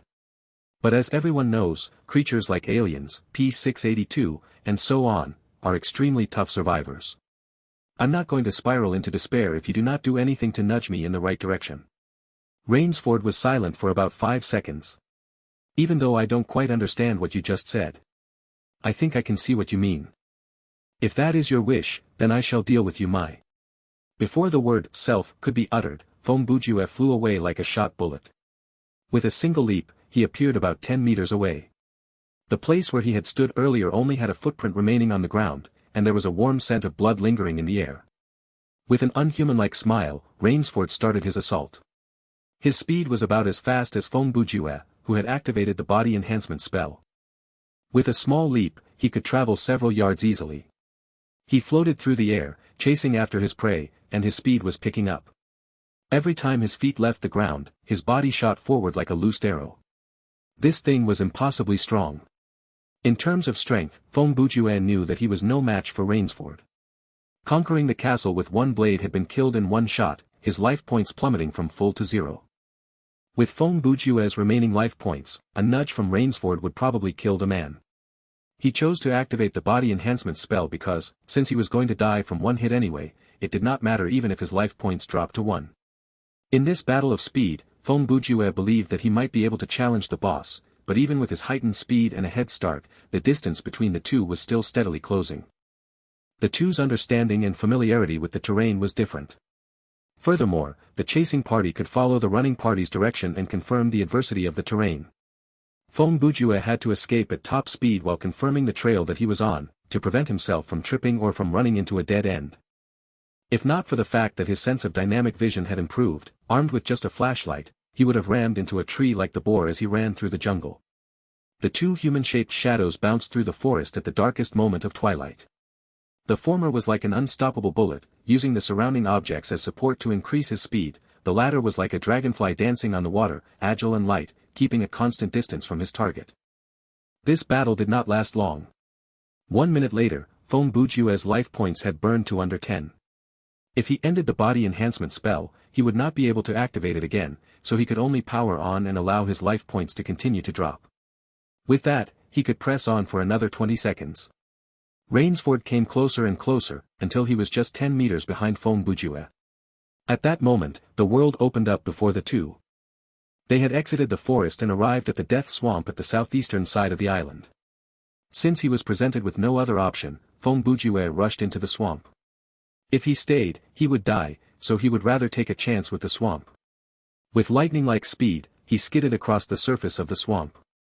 His body was light enough that he was able to float through the surface. He ended up standing on top of a boulder that was about 10 meters away from the edge of the swamp. It was one of the few locations where one could stand inside the swamp. When he stood firm, Fong Bujue's life points reached the bottom, with one remaining. If a bee came to sting him then, he would die. Rainsford, though, stopped at the edge of the swamp and did not give chase. "You are as resilient as you said you are," Rainsford commented. "I still refuse to believe that a person can be so lucky." "Pfft. Lucky?" Fong Bujue mocked harshly. "This has nothing to do with luck. I am simply that powerful. What you just saw was the legendary skill, the Jesus Walk." The boss had no comment regarding the man's mocking words and irrationality. Instead, he pulled out a pistol silently from his waist. F***CK. When Fong Bujue saw that, with a whoosh, he disappeared. In reality though, he merely moved to the other side of the boulder that he had been hiding behind all that time. He dangled the flashlight from his lips, curled his body into a ball as small as he could, and hugged the boulder. Due to the distance, his body was hidden perfectly in Rainsford's blind spot. Even though the sun had not come up, Rainsford's power of sight was much stronger than a normal individual's. With the glow of the flashlight coming from behind the boulder, he could clearly discern Fong Bujue's hiding spot, but unfortunately, he did not possess any bullets that could phase through boulders. Fong Bujue used both hands to wind himself as tight as he could around the boulder, only his butt was slightly touching the surface of the swamp. He did not make enough contact with the swamp to be sucked into it. Before his stamina points were exhausted, he could maintain this posture for a very long time. "I should have brought the rifle with me." Rainsford smiled as he put the pistol away. "Even though I'm a good shooter, a pistol is indeed not suitable to fire at a target who's too far away, especially on a dark night like this. Admit it, you're too frightened by my skill that your hands holding the gun are shaking, right?" Fong Bujue screamed into the night. For the sake of provoking the boss, he decided to abandon the flashlight in his jaw. Once the device dropped from his lips, it hit the soft ground and sank into the swamp. "Ha ha. You really think you'll be safe by hiding there?" Rainsford chuckled fiendishly. "You really think I won't dare come close to you? Stop wasting time." Fong Bujue replied in an increasingly haughty tone. "I am a very busy person, so I can't free up my time to go and punch you, so I need you to run into my fists instead." He used 2 seconds to release one arm from the boulder and raised his middle finger at the boss before swiftly returning to hug the boulder again. Such a crude little bee starred. The boss was finally angered to the point of cursing. Rainsford then moved away from the edge of the swamp. He took several steps back, drawing up enough distance for a running start. Rainsford did not know how to perform the Jesus Walk, but with his physical prowess, with enough preparation, he could leap toward the boulder that Fong Bujue was hugging. Fong Bujue's flashlight had completely sunk into the swamp, and Rainsford did not carry with him any lighting device. The environment was dark, and the moon had disappeared from the sky. The sun had not risen to take its place, and a dark purplish color covered the sky. Even in the death swamp, which was relatively open, with Fong Bujue's eyesight, he could see barely 5 meters around him. The surrounding was also incredibly quiet, so quiet that one could hear the bubbles bursting through the surface of the swamp. Fong Bujue trained his focus, paying full attention to the movement from Rainsford's side. Soon, he heard footsteps. They came fast, much faster than when the man was pursuing him. Other than that, the footfalls were powerful, and there was only a short distance between each step, indicating that the running was for the sake of increasing speed. The runner was gathering power and aiming for a burst release. Finally, with a loud tut, a foot landed heavily on the muddy ground. Rainsford leaped through the air in a beautiful arc, bouncing up from his kick to the ground. When Fong Bujue heard the bounce, he climbed up the boulder and pulled out his pistol without hesitation. He shot twice randomly into the air. He was not hoping for the shots to connect, he was merely using the gunfire as a sort of brief lighting to see where his target was. The 2 shots understandably missed, and they were so far from the intended target that it was laughable. To make matters worse, 1 second later, Rainsford already landed on the same boulder as Fong Bujue, standing just 2 meters away. Fong Bujue did not have time to hesitate, he fired off another shot and finally hit Rainsford. With the degree of visibility he had, aiming for a headshot was too much of a risk, and he should be thankful that the shot that he fired even connected. For a normal person, even if they were wearing an anti-bullet vest, being shot at such a close distance would topple them backward, causing some breathing difficulty or shock, but Rainsford did not even stagger a step back. All he did was grit his teeth like he had suffered a punch to his body. Ha ha ha. Rainsford laughed proudly, he knew that this was over. This time, the boss did not plan to use his gun but instead was going to use his 2 bare hands to tear this uncouth start apart. He. Fong Bujue followed the laughter with a more cunning one. He used the active skill below the belt shin kick, which had 2 uses left, on Rainsford. This was a skill that ignored mastery level, it could topple any humanoid monster that theoretically could be toppled. Fong Bujue could not have asked for a more perfect occasion to use this skill. Rainsford leaned precariously backward. His hands gripped the air hastily for support, and his expression was one of panic. Actually, for a boss at his level, he could have easily reacted before his body landed on the ground. He could have turned his body around or changed the direction of his fall. In fact, he could have leaped in midair and landed on the ground. But with Fong Bujue's skill, no matter how powerful the boss was, they had to be tripped. Only by having the target land on the ground, would the skill be counted as completed by the system. Therefore, Rainsford careened off the boulder and fell into the swamp. Without wasting time to gloat, after using the skill, Fong Bujue slithered to the other end of the boulder and got back into position, hugging the boulder. He removed himself from Rainsford, refusing to appear in his line of sight. Since the battle had reached this stage, Fong Bujue would not allow himself to make any mistakes. What if Rainsford fired off all his shots before he died or grabbed a ball of mud and hit him, causing his 1 life points to drop to 0? Then all of his effort thus far would have been wasted. Whether it was necessary or not, being cautious was never wrong. Therefore, Fong Bujue maintained this posture and silently listened to the curses and fervent struggling that came from Rainsford's side. About 3 minutes later, the voices finally stopped. Even the second before the mud covered Rainsford's lips, he was still cursing Fong Bujue. It was not until the swamp water filled up his lungs and cut off his breathing that the man stopped. Current quest completed. All main quests completed. You have completed the scenario. Auto-teleportation in 180 seconds. Based on the progress of this new scenario, killing Rainsford would not lead to Ivan's rampage.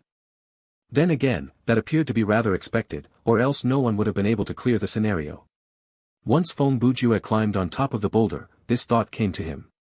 Perhaps after reading General Zarov's dying message, the other means of clearing this scenario was to sneak into the castle, and while evading Ivan's detection, find the location to the underground harbor and depart on one of the boats. However, that was probably only doable when there were multiple remaining players. To put it simply, one had to put themselves up as bait to lure Rainsford away from the castle while the others made use of the opportunity to sneak into it. Soon, Fong Bujue teleported. There was no reason for him to stay.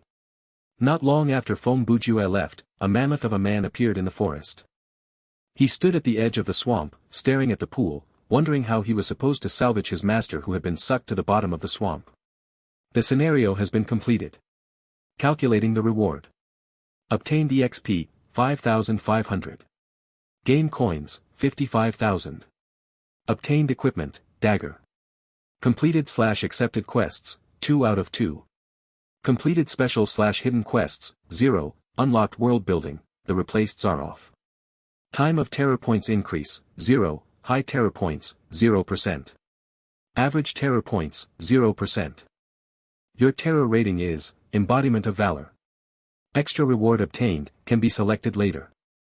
Obtained skill points, 420. Additional reward from skill points gained, EXP, 4,200, game coins, 42,000. Scenario cleared reward, 80% of EXP gained, 4,400. Calculation complete. Please continue. After that, 2 system announcements followed. Your title has been updated to Plot Explorer. Your level has increased to 15. Maximum stamina points increased to 1,500/1,500. New game mode unlocked, observable via queuable options. The rewards this time were enormous, but Feng Bujue thought that he deserved. After all, he had defeated the impossibly strong Rainsford. Therefore, it was only fair that the rewards matched that impossible feat.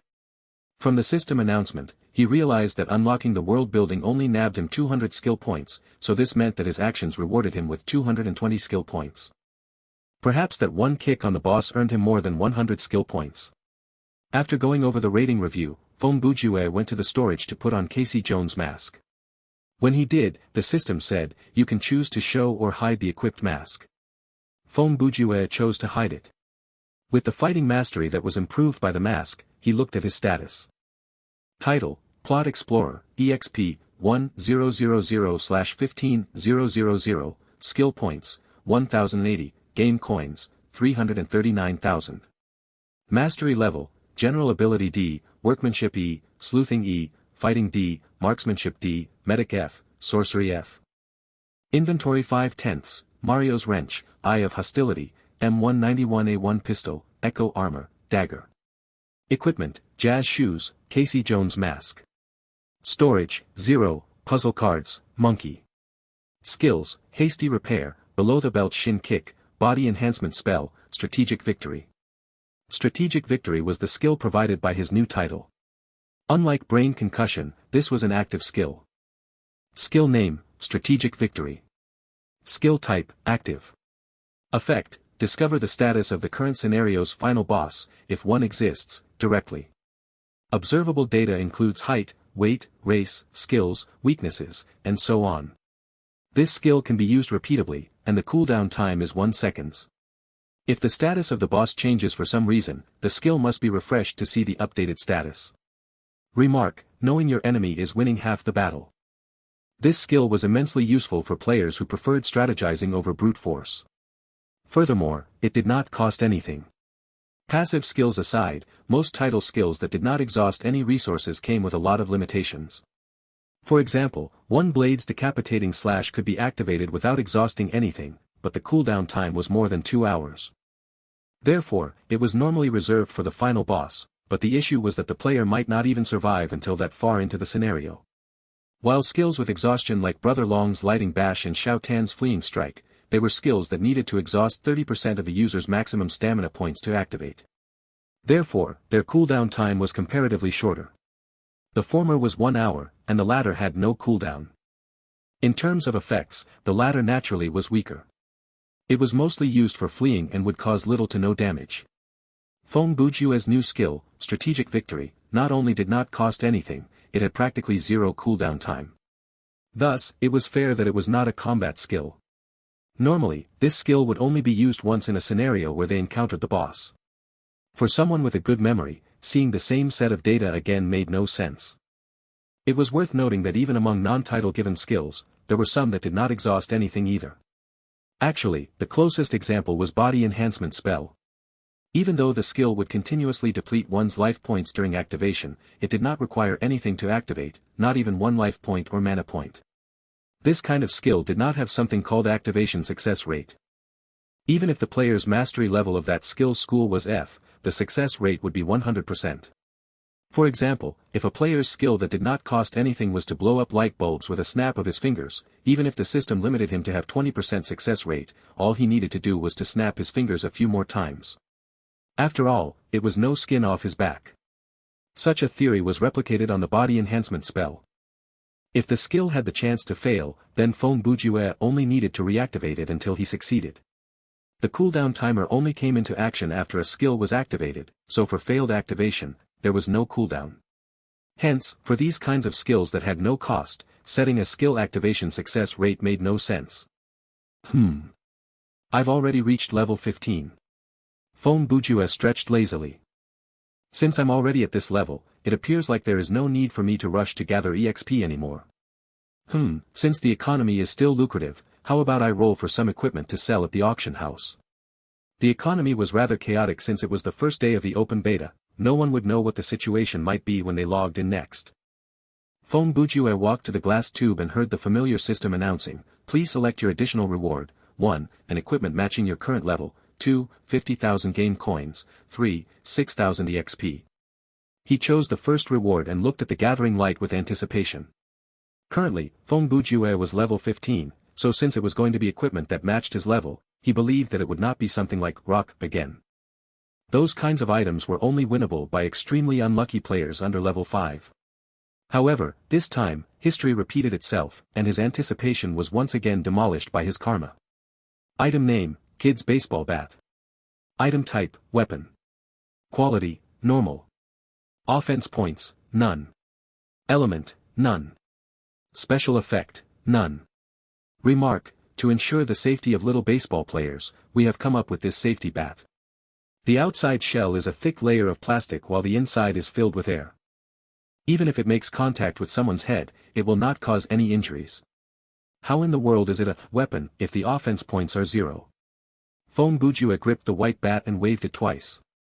A weapon for a level 15 player is something like this.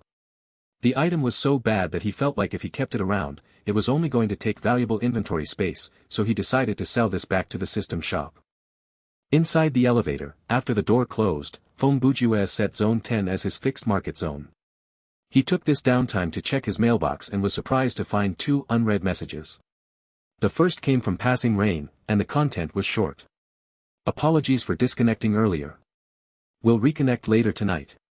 She had actually logged in after dinner because she was worried, but at the time, Feng Bujue had still been in-game, and it was then that she had left him this message. She's quite a serious person, Feng Bujue commented to himself. The second message came from the system. The title read, "Your auctioned item has been sold." The content was as such. Your auctioned item, Kenny's hoodie, was directly purchased by player Anonymous for 140,000 game coins.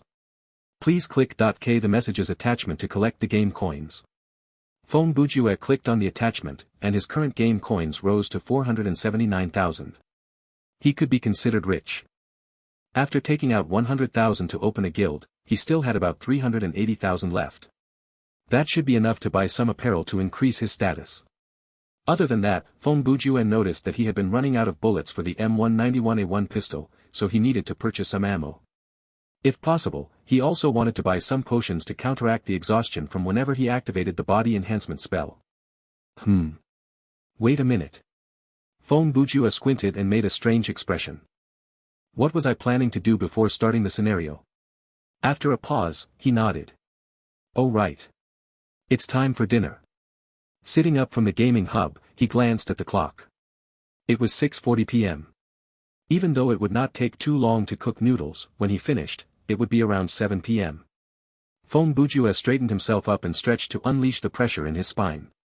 Sitting inside the gaming hub for too long was not good for his health. The posture was quite tiring. He glanced at the corner of his living room. Arthur's bowl of cat food was empty, and there was some black substance inside the litter box. Huh.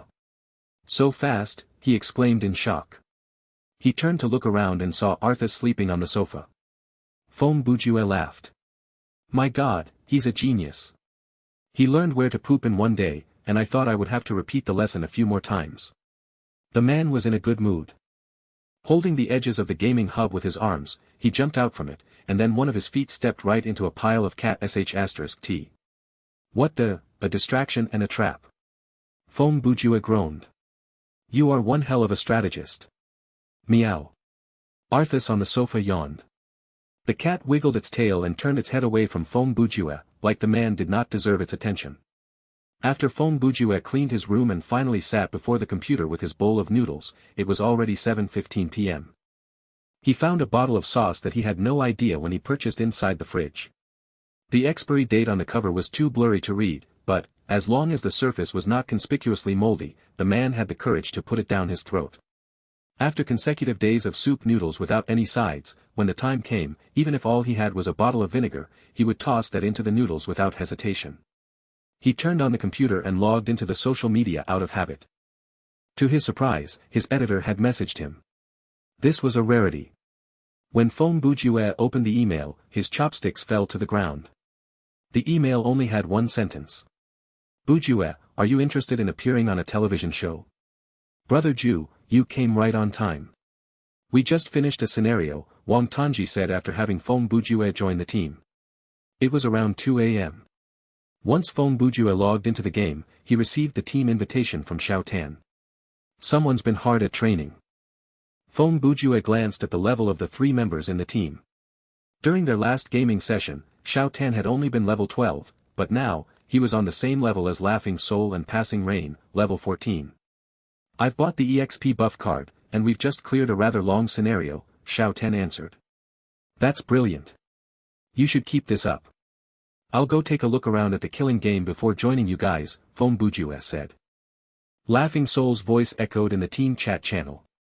Don't forget about the signatures. Oh, right. It makes more sense to establish the guild first. After all, we stand to benefit from the guild EXP buff, Feng Bujue said. How about this? I'll open a conference and invite all of you, and we can talk about this in person. After getting the confirmation from the rest, Feng Bujue started to operate the system. After he sent out the invite, he changed the menu and clicked open the link related to the guild. Following the instructions, he was soon told, before you carry on with this process, please ensure that you have at least 1 empty space in your inventory. Feng Bujue clicked confirm, and then another announcement came. Please enter the name of the guild you wish to build and collect the signature sheet. At this point, he paused, thinking to himself, I should ask their opinion about this. If I come up with a random name, Xiao Tan should be easy to persuade, but the girls might not be willing to give me their signatures. Feng Bujue stepped away from the screen and turned to click the button for the conference room. After the elevator doors opened, he stepped out and saw that the other 3 were already waiting. By then, Xiao Tan and Laughing Soul had both updated their apparel. Laughing Soul was wearing a black, assault costume. If she showed the black cotton face mask and helmet, she would probably look similar to a character from Counter-Strike. From afar, you would not be able to tell her gender. It seemed that she had already decided to focus on the mastery of marksmanship. Xiao Tan's apparel came from Assassin's Creed. He had selected a dark red jacket, with golden lapels and a hoodie, which could cover half of his face when worn. There were pockets around the upper body, waist, and legs that could be used to store small items like daggers, bullets, and medicine. He also wore a pair of fingerless gloves and a pair of deerskin boots. Just from appearance alone, he did look like a formidable assassin. They looked impressive, but what they were doing then was completely incongruent with their appearance. The strike team member, Laughing Soul, was licking on a soft-serve ice cream while the assassin, Xiao Tan, was chomping on a bag of chips. By the way, what's with the snacks? Feng Bujue asked. They can be bought at the system shop, Xiao Tan explained. Even though they are virtual, they mimic the sense of taste perfectly, and they can be used to stave off the feeling of hunger. He offered the open bag of chips toward Feng Bujue. Brother Ju, you want some? I know where you can buy them, I'm just wondering why you would buy them, Feng Bujue said. If you really want an answer, I guess it's because there's a 50% sale on chips to celebrate the first day of the open beta, Xiao Tan replied. Half your head. You're just wasting inventory space. Feng Bujue berated. Speaking of which, Laughing Soul added, you can purchase inventory space as well. It costs around 1 million game coins to increase 10 spaces to 15 spaces. That's around 100 RMB for 1 inventory space. Feng Bujue instantly made the conversion at the 1:2000 weekly rate in his mind. I still think we should be more cautious with how we spend our game coins. After all, there are quite a lot of things that we need to purchase. Feng Bujue did not have any disposable income to top up his game coins, and the man hoped to earn some cash from playing the game. Therefore, there was no reason to continue this conversation. When he turned around, he saw Passing Rain leaning against the wall next to the door. Naturally, Passing Rain was not the type of person who would purchase snacks in-game. After their eyes met, it was the girl who started the conversation first. I'm sorry about what happened this afternoon. Oh. It's fine, Feng Bujue replied. You already explained the situation in the mail this afternoon, right? Oh. Passing Rain said with some interest. So, you're this type of person. What are you talking about? Feng Bujue sensed that there was another layer to her words that he did not grasp. Laughing Soul, who sat at the table, laughed. Sis probably has categorized you as the type of boyfriend who can be broken up with via a message. Don't listen to her, Passing Rain said. I merely thought you're someone who is good-natured and permissive. Hey, how come they sound the same? Feng Bujue grumbled. Xiao Tian clapped his hands together, and the chips in his mouth flew out from his lips as he guffawed. Ouch, first blood. You'll also see first blood when I poke you with a knife, Feng Bujue warned. Alrighty, boys, Laughing Soul interrupted, you'll have more chances in the future to kill one another. Let's get to business. Where's the signature sheet for the guild? I haven't acquired one, Feng Bujue replied. That's because I wish to know what you want to call the guild. Oh. You're quite democratic, Laughing Soul observed. But I sincerely haven't even considered this problem before. Let's discuss this now, Passing Rain said. You'll come up with the suggestions, and I'll veto those that sound horrible. Big Sister Rain, we haven't even started the discussion. How did you know there will be horrible sounding ones? Xiao Tian complained. Huh. In just a few hours, you're already calling her big sister. Feng Bujue turned to look at Passing Rain. Do you wish to call me that as well?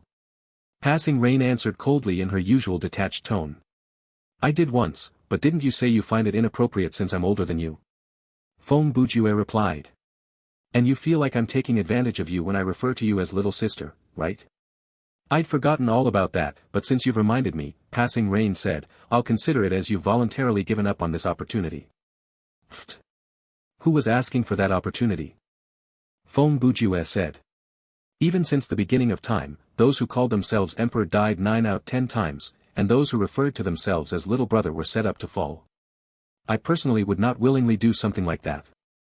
In any case, I think Passing Rain is quite okay for me to use. Sis is playing hard to get.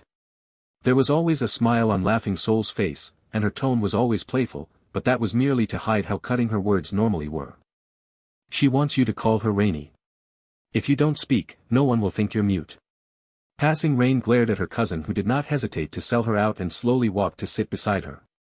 Laughing Soul stuck out her tongue and quickly changed the subject. I suggest that the guild is called Soul Rain Tan Feng. When she started the sentence, she had no idea what she was going to end it with, but the girl was good at thinking on her feet. How come your names are in front of ours? Xiao Tian complained. You have a problem with that? We might have other players join us in the future, right? For example, Brother Long, so using this as the guild name is quite questionable. Since Xiao Tian did not dare say that he really had a problem, he used a more roundabout way to voice his concern. Feng Bujue crossed his hands before his chest and, after a while, said, My suggestion is Abnormal Human Research Center. Denied, Passing Rain announced calmly 0.1 seconds after Feng Bujue gave his suggestion. Why? Feng Bujue asked shamelessly. It makes my ears bleed. It was not Passing Rain who answered but both Laughing Soul and Xiao Tian in unison. Then, you come up with something better. Feng Bujue was not going to find trouble with the girls, so he leveled his threatening gaze at Wang Tongji. If your suggestion is not better, I'll cut you up to feed the pigs. What's with the sudden threat? What kind of character are you playing now? Xiao Tian yelped. At least give me some time to think. This is nothing too serious. We don't need to hurry.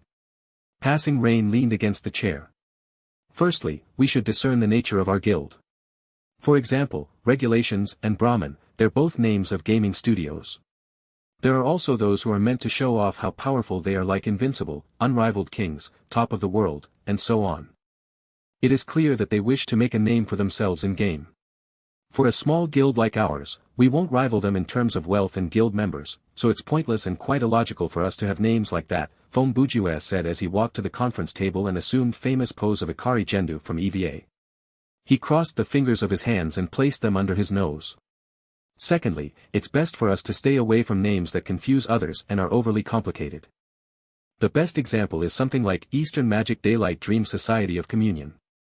Using names like that will only attract players whose actual age is close to Xiao Tian's psychological age.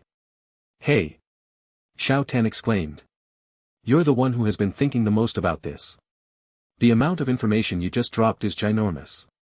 Finally, names that contain foreign languages and esoteric words are easily mistaken and might be blocked by the system, so there's no need for us to consider them, Feng Bujue said. Those are all the conditions that we should consider. Let's start this brainstorm session. Whoever fails will cause Xiao Tian to be cut into pieces and fed to the pigs. Hey, what am I the only one getting punished? Xiao Tian grabbed his chips and threw them at Feng Bujue. Even if my suggestion is not good, that's no reason to turn me into pig feed. This setting is not even something that's available in the game. Coming up with a guild name was something troublesome. Other than the few points that Feng Bujue had mentioned, one had to consider many other problems. Everyone had different interests, and it was hard to satisfy everyone with a single name, but at the very least, no member should have deep resentment against it. Other than that, using too uncouth or too esoteric a name was impossible. After all, the guild name would be displayed on their apparel. If they really used Abnormal Human Research Center, Feng Bujue had thought that it was nothing serious and, in fact, suited the man quite well. Would the girls have to carry a name like that on their apparel? Other players might get the wrong impression of them. After some more discussion, it was Feng Bujue who came up with a name that was acceptable for everyone, Underworld Frontline. It had to be said that it was not because he was an inspired author that he came up with such an interesting. If anything, the inspiration behind their new guild's name came from a certain crazed GM who called himself the Devil. When Feng Bujue was coming up with the name, his interaction with Woody that morning flashed across his mind, and such a name popped up alongside it. Everyone was surprisingly okay with it. Perhaps their patience was worn thin after the discussion went on for a bit too long, perhaps everyone's attention had started to go elsewhere, and they just wished for this to be over with. In any case, with no objection from the founding members, the name Underworld Frontline was thus accepted. Feng Bujue returned to his login lobby to submit this name, and when he saw the system say, "This guild name can be used," he sighed in relief.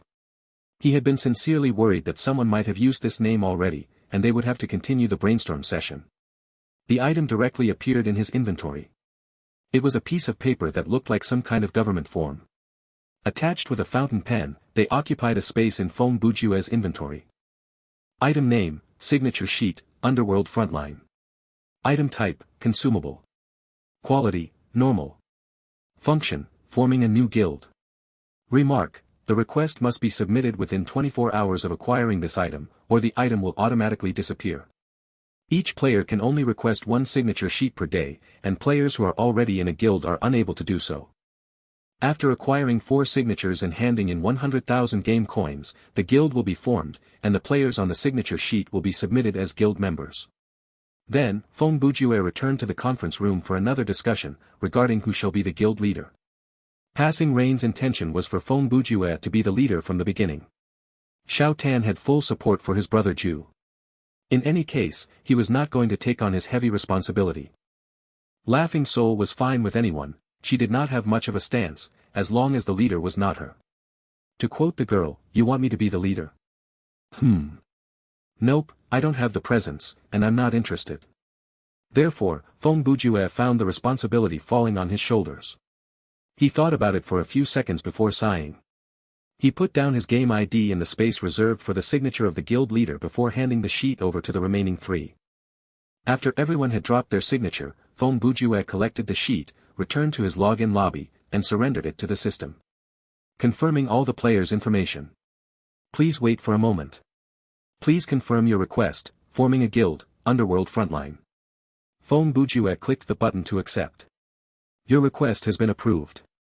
Please confirm again to officially construct this guild, and 100,000 game coins will be deducted from your wallet. Please ensure that you have enough game coins on you before continuing with this process. Game coins stored in the mailbox and store will not count for this operation. After clicking accept again, the signature sheet in Feng Bujue's grasp swiftly disappeared in a pool of white light. The next second, he was assaulted by a series of system announcements. They came with both written and audio files, a sign that they were more important than normal announcements. Guild Underworld Frontline successfully constructed. You have joined the Guild Underworld Frontline. You have been assigned the role of Guild Leader for the Guild Underworld Frontline. You can click on the attached link to view the detailed jurisdiction of a Guild Leader. Guild Shared Storage opened. Guild Buff will be activated after 24 hours. 2 buffs will be awarded depending on your guild's current standing on the guild-related ranking. Guild Member EXP buff activated. Would you like to go right into the designing of Guild Badge? If not, the system will temporarily use the default badge for your guild. When the last sentence showed up, the screen before Feng Bujue's eyes showed the design of the default guild badge. It was a simplistic design with a dark gray shield and Underworld Frontline, written in white placed on top of the shield. Feng Bujue did not introduce any changes to it because he remembered from reading the game manual that the first changes would be free, but after that, one would have to pay. The actual payment was dependent on the number of guild members. The bigger the guild, the more expensive it would be to change the design of the guild badge. At the same time, Feng Bujue glanced at the social tab on his menu. Other than friends, players that he with recently played, and blacklist, there was a new category, guild. When he prepared to return to the conference room, Feng Bujue noticed that there was a new button added to the elevator panel, shared storage. By default, only the leader could deposit and withdraw game coins and items from the storage while other members could only deposit game coins and items. Of course, for now, it should be empty. Feng Bujue returned to the conference room and said, "This is more troublesome than I thought. Even just forming a guild comes with so much problems. One can imagine how tedious it'll be to run one." He was a responsible person. As long as he was given a responsibility, no matter how small it might be, he would hope to complete the task to its perfection. Either he did not care about it or he was going to do his best. Carrying on without guilt was not enough, it was an issue of attitude. Those with the capability must not only work as they deemed fit but also so that those within their jurisdiction had no complaints. Actually, under normal circumstances, Feng Bujue would have chosen to shirk the responsibility from the very beginning, so he had hoped that the role of guild leader could be given to someone else. However, that was incidentally not the case. Therefore, with his personality, what happened next could indeed be summed up as troublesome. When the three in the conference room heard the announcement, the badge soon appeared on their apparel. On Xiao Tan and Laughing Soul's outfit, the badge appeared on the sleeve of their left arm, and since Passing Rain's outfit was sleeveless, the badge showed up under her left shoulder, on the left of her chest. "Brother Ju, did you design this badge?" Xiao Tan asked. "It is the system's default design," Feng Bujue replied. "I've looked through the selection. There are many designs to choose from, and you can even draw your own, but since we've started this process democratically, I thought we'd see it through. If I randomly chose a design that isn't acceptable for everyone, you'd have me fork out more money to go and change it. We should use a black mountain goat's head as the outline, with 2 red dots as the eyes. The emblem should be in the shape of a gray flame. The font shall be black with red lining." To everyone's surprise, Passing Rain came up with a detailed design concept instantly. The flame and symbol of the underworld. It matches our guild name quite well. How come you came up the idea so soon, and such a good one?"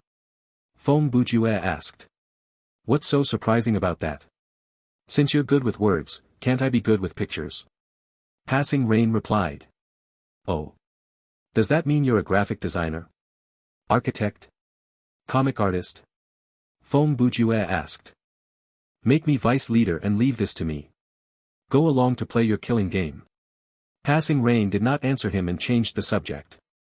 After Feng Bujue returned to his login lobby, he left the team so that his presence would not influence Xiao Tan and the rest when they queued up for their games. He had already assigned Passing Rain the role of the vice guild leader, thus handing her the responsibility of designing the guild badge. Even though she had disconnected on him once, with her personality, she had shown herself to be someone trustworthy. She would not disappoint with the stuff that she volunteered for. Feng Bujue did not queue for a scenario. After spending 100,000 game coins, he still had 379,000 left, and that was enough for him to dress himself. First, he went to the Market Zone 10 and sold the children's baseball bat to the system shop. It had to be said that the price was very fair. It sold for 1,000 game coins or 5 RMB. It matched this weapon that had a 0 offense point perfectly. Ammo, potions, and lighting devices were consumables that Feng Bujue needed to restock, however, he did not hurry to buy them. Instead, he went to check out the apparel on sale. Those were the expensive items that would improve his status, and they were something that he had to purchase eventually. Therefore, he decided to see what he could buy with 380,000 game coins. Feng Bujue did not really care that much about how he looked in-game, but that did not mean that he did not care at all. It was fine to wear the default outfit. After all, everyone had to wear it once, and it was free. But since he was going to spend money to buy new apparel, he was not going to buy a random outfit for the sake of improving his status. He did not think that he had the confidence to pull off some postmodern, mismatched outfit. With the amount of apparel on sale, if he looked through them one by one, he would be at the market until morning. Therefore, Feng Bujue came up with his own system. Initially, he had the brilliant idea of cosplaying as a comic book character, but he soon realized that such apparel was all incredibly expensive. For example, the set for Dr. Doom would cost 900,000 game coins. The set was split into 3 parts, the mask, the armor, and the cape. In other words, one could have 3 separate buffs to their status. However, this set could not be purchased separately, and the buyer had to pay 900,000 game coins to buy the whole thing. Feng Bujue did not seem to possess as many game coins as he thought. Compared to Xiao Tan and Laughing Soul, who could spend 1 million game coins or about 500 RMB to expand their inventory by 5 slots, Feng Bujue's 380,000 game coins were about 190 renminbi. The man's plan was to earn enough money to cover what he had spent on the gaming hub. That goal seemed to move further and further away. After all, the gaming hub was the standard, single-person gaming model NL 2055. It cost up to 5 digits, and 2 of these hubs would be enough to purchase a car minus the license. Actually, this set does not appear too comfortable. The cape is green, and the armor along with the cape will hinder one's mobility. Feng Bujue tried to convince himself. Then he searched for another character that he was more interested in, Deadpool.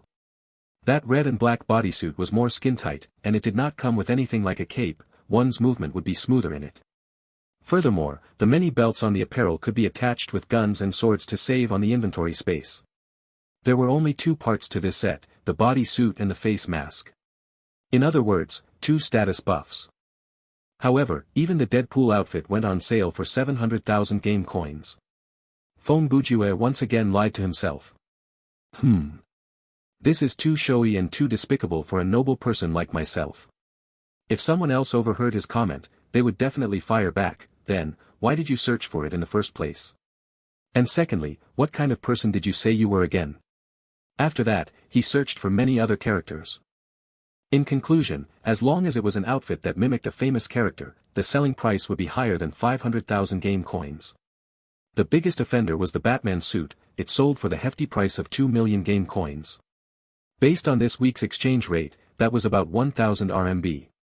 Of course, there were 5 different parts, the mask, upper body armor, lower body armor, belt and cape, to justify that price. In other words, it came with 5 additional buffs, and the apparel had enough space to store many items, thus saving inventory space. Note that the apparel slot could be separated into 5 empty slots, the head, feet, upper body, lower body, and accessory. No matter how many parts the fixed apparel set had, even if there was just 1 part, it would take up the entire 5 empty slots. Feng Bujue gave up after a while. The fashion game was not one that he could afford. He decided to buy some isolated parts to make up his apparel, the most common method being just purchasing the upper body plus lower body. If he had some excess game coins left after that, maybe he would get an accessory. Right then, Feng Bujue was struck with inspiration. He filtered his selection based on color and style and managed to find a setup that he was greatly satisfied with. He showed a pleased smile. If Batman was a career, then the threshold to start this career was more important than the immense natural talent, and that was a family fortune of over 7 billion USD. However, to be his nemesis, it would cost much less. For example, his mortal enemy's attitude toward money and life was filled with mockery and condescension. Feng Bujue first spent 120,000 game coins to buy the upper body. The apparel was a purplish suit jacket, the tail of the jacket reached down to his knees, and the inner shirt was a deep blue shirt with a dark green vest and tie. He then spent another 80,000 game coins to buy a pair of slacks whose color was slightly darker than the green of the top. Then he used 40,000 game coins to buy a pair of dark leather glove. Using just 240,000 game coins, Feng Bujue completed his Joker-esque look. Of course, he did not go so far as to dye his hair green, paint his face white, cut the corners of his lips to his ears, and apply lipstick. He was not that big a fan. After purchasing the apparel, then came the time to select the randomized buff. The 3 buffs offered by the upper body were, slight buff to recovery speed of stamina points, slight decrease to the exhaustion of stamina points when moving heavy objects, and slight buff to the recovery speed of life points. Theoretically speaking, the body enhancement spell would be useful at the later stages of the game, so the buff that might complement it would be preferable. The buffs provided by the lower body was less than satisfactory. They were, the recovery speed of stamina points improved greatly when you are standing on your hands, a slight buff to the height of your jump, and the large buff to the recovery speed of mana, but in return, the recovery speed of the life points will decrease the same amount. Of these 3, Feng Bujue first gave up the last option. The more he studied the first option, the more he felt like he was cheated. Even though it came with a great improvement, one's stamina points should be dropping when one was doing a handstand, right? After everything balanced out, would there even be an increase to his stamina points recovery speed? It felt like it was playing the player. Therefore, Feng Bujue chose the second option, the one that looked relatively normal. The gloves were considered an accessory, and the options that Feng Bujue was given were slight decrease to the exhaustion of stamina points when moving heavy objects, slightly decrease the effect of the bleeding status, and slight increase to the damage of punches. Of these three choices, the first was more neutral, the second defensive, and the third offensive. After a brief consideration, Feng Bujue chose the second option. He already had 3 weapons, the wrench, dagger, and pistol. Under most circumstances, he would be using those weapons instead of his bare hands, so the buff to the punches was not that valuable. Furthermore, Feng Bujue remembered how pitiable a state passing Rain had been in due to the bleeding status in the Yi Jia Elite Academy scenario. Currently, there was no one in the guild who had a focus in medic mastery, and he did not see himself carrying items like bandages, antidotes, and burn medicine in his inventory. He did not have the money, nor did he have the inventory space. Therefore, picking this buff was for emergencies.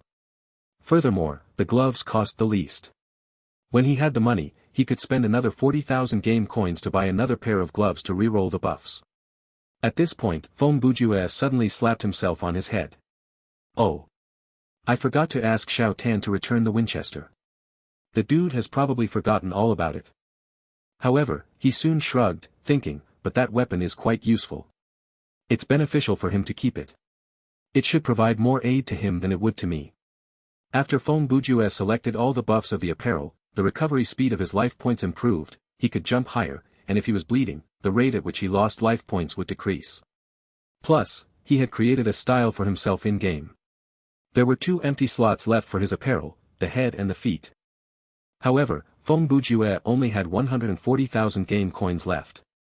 If he bought one, he would not be able to afford another. Furthermore, he needed some money to purchase the consumables, so he stopped looking through the apparel.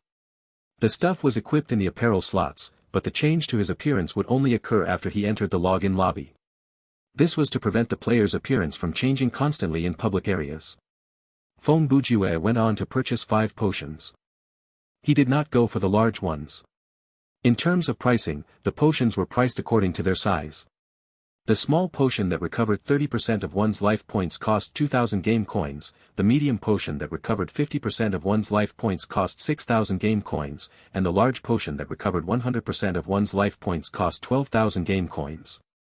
This pricing was due to the remark that potions in Thriller Paradise had. The biggest stack is 5, and continuous usage of said item will lower its efficiency.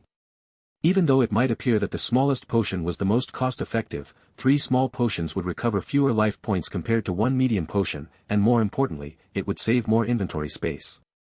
Therefore, the bigger potions were the most effective and most space-efficient, so they naturally cost the most. Finally, Feng Bujue bought a flashlight and ammo for his pistol. Each magazine had 7 bullets, and since there was one last bullet in his pistol, the 2 magazines took up 2 inventory spaces. Thankfully, he had already bought his apparel. Even though the coat jacket did not have a specific lined pocket like professional apparel for the storage of small blades and ammo, at least the jacket had several pockets on the outside and inside of the coat, where he could still store the ammo. After finishing his shopping, Feng Bujue left the market. When he returned to the login lobby and the elevator doors closed, the system said, "Your apparel has been activated." The game menu floated before Feng Bujue's eyes. One arrow was pointing at the apparel slots, and the system announcement continued. When you adjust the items in your apparel slots into a satisfactory state, you can choose the dress option in the login lobby, and the system will instantly update your character image. If you unequip or hide all the items in your apparel slots, your character will revert to the default apparel. Reminder: players are unable to change the items in the apparel slots when they are in-game. Such operations are available when the players are in public areas, but change will not occur to the character's appearance. Players are only able to select the dress option in the login lobby. After hearing the announcement, a floating window asking for his confirmation appeared. Please confirm if the apparel you have on is carrying other items. If such a situation occurs, after the dress function, the carried items will be moved to your inventory or storage. If there is not enough space, said items will be transmuted by the system and placed in your mail.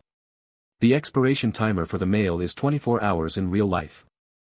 This reminder is quite useful, Feng Bujue commented, but since he was previously wearing the newbie apparel, the pockets were only deep enough to store sand.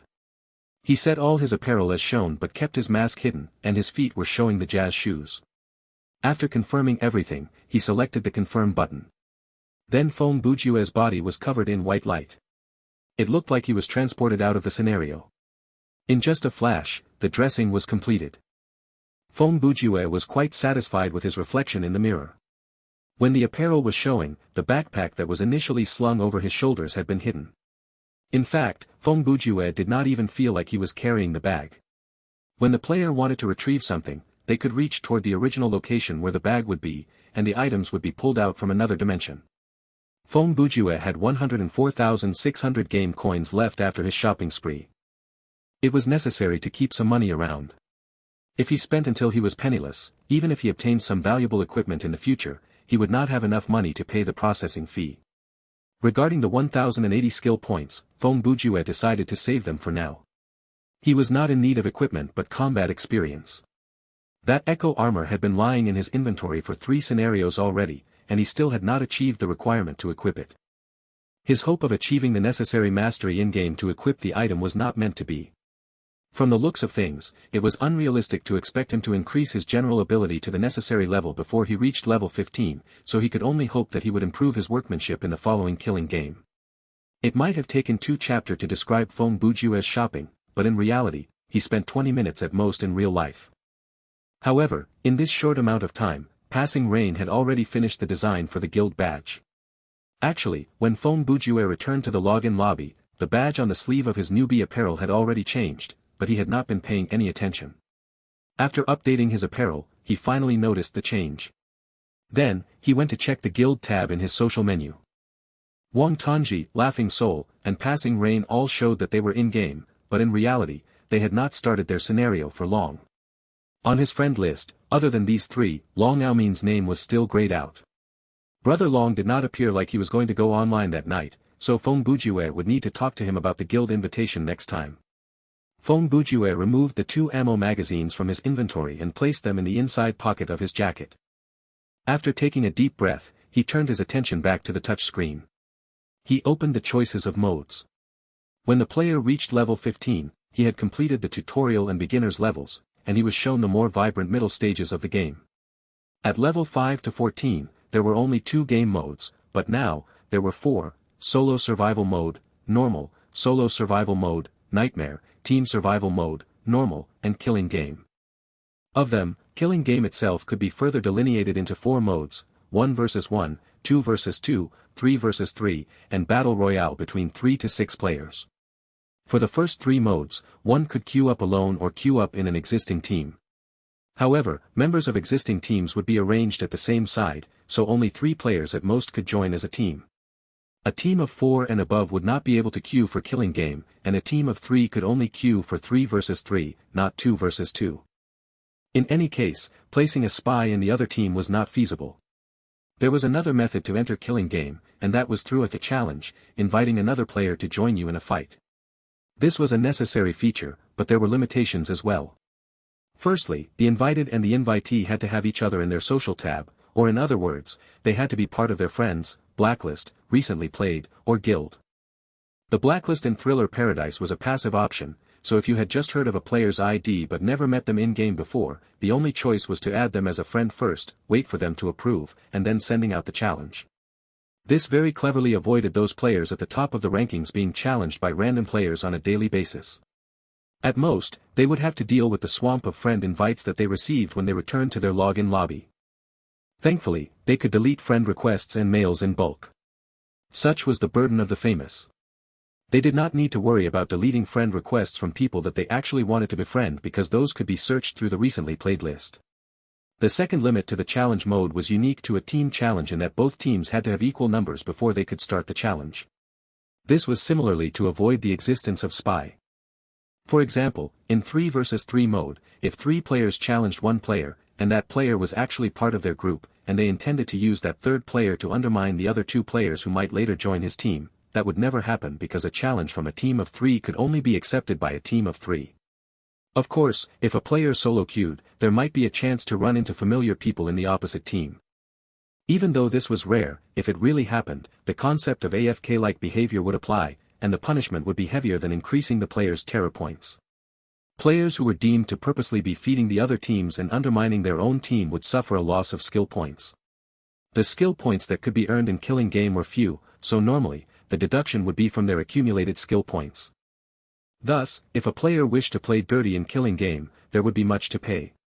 The loss of skill points was huge. After a player was detected doing this repeatedly, since they already had nothing else to lose, the system would mark them and ban their accounts. The last mode, Battle Royale mode, was easily understood. It could only be solo queued, and the last one standing would be the winner. During the closed beta, Phantom Dawn had encountered his seniors from Regulation in this mode and killed them off without any hesitation. This kind of thing would only happen during the closed beta because there was only a small pool of players who had reached that level. It was the only reason they had run into each other. That would never happen again in the open beta. Fong Bujue had been looking forward to the Killing Game since he reached level 15, but since this was his first entry, he did not plan to win. His main aim was to familiarize himself with the new mode. Therefore, he did not plan to join the team mode. He did not want to be a dead weight, and he was afraid of being killed before he understood the game mode. Therefore, after Fong Bujue clicked the Killing Game, he chose 1 versus 1 and entered the queue.